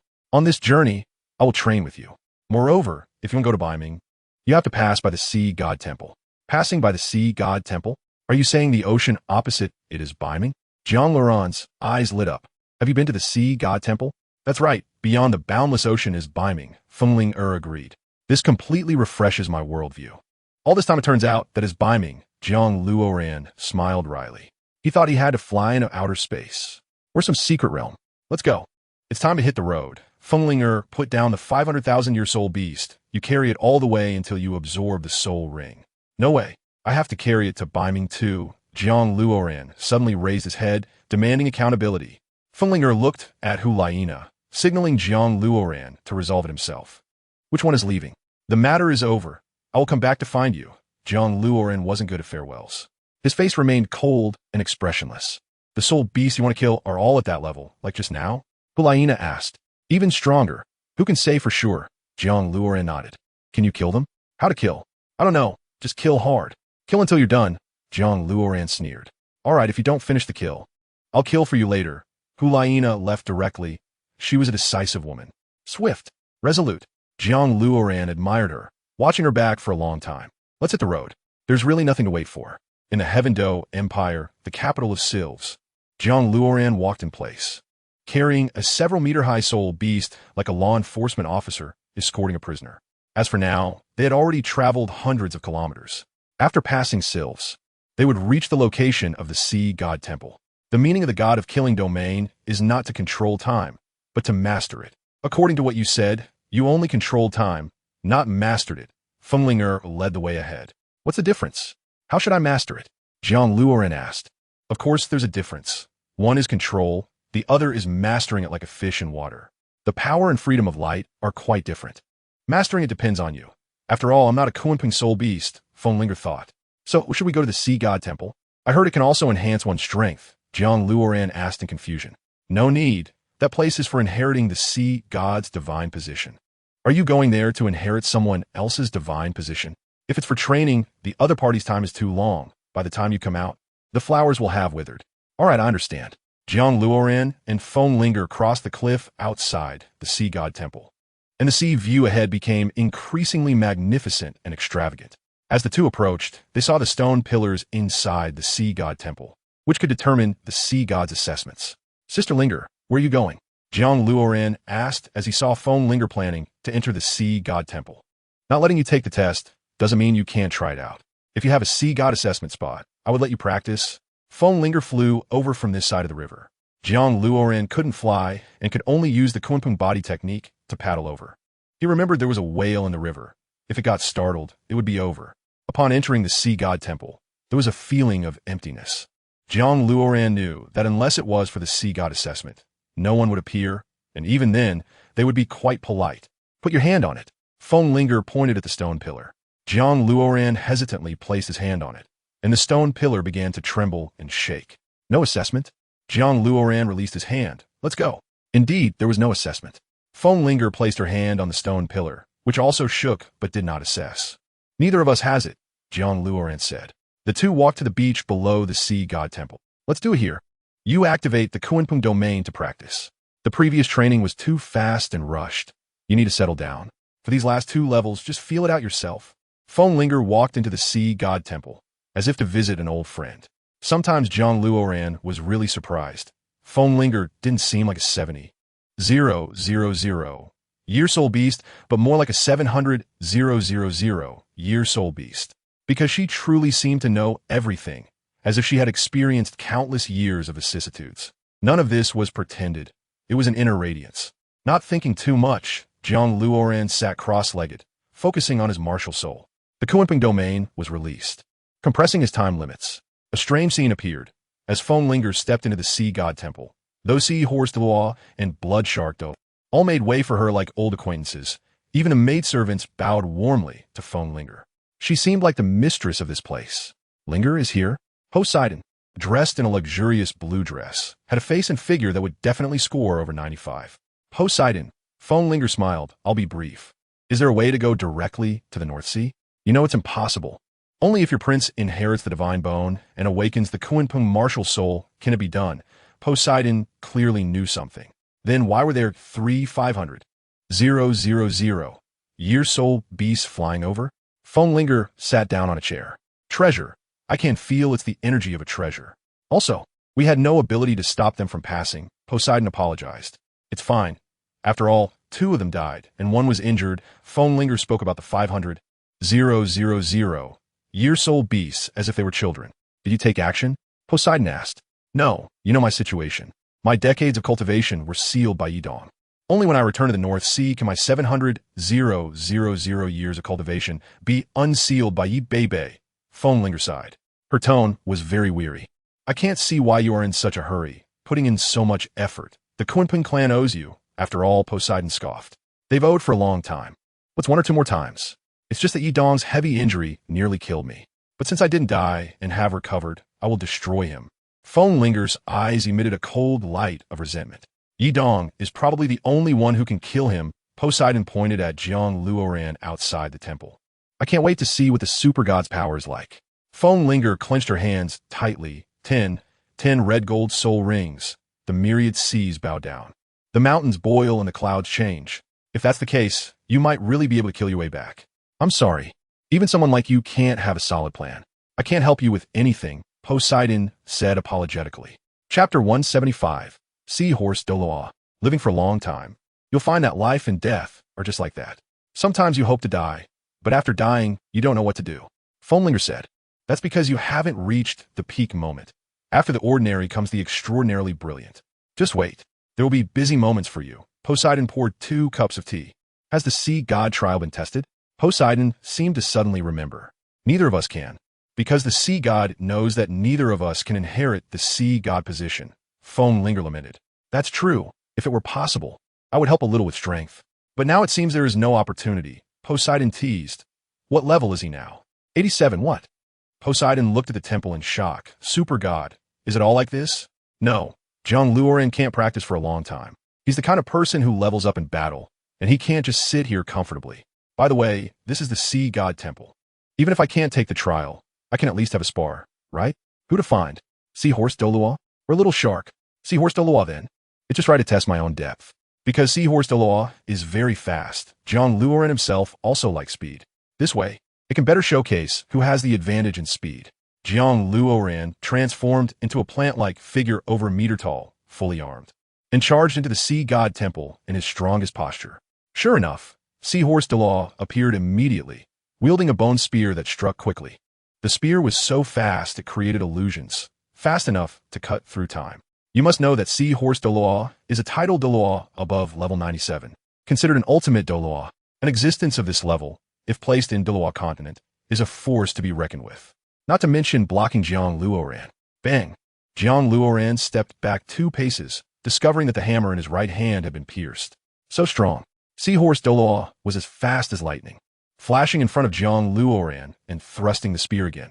Jiang Luoran's speed did not concede, dodging swiftly like lightning. His only trump card was speed. How could he discard that? After the death of the saber-toothed Bone Dragon King, Jiang Luoran continued to train his speed just to prevent a repeat of that incident. Fast. Needs to be faster than everything. Fast enough to make dawn quickly reappear. He wanted to be fast enough to make the dawn return speedily. Such speed. Seahorse Douluo was astonished, struggling to imagine that there was someone whose speed could keep up with it. A friend in wine is worth 1,000 cups. If the conversation doesn't click, a word is too much. This Jiang Luoran piqued its interest. 2 beams of white light spun like gyroscopes, chasing and killing across various places. It was impossible to see any figures. Only the sound of excited breathing could be heard. Bang, bang, bang. When the 2 beams of white light collided, dozens of weapon clash sounds erupted. One could see the speed at which they were fighting. It wasn't just off the charts. It was beyond speed. As the 2 crossed mountains and rivers, even the rocks couldn't withstand their speed and exploded. Could it get any faster? Faster. Jiang Luoran, in a frenzy, wanted to increase his attack speed by a second, sending out soul power recklessly. The Seahorse Douluo, with a calm demeanor, thought that Jiang Luoran was completely insane, even neurotic. This kind of speed could tear apart flesh. Fortunately, the opponent had soul bones, or else he would have exhausted himself. The plant-like figure floated on the ground, quickly summoning soul rings with both hands. First soul skill, create something from nothing. 8th soul skill, Blood Fiend Star Cloud Destruction. Jiang Luoran had long wanted to try how the first soul skill combined with the 8th soul skill would work. Although the burden would be great, even risking shock, the effect was worth a try. As for the Seahorse Douluo, he definitely wouldn't be killed, so there was no need to worry. This was the other party's territory, and besides, the opponent was a limit Douluo. No matter what moves were used, it wouldn't be fatal. Golden divine dragons descended from the sky, filling it under the activation of the first soul skill. This scene resembled the arrival of gods, with countless divine dragons spiraling behind Jiang Luoran, giving an overwhelming sense of annihilation. Full screen attack. Yes, it was indeed full screen. To be honest, this scene frightened Jiang Luoran. If he had known this set of attacks was so strong and fierce, he should have targeted the flying eagle and turned it into minced meat. The Seahorse Douluo's expression changed slightly as the golden soul power on him surged increasingly fast, matching the divine dragons. The first to charge was the Seahorse Douluo. He couldn't fight Jiang Luoran here, or would alert the sea god. Jiang Luoran also knew better and retreated to the surface of the sea with the Seahorse Douluo, engaging in head-on strikes. Boom! 2 energies tore at each other, then exploded, stirring up the sea water in a radius of hundreds of miles, which couldn't calm down. The fight had begun. Poseidon stepped out of the hall, possessing excellent talent, but unfortunately lacking in strength. There was room for development. I will relay your true words to him. He is equipped with high-level soul rings, allowing him to fight beyond his level. In terms of soul power, he is catching up with limit Douluo, Fenglinger observed. I can connect with him too, but I'm afraid I can't control myself, Poseidon thought. He has soul bones, 6 pieces in total. He won't die. Just hit him hard. Start with a fierce hammer, Fenglinger said with a very loving gaze. In the days that followed, Jiang Luoran and the Seahorse Douluo, along with the little shark, practiced together. Fighting against powerful opponents without the cost of life was quite nice. At least there was no need to be constantly on edge. Soon Poseidon also arrived, and Jiang Luoran was completely in a state of being bullied. It was just like when Yu Engine fought him before. He couldn't fight back at all. He even thought the other party was a demigod. No, it seemed she was indeed a demigod. Under the fierce battles of various masters, Jiang Luoran gained a lot of combat knowledge and experience. Coupled with continuous training, he made breakthroughs in soul power. He was now a level 89 Soul Douluo. Just one more soul ring, and he could become a Title Douluo. He might be the youngest Title Douluo in the Douluo continent. No, if you exclude Hui Yuhao, then he indeed was. Hui Yuhao was a genius of the millennia, a successful figure in the Soul Master world. Tang San's daughter was his wife. This was the journey to the peak of life. Jiang Luoran stood before the dead soul beast, a 500,000-year soul beast. Could it be preserved for a longer time? It was indeed terrifying. This soul beast died with resentment, for it was Jiang Luoran, a soul sage, who killed it. Jiang Luoran raised his great sword and chopped down. A red gold soul ring slowly rose. When the red gold soul ring tried to escape, the blood fiend vine bound it, forcefully pulling it back to Jiang Luoran's waist. Kunpeng domain. Suppression. Jiang Luoran sat cross-legged, focusing on his martial soul, preparing to become a Title Douluo. As Jiang Luoran absorbed the soul ring, the winds and clouds changed color. Chapter 176. Strong to the point of boundlessness. A strong wind howled, the sky changed color, and Jiang Luoran undoubtedly became the focus of the Sea God Hall. It seemed that all the soul power was concentrating on him, forming a golden black hole vortex. The 500,000-year soul ring was being bound by more and more blood fiend vines, completely suppressed, unable to move. Kunpeng domain and killing domain opened simultaneously, dissipating the soul power brought by the soul ring. Feeling the power of the 500,000-year soul ring, all the muscles in Jiang Luoran's body tensed, and his blood vessels bulged. Purple, purple, black, black, black, black, red. 8 soul rings appeared together, binding the red gold soul ring and producing harmonious sounds. Soul bones became visible, protecting Jiang Luoran's body, while the wisdom bone shielded his head and nerves. This 500,000-year soul ring was like fighting against a fully armored tank. Why? Because Jiang Luoran now had no place that could be threatened. Even if the soul ring wanted to kill Jiang Luoran, it had no way to do so. Time passed slowly, 1 day, 2 days, 3 days. At this time, the place where Jiang Luoran was located resembled a divine hall, with divine mist gushing, heavenly thunder pouring, mountains boiling, and sea water swaying. It was like a heavenly god descending. The blood gold soul ring rested at Jiang Luoran's waist, slowly merging with the other 8 soul rings. Boom! The world turned blood gold, obscuring many people's eyes. Purple, purple, black, black, black, black, red blood gold. 9 soul rings, Title Douluo. A true Title Douluo. No, in terms of the intensity of this power, it had already surpassed Title Douluo. Level 91, 92, 95 Title Douluo. The powers surged like the sea, impossible to repel. This feeling was unlike anything before. Jiang Luoran felt that he had become so strong that it was against the heavens. No, even soaring to the sky. If the previous state was that of a soul Douluo, now Jiang Luoran could crush his former self with one hand. The gap was that huge. This frenzied power gave him the feeling that he could unleash a strike towards the sky using soul power. Is this the feeling of a Title Douluo?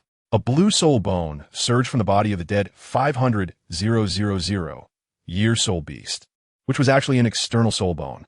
The soul bone attached to Jiang Luoran's back and fused directly, as with Jiang Luoran's current power. Controlling it was like playing a game. This was a winged soul bone, capable of rapid flight and incredibly tough, usable as a weapon. The blue feathers on it could also be used as throwing daggers, with explosive effects.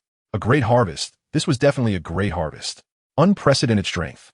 Even if Jiang Luoran faced a 500,000-year soul beast again, he could cut it down. Suddenly, a feeling came over him, gentle yet with an urgent sense of ownership. Kunpeng, possessed. Jiang Luoran's golden blood-slaying vine faded away, replaced by a vast sea of white mist. This white mist enveloped the entire sea god temple, as if dawn had arrived. At Jiang Luoran's chest, a white soul bone was glowing, drawing out his Kunpeng martial soul. The divine bone was activated. The Kunpeng martial soul manifested, and this time it was in a true awakened state. In the sky, the ray of dawn was none other than Jiang Luoran's true form of Kunpeng. It was enormous, far beyond anything imaginable. The sheer size blocked out the sun and the sky for miles around. Jiang Luoran sensed a terrifying energy approaching. If 10 50,000-year soul beasts were to come now, he could easily annihilate them. With the divine bone appearing and merging with Jiang Luoran, a miracle unfolded, making the sea god temple feel as though it had entered the divine realm. The massive Kunpeng martial soul gradually transformed into dawn's light, merging into Jiang Luoran's body. The divine bone pulsed with energy, and then an astonishing scene unfolded before everyone. Golden soul rings began to appear. This meant that soul rings were being added to the Kunpeng martial soul. Gold, gold, gold, gold, gold, gold, gold, gold, gold. 9 100,000-year soul rings. This was no longer divine, but super divine. JiangLuoran's Kunpeng martial soul broke through level after level. In the end, the Kunpeng martial soul became a true Title Douluo. However, it was only the appearance of a Title Douluo. Now Jiang Luoran dared to challenge even the gods. This strength had already surpassed the heavens. With just a flick of his finger, 50,000-year soul beasts would turn to a puddle of blood. One must understand that even a 100,000-year soul ring could lead the spirit hall to rampage. Not to mention JiangLuoran's current 9 100,000-year soul rings. This was already the highest level of full configuration, unbeatable. If there was more, it would only be to become a 99th level ultimate Douluo, and then obtain the 10th 100,000-year soul ring. Jiang Luoran was now fully equipped. Soul bones, soul rings, martial soul power, combat skills. Jiang Luoran stepped out of the golden light and casually waved away the various signs in the sky. Now, he was being watched by countless sea monsters and people from the sea god temple. What would this godlike powerful man do? Jiang Luoran raised his left hand and gently pinched the distant sea. The entire sea area erupted like it had been blown up by TNT. The surging waves even blocked out the sunlight in the sky. Under his gentle strike, all the creatures in the sea could hardly bear it and were on the verge of self-destruction. Jiang Luoran quickly withdrew his hand and dissipated this unmatched power. If he released a 100,000-year soul skill here, it would surely have an impact, so he restrained his thoughts about trying the soul skills. The soul skills of a 100,000-year soul ring typically had 2. How long would it take to test them all? By the time he finished, the sea god temple might no longer exist. Also, the 9th soul ring of the bloodslaying Vine martial soul also had 2 soul skills. One was a domain skill, and the other was a combat skill. Both were extremely practical. Let me test you. Poseidon, at this moment, did not dare to be careless. Moreover, she could not afford to be careless. She only wanted to confirm what level Jiang Luoran had reached now. Jiang Luoran retracted his Kunpeng martial soul and switched back to the bloodslaying Vine martial soul. He raised his right hand and pointed the 9th soul skill, blue god symbol. Upon encountering the blue god, all fell before him, and the divine symbol descended, leading to the slaughter of thousands. Whoosh! A blue rune suddenly appeared on Poseidon's body, and she found herself unable to move, feeling a deadly threat. The 9th soul skill, blue god melody. The blue god domain, blood rain song. A song of death sent to Shaochang. Jiang Luoran made a gesture, and for some reason, the sound of music emanated. Anyone within several miles who heard the sound was filled with grief, especially Poseidon, who was targeted by Jiang Luoran and was now in agony. She had lost her combat ability and could not continue. Jiang Luoran's 9th soul skill had completely immobilized Poseidon. One can only imagine just how powerful the blood-slaying Vine martial soul was. Coupled with the Kunpeng martial soul, Jiang Luoran felt an overwhelming sense of confidence. Chapter 177. The Path of Return. The blue god melody was a domain skill that controlled the opponent through sound, achieving a killing effect. The blue god symbol rendered the struck unable to move. Considering the levels of both parties, time was measured accordingly. Jiang Luoran would never kill Poseidon. She had come to test her skills, and her intentions were good. Jiang Luoran then released Poseidon and dissipated his soul power. He was now a bit impatient to use his true form of Kunpeng. Logically speaking, he should be able to transform into a towering Kunpeng. If that were the case, it would be so domineering. With just a wave of his hand, how many mountains and seas could be flattened? This was akin to becoming a transformer. Senior Poseidon, are you all right? Jiang Luoran asked in surprise, as Poseidon was on the ground, struggling to breathe. This is the sea god temple. I won't die here. Indeed, very strong. You can return to the North Sea now, Poseidon said, sitting on the ground. Finally, the day had come. I thought it would take at least a year for you to become a Title Douluo. Fenlinger also stepped out. Am I now a demigod? Jiang Luoran asked uncertainly. Above demigod, below true god. The first general level below, Yi Bei Bei. That is your current situation, To advance further would be to reach Yi Beibei's level. Feng Linger said with a hint of melancholy. First General? Is there such a person? Who are they? Jiang Luoran asked curiously. I have 3 soul beasts, known as the 4 Directions Generals. I am the weakest among them, Feng Linger explained. The Kunping domain has been completely mastered. As for my current speed, I haven't dared to test it. Jiang Luoran glanced around. Let's go. Use your fastest speed to run towards the sea. Run for your life. Feng Linger suddenly became excited. Charge, charge, charge. All right, Jiang Luoran took a few quick steps, leaped into the air, and activated his Kunping form. The 7th soul skill, True Body of Kunping. 9 red gold soul rings appeared, like a golden light branded on Jiang Luoran's body. The Kunping appeared, moving gracefully and slowly. Its body was white, and in fact, its body blocked out the sky, but its color blended with the sky, making it seem as if it had not appeared at all. Jiang Luoran felt excellent now. After transforming into Kunping, his strength and speed had undergone a tremendous change. He even doubted if this was still himself. The Kunping hovered beside Feng Linger, signaling her to jump on. The surrounding fish began to worship. How could they not fear the overlord of the soul beast world? Kunping domain. Activate. 1st soul skill. 4th soul skill. 7th soul skill. 9th soul skill. 9 soul rings emitted a dazzling light simultaneously, and 18 soul skills and domain skills erupted in full force. This kind of power could be described as creating the world. The Kunping flapped its wings and appeared thousands of miles away, fearing that its power would destroy the sea god temple. If that happened, it might even anger the sea god. Wasn't that self-entrapment? The Kunping, vast and boundless, was filled with intense white light, shining even brighter than the sun. It gives the illusion of 2 suns appearing in the sky. All the soul bones appear, accelerating the Kunping. Sister Ling, I can't guarantee how fast my speed will be in the next second. Hold on tight. To be honest, Jiang Luoran really doesn't know how fast he can go.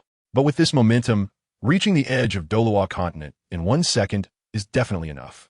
He is even a bit afraid to fly, worried that he might crash into the ground if he goes too fast. It's okay, fly recklessly. There are no limitations in front of you. Coming here means you are no longer related to Douluo continent. Maximum power, charge. Linger is quite bold. Her eagerness to return home is undeniable. Happy and excited. She has waited for this brat for over 10 years. Now she's finally on the way back. All right. Since the other party said so, Jiang Luoran 1T hesitate. Let S charge forward. Can I really crash? The Kunping flashes and disappears, leaving no trace in the world. This speed is approaching the endless realm. Jiang Luoran sees nothing but white light, not even knowing where he is. To put it bluntly, if it weren't for his familiarity with Linger, he might think she was taking him to some desolate place to deal with him. Is speed at its extreme equivalent to stillness? Jiang Luoran does not feel the fierce wind blowing behind him. It is just white light, just silence, just a scene of deathly stillness. He feels as if he has drifted through the vicissitudes of life countless times. Boom! The Kunping reappears, resting in the sky. Just gliding now can cover a distance of 100,000 miles. Good, just this one move is enough for me to fly for 500,000 years. Ling shares excitedly. However, Jiang Luoran doesn't know what he has done, and were those beast bodies on the ground, and people wearing beast skin clothes? Where exactly has he come to? It feels a bit strange here. Once again, charge into the illusion. Remember, no matter what you see, just kill your way through. Linger points forward, go. The Kunping unleashes its full power again, merging into the void, like some gene that is indifferent to the world. This feeling is very mystical. Jiang Luoran sometimes wonders if he is dead. Or am I still myself? Whoosh!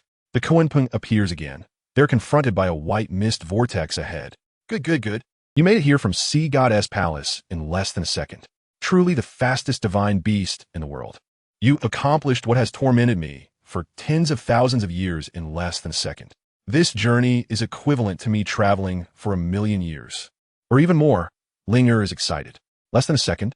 Sister Linger, are you kidding me? Why do I feel like I've experienced the vicissitudes of life? And, is this Beiming?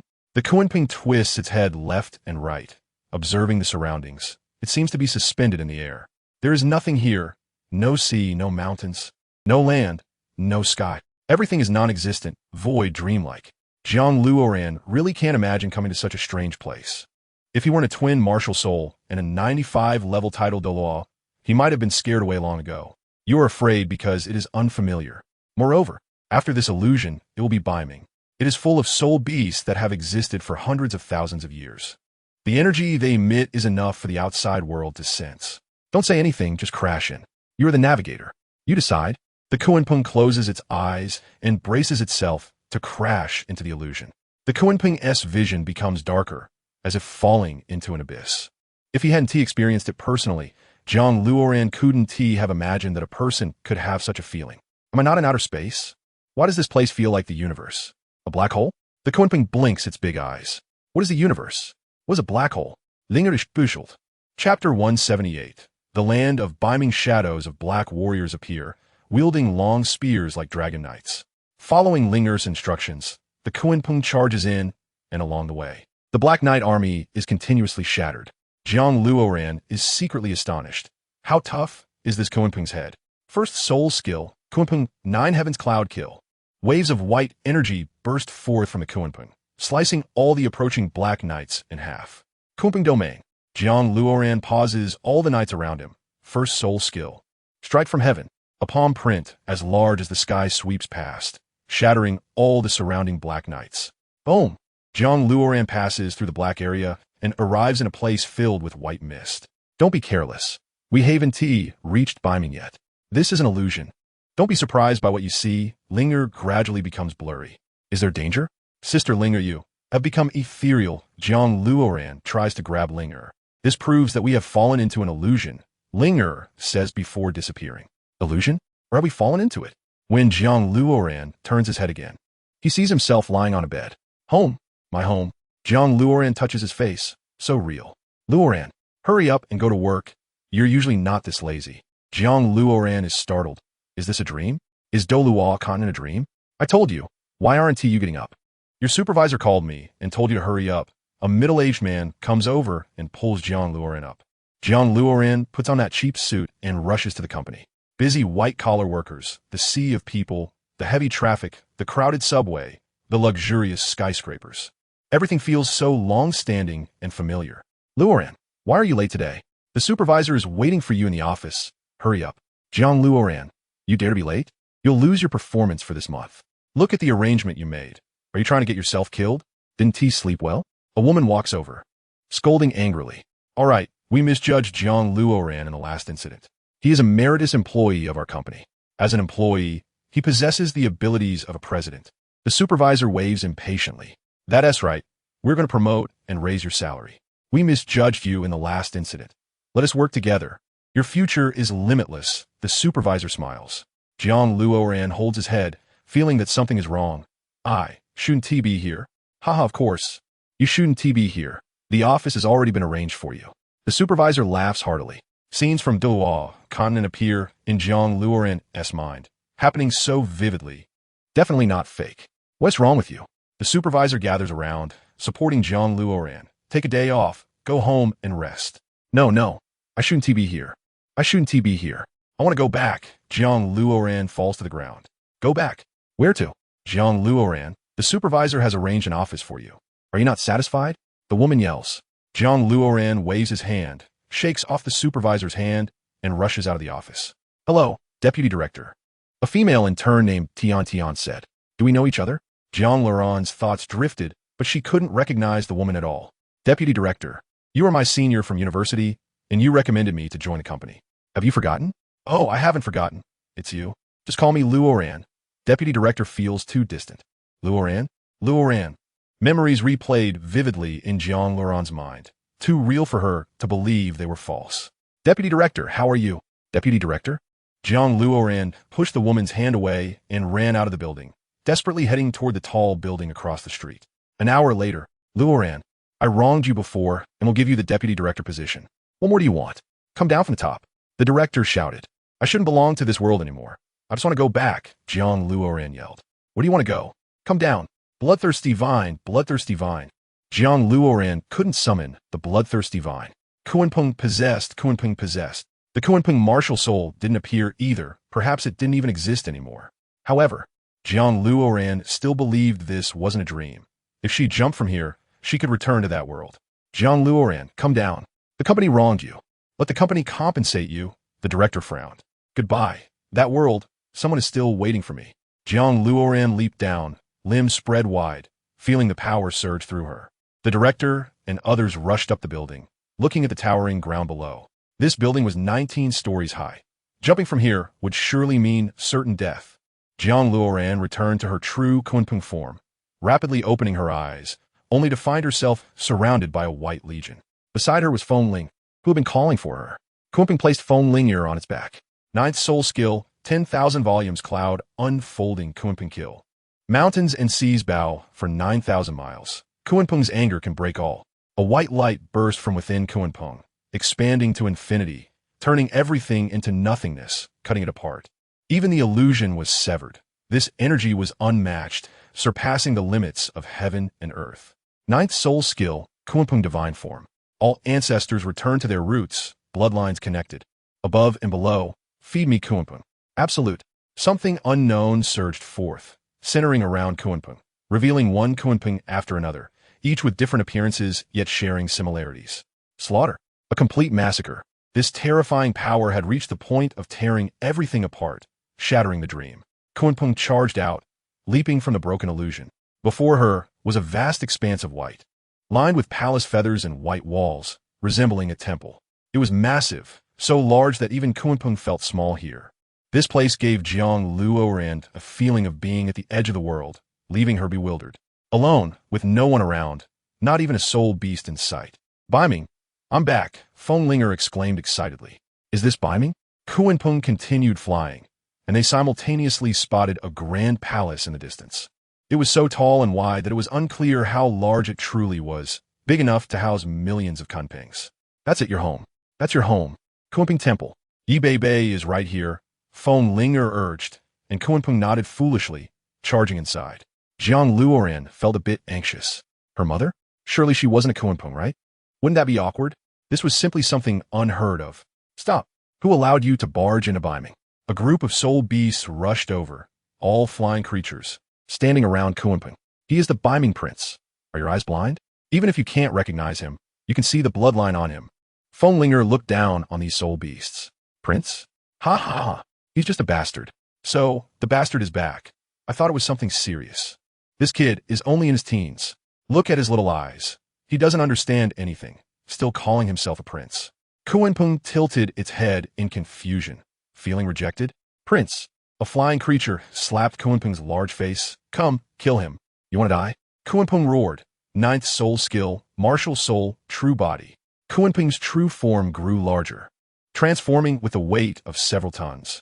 3 40,000-year-soul beasts were instantly crushed by Kunpeng's true form, falling here. You rebel. The remaining flying creatures didn't expect Kunpeng to kill so easily. You are the rebels. Not one of you will escape. Kunpeng's gaze was sharp, sweeping ruthlessly, taking down several more. Something feels off, Run. You won't escape. Jiang Luoran called upon Kunpeng's true form, summoning the bloodthirsty vine. Ninth soul skill, blue god symbol. At the first sight of the blue god, all fall. The divine symbol descends and thousands are slain. Ninth soul skill, blue god tune. Blue god domain, blood rain song. A death song for Shao Chong. Boom! The remaining 40,000-year-soul beasts were turned to dust, not a trace left. Lingye, I've finally waited for you to come back. A woman in pink rushed over. Just from the soul power radiating from her, Jiang Luoran could tell she was at least a 500,000-year-soul beast. Exiner, is the master still here? Not ascended to the divine realm? Feng Linger clearly knew the woman well, likely having known her for hundreds of thousands of years. Still in Kunpeng's sacred hall, not ascended to the divine realm. Right now, the Yidong lineage is openly targeting us. The master has no divine bones, so they can only resist Yidong, not kill him. Xiniazite. This is Jiang Luoran. You understand. Feng Linger took the lead toward the towering temple. You are Jiang Luoran, huh? Have you learned to eat by now? Exiner walked over and pinched Jiang Luoran's face. I'm already in my teens, Jiang Luoran replied coldly. Oh, of course, I know you're already in your teens. Do you still wear your pants? To Exiner, who was over 500,000 years old, being a teen was akin to being newly born. It was like Jiang Luoran saying, I was just born. Jiang Luoran ignored her, activating Kunpeng's true form and flying toward the temple. Exiner suddenly put on a serious face. Looking at Jiang Luoran, such a strong aura. Even I might not be able to defeat you. How could a baby be so powerful? Have you eaten a catalyst? Entering the grand palace, Kunpeng raised its hands to open the great door and peered inside. It looked just as vast inside as outside. Just one white beam column was over 10,000 meters high, intricately carved with the images of 9 birds. Moreover, there wasn't just one such pillar. The ground was made of white bricks, with 4 diamond thrones around it, each adorned with a likeness of a flying creature. In the center, there was a throne belonging to the 9-tailed wind chime bird. This must be the throne of the wind chime. In the very middle stood a massive throne. It was so large that even a dozen people couldn't fill it, resembling a giant bed that could accommodate a giant. Jiang Luoran imagined his mother, Yi Bei, and thought she couldn't possibly be several meters tall and very fat. The image was so jarring. Too jarring. A woman stepped out. She was neither a Kunpeng soul beast nor a cystic person. Instead, she was a graceful young girl, dressed in a white pleated skirt, with fair skin, big eyes, and a pointed chin. She was a perfect embodiment of beauty, even more so than Hulina, because there was an otherworldly aura about her. Of course, it wasn't the aura of a soul beast, but rather a sense of having seen through the worldly matters. This woman couldn't possibly be his mother, right? That would be even more incongruous. This was clearly a youthful girl. It would be better if she were a tall and strong woman. At least that would feel somewhat parental. In this scene, Jiang Luoran was in his true Kunpeng form, while the other party was in human form. It felt like he was a different species, and she was just a person. He was bewildered. "Master," Wind Chime said with a slight nod, returning to her throne. Purple soul power began to swirl and rise, as if Wind Chime was unlocking some kind of confinement. Jiang Luoran stood there, unsure of what to do, suddenly feeling embarrassed. It was awkward to recognize a woman he had never met. Oh no, a girl he had never met, as his mother. This was not just awkward, it was downright absurd. However, the woman approached him personally, her eyes like a pool of autumn water. They did not resemble the eyes of a human at all. Jiang Luoran dispersed his martial soul form and looked at Exener beside him, who might have been indifferent just now, but was now watching his embarrassment. "Sister, you're a soul beast of hundreds of thousands of years. How can you still hold grudges? Are you Jiang Luoran?" Yi Bei asked. What the heck? Jiang Luoran's worldview nearly collapsed. "Sister, is this your first time giving birth? Why is recognizing your own child so awkward? I must be your child if I have the Kunpeng martial soul. Well, I will help you solve your troubles. When the time comes. Ye baby who get JiangLuoran. It's definitely the Kunpeng. You should leave now. You're not needed here. Jiang Luoran. Yidong has gone mad. Even I cannot defeat it. When the time comes, I will battle it, and you cannot stay. Is it that hard to kill?" Jiang Luoran did not leave, but instead squatted down. "I will return the divine bone to you. Using the divine bone is useless. Yidong has already become a god. If you don't leave now, it will really be too late. Then let us fight together. Is this really the time to back out?" Jiang Luoran waved his hand. Purple, purple, black, black, black, black, black, red, crimson, gold. Gold, gold, gold, gold, gold, gold, gold, gold, gold. 18 soul rings jumped out, expanding within the temple and making sounds as they collided with each other. His own soul power aura surged toward Exa, even stronger than before. "No, you have never fought against a god. With this level of strength, it is still insufficient to fight a god." Yi Bei waved her hand. "Then I will become level 100. Obtaining the last 2 soul rings, I can definitely battle against a god." Jiang Luoran's gaze was firm. He still couldn't bring himself to call her mother. It was too awkward. Moreover, he really couldn't address her with that kind of aura. This relationship was so awkward. However, being connected by blood, they still had a strong pull towards each other. At least, they were both equally at a loss. "Master, why don't you take Luoran for a walk? I need to help Linger recover her cultivation." Exiner smiled lightly. "What? Sister Linger is recovering her cultivation? Isn't she a soul beast of 70,000 years?" Exiner rolled her eyes. If she were a 70,000-year soul beast, she would have been killed countless times already. Chapter 180. The true power of the Kunpeng martial soul. After a long time, Jiang Luoran finally learned that Wind Chime was a soul beast of 700,000 years. 700,000 years? What kind of concept is that? It's legendary. One hand covers the sky. Moreover, according to Yi Bei, among the 4 soul beasts she had under her command, the youngest was Wind Chime. This meant that Exiner and the others could very well be soul beasts over 800,000 years old. This was too powerful, strong enough to leave one speechless. "I heard they sent enforcers to trouble you. Is everything all right?" Yi Bei casually asked. "Thankfully, isn't their sisterling? One of them escaped, and it forced my friend to offer a sacrifice," Jiang Luoran coldly said. "It's a flying eagle. Yes, you will encounter it on the battlefield. Since you're willing to help me, then I will go straight to the center. Are you willing to bear the divine position of the god of Beiming? Yi Bei held a glimmer of hope for Jiang Luoran. If the battle truly requires this power, then I am willing. Jiang Luoran thought that getting stronger was getting stronger. After all, he had always been like this. Then follow me. Yi Bei pulled Jiang Luoran and walked to an open area. There was only one statue here, a massive statue made of jade. It was a vast Kunpeng, larger than himself. Above the Kunpeng was a woman. This woman is Yi Bei. That's right. I am the god of Beiming, and I can grant you the divine position of Beiming. But I cannot grant it to you just because you are my family. That would be disrespectful to you and disrespectful to my divine position. Therefore, you need to pass my trial to take over the divine position of Beiming. Yi Bei observed Jiang Luoran's expression. All right, then bring it on. It was hard to imagine that a god would discuss her divine position with him, especially since she was explaining how he should pass the trials. Being a god could really be something. Jiang Luoran just nodded and walked in. Be careful. There are many traps inside. Did I make it a bit too big when I set it up? If you can't make it through, just tell. Mom. Yi Bei's face turned a bit red. I'm not a 3-year-old. If I can't get through, I will give up. That's not my style. Jiang Luoran ignored her and plunged in. As he entered the first trial, Jiang Luoran didn't feel any discomfort. He didn't know that the first trial was actually an elimination round. If it weren't for the Kunpeng bloodline, he would have been crushed immediately. In other words, only a Kunpeng could master the divine position of Beiming. Others could not. Otherwise, why would Yi Dong resent Yi Bei? Because he wasn't a Kunpeng. He couldn't inherit the divine position of Beiming, leading to jealousy and ultimately hatred towards Yi Bei. As Jiang Luoran walked further into the first trial, he didn't notice anything wrong. He only felt his soul power surging.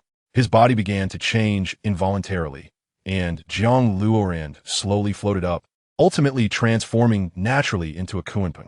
Now, transforming into a Kunpeng felt different from before when he assumed his true Kunpeng form. If his previous true form was merely for wreaking havoc in battle, his current form felt as if it was a natural part of him, as if he truly was a Kunpeng. He moved freely. Floating in the sky felt like something that was only natural. This was so strange, simply unfathomable. As he floated, Jiang Luoran arrived at a place shrouded in white mist, where he vaguely sensed the presence of a person. White mist billowed from it, with white hair and a composed expression. It looked somewhat like a person made of clouds.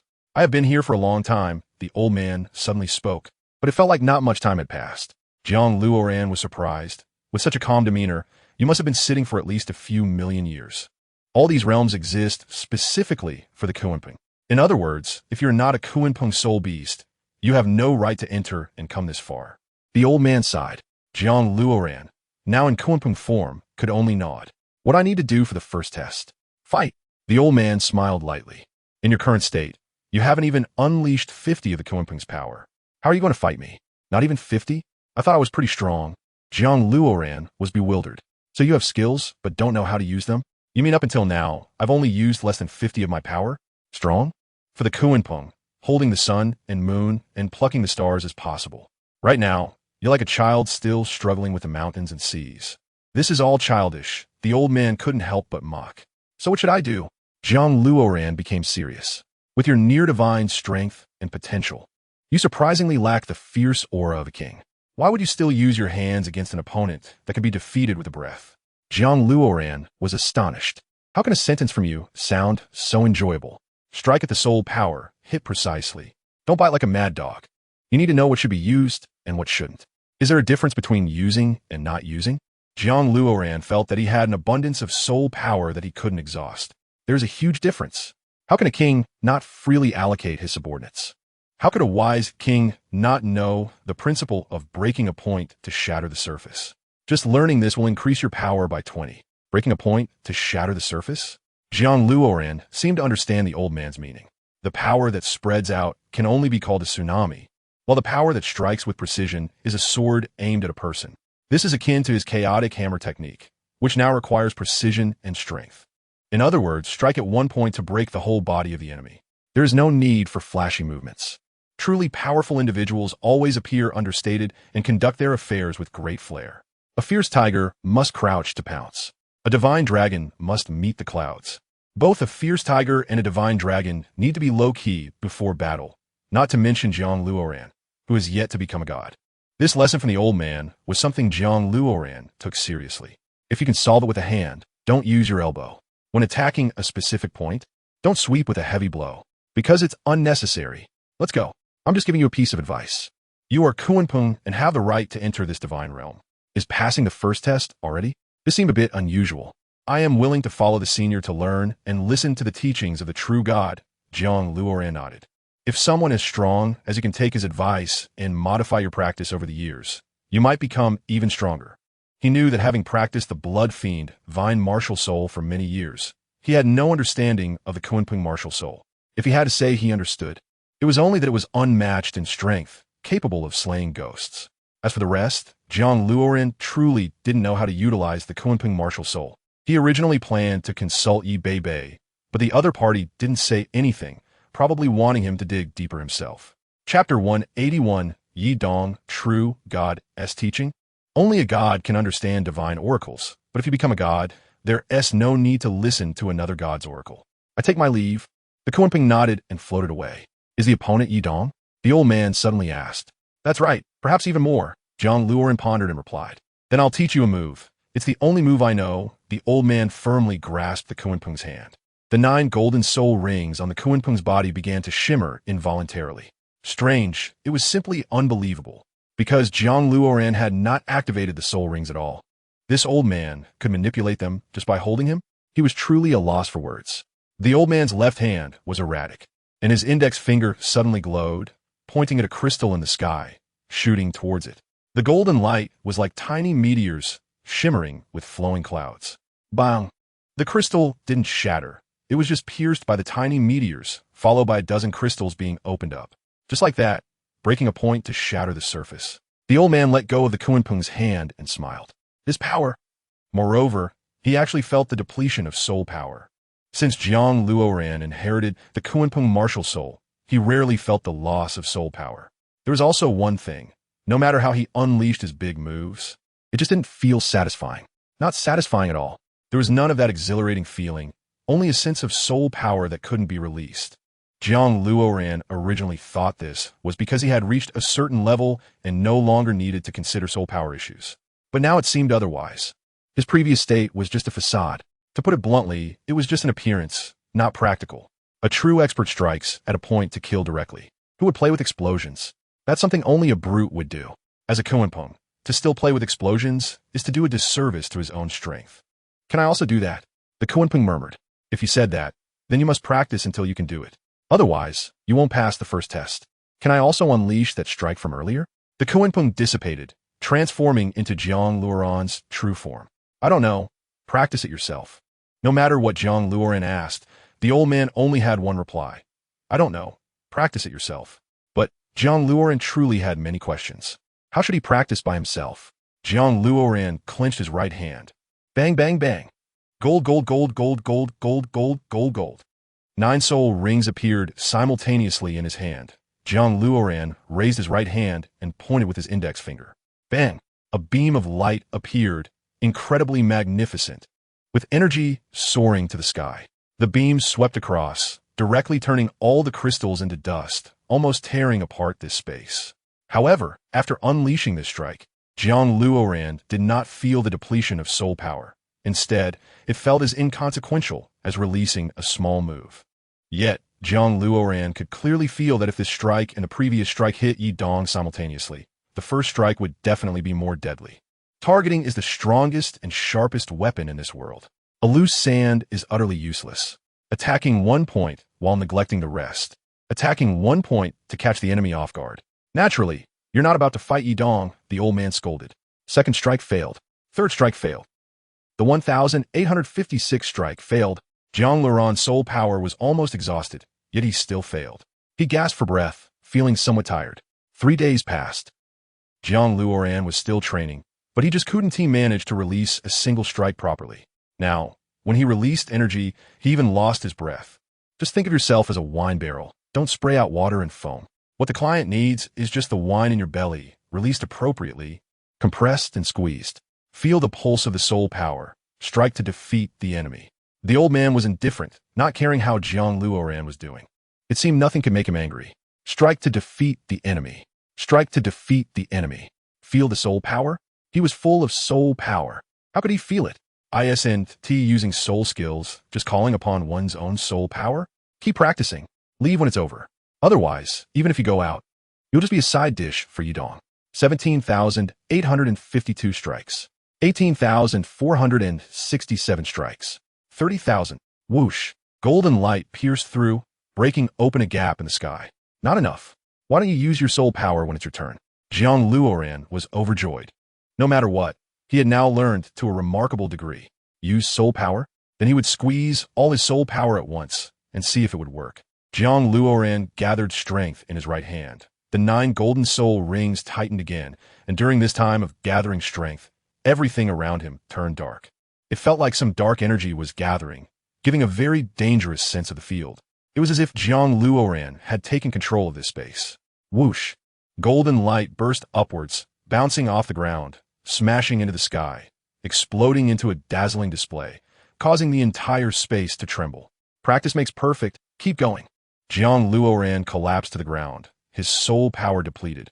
He needed to recover quickly and continue. Bang, bang, bang. Bang, bang, bang. Practicing day and night. Jiang Luoran felt he could use the old man's technique now. 5 days later, Jiang Luoran was finally able to master it, truly, as the old man said. He was now stronger. Compared to before, he was like a useless vase. If he really encountered Yidong, he would probably be beaten half to death. Now, he was like a hidden hydrogen bomb launcher. He could shoot down the sun and moon. Master it and leave. I need a rest. The old man urged Jiang Luoran to leave. He and T had a moment of peace these past few days. Jiang Luoran was too noisy. Thank you, senior. I will never forget this. Jiang Luoran bowed. Hey, since you say that, I actually have an unreasonable request. The old man suddenly sat up. Please speak, senior. Jiang Luoran didn't know what else this old man was hesitant to say. Yidong is actually my disciple. Jiang Luoran's body tensed. 18 soul rings suddenly appeared, entering a defensive mode. Don't be excited. If I wanted to kill you, I would have done it long ago. Jiang Luoran quickly dissipated the soul rings. The old man was right. He was mainly excited and had lost composure. Yidong is actually a very hard-working person. He has endured unimaginable pain to gain the recognition of the god of Beiming. But as fate would have it, he does not have the Kunpeng bloodline. Perhaps you think that talent and hard work can compensate for bloodlines. But I tell you, the Kunpeng bloodline cannot be compensated for afterbirth. This kind of soul beast exists to serve the gods.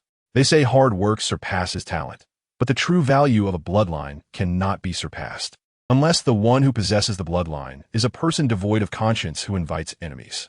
Chapter 182. The Fearless Old Man.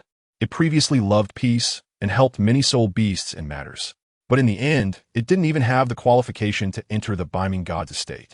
I can feel its despair. What do you need me to do? After becoming a god, take it to tour the Beiming divine realm? Cook some small dishes? Jiang Luoran inquired. Satisfying the other party's wishes and then being on the line of life and death with them sounded quite good. There's humanity in it. I hope you spare its life. Just cripple it, the old man pleaded. You have taught me so much. If Yidong hadn't committed grave sins at that time, I would have let him go. Jiang Luoran said seriously. All right, the god of Beiming has 3 trials. You have passed the first trial. Let us go. Jiang Luoran transformed into a Kunpeng and dashed towards the next trial. I have to say, if it weren't for the speed of the Kunpeng, an ordinary person would take years to reach the end here. It's unimaginably large. There was another Kunpeng standing there, its eyes tightly closed, as if meditating. Jiang Luoran, with the thought of not disturbing the old man, slowly floated past. Here comes the Kunpeng. The old Kunpeng suddenly opened its eyes, looking at Jiang Luoran with great excitement, as if he were its lover. The first trial taught you to settle down. In the second trial, I will teach you how to fight like a Kunpeng. You are quite good. If you hadn't learned Dongfeng Gu's skills and had come directly to the second trial, you would have failed, the old Kunpeng said. I just want to learn more. Jiang Luoran dissipated his Kunpeng form. The other party seemed likely to start a battle, and he needed to be prepared. The white Kunpeng lunged at him, a physical attack. The other side actually used a physical attack. Jiang Luoran dodged and transformed into his Kunpeng form, engaging in combat with the opponent. They were entangled, with both Kunpengs not gaining an advantage. They grew stronger with each hit. If it came to soul skills, Jiang Luoran still couldn't beat the opponent, but when it came to real physical attacks, he had no fear. With the most concerning physical damage gone, Jiang Luoran no longer held back. However, the old Kunpeng's strikes became heavier each time.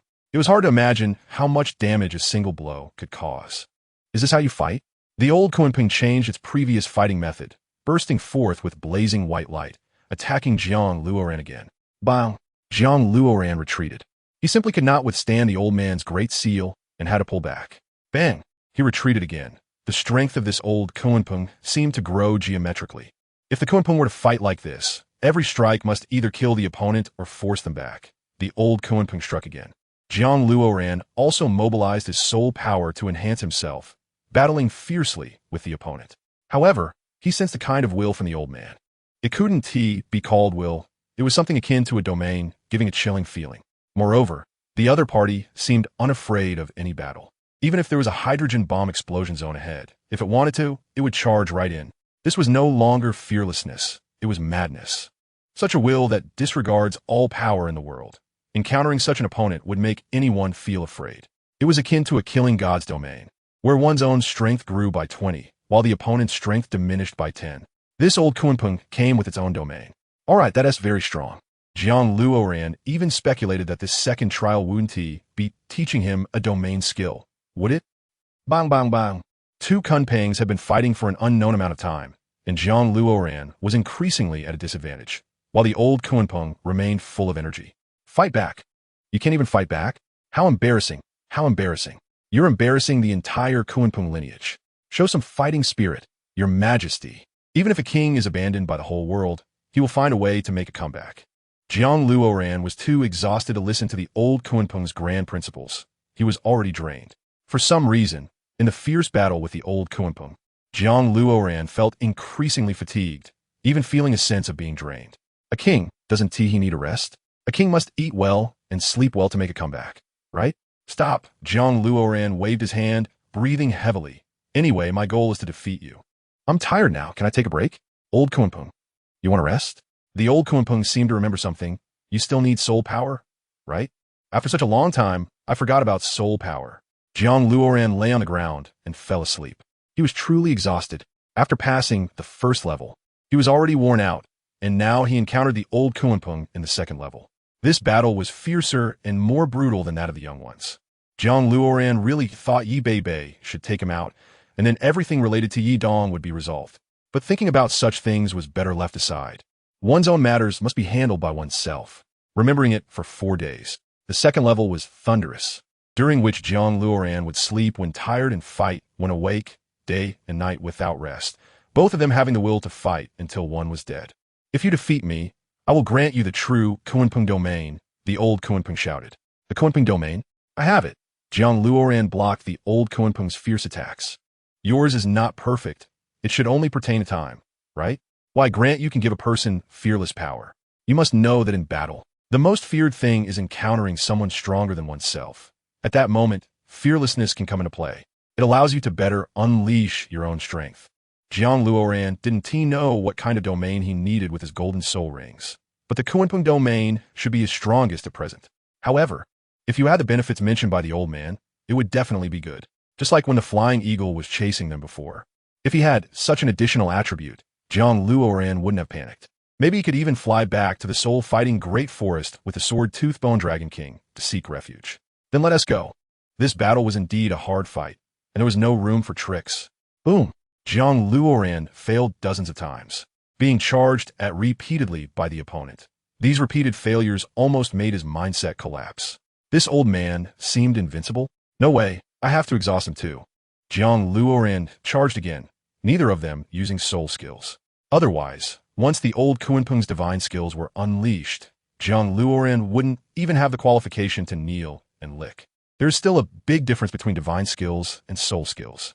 Soul masters cannot inflict damage on gods, just like Tang San after becoming a god. A Title Douluo of top tier was like an ant to him. With a wave, he could extinguish them. With a lift, he could raise them. There is still a big difference between gods and humans. Jiang Luoran tried to mobilize the Kunpeng domain to see if he could achieve what the old man said. But every time he released it, he could only control time and couldn't connect with fearlessness. This was very strange. Was the old Kunpeng's domain stolen? How could he not even accomplish the most basic development? This is impossible. Kunpeng domain. Jiang Luoran poured all his soul power into the Kunpeng domain. continuously expanding and strengthening its quality. Chapter 183, Defeated. Nonsense. The Kunpeng domain doesn't need to be upgraded. No matter how much effort you put in, it won't help. This requires will to change. To change fundamentally, one must dig deep. The old Kunpeng slapped Jiang Luoran to the ground. Change will. I am already fearless enough. Throughout this journey, when have I ever feared anything? Not to mention the big and small battles. I faced danger alone. Revenge, striving, improving myself. Perhaps Jiang Luoran already possessed these things, while the old Kunpeng was the one who kept fighting. This direction may be wrong. If the old Kunpeng wanted Jiang Luoran to have a fearless spirit, then in his understanding, Jiang Luoran already had it. Since it doesn't make sense, and the opponent is being unreasonable, then be a bit more barbaric. ISNT it said that defeating the opponent can upgrade the Kunpeng domain. Then let us fight. Jiang Luoran no longer hesitated, but he also couldn't unleash soul skills. He still didn't want to do things that could be seen as taking advantage of the situation. Strength? With his current strength, using the chaotic cloak hammer technique, what kind of concept would that be? It could be worth a try. Switching to Blood Fiend Vine, he used his 5th soul skill to summon a golden giant hammer, and Jiang Luoran switched back to the Kunpeng martial spirit. What is this? You actually want to use some inexplicable thing to fight me. This hammer technique is very powerful. Be careful. Jiang Luoran said solemnly. All right, let me see how your hammer technique is. The old Kunpeng was a bit excited. So this is the difference in bloodlines? A truly good bloodline is not about being domineering or having an incomparably sharp blade. It is about having a heart willing to learn. A heart that does not look down on any combat skill. Who is the strongest? Only by endlessly continuing to practice can one become the strongest soul master. The Kunpeng bloodline is not just about overwhelming strength. The key is that they have a heart that learns until old age. What an eye-opener. Jiang Luoran clasped his hands and transformed into a white light, disappearing from the spot.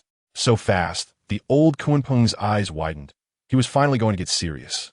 The golden hammer came rushing in, pulling along streaks of cloud marks, especially the soul power above, reaching the limit Douluo level. What a powerful strike, the old Kunpeng said as he raised his hand to collide. Bang! After a collision, the old Kunpeng finally took a step back, looking at his palm in disbelief. Where the electricity was surging.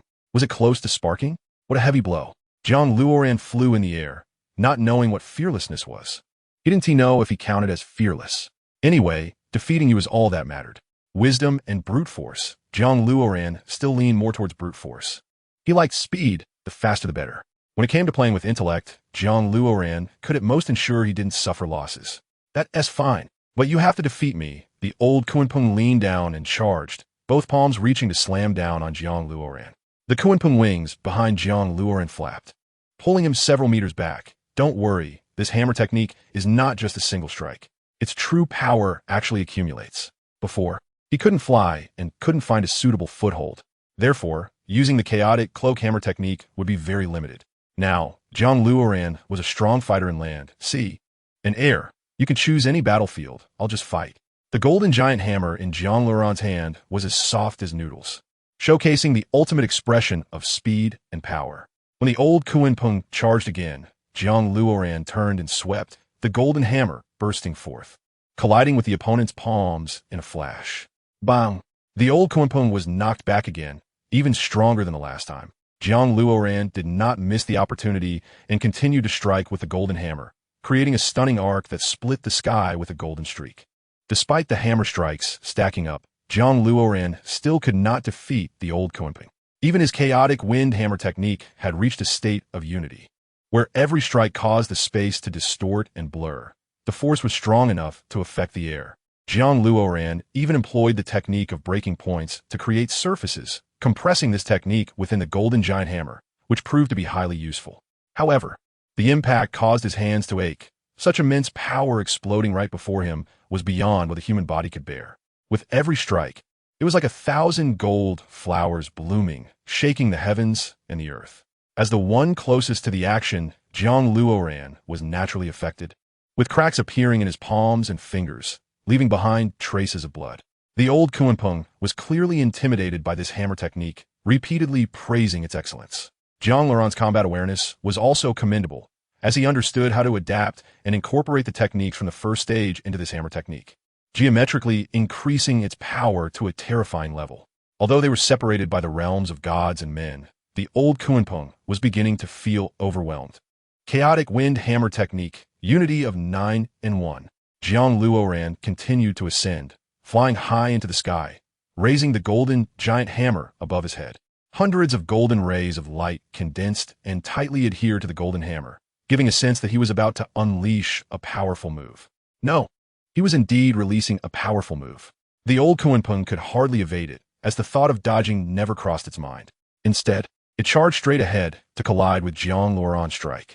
Although this attack was terrifying, it could not defeat a god. Jiang Luoran calculated the power and the follow-up strike perfectly. It was hard to describe the sound with words. The unimaginable force collided, resulting in a truly earth-shattering blow. It turned out that it could create a void. Jiang Luoran transformed into the blood fiend, Vine Martial Soul, preparing to unleash his ultimate move. The first soul skill, creating something from nothing. The first soul ring enveloped Jiang Luoran, ultimately manifesting 99 clones of him, all standing behind him. All the clones wielded cursed spears, charging forward to frantically assault the old Kunpeng. Each clone, surrounded by golden light, was determined to engage in a deadly battle with the old Kunpeng, with their numbers dwindling. This was a frenzied battle, with Jiang Luoran relying on his dual martial souls to claim victory. In the end, he had no choice but to use a clone soul skill. It was uncertain whether this could be considered cheating, but his clones were all using cursed spears, without unleashing any other soul skills that could cause widespread damage. Enough, enough, the old Kunpeng waved his hand, showing several wounds on its body, especially the palm that had just collided with the chaotic wind hammer technique, which almost shattered. Bang! Jiang Luoran dispersed his clones and placed the golden spear on the ground. The burden was immense. If it weren't for the past 2 days, Jiang Luoran felt he wouldn't have been able to recover. What is the name of this hammer technique? The old Kunpeng inquired. Chaotic wind, gathering all powers to a single point, then exploding, Jiang Luoran explained. Of course, our Kunpeng kill is a one-time, ultimate attack that relies on the advantages of heaven and earth. In many ways, it is different from this hammer technique, Jiang Luoran pondered. The Kunpeng kill is about maximizing one's point of power and brewing all forces for an attack. Chapter 184. A long spear? The old Kunpeng urged Jiang Luoran to recover his soul power. Otherwise, he would be walking to his death in the 3rd stage. It infused a strand of white light into Jiang Luoran's Kunpeng domain, enhancing his attributes. After this battle, Jiang Luoran's soul power increased, and he vaguely sensed signs of another breakthrough. When Jiang Luoran woke up again, the old Kunpeng had vanished. Did they truly exist? Or was it an illusion created by Yi Bei? Jiang Luoran stood up and walked toward the 3rd stage. Upon entering the 3rd stage, Jiang Luoran found it to be incredibly vibrant. The clouds were tinted with a crimson hue, reminiscent of evening glow, giving the impression that one could reach out and touch the sky. To his surprise, there were fish flying around, species he had never seen before. Groups of glowing little carp danced in the air, numbering in the millions. Massive tiger sharks swam through the schools of carp, casually devouring a few. Lanternfish adorned with dripping green bamboo shoots and hundreds of meters long pink sea turtles were present. These colors were not at all artificial. They were naturally occurring. Suddenly, the white in the sky faded away, leaving only a golden dawn, making it feel like a fairyland. The white wasn't the sky, but the belly of an unimaginably large whale. What is the beauty of the ocean? If this doesn't count, one can only go to heaven to see angels. Jiang Luoran suddenly felt that the tickets he had purchased for the ocean aquarium back on Earth were a waste. Wait, isn't this the 3rd stage? There's no water. How could the fish swim freely here? Why did it feel like he was in the ocean? This sense of astonishment left Jiang Luoran at a loss. Even a master like him could not sense any killing intent. However, he could not let his guard down. Even the old Kunpeng had said that the 3rd stage was fraught with danger, and being careless would be akin to seeking death. But what exactly was the purpose of the 3rd stage? To kill all the fish here? That seemed impossible, given the nature of the Kunpeng clan. They should not resort to such ruthless decisions. Then, Jiang Luoran exclaimed, almost losing his breath. The only person here was very vague, as if wrapped in endless white mist, making it impossible to see who it was. The opponent in the 3rd stage was a woman? Although Jiang Luoran could not see clearly, he could discern that the figure was definitely female. At the very least, she was a mermaid. In any case, she was undeniably a woman. I want to see what kind of elixir is in this third stage. Jiang Luoran boldly walked forward, wielding the golden giant hammer. Bibi Dong? The white temptation. Jiang Luoran nearly spat out blood. How did she end up here? And in this manner, in broad daylight, wasn't she cold? No. Jiang Luoran immediately recalled the divine position of angels. When Qianrenxue inherited the angel divine position, she had been. Cough cough, you know. I remember that Tang Xin didn't really have his way with Qianrenxue. It was merely an illusion and trial for her. But it was said to be deadly in reality. Could it be that the Kunpeng divine position also had such a nature? Good heavens, the opponent was Bibi Dong. Not good. While Jiang Luoran was contemplating, his mind was being eroded by waves of white temptation. This was a feeling of immersion. What kind of attack method is the most terrifying? Of course, it's neurotic. No, he couldn't fall into depravity. Moreover, Yi Bei should still be watching. Wouldn't that be embarrassing? Jiang Luoran released the domain of the god of slaughter and the Kunpeng domain, quickly escaping from there. The illusion was definitely not just this. Jiang Luoran noticed that Bibi Dong did not pursue him, but his heart was still hanging in suspense. Was it trying to make him die in the embrace of softness? Well, for anyone, this was a fatal blow. It was akin to the saying, lost in joy, as Liu Bei had once been ambitious and full of aspirations. Such a respected person was almost lost in bliss, and, as a small character, he certainly couldn't withstand it. Jiang Luoran discovered that he was becoming increasingly abnormal, as he even developed a hesitant will. Moreover, the previous fragment kept replaying in his mind, as if he couldn't bear to forget it. This wasn't a dream. Jiang Luoran looked up in surprise. If it were a dream, he would surely be able to pull away. With two major domains at his disposal, what kind of dream could invade his mind? Impossible. Moreover, with the existence of a skull, how could this kind of dream not be suppressed? This was terrifying. If it wasn't a dream, then what was everything before? Dimensional space? Or was it his true nature? If he were to become a god-level being devoid of desires, Jiang Luoran was unwilling to inherit the Beiming god. Had he gone mad? A healthy, vigorous man, wanting to leave everything behind and become a monk? He had no such enlightenment, but seeing this temptation, it was making him desireless. Endure? The key now was what to do. Jiang Luoran activated his Kunpeng true form and had sprinted for an unknown distance. Yet he still couldn't escape this place, which showed just how vast it was. He had already encountered Bibi Dong 3 times during this period and was truly afraid that another woman would appear next. Preferably not Hulaina, or he might as well wait for death. It was too large. This place was either vast or had a sense of an endless loop within it. Ask yourself, no matter how fast a person is, can they surpass the laws of the world? If you run around in a circle, how could you possibly get out? Even if you keep flying downwards, you still can't escape, unless you break a hole with a soul skill. Jiang Luoran had tried attacking the surrounding barriers, but he couldn't break through, not even with the old man's divine skills. Moreover, that was only the first 2 levels. Now it was the 3rd level. If he wanted to break through the barrier, he would probably never see a crack, even until death.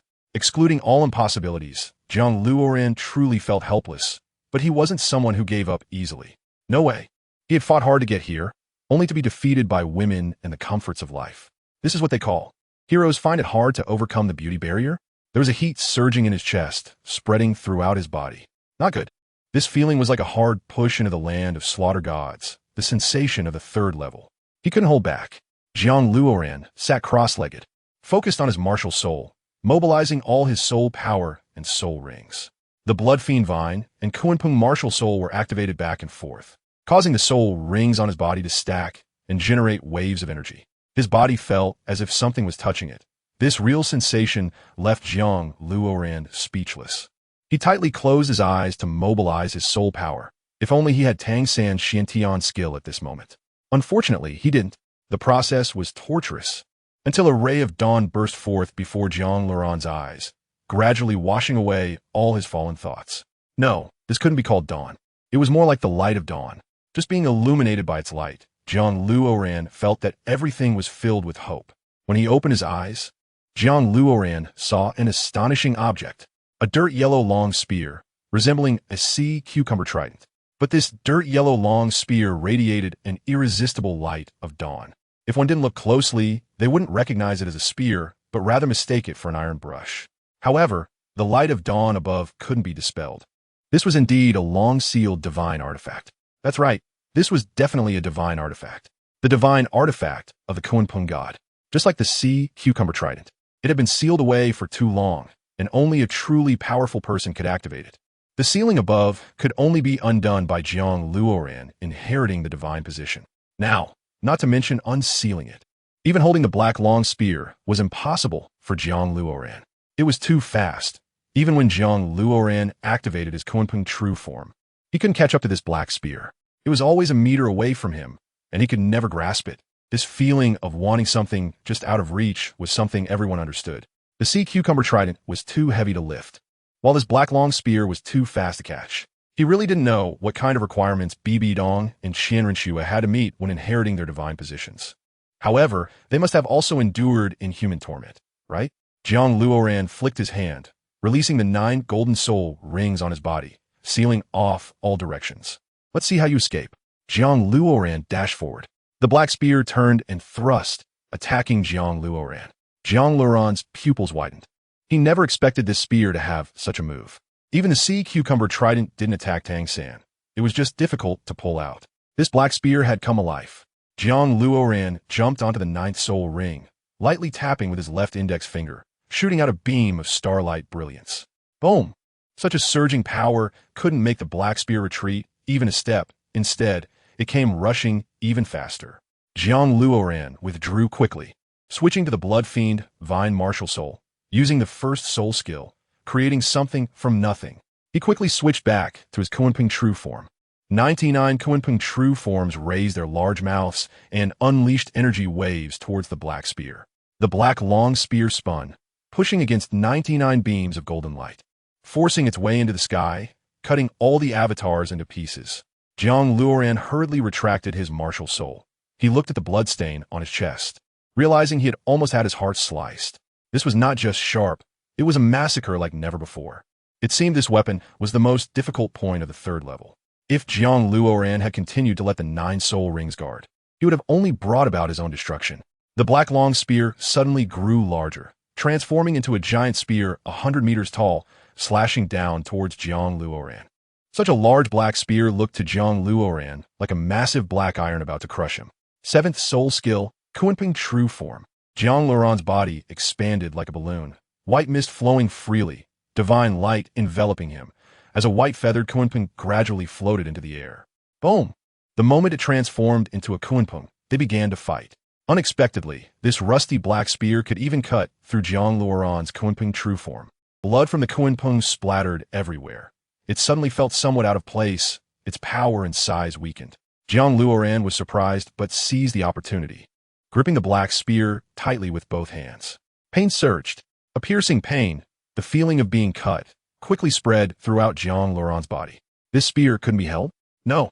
Jiang Luoran knew that if he let go, given the opponent's temperament, it would surely deliver a fatal strike. A strike from head to toe. Jiang Luoran felt that right now, even if he were asked to hold a hot potato, it would be 100 times better than this. Jiang Luoran wasn't exaggerating. The distinction was that great. Jiang Luoran's whole body turned red hot, and even he couldn't help but scream. If it weren't for the support of his soul bones, he feared he would be killed on the spot. The black long spear swayed uneasily, struggling to break free from Jiang Luoran's grip. The light of dawn blossomed, blindingly bright. At this moment, the light of dawn felt like magma pouring into Jiang Luoran's eyes, flowing into the core of his brain.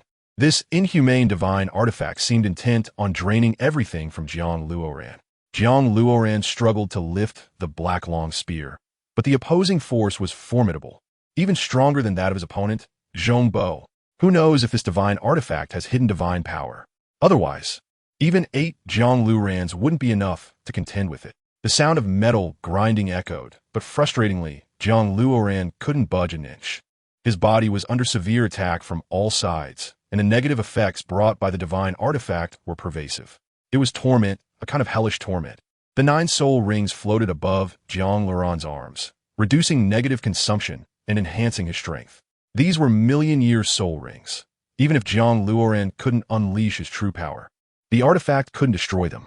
Otherwise, it would have blasted the soul rings apart and charged out just now. Of course, Jiang Luoran's immense soul power was also thanks to these soul rings. Bang! The black long spear was lifted by Jiang Luoran by a millimeter.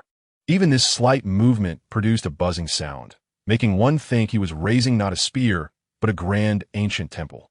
This achievement was enough to drive anyone to despair. Jiang Luoran had exerted all his strength just to move it a millimeter. How heavy could this divine artifact be? Jiang Luoran could no longer remain calm. He needed to shout and cheer himself on. Scrape another millimeter. The cold light at the spear's tip began to flow, resembling a sword unsheathed. What does it mean to be on the verge of bursting with rage?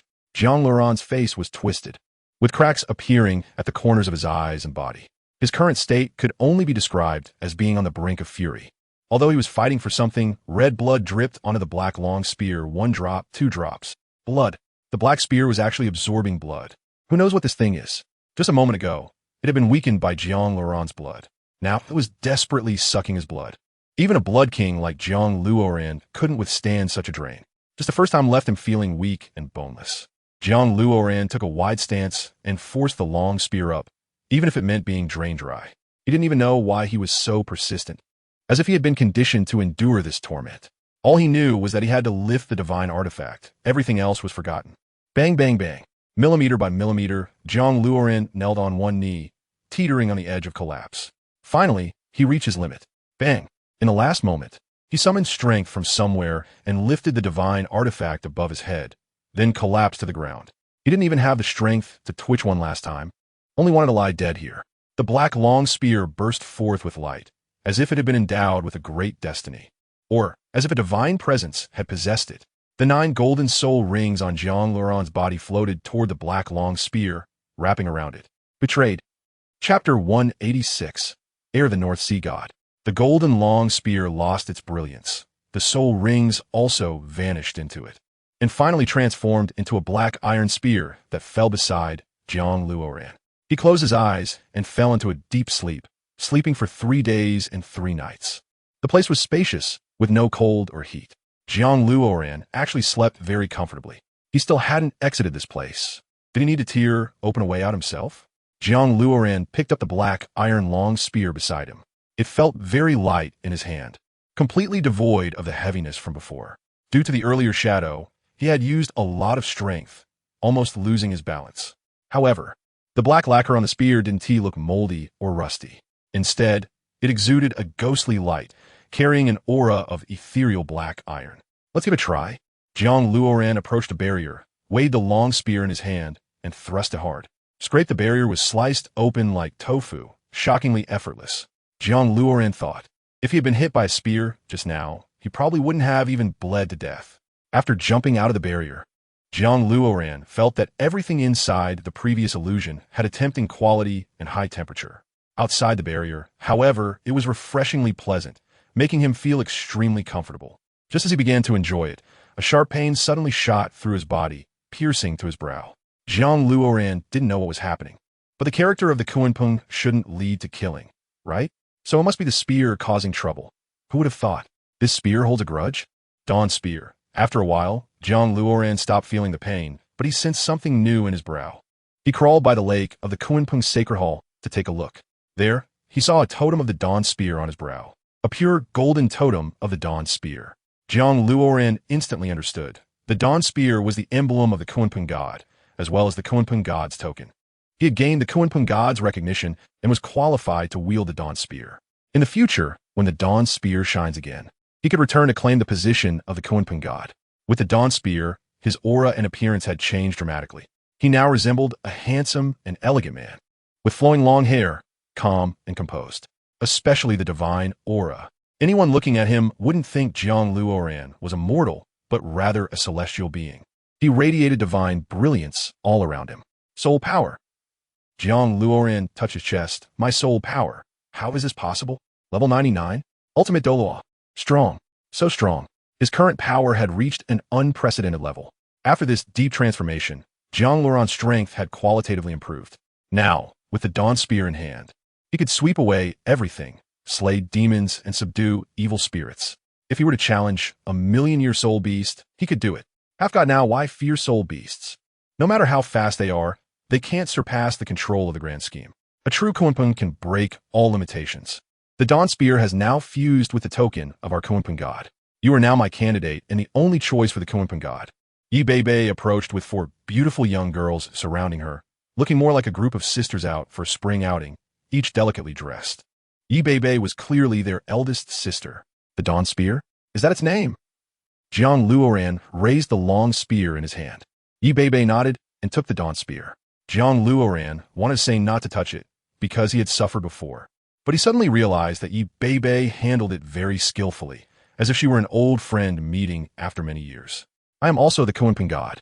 Saying this counts as my possession. As Yi Beibei wielded the Dawn Spear, a Valkyrie aura radiated from her. Jiang Luoran was astonished. Can there be two Kunpeng gods in one divine realm? It's known that when Tang San inherited the sea god, the former could retire and Poseidon would sacrifice. Of course, he didn't want Yi Beibei to sacrifice.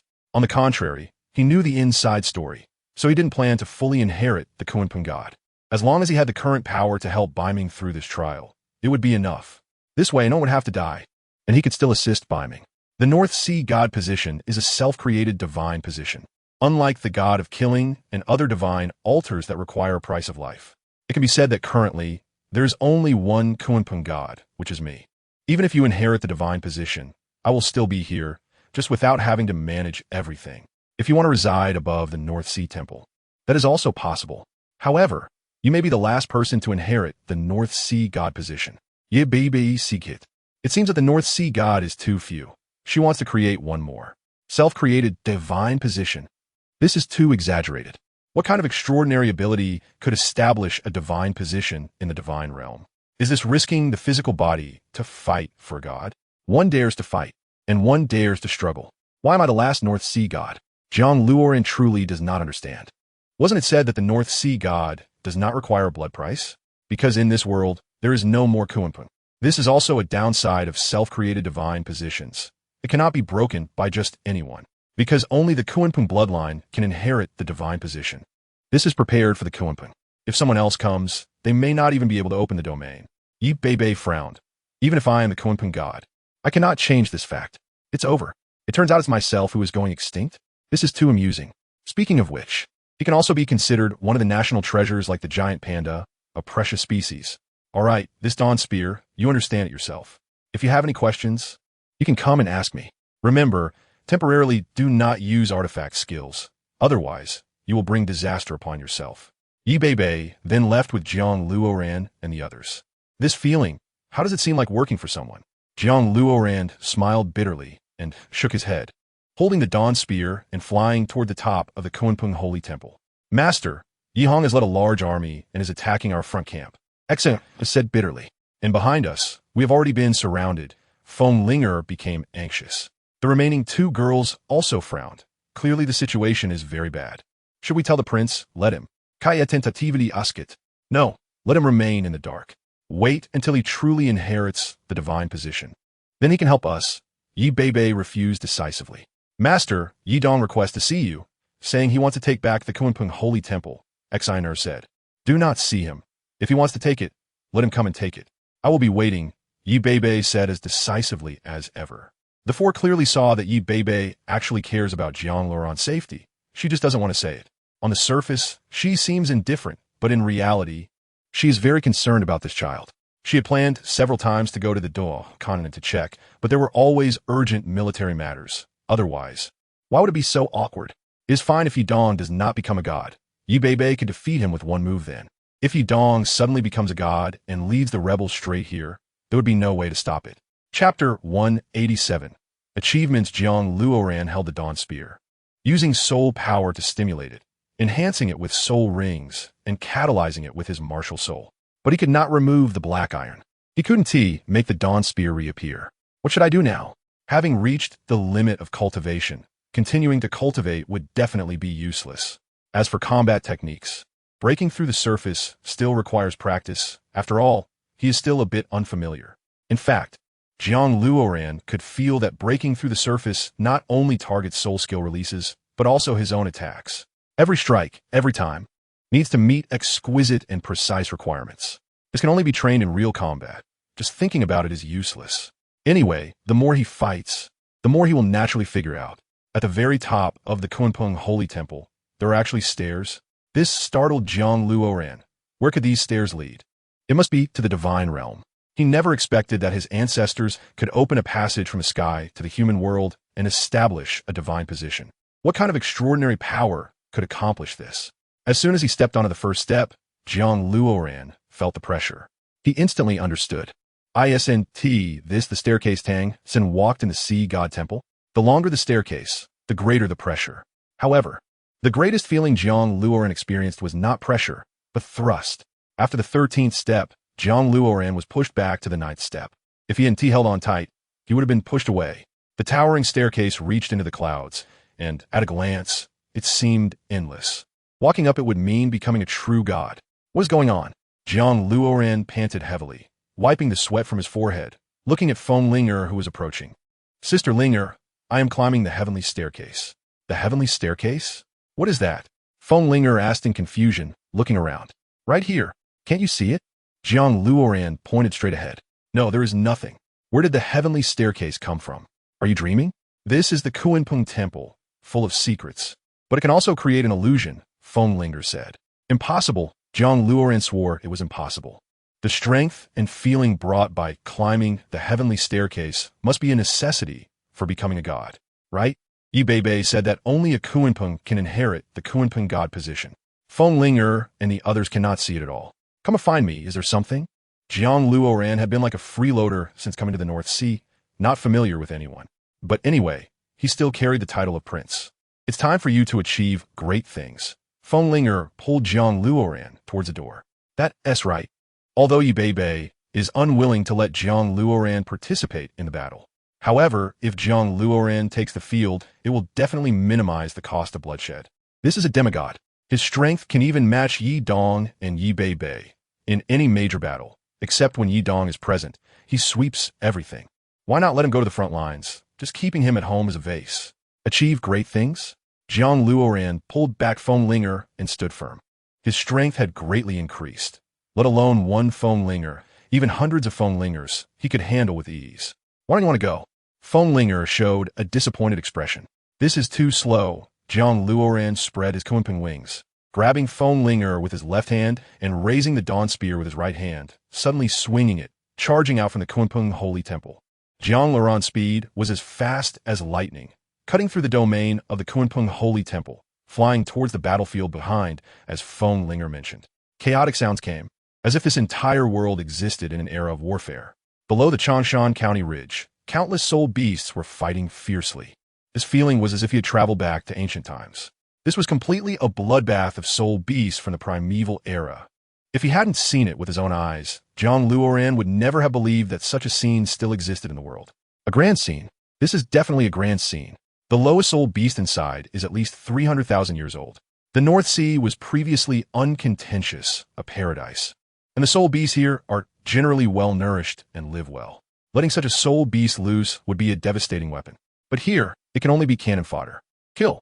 Follow me into the Kunpeng Holy Temple and take back our lost land.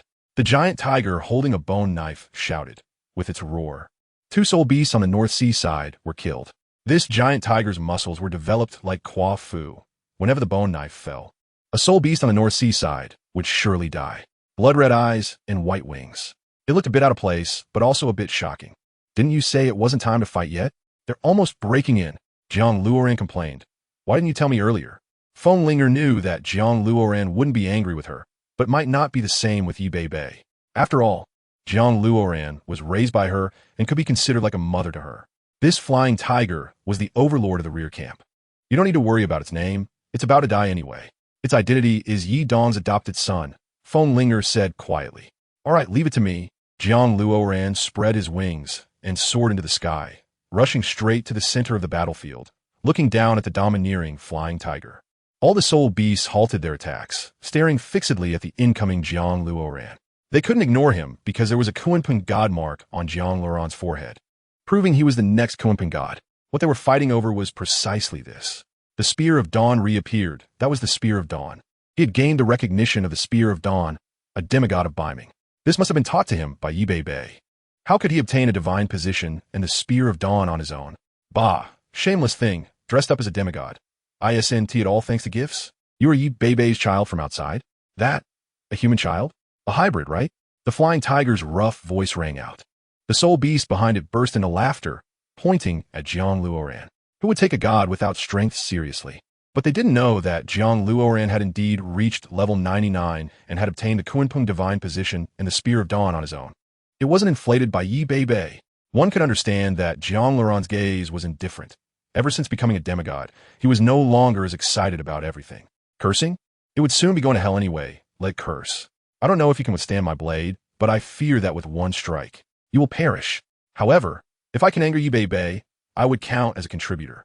The flying tiger said it would kill, raising its bone blade towards Jiang Luoran.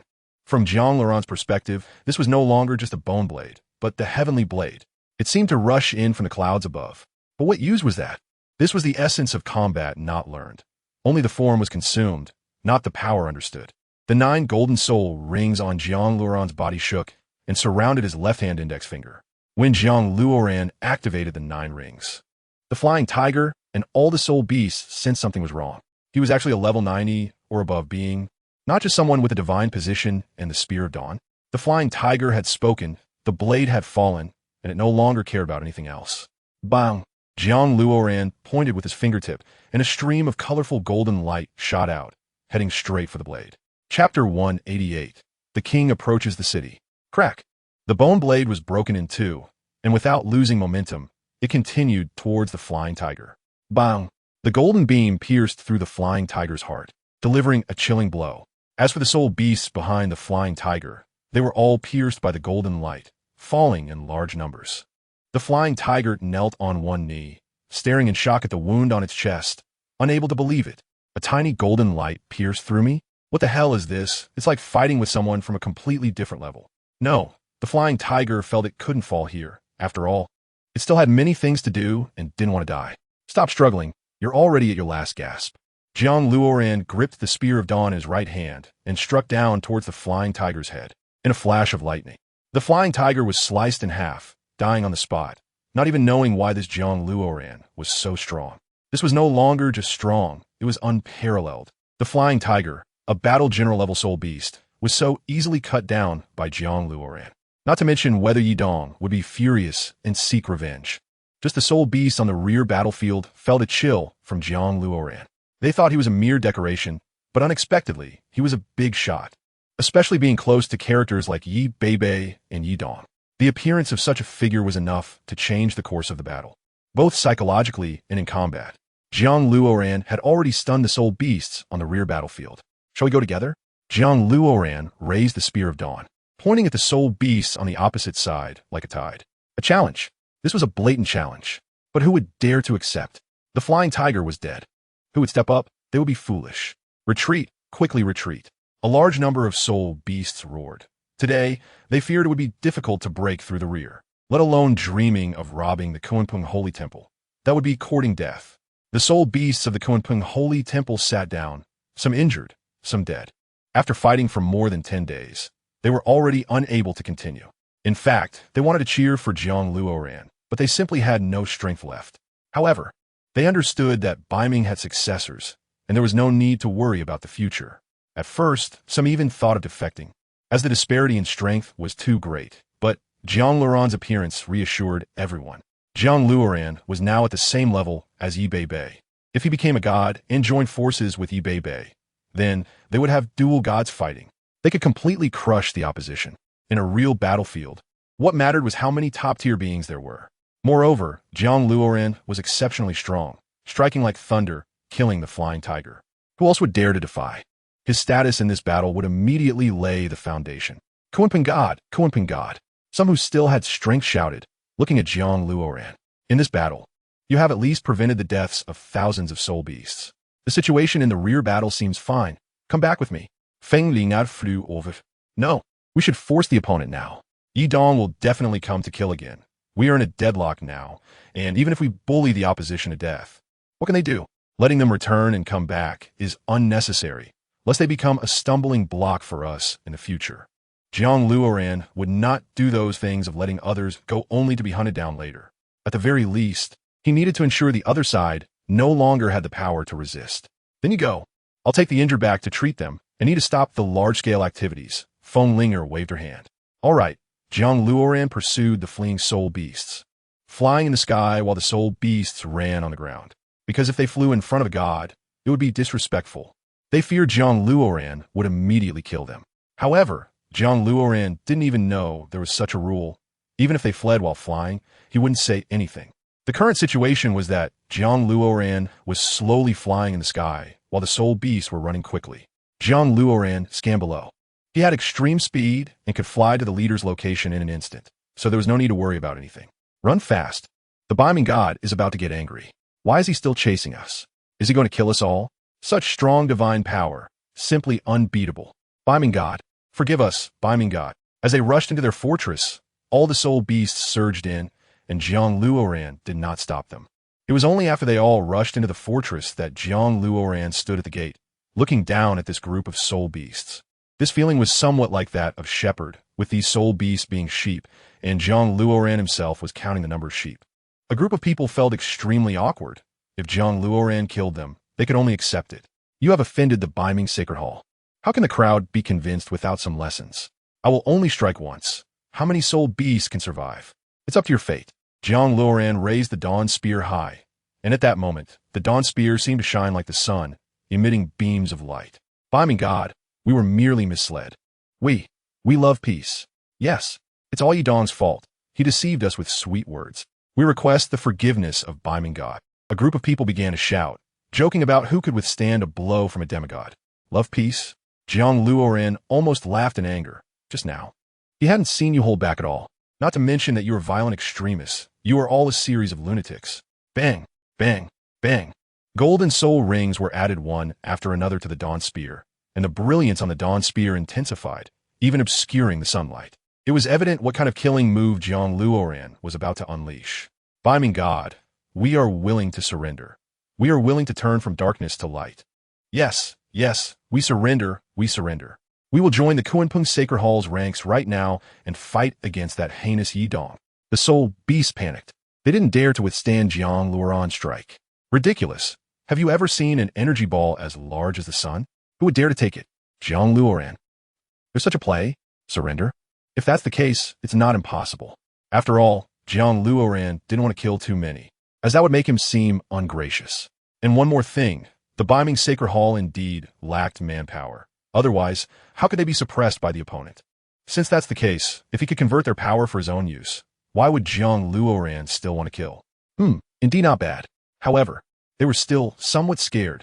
They must be made to feel completely bound, otherwise, they might turn against him from behind. Buzz. The dawn spear in Jiang Luoran's hand continued to shine brightly, looking like it was about to explode. This dawn light was not something an ordinary person could look at. Its blinding intensity made it impossible to gaze directly. I do not agree. You killed my people, cut off my waterway, and consumed my land. This is a challenge to the authority of the gods. Dawn light. Dawn light is the divine skill of the dawn spear. Chapter 189. Sexus, we are willing to lead the way and fight Yidong for you. Beiming God, please believe us. The reason we helped Yidong was merely due to authority. Yes, we have our own difficulties. Please spare us. Authority? Jiang Luoran almost laughed out loud. In this way, weren't they also shocked by authority? Jiang Luoran retracted the golden soul rings and dispersed the brilliance on the dawn spear, staring at the swarms of soul beasts. All right, then I will give you a chance. If there's a next time, there will be no mercy. They were originally generals under the Kunpeng Sacred Hall, but out of selfishness, they planned to follow Yidong in rebellion.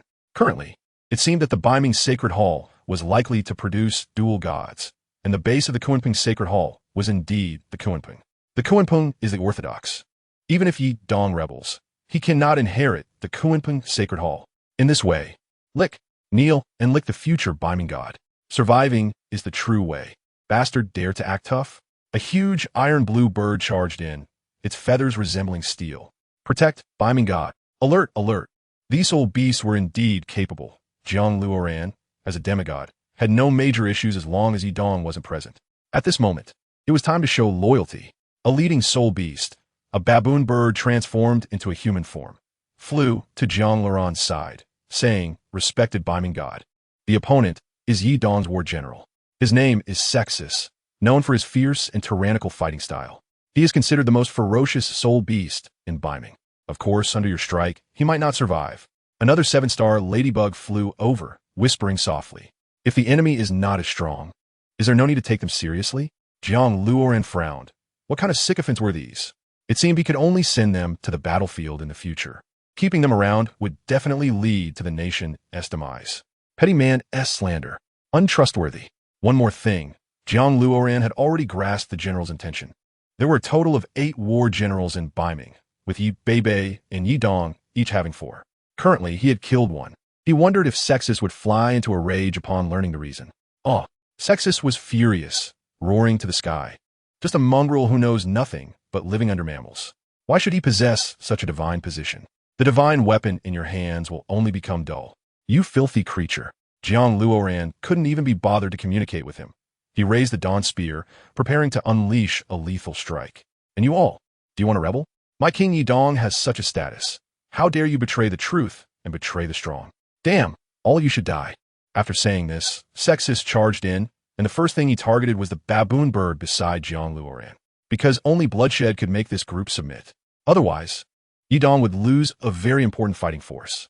Jiang Luoran swung the dawn spear, blocking Sexus's giant wing. Bang! It felt like he was hit by steel. Jiang Luoran took a few steps back. This power was indeed extraordinary. Jiang Luoran wanted to ask how he had grown, because his whole body was made of something like steel, resembling an eagle-type soul beast. It felt very robust.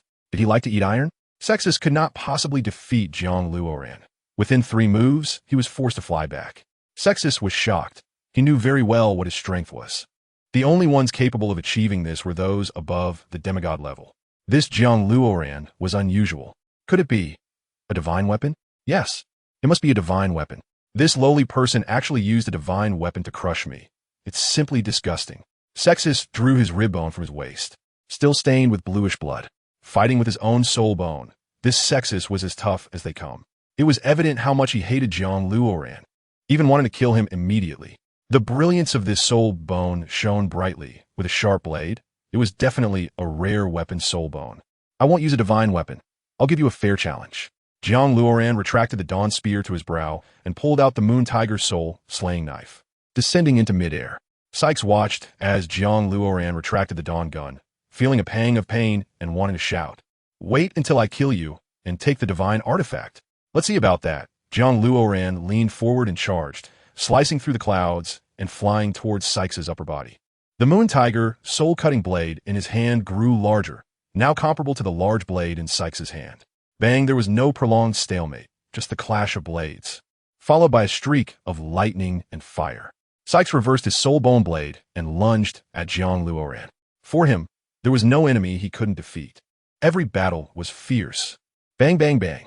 The sky was shrouded in mist, and thunder cracked as the two clashed blades, a sign of their confrontation. Sykes became increasingly aggressive, but no matter what, he just couldn't kill Jiang Luoran. He couldn't even injure him.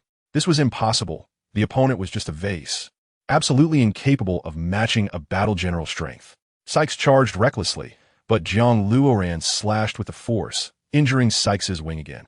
Sykes followed up with another strike, using the momentum to swing the soul bone blade at Jiang Luoran. The gap in size between them was too great, so he had no choice but to use his blood fiend, Vine Martial Soul. 7th soul skill, Blood Vine True Body.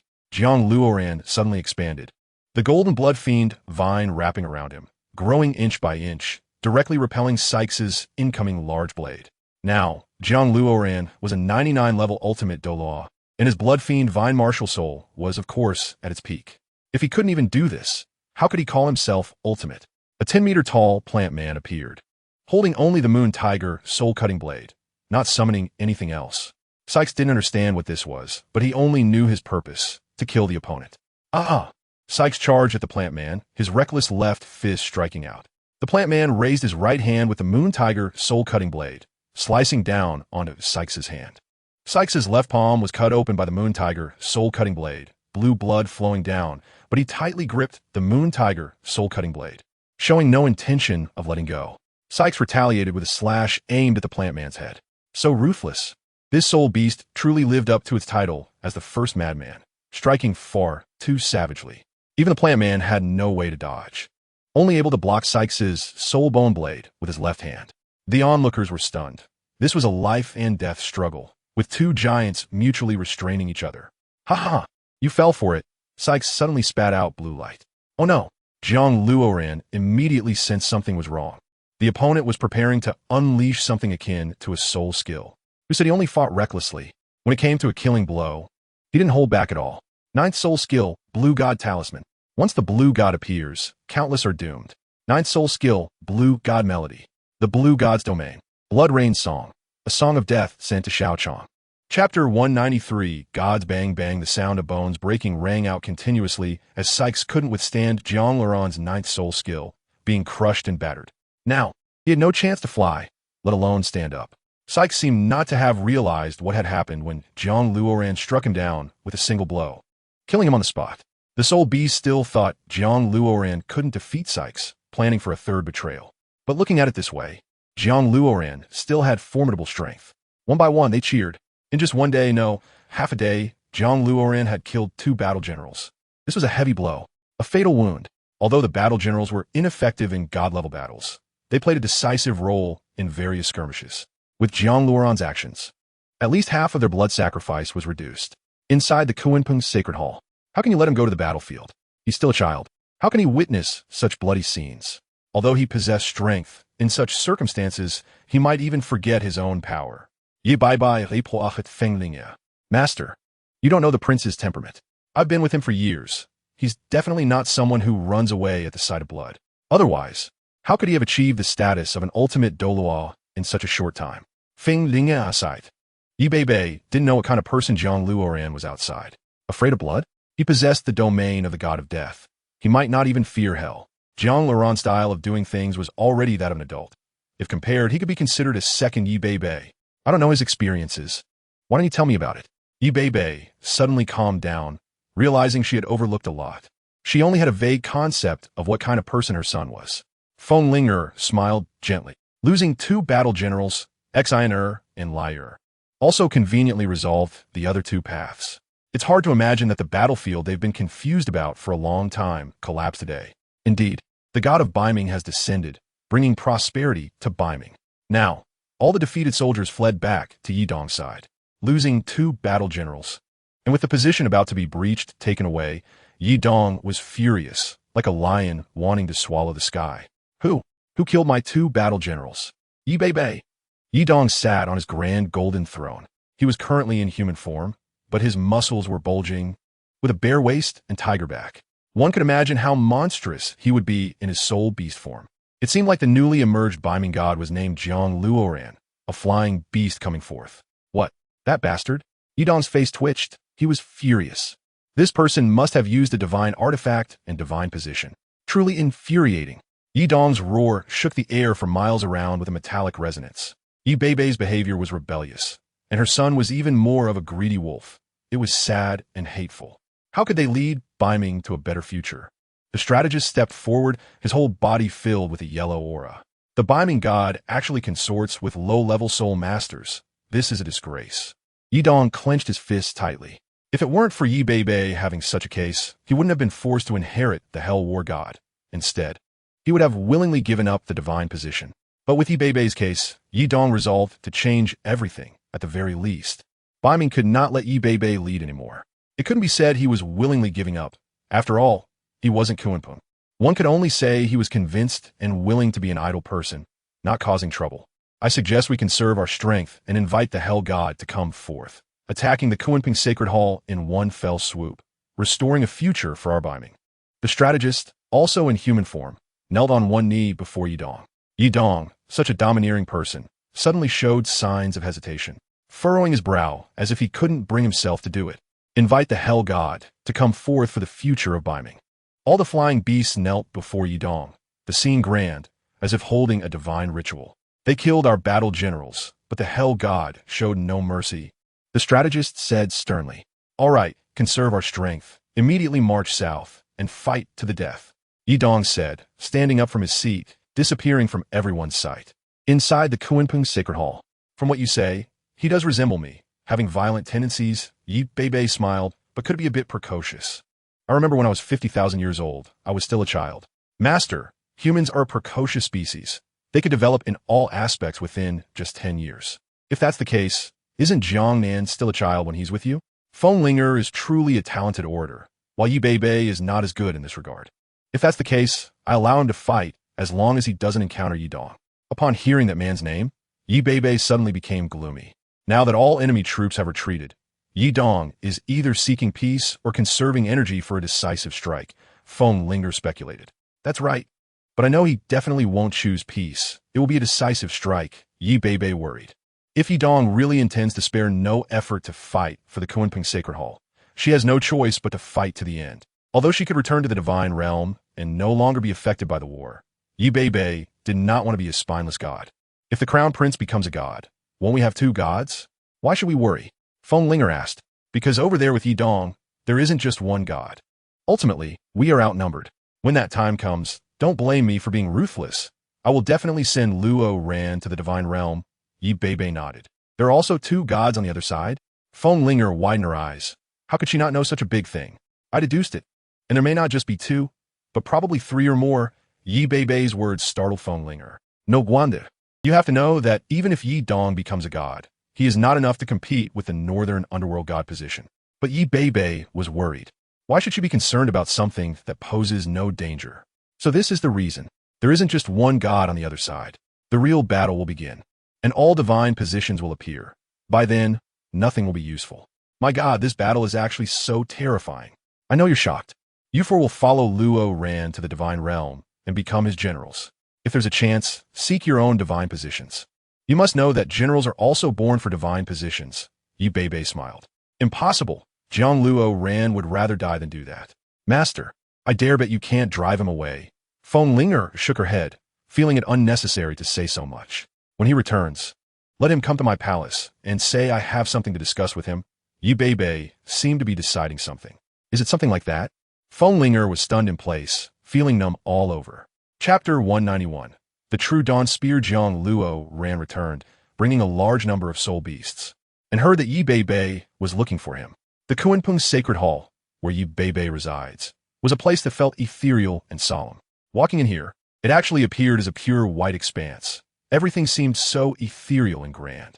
There was no sense of incongruity at all. For JiangLuoran even felt that the Kunpeng martial soul was a kind of illusion. Sometimes large, sometimes small, sometimes unpredictable. What is such a vast palace supposed to be used for? JiangLuoran could only think this way. Transform into a human and take a nap. Transform into Kunpeng and take a nap. Experience different feelings.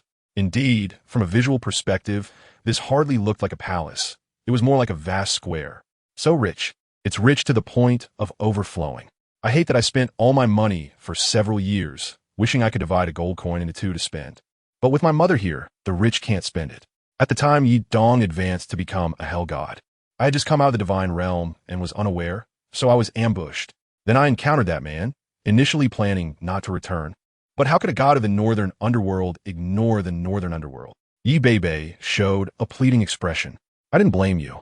I just feel that the difference isn't that big. JiangLuoran said what was in his heart.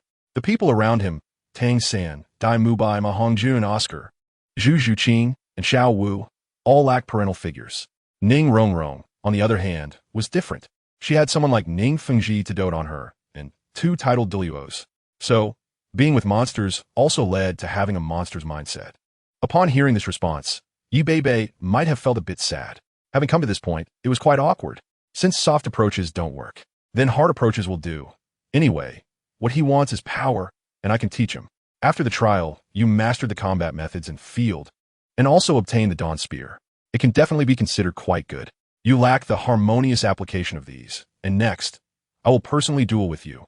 Yi Beibei took 2 steps back. You want to fight me? JiangLuoran instinctively tightened his grip on the Dawn Spear. Having a god assist him was a bit exaggerated. Yes, just hold the Dawn Spear and attack me with all your might. You must know that in front of me, the Dawn Spear in your hand has no value at all. Yi Beibei's words were actually a critique. What she meant was not to dismiss the artifact, but to say that in JiangLuoran's hands, it was as good as useless. An artifact can only unleash its power in the hands of a god. Well then, JiangLuoran swept the spear horizontally, activating both the Slaughter domain and the Kunpeng domain. Lightning. JiangLuoran's speed could only be described as lightning. He moved like a flash, the Dawn Spear in his hand trailing a golden light of dawn. Buzz. Yi Beibei blocked it with a single finger, as if she were just stopping a regular plastic toy from moving. The most shocking was Jiang Luoran. With that one strike, he was almost exhausting his soul power. He never expected that Yi Beibei could easily block it without even breaking the skin. Quickly switching attacks, Jiang Luoran pulled back the Dawn Spear and executed a 180-degree horizontal sweep at Yi Beibei.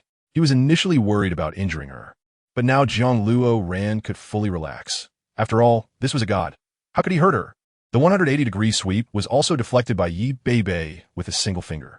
Yi Beibei's eyes suddenly turned white as she stared at Jiang Luoran. In that instant, Jiang Luoran felt as if the world was turning upside down, and he nearly fell into hell. Is this divine might? It seems a bit terrifying. Just a wisp of a god's aura, and I can't withstand it? If that's the case, the gap is too huge. It's simply incomparable. Puffed.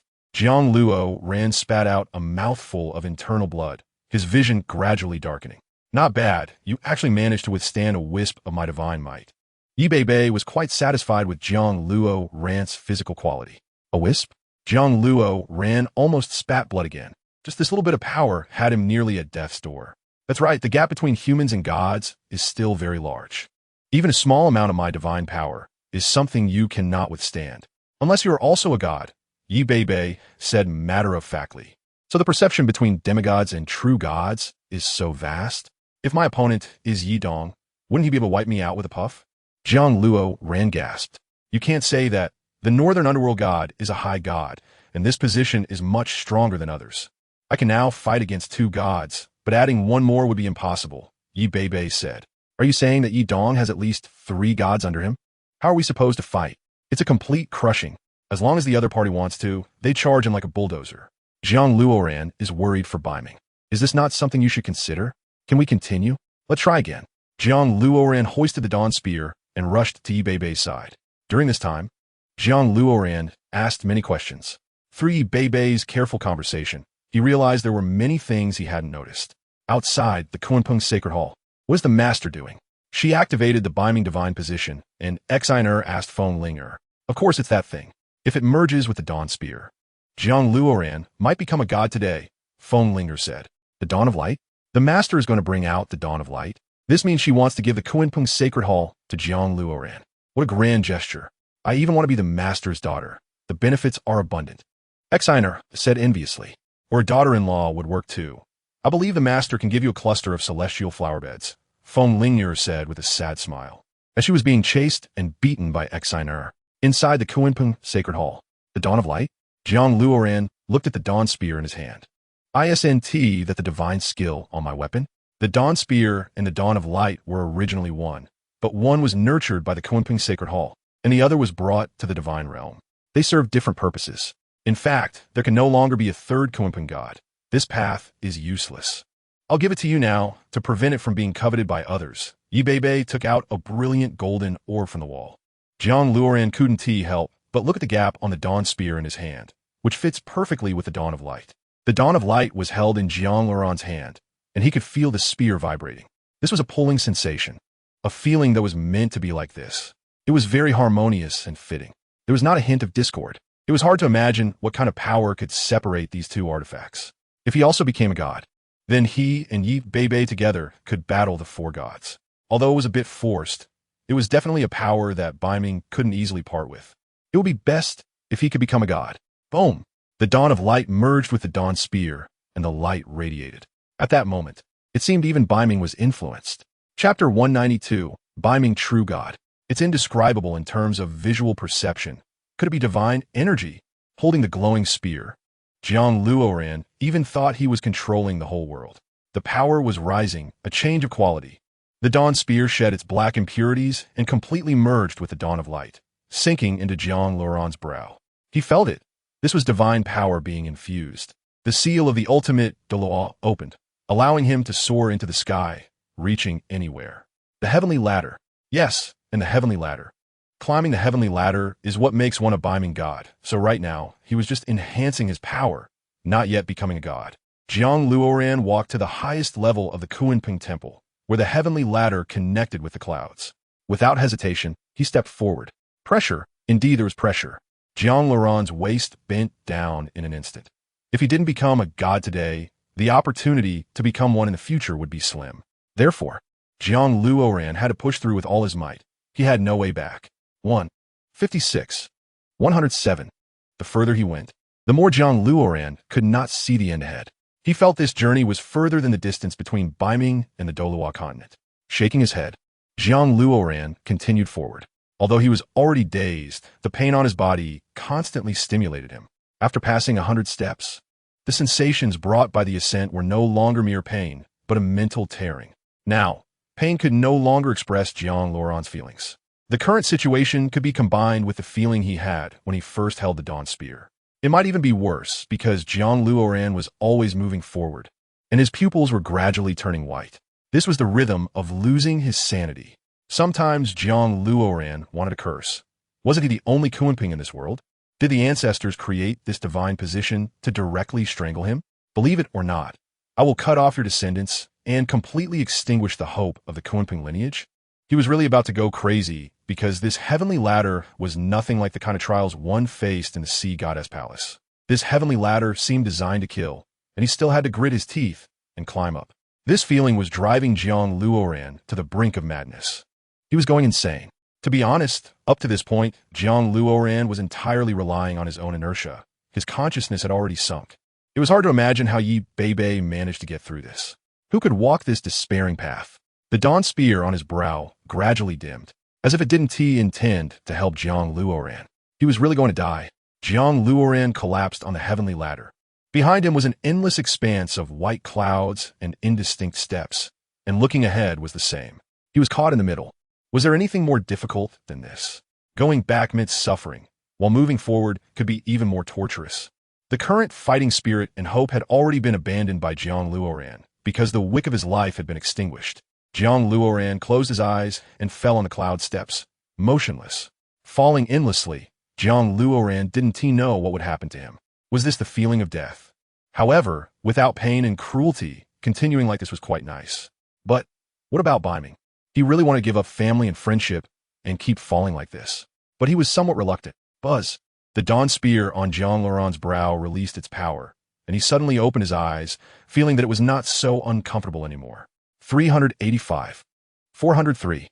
Why? Jiang Luoran wanted to ask why. As he kept moving forward, his injuries gradually healed, and the power ahead became increasingly gentle. It felt like soaking in a hot spring. Spirit, body, thoughts. Everything was recovering and growing. This feeling was not brought to him by the Dawn Spear, but by the heavenly ladder. Jiang Luoran remembered saying, "Life has 3 phrases: plain and ordinary, brilliantly magnificent." And returning to simplicity, could it be that this heavenly ladder was made according to this process? If he hadn't thought of his family and friends in the end, he might have truly fallen. Jiang Luoran sighed. Bathing in the dawn light, he slowly stood up. From the best state to a dead dog, then from a dead dog to soaking in the dawn light, enjoying the utmost beauty. With ups and downs, Jiang Luoran seemed to have endured countless storms. Is this life? With every step Jiang Luoran took, a piece of soul bone emerged from his body. Leg bones, skulls, arm bones, trunk bones. These soul bones actually merged into one, transforming into a set of golden battle armor that wrapped around him. 9 golden soul rings also appeared, resting behind Jiang Luoran's head. Like divine rings, Jiang Luoran's expression grew more and more enjoyable as life reached its boiling point. In the end, Jiang Luoran didn't even know how he ascended the steps. Before him stood a structure hundreds of times grander than the Kunping Sacred Hall. It was hard to imagine that this palace of the world was merely the residence of the Kunping god. The steps behind him faded away, replaced by a cloud platform filled with dawn light. Actually, aside from the 3 sayings of life, I think there's another one: nirvana and rebirth. Jiang Luoran's voice changed, sounding vast and supreme. God, he finally achieved the position of the Kunping deity. Yi Beibei walked out of the palace, radiating divine light all over, lofty and unattainable, like the cold queen of the divine realm. Is this your true state? Jiang Luoran looked at Yi Beibei. If the previous Yi Beibei could be considered a queen, then now she resembled a master of creation, in control of everything, possessing supreme power. In her true form, few could withstand her. Moreover, you seem to be like me now. It doesn't seem surprising, right? Yi Beibei seemed likely. Like me? Jiang Luoran looked at himself. Indeed, there was a significant change. a novel and destructive power. Now he was not just strong, he was simply defying the heavens. No, he was already a god in the sky. Should we go to the divine realm and take a look? Yi Beibei held Jiang Luoran's hand, resembling a loving mother, with a carefree expression as if seeing her son. Forget it. Although I never expected to have such a day, let us just wait. Once the matters below are resolved, I will enter the divine hall. Jiang Luoran was reluctant to go in, mainly because the situation with Beiming was not over. I've made up my mind. If they want to fight, I will accompany them to the end. We are the Beiming gods, supreme and unrivaled. Yi Beibei also showed her fighting spirit. Yi Dong had been pressuring him, and previously there was no resistance, giving him an opportunity to exploit. But if Yi Beibei waited any longer, who knew how many would die in the Kunpeng Holy Hall and how many would fall apart? I think so too, and I believe we should strike with thunder. Directly challenging them is one of our ways to win. Jiang Luoran firmly gripped the Dawn Spear. It's time to lay the foundation for Beiming, to prevent the situation of a great melee from happening again in the future. Yi Beibei was momentarily lost in thought. I agree. Chapter 193. The arrival of the gods. Jiang Luoran and Yi Beibei marched southward, heading straight for Yi Dong's territory. The four great generals followed them closely, intending to catch Yi Dong off guard.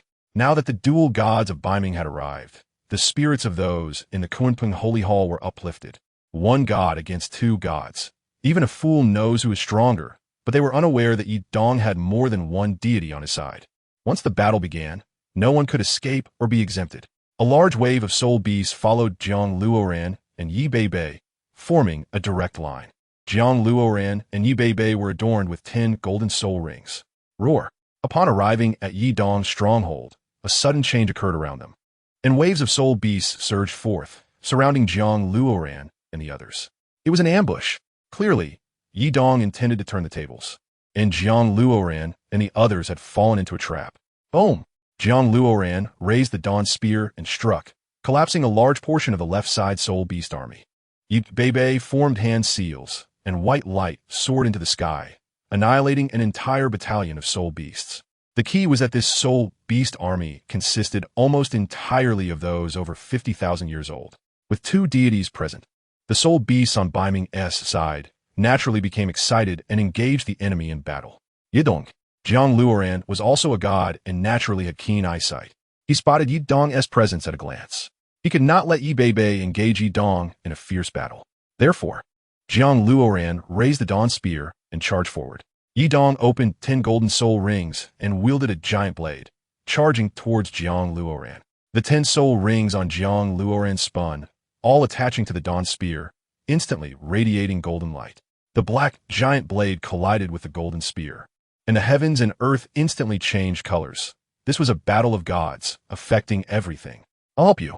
Yi Beibei wanted to join forces with Jiang Luoran to take down Yi Dong, which would also allow for flexibility in their response. If the enemy really unleashed two gods, what should they do? If you want to help him, you'd better defeat me first. A black baboon bird flew in, its 10 golden soul rings flashing. This was actually a shaman god. Indeed, those who defied the Beiming Holy Hall were not only Yi Dong. They intended to unite to push Yi Beibei off the stage. What is going on? Yi Dong also has two gods. What is happening? This is a god. No soul beast would not be shocked, as the role of a god on the battlefield was nothing short of defying the heavens. Even if it was a second divine position, it was still a god. Seeking death, Yi Beibei charged in barehanded, throwing a punch at the shaman god. Don't struggle in vain. The shaman god transformed into human form, wielding a black staff to draw a magic circle. Yi Dong, you cannot defeat me. Surrender now, and I want to pursue it. Jiang Luoran pressed Yi Dong, nearly injuring him several times. Nonsense, die. In fact, Yi Dong was under a lot of pressure, because Jiang Luoran wielded what could be considered two divine artifacts. And Jiang Luoran's talent was extremely formidable, even surpassing him. If it weren't for the advantage of numbers, Yi Dong might have really faced doom this time. Relying on his bloodline to become the Kunpeng god, what is there to be proud of? Yi Dong was furious, swinging his 36 blades. Jiang Luoran shattered all the blade energies with one thrust, retracting his spear and pulling back. You think too simply. The Beiming divine position is also mine, something I obtained after great hardships. Jiang Luoran thrust fiercely. Dawn's light. Jiang Luoran could no longer delay, as he could not estimate how many gods the enemy had. If another one appeared, he would be immediately on the defensive. A large expanse of golden light burst forth, and countless rays of dawn light swept through the entire sky like blades. This kind of lethality was all-encompassing. Yi Dong activated his shield to block the mountain-like attacks, nearly being slain on the ground. It was hard to imagine that even a god like Yi Dong felt this attack was like a mountain. Yi Dong fell from the sky to the ground, crying out in pain. It must be said that the Dawn-S light was a great killing move, simply unbeatable. With this move, he was defeated. Ninth soul skill, Blue God S Talisman. Upon encountering the Blue God, all bow down. The divine talisman descends, slaughtering thousands. Ninth soul skill, Blue God S Melody. The Blue God domain sings the Blood Rain song, a dirge sent to Xiaochang. Jiang Luoran was now also a god. So even if he released his second martial soul, it was still a divine skill. It had a lethal effect.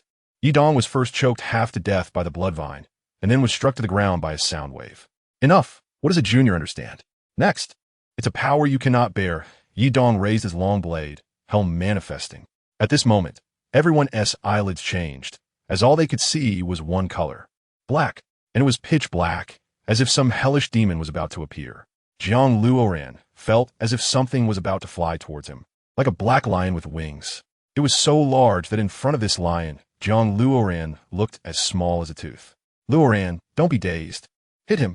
Yi Beibei struck back the shaman god with a palm, intending to help Jiang Luoran, but was once again restrained. Kunpeng manifesting. Jiang Luoran transformed into the Kunpeng god, that light illuminating all the skies, contrasting with the darkness below. Black and white spun at high speed, and no one knew what kind of attack this would be. Because it was impossible to see clearly, it was too full screen, almost becoming the entirety of the world. Divine skill battles could affect hundreds of miles around. However, with god-level battles still unleashing their ultimate moves, it had to be counted as full screen. Retreat, retreat quickly. Hurry and leave. This is a divine skill. I don't know who is shouting, but in this situation, where to retreat? With the road even unclear. Where to go back? In the end, even the voices of the soul beasts were drowned out, leaving only the junction of white light and black light. Jiang Luoran felt uneasy. If there was an explosion here, no one would survive. He pulled the black lion and flew to the atmosphere in an instant. The explosion occurred. There were no words or languages in the world to describe this sound. It swallowed everything, as if it also released everything. This kind of attack is a divine skill. Yi Beibei also became fierce, embodying the Kunpeng. She transformed into a Kunpeng deity, exactly like Jiang Luoran's earlier form, but female. The witch god also quickly retracted. Embodying the witch god, black light and white light once again met, similar to the previous explosion. The power was almost the same. The soul beasts felt dazed. It was coming again. It was almost becoming a battlefield of gods. While the soul beasts still had vision, they desperately ran towards a safe zone. In fact, the so-called safe zone was just below the hill. The area of the god's attack meant that even if you ran to the ends of the earth, you would still have to die. Boom! A crimson black gold flew over, surrounded by 10 soul rings. It emitted a black gold light, making one feel its scorching heat even from 100 meters away. Another god was coming. Still the black gold god. Don't the gods charge anymore? Why are there so many gods appearing? All the soul beasts were confused. Chapter 194. Fa Yidong was knocked to the ground, shattering the surface. She transformed back into the black lion form, with wings that were a full kilometer in size. The witch god also fell from the clouds, completely sinking into the ground, even forgetting to struggle. The clouds parted, and 2 vast Kunpeng stood above the clouds, overlooking all beings. Recklessly, the crimson black gold transformed into a solar war god, rushing into the sky and fighting with the 2 Kunpeng. Although they were gods, it was difficult to fight against 2. At the moment they clashed, the crimson black gold was firmly suppressed. Even divine skills could not be used, let alone resist.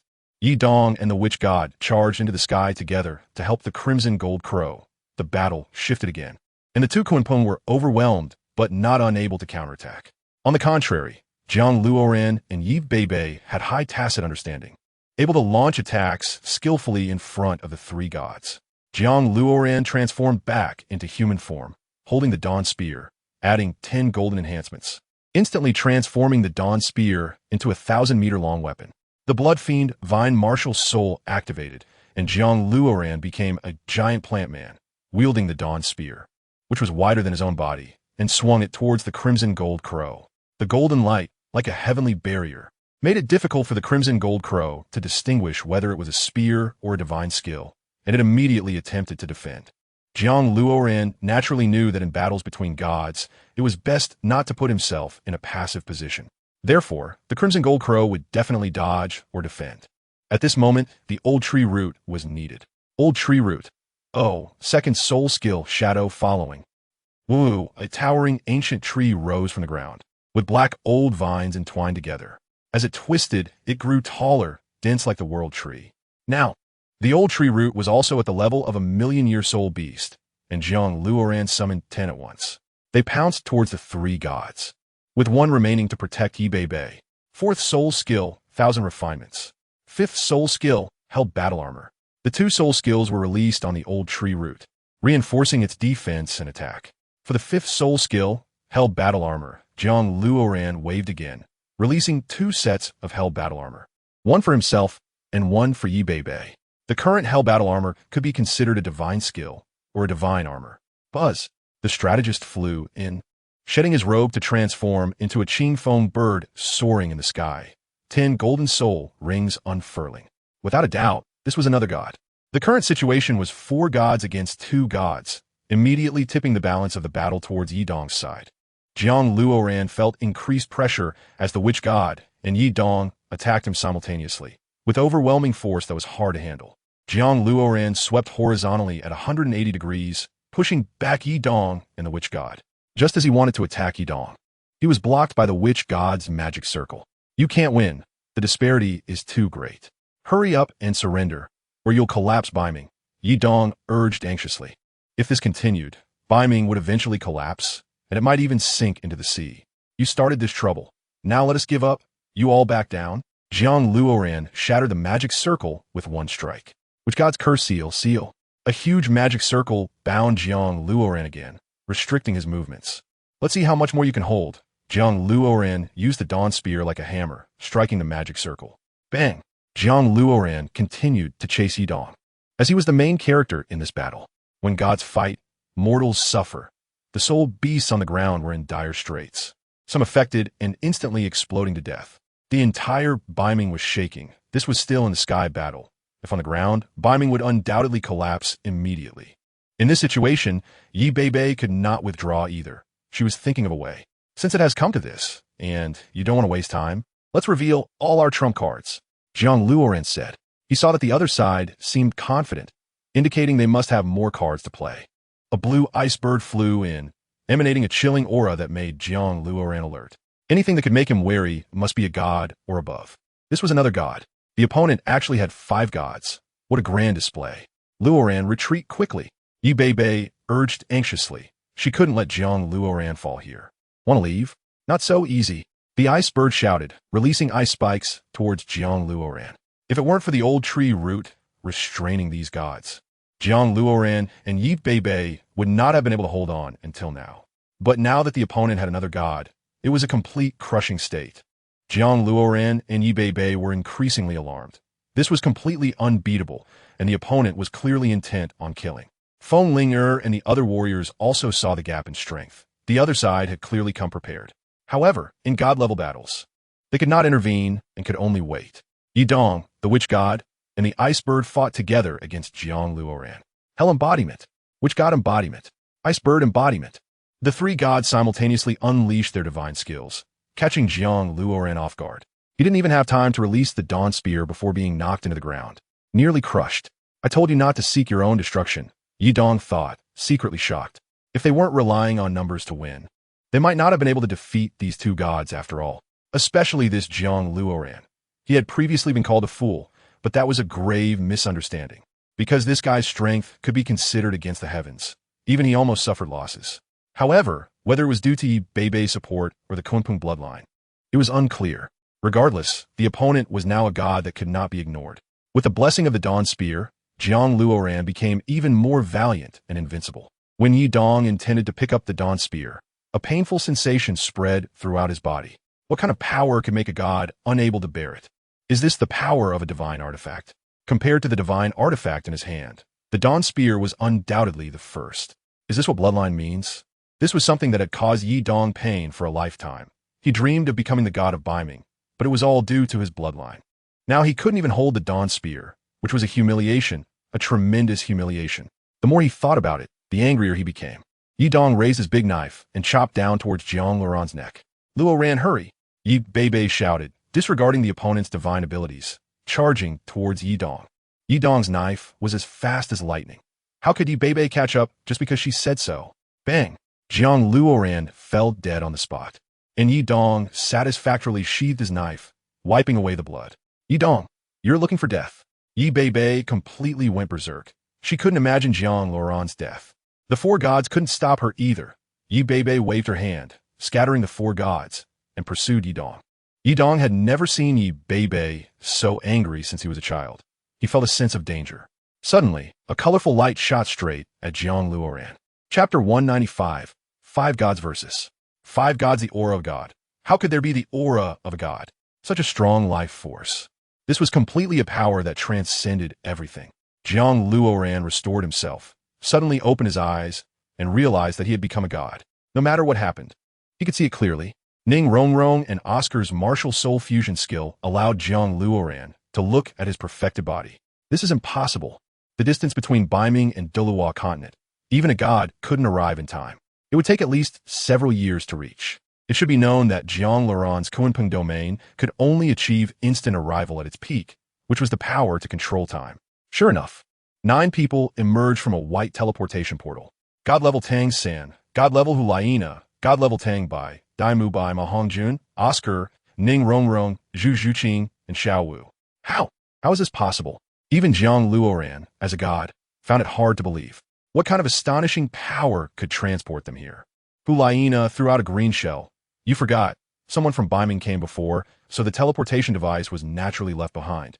Jiang Luoran suddenly realized that Yi Dong's rush to harm him actually created allies for him. At such a critical moment, their arrival was simply the strongest support.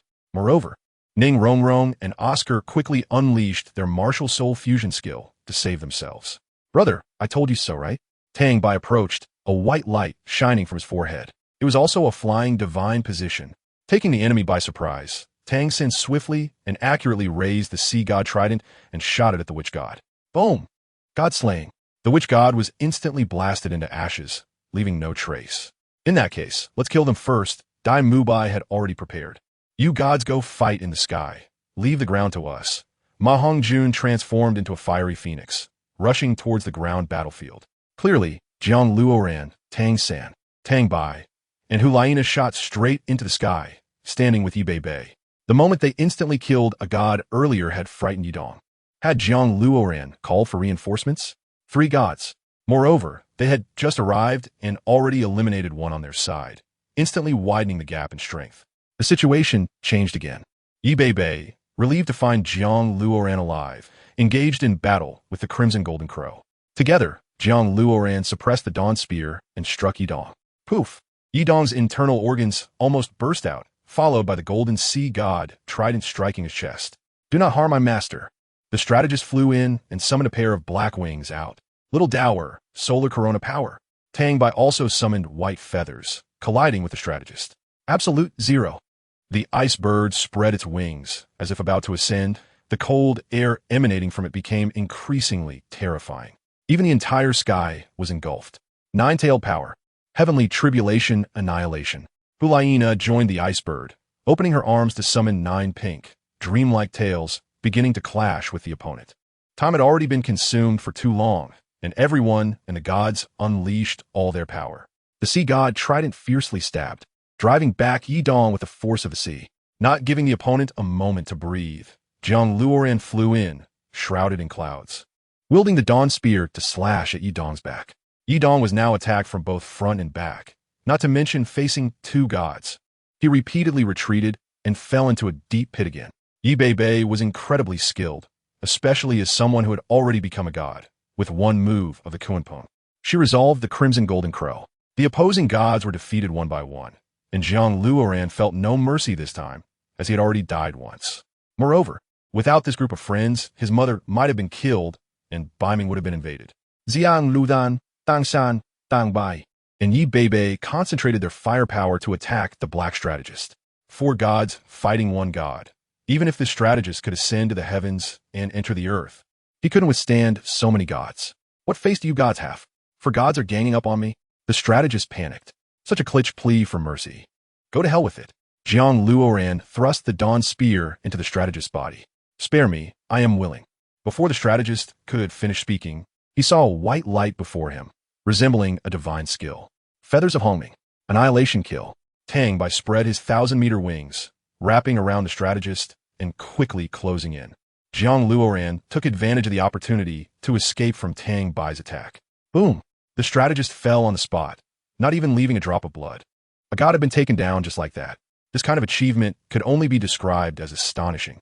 Such god-slaying methods were simply breathtaking. They completely defied the principle that gods could not be reversed.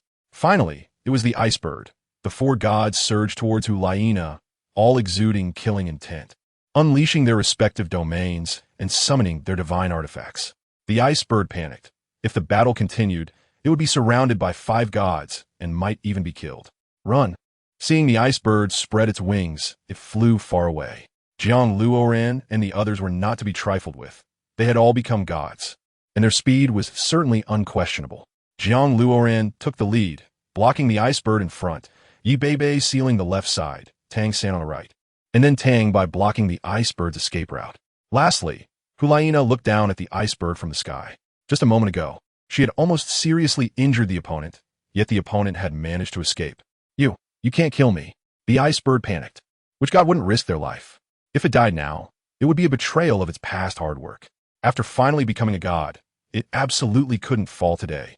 What can't we do? We already killed 3 gods, didn't we? Tang Bai smiled wickedly. The ice bird felt a chill run down its spine upon seeing the expression in their eyes. Words are of no use. You cannot escape. Yi Beibei summoned a cloud hand and grabbed the ice bird's throat. The dawn light, the golden spear in Jiang Luoran's hand quickly expanded, like a balloon being blown up. Hulaina formed seals in the sky, as pieces of white giant tails were pieced together, filling the entire sky with the scent of flowers. This is a concentrated attack. The ice bird knew it could not compete. Even if it borrowed 3 more lives, it could not break free. If it had 4 lives, it might be possible. I am willing to pledge allegiance to Beiming for 1,000 years. No, 10,000 years. The ice bird was almost kneeling. The divine skill was still being released.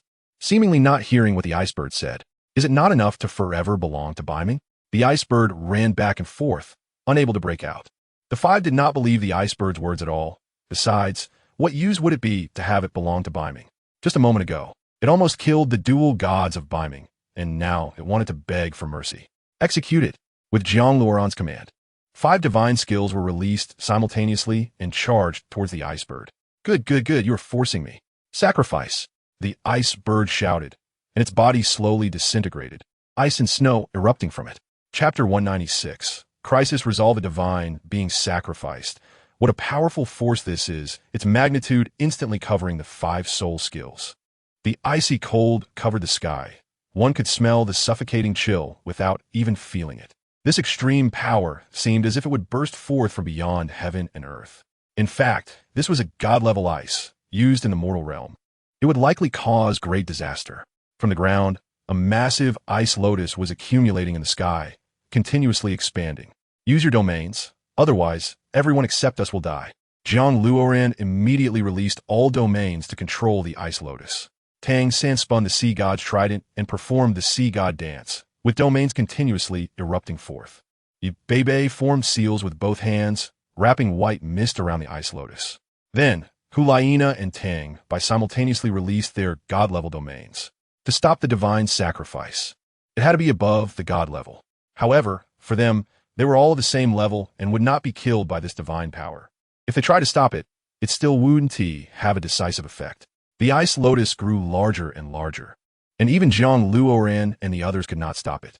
At this rate, the entire Beiming would be finished, let alone the peace order after construction. Extreme God, do you dare? Yi Dong climbed up from the deep pit. He just wanted to build a better Beiming. He was also jealous of Yi Beibei.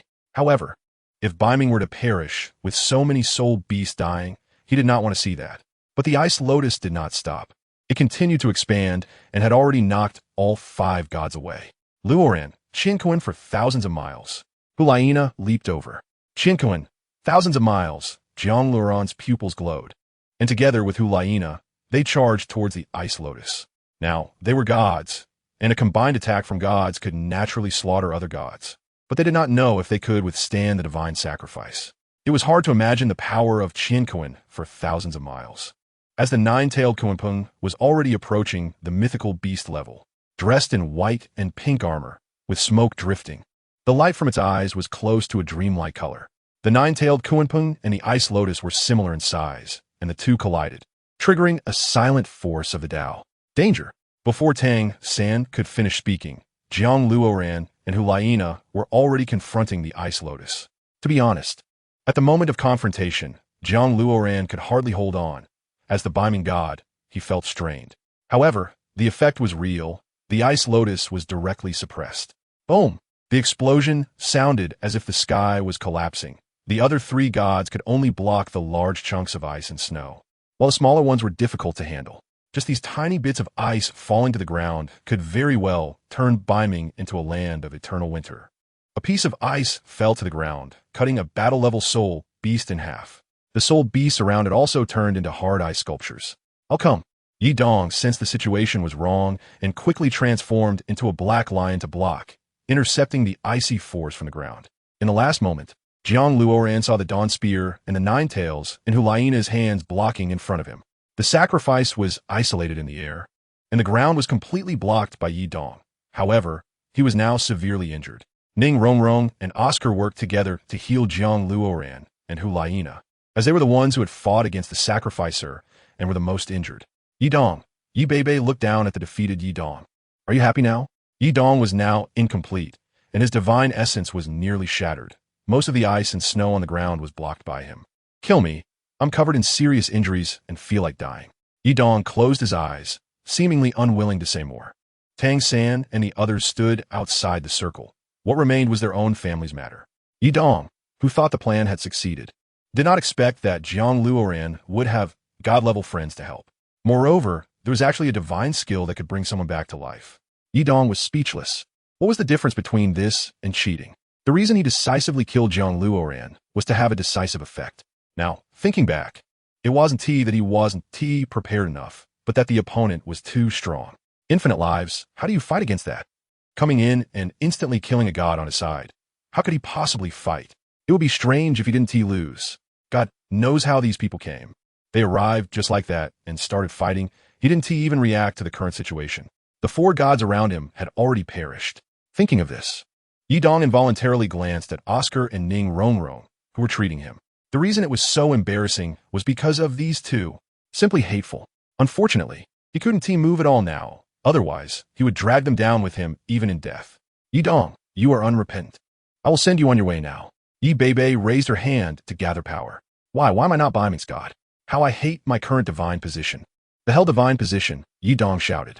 Yi Dong, like Jiang Luoran who was just slain, died in pieces. However, this time, there were no Ning Rongrong and Oscar to help him be reborn. Dead was dead. Yi Beibei also seemed a bit dazed, as if she had experienced countless years of hardship. Until now, she finally showed a look that matched her age. The help from several of you will be deeply remembered in Beiming. Please follow me to Beiming for recovery. Yi Beibei instructed arrangements, and Tang San and the others settled down first. They had helped so much. How could she possibly look down on them? It would be false to say that they had no injuries after fighting to this point. Tang San and the others were not polite and entered the Kunpeng Sacred Hall. Aunt, no need to be polite. Luoran has helped us a lot before, Tang San said. Exactly. There is no need for this, Dai Mubai smiled. But you must first recover. I will prepare divine medicine from the Kunpeng Sacred Hall for you later. Consider it as family. Hurry back, Yi Beibei said. Next comes the issue of control. The greatest danger is dead, and the rest will naturally crawl and kneel. Calculating. There are now 5 gods in the Kunpeng Sacred Hall. This is no joke. Anyone who resists will be seeking death. Feng Ling and the others initially thought Beiming was going to fall, but did not expect such a dramatic turn of events. Turning danger into safety was indeed a blessing for Beiming. Even if Yi Dong captures Beiming, he won't be completely satisfied, as the gods helping him are all from the land of Beiming. If Beiming is conquered, Yi Dong's highest position is likely to collapse, where the other 4 gods will divide Beiming among themselves. At that point, let alone the prosperity of Beiming, even the division of territories will bring great suffering to the soul beasts. With Icebird's temperament, how well could she treat them? However, it's likely that Yi Dong is just using them and will team up with the strategist to eliminate the rest. A soul beast like Yi Dong, who is so focused on Beiming, probably wouldn't think of this. As he said, inheriting the position of the Hell God was something he had to do. He despises his own divine status. Jiang Luoran also planned to only disable Yi Dong. After all, he had agreed to the illusion of Beiming with the other party. However, killing him now could be considered a form of liberation for him. Not to mention how painful his injuries are, just mentally, he can't bear it. Chapter 197. Reunion. When Jiang Luoran woke up, he found himself lying on a bed, recalling that he seemed to have died again, probably saved by Ning Rongrong. However, continuously using life-saving techniques takes a huge toll on them. That ice bird went completely mad in the end, determined to sweep everyone away. He felt something soft beside him. What was it? Jiang Luoran struggled to sit up and realized they had brought Hulaina in too, likely needing treatment together. In the end, Ning Rongrong and Oscar were too weak and forgot to take Hulaina back to her room. This time it should finally be over. Jiang Luoran felt that everything had been handled, thanks to the help of these friends. Otherwise, the consequences would be unimaginable. Tang San becoming a god is within Jiang Luoran's realm of thought. But how did Hulaina and Tang Bai become gods? What divine positions did they obtain? Of course, Jiang Luoran meant that on Douluo continent, while there are not only a few gods, other divine positions are indeed hard to find. How did they discover them? This could be said to be a tremendous opportunity, also giving him a sense of certainty in victory. In the Kunping Holy Temple, Master, we have recovered all of the Beiming region, Exa said joyfully. Even the forbidden areas are under our control. Upon hearing that the Holy Temple has 5 gods and dozens of super warriors, they immediately fled in panic. Feng Linger clasped her hands. Now she could rest and wait for the time to become a million-year soul beast. What about the sea territory belonging to Beiming? Yi Beibei asked. One must know that there are relics of several generations of Kunping ancestors in the sea. If Yi Dong decides to refine them, it would be a huge loss. The things are still there. I estimate Yi Dong is thinking of using them after victory. Feng Lingter guessed Yi Dong's thoughts. Indeed, if nothing unexpected happens, Yi Dong is very likely to win. He probably didn't expect to suffer a crushing defeat, right? Yi Beibei sighed. Why not hold a banquet to celebrate our Beiming god's rise to power and overcoming difficulties? Kai S. Medet. Linger, what do you think? Yi Beibei asked. Huan Linger is Yi Beibei's strategist, and she generally considers things very thoroughly. All right, let's do it this way, Linger said, leaving to arrange matters. In that case, there isn't much time left for you and the young master in the human world. How should we proceed? Exiner, mainly worried about this. This is nothing to worry about. The newly appointed Beiming god has the Dawn Spear, which is the weapon that opened the divine realm passage for our ancestors. If there is anything inappropriate, he will come personally, and you all can handle various affairs, Yi Beibei said. Who is that woman? Hulaina asked as she woke up, thinking she was about to die at that time. Now she was probably saved. You may not know, but this place is called Beiming, and that woman is my mother. Also the Kunping god of Beiming, Jiang Luoran sighed. After all the twists and turns, I finally came back, but now I've suffered another defeat. It seems we can definitely enjoy some peace for a while now. I say, why are you so mysterious? Always in the Chow camp, but you're hard and Han. You even scared my brother before, Hulaina scoffed. Oh, say you almost perished. I saved him, Jiang Luoran waved his hand. If we talk about my achievements in land creation, it really should be credited to Yi Beibei.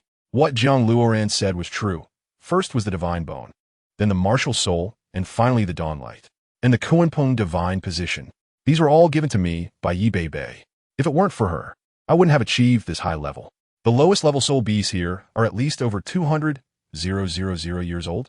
This is simply a paradise. Hulaina was astonished. Perhaps it is the decree of heaven that led to Beiming being robbed. Many soul beasts have died due to this crisis. Jiang Luoran meant that prosperity leads to decline. Beiming was too powerful and now needed to be weakened a bit to reach further. What is the decree of heaven? Hulaina asked in confusion, as she had never heard this term before. Two gods discussing the decree of heaven on a bed felt quite incongruous. Hulaina activated her divine position, appearing as pure and flawless as when she was fighting, like a heavenly maiden descending to the human world. It's a language from my hometown. It's normal that you don't understand. I almost forgot that this is not Earth, Jiang Luoran said. By the way, is it really appropriate to discuss these things on the bed? Jiang Luoran made Hulaina realize the current awkward situation. Dai Mubai walked through, and all the soul beasts in Beiming treated him courteously. Everyone knew he was the one holding the ground. If it weren't for him, the soul beasts on the opposite side would have attacked long ago. Beiming is indeed vast, larger than the two great empires combined. As soon as Dai Mubai arrived, he noticed one thing: it is really very large. He released his soul skills in battle, and just the distance alone took quite a while to cover. This almost weakened his soul skills, causing a large number of soul beasts to converge towards him. I wonder why Luoran wants to help that woman, Zhu Zhuqing observed. Not to mention outside, even the bed he and Dai Mubai just lay on was enough for the ghostly white tiger to rest. We'll know soon enough. I heard there's going to be a banquet for us, Dai Mubai said eagerly, wanting to take Zhu Zhuqing to the venue. Because it was so large here, even if they were an hour away from the start, they felt they might not arrive on time. Also, Dai Mubai didn't know what Beiming liked to eat. It shouldn't just be grass, right? Ma Hongjun had changed his usual demeanor, not looking around, because he had now turned over a new leaf and understood the cost of indulgence. When Jiang Luoran arrived at the Kunpeng Holy Temple, he saw everyone gathered together, feeling as if there was going to be some kind of worship ceremony for the myriad beasts. Yi Beibei instantly understood when he saw him and Hulaina together. Could this guy really find a girlfriend? It seems he doesn't have to worry anymore. When he first saw the child, his face was as cold as ice, as if someone owed him millions. How fierce must his girlfriend be? Thank you, brothers, for your righteous help. Jiang Luoran clasped his hands. Even though I know you don't like to hear thanks, I still have to say it. Brother, that soul guide device almost crushed us. If it weren't for the three of us being gods, we wouldn't have made it here, Ma Hongjun said with a bitter smile. Principal Flander and the others still plan to come. It's just that the place is small, so we can only pick the most helpful elites. Fatty, don't say that. Isn't that just putting pressure on Luoran? Oscar poked Ma Hongjun. Is that so? What exactly happened? Jiang Luoran asked. It's nothing serious, just a spatial collapse. Hulaina, Tang Bai, and I worked together to stabilize the space. Although it was a bit forced, we managed to do it. Tang Sen downplayed the situation. When you appeared, I was puzzled about how you knew I was in danger in Beiming. That was what Jiang Luoran was most confused about. Because of her, we couldn't find you, and finally found her. From our deductions, we realized you were in danger. Tang Sen pointed at Hulaina. Chapter 198, the final boss. That's right. We eventually reached the Sea God Temple. After Poseidon explained things, we understood your situation. Moreover, Poseidon gathered the soul tools that brought us here to help. Dai Mubai said nonchalantly. That's not a soul tool. Jiang Luoran waved his hand. That's just a teleportation device from Beiming. But it's fine if you want to go back. I'll personally send you. Suddenly, the entire Beiming began to shake, as if it was about to collapse. Everyone was celebrating, but didn't expect to encounter this situation. Even the Kunpeng Sacred Hall was affected, causing Bai to collapse. No one knew what was happening. If it were an earthquake, that was impossible. This was Beiming, home to many high-level soul beasts. What kind of earthquake could shake this place? Jiang Luoran felt a bad premonition. It wasn't just Jiang Luoran. Anyone at the divine level could sense something was wrong. This energy felt like it was awakening from underground. It wasn't just to shake Beiming, but a force. A power even the gods couldn't ignore. What on earth was this? The five exchanged glances. The one who should speak was Yi Beibei. Without her, no one could guess what this was. I'll go out and take a look. Yi Beibei transformed into white light and shot out. I'm coming with you. Jiang Luoran sensed something was wrong and feared for Yi Beibei's safety, immediately following her. Let's go together. Hulaina and Tang Bai chased after Jiang Luoran's figure. But she was too fast. Tang Sen instructed Dai Mubai to organize the others and followed after them. They all understood that with this level of danger, even gods could only have a 50-50 chance. In the sea area, Yi Beibei's expression was not good. She hoped it wasn't that thing causing trouble, or else they would have to escape. Sea area? What is there? Jiang Luoran inquired, truly unaware of what existed in the sea area and had never heard Yi Beibei mention it. I planned to tell you when you ascended, but in the sea area, there are the evil feet we sealed. After my deduction, it must be that Yi Dong and the others disturbed it before. Otherwise, it wouldn't have come to this. Yi Beibei didn't even have time to speak and dove into the sea area. Jiang Luoran could smell a suffocating wave of energy. He drew out the Dawn Spear and stood by Yi Beibei's side. Diving thousands of meters underwater was just a blink of an eye for them. Yi Beibei looked at the bones lying on the ground. The seal was broken. That madman Yi Dong must have gone all in, leaving behind this dark piece. If this evil foot was unleashed, it wouldn't just be Beiming in danger. Even the divine realm would be doomed. Yi Beibei's pupils went blank. Swish! A black vine lashed out. Jiang Luoran happened to be guarding Yi Beibei's side and struck back the black vine with a single thrust of his spear. How is this possible? This is the Dawn Spear. Why can't I cut through it? Jiang Luoran's cautious heart grew heavier. Gurgle. A swarm of black sharks charged in, mouths wide open with fangs ready to devour Jiang Luoran and Yi Beibei. Second soul skill, shadow following. First soul skill, creating something from nothing. 2 purple soul rings appeared before Jiang Luoran, intertwining and crashing into the black sharks. 10 ancient tree roots surged from the seabed, extending thousands of vines to strike at the shark swarm. Bang, after all, they were million-year soul beasts with this strike. A large number of black sharks were killed on the spot. Behind them, a massive group of jellyfish and octopuses rushed in, and the 10 ancient tree roots formed a circle, eliminating enemies from all directions. Leaving the water's surface, they were in its domain. Yi Beibei pulled Jiang Luoran to avoid him getting too engaged in the fight. Swish! A black beam shot through 2 ancient tree roots, draining their energy. The black beam didn't stop but continued to chase after Jiang Luoran, its purpose not to kill but to entangle. One could imagine what it considered gods. Buzz! 2 golden lights flashed. The Dawn Spear and the Sea God's trident together severed the black beam. Quickly go. I am a sea god. Yet I can still feel the other party possessing the power of a dominator. Tang San had never been this anxious. Immediately after, hundreds of black beams came pouring in like flowers scattered by a celestial maiden. Jiang Luoran controlled the ancient tree roots to defend, but they were all instantly killed and penetrated. Corona power. Above the seawater, a burst of white light quickly gathered into white feathers, piercing towards the black beams and slicing them apart. What is that? Hulaina exclaimed, having seen a gaze. A golden pupil. You would feel that there was no more chilling gaze in the world than this pupil. Not even gods could compare. The evil foot is about to awaken, Luoran. Quickly activate the Kunpeng domain. Yi Beibei also released the Kunpeng domain. Jiang Luoran dared not hesitate and struck at the same time as Yi Beibei, using the Kunpeng domain to suppress the evil foot. Time is the evolution of all things. Without time is equivalent to having nothing. But it was too strenuous. Even with both gods releasing the Kunpeng domain, they couldn't suppress it. If it weren't for the level difference, what else could it be? Retreat. Jiang Luoran couldn't hold on any longer. He slapped Yi Beibei, urging Hulaina to take her away. The 4 were perceptive and headed toward the surface of the sea. No matter what it is, I am now a god. Jiang Luoran spun 360 degrees, and the Dawn Spear split into multiple energy avatars. Dawn of light. In an instant, the winds and clouds changed, rocks shattered, and a violent wind howled, causing a 10,000-foot tsunami to surge in the sea area. The golden light was the only color in everyone's eyes. Bang! Jiang Luoran flew out of the water, landing in front of the 4, his body heavily injured, and the Dawn Spear in his hand emitted a trembling sound.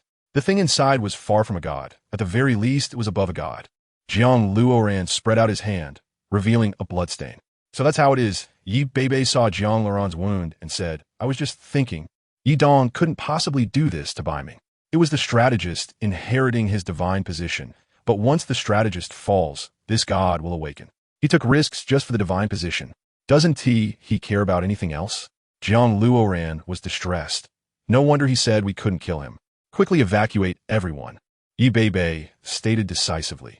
At such a moment, she needed to show the demeanor of a leader. Make the most precise judgment. Hulaina suddenly froze. Her pupils deeply staring at the sea area. It's too late.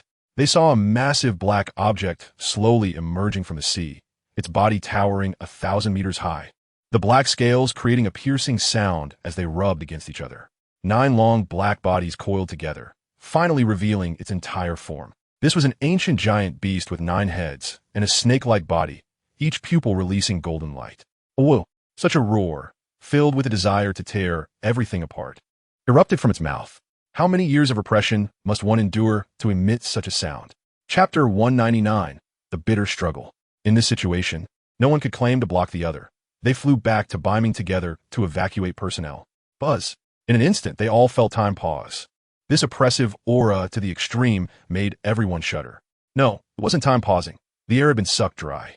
In the mouth of the 9 Paths Master, a black energy coalesced. No one dared to underestimate the power of this strike, not even a god. 9 black light waves shot forth, leaving no time for preparation.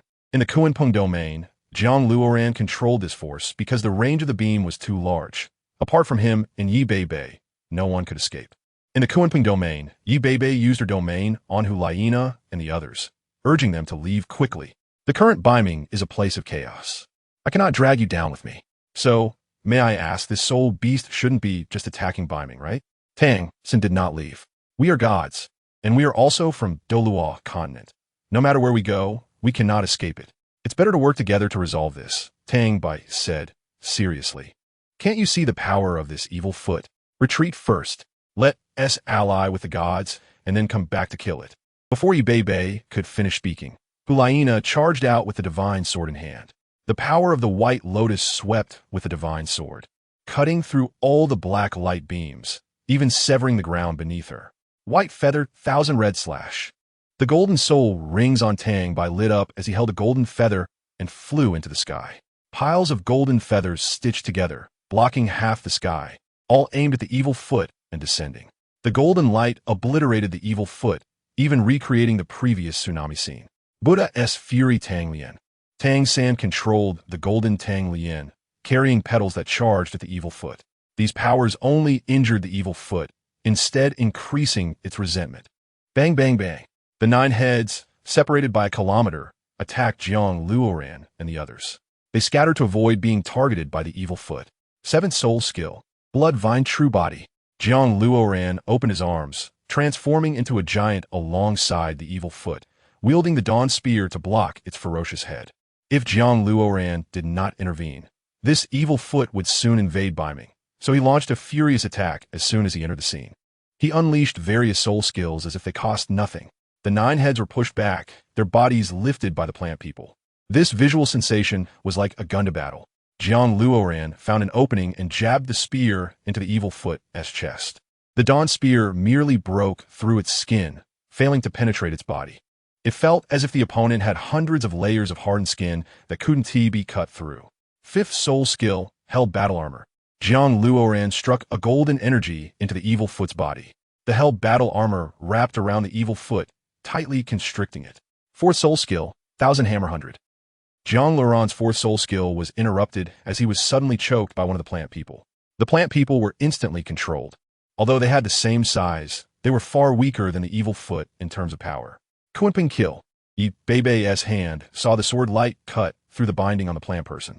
Taking this opportunity, the plant person grabbed one of the evil foot's limbs, lifted the dawn spear, and unleashed the dawn light, chopping down at the wound. Severed. The evil foot howled in pain, blood splattering from the wound. The extreme agony causing it to groan. Not good. Retreat quickly, everyone retreat. Jiang Luoran was closest and knew the opponent was about to unleash a devastating attack. Luoran, hurry. Tang San summoned the ocean water, whipping up a massive wave towards the evil foot. But this minor attack was nothing to the evil foot. It fought fiercely against the plant people. Since you want to settle this, I, as a god, will not be afraid. Jiang Luoran also rallied his fighting spirit. He used the dawn spear like a hammer, employing the gale hammer technique, each strike resonating with a tremor that echoed far and wide. Boom! A red light emanated from the evil foot's chest, as if it were about to spew blood. Whoosh! The red light wave quickly charged, sucking the air from several miles around, causing a heat that was unbearable. This made Jiang Luoran feel as if he were being blasted by a hurricane. What is this? Tang Bai's hands went numb from the impact, and he bore unknown wounds. If he weren't a god, he would have died many times over by now. The key was that even he did not know where these wounds came from. Not good. This red light is toxic. Even being within its charging range will affect you. Tang Xin wiped the blood from his chest. We must not let it release. Otherwise, the consequences will be dire. Hulaina unleashed her 9 tails, battling the 8 heads of the evil foot in the sky. After all, they were gods, even if they were not as strong as the opponent.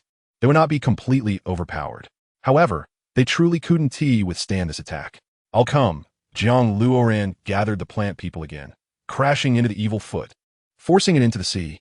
The moment the evil foot fell into the water, the seawater rapidly evaporated. How high was the temperature? Jiang Luoran looked at his right arm, covered in blood burned by the heat. Moreover, it was burned through the plant person. With 1,000 defense and the defensive capabilities of the plant people, it was still broken. This temperature was at least beyond that of the fire god. Even if Ma Hongjun became a god, a secondary god, he might only have such heat. Speaking of secondary gods, Jiang Luoran suddenly realized that this might be a secondary evil foot, A first-level god certainly couldn't defeat it. The gap is here. They, too, were newly ascended gods and had yet to clearly recognize their limits. The plant person pressed down on the evil foot to prevent it from escaping the water surface. But the opponent was too powerful. The evil foot rose, ready to unleash a fatal blow. The old tree roots grew from the water, wrapping around it and fiercely pulling it back into the sea. At this critical moment, they had to rely on the old tree roots. Otherwise, JiangLuoran would have no way to resolve this predicament. Divine skill, quickly unleash the divine skill. It's about to break free. Jiang Luoran shouted. Sea God's power. Tang San threw out the sea god trident. The sound of metal slicing through the air echoed. Boom! The evil foot's body, just emerging from water, was struck back down by the golden sea god trident. At this moment, its energy in the chest had also fully gathered. But the angle was slightly off, releasing into the sky. The white sky instantly turned as red as fire. No, this was already fire. It was as if the sky had been torn open, a crimson expanse, especially the temperature, which made the surrounding area feel the breath of hellfire. Jiang Luoran and the others, being closest to it, could no longer withstand it. The five gods separately unleashed all their defenses, piecing them together to avoid being killed. This power was terrifyingly strong. Chapter 200. The seven gods arrive. Dozens of defenses shattered. The ground beneath them crumbled like soil. Suffocating shockwaves rushed into their noses, from their bodies. This overwhelming force of death could not be drawn back from. Jiang Luoran even felt that this red energy had surged deep into the universe and exploded. As the red light dissipated, the divine tools in the hands of the five people fell to the side, especially Jiang Luoran, who was at the forefront. The plant man had long since shattered, and he was covered in severe injuries. If he hadn't seen it with his own eyes, Jiang Luoran would never have believed that such power existed in the human world. This was definitely a battle between gods. If such a blast were to strike Beiming, no one would survive. Bang, bang, bang. Evil Foot stood in the Beiming realm, crushing the illusion outside the door with a single step. Its 8 heads were overflowing and intertwining, slowly approaching Jiang Luoran. In a critical situation, they didn't even have the strength to stand, let alone escape. Now, they could only wait for death. Angel's Holy Strike. Qianrenxue stepped out from a void, wielding the angelic holy sword in her hand. Immediately afterward, a series of holy swords burst forth like twinkling stars, crashing toward Evil Foot's body like flames. Evil Foot was pinned to the ground, unable to rise. Who would have thought that, at such a crucial moment, another god would appear, and such a beautiful one, just as Evil Foot was about to counterattack? It was enveloped by a wave of black energy. Sixth soul skill, eternal creation. In the Rakshasa domain, Bibi Dong swung the black death god scythe in her hand. Whoosh! One of Evil Foot's heads was severed by the combined effort of the mother and daughter, falling into the depths of the sea. Bibi Dong? Qianrenxue. Jiang Luoran was filled with disbelief. This was too incongruous. Unscientific. Bibi Dong threw the broken green transporter to the ground. There was more than one soul-guiding device that transported from Beiming to the Douluo continent. I am here to bring the saintess back. Hulaina was now also at the god level, and a god was a force not to be underestimated. Moreover, they were in a master-apprentice relationship. How could they stand by and do nothing? When she heard that Hulaina was going to enter Beiming, Bibi Dong, who knew a thing or two about that treacherous place, would not allow her to fall. Jiang Luoran recalled that Qingyi had burst into the spirit hall and was absorbed by Bibi Dong's soul ring. Those Title Douluos had taken the soul bones and left, unaware that there were still good things within Qingyi's corpse. Master? Hulaina, feeling listless, truly found it hard to speak. After consecutive defeats, with 2 heads severed, Evil Foot had gone mad, spewing energy toward Bibi Dong. The 7 treasures glazed tile pagoda. Ning Rongrong released all her soul rings to restore Jiang Luoran and the others. Oscar also unreservedly provided sausages to help them recover faster. Who present wasn't at the Title Douluo level or above. Could they not see what kind of battle this was? They would help as much as they could. The soul beasts of Beiming also emerged, all focused on this life and death battle. Based on Jiang Luoran and Yi Beibei's speed, if they could arrive now, they must have exerted all their effort. Bibi Dong and Qianrenxue were increasingly astonished by the battle. This seemed not like a soul beast, but a kind of ancient ferocious beast. Its defensive power was extremely terrifying, and its offensive power was also astonishing. No wonder the 5 gods couldn't deal with it. Even 10 gods might not be enough. Fortunately, they had just arrived, and ignorance breeds fearlessness. allowing them to sever one of its heads. They had just ascended to godhood, and their confidence was understandably sky-high. On this continent, there was no enemy they could not defeat. Even if they went to the divine realm, they would still be respected. In terms of strength disparity, it wasn't too great. They were all gods, unable to exert complete dominance. Unless they were like Jiang Luoran, whose body was filled with expensive soul rings and possessed twin martial souls. Even the divine tools were two combined into one. Suddenly, the scales all over Evil Foot's body swelled, transforming into brilliant golden spikes, as if it had awakened. Charging toward Bibi Dong. Even as a god, Bibi Dong could not withstand this blow, spitting blood as she fell from the sky. Fortunately, the death god's scythe was blocking in front of her. Otherwise, Bibi Dong would have been severely injured. Master, Hulaina caught Bibi Dong. Let's go quickly. I can handle it. You don't know what this thing is? This is something only a god can defeat. Tell me, how do you plan to cope? Bibi Dong took a deep breath. The healing team from Beiming arrived, directly activating the healing formation to treat the 7 true gods. Now, Beiming lacked nothing but god-level combat power. They had countless healing teams, and even more healing soul beasts. However, healing gods required a massive amount of soul power. But it didn't matter. If quality was insufficient, they would win by quantity. Wave after wave, they restored the injuries and stamina of the 7 gods. It was already very clear. This was an absolute hard battle. The location of the 7 gods was indeed the land of Beiming. Beneath their feet was the entire territory of Beiming. If they lost it, they would all perish. Jiang Luoran's eyes turned golden. If they hesitated any longer, Evil Foot would come and kill them. The 1,000-meter-high plant man emerged, resembling a god of war in the world. It dragged the dawn spear, which matched its body, and charged toward Evil Foot. The two met with intense hostility, immediately engaging in battle, with Evil Foot even using its teeth. The plant man refused to show weakness, driving its right hand fiercely into Evil Foot's body and twisting the spear. Let's go together. Tang Xin saw that Jiang Luoran was struggling again and felt it was inappropriate to remain any longer. Angel's Judgment. Qian Rinxue flew into the sky. Bang! Suddenly, a phantom of an angel appeared in the sky, wielding a gigantic sword as large as the heavens, pressing down on Evil Foot. Enraged, Evil Foot's body continued to swell, and its scales grew longer. Boom! One of Evil Foot's heads spewed black fire, clashing with Angel's Judgment. Rakshasa Domain, Kunpung Domain 2, Sea God Domain, White Lotus Domain, Corona Domain, Angel Domain, Killing God Domain. 8 domains were bestowed upon Evil Foot, sealing it in place. The intersection of the 8 domains created a scene of spatial annihilation. Around Evil Foot, threads appeared as if entangled, or perhaps the space was crumbling, causing energy to become chaotic. Evil Foot cried out in pain. This damage was fatal. The blood light within its body exploded, as if it were being severed. Such a spectacular scene could not be witnessed by soul beasts above the 40,000-year level. Otherwise, they would be cut down by the residual power of the domain, incredibly overwhelming.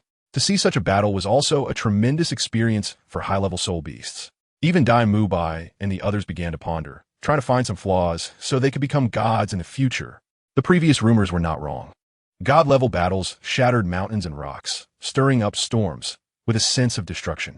Now, the 7 gods were united, mutually hacking at Evil Foot, which had completely exceeded the understanding of normal soul masters. No enemy could escape unscathed. No severed strike could be avoided. Dawn Spear. The Dawn Spear rushed past, like a ray of dawn descending from the horizon, drawing a golden bridge in the sky. This was the true divine skill. Chapter 201. Sealing God Array. The golden light shattered, and several hundred miles of midair exploded into a giant golden circle, emitting waves of energy. This proved that even such power could not penetrate Evil Foot's body. Its defensive power was incredibly defiant. It wasn't over yet. Jiang Luoran continued to charge, inserting himself into Evil Foot's body. Sung red blood and golden light intertwined, spraying out like snow in August as Jiang Luoran exerted all his strength. The golden light shrank, penetrating the body of the Evil Foot and piercing through it. Jiang Luoran felt that there was nothing ahead to block him anymore. Illo! The 7 heads were still struggling, but in an instant they fell into the water like a beast gasping for breath. Jiang Luoran allowed his anger to rise. After all, the Evil Foot was also a 2nd-level divine residence. This strike from the Dawn Spear drained all of Jiang Luoran's physical and spiritual energy. He spat out a mouthful of seawater and took a deep breath. aiming for a critical hit. If it weren't for using this technique to compress all his power and the light of dawn at the tip of the spear, Jiang Luoran would not have been able to pierce through his opponent at all. There was a great risk in doing this. If he didn't control the compression well, Jiang Luoran could very well blow himself up. This explosion wouldn't just be an explosion of heaven and earth. In the face of such violent power, he himself would not be able to escape. The full power of a god compressed into the tip of a spear. Thankfully, it was the Dawn Spear. If he had used any other, he would likely be finished. This strike was too insane, making people fear the Kunpeng god. Did he win? Since Luoran was so fierce, why was he hesitating earlier? Ma Hongjun was sweating in fear. Jiang Luoran was always like this, clearly able to resolve the situation, but choosing to act as if he were completely outmatched. He definitely had a lot of tricks up his sleeve, but never used them. However, Ma Hongjun had been reminded many times, so he had nothing much to say. So strong? Is he a demigod now? Dai Mubai, bare from the waist up, said in disbelief. Bibi Dong and Qianrenxue asked, "What are we doing here?" In the distance, there came the sound of chewing, like a shark eating an octopus. Jiang Luoran noticed that everyone was staring intently at the still, turbulent sea surface. A red monster emerged from the body of the evil foot and began to devour it, seemingly enjoying it. This feeling was more like a snake shedding its skin. The true evil, as described in ancient texts, the evil foot itself was evil, needing only the right opportunity to be unleashed. It turned out that evil was simply itself. Only by experiencing death could the evil foot truly become evil itself. By then, it would devour the evil foot, reaching a state of self-forgetfulness where nothing could stop it. Unless it was a god. Yi Bei took out a silver spear from her sleeve. It should be known that sealing this evil foot had cost the lives of several gods. Currently, only 7 remained present. Fighting true evil seemed a bit overwhelming. Not dead yet. Is this a cockroach? After killing this one, do we have to kill another? Ma Hongjun wished he could also become a god and rush in a fight with them. The situation was really hard to bear, that feeling of being unable to kill, giving it everything and still not being able to kill it. Damn, Dai Mubai was furious and smashed the giant rock beside him with a punch. Don't be impulsive. In battles of this level, we shouldn't even think about intervening. Zhu Zhuqing pulled Dai Mubai back. Yeah, the gap is too big, Xiao Wu said anxiously, fearing for Tang San's safety. More coming? Jiang Luoran's mentality collapsed. How hard was it to kill this old beast? It was practically indestructible. This was the first time Jiang Luoran lost his fighting spirit. He even lacked the will to fight, thinking lying here and getting stepped on would be better. Ning Rongrong's 9-treasure glazed tile pagoda and Oscar's sausages merged into Jiang Luoran's body, alleviating all his concerns. It must be said that the utility of support-type soul masters on the battlefield was still significant, determining the desire for victory. Without their help, even these 7 gods would likely not be enough to handle the situation. Not to mention being able to fight against a 2nd-level divine residence. The 7 gods battled against the newly awakened red evil, their fight causing the heavens and earth to spin, the sun and moon to tremble, the mountains and seas to boil. From the sky to the ground, from the ground to the sea, the space was ripped apart in several places. The healing team came wave after wave, unceasingly. It had already been 3 days and nights, and they were still fighting. The evil was also somewhat exhausted. At least it had no one to assist it. Otherwise, the 7 gods would have already fallen. Some bold individuals even slept on the spot. After all, if the gods fell, they would die too. If the gods retreated, it would also mean doom. Either way, it was death. They might as well do what they needed to do, eat, drink, and sleep. Dai Mubai anxiously paced back and forth. He had to find a way. Sitting and waiting was absolutely not an option. Ma Hongjun had helped once before, but it was of little use. Even one could say none at all. The gap between the ultimate Douluo and the gods was still too vast. Otherwise, why would it be so difficult to become a god? Even Jiang Luoran had gone through life and death experiences before inheriting the Kunpeng divine position. This place was isolated, with no help available. What could he do? Dai Mubai had exhausted all his ideas, but what was lacking now was a god, not anything else. What should he do? What could he do? Dai Mubai frowned. He truly wished he could be a god right now. I have a way, but we must retreat first, Yi Bei shouted, continuing to block the opponent's attacks. In this situation, there was truly no way to retreat. Tang San was gasping for breath, drenched in sweat. He was about to collapse. The pressure of this battle was something even a god would find hard to withstand. There was a divine sealing formation in Beiming, but it required someone to activate it. However, before that, Everyone outside the circle had to retreat, otherwise they would be affected. Yi Beibei was forced to use this, because the divine sealing formation was only usable once. After it was used, there would be no more. When danger returned to Beiming in the future, it would be hard to protect oneself. So it's either you or Luoran to activate the formation, since your speeds are the fastest. At that time, we will find the right moment to enter the safe zone. BB Dawn can no longer hold on. If this continues, she will be crippled. Hearing such good news now felt like a relief. Luoran, only the Dawn Spear can activate the divine sealing formation. Hurry to the Kunpeng Sacred Hall and give us a signal after you activate it. You must be quick. Yi Beibei pushed Jiang Luoran with the Kunpeng domain. All right, Jiang Luoran responded without hesitation. Given the circumstances, he would do as much as he could. If the evil really broke in, everyone would be doomed. Jiang Luoran shot into the Kunpeng Sacred Hall like a golden streak of light, his speed now possibly determining the fate of the gods. Anyone still fighting on the front lines dying was something he was very unwilling to see. So he had to be fast, to the extreme, transcending everything. He needed to be fast enough that even time could not catch up. Jiang Luoran was about to unleash his utmost potential accumulated over the years. Chapter 202. Activation. Rushing into the Kunpeng Sacred Hall, Jiang Luoran discovered one thing. He had no idea where the divine sealing formation was. Yi Beibei couldn't possibly not inform him, which meant that only the one holding the Dawn Spear could activate it. As for the location, it was probably random. Jiang Luoran jumped around, searching every place in Beiming, but found no trace of the divine sealing formation. He was now a person with a key, but unable to find the door. Jiang Luoran raised the Dawn Spear high, radiating golden light, yet nothing responded to him. Wait, Yi Beibei said only the Dawn Spear could enter. The Kunpeng Sacred Hall could freely traverse. The only remaining place was the Divine Realm, above the Kunpeng Sacred Hall. The divine sealing formation, of course, had to be activated with something from the Divine Realm, sealed with something from the Divine Realm. Thinking of this, Jiang Luoran opened a gap with his spear, not daring to hesitate, and immediately dove in. The Divine Realm reappeared before Jiang Luoran's eyes, filled with splendor, fragrant grass, and divine beasts intermingling. It was vastly different from the human realm. Walking outside the White Palace, this was the Kunpeng Divine Hall, a symbol of extreme reverence. It was also his own territory. The Kunpeng Divine Hall automatically opened its doors, recognizing only the entrance of the Kunpeng god. Any other intruders would be dealt with severely. Although this was the Divine Realm, it was not entirely smooth sailing. Upon entering the hall, Jiang Luoran found that it was even larger than the Kunpeng Sacred Hall, with ancient writings neatly arranged and murals of the Kunpeng body. However, it was just himself, and he did not feel oppressed. Compared to the Sacred Hall, the Divine Hall added more spirit and divinity. Here, teapots, gardens, beds, tables, and thrones. Everything was complete, resembling a luxurious, oversized villa in the suburbs. Giving off a vacation vibe, Jiang Luoran raised the Dawn Spear again, but there was still no reaction. How could this be? Was the God Sealing Array not here? Jiang Luoran felt anxious.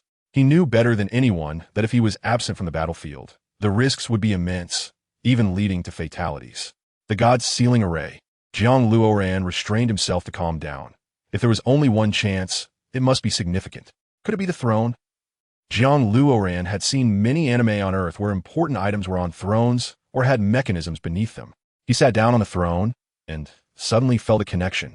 Yes, this was the God Sealing Array. This was the feeling. Jiang Luoran melded with the throne, and the entire Kunpeng Divine Hall radiated a red glow. The true Kunpeng god had returned to his position. Since he found the God Sealing Array, he needed to ensure that his signal could be sent out in time. Losing anyone was intolerable for Jiang Luoran. Kunpeng Domain. Buzz. White mist appeared, seemingly clinging to Jiang Luoran. Time was stuck at 0. Jiang Luoran gripped the Dawn Spear tightly. Needing to be fast to the point of being unrestricted. Boom! The Dawn Spear erupted with dawn light, the power merging with the throne, golden light pouring forth. A white force shot towards Beiming so quickly that even Jiang Luoran could not discern what it was. The God Sealing Array was activated. He had to catch up to the God Sealing Array. Jiang Luoran rushed out like thunder, following closely behind it. The Kunpeng Domain was fully unleashed by him, and the Dawn Spear opened the exit to the human realm, with Jiang Luoran diving in headfirst. He released a beam of dawn light into the sky and quickly chased to the front line. There was a signal. The God Sealing Array was activated. Ma Hongjun shouted, "Retreat quickly." Yi Beibei saw that it was indeed Jiang Luoran's signal and shouted to retreat. Hurry. It was no use. There was no strength left. Tang San's right hand trembled, about to lose control. The domain could only temporarily restrain the evil. It was their only chance to escape. Hulaina touched the scar on her chest. Roar. The evil seemed to realize what they were planning and intensified its assault. Under the fatal punches of the evil, the 6 gods were significantly affected, falling to the ground. Activate soul skills, all combat-capable soul skills. They couldn't hold on any longer, Dai Mubai shouted. Although this was a desperate measure, it was better than doing nothing. Now that the 6 had fallen, they couldn't just watch them be killed. Various soul skills surged like a roaring sea. It had to be said that the combined power of the group was unmatched. The entire Beiming Sea surged red, orange, blue, green, cyan, and purple. Countless soul skills like an old tree blooming filled the air and surged towards the evil's body. This carpet bombing of energy pushed the evil back. Wind Bell quickly dashed out, carrying Yi Beibei and Hulaina, while Xiner carried Qianren and Bibi Dong. Dai Mubai lifted Tang, San, and Tang Bai. The 3 quickly escaped, fearing the evil would come. It felt like seeking food from the tiger's mouth, perilously tight. Just as the 3 left, a golden barrier descended upon Beiming, isolating the evil outside. They had escaped danger. JiangLuoran saw this scene and finally relaxed. Falling into a deep sleep, he was truly exhausted. The other 6 gods also fell asleep, having expended too much energy to bear. Bang, bang, bang. The evil struck the barrier with 3 punches. Dai Mubai and the others felt it was unreliable and planned to see if they could withstand this evil god. Unexpectedly, the god-sealing array proved to be formidable, using the evil's power to resist its attacks. The evil seemed not to have reacted, continuing to strike the barrier. Roar. The evil gathered a red mist in its mouth, not far from the barrier, spewing towards it. The barrier and red mist collided, producing a dissonant buzzing sound. Ma Hongjun was terrified, sitting on the ground, unable to imagine the destructive power of such a strike. At least half of Beiming would be doomed. Dai Mubai stared at the barrier in shock. This god-sealing array was so strong that even gods could be blocked? Haha, come again. Ma Hongjun felt instantly relieved. With such a solid barrier here, who could harm him? Boom! The barrier in the sky suddenly became ethereal, and everyone was confused about what was happening. The time limit for the god-sealing array was 3 days. If it endured the evil's pounding, it would only be able to last 2 days. Within those 2 days, it would be a life-and-death battle. Regardless of success or failure, Yi Beibei and the others would be carried back to the Kunpeng Sacred Hall to recuperate. Dai Mubai stayed at the entrance to prevent any indescribable incidents. The god-sealing array only provided them with a 2-day respite. Once those 2 days passed, if they still had no way out, they could only leave it to fate. Roar. The evil refused to give up, continuing to hammer the god-sealing array, releasing raging flames that surged upward. It even penetrated halfway through the god-sealing array. Perhaps the temperature was too high, scorching its hand. Chapter 203. 7 Gods Martial Soul Fusion Skill. 1. The situation was severe. A day and night had passed, and with such a vast power disparity, they truly had no way to win. At the very least, even Bibi Dong and the others couldn't return. How about using the previous domain for cutting? They were quite familiar with it, right? Qianren thought. It wouldn't be successful. Not to mention the effectiveness, there wouldn't be enough time to cast it. Didn't you notice that we can't have the slightest margin for maneuver in front of it? Tang San pressed his temples. This was indeed something that even gods could not resolve. Its power was too strong, even 3 times stronger than the evil itself, especially in terms of speed. If it weren't for me holding it back, its speed alone could have wiped us all out. JiangLuoran sighed. In fact, he wanted to say there was another way, which was the blood flight. Now that he was a god, with blood flight on him, he could unleash unmatched power. But using blood flight would require a fatal strike. As for such a ferocious beast, other divine skills would be inconsequential. This strike might even extract his life.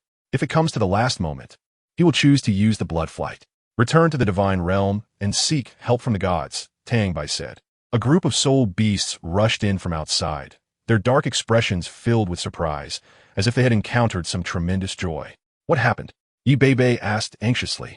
Master, the evil has retreated. I saw it enter the seabed, Feng Linger said. This statement made everyone feel delighted. Just a moment ago, they were in despair, and now it has left. The stone pressing on their chests suddenly fell away. What's going on? Tang San's brows suddenly relaxed, but he felt that it wasn't that simple. Never think of a matter as simple. Tang San had always been cautious. Could it be a trap? Or what does it know our divine sealing array needs energy and will come back later? Jiang Luoran stood up, intending to take a look. Don't worry. Do I seem unreliable in handling matters? It dashed away without looking back. Feng Linger had confirmed it before reporting. Everyone relaxed, as if they had released a stretched rubber band. Why? What is the reason for its actions? Tang Sen was puzzled, but no one could answer him. It left. It actually left. I personally saw it rush towards the distance, diving deep into the lake bed. Dai Mu Bai came running like a joyful bird. We all know. Tang Bai also felt something was off, but couldn't pinpoint it. Could it be due to insufficient life? After all, it is considered a form of will or thought. Hulaina inquired. Jiang Luoran seemed to suddenly think of something. Where is it going? It should be south. I was so excited that I forgot this point. What is wrong? Dai Mu Bai didn't understand. Clearly, they had seen through the clouds to the blue sky, yet everyone looked worried, as if sensing some danger. Oh no! Jiang Luoran walked outside of Beiming and saw a large area of receding seawater. That direction is south. It is also the direction of Douluo continent. I remember Yi Bei said that if the evil killed all of Beiming, it would definitely target Douluo continent next. Now it has changed its thinking. After destroying Douluo continent, Beiming can also be wiped clean. What kind of scene would it be for such a vicious beast to reach Douluo continent? Calling it a hell on earth would not be an exaggeration. Together, the 7 gods could barely hold back the evil. Currently, there's not a single god in Douluo continent, let alone holding it back. Even if a Title Douluo bombarded it, it would probably be like a drop in the bucket. It's over, completely over. Qian Rinxue stood frozen in place. Is it going to Douluo continent? Bibi Dong clenched her fists tightly. It is definitely Douluo continent. No matter what, as long as it doesn't die, both Beiming and Douluo continent will perish. Tang Sen knew the situation was not that simple. Now it seems, just as he had expected, to solve the problem, they still have to tackle it from the root. The problem is how to kill it. We are already gods. Could there be anything stronger? Tang Bai suddenly felt that becoming a god still didn't make him feel so indifferent. Don't lose your composure. Each of us can summon mountains and seas.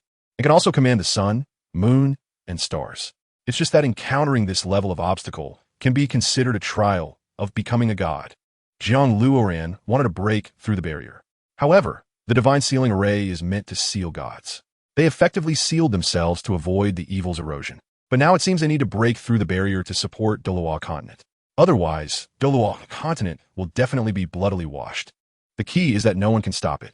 Even Qian Dalu, that ultimate Douluo wouldn't work. Its speed is not as fast as mine. It would take at least half a day to reach Douluo continent, and I only need 1 second. The current seal has 1 day left, which means its destructive power only exists for half an hour. I estimate it will first attack the sea god. Half an hour is enough. If it continues, it would be the Tiando Empire next. By the time we arrive, it would have nearly reached Tiando City. The casualties would be within 10,000. Jiang Luoran looked at Tang San. About right, I think so too. But if we break the array now, we can ambush it on the way. This way, it won't affect Beiming or Douluo continent. Tang Sen was anxious. But when the sea goddess trident hit the barrier, it was bounced back by golden light.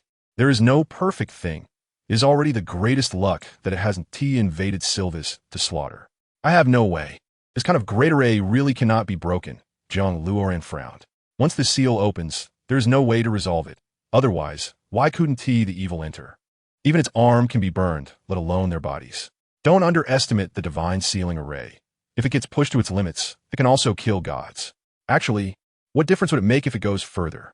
If Jiang Luoran cannot think of a winning method, would there be a way once it reaches Douluo continent? If he uses blood flight, I estimate Douluo continent would collapse by a 1/6. Not to mention whether the evil dies or not. Just the 1/6 of the people would be killed by him. There is no room for upward movement, yet encountering such a vicious beast, there is nothing more frustrating than this. After several experiments, the martial soul fusion technique still has some use. It can injure the opponent. However, if this soul technique is used too much, it won't play a critical role. If Dai Mu Bai and the others also became gods, then the probability of winning would greatly increase.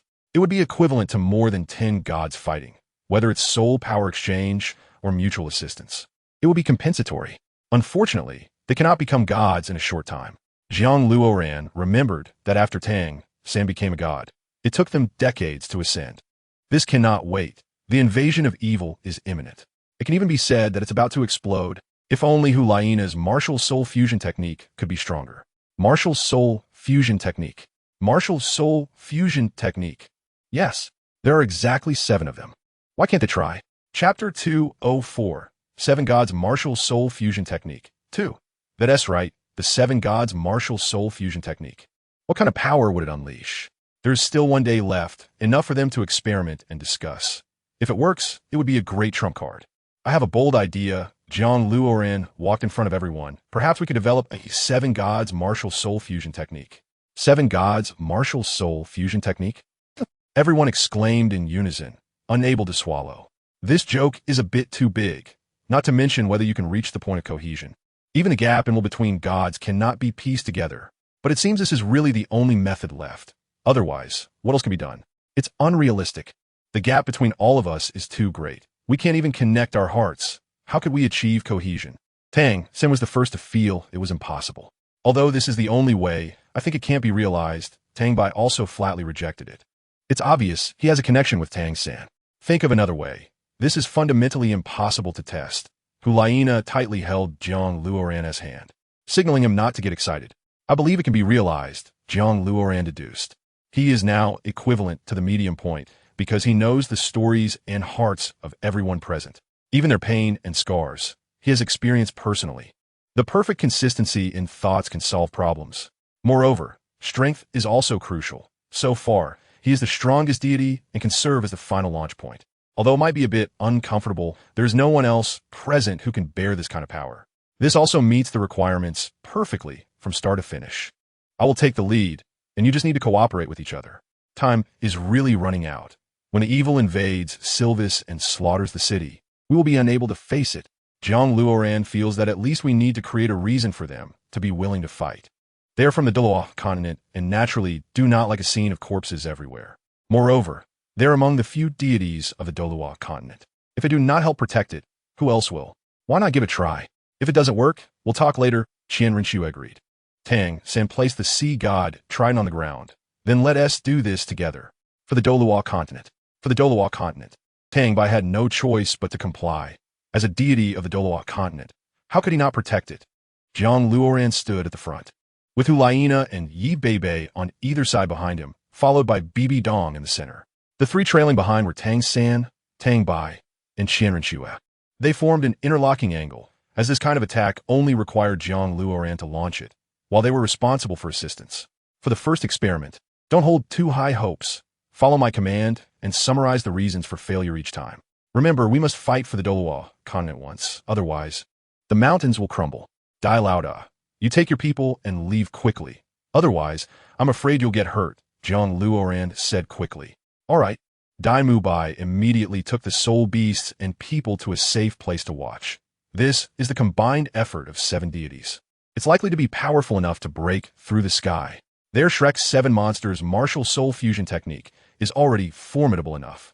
Not to mention the current 7 god martial soul fusion technique. It might even be able to eliminate the evil in one strike. Let us begin, starting with Tang San, Tang Bai, and Qian Rinxu. You will transfer energy to Bibi Dong, who will release the Azure domain to mediate. Jiang Luoran also dared to give it a try. If it really doesn't work, there's nothing he can do. Remember, control your strength well. Do not release it all at once. Attack the enemy with 3 parts and keep 7 parts for ourselves. This kind of damage can achieve greater strength. The Sea God domain, the Solar Corona domain, and the Angel domain opened simultaneously. All converged at one point, slowly flowing towards Bibi Dong. At first, Bibi Dong felt okay, as this was power rather than damage. But after a long time, it became too full. She simply couldn't bear it. The Azure domain opened, quickly mediating the 3 sources of power as a conduit. Now transfer it to Hulaina. She has an emotional connection with you, and if nothing goes wrong, it should be very successful. At that time, Hulaina will open the White Lotus domain and release her power to Yi Beibei. Finally, when the energy reaches a coordinated level, I will give the order. As expected, Hulaina calmly accepted the 4 sources of power brought by Bibi Dong. The White Lotus domain opened, transmitting Hulaina's divine power to Yi Beibei. Since they are all family, Yi Beibei had no qualms or opinions about Hulaina naturally connecting together. Blue, white, gold, black, red, white. 6 streams of energy intertwined. The terrifying divine power, causing Beiming to sway. Things were going even smoother than Jiang Luoran had imagined. If it continued like this, everyone, activate all soul rings. This decision is somewhat risky.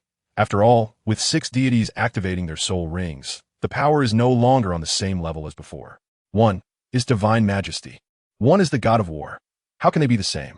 Indeed, after the 6 deities activated their soul rings, the sky dimmed, and the morning stars surrounded them. At this moment, even time dared not flow in, as the divine power was too strong. Jiang Luoran came to understand what it meant to hold the sun and moon and pluck the stars, being unmatched in the world. The current situation meant that they needed to gather the power of 7 such extraordinary individuals. He was a bit afraid that the power would be too strong and collapse this continent. Seeing everyone struggling a bit, Jiang Luoran pointed towards the sea. Give it to me. Yi Bei transferred her power to Jiang Luoran, who activated the Kunpeng domain, releasing 10 golden soul rings standing tall before him. The 10 golden soul rings arranged in a line from small to large, like cannons. Then, the golden soul rings seemed to be charged, emitting a sound of energy gathering. 7 different beams of light instantly soared to thousands of meters high and were stained onto the golden soul rings.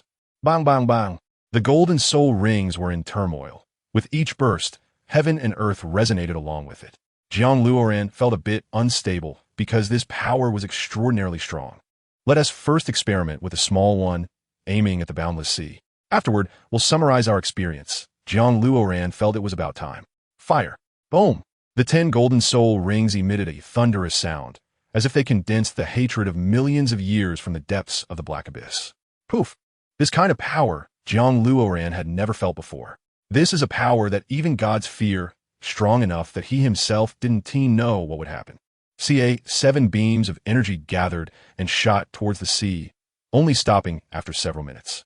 Jiang Luoran tentatively glanced, suddenly startled by the scene before him. Where did that mountain go? Why is the seawater in the sky? How come all the flowers and trees have disappeared?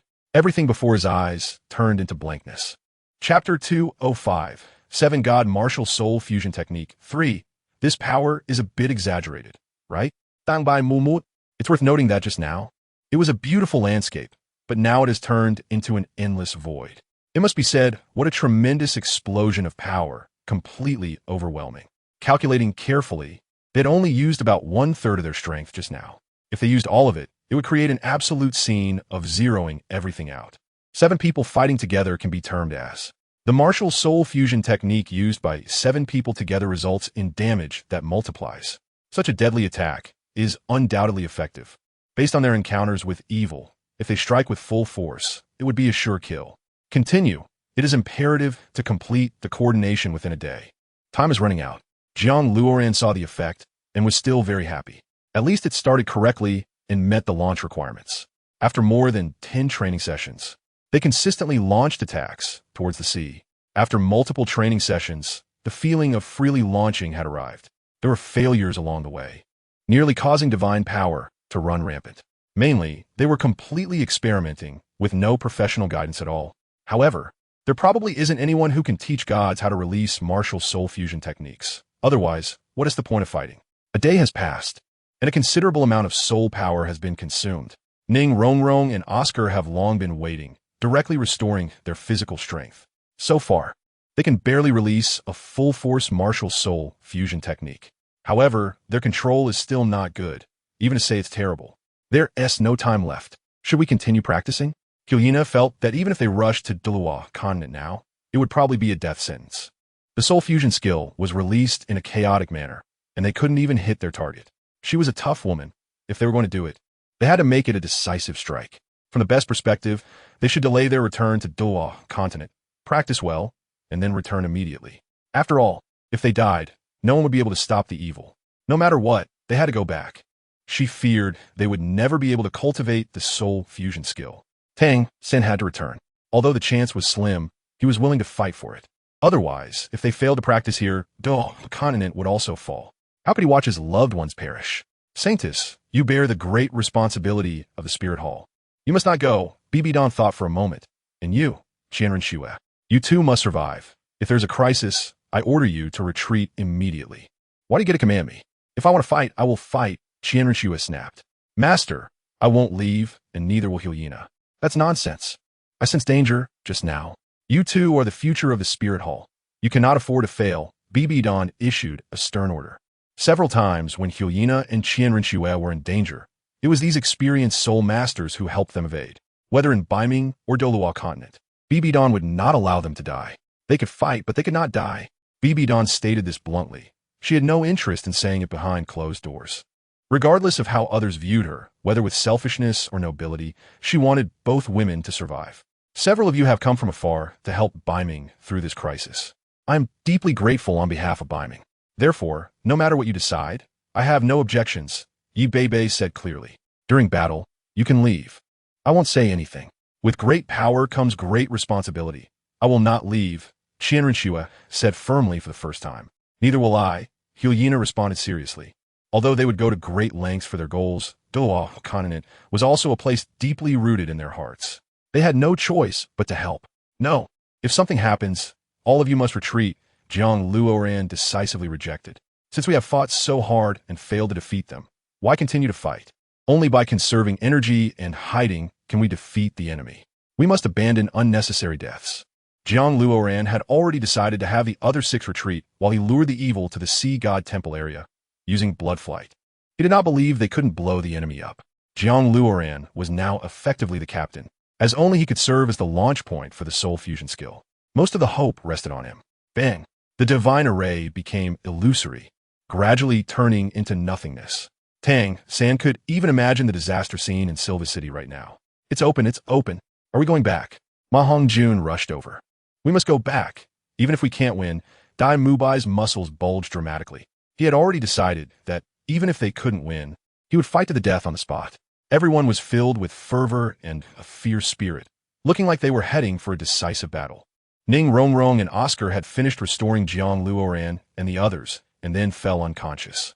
Now, they were at their peak state, having exhausted all their energy. All right, let's set off. JiangLuoran's eyes glowed with white mist, 7th soul skill, Kunpeng True Body.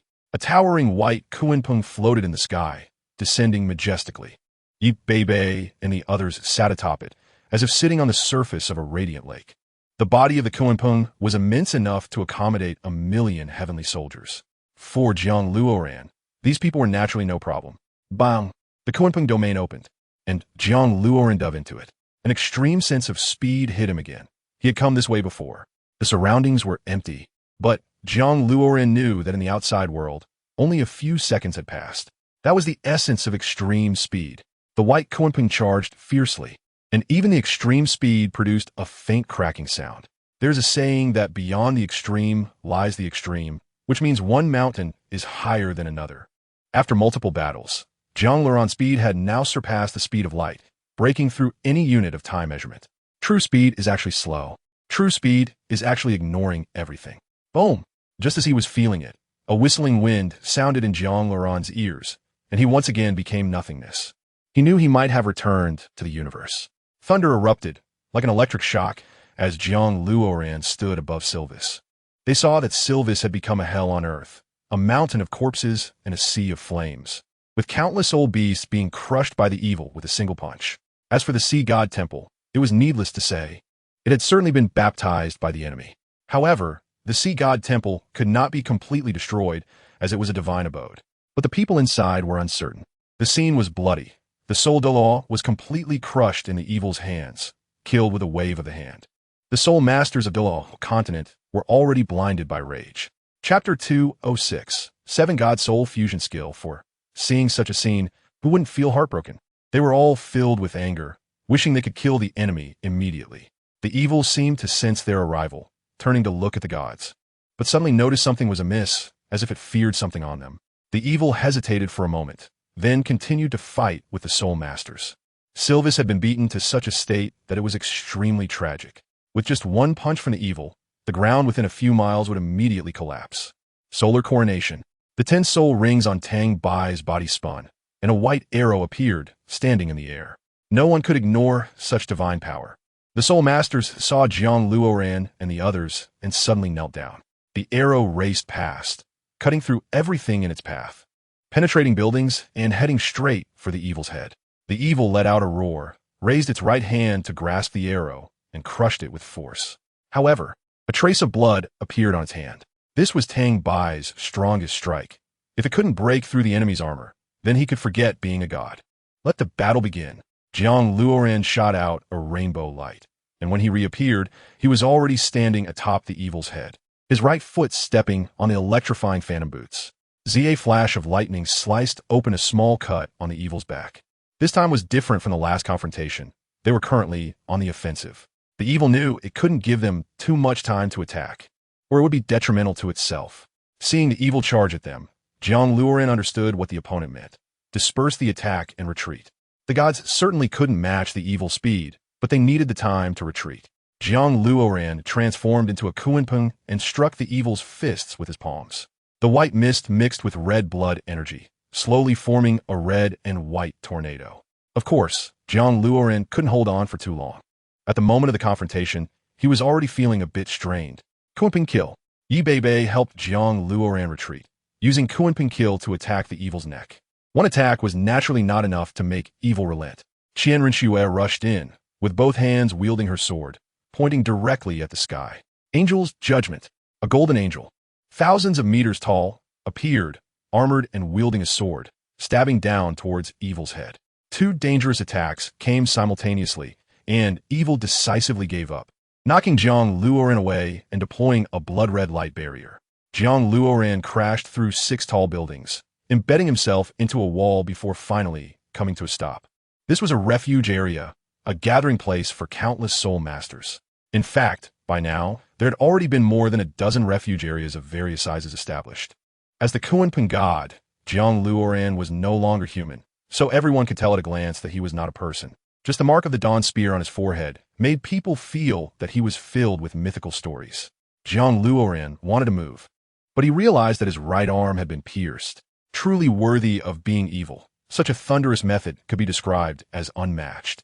Others were discussing among themselves, pointing and looking at JiangLuoran, but Yi Lingling would never forget JiangLuoran's face.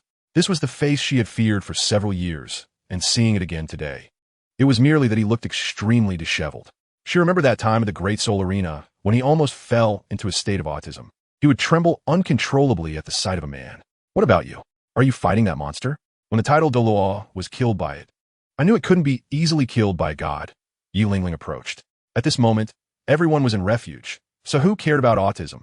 JiangLuoran and the others had changed their strategy this time, adopting a desperate fighting style that could inflict damage on evil. However, the cost of doing so was that it was very easy to get injured. After just the first strike, he was already badly hurt. But the effect was also quite good, as several wounds had been opened on evil's body. However, JiangLuoran saw a glimmer of hope in Yi Lingling. Are you willing to help us?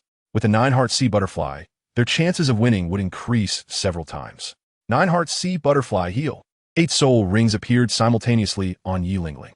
Truly the 9-heart sea butterfly, even though the opponent was just a soul, JiangLuoran could feel himself healing rapidly. If Yi Lingling were a Title Douluo, they could say they truly had no worries. JiangLuoran's injuries healed, and his spirit returned. We came with 7 people, and we are struggling against that monster. JiangLuoran wiped the blood from the corner of his mouth and stepped down from the wall. You want me to help? Is that okay? Yes. Yi Lingling actually had no choice. With Sylvis about to perish, what else could she refuse? Don't worry, we will protect your safety. Because what the monster wants to kill the most is us. JiangLuoran pulled Yi Lingling and transformed into a streak of light, flying out from here. White Lotus Light. Hulaina raised the White Lotus high, and the dazzling light shot towards evil's entire body. Rakshasa domain, Bibi Dong was even more ferocious, directly raising the Grim Reaper's scythe to strike at evil's entire body. She mainly aimed to prevent evil from counterattacking to avoid excessive lethality. Dawn Light. JiangLuoran gripped the Dawn Spear tightly, charging into evil's armor like an ancient Roman army. The intense pain surged, and evil quickly gathered red blood, spitting out blood-colored light. With a sweeping motion, Bibi Dong, Hulaina, and JiangLuoran were all sent flying. 9-heart sea butterfly, heal. Petals fluttered down, showering over the 3 of them. Evil suddenly noticed Yi Lingling and was about to kill her in an instant, but Tang San, dragging the sea god's trident, collided with evil, forcing it back. Tang Bai continuously released arrows, not allowing evil to move an inch. Yi Beibei raised the silver spear in her hand. With a flash of light, it pierced through evil's chest, Qianren had already cast Angel's Judgment several times, yet still couldn't judge it away. This was enough to prove how high Evil's armor was as a soul beast. Jiang Luoran and the others recovered and got back up, but Yi Lingling had consumed too much. Restoring the body for a god, even if she was the 9-heart sea butterfly, was still not feasible. But for the sake of Douluo continent, it had to be done. Jiang Luoran wouldn't let Yi Lingling keep healing them. That would undermine her foundation, right? So, they tried to avoid taking damage as much as possible. Half a day passed, and Sylvis had long become a battlefield for the gods. Jiang Luoran quickly delivered Yi Lingling into Yu Tianheng's hands, then returned. Because the timing was almost right, if they drag it out any longer, their soul power would be too depleted, and they wouldn't be able to use their martial soul fusion technique. Martial soul fusion technique, Jiang Luoran shouted loudly, transforming into Kunpeng and floating in the sky, exhaling a white mist towards Evil. Evil was caught off guard and was pushed back several hundred meters by the white mist. Feeling that time was controlling it. Bang! Chapter 207, 7 Gods Martial Soul Fusion Technique, 5 Bang Bang Bang. Tang San, Tang Bai, and Qianren transformed back into their martial soul true forms, releasing their strongest soul power to form a junction. Bibi Dong received this power, connecting with Hu Liina. And finally, it was Yi Bei Bei who also transformed into Kunpeng. Jiang Luoran certainly couldn't release this kind of power on Douluo continent. It would be equivalent to a large-scale destruction bomb. 7 different domains intersected, combined with Jiang Luoran. Soul rings fully opened. Martial soul, true form. Jiang Luoran felt that power again, a force capable of overturning rivers and seas, an existence that could subvert everything. His aura was now completely different, like a thundercloud. Evil also sensed the change in Jiang Luoran's aura and actually took the initiative to pounce. Indeed, this aura was not something it could easily ignore. It even sensed a dangerous smell from it. It was certain that Jiang Luoran would not dare to unleash it here and was definitely trying to force it towards the sea. Jiang Luoran's body was enveloped in 7 rays of light, and his pupils glimmered coldly. He was now gathering the powers of 6 gods, but of course, this was only a single strike. Just as he was about to charge at Evil towards the sea, Evil lunged in front of him, pressing down with both fists, forcing him back. The other gods no longer had the need to stay and were temporarily pushed back by Jiang Luoran. Whoosh! Evil spewed forth blood-red light, desperately obstructing Jiang Luoran's actions. Jiang Luoran grasped the blood-red light with his left hand, his 7 divine powers protecting him. It seems you're not only powerful, but also have developed a certain level of intelligence. Jiang Luoran struggled to release his power. He not only had to restrain his divine power, but also needed to fight against evil. This was a kind of double torment, and under the 7 powers, he could blow himself up. No, Luoran is entangled and can't escape at all, Tang San said anxiously. Even if we all work together, it won't be salvageable. Tang Bai and the others really hadn't thought of this. In the midst of desperation, Jiang Luoran truly had no other choice but to pour all his power into the Kunpeng domain, directly targeting Evil's forehead. Zung at the moment of the electric connection. The entire world's time seemed to stop. Evil's fist was just about to strike Jiang Luoran in front of him. It was a hair's breadth away from killing him. The evil did not stop. Instead, it was absorbed into the space, leaving half of its body motionless. This feeling was like being petrified by Medusa. Jiang Luoran shouted in alarm. Realizing that they hadn't killed the evil, they had only temporarily sealed it. If they waited for their soul power to recover and release their martial soul fusion technique again, they could eliminate the evil. However, the evil was trapped in the space. And even Jiang Luoran couldn't bring it out. He couldn't possibly unleash such a deadly move in Douluo continent. Otherwise, he would have attacked earlier. Given the situation, it was hard to say how long Jiang Luoran could seal the opponent, but this power was truly limitless. A dilemma. Indeed, reality and ideals were still quite far apart. The plan had only succeeded halfway. At least for now, the evil itself couldn't escape and had fallen into a deep sleep. What was this situation? Was it considered dead? Hu Liina flew over, staring blankly at the scene before her. Not just her, everyone was stunned. The martial soul fusion technique had been forced into such a state. No. After summarizing the experience, I found that it's impossible to use the martial soul fusion technique to defeat the opponent. Because there was a certain power gap between the two sides. If they could get infinitely close to the evil, they could bring it to the sea. Jiang Luoran quickly said. He was also thinking of a way. But at the moment, where could they find a soul master who could get infinitely close to the evil? It should be a god. However, a second-level god should be about right. Currently, there had been no second-level gods on Douluo continent. Was this a joke? If there were such a person, would we still need to struggle so hard to find a solution? Qianren waved her hand. After all this time, they still hadn't killed the opponent, just because of slight gap. Just as everyone was feeling discouraged, Yi Beibei thought for a moment and said, "Maybe there is a way." Kunpeng, second-level god. What did you say? JiangLuoran's heart skipped a beat in shock, trembling as he spoke. Second-level god? Kunpeng has a second-level god? Why have I never heard you mention it? The rules set by our ancestors state that no Kunpeng has ever reached that level. Because they're... Never mind, I shouldn't say too much. If you want to give it a try, you can go. It is right above the Kunpeng temple. Yi Beibei hesitated to speak. She clearly knew something, but was too ashamed to say it. What would make Yi Beibei ashamed to speak? JiangLuoran truly didn't know. You mean we still have to return to Beiming, right? Tang San sighed. If this is the only way, then let's give it a shot. Let's go. This is also the last effort. If it doesn't work, then it's truly over, Tang Bai agreed. What could they do if they didn't agree? They needed to defeat the evil. Everyone was waiting for them. All right, then let us go together. Jiang Luoran took out the Dawn Spear and directly opened the path to the Divine Realm. He transformed into Kunpeng, allowing everyone to board, and they left immediately. Douluo continent was still a considerable distance from Beiming, and even further from the Divine Realm. However, for Kunpeng, these distances could be crushed with extreme speed. The white light suddenly stopped, giving way to a pitch-black space, where the stars twinkled like outer space. Sometimes Jiang Luoran even thought that Kunpeng was moving at its peak speed by traversing the universe. The golden light ahead grew colder, and everyone felt the aura of divine power. They knew they were facing the Divine Realm. Although it felt close at hand, the actual distance was definitely like heaven and earth apart, and only Kunpeng could reach it quickly. If Tang Bai and the others flew, it would take them years to cover that distance. Kunpeng soared through, penetrating the golden light, diving into the golden white clouds, flying slowly. The target was directly the Kunpeng Temple, and the path was completely unobstructed. It seemed that the Kunpeng Temple sensed the presence of Jiang Luoran and Yi Beibei, automatically opening the doors to let them through. At the very top of the Kunpeng Temple, there was a secret realm. It seemed to lead to a higher sky. But in reality, it was just treading water. Yi Beibei grasped Jiang Luoran's hand, saying if it doesn't work, we should retreat. There must be another way. Why do you say that? Jiang Luoran was puzzled. Yi Beibei was clearly worried about him. Throughout, Yi Beibei had never shown such an expression. Because it was a void. You would climb desperately, but you would just be treading water. Especially, Yi Beibei resolutely chose not to say more, as it would affect Jiang Luoran's trial. If he knew everything, it might not be good for him.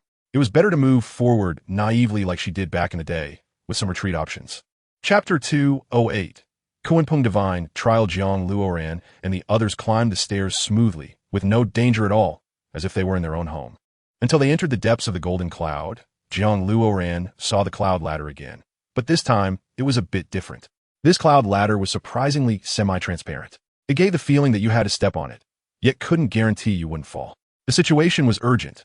Jiang Luoran had no time to hesitate. Without further thought, he and the others walked in. The second-level god trial was something he had to complete, as it concerned the lives of many people. As soon as he stepped inside, Jiang Luoran was greeted by a dazzling scene that made it hard to imagine the previous setting. It was completely two different places. This time Yi Beibei did not follow. Only the 6 gods entered here. Like blind men feeling an elephant, they couldn't find a way out for a while. However, every trial was like this, and Jiang Luoran had gotten used to it. God of Kunpeng, Jiang Luoran, there are 2 checkpoints here. If you pass them, the ancient Kunpeng bloodline will be bestowed upon you. It will help you become a second-level god. Jiang Luoran looked around. There were no signs of life here, let alone any shadows. However, the voice was very powerful, as if it was coming from deep within the universe. 2 checkpoints? What kind of trial could it be? Jiang Luoran couldn't wait to see. However, judging by the previous situation, there might still be illusions from past trials, right? Jiang Luoran felt a bit melancholic as he led his group downwards, but there were no negative effects, nor any pressure at all. They just kept walking down. Jiang Luoran even transformed into Kunpeng, carrying them as they flew.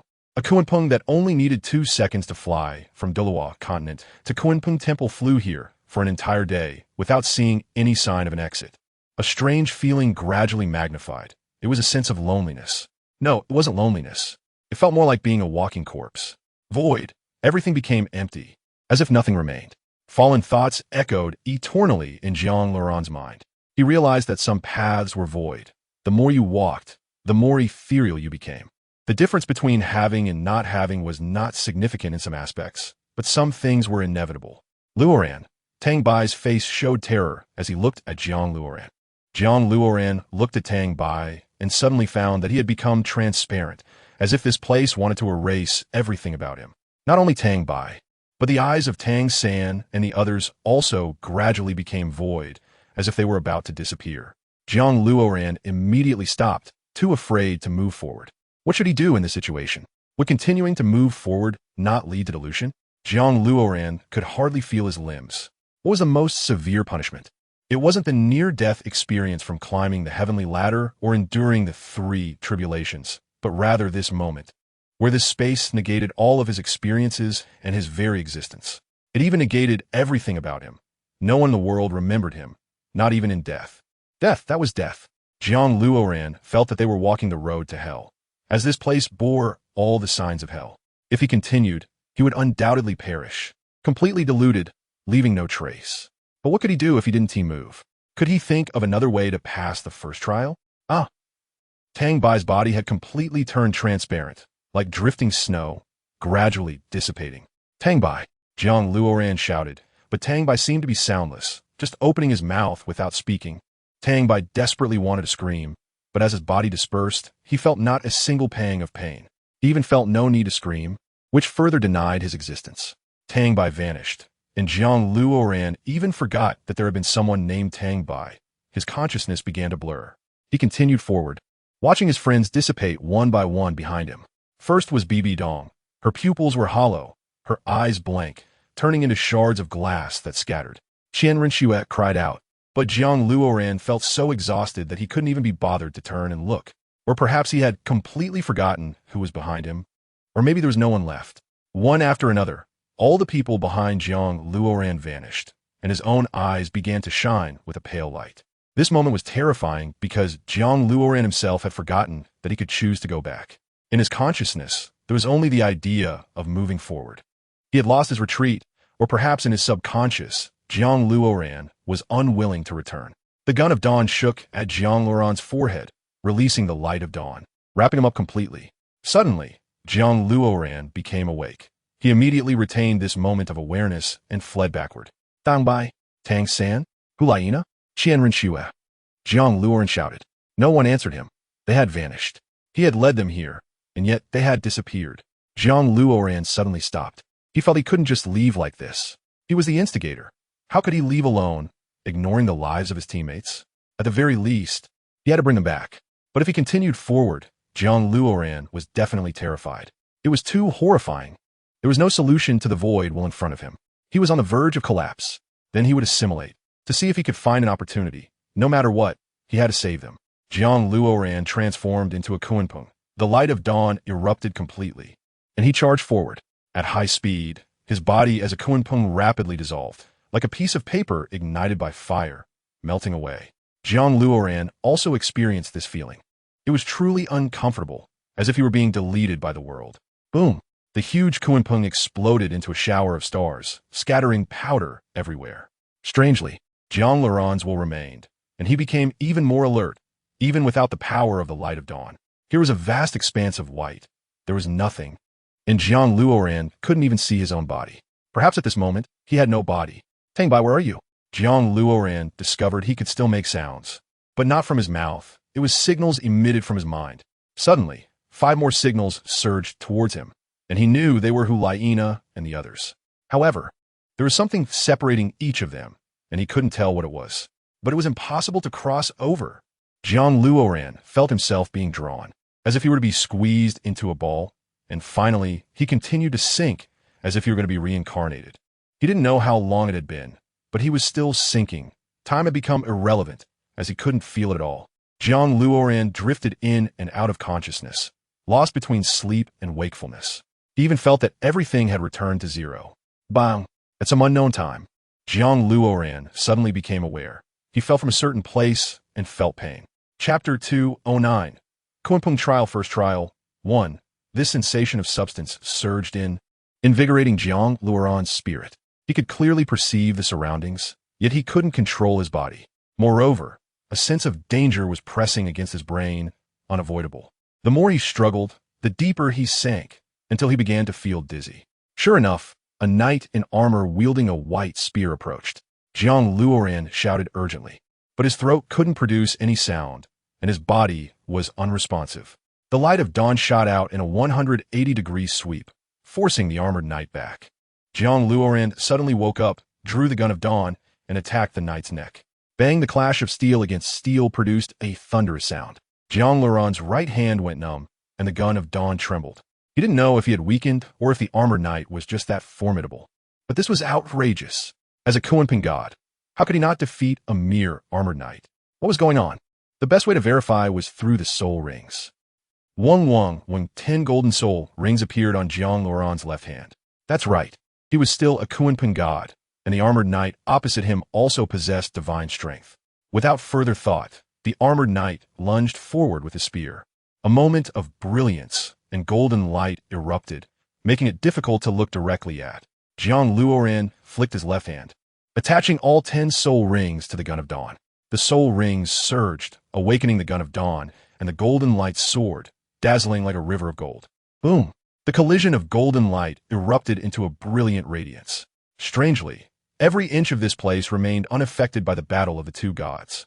Was it a puppet? Unable to engage in conscious combat, Jiang Luoran pointed with his left hand, compressing a ray of dawn light that penetrated the armored knight. Hoo! Jiang Luoran gasped for breath, pushing against the armored knight.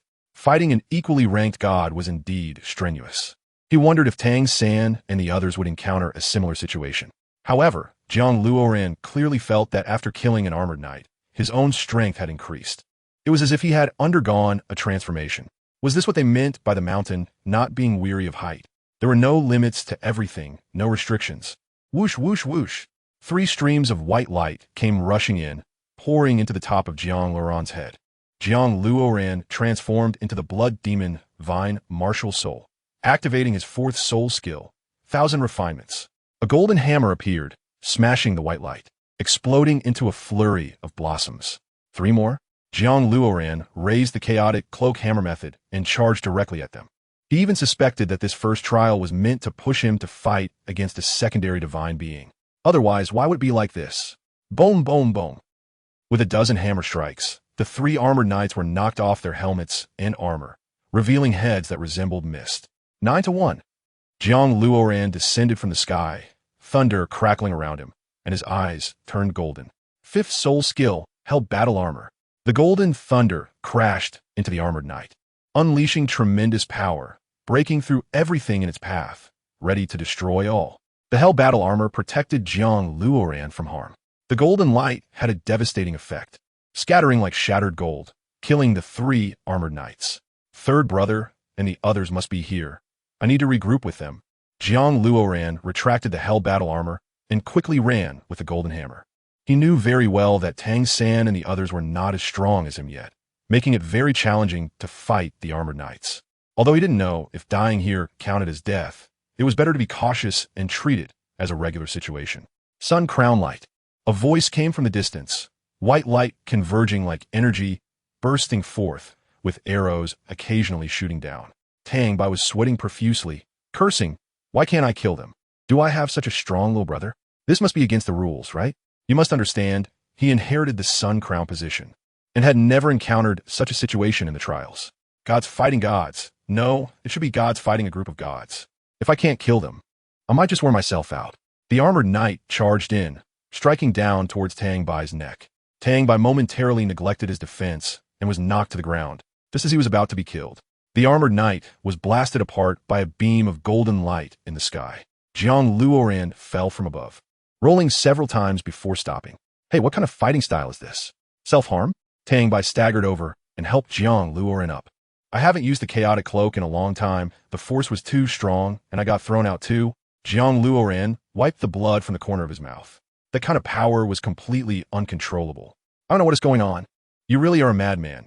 Just like a lunatic, Tang Bai took 2 deep breaths. Fighting with your life on the line. What else could it be but insanity? How should we find them? Tang Bai asked. The battle between gods is not hard to see. Searching around is definitely possible. Jiang Luoran felt he was almost ready. He transformed into the true form of Kunpeng, carrying Tang Bai as they drifted away.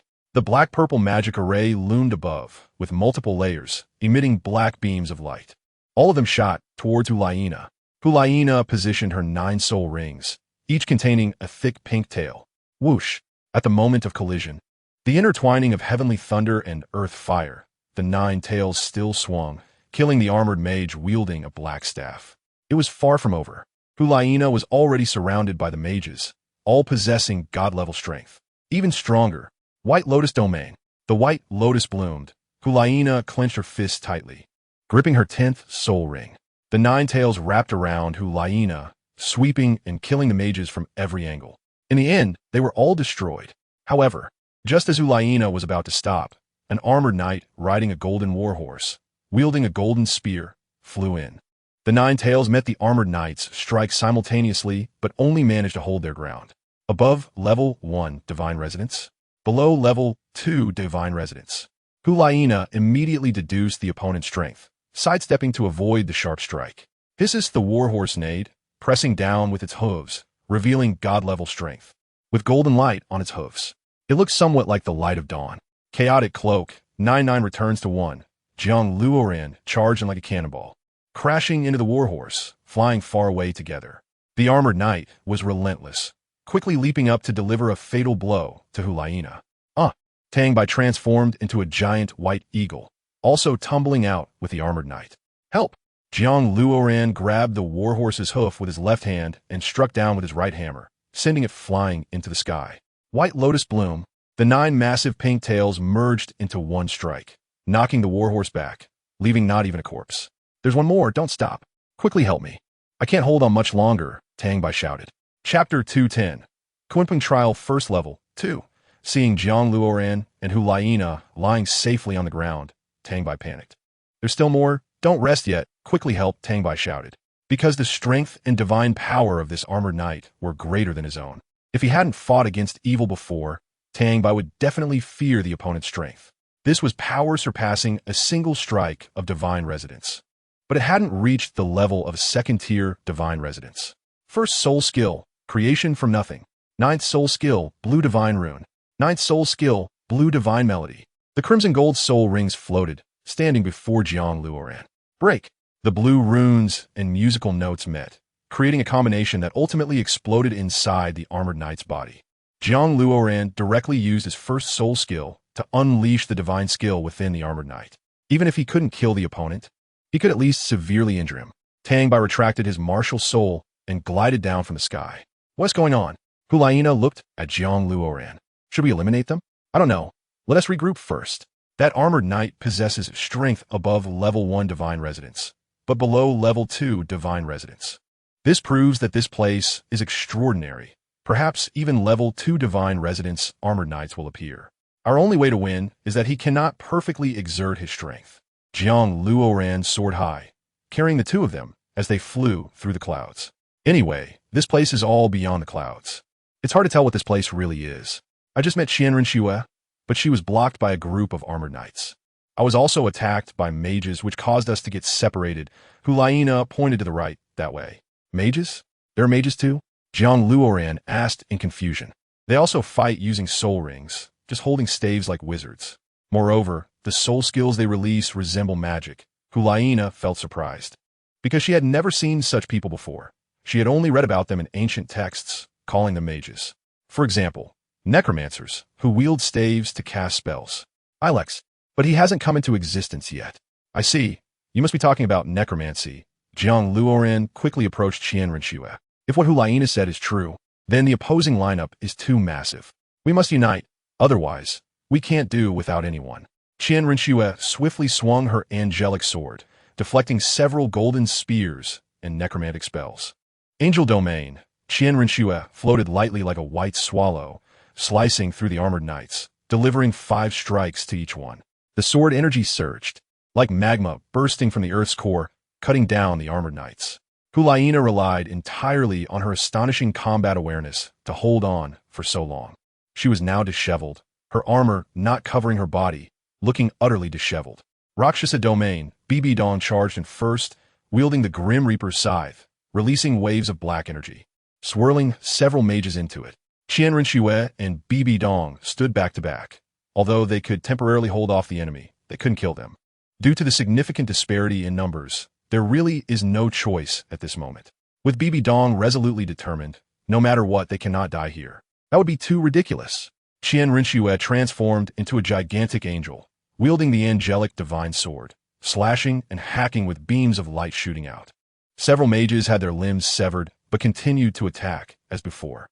Beiming Douluo transformed into a vast spider queen, crazily slaughtering with her 8 tentacles. Black blood light erupted, piercing through 2 armored knights and exploding them on the ground. The Grim Reaper's scythe split into dozens, cutting through the mages like falling thunder.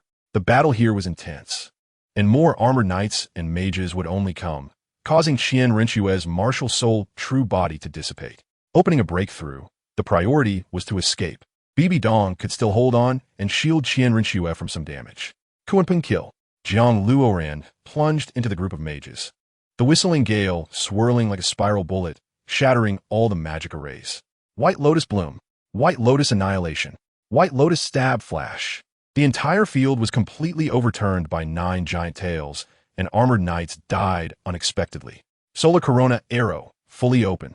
Tang Bai unleashed all his soul power. He had no choice. As the number of armored knights below was increasing, with the 3 parties assisting, the pressure on Qianren and Beiming Douluo was greatly reduced, earning them a chance to catch their breath. Chaotic Cloak, 9-1. In an instant, the wind and clouds changed, thunder and lightning roared. Jiang Luoran advanced with golden pupils, draped in countless bolts of lightning. A single hammer sweep turned 3 armored knights into dust. Armored knights and mages rushed in as if they were free, surrounding Jiang Luoran and his 5 companions. The 5 cooperated well, each pushing forward in their respective directions. Chaotic Cloak, 9-1. Thunder once again flickered, but this time it was blue lightning. With each step Tang San took, the ground trembled like an earthquake. The Haotian hammer danced in his palm, unable to contain its desire to destroy the heavens and the earth. Bang, bang, bang. Golden lightning intertwined with blue lightning as Jiang Luoran and Tang San stood together. They simultaneously raised their hammers, striking furiously, almost in a frenzy. The mages' overwhelming bombardment submerged their bodies. All that remained was darkness, but the blue and golden lightning burst out of the black mist, and 2 iron hammers flew out simultaneously, cutting through the air with a thunderous roar. Everything within a 180-degree arc was obliterated, leaving no trace. The sound of lightning and thunder continued, as Jiang Luoran and Tang San pressed their glowing double hammers, shattering the armor of the knight on horseback. Just in time, very timely, Tang Bai praised. The personnel had gathered. There wasn't this level of tacit understanding during the chaotic fight, but now, it should be fine, right? Your battle scene is so grand. It's impossible for me not to see it. Tang San put away the Haotian hammer. However, this trial left me quite puzzled. Jiang Luoran felt they could advance to the ultimate realm. We are responsible for support. You inherit the 2nd-level divine throne, and then return to the Douluo continent. It's that simple, Qianren said. Hiss. The roar of the warhorse came again, but this time it was different. The sound of this warhorse was even more terrifying, with hidden thunder emanating from its nostrils. With each breath, one could see the lightning coursing through its body. Clop, clop, clop. The sound of hooves grew nearer, and blue lightning gradually appeared in front of everyone. If they weren't gods, they would surely be frightened to the ground by this momentum. It was a horse with 8 hooves, its body adorned with yellow fur, robust, and wearing golden armor. On its back sat an armored knight holding a golden spear. Chapter 211. Kuanping Trial, 1st level. This knight was stronger and more powerful than any knight encountered before. His eyes even burned with golden flames, and the boiling blood energy surged toward Jiang Luoran's nostrils. Clop, clop, clop. Scatter. Jiang Luoran shouted loudly, throwing out his golden hammer and hugging Hulaina as they fell to the ground. Buzz. The armored knight swung his spear, extinguishing the golden lightning and the golden hammer. None of this impeded his steps, nor did it stop the warhorse's advance. Hiss. A powerful roar sent ripples through the air, echoing across the sky. Immediately, the warhorse raised its front hooves high, carrying lightning, and aimed to crush Jiang Luoran's head. The lightning struck the ground, missing Jiang Luoran. Hulaina. held by Jiang Luoran, rolled and finally came to a stop dazed. BB Dong flew in, death spiderweb bind. A pitch-black spiderweb rushed towards them, heavily pressing down on the warhorse and the armored knight. The armored knight slashed horizontally and vertically, causing the spiderweb to burst into foam. Strangely, the warhorse and armored knight only pursued Jiang Luoran, ignoring everyone else. Second soul skill, Shadow Follow. Jiang Luoran rolled backward, planning to face such a strong enemy alone. The trial ground did not affect the emergence of the old tree roots at all. Thick and dark old tree roots shot up from the ground, extending their vines to grasp the warhorse's 8 legs. As the saying goes, a fast horse is easy to break. The warhorse fell to the ground, being tightly wrapped by the encroaching old tree roots. The armored knight stumbled, and with his momentum, he raised his golden spear and charged forward. Blood Fiend Vine. Fourth soul skill, forged 1,000 times. First soul skill, creating something from nothing. Jiang Luoran held a soul ring in each hand, tightening his fists at the armored knight. Boom! During this time, the armored knight's body continued to swell, until many golden blood fiend vines burst forth. Perhaps feeling that the horsepower was insufficient, Jiang Luoran spared no effort in releasing his soul power.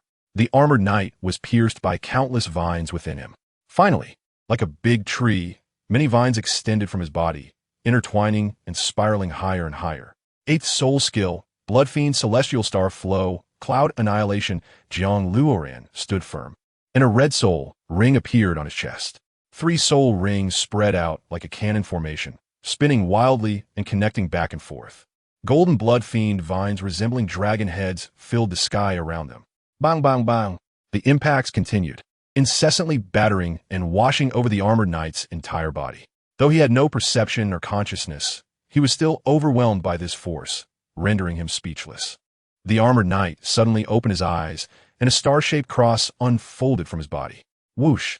The golden star cross rampaged through the sky, growing larger until it sliced through all the blood fiend vines. The second-level divine throne was undoubtedly confirmed. This was definitely a second-level divine throne. Otherwise, just these alone would be enough for him to die.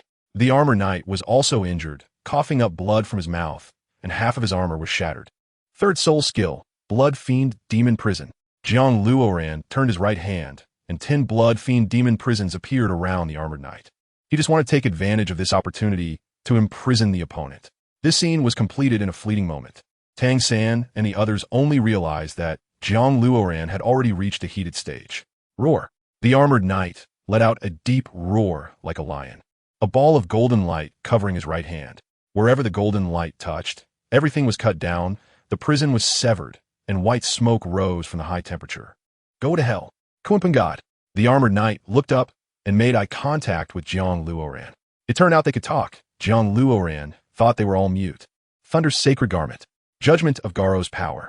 The armored knight placed his hands on top of his head, and a golden spear stood suspended in the air, the surrounding energy being drained and absorbed by the armored knight. This feeling was somewhat like a gathering wave. No, it felt a bit familiar. It should be similar to an evil skill, but this one felt more real. Luoran, run away.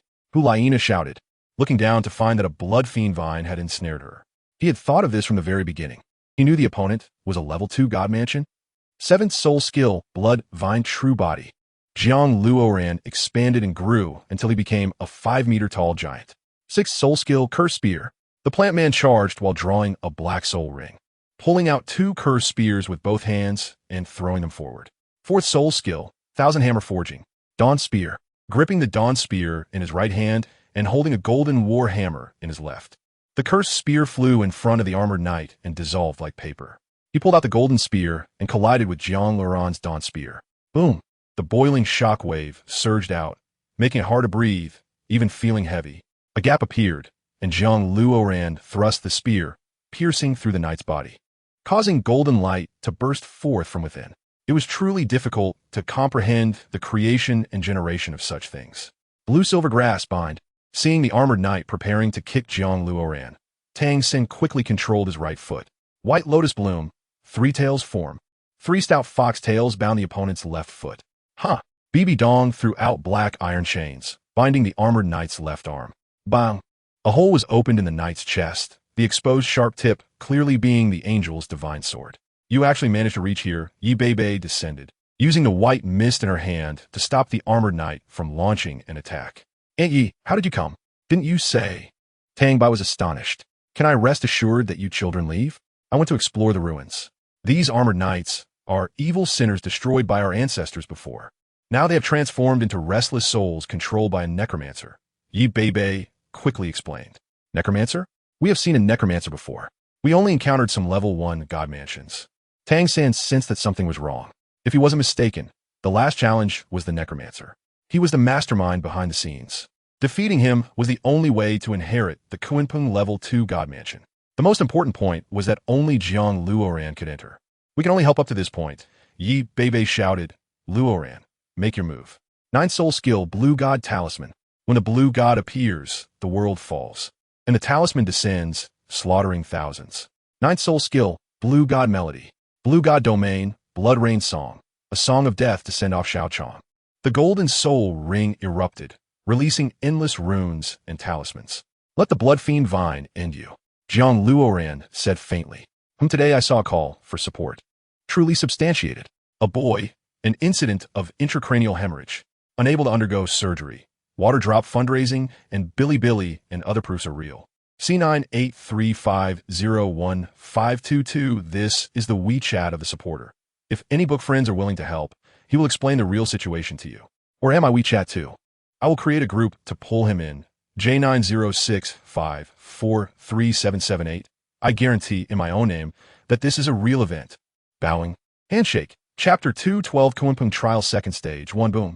The armored knight was killed on the spot, leaving not even a scrap behind. Jiang Luoran was quite surprised to hear the sound of release. It was a feeling of finally being killed. Power. After Jiang Luoran killed so many armored knights and personally killed their leader, he suddenly felt his strength continuously increasing, as if he was approaching the level 2 god mansion. No wonder he could break through the armored knight's defenses and directly kill the opponent. It turned out to be because his power had increased. This is as far as it goes. Tang San and the others stood outside the circle, watching Jiang Luoran. Here you go. Hulaina threw the blood fiend vine that was binding her foot to Jiang Luoran. Is it really necessary? Although she spoke impatiently, she was still quite pleased inside. Jiang Luoran really wanted to say it was unnecessary because of the earlier situation. If Hulaina charged forward, she would definitely be doomed. After all, the armored knight was looking for him, not them, so he could just face it alone. Brother, safe travels. We'll wait for you to come back. Tang Bai patted Jiang Luoran's shoulder. Let us go. Killing the evil still relies on you. Please, Qian Renshua said. Luoran, no matter what you encounter, hold on. If it really doesn't work, use Kunpeng True Body to collide with the opponent, Yi Beibei said. Okay, wait for me to come out and solve the problem. To be honest, Jiang Luoran felt a bit anxious. They had just arrived here together, and if they entered the 2nd stage, he couldn't even imagine the scene. However, this 2nd stage must be crossed. How else could he know if he could do it? Buzz. A golden vortex appeared, slowly expanding, opening a gap wide enough for one person to pass through. Jiang Luoran did not linger and directly walked in, merging with the golden vortex, and finally disappeared. When he opened his eyes again, Jiang Luoran found himself in complete darkness, with dense dark clouds and thunder flashing intermittently. This place resembled a hellish battlefield. Also the best hellish battlefield. Although it was filled with a dangerous aura, Jiang Luoran had not encountered a single necromancer or armored knight. It felt more like an open space. The sense of danger was only to this extent, and moving further would be the same. Boom! If anything changed along the way, it was undoubtedly the rolling thunder from above. From the size of a thread, just now, it had transformed into the thickness of a water tank and was still expanding. In an instant, the thunder from above descended, cutting across the ground, purposefully plowing toward Jiang Luoran, like lightning, swift as the wind. Jiang Luoran leaped and dodged, seizing the moment to draw out the golden warhammer. Sure enough, the lightning twisted and tracked Jiang Luoran, seemingly controlled by someone. Jiang Luoran flipped and threw the golden hammer, windstorm. The golden hammer combined with the thunder as thick as a water tank, and in an instant, it exploded, creating a ring of lightning. Trying to ambush me? Jiang Luoran rushed forward, gripping the golden hammer entwined with terrifying lightning, using their power against them. Boom! The sky was illuminated brightly and glaringly. Jiang Luoran didn't even know what he had hit, but it was definitely something very hard. Such terrifying power, surprisingly, didn't injure the opponent in the slightest, which made Jiang Luoran feel embarrassed. A group of necromancers appeared on the ground. It seemed they had been waiting for a long time, and even the earlier lightning must have been planned for a long time. Seventh soul skill, Blood Vine True Body. A 5-meter-tall plant humanoid fell from the sky and landed on the ground. The plant humanoid quickly got up, surveying the surroundings. To be honest, the presence of these necromancers made him feel uncomfortable. Now that they finally appeared, Jiang Luoran felt even more uneasy. There were simply too many of them. Counting them revealed at least several hundred. Just a single spit from each would be enough to cause him trouble, not to mention the necromantic magic in their hands. Right now, he needed help, and that was undoubtedly the old tree roots. Winky face. Second soul skill, Shadow, following. First soul skill, creating something from nothing. 2 purple soul rings intersected, and a million-year-old tree root stood tall. All the old tree roots followed behind the plant humanoid, growing wildly like puffed food. Fifth soul skill, Hell Armor. The Hell Armor was mass-produced. All 50 old tree roots donned the Hell Armor, including the plant humanoid at the forefront. Fourth soul skill, 8,000 forgings. Weapons were also mass-produced. A single old tree root S-vines could wield over 100 weapons, and all 50 old tree roots were armed. This would be a massive and lethal force, arguably extremely ferocious. The plant humanoid wielded the hammer in both hands, eyes glowing with golden light, with lightning crackling on the dual hammers, making a sound like a magnet. The old tree roots held knives, forks, axes, sword saws, halberds. The necromancers were not idle either, deploying various necromantic magic circles, sealing the plant humanoid and their large army inside. There were also vague signs of isolation. How could Jiang Luoran wait for them to finish their preparations? With a single command, attack. The plant humanoid led the old tree root army, charging out like a tide of beasts. The leading necromancer waved their staff, and the necromancers behind rushed forward. Chaotic Cloak, 9-1. At this moment, the plant humanoid was at the peak of its frenzy, fully aware that the first wave of attack would be extremely fierce. It had to help the old tree roots withstand it. Otherwise, the old tree roots would be scattered, and it would be difficult to win. With the strongest power to block the first wave and to crush the opponent. The lightning bursting from the dual hammers crackled, striking everything within a few miles. All gold lightning.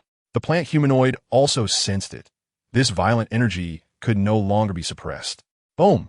The 9-1 chaotic cloak shot out, and Jiang Luoran seemed like the god of thunder descending, knocking down a row of necromancers. He was like a mad devil, rapidly spinning the golden hammer in his hand, leaping like a dragon, landing in the midst of the necromancer group. Boom, boom, boom, wherever the golden hammer passed. It was the beginning of everything collapsing. Power, explosion, might. This was an unmatched strike. Although the necromancers were god level, they were magic users and inevitably struggled in close combat. Not to mention the speed-type plant humanoid, who was still battling with one in front while running behind to deliver a heavy blow.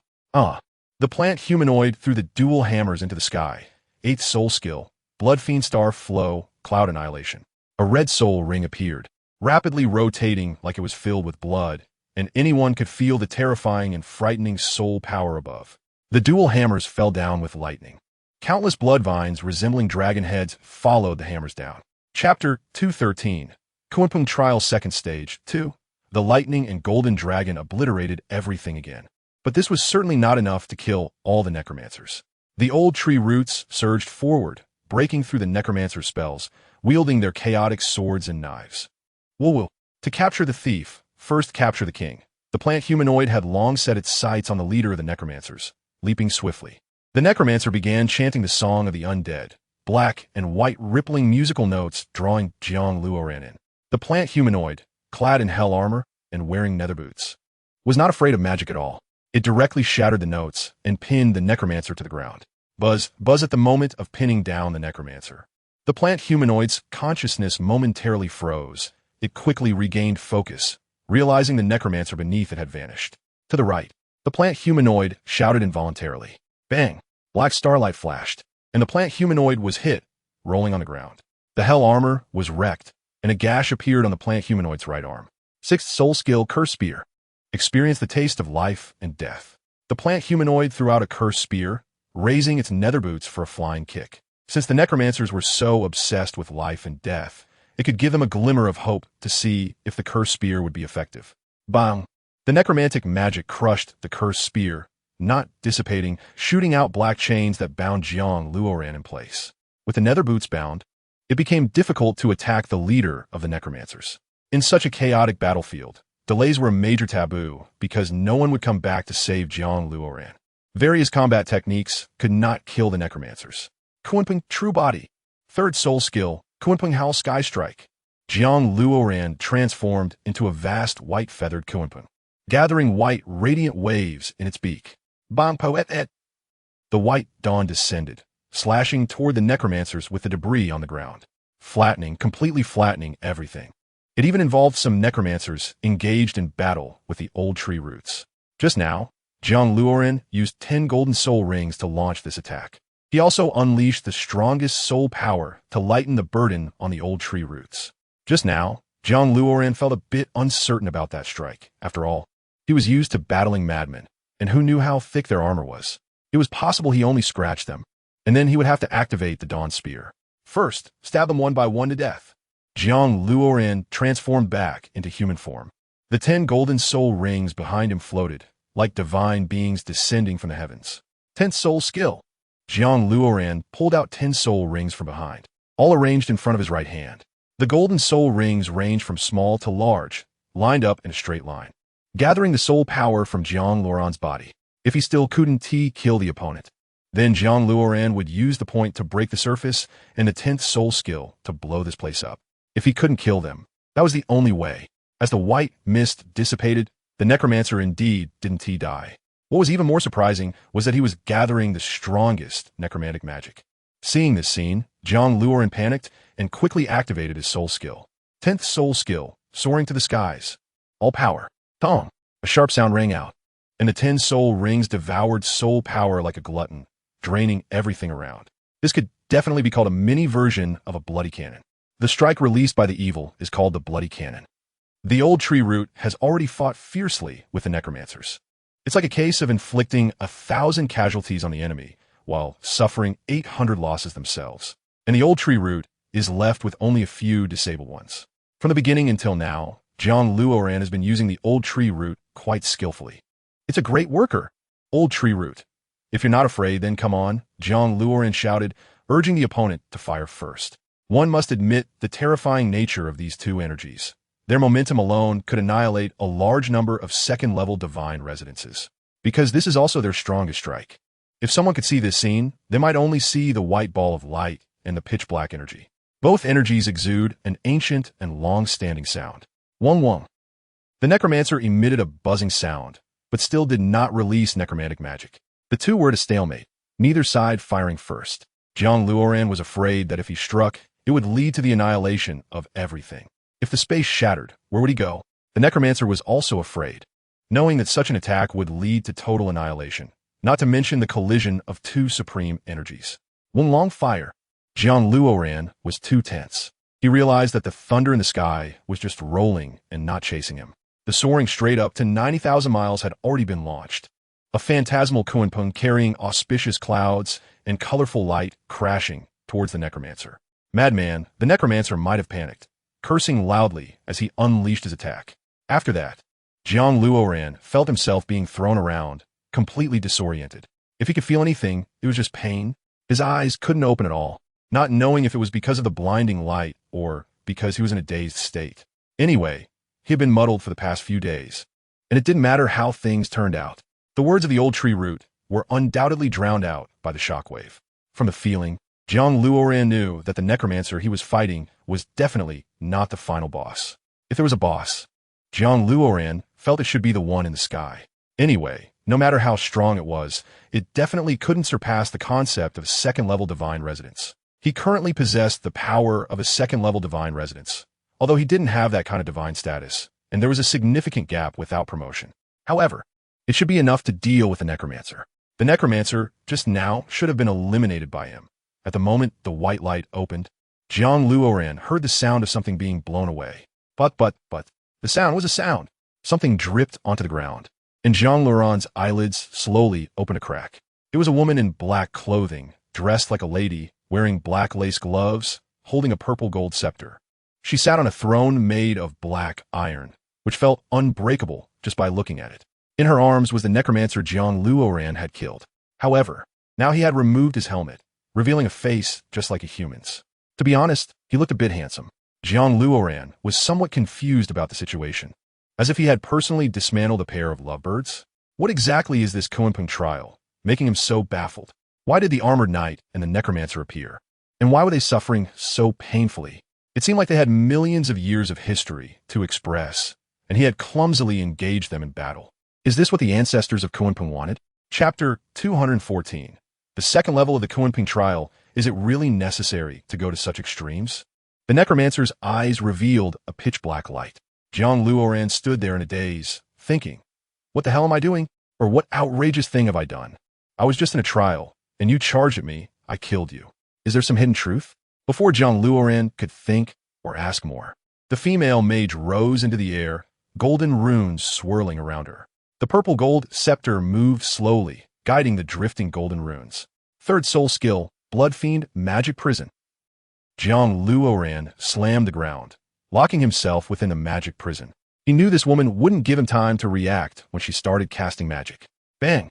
Jiang Luoran, along with the magic prison, was struck several meters away.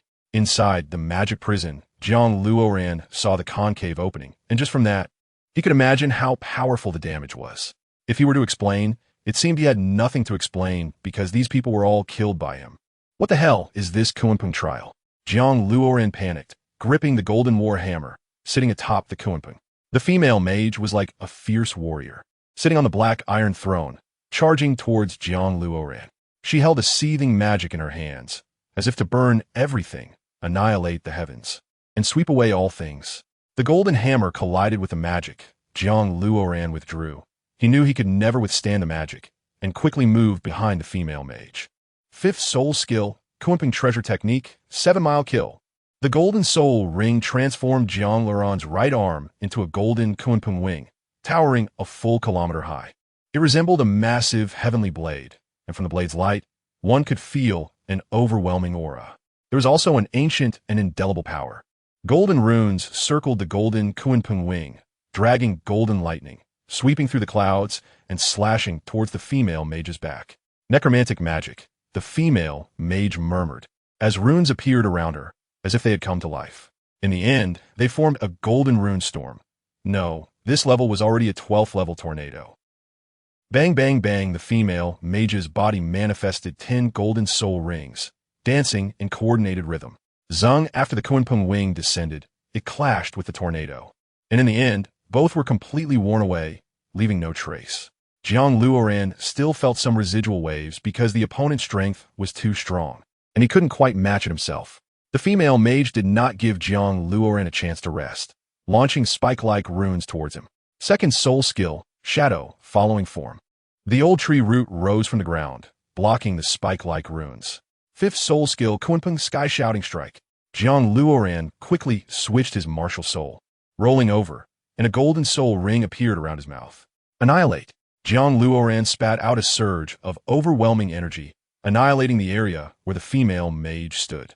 The female mage quickly gathered her rune energy into a barrier in front of her. A massive wave of light created resistance, eventually dissipating into drifting smoke. The female mage looked down at Jiang Luoran crouched on the ground, a face full of murderous intent. Jiang Luoran also stared at the female mage, feeling an overwhelming pressure. His entire body was trembling. The ground shook as well. Not knowing what was happening, the female mage lifted a golden rune in her hand. Jiang Luoran saw all 10 soul rings sink into the golden rune. Just by using his imagination, he could tell what would happen next. Absolute killer move, absolutely lethal technique. Soon, a nearly formed tornado appeared in the center of the arena. Jiang Luoran lightly touched the edge of the tornado's winds and cut his finger, leaving a trail of red blood. At this point, Jiang Luoran was already at the end of his rope. His soul power was nearly depleted, and releasing another soaring to the skies was definitely out of the question. Was he really going to die here? Jiang Luoran was unwilling and not resigned. Even after becoming a god, he was still being beaten down. It was simply too exhausting.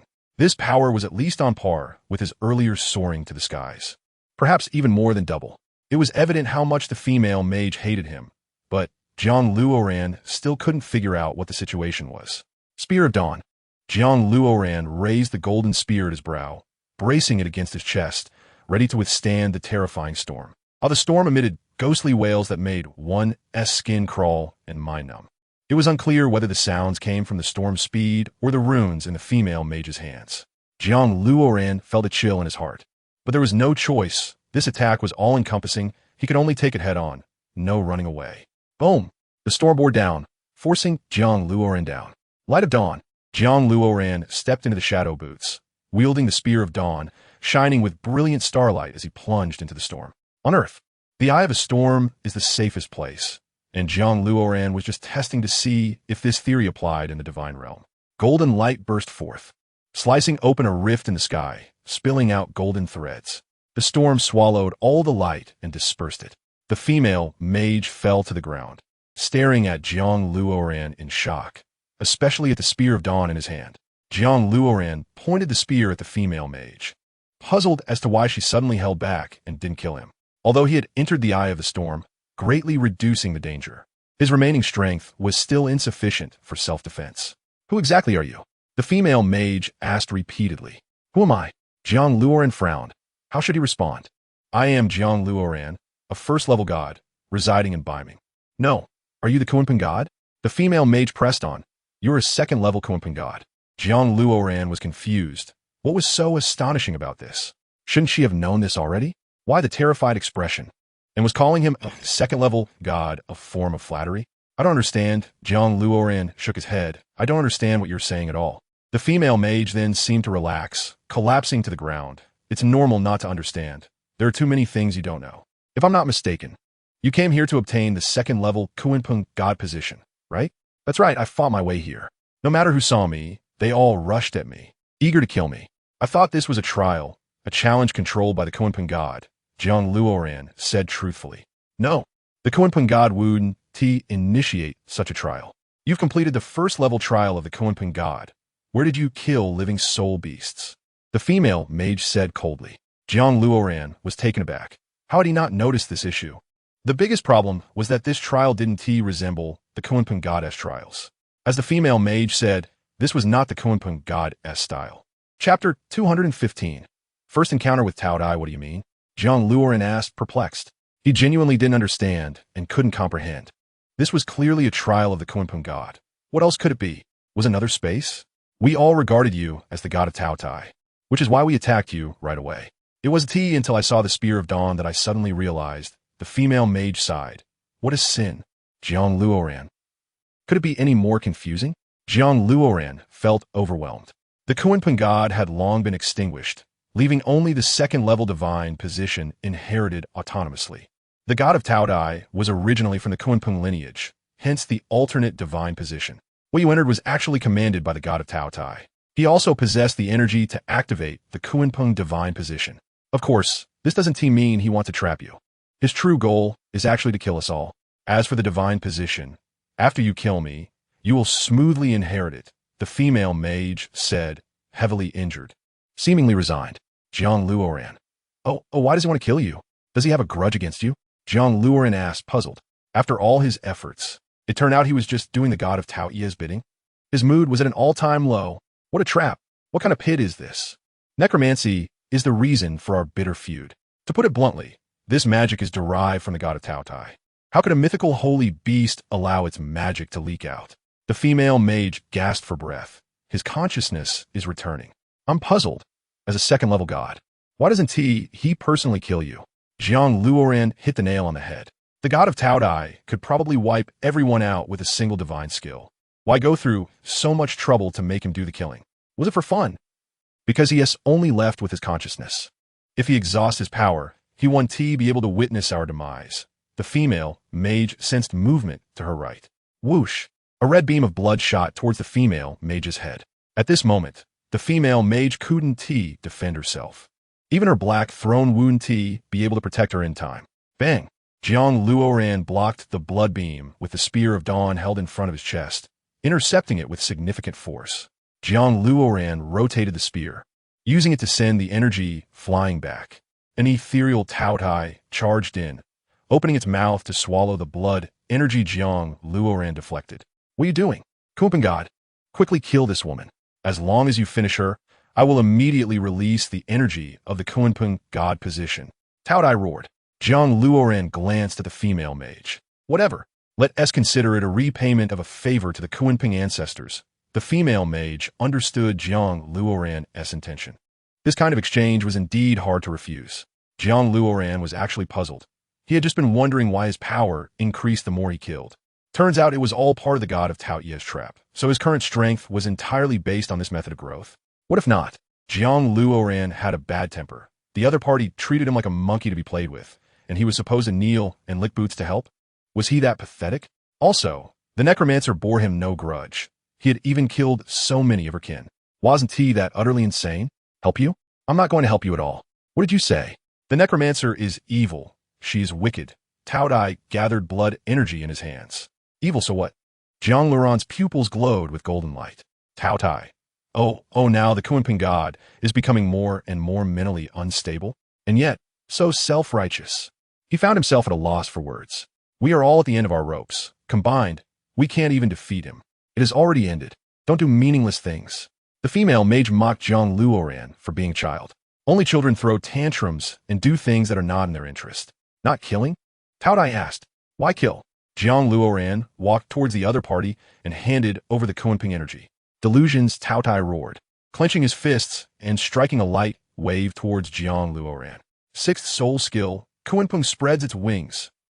A pair of golden wings appeared behind Jiang Luoran, thousands of meters long and as wide as the sky. The golden soul rings behind him flickered and danced. The spear of dawn blocked Tao Ye's fists, preventing the other from continuing the attack. The phantom boots kicked Tao Dai, pushing him back.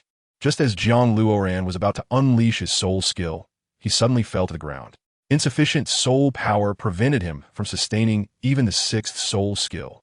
Kunpeng spreads its wings. At the end of a strong bow, he dared to boast, and a red vortex formed in front of Tao Ye's mouth, attracting Jiang Luoran. Is this to devour? The supreme of the undead, the female mage commanded the black gold throne, standing before Jiang Luoran. The Tianqing leg bone could not recover in time, and besides, who among those who can become gods doesn't have a soul bone to restore their strength? Now, JiangLuoran's needs could not be compensated for in a short time by the Tianqing bone. Together, the female mage jumped up, grabbed the spear of dawn, and stabbed it into Tao Ye's body. Jiang Luoran's gaze focused. This was the third person he had seen who could wield the spear of dawn. But now was not the time to inquire about the spear of dawn. Jiang Luoran took 2 steps forward and leaped, striking Tao Ye's head with both fists. The undead magic. The female mage began to chant. You only have one chance to unleash your soul skill. 1 hit to kill. In an instant, Jiang Luoran felt as if he could choose any of his soul skills. Moreover, the soul power he expended was only 0. What kind of undead magic is this? 10th soul skill, soaring up to 90,000 miles. The white Kunpeng ravaged everything, spewing from JiangLuoran's 10 soul rings, crashing into Tao Dai, and flying towards the higher sky. The sound was indescribable, a fusion of Tao Ye's wails and Kunpeng's cries. The 2 sounds merged together, ultimately returning to nothingness. You are now the unique master here. Above and below, only you are supreme. The female mage's runes shattered, and her heartbeat entered a state of crisis. Indeed, at the moment of Tao Ye's death, Jiang Luoran felt he had the power to control everything. The energy of the Kunpeng second-level divine residence also sensed it. Was that just now a sacrificial power? I can release my soul skill. Even Jiang Luoran, no matter how foolish, could understand. Otherwise, with our soul power close to 0, should we wait to be killed by it? The female mage said, Your 1 soul skill is not enough to make me lose my life. I will give you an explanation for killing your clan. Jiang Luoran could see the ruthlessness in the female mage's eyes. You should give me an explanation. Even if you are the Kunpeng god, you must die. But I cannot kill you now, so I can only use undead magic and runes to save my clan.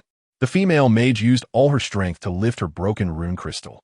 The purple gold staff floated over, circling around the runes to ascend. Chapter 2:16. Choose Beiming or your friend's strange things happened. The broken rune crystal and the staff turned into countless starlights. Like spring rain, they dissolved in the sky and fell down. All the fallen, all the dead armored knights and undead mages, all crawled up in succession. Undead magic? Jiang Luoran said leisurely. This kind of heaven-defying great art, you activated it. Are you not afraid of divine retribution? So what? I am a god. The female mage smiled bleakly as she fell towards the ground, suddenly wrapped by raised hands. It was the undead mage she had just held while crying. Jiang Luoran was surprised. To be honest, this undead mage somewhat resembled Ilex. Could this be Ilex's ancestor? Boom! A power that reached the heavens appeared, standing in front of Jiang Luoran. Its beam penetrating the entire divine realm. The crimson light was difficult to distinguish where the limit was. Jiang Luoran was very clear. This was the Kunpeng second-level divine residence. As long as he inherited the second-level divine residence, he could soar above all and slay the remnants of evil. Inherit. Jiang Luoran reached out to grab the energy of the Kunpeng second-level divine residence. Boom! At the moment of contact, Jiang Luoran was rebounded to the ground, his right hand tingling. What happened? Jiang Luoran was puzzled. There was clearly nothing wrong. He could feel that the Kunpeng energy was also bonding with him. Ha ha! Since you are reluctant to kill for me, then kill for yourself. One piece of the Kunpeng energy is under my custody. With insufficient energy, you cannot inherit it all. The last voice of Tao Tai echoed and then disappeared. What does that mean? Jiang Luoran frowned. What does it mean to kill for oneself? Kunpeng God, the power of the second-level divine residence has already diminished. You need to choose among all soul beasts in Beiming and your friends in the first challenge. The Kunpeng divine residence will automatically decompose their powers into activating forces. Nonsense. What do the lives and deaths of others have to do with me? I have no right to command them. Jiang Luoran was completely dumbfounded. Luoran, we are willing to help you become a second-level divine residence. After all, we won't die. The evil of Douluo continent will be entrusted to you, Yi Bei and others said in unison. This was telepathy. Jiang Luoran knew they must have already found out. The evil was probably gearing up, depriving our powers to defeat it, Hu Laina commanded. Hurry up and make a decision. You are not the indecisive type, Bibi Dong said. Bring out the fierceness you have when you hit women. There's no time left, Qian Rinshu urged. Jiang Luoran clenched his fists tightly. The divine position was extremely important for a god. Yes, with their talents and cases of becoming gods, they're definitely the top candidates for other divine positions. But why should I deprive others of their things, especially if they might never become gods again? All soul beasts in Beiming, all holy spirits, and all plants and trees within a radius of millions of miles are willing to welcome the Beiming god. Just a few decades of cultivation, killing the evil is enough. I can still cultivate again. It's no big deal, I can practice again. Please decide, Beiming god. Soul beasts have cultivated for decades, some even for millions of years, such a long life. Only to let it all go to waste, Jiang Luoran could not do it. There is no suffering more torturous than waiting. Have you made up your mind? Kunpeng God. Jiang Luoran said nothing, picked up the Spear of Dawn, and walked out. His attitude had already made everything clear. With a defective second-level divine residence, you cannot defeat the evil at all, the Kunpeng divine residence advised. Don't act impulsively. Nothing is absolute. We always say that life has more than one choice. Jiang Luoran indeed did not stay. He walked straight out of the second challenge. Theoretically, he had already given up the Kunpeng divine position. Seeing Jiang Luoran appear, everyone was surprised, but what could they say? I think we should fight together. The team is the key to victory. Personal heroism, I'm not optimistic about it. Jiang Luoran smiled and reached out to hold Juliana's hand. What do you think? Then let's go and defeat it. Our current strength is close to the second-level divine throne. Tang, Sen took out the sea god's trident. Are you really willing? This is the second-level divine throne, hard to come by. Bibi Dong approached. There's nothing that can't be let go of. Power can make up for it. But the team? There's only one. Once a decision is made, there's no turning back. Jiang Luoran worked hard to regain his strength. In the second round, the female mage's deep eyes looked at Jiang Luoran's back. Did he refuse the second-level divine throne? Why? I think this deal is absolutely worth it. The male mage pulled the female mage. Even I have never seen such a person. Perhaps only such a person deserves to have strength. He is different. The female mage took out a crystal-clear blue rune from her chest. Victory or defeat in battle. Only death can end it. Jiang Luoran transformed into a Kunpeng giant beast, soaring in the sky. 7th soul skill, White Lotus True Body. 7th soul skill, Hao Yin True Body. 7th soul skill, Kunpeng True Body. 7th soul skill, Angel True Body. Kunpeng domain open. Kunpeng's palms tore open a spatial rift. As long as we pass through, it will be the Douluo continent, and this battle will have nothing left to make up for. Only they, relying on their own strength, can kill the evil. This is JiangLuoran's choice, and his choice will also come at a great cost. Ahead is filled with endless danger. Seeing the evil still stuck in space, Jiang Luoran wielded the Dawn Spear, forcefully blasting the opponent out. The space was also shattered, and the evil fell out, just about to roar, but was again knocked away by Juliana's 9 tails. Strike deep into the sea, don't stop, use the most violent attacks, Jiang Luoran commanded. The giant angel wielded the angelic divine sword, stabbing and crashing into the evil, knocking it away again. The Grim Reaper's scythe, Rakshasa domain, BB Dong raised the scythe, a flash of black light, opening a rift in the sky. This was a terrifying and deadly wave of energy that knocked the evil unconscious. The 9 treasures turned out the glass, all soul rings activated. 9 heart begonia, healing. The 2 healing soul beasts exhausted all their soul power to empower the 7 gods. This made their battle more advantageous, at least temporarily, without worrying about soul power. Looking at the increasingly distant gods, Ning Rongrong and Yi Lingling collapsed beside Oscar. It's up to you guys, Oscar murmured. Disordered cloak, 9-9 returns to 1. Tang San and Jiang Luoran frantically summoned hammers and lightning, beating the evil into a daze, not giving the opponent a moment's respite. In an instant, the wind and clouds changed, thunder roared, the tide rose, and the mountain shattered. Solar Corona, Light, Rakshasa, Grim Reaper. Chapter 217, The Final Journey, Grand Finale, Kunpeng Domain, Angel Domain, Rakshasa Domain, Solar Corona Domain, White Lotus Domain, Kunpeng Domain, Sea God Domain. After Jiang Luoran and the others released their strongest soul skills, they used their domains to suppress the evil's limbs. Jiang Luoran, as the main attacker, transformed into a vegetative state, holding the evil and rushing towards the deep sea. The other 6 gods followed closely, swords drawn. The farther, the better, the farther, the better, Jiang Luoran kept murmuring in his heart. Yes, words like teamwork to kill evil are all nonsense. Today he is going to release the Flying Blood. Currently, only the Flying Blood can kill the evil. What teamwork? We will definitely win? That also depends on the timing. In this situation, without Jiang Luoran, they really couldn't survive. As for the 7 gods' martial soul fusion skill, let's see what the situation is. Tang San and the others were almost out of soul power to push the evil to the seaside. You have to know, all along the way, they released high-level divine skills, not daring to be the slightest bit slack. The evil saw Jiang Luoran's unyielding gaze, knowing that the opponent was serious. It was that kind of desperate seriousness. Just think about it, a person who doesn't even care about their life, what else do they care about? Roar. The evil was roaring, but the wound from the previous blow was still there, and there were also 7 domains suppressing it. Don't think about it. I crushed the divine throne's power, transforming into the ultimate Kunpeng domain. You can't break free, Jiang Luoran's mouth bled. Roar. The evil spewed blood-colored light from its entire body, struggling to break the first Kunpeng domain, anxious beyond measure. Everyone didn't take it seriously, thinking it was the combined power of the 7 domains. Looking at Jiang Luoran's fierce and terrifying face, the evil was clearly panicked. It was obviously more like a villain than itself. Kunpeng Divine, Throne, 2nd round. Perhaps I can help him.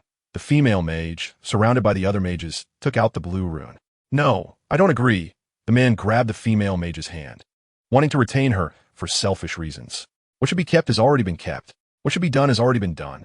Time is the standard for measuring everything. Pausing is the most beautiful moment. Take care of Ilex. The female mage rushed into the Kunpeng Divine, Throne alone. The man knelt on the ground, roaring like thunder. Luoran can't fight anymore. Now it's not enough to release the martial soul fusion skill. Tang San grabbed Jiang Luoran. We have already arrived at the Sea God Temple. It's almost over. Jiang Luoran waved his hand, switching from a vegetative state to the Kunpeng true body, dragging the evil forward. What exactly do you want to do? Juliana also felt something was wrong. The martial soul fusion skill was gone. Yet Jiang Luoran was still so desperate. He wasn't a fool. He must have some way. Trust me and help. I won't die before the wedding. Jiang Luoran threw a reassuring look at Juliana. Juliana activated the last White Lotus illusion and then collapsed on the Sea God Temple. Solar Corona. Tang San's last strike was not even released before falling into the sea. But he is a god. Surely he won't drown in the sea. Retreat. We no longer have the conditions to kill it. We should retreat quickly.